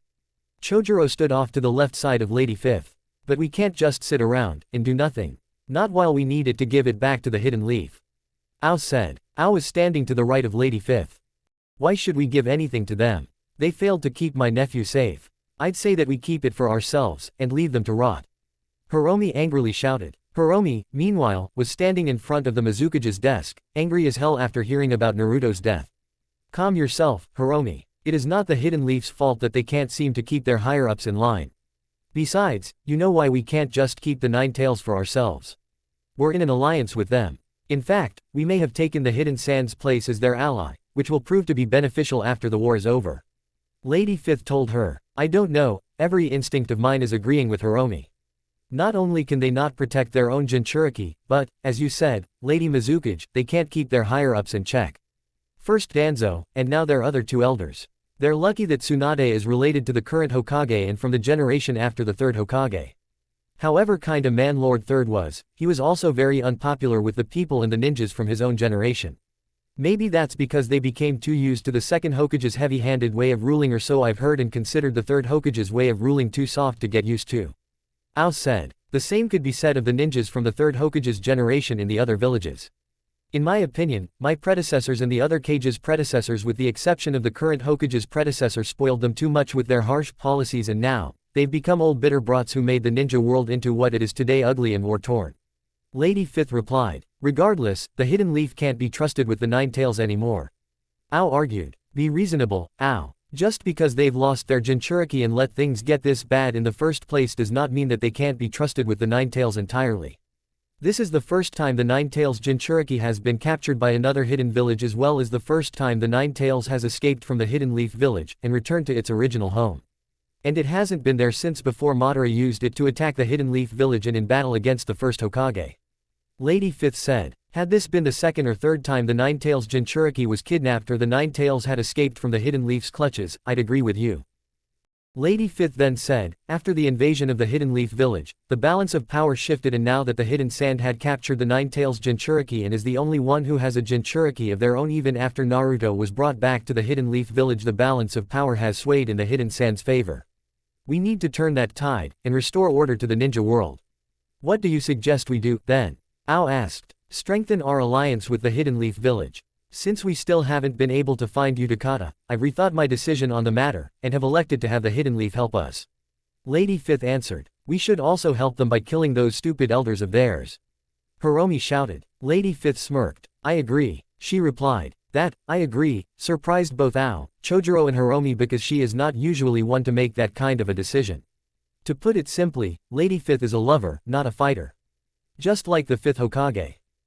Okay. Hiromi said. Hiromi, you've expressed how angry you are about Naruto's death. In fact, you've been expressing such anger ever since you heard about it. How would you like to spearhead the mission to assassinate Kaharu Udatane and Homura Mitokado? Lady Fifth asked. Hiromi became very happy. Oh yes, yes. Now, those stupid elders will feel the wrath of the aunt of Naruto Uzumaki. Hiromi thought. I thought you would like it. Lady Fifth said. I'll send a 3-man ambush squad to aid you in this mission. I'll handle all the finer details of the mission while you're on the way to the Hidden Leaf village. Once you're there, wait outside the village until I tell you when and how to assassinate the two elders. Alright, Hiromi acknowledged. The only bad thing about this plan is that she has to wait. Meanwhile, a Hidden Leaf Anbu messenger shinobi headed to the Hidden Cloud village and, under the cover of night, managed to sneak into the Raikage's office. The night after he arrived, Lady Fifth Raikage sat down at the Raikage's desk, and did some paperwork while the Anbu messenger watched her from his hiding place, which was to the right of Lady Fifth Raikage. Then, all of a sudden, Lady Fifth noticed him. You don't have to hide any longer. No one else is here. She told him. Yes, exactly what I wanted. The masked ninja thought. He came out of hiding, and kneeled. So who are you and what do you want? Lady Fifth asked. I can only tell you that my name is Taka. As for what I want, well, I came bearing a message from Lady Fifth Hokage. The masked ninja answered. Alright, then, go on. Lady Fifth tells him. Lady Hokage has heard about your internal troubles. Taka said. She has she? Then again, that statement of neutrality I sent out to everyone didn't exactly keep that a secret. Lady Fifth replied. She sighed. So damn much has happened. You Hidden Leaf ninjas are partly to blame for that, but I admit that I've come to realize some interesting truths about what happened concerning my predecessor and his brother's deaths. Those truths came from Amiko, incidentally. I presume you've heard about her. I have, Taka answered. Then there needs to be no lengthy explanation, at least. At least a few days before the 5-Cage summit, news got out that Amiko had apparently murdered a member of our Anbu Black Ops. Lady Fifth said. Strange. That doesn't sound like something she'd do. Taka says. That was what I thought, as well, so I waited for her to come to me to explain everything. She snuck in here, just as you did, and gave me the full story. Samui framed her. I'd say that would have been as equally ridiculous as Amiko committing murder, but after what you guys said happened to the 4th Raikage and Lord B, I've just come to expect that Samui lying about Amiko murdering someone is far more likely than Amiko actually committing murder. So, back then I still had to pursue Amiko for appearance's sake. I have too few allies here and too many people who are willing to believe that she committed murder. So now, Amiko is in the wind and I'm left with one less ally. Lady Fifth replied. And how does this connect to the deaths of the 4th Raikage and the 8 Tails Jinchuriki? Taka asked. When she was right here, right where you are right now, Amiko told me that everything Samui told us about what happened to the 4th Raikage and Lord B was a lie and that you were right, we did betray you, but I wasn't the one who ordered their deaths. Lady Fifth answered. Who, then? Taka then asked. The 4th Raikage, himself. No, he doesn't support this war any more than I do. He'd be more of a fool than he already was if he purposely ordered his own murder and the murder of Lord B just to lose the only Jinchuriki we had and betray the Hidden Leaf. Amiko did tell me that it was Darui, our village's Jonin commander and one of the ones who's supposed to have my back in a 5-cage summit. Lady Fifth answered. So we weren't the only ones who were betrayed the day the 4th Raikage and Killer B died. Taka says. Indeed not, Taka. It seems as though our higher-ups intended to paint your hidden village as the villains in this plot so that we could keep Naruto for ourselves.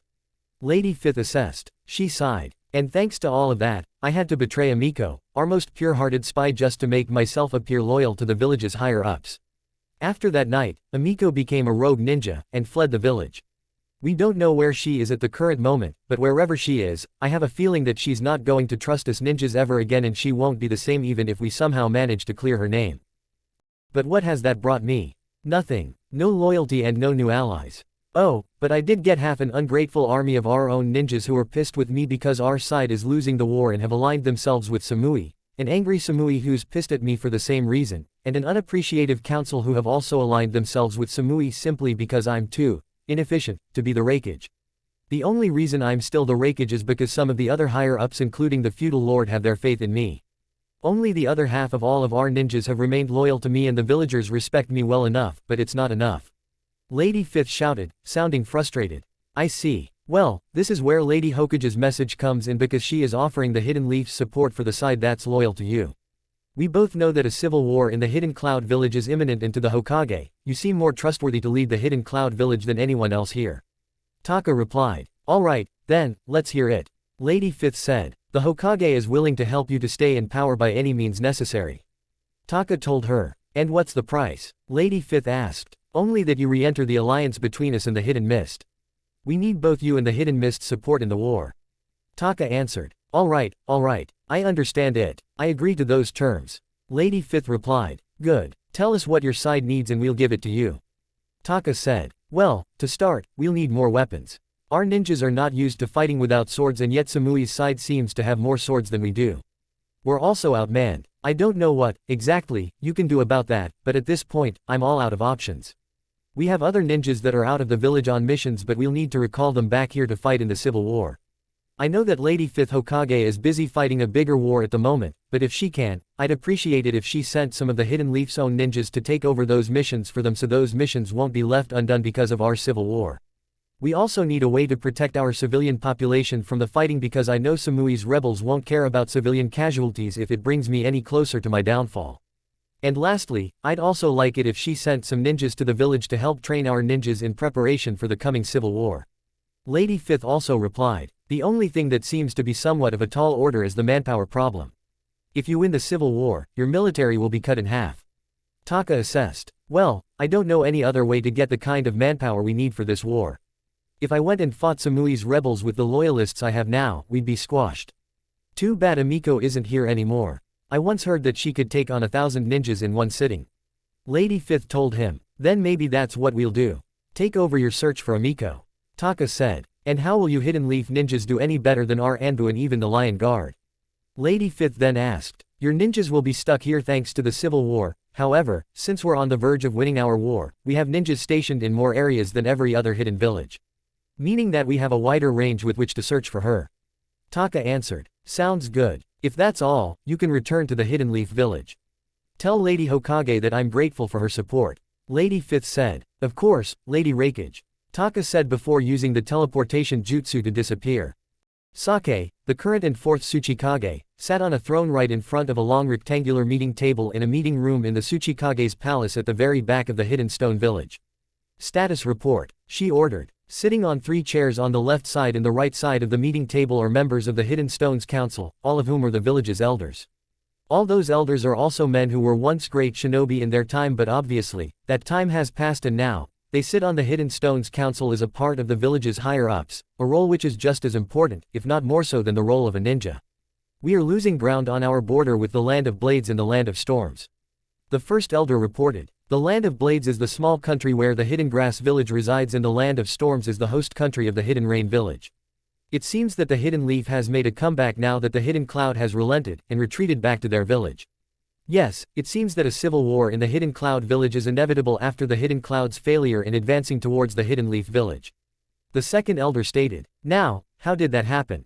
Sasuke asked. Our intel reports say that it was thanks to the combined efforts of both the Hidden Mists ninjas, the Hidden Steams ninjas and the Hidden Frosts ninjas.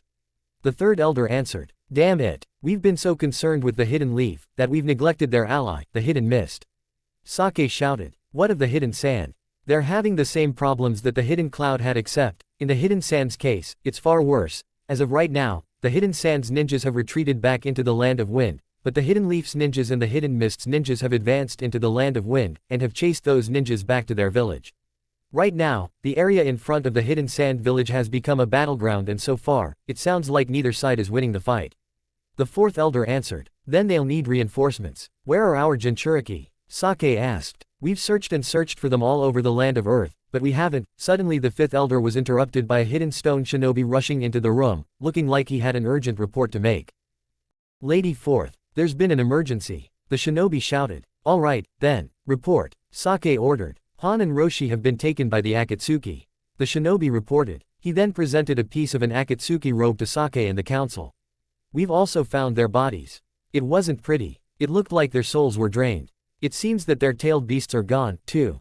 Damn it. Sasuke angrily shouted as she slammed her fist on the table. If the third Tsuchikage weren't dead and our other Kekkei Genkei users were still alive, as well, we would have had no problems driving the Hidden Leaf and the Hidden Mist back out of the Land of Wind. We'll just have to make do with what we have. Send the 22nd platoon to the Land of Wind. We'll take the Hidden Leaf and the Hidden Mist by surprise by ambushing them from behind. And what about the Nine Tails? The sixth elder asked. The what? What are you talking about? Sasuke asked. There have been new developments. The Nine Tails Jinchuriki, Naruto Uzumaki, has died. The sixth elder reported. The sixth elder then explained how Naruto died and who brought about the death of who would have been the Hidden Leaf's strongest asset had he not died. He also told everyone that the Nine Tails had escaped on the day of Naruto's death and that the Nine Tails is currently locked up in Foxhold Valley. Why didn't you tell us all this earlier? Sasuke asked. I would have if Lord Kawaki hadn't been interrupted by that youngster. The sixth elder answered. Lord Kawaki is the elder who was interrupted by that one hidden stone shinobi. That changes things. Sasuke says. That changes everything. The first elder shouted. Now that the Hidden Leaf's own elders have killed their Jinchuriki, the end goal of the war has changed. Now, the only way to win this war is to get to Foxhold Valley, and free the Nine Tails just so that we could make a Nine Tails Jinchuriki of our own. That's easier said than done, Lord Kenichi. The second elder said to the first elder. He's right. The third elder also said. All throughout the world, there are at least a dozen sage regions, maybe even more that we just don't know about. Foxhold is just one of these sage regions, and every hidden village in the ninja world has treated those regions with respect. The fools among us who don't or who tried to invade them for their own gain have all failed simply because they were outmanned and outmatched by the summoning animals that live there. If we tried to invade Foxhold, like what you're suggesting, Lord Kenichi, we'd all be destroyed. Still, for as long as the Nine Tails is in Foxhold Valley, the invasion of Foxhold will need to happen. But there are more immediate matters we need to attend to. So that will have to be held off until the other hidden villages start to make their move on Foxhold Valley. Sasuke said. So let's just focus on supporting the Hidden Sand, taking out the Hidden Mist and driving the Hidden Leaf back to the Land of Fire. Once the Hidden Leaf's ninjas are back in their village and the Nine Tails is in our hands, we'll make a new peace treaty with the Hidden Leaf, and make them give us back everything they took from us during the Third Great Ninja War, as well as give us enough money to compensate the families of the comrades who fell during the Third Great Ninja War. The Hidden Leaf will want something in return for all that they're giving us. The second elder replied. And we won't give it to him, and if they demand that we give him something in return for what they're giving us, we'll have our 9 tails Jinchuriki just walk on into the Hidden Leaf Village, and make said Jinchuriki transform into the 9 tails so that the 9 tails will destroy the Hidden Leaf Village on our orders. Sake said. I like the way you think, Lady Fourth. Lord Kenichi commented. I thought you would. Sake replied. Boom, boom. 2 Hidden Leaf Ninjas who were a part of a platoon of Hidden Leaf Ninjas have fired off a couple of fireball jutsus at 4 Hidden Sand Ninjas among many who were desperately defending the Hidden Sand Village right outside the Hidden Sand Village's front entrance. Those Hidden Sand Ninjas all quickly died from the burn wounds they got from the fireball jutsus. Meanwhile, a small 4-man squad of Hidden Mist Ninjas would sneak past the Hidden Sand's line of defense, and actually enter the Hidden Sand Village, but then, every time this happened, a squad of 5 Hidden Sand Ninjas would come down from the roofs upon which they were watching the village streets, and quickly kill them all. After that, they would return to the roofs they were on, and continue watching the village's streets. In the Casecage's palace, Chizuru was watching the village from a window behind the Casecage's desk in the Casecage's office. Chizuru was wearing the traditional Casecage uniform along with the Casecage's hat. She smirks in a very sinister way that would unnerve some people as she very faintly hears the sounds of battle coming from directly outside the village. She then heard 2 knocks that were far closer than the battle. The knocks came from the door that was behind her and in front of the Casecage's desk. Chizuru's smirk faded. Come in, she said in an annoyed tone of voice. She turned around to face the door, and the door opened from the other side to reveal just another man in the typical Hidden Sand Jonin uniform. He had black eyes, long and spiky brown hair, and he wore a black Hidden Sand headband on his forehead and also wore a white turban which had a white sheet that covered both sides of his head and the back of his head. His name is Sato and he took Chizuru's place as leader of the Jonin Council after Chizuru became the Casecage. His little brother, Yura, was quickly promoted to Jonin just so that he could take Baki's place on the Jonin Council because Baki was executed by the Hidden Sand after Mori and Tamari were defeated. Baki was executed because of his association with the traitors known as Mori and Tamari. Tamari was also executed because of her betrayal, and Kankuro was executed because of his association with both Mori and Tamari. Unfortunately for Chizuru, Mori couldn't be executed because of the sand that protected her. So, Chizuru came up with another devious solution. She had Chiyo, one of the Hidden Sand's only 2 elders, undo the seal that was placed on Mori when she was born, and seal the one tail in a little black pot. Mori died because the one tail was extracted from her, and all was said and done. Chizuru had planned to make Kasumi kill her entire family and her entire clan with the exception of her little sister, Haruka, and then herself just so that she could make Haruka into the next One-Tails Jinchuriki, but it seems as though Kasumi, Haruka, Kasumi's parents and the entire Nekomata clan have fled from the village, and, seemingly, fallen off the face of the earth. Chizuru was annoyed because her plans for the One Tail were stopped at what she saw as the very last moment. Lady Fifth, the Jonin Council is ready for you. Sato reported. Chizuru sighed because she was annoyed that the council was annoyed that the war wasn't going the way they planned it to. Personally, Chizuru doesn't care if the Hidden Sand wins or loses this war. She just wants to see this war to its end. Of course they are. Chizuru replied. What absolutely frustrates her is that the Jonin Council has demanded that the Hidden Sand wins this war. She was not going to bring the war she started to a swift end just because they told her to. She has half a mind to kill the Jonin Council, leave only Sato and Yura alive and move forward with the war even though her side is losing. But Chizuru has to play nice with the Jonin Council for the moment because currently, the Jonin Council holds more power than the Casecage, and right now, she can use that to her advantage like she did when she used it to become the Casecage. Chizuru walked around the Casecage's desk, and followed Sato out of the room. They then turned left, and walked down the hall, and then, after passing multiple doors on either wall, they walked into a door to their left. A door which led into a big meeting room with bland gray walls which looked. Chizuru and Sato's left were 4 big green statues, each of which were statues of the previous Casecage who came before Chizuru. In the center of the room is a big beige colored round table with 7 seats surrounding it for each member of the Jonin Council and the Casecage, and the room was lit by a big chandelier that was above the round table, and the part of the floor under the chairs and the round table was purple. 5 of the 7 seats were filled by the other members of the Jonin Council. The only 2 empty seats were the Casecage's seat and Sato's seat, which was next to the Casecage's seat.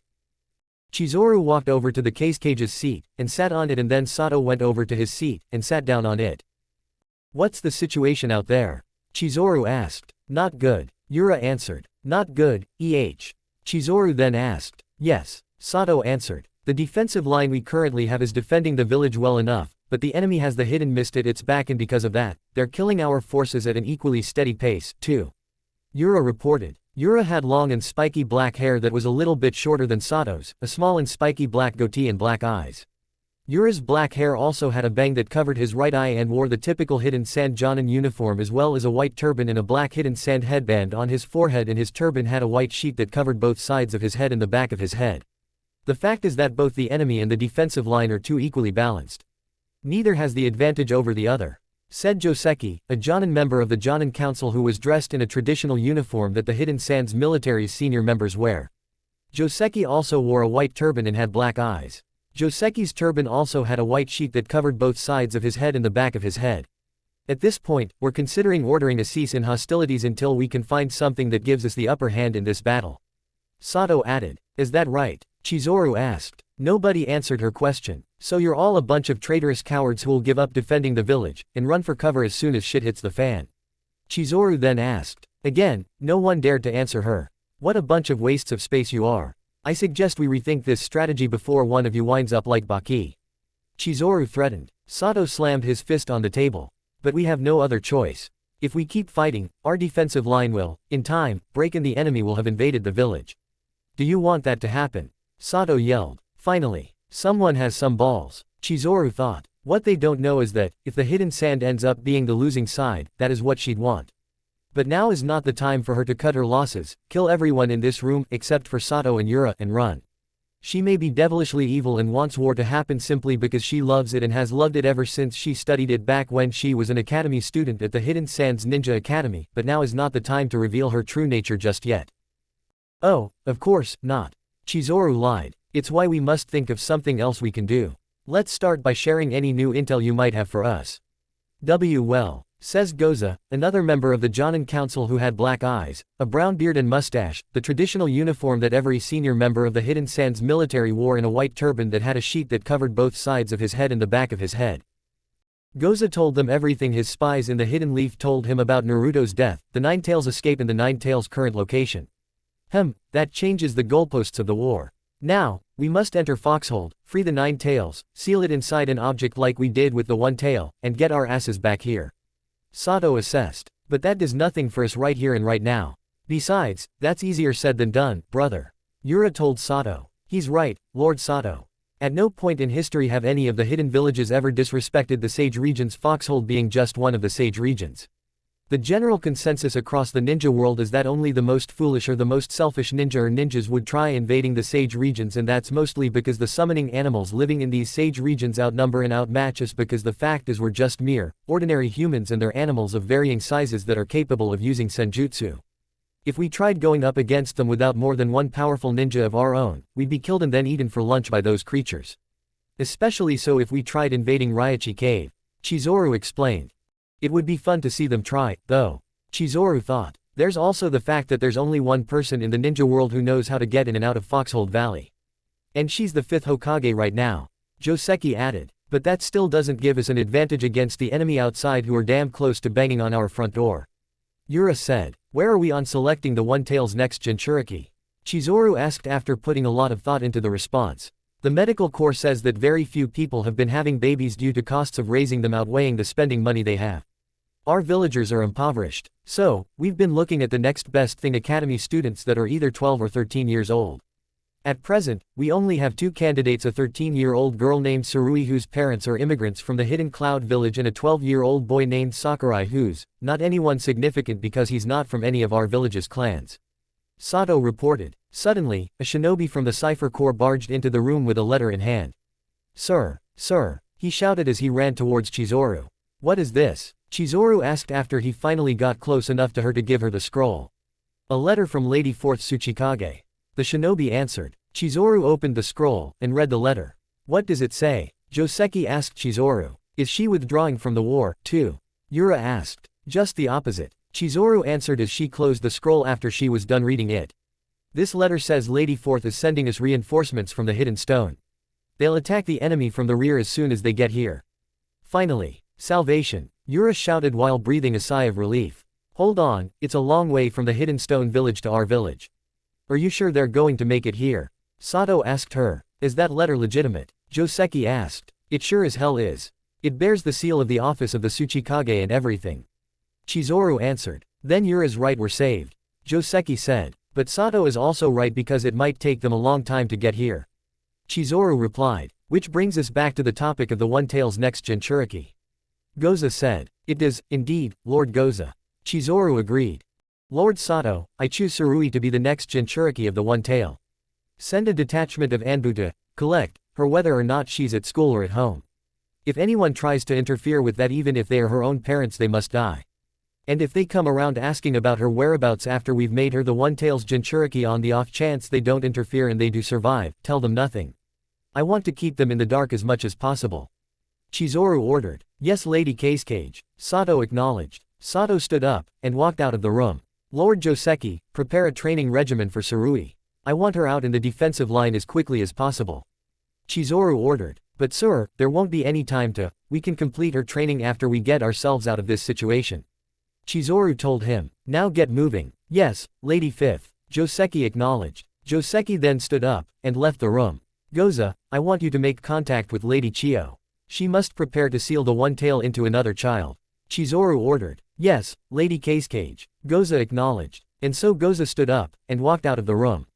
Yura, you must head to the watchtower on the northern border of the Land of Wind to watch for our reinforcements from the Hidden Stone Village. Once they're here, send me a letter to let me know and then return to the village.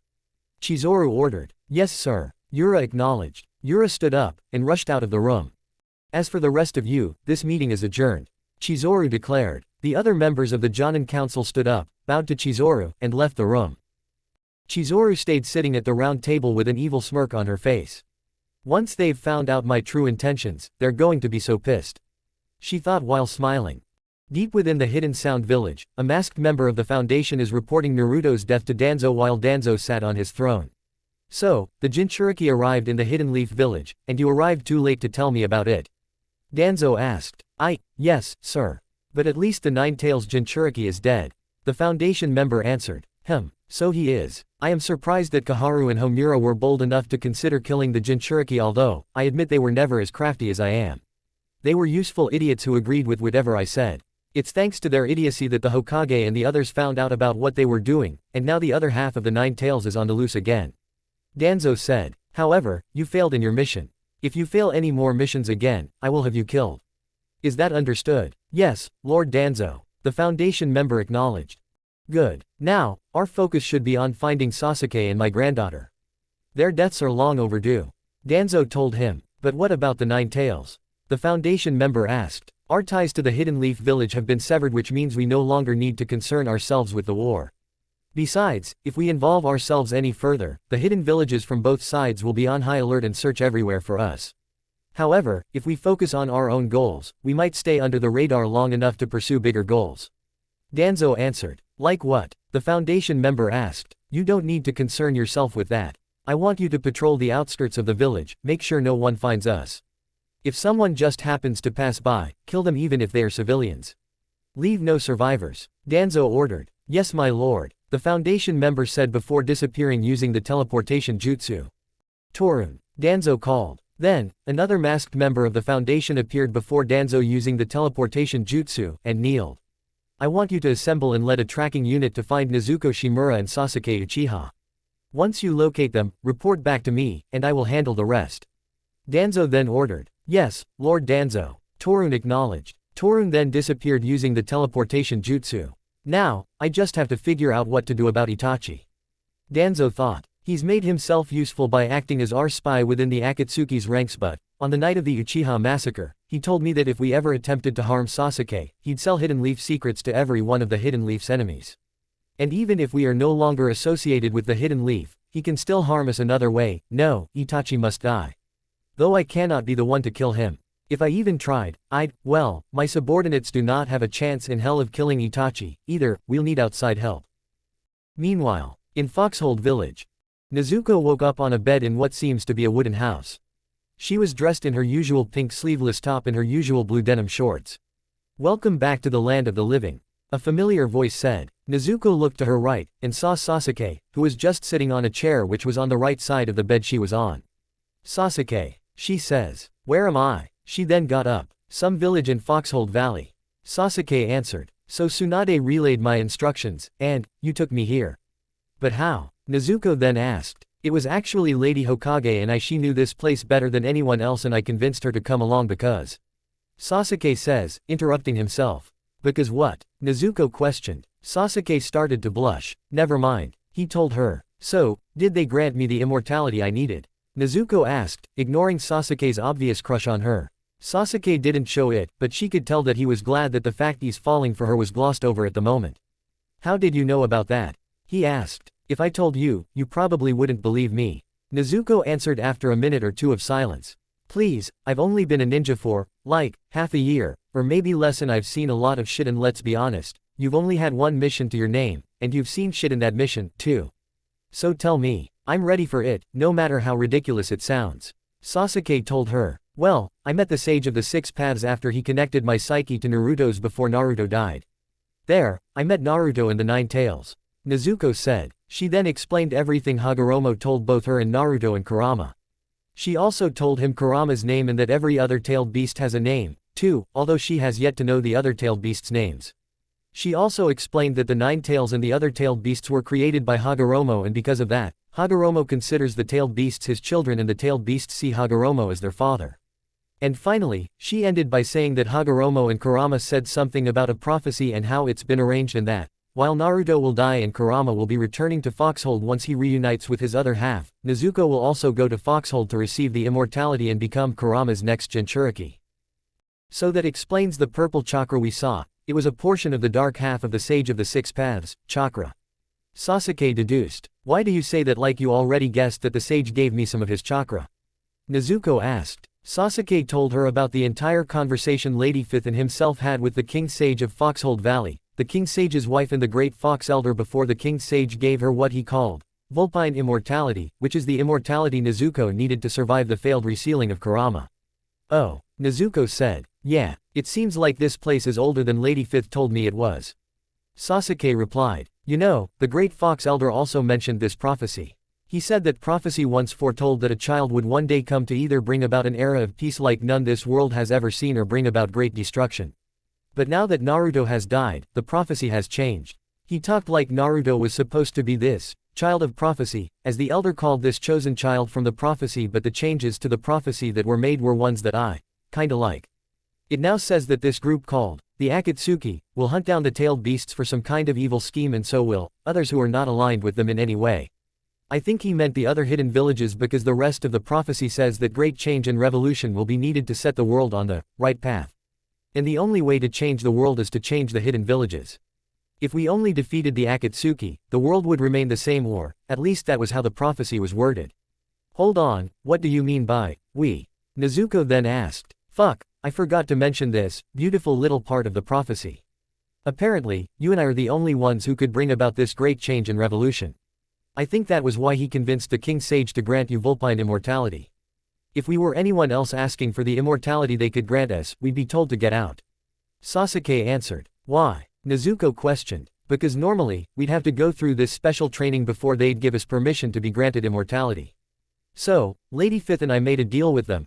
After you received Vulpine immortality and have woken up, you are going to receive the special training I mentioned before and then, we could return to the Hidden Leaf Village, and then, all would be said and done, as far as the King Sage and his wife are concerned. Sasuke answered. That sounds exciting. Nezuko commented. Where is my hoodie and my other things? Sasuke simply pointed to the dining table that had her headband and her ninja gear on it. Below the dining table were her ninja sandals and on the chair that was pushed into the dining table was her hoodie. Alright, then, how do we start with this training? Nezuko asked. We start by having lunch. Another voice answered. A human-sized fox with red fur, 5 red tails and orange eyes walked up to the two of them, and then sat on the floor next to Sasuke. Who are you? Nezuko asked the fox. I am Ifrit, the Queen Sage's son, so that kinda makes me a prince. The fox answered. Queen Sage? Nezuko asks. He means the King Sage's wife, although she's also called the Queen Sage. Apparently, before Madara Uchiha first summoned the Nine Tails to battle the first Hokage, the Nine Tails was the previous King Sage and they had at least 12 fox puppies together. Although, ever since he was first summoned, he's not been back to Foxhold, until now, that is. Because he abandoned his post as King Sage of Foxhold, the Queen Sage was forced to divorce the Nine Tails without the Nine Tails' knowledge, and now, she's married to the current King Sage, a huge fox named Caspian who just so happens to be the Great Fox Elder's son. It's all kind of fucked up in my opinion because the Great Fox Elder also happens to be the Queen Sage's grandfather. Sasuke explained. That is fucked up. Nezuko replied. I knew you'd agree. Still, that is the nature of monarchy, so I don't think there is anything to be done about it, especially since their affairs are not our business unless they make it our business. Sasuke said. That's also true. Nezuko agreed. Ready for some lunch. Sis has already cooked everything and she's about to serve us. Ifrit told them. I guess I will eat with you, but I've gotta ask Sasuke one last thing. How long was I out? Nezuko then asked. Probably half a week if we're talking the last time I saw you awake and at full health, but maybe 2 or 3 days if we're talking about the day Lady Fifth brought us here. It's hard to tell time around here because there isn't any electricity anywhere in the village. Sasuke answered. Well, at least we didn't bring any electronics with us. Time to eat. Nezuko said. I'll have someone let Ma and Grandpa know you're awake before I join ya. Ifrit told Nezuko. I guess he meant the Queen Sage and the King Sage when he said, Ma, and, Grandpa. Nezuko thought. Nezuko stood up, and both herself and Sasuke walked over to the dining table, which was in the kitchen, and then, they sat down. They met Ifrit's sister, Sarabi, who served the food after Sasuke moved Nezuko's things from the dining table into the bed to make some room for the food before he went back over to the dining table to sit down and eat. Nezuko was repulsed to find out that they were having roasted mice for lunch, but, seeing no other options that were more appetizing to her, Nezuko caved, and ate the roasted mice. Once Nezuko and Sasuke were done eating lunch, Ifrit came back telling them that the King Sage and the Queen Sage wanted to see both Nezuko and Sasuke. Both of them stood up, and then Nezuko walked over to her stuff, equipped her ninja tool pouch and her shuriken holster, put on her hidden leaf headband, and put on her hoodie before she put on her ninja sandals. Are you sure you want to wear that big-ass hoodie? Sasuke asked. Yeah, why? Nezuko asked in reply. It's gonna be very hot out there, just so you know. Lady Fifth called Foxhold Valley, the place where summer never ends. Sasuke answered. And I heard that black is a terrible color to wear in the summer. I don't care. Never have. Nezuko told him. Sasuke sighed. Fine, he said. The both of them then walked over to the door, and Sasuke put on his ninja sandals before they stepped outside with Ifrit. Whoa, Nezuko says while looking at the entire town of wooden houses in front of her. Yeah, I know. Same thought I had when Lady Fifth took me to this place. Sasuke told her. Didn't you say this was a village or something? Nezuko asked Sasuke. It's actually called Foxhold Town. Ifrit answers for Sasuke. Yeah, that. Although, I guess you could say that this is a village. Sasuke said. Come on, this ain't no village. I've seen cities and towns much smaller than this. To be fair to ya, though, you live in the Hidden Leaf Village, a place that's the size of a town like this. Ifrit told him. So we're in a place called Foxhold Town, which is in a place called Foxhold Valley. Nezuko said. Have I got that right? Hey, lady, don't look at us like that. After all, you live in a place called the Hidden Leaf Village, like I mentioned before, and that village is in a country called the Land of Fire. Ifrit said. He's got a point. Sasuke agreed. Look, are we ready to go meet your parents? Nezuko asked, now becoming very annoyed by Ifrit. Alright, I guess. Gee, I was hoppin' to annoy ya a lil more. Ifrit answered. They turned left, and followed Ifrit to this castle that was on the other side of town. While on the way there, Sasuke told Nezuko everything about Foxhold and the foxes who live here. It's kinda nice, once ya get down to it, he remarked. Personally, though, I'm a cat guy. Hey, well, at least we aren't in a place like Mount Myoboku or a place like Raichi Cave. Frogs and snakes give me the creeps. Nezuko said. Agreed. Sasuke replied. Once they got to the castle, Sasuke introduced Nezuko to a guard fox named Simba, who was also one of the princes of Foxhold and a ninja fox who's supposed to be guarding the gate to the castle. Simba allowed them to pass, and then, they walked further towards the castle's big doors. Ifrit used some sort of jutsu to open the doors, and then, they walked inside. Once inside the castle, they were met by a great red hallway. Sasuke introduced Nezuko to a black and white fox named Butler and told her that Butler is always, and always has been, the King Sage's butler, no matter who the King Sage is. He also told her that Butler is one of many servant foxes and that servant foxes are legally required to change their birth name and name themselves after what they do. That's fucked up, Nezuko thought. Nezuko and Sasuke followed Ifrit and Butler to the throne room, where Nezuko was introduced to Lord Caspian, the current King Sage of Foxhold, and Lady Ari, the current Queen Sage of Foxhold. Nezuko was amazed and kind of intimidated by their size. How are you, child? Lord Caspian asked. Great. Nezuko answered. Lord Caspian laughed. Do not be so frightened, Nezuko girl. I will not harm you. He said. Nezuko girl. Nezuko asked. How does he know my name? He's the one who gave you immortality. Sasuke answered. Oh. Thank you, Lord Caspian. Nezuko respectfully said. You're very welcome. Lord Caspian replied. You said you have some training for her. Sasuke asked both royal foxes. We do. Lady Ari said. We're going to give her senjutsu training. Senjutsu? Nezuko asks. She means, sage jutsu. Yes, girl, we are going to train you to become a sage, just like Kitsune Girl, or, as you may call her, Lady 5th Hokage. Lord Caspian told her. Nezuko became very excited. A sage, just like Lady 5th. Oh, this is going to be so cool. Nezuko thought. I'm glad you are excited by the idea. Now, keep in mind we usually make humans who want immortality go through senjutsu training before we actually give them immortality just to see if their bodies can handle it. There is a reason you humans live for 100 years, after all. Lady Ari told her. Those who were just given vulpine immortality for free were often swallowed by nature energy, which is the kind of energy needed for senjutsu and sage mode transformations to work. In light of this, we made a law that legally required every fox who knew the vulpine immortality jutsu to make the humans they're offering vulpine immortality to endure senjutsu training before they ever perform that jutsu on said human. There are many humans who have come to us seeking immortality over the years, some of whom wanted it for not always the best of intentions. Orochimaru, for example, we decided to never perform the jutsu on bad men like Orochimaru, so we showed him the door. He eventually got another kind of immortality as well as a kind of sage mode and senjutsus from the snakes in Raichi Cave, but that is not our concern right now. Lord Caspian said. So when can I start this training? Nezuko asked. Lord Caspian and Lady Ari exchanged looks, and then, Lady Ari said, there is no time like the present. Butler, bring us Lulu. Lord Caspian ordered. Yes, Lord Caspian. Butler acknowledged. Butler then turned left, and walked away. You said that I'd become a sage alongside Nezuko. Do you still intend on training me in senjutsu? Sasuke asked. They did. Nezuko asked Sasuke. Yes, young Nezuko, we did. Lord Caspian answered for him. And as foxes in Foxhold, we never break our word. That is the way of the fox. Lady Ari told Sasuke. So, yes, young Sasuke, you may join Nezuko and become a sage. Thank you, Sasuke said as he bowed to both Lord Caspian and Lady Ari. As Lord Caspian said to young Nezuko, you are very welcome. Lady Ari replied. Later, Butler came back to the throne room with a normal-sized fox with white fur, red eyes, and 4 tails. Hey, guys, I'm Lulu, a princess of Foxhold and a master of senjutsu. Lulu said. I'm Sasuke Uchiha. Sasuke replied. And I'm Nezuko Shimura. Nezuko also replied. So you're those kids mom and grandpa were talking about, huh? The ones they made a special exception for? Lulu asked. Yes, Lady Lulu. Nezuko answered. Oh, you can drop the lady. Lulu replied. You see, Lulu heavily dislikes formalities. Butler told both Sasuke and Nezuko. Hate is more like it, but Jeeves, here, is incapable of speaking without attempting to be the most respectful person in the room. Lulu added, referring to Butler. You can all get better acquainted later. For now, Lulu, take them to the training field. Lord Caspian ordered. Yes, Grandpa. Lulu acknowledged. Come on, Nezuko and Sasuke.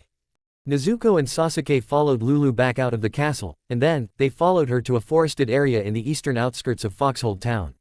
They continued walking until they reached a grassy clearing with a lot of large wolf statues, a small pond and a wooden longhouse. The longhouse was to the left of the statues and the pond was to the right of the statues. Welcome to my humble little abode, also known as the training field. Lulu said. I thought a little princess like you would live in the castle. Sasuke replied. I do, but, I bought that longhouse. Which is officially called, the barracks, because this is where all the ninja foxes come to train back when I was like, 12 years old. It's been 4 years since then. Anyway, since I bought that place, I've been living there more often than I have in the castle. Officially, they'll say otherwise, but, personally, I consider that longhouse to be my main home. Lulu explained. 4 years ago, that would make you 16 years old right now, wouldn't it? Nezuko asked. Yup, Lulu answered. 16. Then aren't you a little young to be called a senjutsu master? Sasuke asked. It was probably going to be made evident with time anyway, but we foxes don't live by human society's rules well, we don't follow the smaller, more minor rules, anyway. For instance, age doesn't dictate expertise. This is because people can sometimes find the tiniest amount of wisdom in the youngest of our society. Now, that doesn't mean that everything we teenagers say and do is right 100% of the time, but I digress. Also, I never said I was an experienced senjutsu master. Besides, many years ago, my older sister, Riku, taught Kitsune the senjutsu she knows today. Lulu explained. Interesting. Sasuke commented. Sasuke and Nezuko then walked up to the statues. Sasuke scoffed. I thought for a second that these were fox statues. He remarked. Same. What a drag. Nezuko complains. Lulu walked up to them, and said, those statues are wolf statues because a very long time ago, this place used to be called Okamiseji Vale and it was run by ninja wolves, but then, for whatever reason, we foxes came, invaded, took over and the wolves ran off somewhere else so that no more ninja wolves would die. After that, my great-grandfather, you'd probably call him the Great Fox Elder or Lord Mufasa or whatever, took over as the king of this place and renamed it Foxhold Valley, as a sign of our dominance over the place. The training field and these statues are two of the few remaining relics from the era when the wolves were in charge. So this place was built on colonization and the suffering of many wolves. What a drag, Nezuko thought. That's fucked up, Sasuke bluntly commented. I know, Lulu agreed. But, obviously, those were different times. Back then, great-grandpa was a young man and the Sage of the Six Paths was still alive. Nothing we can do about it now, Sasuke said. Also true, Lulu agreed. But enough of that ancient history, let's focus on what we came here to do. Okay, Nezuko replied. Lulu led them to the pond. See this pond? It's filled with a special water made of nature energy. She told Nezuko and Sasuke. Why do we need to know this? Sasuke asked. The first step in being able to perform senjutsus is to gather nature energy to enter an empowered state called Sage Mode. While in Sage Mode, you are not only able to cast senjutsus, you are also given enhanced strength and speed. But unlike the summoning animals, humans cannot naturally gather nature energy until they are taught to. Which is where this exercise comes in. Senjutsu trainees such as yourselves must use this pond, or, as it's officially known, Nature Energy Pond, as a crutch to help you gather nature energy faster and also help you get a taste of what nature energy feels like before you're ready for the next steps. Lulu answered. What is nature energy, anyways? Nezuko asked. It's a form of energy like chakra that exists in the atmosphere and the earth. All around us, basically. Lulu answered. And what is the difference between chakra and nature energy? Sasuke then asked. Chakra is the supernatural energy that exists within ourselves, whereas nature energy exists all around us, and when one combines the nature energy they've gathered with their own chakra, they are able to enter Sage Mode and cast senjutsus, but that's the endgame of this training. For now, let's just focus on gathering nature energy. Lulu explained. Enter the pool, and try sitting on it using the chakra control exercises your senseis taught you. Lulu instructed. I've only gotten the basics of chakra control from Asami sensei because of how little time our team had for training before our mission, but this should be easy. Nezuko thought. Sasuke brought up the issue of them having to take their clothes off for this exercise, but Lulu surprisingly already thought of that. She quickly went into the longhouse, and came back out with a boy's swimsuit and a girl's swimsuit. Nezuko and Sasuke didn't question the fact that Lulu somehow had these ready and waiting, and so, Nezuko took the girl's swimsuit and Sasuke took the boy's swimsuit, and then, they momentarily went their separate ways to change into their swimsuits and then came back to the pond. Sasuke blushed when he saw Nezuko in that swimsuit, and Nezuko nearly did the same when she saw a shirtless Sasuke, but she shook her head to focus solely on this training. Sasuke walked onto the pond, and stood on it like it was no problem, but Nezuko, however, fell into the pond the moment she tried to walk on it. Lulu laughed at her and Sasuke only slightly smirked, clearly not wanting to break his stoic expression. Out of pure embarrassment, Nezuko had to tell Lulu that Asami sensei didn't have much time to train her and her comrades because her team was put together in a rush and had to go on a mission a half a day after they were formed. When Lulu asked her why she couldn't walk or stand on the water. She only taught me how to walk on a tree, okay. Nezuko finished. Wow, that is, so very bad. Lulu said. It's not exactly funny, you know. There was a reason to rush things the way they did. Sasuke told Lulu in an annoyed tone of voice. And what reason would that be? Lulu asked. There's a war going on. Going through the normal process with Genin like what my team went through would take too much time for them. Sasuke answered. Lulu was shocked. Oh, she said. Who are the, sides in this war of yours? Lulu obviously wasn't expecting this conversation to become this serious. Our village, the Hidden Leaf Village and the Hidden Mist Village, are at war with the Hidden Stone Village and Hidden Sand Village. Sasuke answered after sighing. The war started because the previous Nine-Tails Jinchuriki was kidnapped by a Hidden Sand spy while our village was being invaded by an army from the Hidden Sand Village. Long story short, after weeks of fighting, spies from the Hidden Mist Village and Hidden Cloud Village brought the Nine-Tails Jinchuriki back to the Hidden Leaf Village, probably to bring a quick end to the war, but then our stupid village elders had decided to reseal the Nine-Tails Jinchuriki and put the Nine-Tails in Nezuko. That effort failed somehow, the Nine-Tails Jinchuriki died, Nezuko was close to dying, and the Nine-Tails escaped from the Hidden Leaf village only seconds before his Jinchuriki died. That was why we needed your mom and grandpa to give Nezuko immortality and why the Nine-Tails is locked up in your dungeon. I see. Lulu replied. Well, nothing we can do about that, is there? Not from here, no. Sasuke answered. Then let's continue on with the training. Sasuke, sit down and meditate. It's the only way to use that pond to gather nature energy. And for the record, I don't need you to combine it with your own chakra just yet. Just gather the nature energy so that you can understand what it feels like. Think of this like learning how to use chakra for the first time. Nezuko, I think it's time you learned the more advanced version of chakra control before we move forward. You can do this by attempting to walk on the pond over and over again until you get it right. It's just as they say, if at first you don't succeed, try again. Lulu instructed. That was a nice way to keep the conversation from getting too gloomy and bringing our attention back to what we're doing. Nezuko thought. And so, after 36 days, Sasuke got the hang of gathering nature energy and Nezuko did, as well after struggling a bit with the advanced chakra control exercise. It was at that moment that Sasuke realized that his old sensei was right. Nezuko is like Naruto and also like himself. To put it in his own terms, Nezuko is 50% a genius like Sasuke, himself, and 20% a loser like Naruto. Anyway, now, they are fully dressed in their original outfits and trying to gather nature energy without the help of that pond by sitting in a meditative position on the ground in front of the statues in the training field. For the whole time they've been here, Sasuke and Nezuko have been staying in the longhouse Lulu was living in. For some odd reason, Nezuko would somehow latch herself onto Sasuke while she was having a nightmare even though they slept on separate beds. Sasuke found this endearing, but there was no way in hell he'd tell anyone that. His Uchiha pride wouldn't allow him to. Another thing Sasuke's Uchiha pride won't allow him to admit is that there are times when he's noticed Nezuko growing more and more beautiful every day they spend here. Sasuke can't tell whether it's an after effect of the nature energy they've been gathering or if it's because she's getting older as time goes on. No matter what I do, I can't escape from the fact that I love her. Sasuke subconsciously thought. After half a day of gathering nature energy, Lulu told them to stop doing it for now and that they'll continue tomorrow. And so they did as they were told.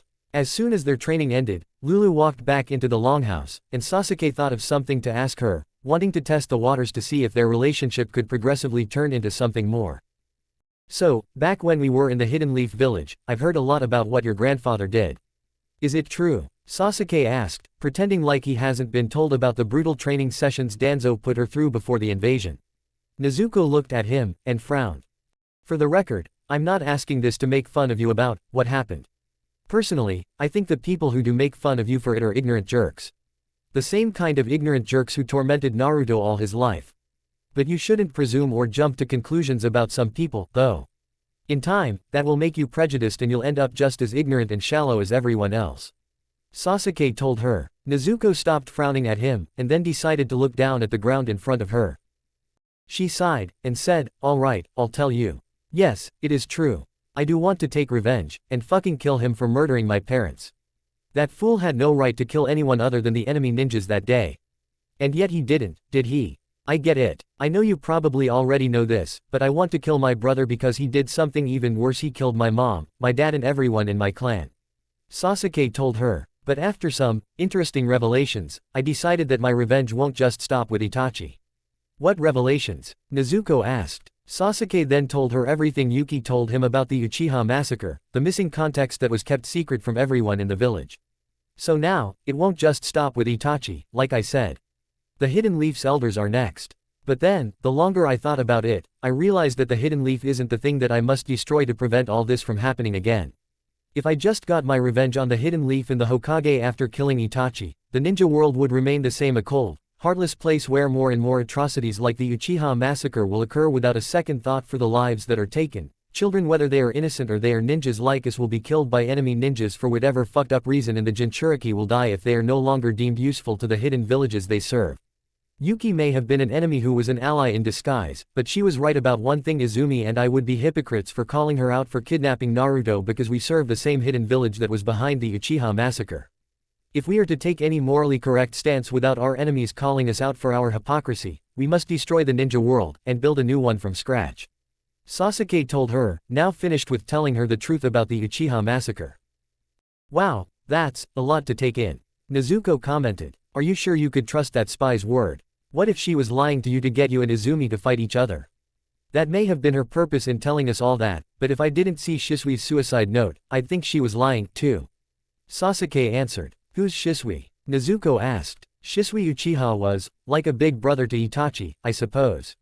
Like Itachi, he also wanted to stop the coup from happening.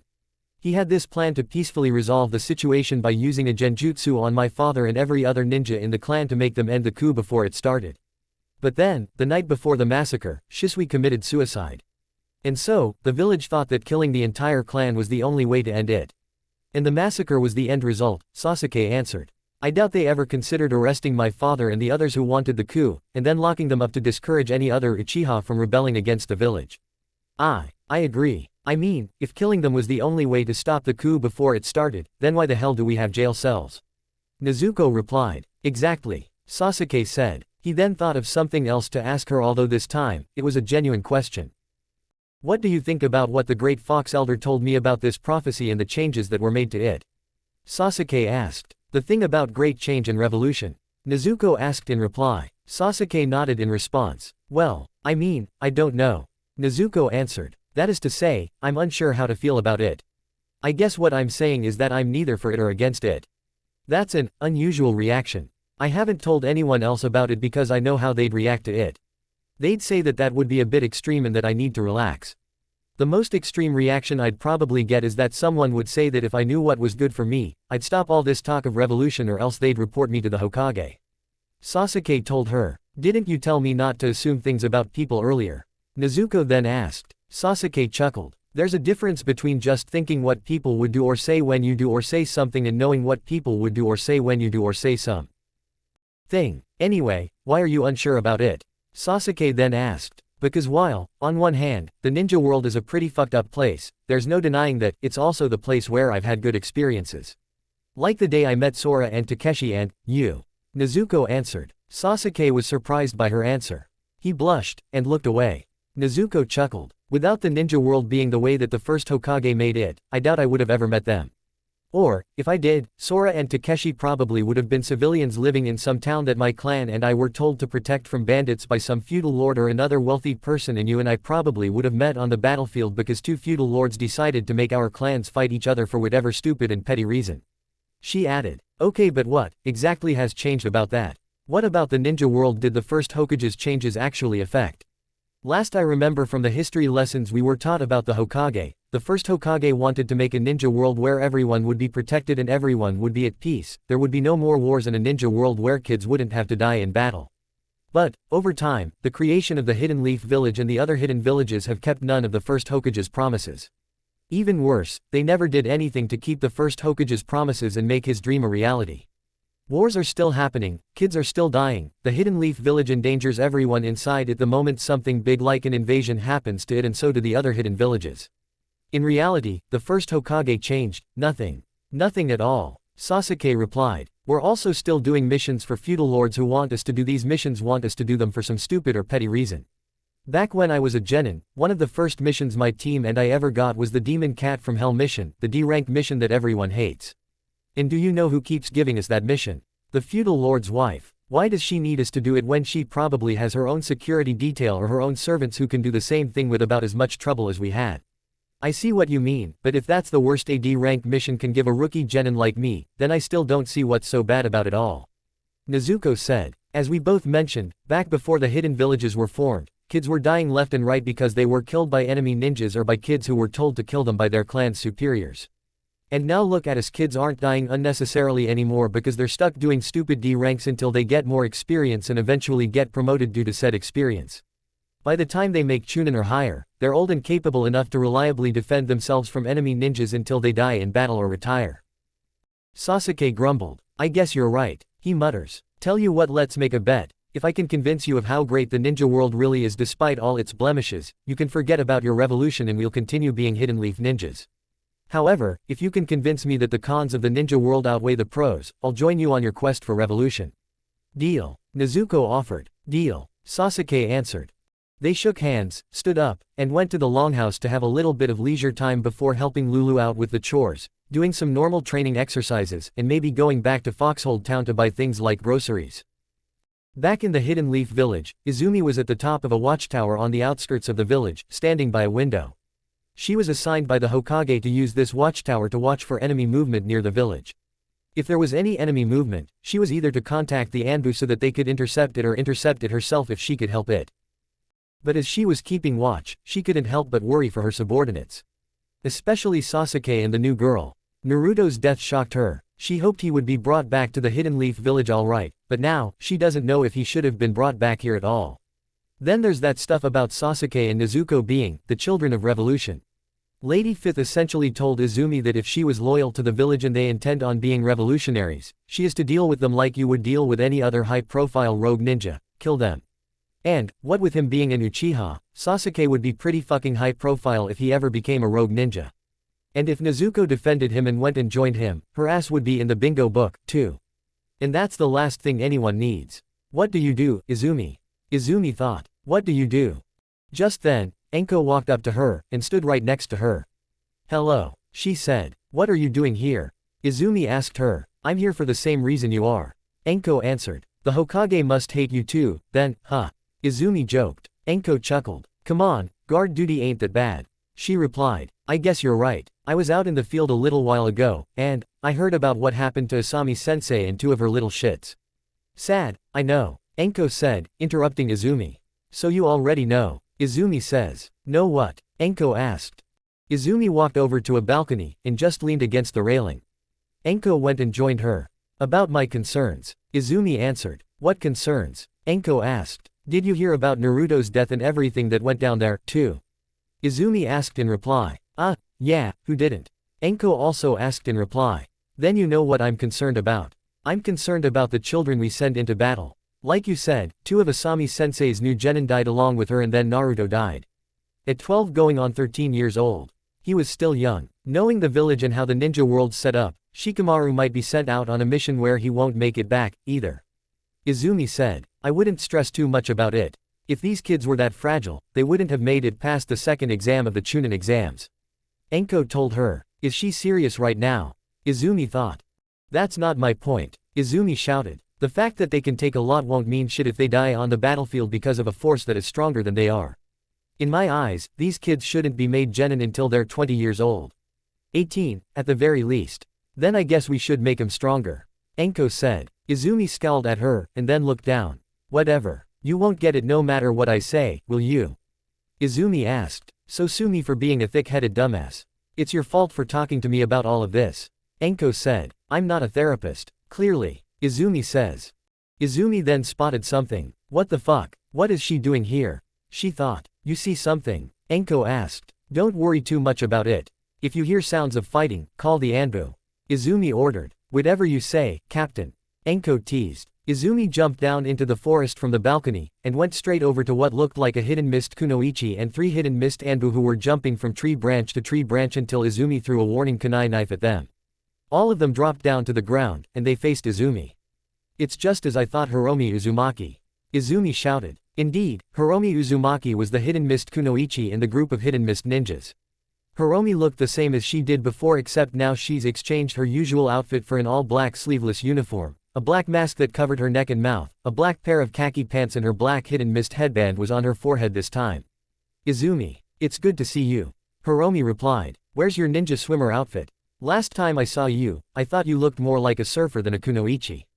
Izumi said. Oh, this is just my stealth outfit. Hiromi also replied. Alright, then, what are you doing here?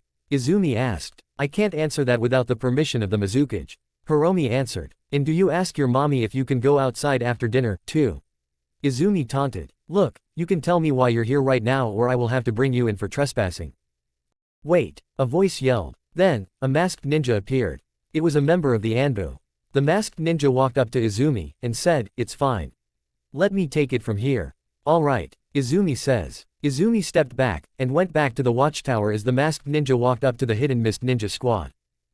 Once she reappeared back on the watchtower's balcony right next to Enko, Enko asked, what was that about? Nothing. Just thought I saw an old friend. Izumi answered as she went to lean on the railing. Hiromi and the hidden mist Anbu squad that was sent with her are sneaking into the Hidden Leaf village with ease with some help from a single member of the Hidden Leaf's Anbu codenamed Tora.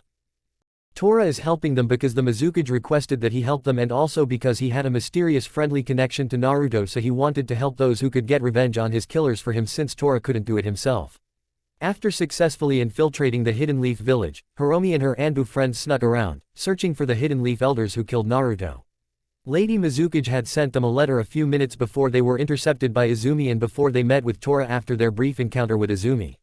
Hiromi read it and it said to make contact with Tora before entering the Hidden Leaf village, and the letter told her the elders' names, Homura Mitokado and Kaharu Udatane. In her letter, the Mizukage said that she does know that Homura and Kaharu are awaiting trial in the Hidden Leaf's jail, but she doesn't know which jail cell both elders are being held in. Hiromi has always wondered who their replacements are, but at the moment, she doesn't care. She just wants Homura and Kaharu dead. While they were walking down an alley, a Hidden Mist Anbu asked, "Hiromi, I was wondering, do you feel nostalgic walking through the Hidden Leaf village like this?" Hiromi thought about that question for a moment. It's no secret that she's the sister of Kushina Uzumaki, but that secret never left the Hidden Mist village due to the fact that Hiromi is a spy. So this member of the Hidden Mists Anbu knowing that she used to live here is no surprise to Hiromi.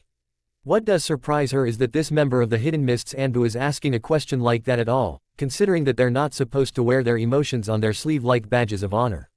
Anyways, as she walks through these streets with these Hidden Mist Anbu, she starts to remember things like the place where she had her first date, the place where one of many arguments between herself and Kushina took place, the place where she was told that Kushina was about to get married, the place where Hiromi met Minato's team, the place where she's had spars with Kushina, the places where Minato tried to calm both herself and Kushina down when they were having an argument, and the place where Kitsune-sensei first taught her the rasengan.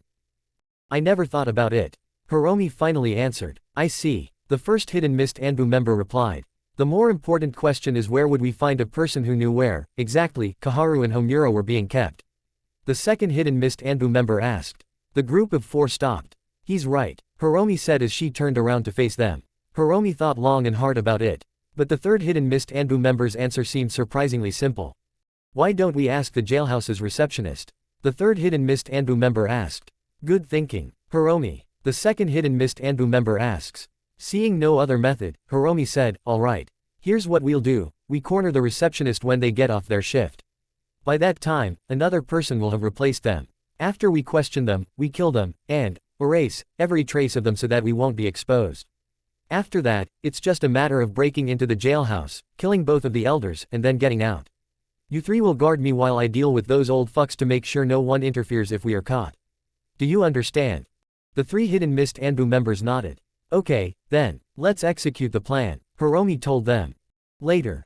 A Hidden Leaf kunoichi named Sume Inuzuka was walking out of the jailhouse, having finished her shift as the jailhouse's substitute receptionist. Well, at least that's over. Sume thought. She was really annoyed when the Hokage ordered her to sub in for the guy who's supposed to be at the jailhouse's receptionist desk for the afternoon shift. Whatever happened to that guy, anyway? She decided she was going to take a shower after she got home. Well, that was supposed to be the case when she was suddenly captured by two unknown masked ninjas who just appeared all of a sudden 30 minutes later, and they took her to this random alley somewhere in the Hidden Leaf village. Afterwards, they tied her hands behind her back, and made her sit down on the ground. What are you doing? Why do you have me tied down like this? Sume asked. Shut up. One of the masked ninjas shouted. From the looks of these masked ninjas, they appeared to be Hidden Mist Anbu Black Ops. What are the Hidden Mists Anbu doing here? Sume thought. Then, a kunoichi and a third masked ninja came out of the shadows in front of Sume. The kunoichi had the dark red hair that's only seen in an Uzumaki, which was styled into a ponytail, blue eyes and a black leather mask that covered only her neck and mouth. She also wore an all-black sleeveless leather jumpsuit, black ninja sandals, black khaki pants, and on her forehead is a black Hidden Mist headband. You're not who we expected. The Hidden Mist kunoichi said. Like I could give a fuck. Sume replied. Look, we don't really have a lot of time, so I'd rather shut up and answer my damn questions if I were you. The Hidden Mist kunoichi told her. So you're frustrated. Nice of you to tell me so before I knock all of you out, and haul you over the torture and interrogation division. Sume said. We're the ones doing the interrogating, here. The Hidden Mist kunoichi told her. In what jail cell are Kaharu Udatane and Homura Mitokado being held in? The Hidden Mist Anbu member next to the Hidden Mist kunoichi asked Sume. I don't know. Sume lied. Besides, why the hell should I tell you?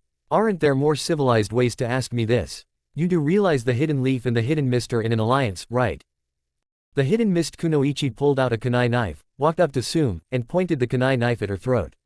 Please, don't kill me. I have a son and a daughter. Sume pleaded. Under any other circumstances, she'd be saying this to put on an act so that she could trick them by having a clone be in her place so that when they actually do try something, the clone would disappear, and she'd come out of her hiding place, and say, "Surprise, bitches."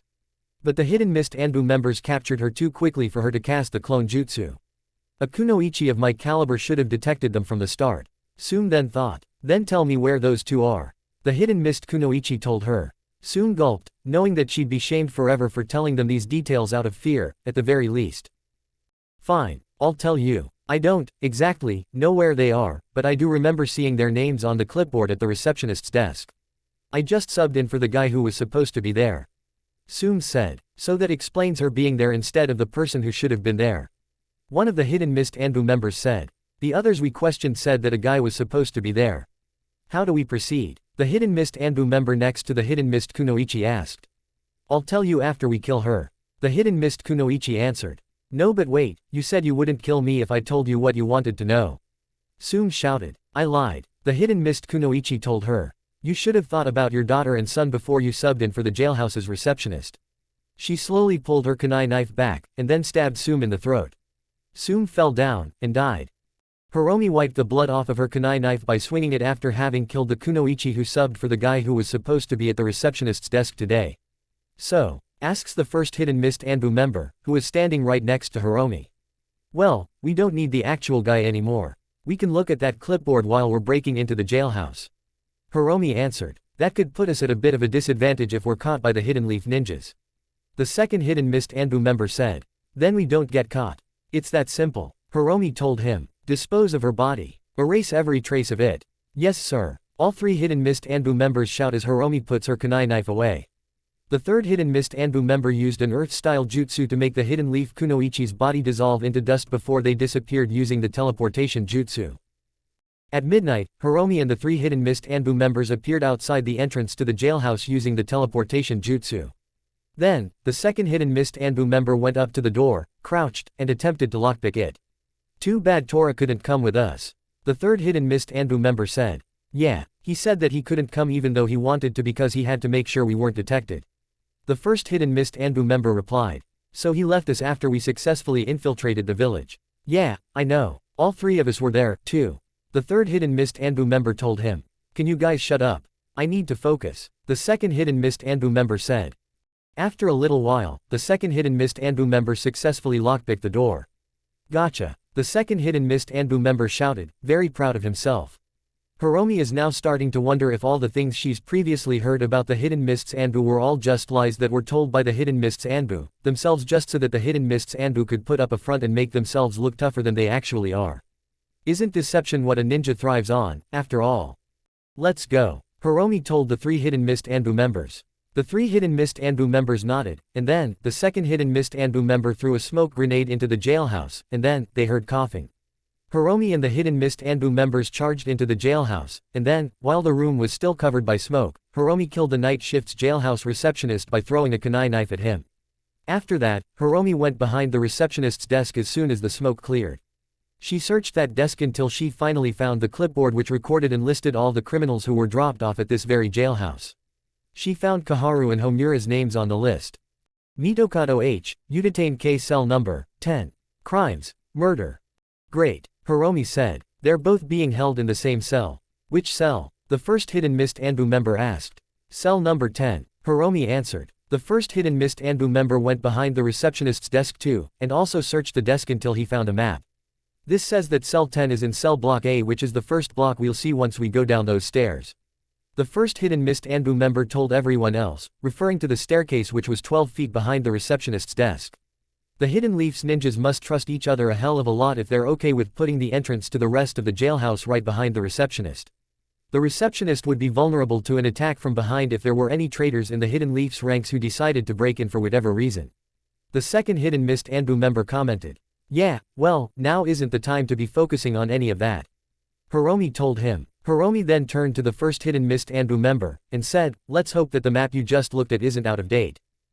After that, Hiromi walked up to the third Hidden Mist Anbu member. Stay and guard the stairs. We don't want the Hidden Leaf to give us any surprises should they come knocking. She ordered. Yes sir. The third Hidden Mist Anbu member shouted. The third hidden mist Anbu member walked over to the receptionist's desk, and used the transformation jutsu to transform into a hidden leaf shinobi. The rest of you, with me. Hiromi ordered. The two hidden mist Anbu members nodded, and went downstairs with Hiromi. The three of them ran down cell block A until they found cell 10, where they found both Kaharu and Homura, who noticed Hiromi and the two hidden mist Anbu members through their cell's bars.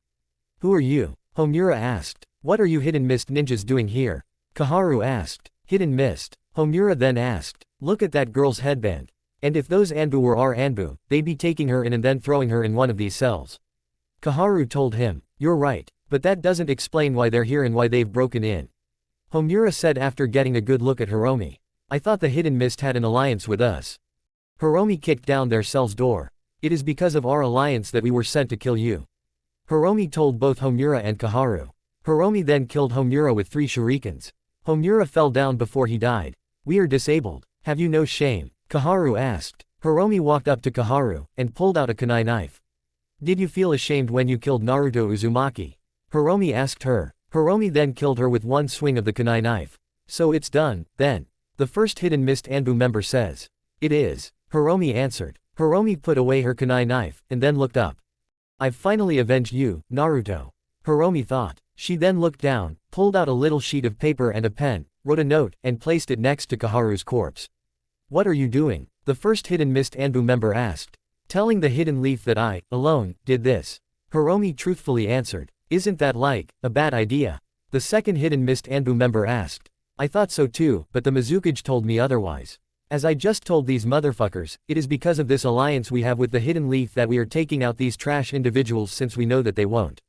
Hiromi truthfully told them. Ergo, since we've taken out the trash for them, the hidden leaf will consider this a good deed and our village-to-village alliance won't be jeopardized. Sure, Izumi and the Hokage might not agree with that, but the rest of this village's ninjas will. Alright, then, can we go now? The second hidden mist Anbu member asked. Of course, Hiromi answered. Hiromi walked out of the cell, and then, she and the two hidden mist Anbu members walked upstairs. The third hidden mist Anbu member turned around to face them, and asked, is it done? Hiromi nodded. And so, the third hidden mist Anbu member undid the transformation jutsu he casted on himself. The four of them walked over to the jailhouse's entrance. The third hidden mist Anbu member threw another smoke grenade just outside the jailhouse and then, as soon as the smoke grenade went off and spread smoke everywhere, Hiromi and the three hidden mist Anbu members went outside in the smoke, and used the teleportation jutsu to disappear before the smoke cleared. Izumi was still on the top of that watchtower even though her shifts ended because she's waiting for the ninja who's supposed to take over for her when a member of the Anbu Black Ops appeared right beside her. Izumi was startled and she got into a battle-ready position.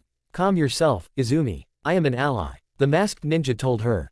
Izumi took a deep breath, and relaxed even though she wanted to pummel this guy so hard for scaring her like that. Sorry about that. I just haven't been the same around the Anbu Black Ops since Naruto's death and the time that the Foundation kidnapped me. Izumi said. I understand. The masked ninja replied. What are you here for? Izumi asked after her position went from battle-ready to normal. Lady Hokage has called for you. The masked ninja answered. But I'm supposed to wait here for whoever's taking over for me. My shift ended and yet, they still aren't here. Izumi replied. This takes precede. NCE. Besides, Asuma's been making a habit of being late recently. The masked ninja told her. Asuma. Izumi then asked. Yep. The masked ninja answered. He's taking the night shift. Izumi questioned. Yep. The masked ninja also answered. Izumi was surprised to learn this but also a little distraught by this information. The Hidden Leaf Village is doomed. Izumi hyperbolically says. The masked ninja slightly chuckled. I'll be off to see the Hokage, then. Izumi told the masked ninja. The masked ninja nodded, and then disappeared using the teleportation jutsu. Izumi sighed. Why didn't she assign a normal ninja to do this? She thought. Izumi left the watchtower, went back into the village, and walked to the Hokage's tower. Once inside the Hokage's tower, a receptionist on the ground floor where Izumi was told her that Lady Fifth was waiting for her in the Hokage's office. Izumi then walked all the way upstairs to a hallway, and then she walked to the door to the Hokage's office and knocked 3 times. Lady Hokage. Izumi asks. Come in. Lady Fifth called from the other side of the door. Izumi opened the door to see Lady Fifth standing in front of the Hokage's desk with her arms folded and with a serious expression on her face. Shikamaru standing to Lady Fifth's right. Izumi walked into the Hokage's office, and then closed the door behind her before walking up to the two of them. What's wrong? Izumi asked. There's been a break-in at the jailhouse. Shikamaru answered. Both the ex-elders are dead. Lady Fifth added. You mean Kaharu and Homura?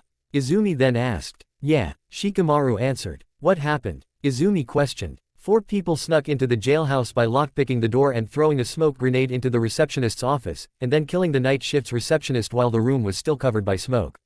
Then, 3 of that group of 4 walked into the ex-elder's cell block, while the other stayed back to disguise himself as the receptionist at the desk. Shikamaru reported. Once everything was said and done, the group of 4 escaped by throwing a smoke grenade just outside the jailhouse's door and then disappearing while the smoke still covered the area. The investigative report concludes that both Homura and Kaharu were killed by only one person because of the blows that were made to their bodies. Lady Fifth said. Who could do this sort of thing? Izumi inquired. Someone who had a grudge with them over the recent murder they committed. Lady Fifth answered. Shikamaru handed a note to Izumi. Someone you had a very recent encounter with, according to Anko-sensei's report. Shikamaru added. Izumi opened the note, and read it. Dear Hidden Leaf. I took out the trash for you on the orders of the Mizukage. You might come to not like us for this initially, but some things need to be done, and with respect to you and the Hokage, you are too cowardly to take such an action against such treachery. I hope this doesn't jeopardize the Hidden Mist's relationship with the Hidden Leaf. Signed. Your friendly neighborhood Hidden Mist Kunoichi, Hiromi Uzumaki. So that's why she was here. Izumi thought. Why didn't you report her presence in the Hidden Leaf village to me? Lady Fifth asked her. Because after our encounter, as Shikamaru put it, one of our Anbu came, and told me that it was alright and that he would handle it. So I told Anko nothing. Izumi answered. Of course she would somehow find out anyway, though. Izumi thought. And you didn't even consider that the Anbu member might have been working with them? Shikamaru asked. They could have been a Hidden Mist ninja in disguise for all we know. Look, the Anbu are serious business. If the Anbu came to vouch for Hiromi and her team of 3 Hidden Mist Anbu, then that could have meant that they're here on a top-secret mission for both the Hokage and the Mizukage. Izumi said in a bit of a frustrated tone of voice. So it wasn't a matter of whether or not I could give it a second thought, it was that I had no choice but to pay no attention to it lest I receive a scolding from Lady Fifth because I compromised a top-secret mission and possibly needlessly endangered lives because I compromised the mission. I wish I could scold Shikamaru for talking to me like he's my superior, but considering that my character is being called into question right now, I won't even bother. Izumi thought. Knowing what I know now, I just put myself in a lose-lose situation. Izumi said. You're not the only one who's been dragged into this mess because of what you did. Now, I have to head to the Hidden Mist village to ask why Lady Fifth Mizukage sent assassins to my village for a state-sanctioned revenge killing. Lady Fifth told her. And as a consequence, you're coming with me. So, what, are we going right now? Izumi asked. No, Lady Fifth answered. I'm going to have to arrange some things first and then we're going to the Hidden Mist village. But while I'm arranging those things, you are being pulled off duty until we're prepared to go. Izumi sighed, and then said, alright. You're dismissed. Lady Fifth told her. Izumi nodded, bowed, turned around, and left the room. Nezuko and Sasuke continued senjutsu training for another 20 days until they finally combined nature energy with their own chakra, and successfully entered Sage mode. After that, they learned how much stronger they are while in Sage mode by lifting those wolf statues and sparring with Riku, a human-sized fox with 4 tails, red fur and blue eyes. Today was their supposed last day in Foxhold Valley. And for their last day, Lady Ari and Kurama's eldest son, a human-sized fox named Banzai, taught them a rather unique senjutsu aside from the fox punch and fox scratch, which are types of taijutsu styles one can only succeed at if they had senjutsu training and could successfully activate and deactivate Sage mode. This senjutsu is a Kekkei Genkei unique to fox sages and summoned foxes from Foxhold Valley called Blaze style. This type of elemental ninjutsu chakra combines lightning style and fire style. The most basic Blaze style senjutsu they were taught was AC rank senjutsu called Blaze style, Red Lightning, where the caster summons red lightning from the sky to strike the opponent from above, and there were 2 other more advanced Blaze style senjutsu they both were taught called Blaze style, True Light, and Blaze style, Firebolt Jutsu. The True Light Jutsu works exactly like the False Darkness Jutsu except the lightning that comes out of the caster's mouth is red and black instead of blue. The Firebolt Jutsu has the caster make a finger gun with either hand, and shoot fire beams from their finger that look like lightning bolts at their target, almost like the Suireha Jutsu except Suireha has the caster shoot water balls instead of beams of fire that look like lightning bolts. Lulu had now taught Nezuko and Sasuke everything they needed to know about senjutsu and how to activate and deactivate Sage mode. All she has to do now is report her success to Lord Caspian and Lady Ari. And so, Lulu tells Nezuko and Sasuke to stay at the training field while she goes to tell Lord Caspian and Lady Ari of her students' success. And so, as Lulu walks off, Nezuko and Sasuke go to stand around in front of the longhouse, waiting for Lulu to return. "So, it's our last day here, huh?" Sasuke said. "It is." Nezuko replied. "I wonder how the war has gone while we've been here all this time. The war could be over by now, and we won't know it until we return."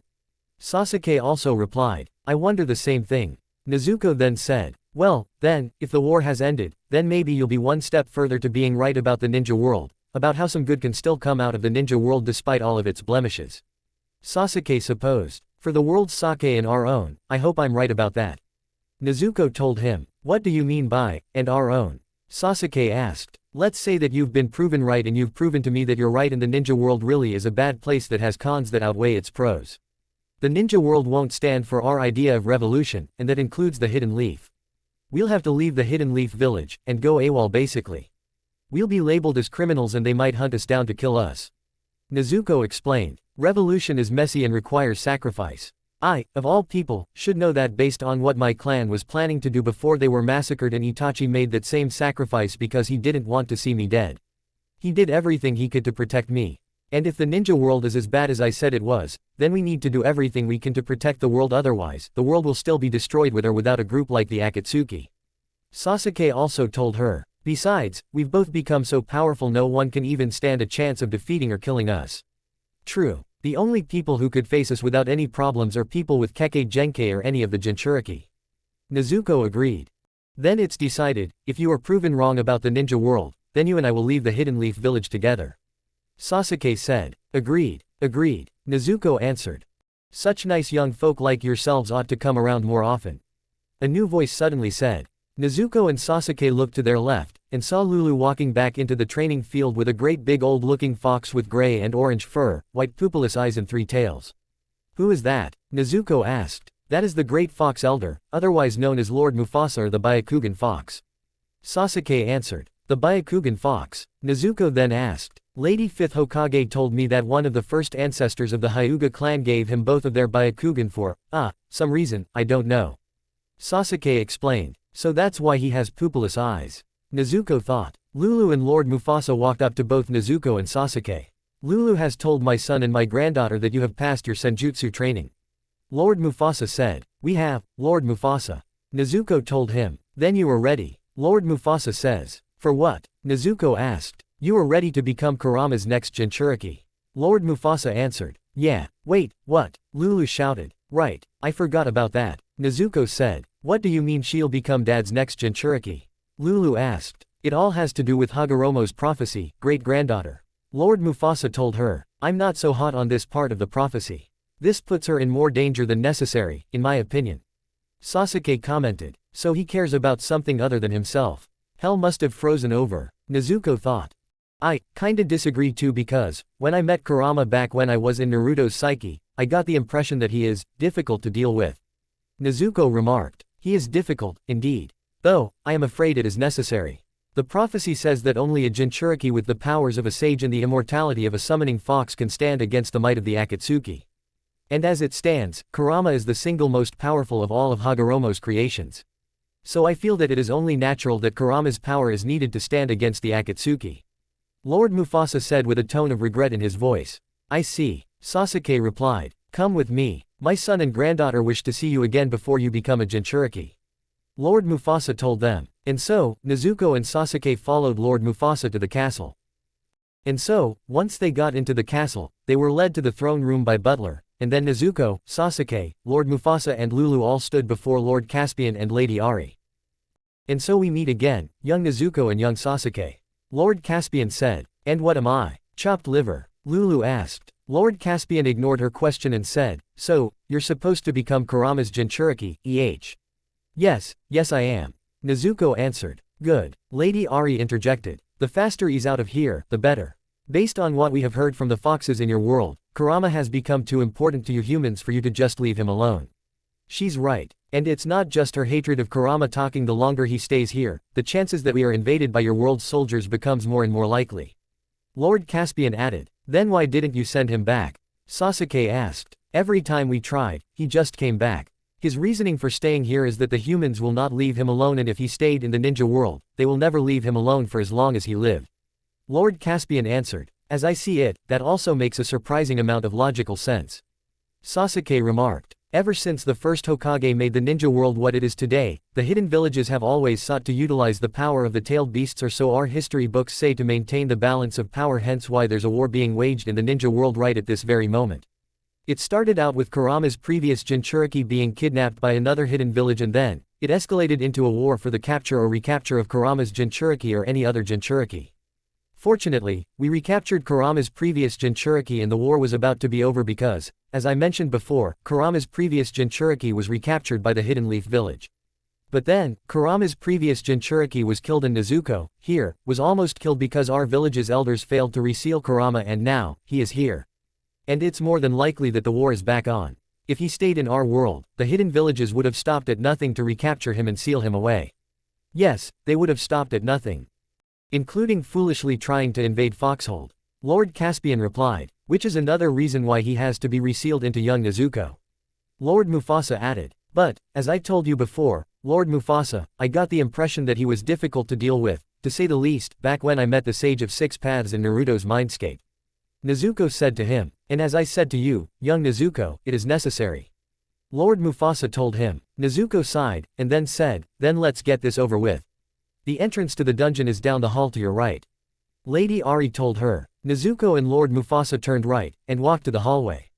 Sasuke was about to follow them, but Lord Caspian told him to stay back. I have a question for you. Lord Caspian tells him.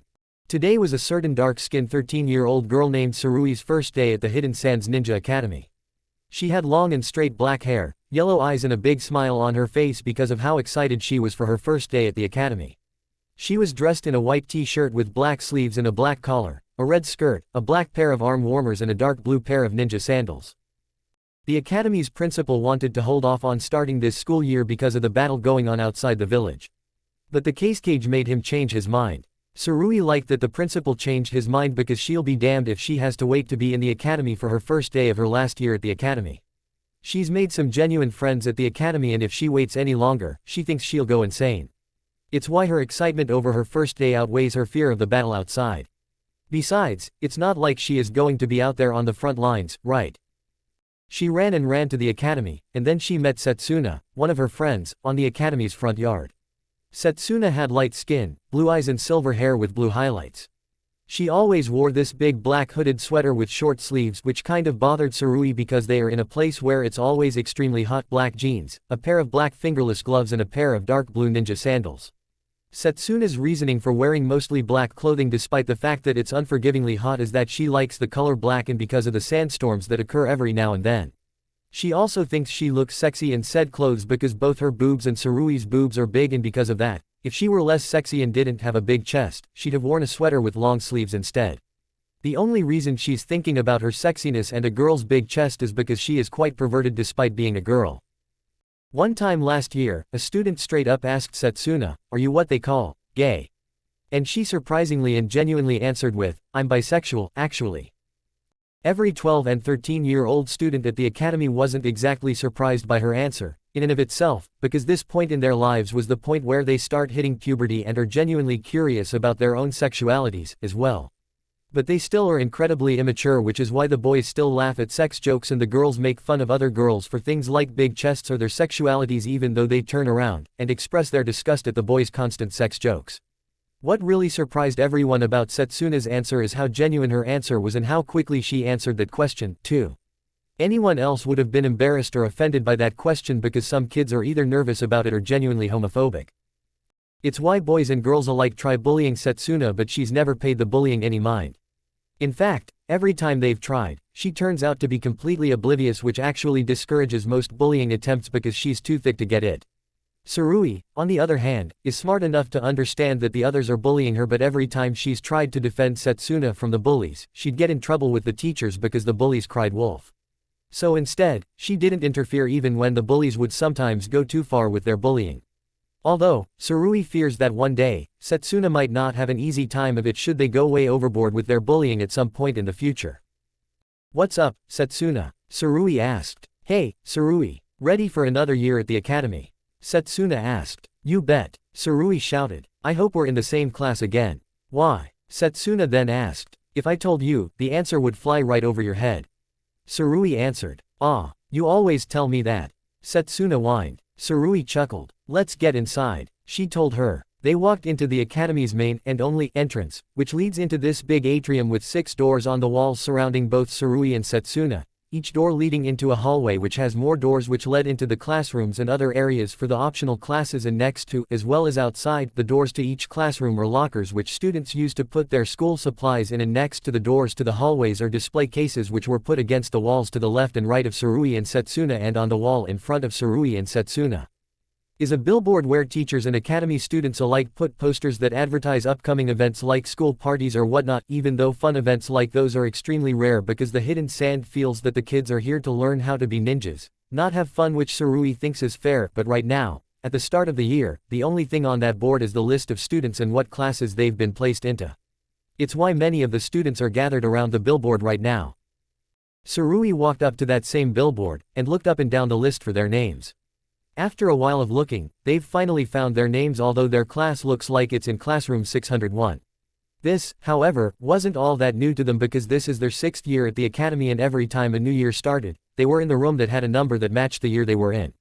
In their first year, it was room 101, in their second year, their classroom would be room 201, in their third year, it was classroom 301, in their fourth year, they were placed in classroom 401, and last year, they were placed in room 501. Still, it was at least kind of surprising to them. Especially because every time this happens, they'd get a different teacher every time. And every teacher they've had is either lenient, underwhelmingly lazy, or frighteningly harsh and strict.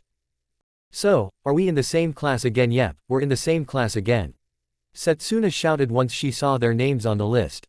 Tsurui's reaction to the list wasn't as enthusiastic as Setsuna's. Matter of fact, Tsurui's expression turned from excited and happy to dreadful and distraught. Man, we've been in the same class 6 years in a row. Isn't that cool, Tsurui? Yeah, Tsurui answers, feeling slightly underwhelmed. What's the matter? Aren't ya excited? Setsuna asked. Sort of. Tsurui says. In truth, Tsurui hoped this year would be different purely because being in the same class as Setsuna is getting old for her. To her, it's like playing with a toy for years and years and then getting bored of it because you've played with it too much. Still, she likes Setsuna's company well enough, but it's different when they're together practically all the time because by this point it's almost like they're living together. I can't imagine what her parents go through before and after school. Tsurui thought. Alright, let's go, Setsuna shouted. I wonder what kind of teacher we're going to get this time. Me too, Tsurui replied unenthusiastically. They turned to the right, and walked to the door to the academy's 6th hallway. They didn't have to walk very far to find classroom 601, which was through the first door on their left after walking past 12 lockers, which were on either side of them. Once inside the classroom, Tsurui and Setsuna chose to sit at the desks in the middle of the room, making it so that the two of them were sitting next to each other in every class. As always, with every other classroom, on the wall at the very front of the classroom is a big and wide dark green rectangular chalkboard. Once the other academy students poured into the room and sat down, their teacher, a male chunin by the name of Asahi, walked into the room, and then walked up to the front of the room, and stood in front of the class. Asahi had spiky black hair, brown eyes and tanned skin. He wore a typical Hidden Sand chunin flak jacket over an otherwise casual-looking outfit. Good morning, class, he said. Good morning, sensei. The students replied. Right now, I'm Asahi, but, as with all the other teachers, you're going to address me as Asahi-sensei. If you address me in a different manner, I will ignore you. There will be no talking in the class when I'm giving a lecture. If you misbehave, you are getting written up. If you misbehave twice more, I'll have you thrown out of class, and if you engage in outright egregious misbehavior, I will have the principal expel you and you'll have to start the school year all over again next year. Asahi-sensei told everyone while having a serious and stoic expression on his face. Uh-oh, looks like we have a strict one. Setsuna whispered. Yeah, Tsurui whispers in reply. Asahi-sensei looked at Tsurui for some reason, and then he looked away, and said, Now, with all that said, welcome to your 6th and final year at the Hidden Sand Village's Ninja Academy. To start off, we'll be taking a pop quiz on the history of the Hidden Sands military. The class whined. Am I going to have to throw out all of you? Asahi-sensei yelled, startling the whole class. No sir, the class yelled back. Good, Asahi-sensei shouted. He then made one hand sign, and 3 worksheets suddenly appeared on the students' desks. Once everyone had finished the quiz, Asahi-sensei made them all disappear. Excellent. Now, it's time for a lecture, he says. And surely enough, he gave a lecture on their village's history and kicked out anyone who fell asleep during his lecture. He's nuts, Sarui thought.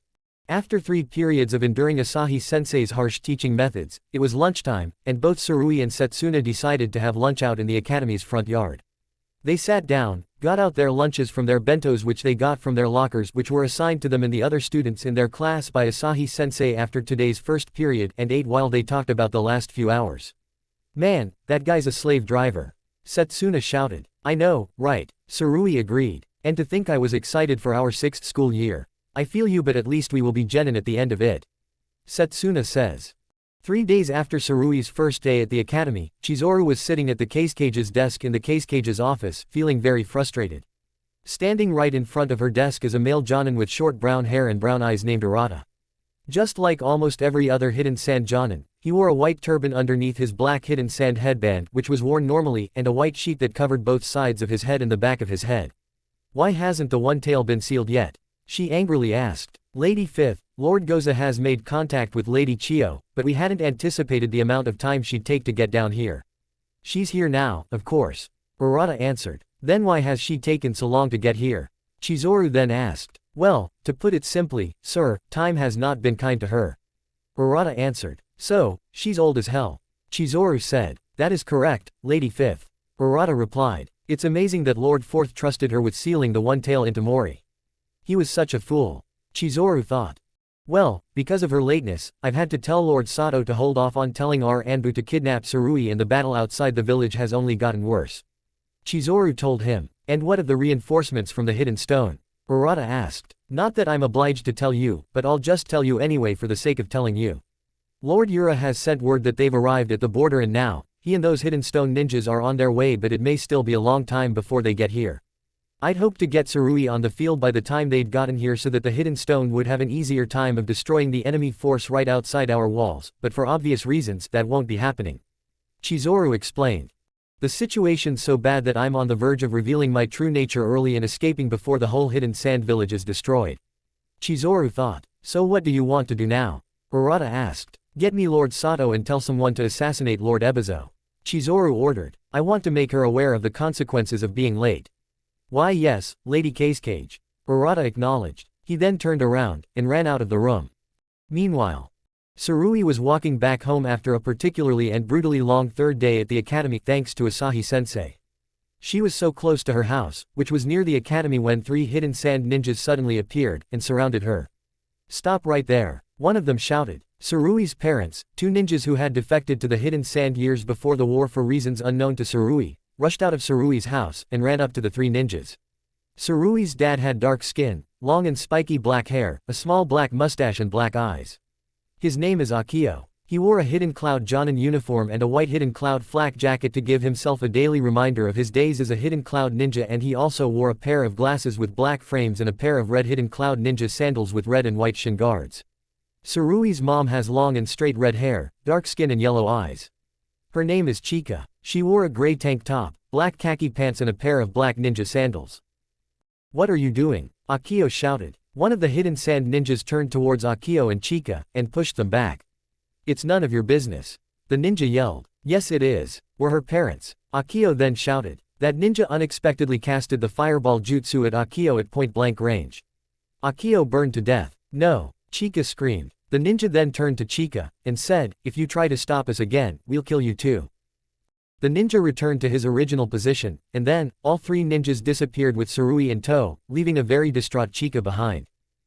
Back in Foxhold, Nezuko and Lord Mufasa had finally gotten down to Foxhold's castle's dungeons after walking down a long staircase. Welcome to the dungeons, child. Many criminals have been placed here by Foxhold Town's guardsmen on either my own orders or my son's orders, Lord Mufasa told her, referring to the foxes in the cages on either side of them. Directly ahead of them was a hallway that featured more fox-filled cages on the left wall and right wall. Some of them are veterans from our war against the summoning wolves that I'm sure Lulu has told you about. How did you know? Nezuko asked. You went to the training field, wherein lies many wolf statues. Lulu had to have explained to you why they were wolves and not foxes. It would be confusing to you otherwise, Lord Mufasa answered. I get it, Nezuko replied. But why are the war vets down here?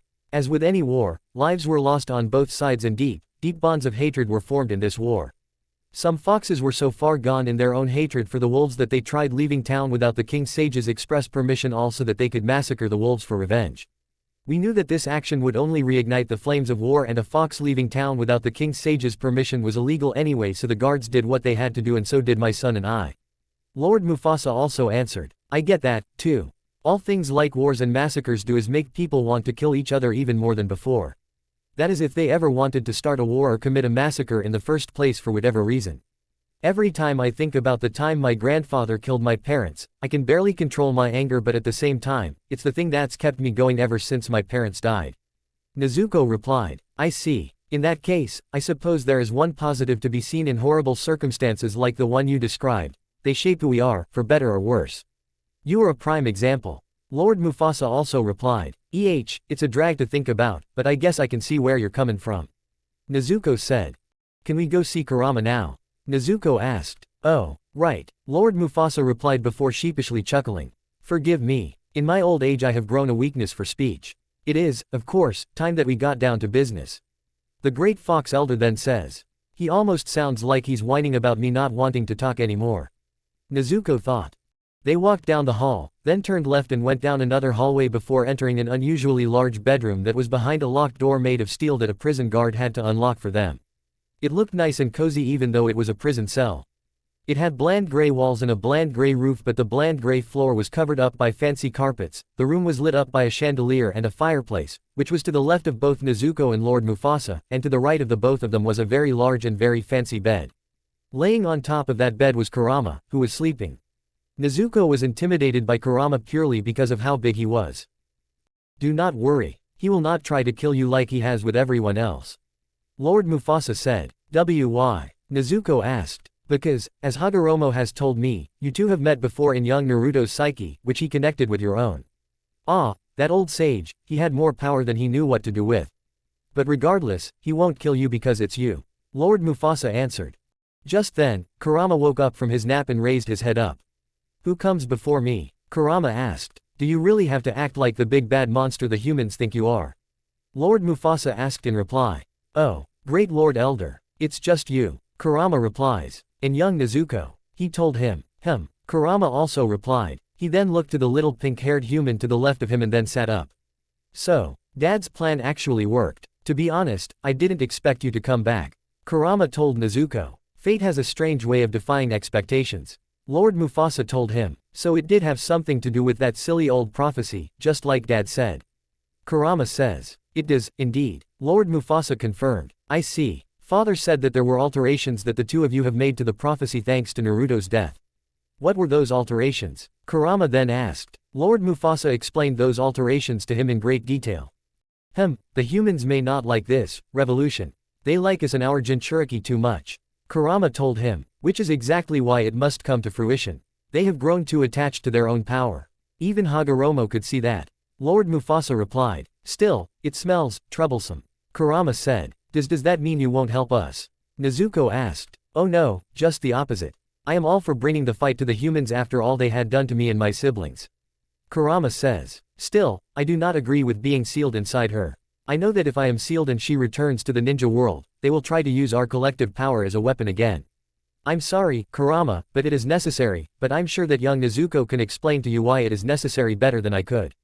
I know that you are the most stubborn fox in the valley. So I'll just leave you two so that you can have a private conversation about it.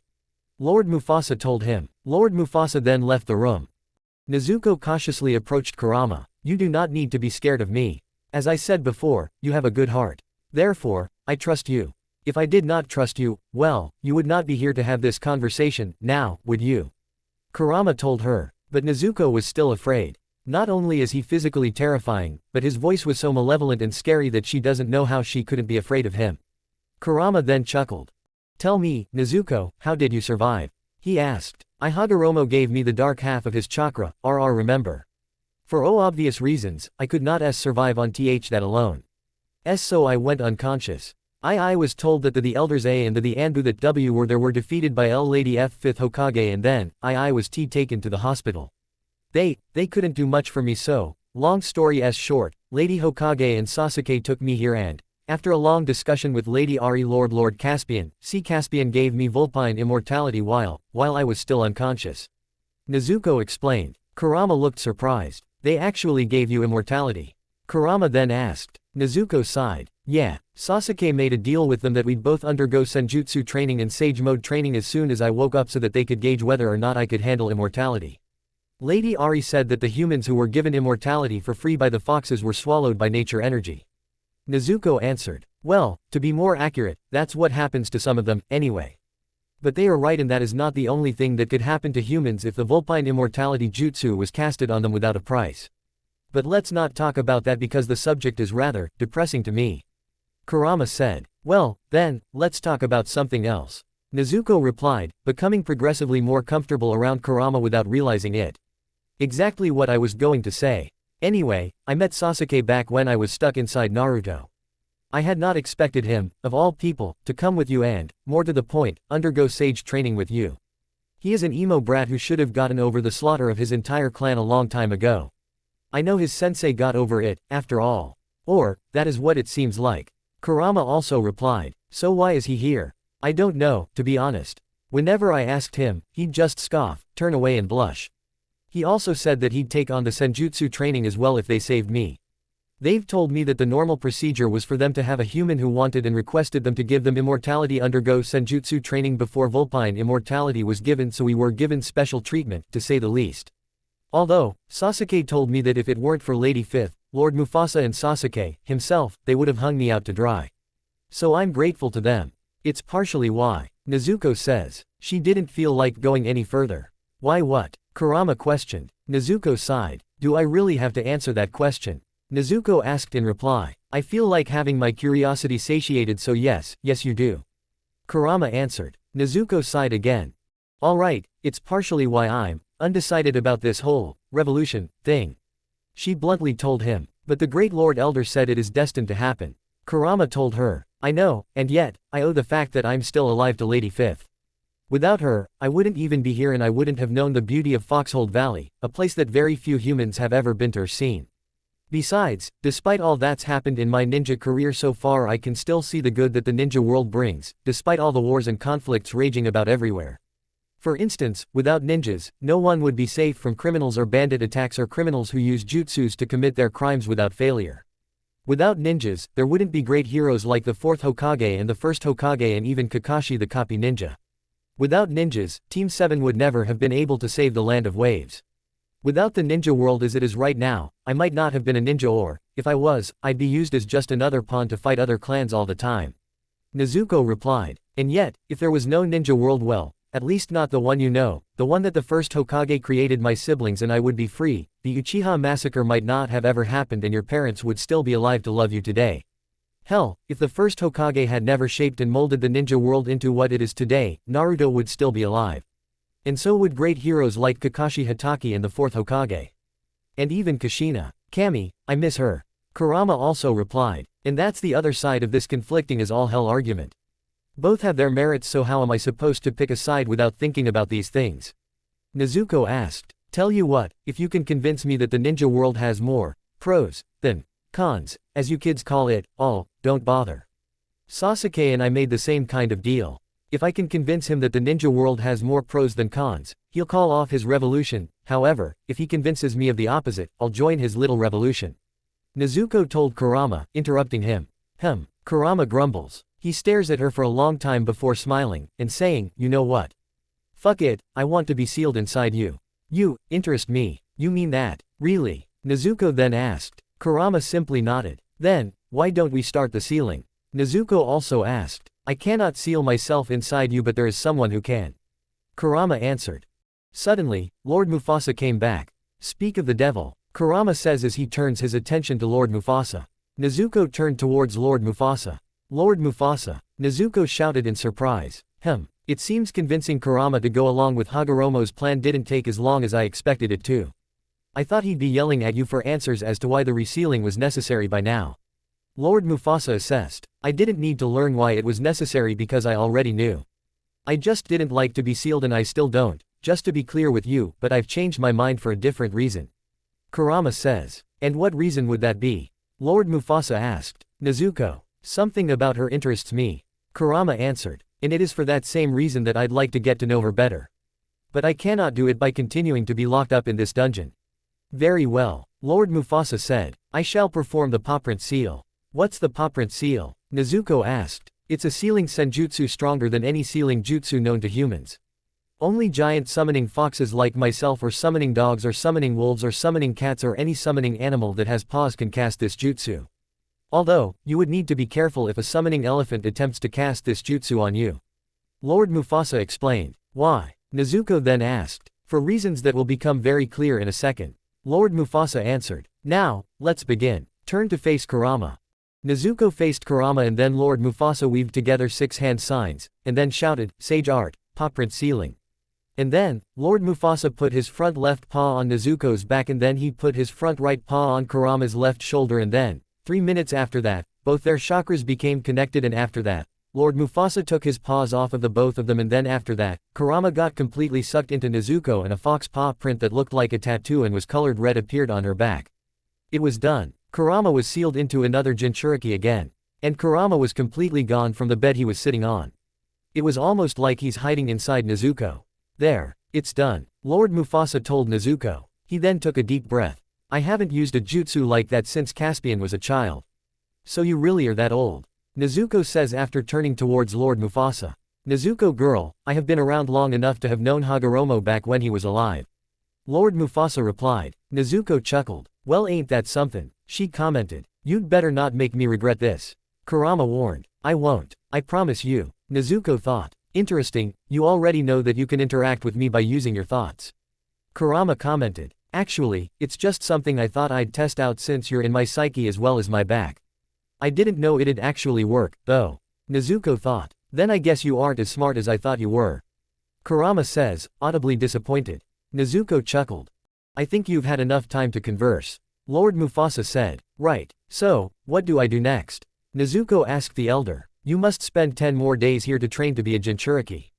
Kurama's last Jinchuriki didn't have any control over Kurama. The Jinchuriki before Naruto and the Jinchuriki before her had some control over Kurama, but not full control. I want your case, as Kurama's 4th Jinchuriki, to be different. Lord Mufasa answered. Return to the training field with Sasuke. I will send someone to instruct you during your Jinchuriki training. Why yes, Lord Mufasa. Nezuko acknowledged. Lord Mufasa smiled. Let's return to the throne room, then. He replied. Meanwhile, in a dark underground room somewhere underneath the Hidden Sand Village, Sarui and 3 ninjas from the Hidden Sands Anbu Black Ops suddenly appeared here. What? Where are we? What's happening? Who are you? Sarui asked. Don't ask questions, kid. Just roll with the punches. One of the Anbu ninjas told her. The room looked like a ritual site. It only had some kind of strange-looking table in the center of the room and torches on the walls which lit the room. Off to the side was what looked to be a black tea kettle with a white paper on it just sitting on a small round table. That white paper had the kanji word for seal written on it with what appeared to be a red marker or something. There were other people here, too. Other hidden sand ninjas. There was also an old woman with black eyes and gray hair which was tied into a bun. The lady wore a dark-colored loose-fitting outfit with a poncho-like top. The old lady was also unusually short which, under very different circumstances, would be very funny to someone like Sarui. But these circumstances are crazy and scary. They walked her over to the table, and stripped her naked before making her lay down on the table. They told her that if she didn't do what they said, they'd kill her parents. Sarui valued her family above all else so she did as she was told. The old lady then walked up to her, and said, before we move on, there are things I must explain to you.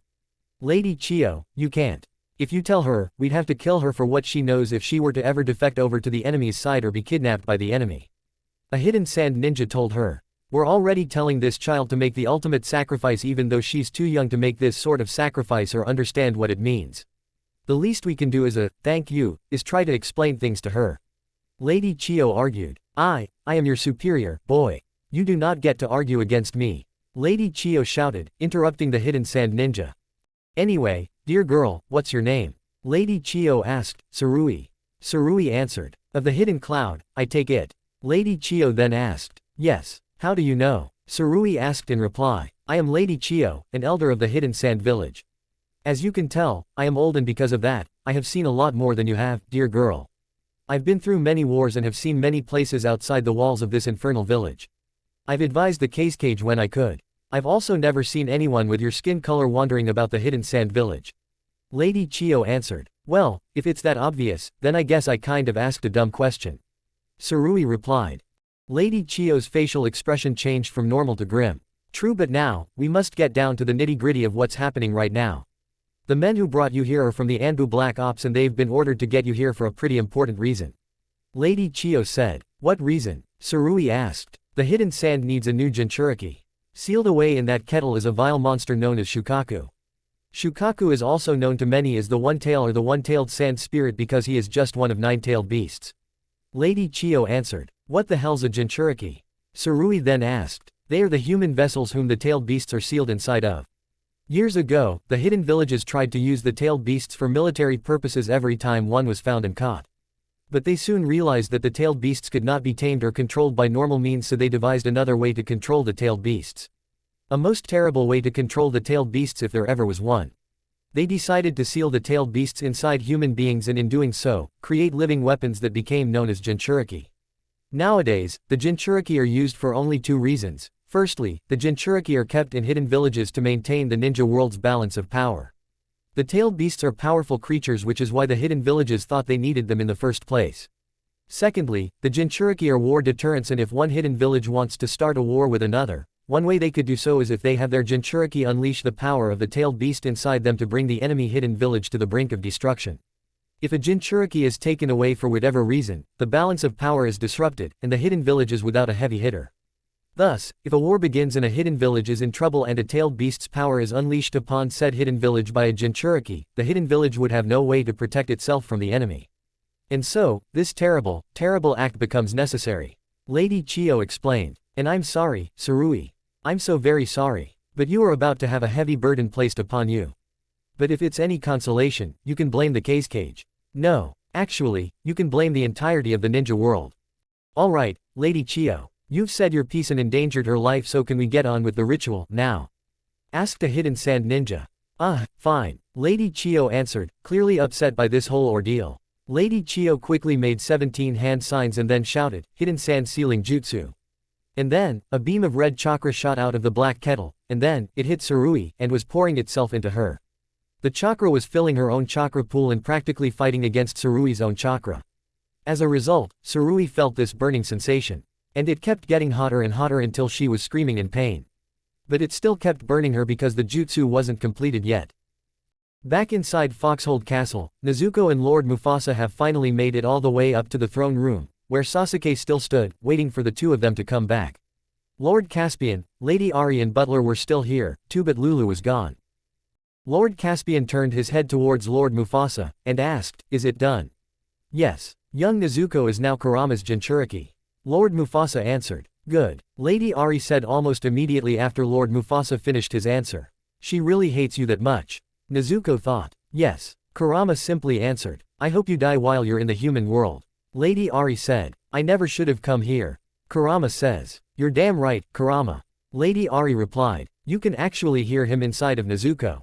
Sasuke asked Lady Ari. I wish I couldn't, but yes. Yes, I can. Any summoning animal could do it, and so could the other tailed beasts. Lady Ari answered. So, what did you guys do while we were down there with Kurama? Nezuko asked. These two offered to cast the Vulpine Immortality Jutsu on me. I declined because, well. Sasuke says before cutting himself off and blushing. Lord Caspian and Lady Ari chuckled. And so did Kurama. I'm beginning to see why he came here with the Hokage. Kurama thought. Oh okay. Nezuko says, not understanding a single thing. Thanked Kami for your obliviousness, Nezuko. Kurama thought. Though, I'm sure Sasuke is thinking the same thing. So what happens now? Sasuke asked. Young Nezuko will need to stay here for another 10 days so that she could learn how to control Kurama's power and maybe learn an extra ninjutsu or two. She will also need to relearn chakra control since Kurama's own chakra will imbalance young Nezuko's chakra.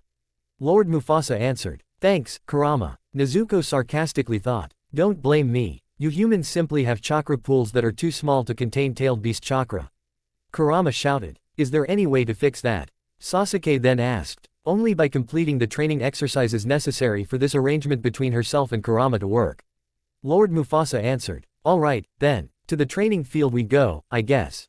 Sasuke said. Wait, young Sasuke. We need to get her instructor first. Lord Mufasa told him. Right. Butler, get me Master Orin. Lord Caspian ordered. Yes, Lord Caspian. Butler acknowledged. Butler then left the room, and later returned with a human-sized fox with 3 fiery tails, 2 orange eyes. The left one has a straight and downwards across it, and red fur with bits of gray and silver here and there. Meet Master Orin, my brother. Lord Caspian said. He has been training Kurama's Jinchuriki ever since Kurama got his first Jinchuriki. A ninja named Tobirama Senju was the first amongst your kind to establish the good relationship we now have with your people. Or, more specifically, the people of the Hidden Leaf Village. Lady Ari told them. Nezuko and Sasuke exchanged surprised looks. The second Hokage was here, of all places. Nezuko thought. And I was the one who met him, along with a diplomatic envoy from this town. Tobirama also came with his own diplomatic envoy from the Hidden Leaf Village, as well. This was all back when I was still the King Sage of Foxhold Valley, mind you. Lord Mufasa added. Despite his harsh demeanor and his, rather heavy-handed methods, I could see, even back then, that Tobirama was a kind soul. If he only knew the tyrant that the second Hokage would grow into, the Hidden Leaf is frankly lucky a man like Hiruzen Sarutobi was chosen as his successor. Kurama thought. Anyway, Tobirama introduced us to his brother, Hashirama, and his sister-in-law, Mito Uzumaki, years after those diplomatic first meetings. Apparently, he came to us because his brother sealed Kurama into his wife, but, seeing as she was Kurama's first Jinchuriki, Mito had no way to control and tame Kurama. Lord Caspian told them. Coincidentally, that was the day I found out that Kurama had abandoned us. Lady Ari added. That was not what happened. Kurama yelled. Hush, Kurama. We're telling a story. Lady Ari told him. As I was telling you, Mito had no way to control or tame Kurama. That was where my brother came in. Lord Caspian said. As Caspian said, I've trained every one of Kurama's Jinchuriki, ever since Tobirama first came to us about this. Master Orin said. You haven't trained Naruto Uzumaki. Sasuke told him. Who? Master Orin asked. Kushina's son. He became my successor after the night a certain someone used their Sharingan to control me and make me attack the Hidden Leaf Village. Kurama answered. Oh, come on, Kurama. That story becomes more and more unbelievable every time you tell it. Lady Ari shouted. The fact is, you attacked the Hidden Leaf Village and as a consequence, the 4th Hokage and Kushina died and young Naruto was made into your Jinchuriki. Why was I never told about any of this? Master Orin then asked. Naruto was too young to receive Jinchuriki training and we never got the chance to send him to you because recently, the Hidden Leaf's elders had killed him by attempting and then failing to unseal Kurama, and reseal him inside young Nezuko, here. Lady Ari explained. Naruto was only 13 years old when he died. Kurama said mournfully. I see. Why is Kurama inside her, then? Master Orin questioned. Kurama returned, and we locked him in the dungeons to calm him down because he was very angry when he returned, and we also imprisoned him down there because of the crimes he committed while in the human world. Lord Mufasa answered. I have only just resealed him into young Nezuko with greater success than the Hidden Leaf had. Yes, I can smell that the pawprint sealing jutsu was cast on that girl very recently. Master Orin replied. I now understand why. I only got angry because you didn't believe me when I said that someone made me attack the Hidden Leaf Village. Kurama shouted. We don't believe you were made to attack the Hidden Leaf Village because of who you said controlled you. Lady Ari told Kurama. Who did he say controlled him? Nezuko asked. Madara Uchiha. Lady Ari answered. Nezuko and Sasuke were surprised. But, that can't be, he's been dead for a hell of a long time. Nezuko said. Perhaps I should have said that he introduced himself as Madara on that night and he certainly sounded like Madara. Kurama added. You should have told us that. Lord Caspian said. Why didn't you? You never gave me time to tell you that. You are all too presumptuous. Kurama answered. Lord Caspian and Lady Ari exchanged looks. What was that? Nezuko angrily thought, feeling offended. I meant the foxes here are too presumptuous. I never meant to offend you. Kurama apologetically replied. Her temper is as fiery as Kushina's was. Kurama thought. Alright, then, I'll allow that. Nezuko thought. If it weren't for the fact that he's inside young Nezuko, I would have smacked him upside the head. Lady Ari thought out loud. Calm yourself, Ari. Lord Mufasa told her. In any event, yes, you were right, young Nezuko. Madara's been dead for a long time. Which is why we couldn't believe him. Lord Caspian said. And we still don't. Lady Ari shouted. You vindictive bitch. Kurama angrily thought. Alright, we have our instructor. Can we go now? Sasuke asked. Yes, you may leave with Orin. Lord Caspian answered. I will see you later. Lord Mufasa said before he walked across the throne room just to walk to another part of the castle. Come on, you two. Time waits for no one. Master Orin told both Nezuko and Sasuke. And so, Nezuko and Sasuke followed Master Orin out of the castle. Kitsune was in the map room in the Hokage's tower, standing near a large table with a big labeled map of the entire ninja world on it. She was looking down at the map with a look of concern on her face. Intel says that the Hidden Leaf and Hidden Mist's forces are on the brink of invading the Hidden Sand Village, but an intercepted letter from the Tsuchikage to the Case says that the Hidden Stone is sending reinforcements to help the Hidden Sand beat back the Hidden Leaf and the Hidden Mist. The Hidden Stone may not have started this war, but they're becoming a real problem. Kitsune thought. Lady Hokage. A voice shouted. Kitsune looked up from the map, looked around, and then saw a Hidden Leaf shinobi from the Cipher Corps run right up to her with a scroll in hand. The Cipher Corps shinobi stopped right beside Kitsune. Kitsune turned to face him, and said, "What is it?" "I'm in the middle of planning our next move." "A letter from the Mizukage, sir." The Cipher Corps shinobi answered. He then handed the scroll to her. "Thank you. Return to your duties," Kitsune ordered. "Yes, sir." The Cipher Corps shinobi acknowledged. He then turned away from Kitsune, and ran out of the room. Kitsune sighed. She looked down at the map, and thought, "I suppose planning our next move can wait." Kitsune then turned left, and walked out of the map room and then to the Hokage's office, and once she was inside the Hokage's office, Kitsune closed the door behind her, walked over to the Hokage's desk, sat down at the Hokage's desk, and opened the letter. Knowing her, it'll probably be a proper refusal of my request for her permission to enter the Hidden Mist Village simply because she's an absolute bitch or whatever. I don't know, Kitsune thought. Dear Lady 5th Hokage. The deaths of your elders have me very concerned. We have conducted our own investigation regarding this matter before I sent this letter to you. Our investigation has concluded that it was, indeed, the handiwork of Hiromi Uzumaki. But I assure you that I did not order their deaths, as that would put our alliance in jeopardy.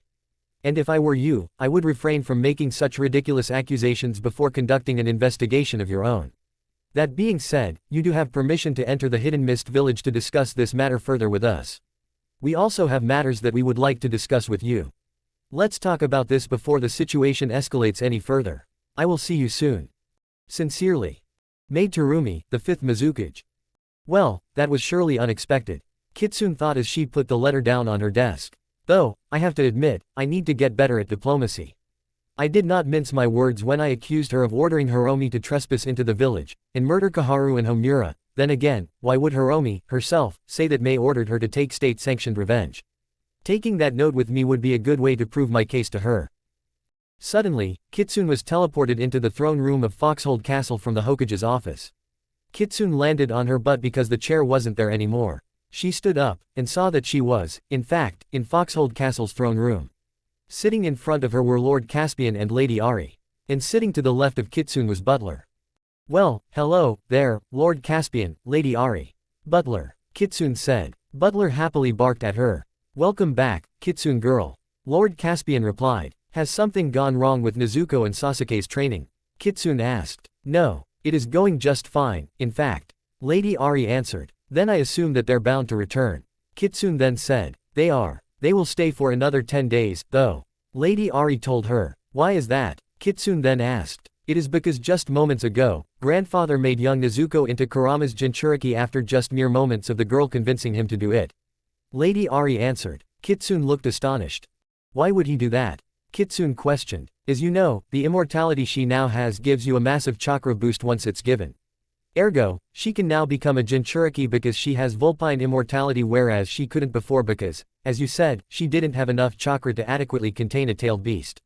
Lady Ari explained. But she is still untrained in the use of Kurama's power, so we gave her over to Master Orin, who is training her in the training field as we speak. Dad also said that he sealed Kurama inside her because of that prophecy he mentioned before. Lord Caspian added. There is also a third reason, which is coincidentally why we brought you here just now. Lady Ari also told her. What's that third reason? Kitsune asked. We've come to understand how important Kurama is to you humans, so, if he stayed in the dungeons, one of the ninjas from your world will find a way to come here, and invade the town with an army of ninjas at their back, despite how foolish the notion may seem. We foxes outmatch and outnumber you here, and yet that does not matter to the humans because getting Kurama is more important. Lady Ari answered. Well, of course it would be. As harsh as it may sound, keeping the tailed beasts and sealing them inside human vessels is the only way we can maintain the power balance in our world. Without the Jinchuriki, we have no means of defending ourselves from enemy attacks should they send a Jinchuriki of their own to bang down our door, and we have no way to combat an enemy Jinchuriki. And the Nine Tails is the most powerful tailed beast of them all. Getting him, and sealing him is especially important to the hidden villages and their interests. Kitsune explained. Then I think we would both agree that in light of that, sending young Nezuko back to you would benefit us both since it would keep the town out of harm's way and you get to maintain the balance of power in your world.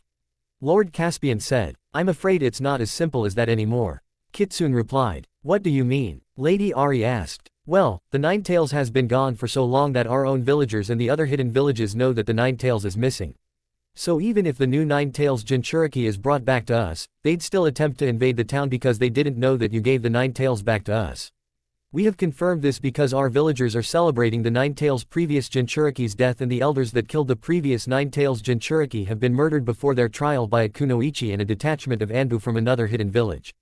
So now, the parameters of winning this war have changed. Each hidden village must get the Nine Tails from this place, and bring them back to their village so that they could have their own Nine Tails Jinchuriki or that we could get another Nine Tails Jinchuriki. Kitsune explained. What if we play this to our advantage? Lord Caspian asked in reply.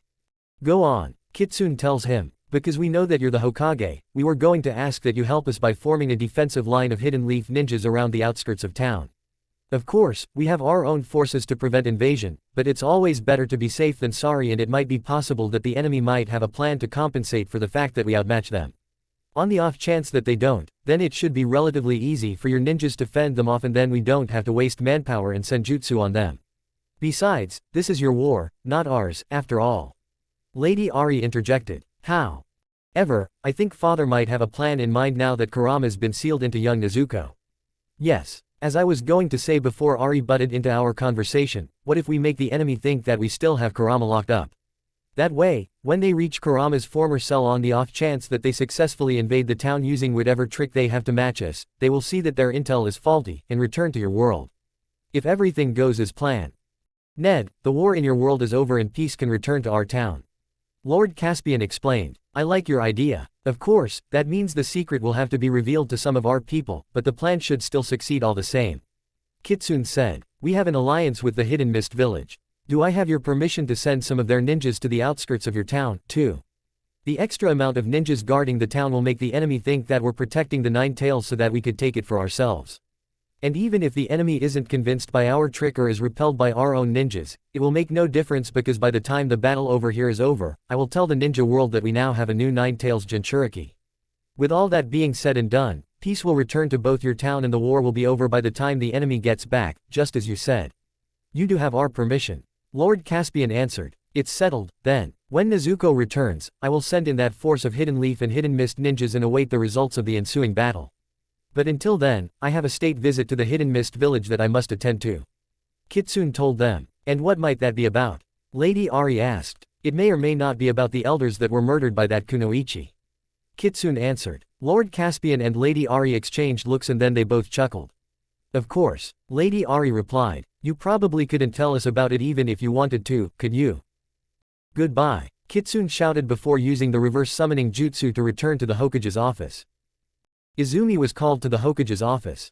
Is this it? Now, it's only been like 50 days since I last saw Sasuke and Nezuko. I wonder if they're doing alright.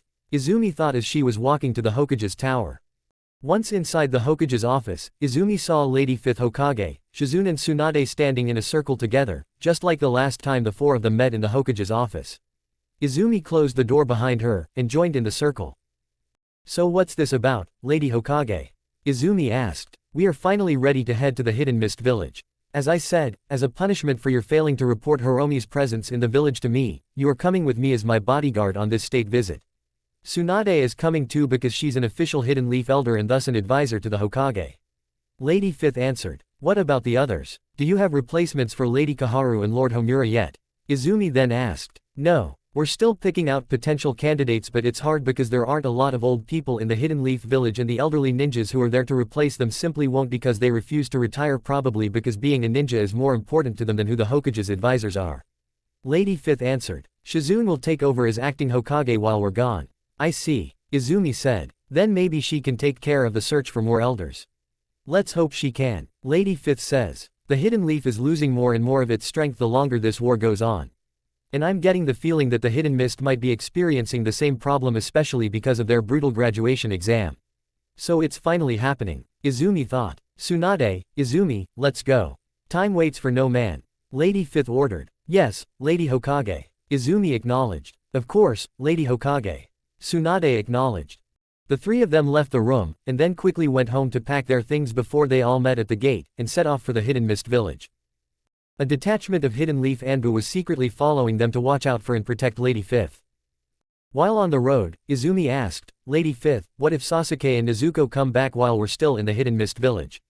I think your attention is best focused on the here and now, not on them for the moment, Izumi.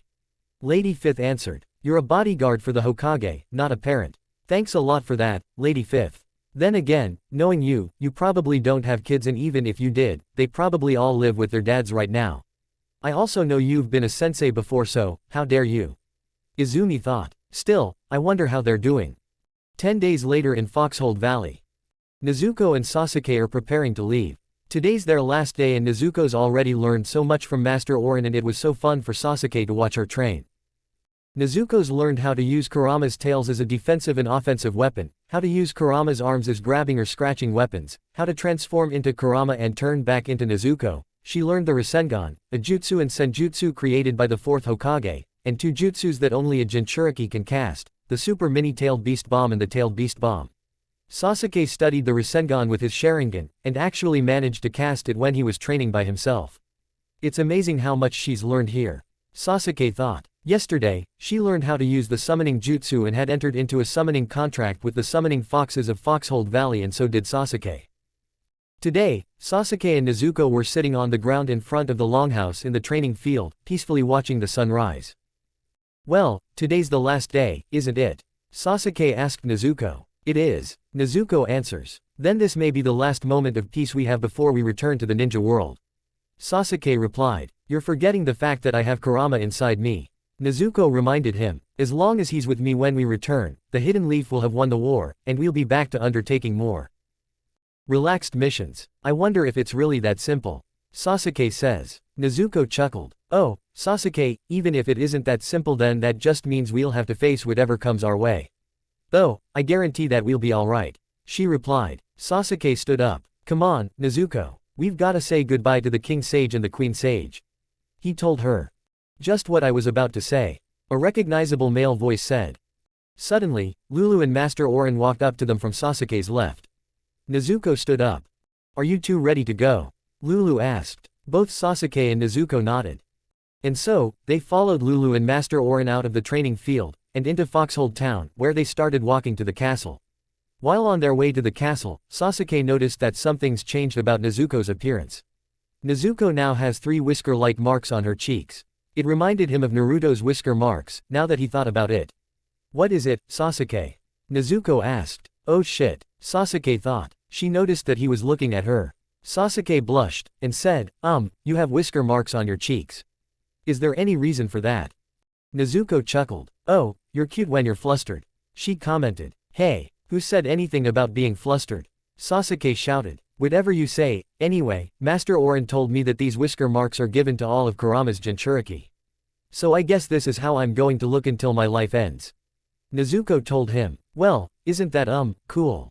Sasuke remarked. You were totally going to say, cute, there, weren't you? Nezuko asked. Sasuke blushed even harder. I totally was. How does she know that? He thought. No, I wasn't. Sasuke shouted. Nezuko chuckled and Sasuke just looked away, and childishly pouted. Later, they finally arrived in Foxhold Castle's throne room, where they met with Lord Caspian and Lady Ari one last time. Lord Mufasa also came to see them off. So I guess this is goodbye, huh? Sasuke asked. It is. Lady Ari answered. Good luck, young Sasuke and young Nezuko. I pray that your endeavors save the world. Lord Caspian said. As do I. Lord Mufasa also said. Bye, guys. I hope we see each other again under much better circumstances. I don't say this often, but you guys are very cool to hang around with. Sasuke replied. I agree. Nezuko said. Goodbye. The rest of the foxes in the room said their goodbyes before Sasuke used the reverse summoning jutsu to return to the Hidden Leaf Village. Incidentally, Sasuke and Nezuko found themselves at the Hidden Leaf Village's gates. The both of them walked up to the gate guards, and told them they're back. Alright, go check in with the Hokage. One of the gate guards told them. Will do, Sasuke replied. Sasuke looked over at the Hokage's tower and then the great stone faces, and muttered, this is where it begins. Sasuke and Nezuko walked to the Hokage's tower, and, after talking with the Hokage's secretary on the ground floor, both Sasuke and Nezuko walked up to the Hokage's office to find a random black-haired woman sitting at the Hokage's desk. Sasuke and Nezuko exchanged curious looks. "Come in," the woman called. Sasuke and Nezuko walked up to the front of the Hokage's desk, and then Sasuke said, "Sasuke Uchiha and Nezuko Shimura reporting for duty." The woman looked at the two of them. "Oh, welcome back," the woman said with a smile. "Ah, thank you," Sasuke replied. "Was your time in Foxhold Valley productive?" The woman asked. "Yes, but I'd hoped to discuss the finer details of my training with the 5th Hokage." "Where is she, anyway?" Nezuko asked. "On her way to the Hidden Mist Village to speak with the Mizukage. Lady Tsunade and Izumi have gone along with her because Lady Tsunade is an elder now and Izumi is, for the duration of the Hokage's mission, Lady Fifth's bodyguard. I am Shizune, Lady Tsunade's assistant and, currently, the Hokage's stand-in until she gets back.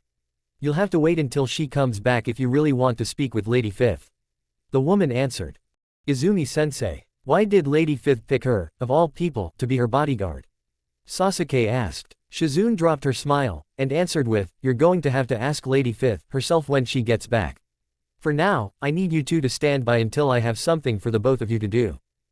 Sasuke sighed. "Alright, come on, Nezuko. Let's, go have some dango or something," he told her. They turned around, and left the room. Meanwhile, Izumi, Lady Fifth and Tsunade have arrived at the bridge to the Hidden Mist Village. "Here we are, the Hidden Mist Village," Lady Fifth said. "Not too long ago, this place was known as the Blood Mist Village." Tsunade replied. "Let's hope that it's changed since then like the Mizukage says it has." Lady Fifth also replied. "I wonder how Nezuko and Sasuke are doing." Izumi thought as they started to walk across the bridge.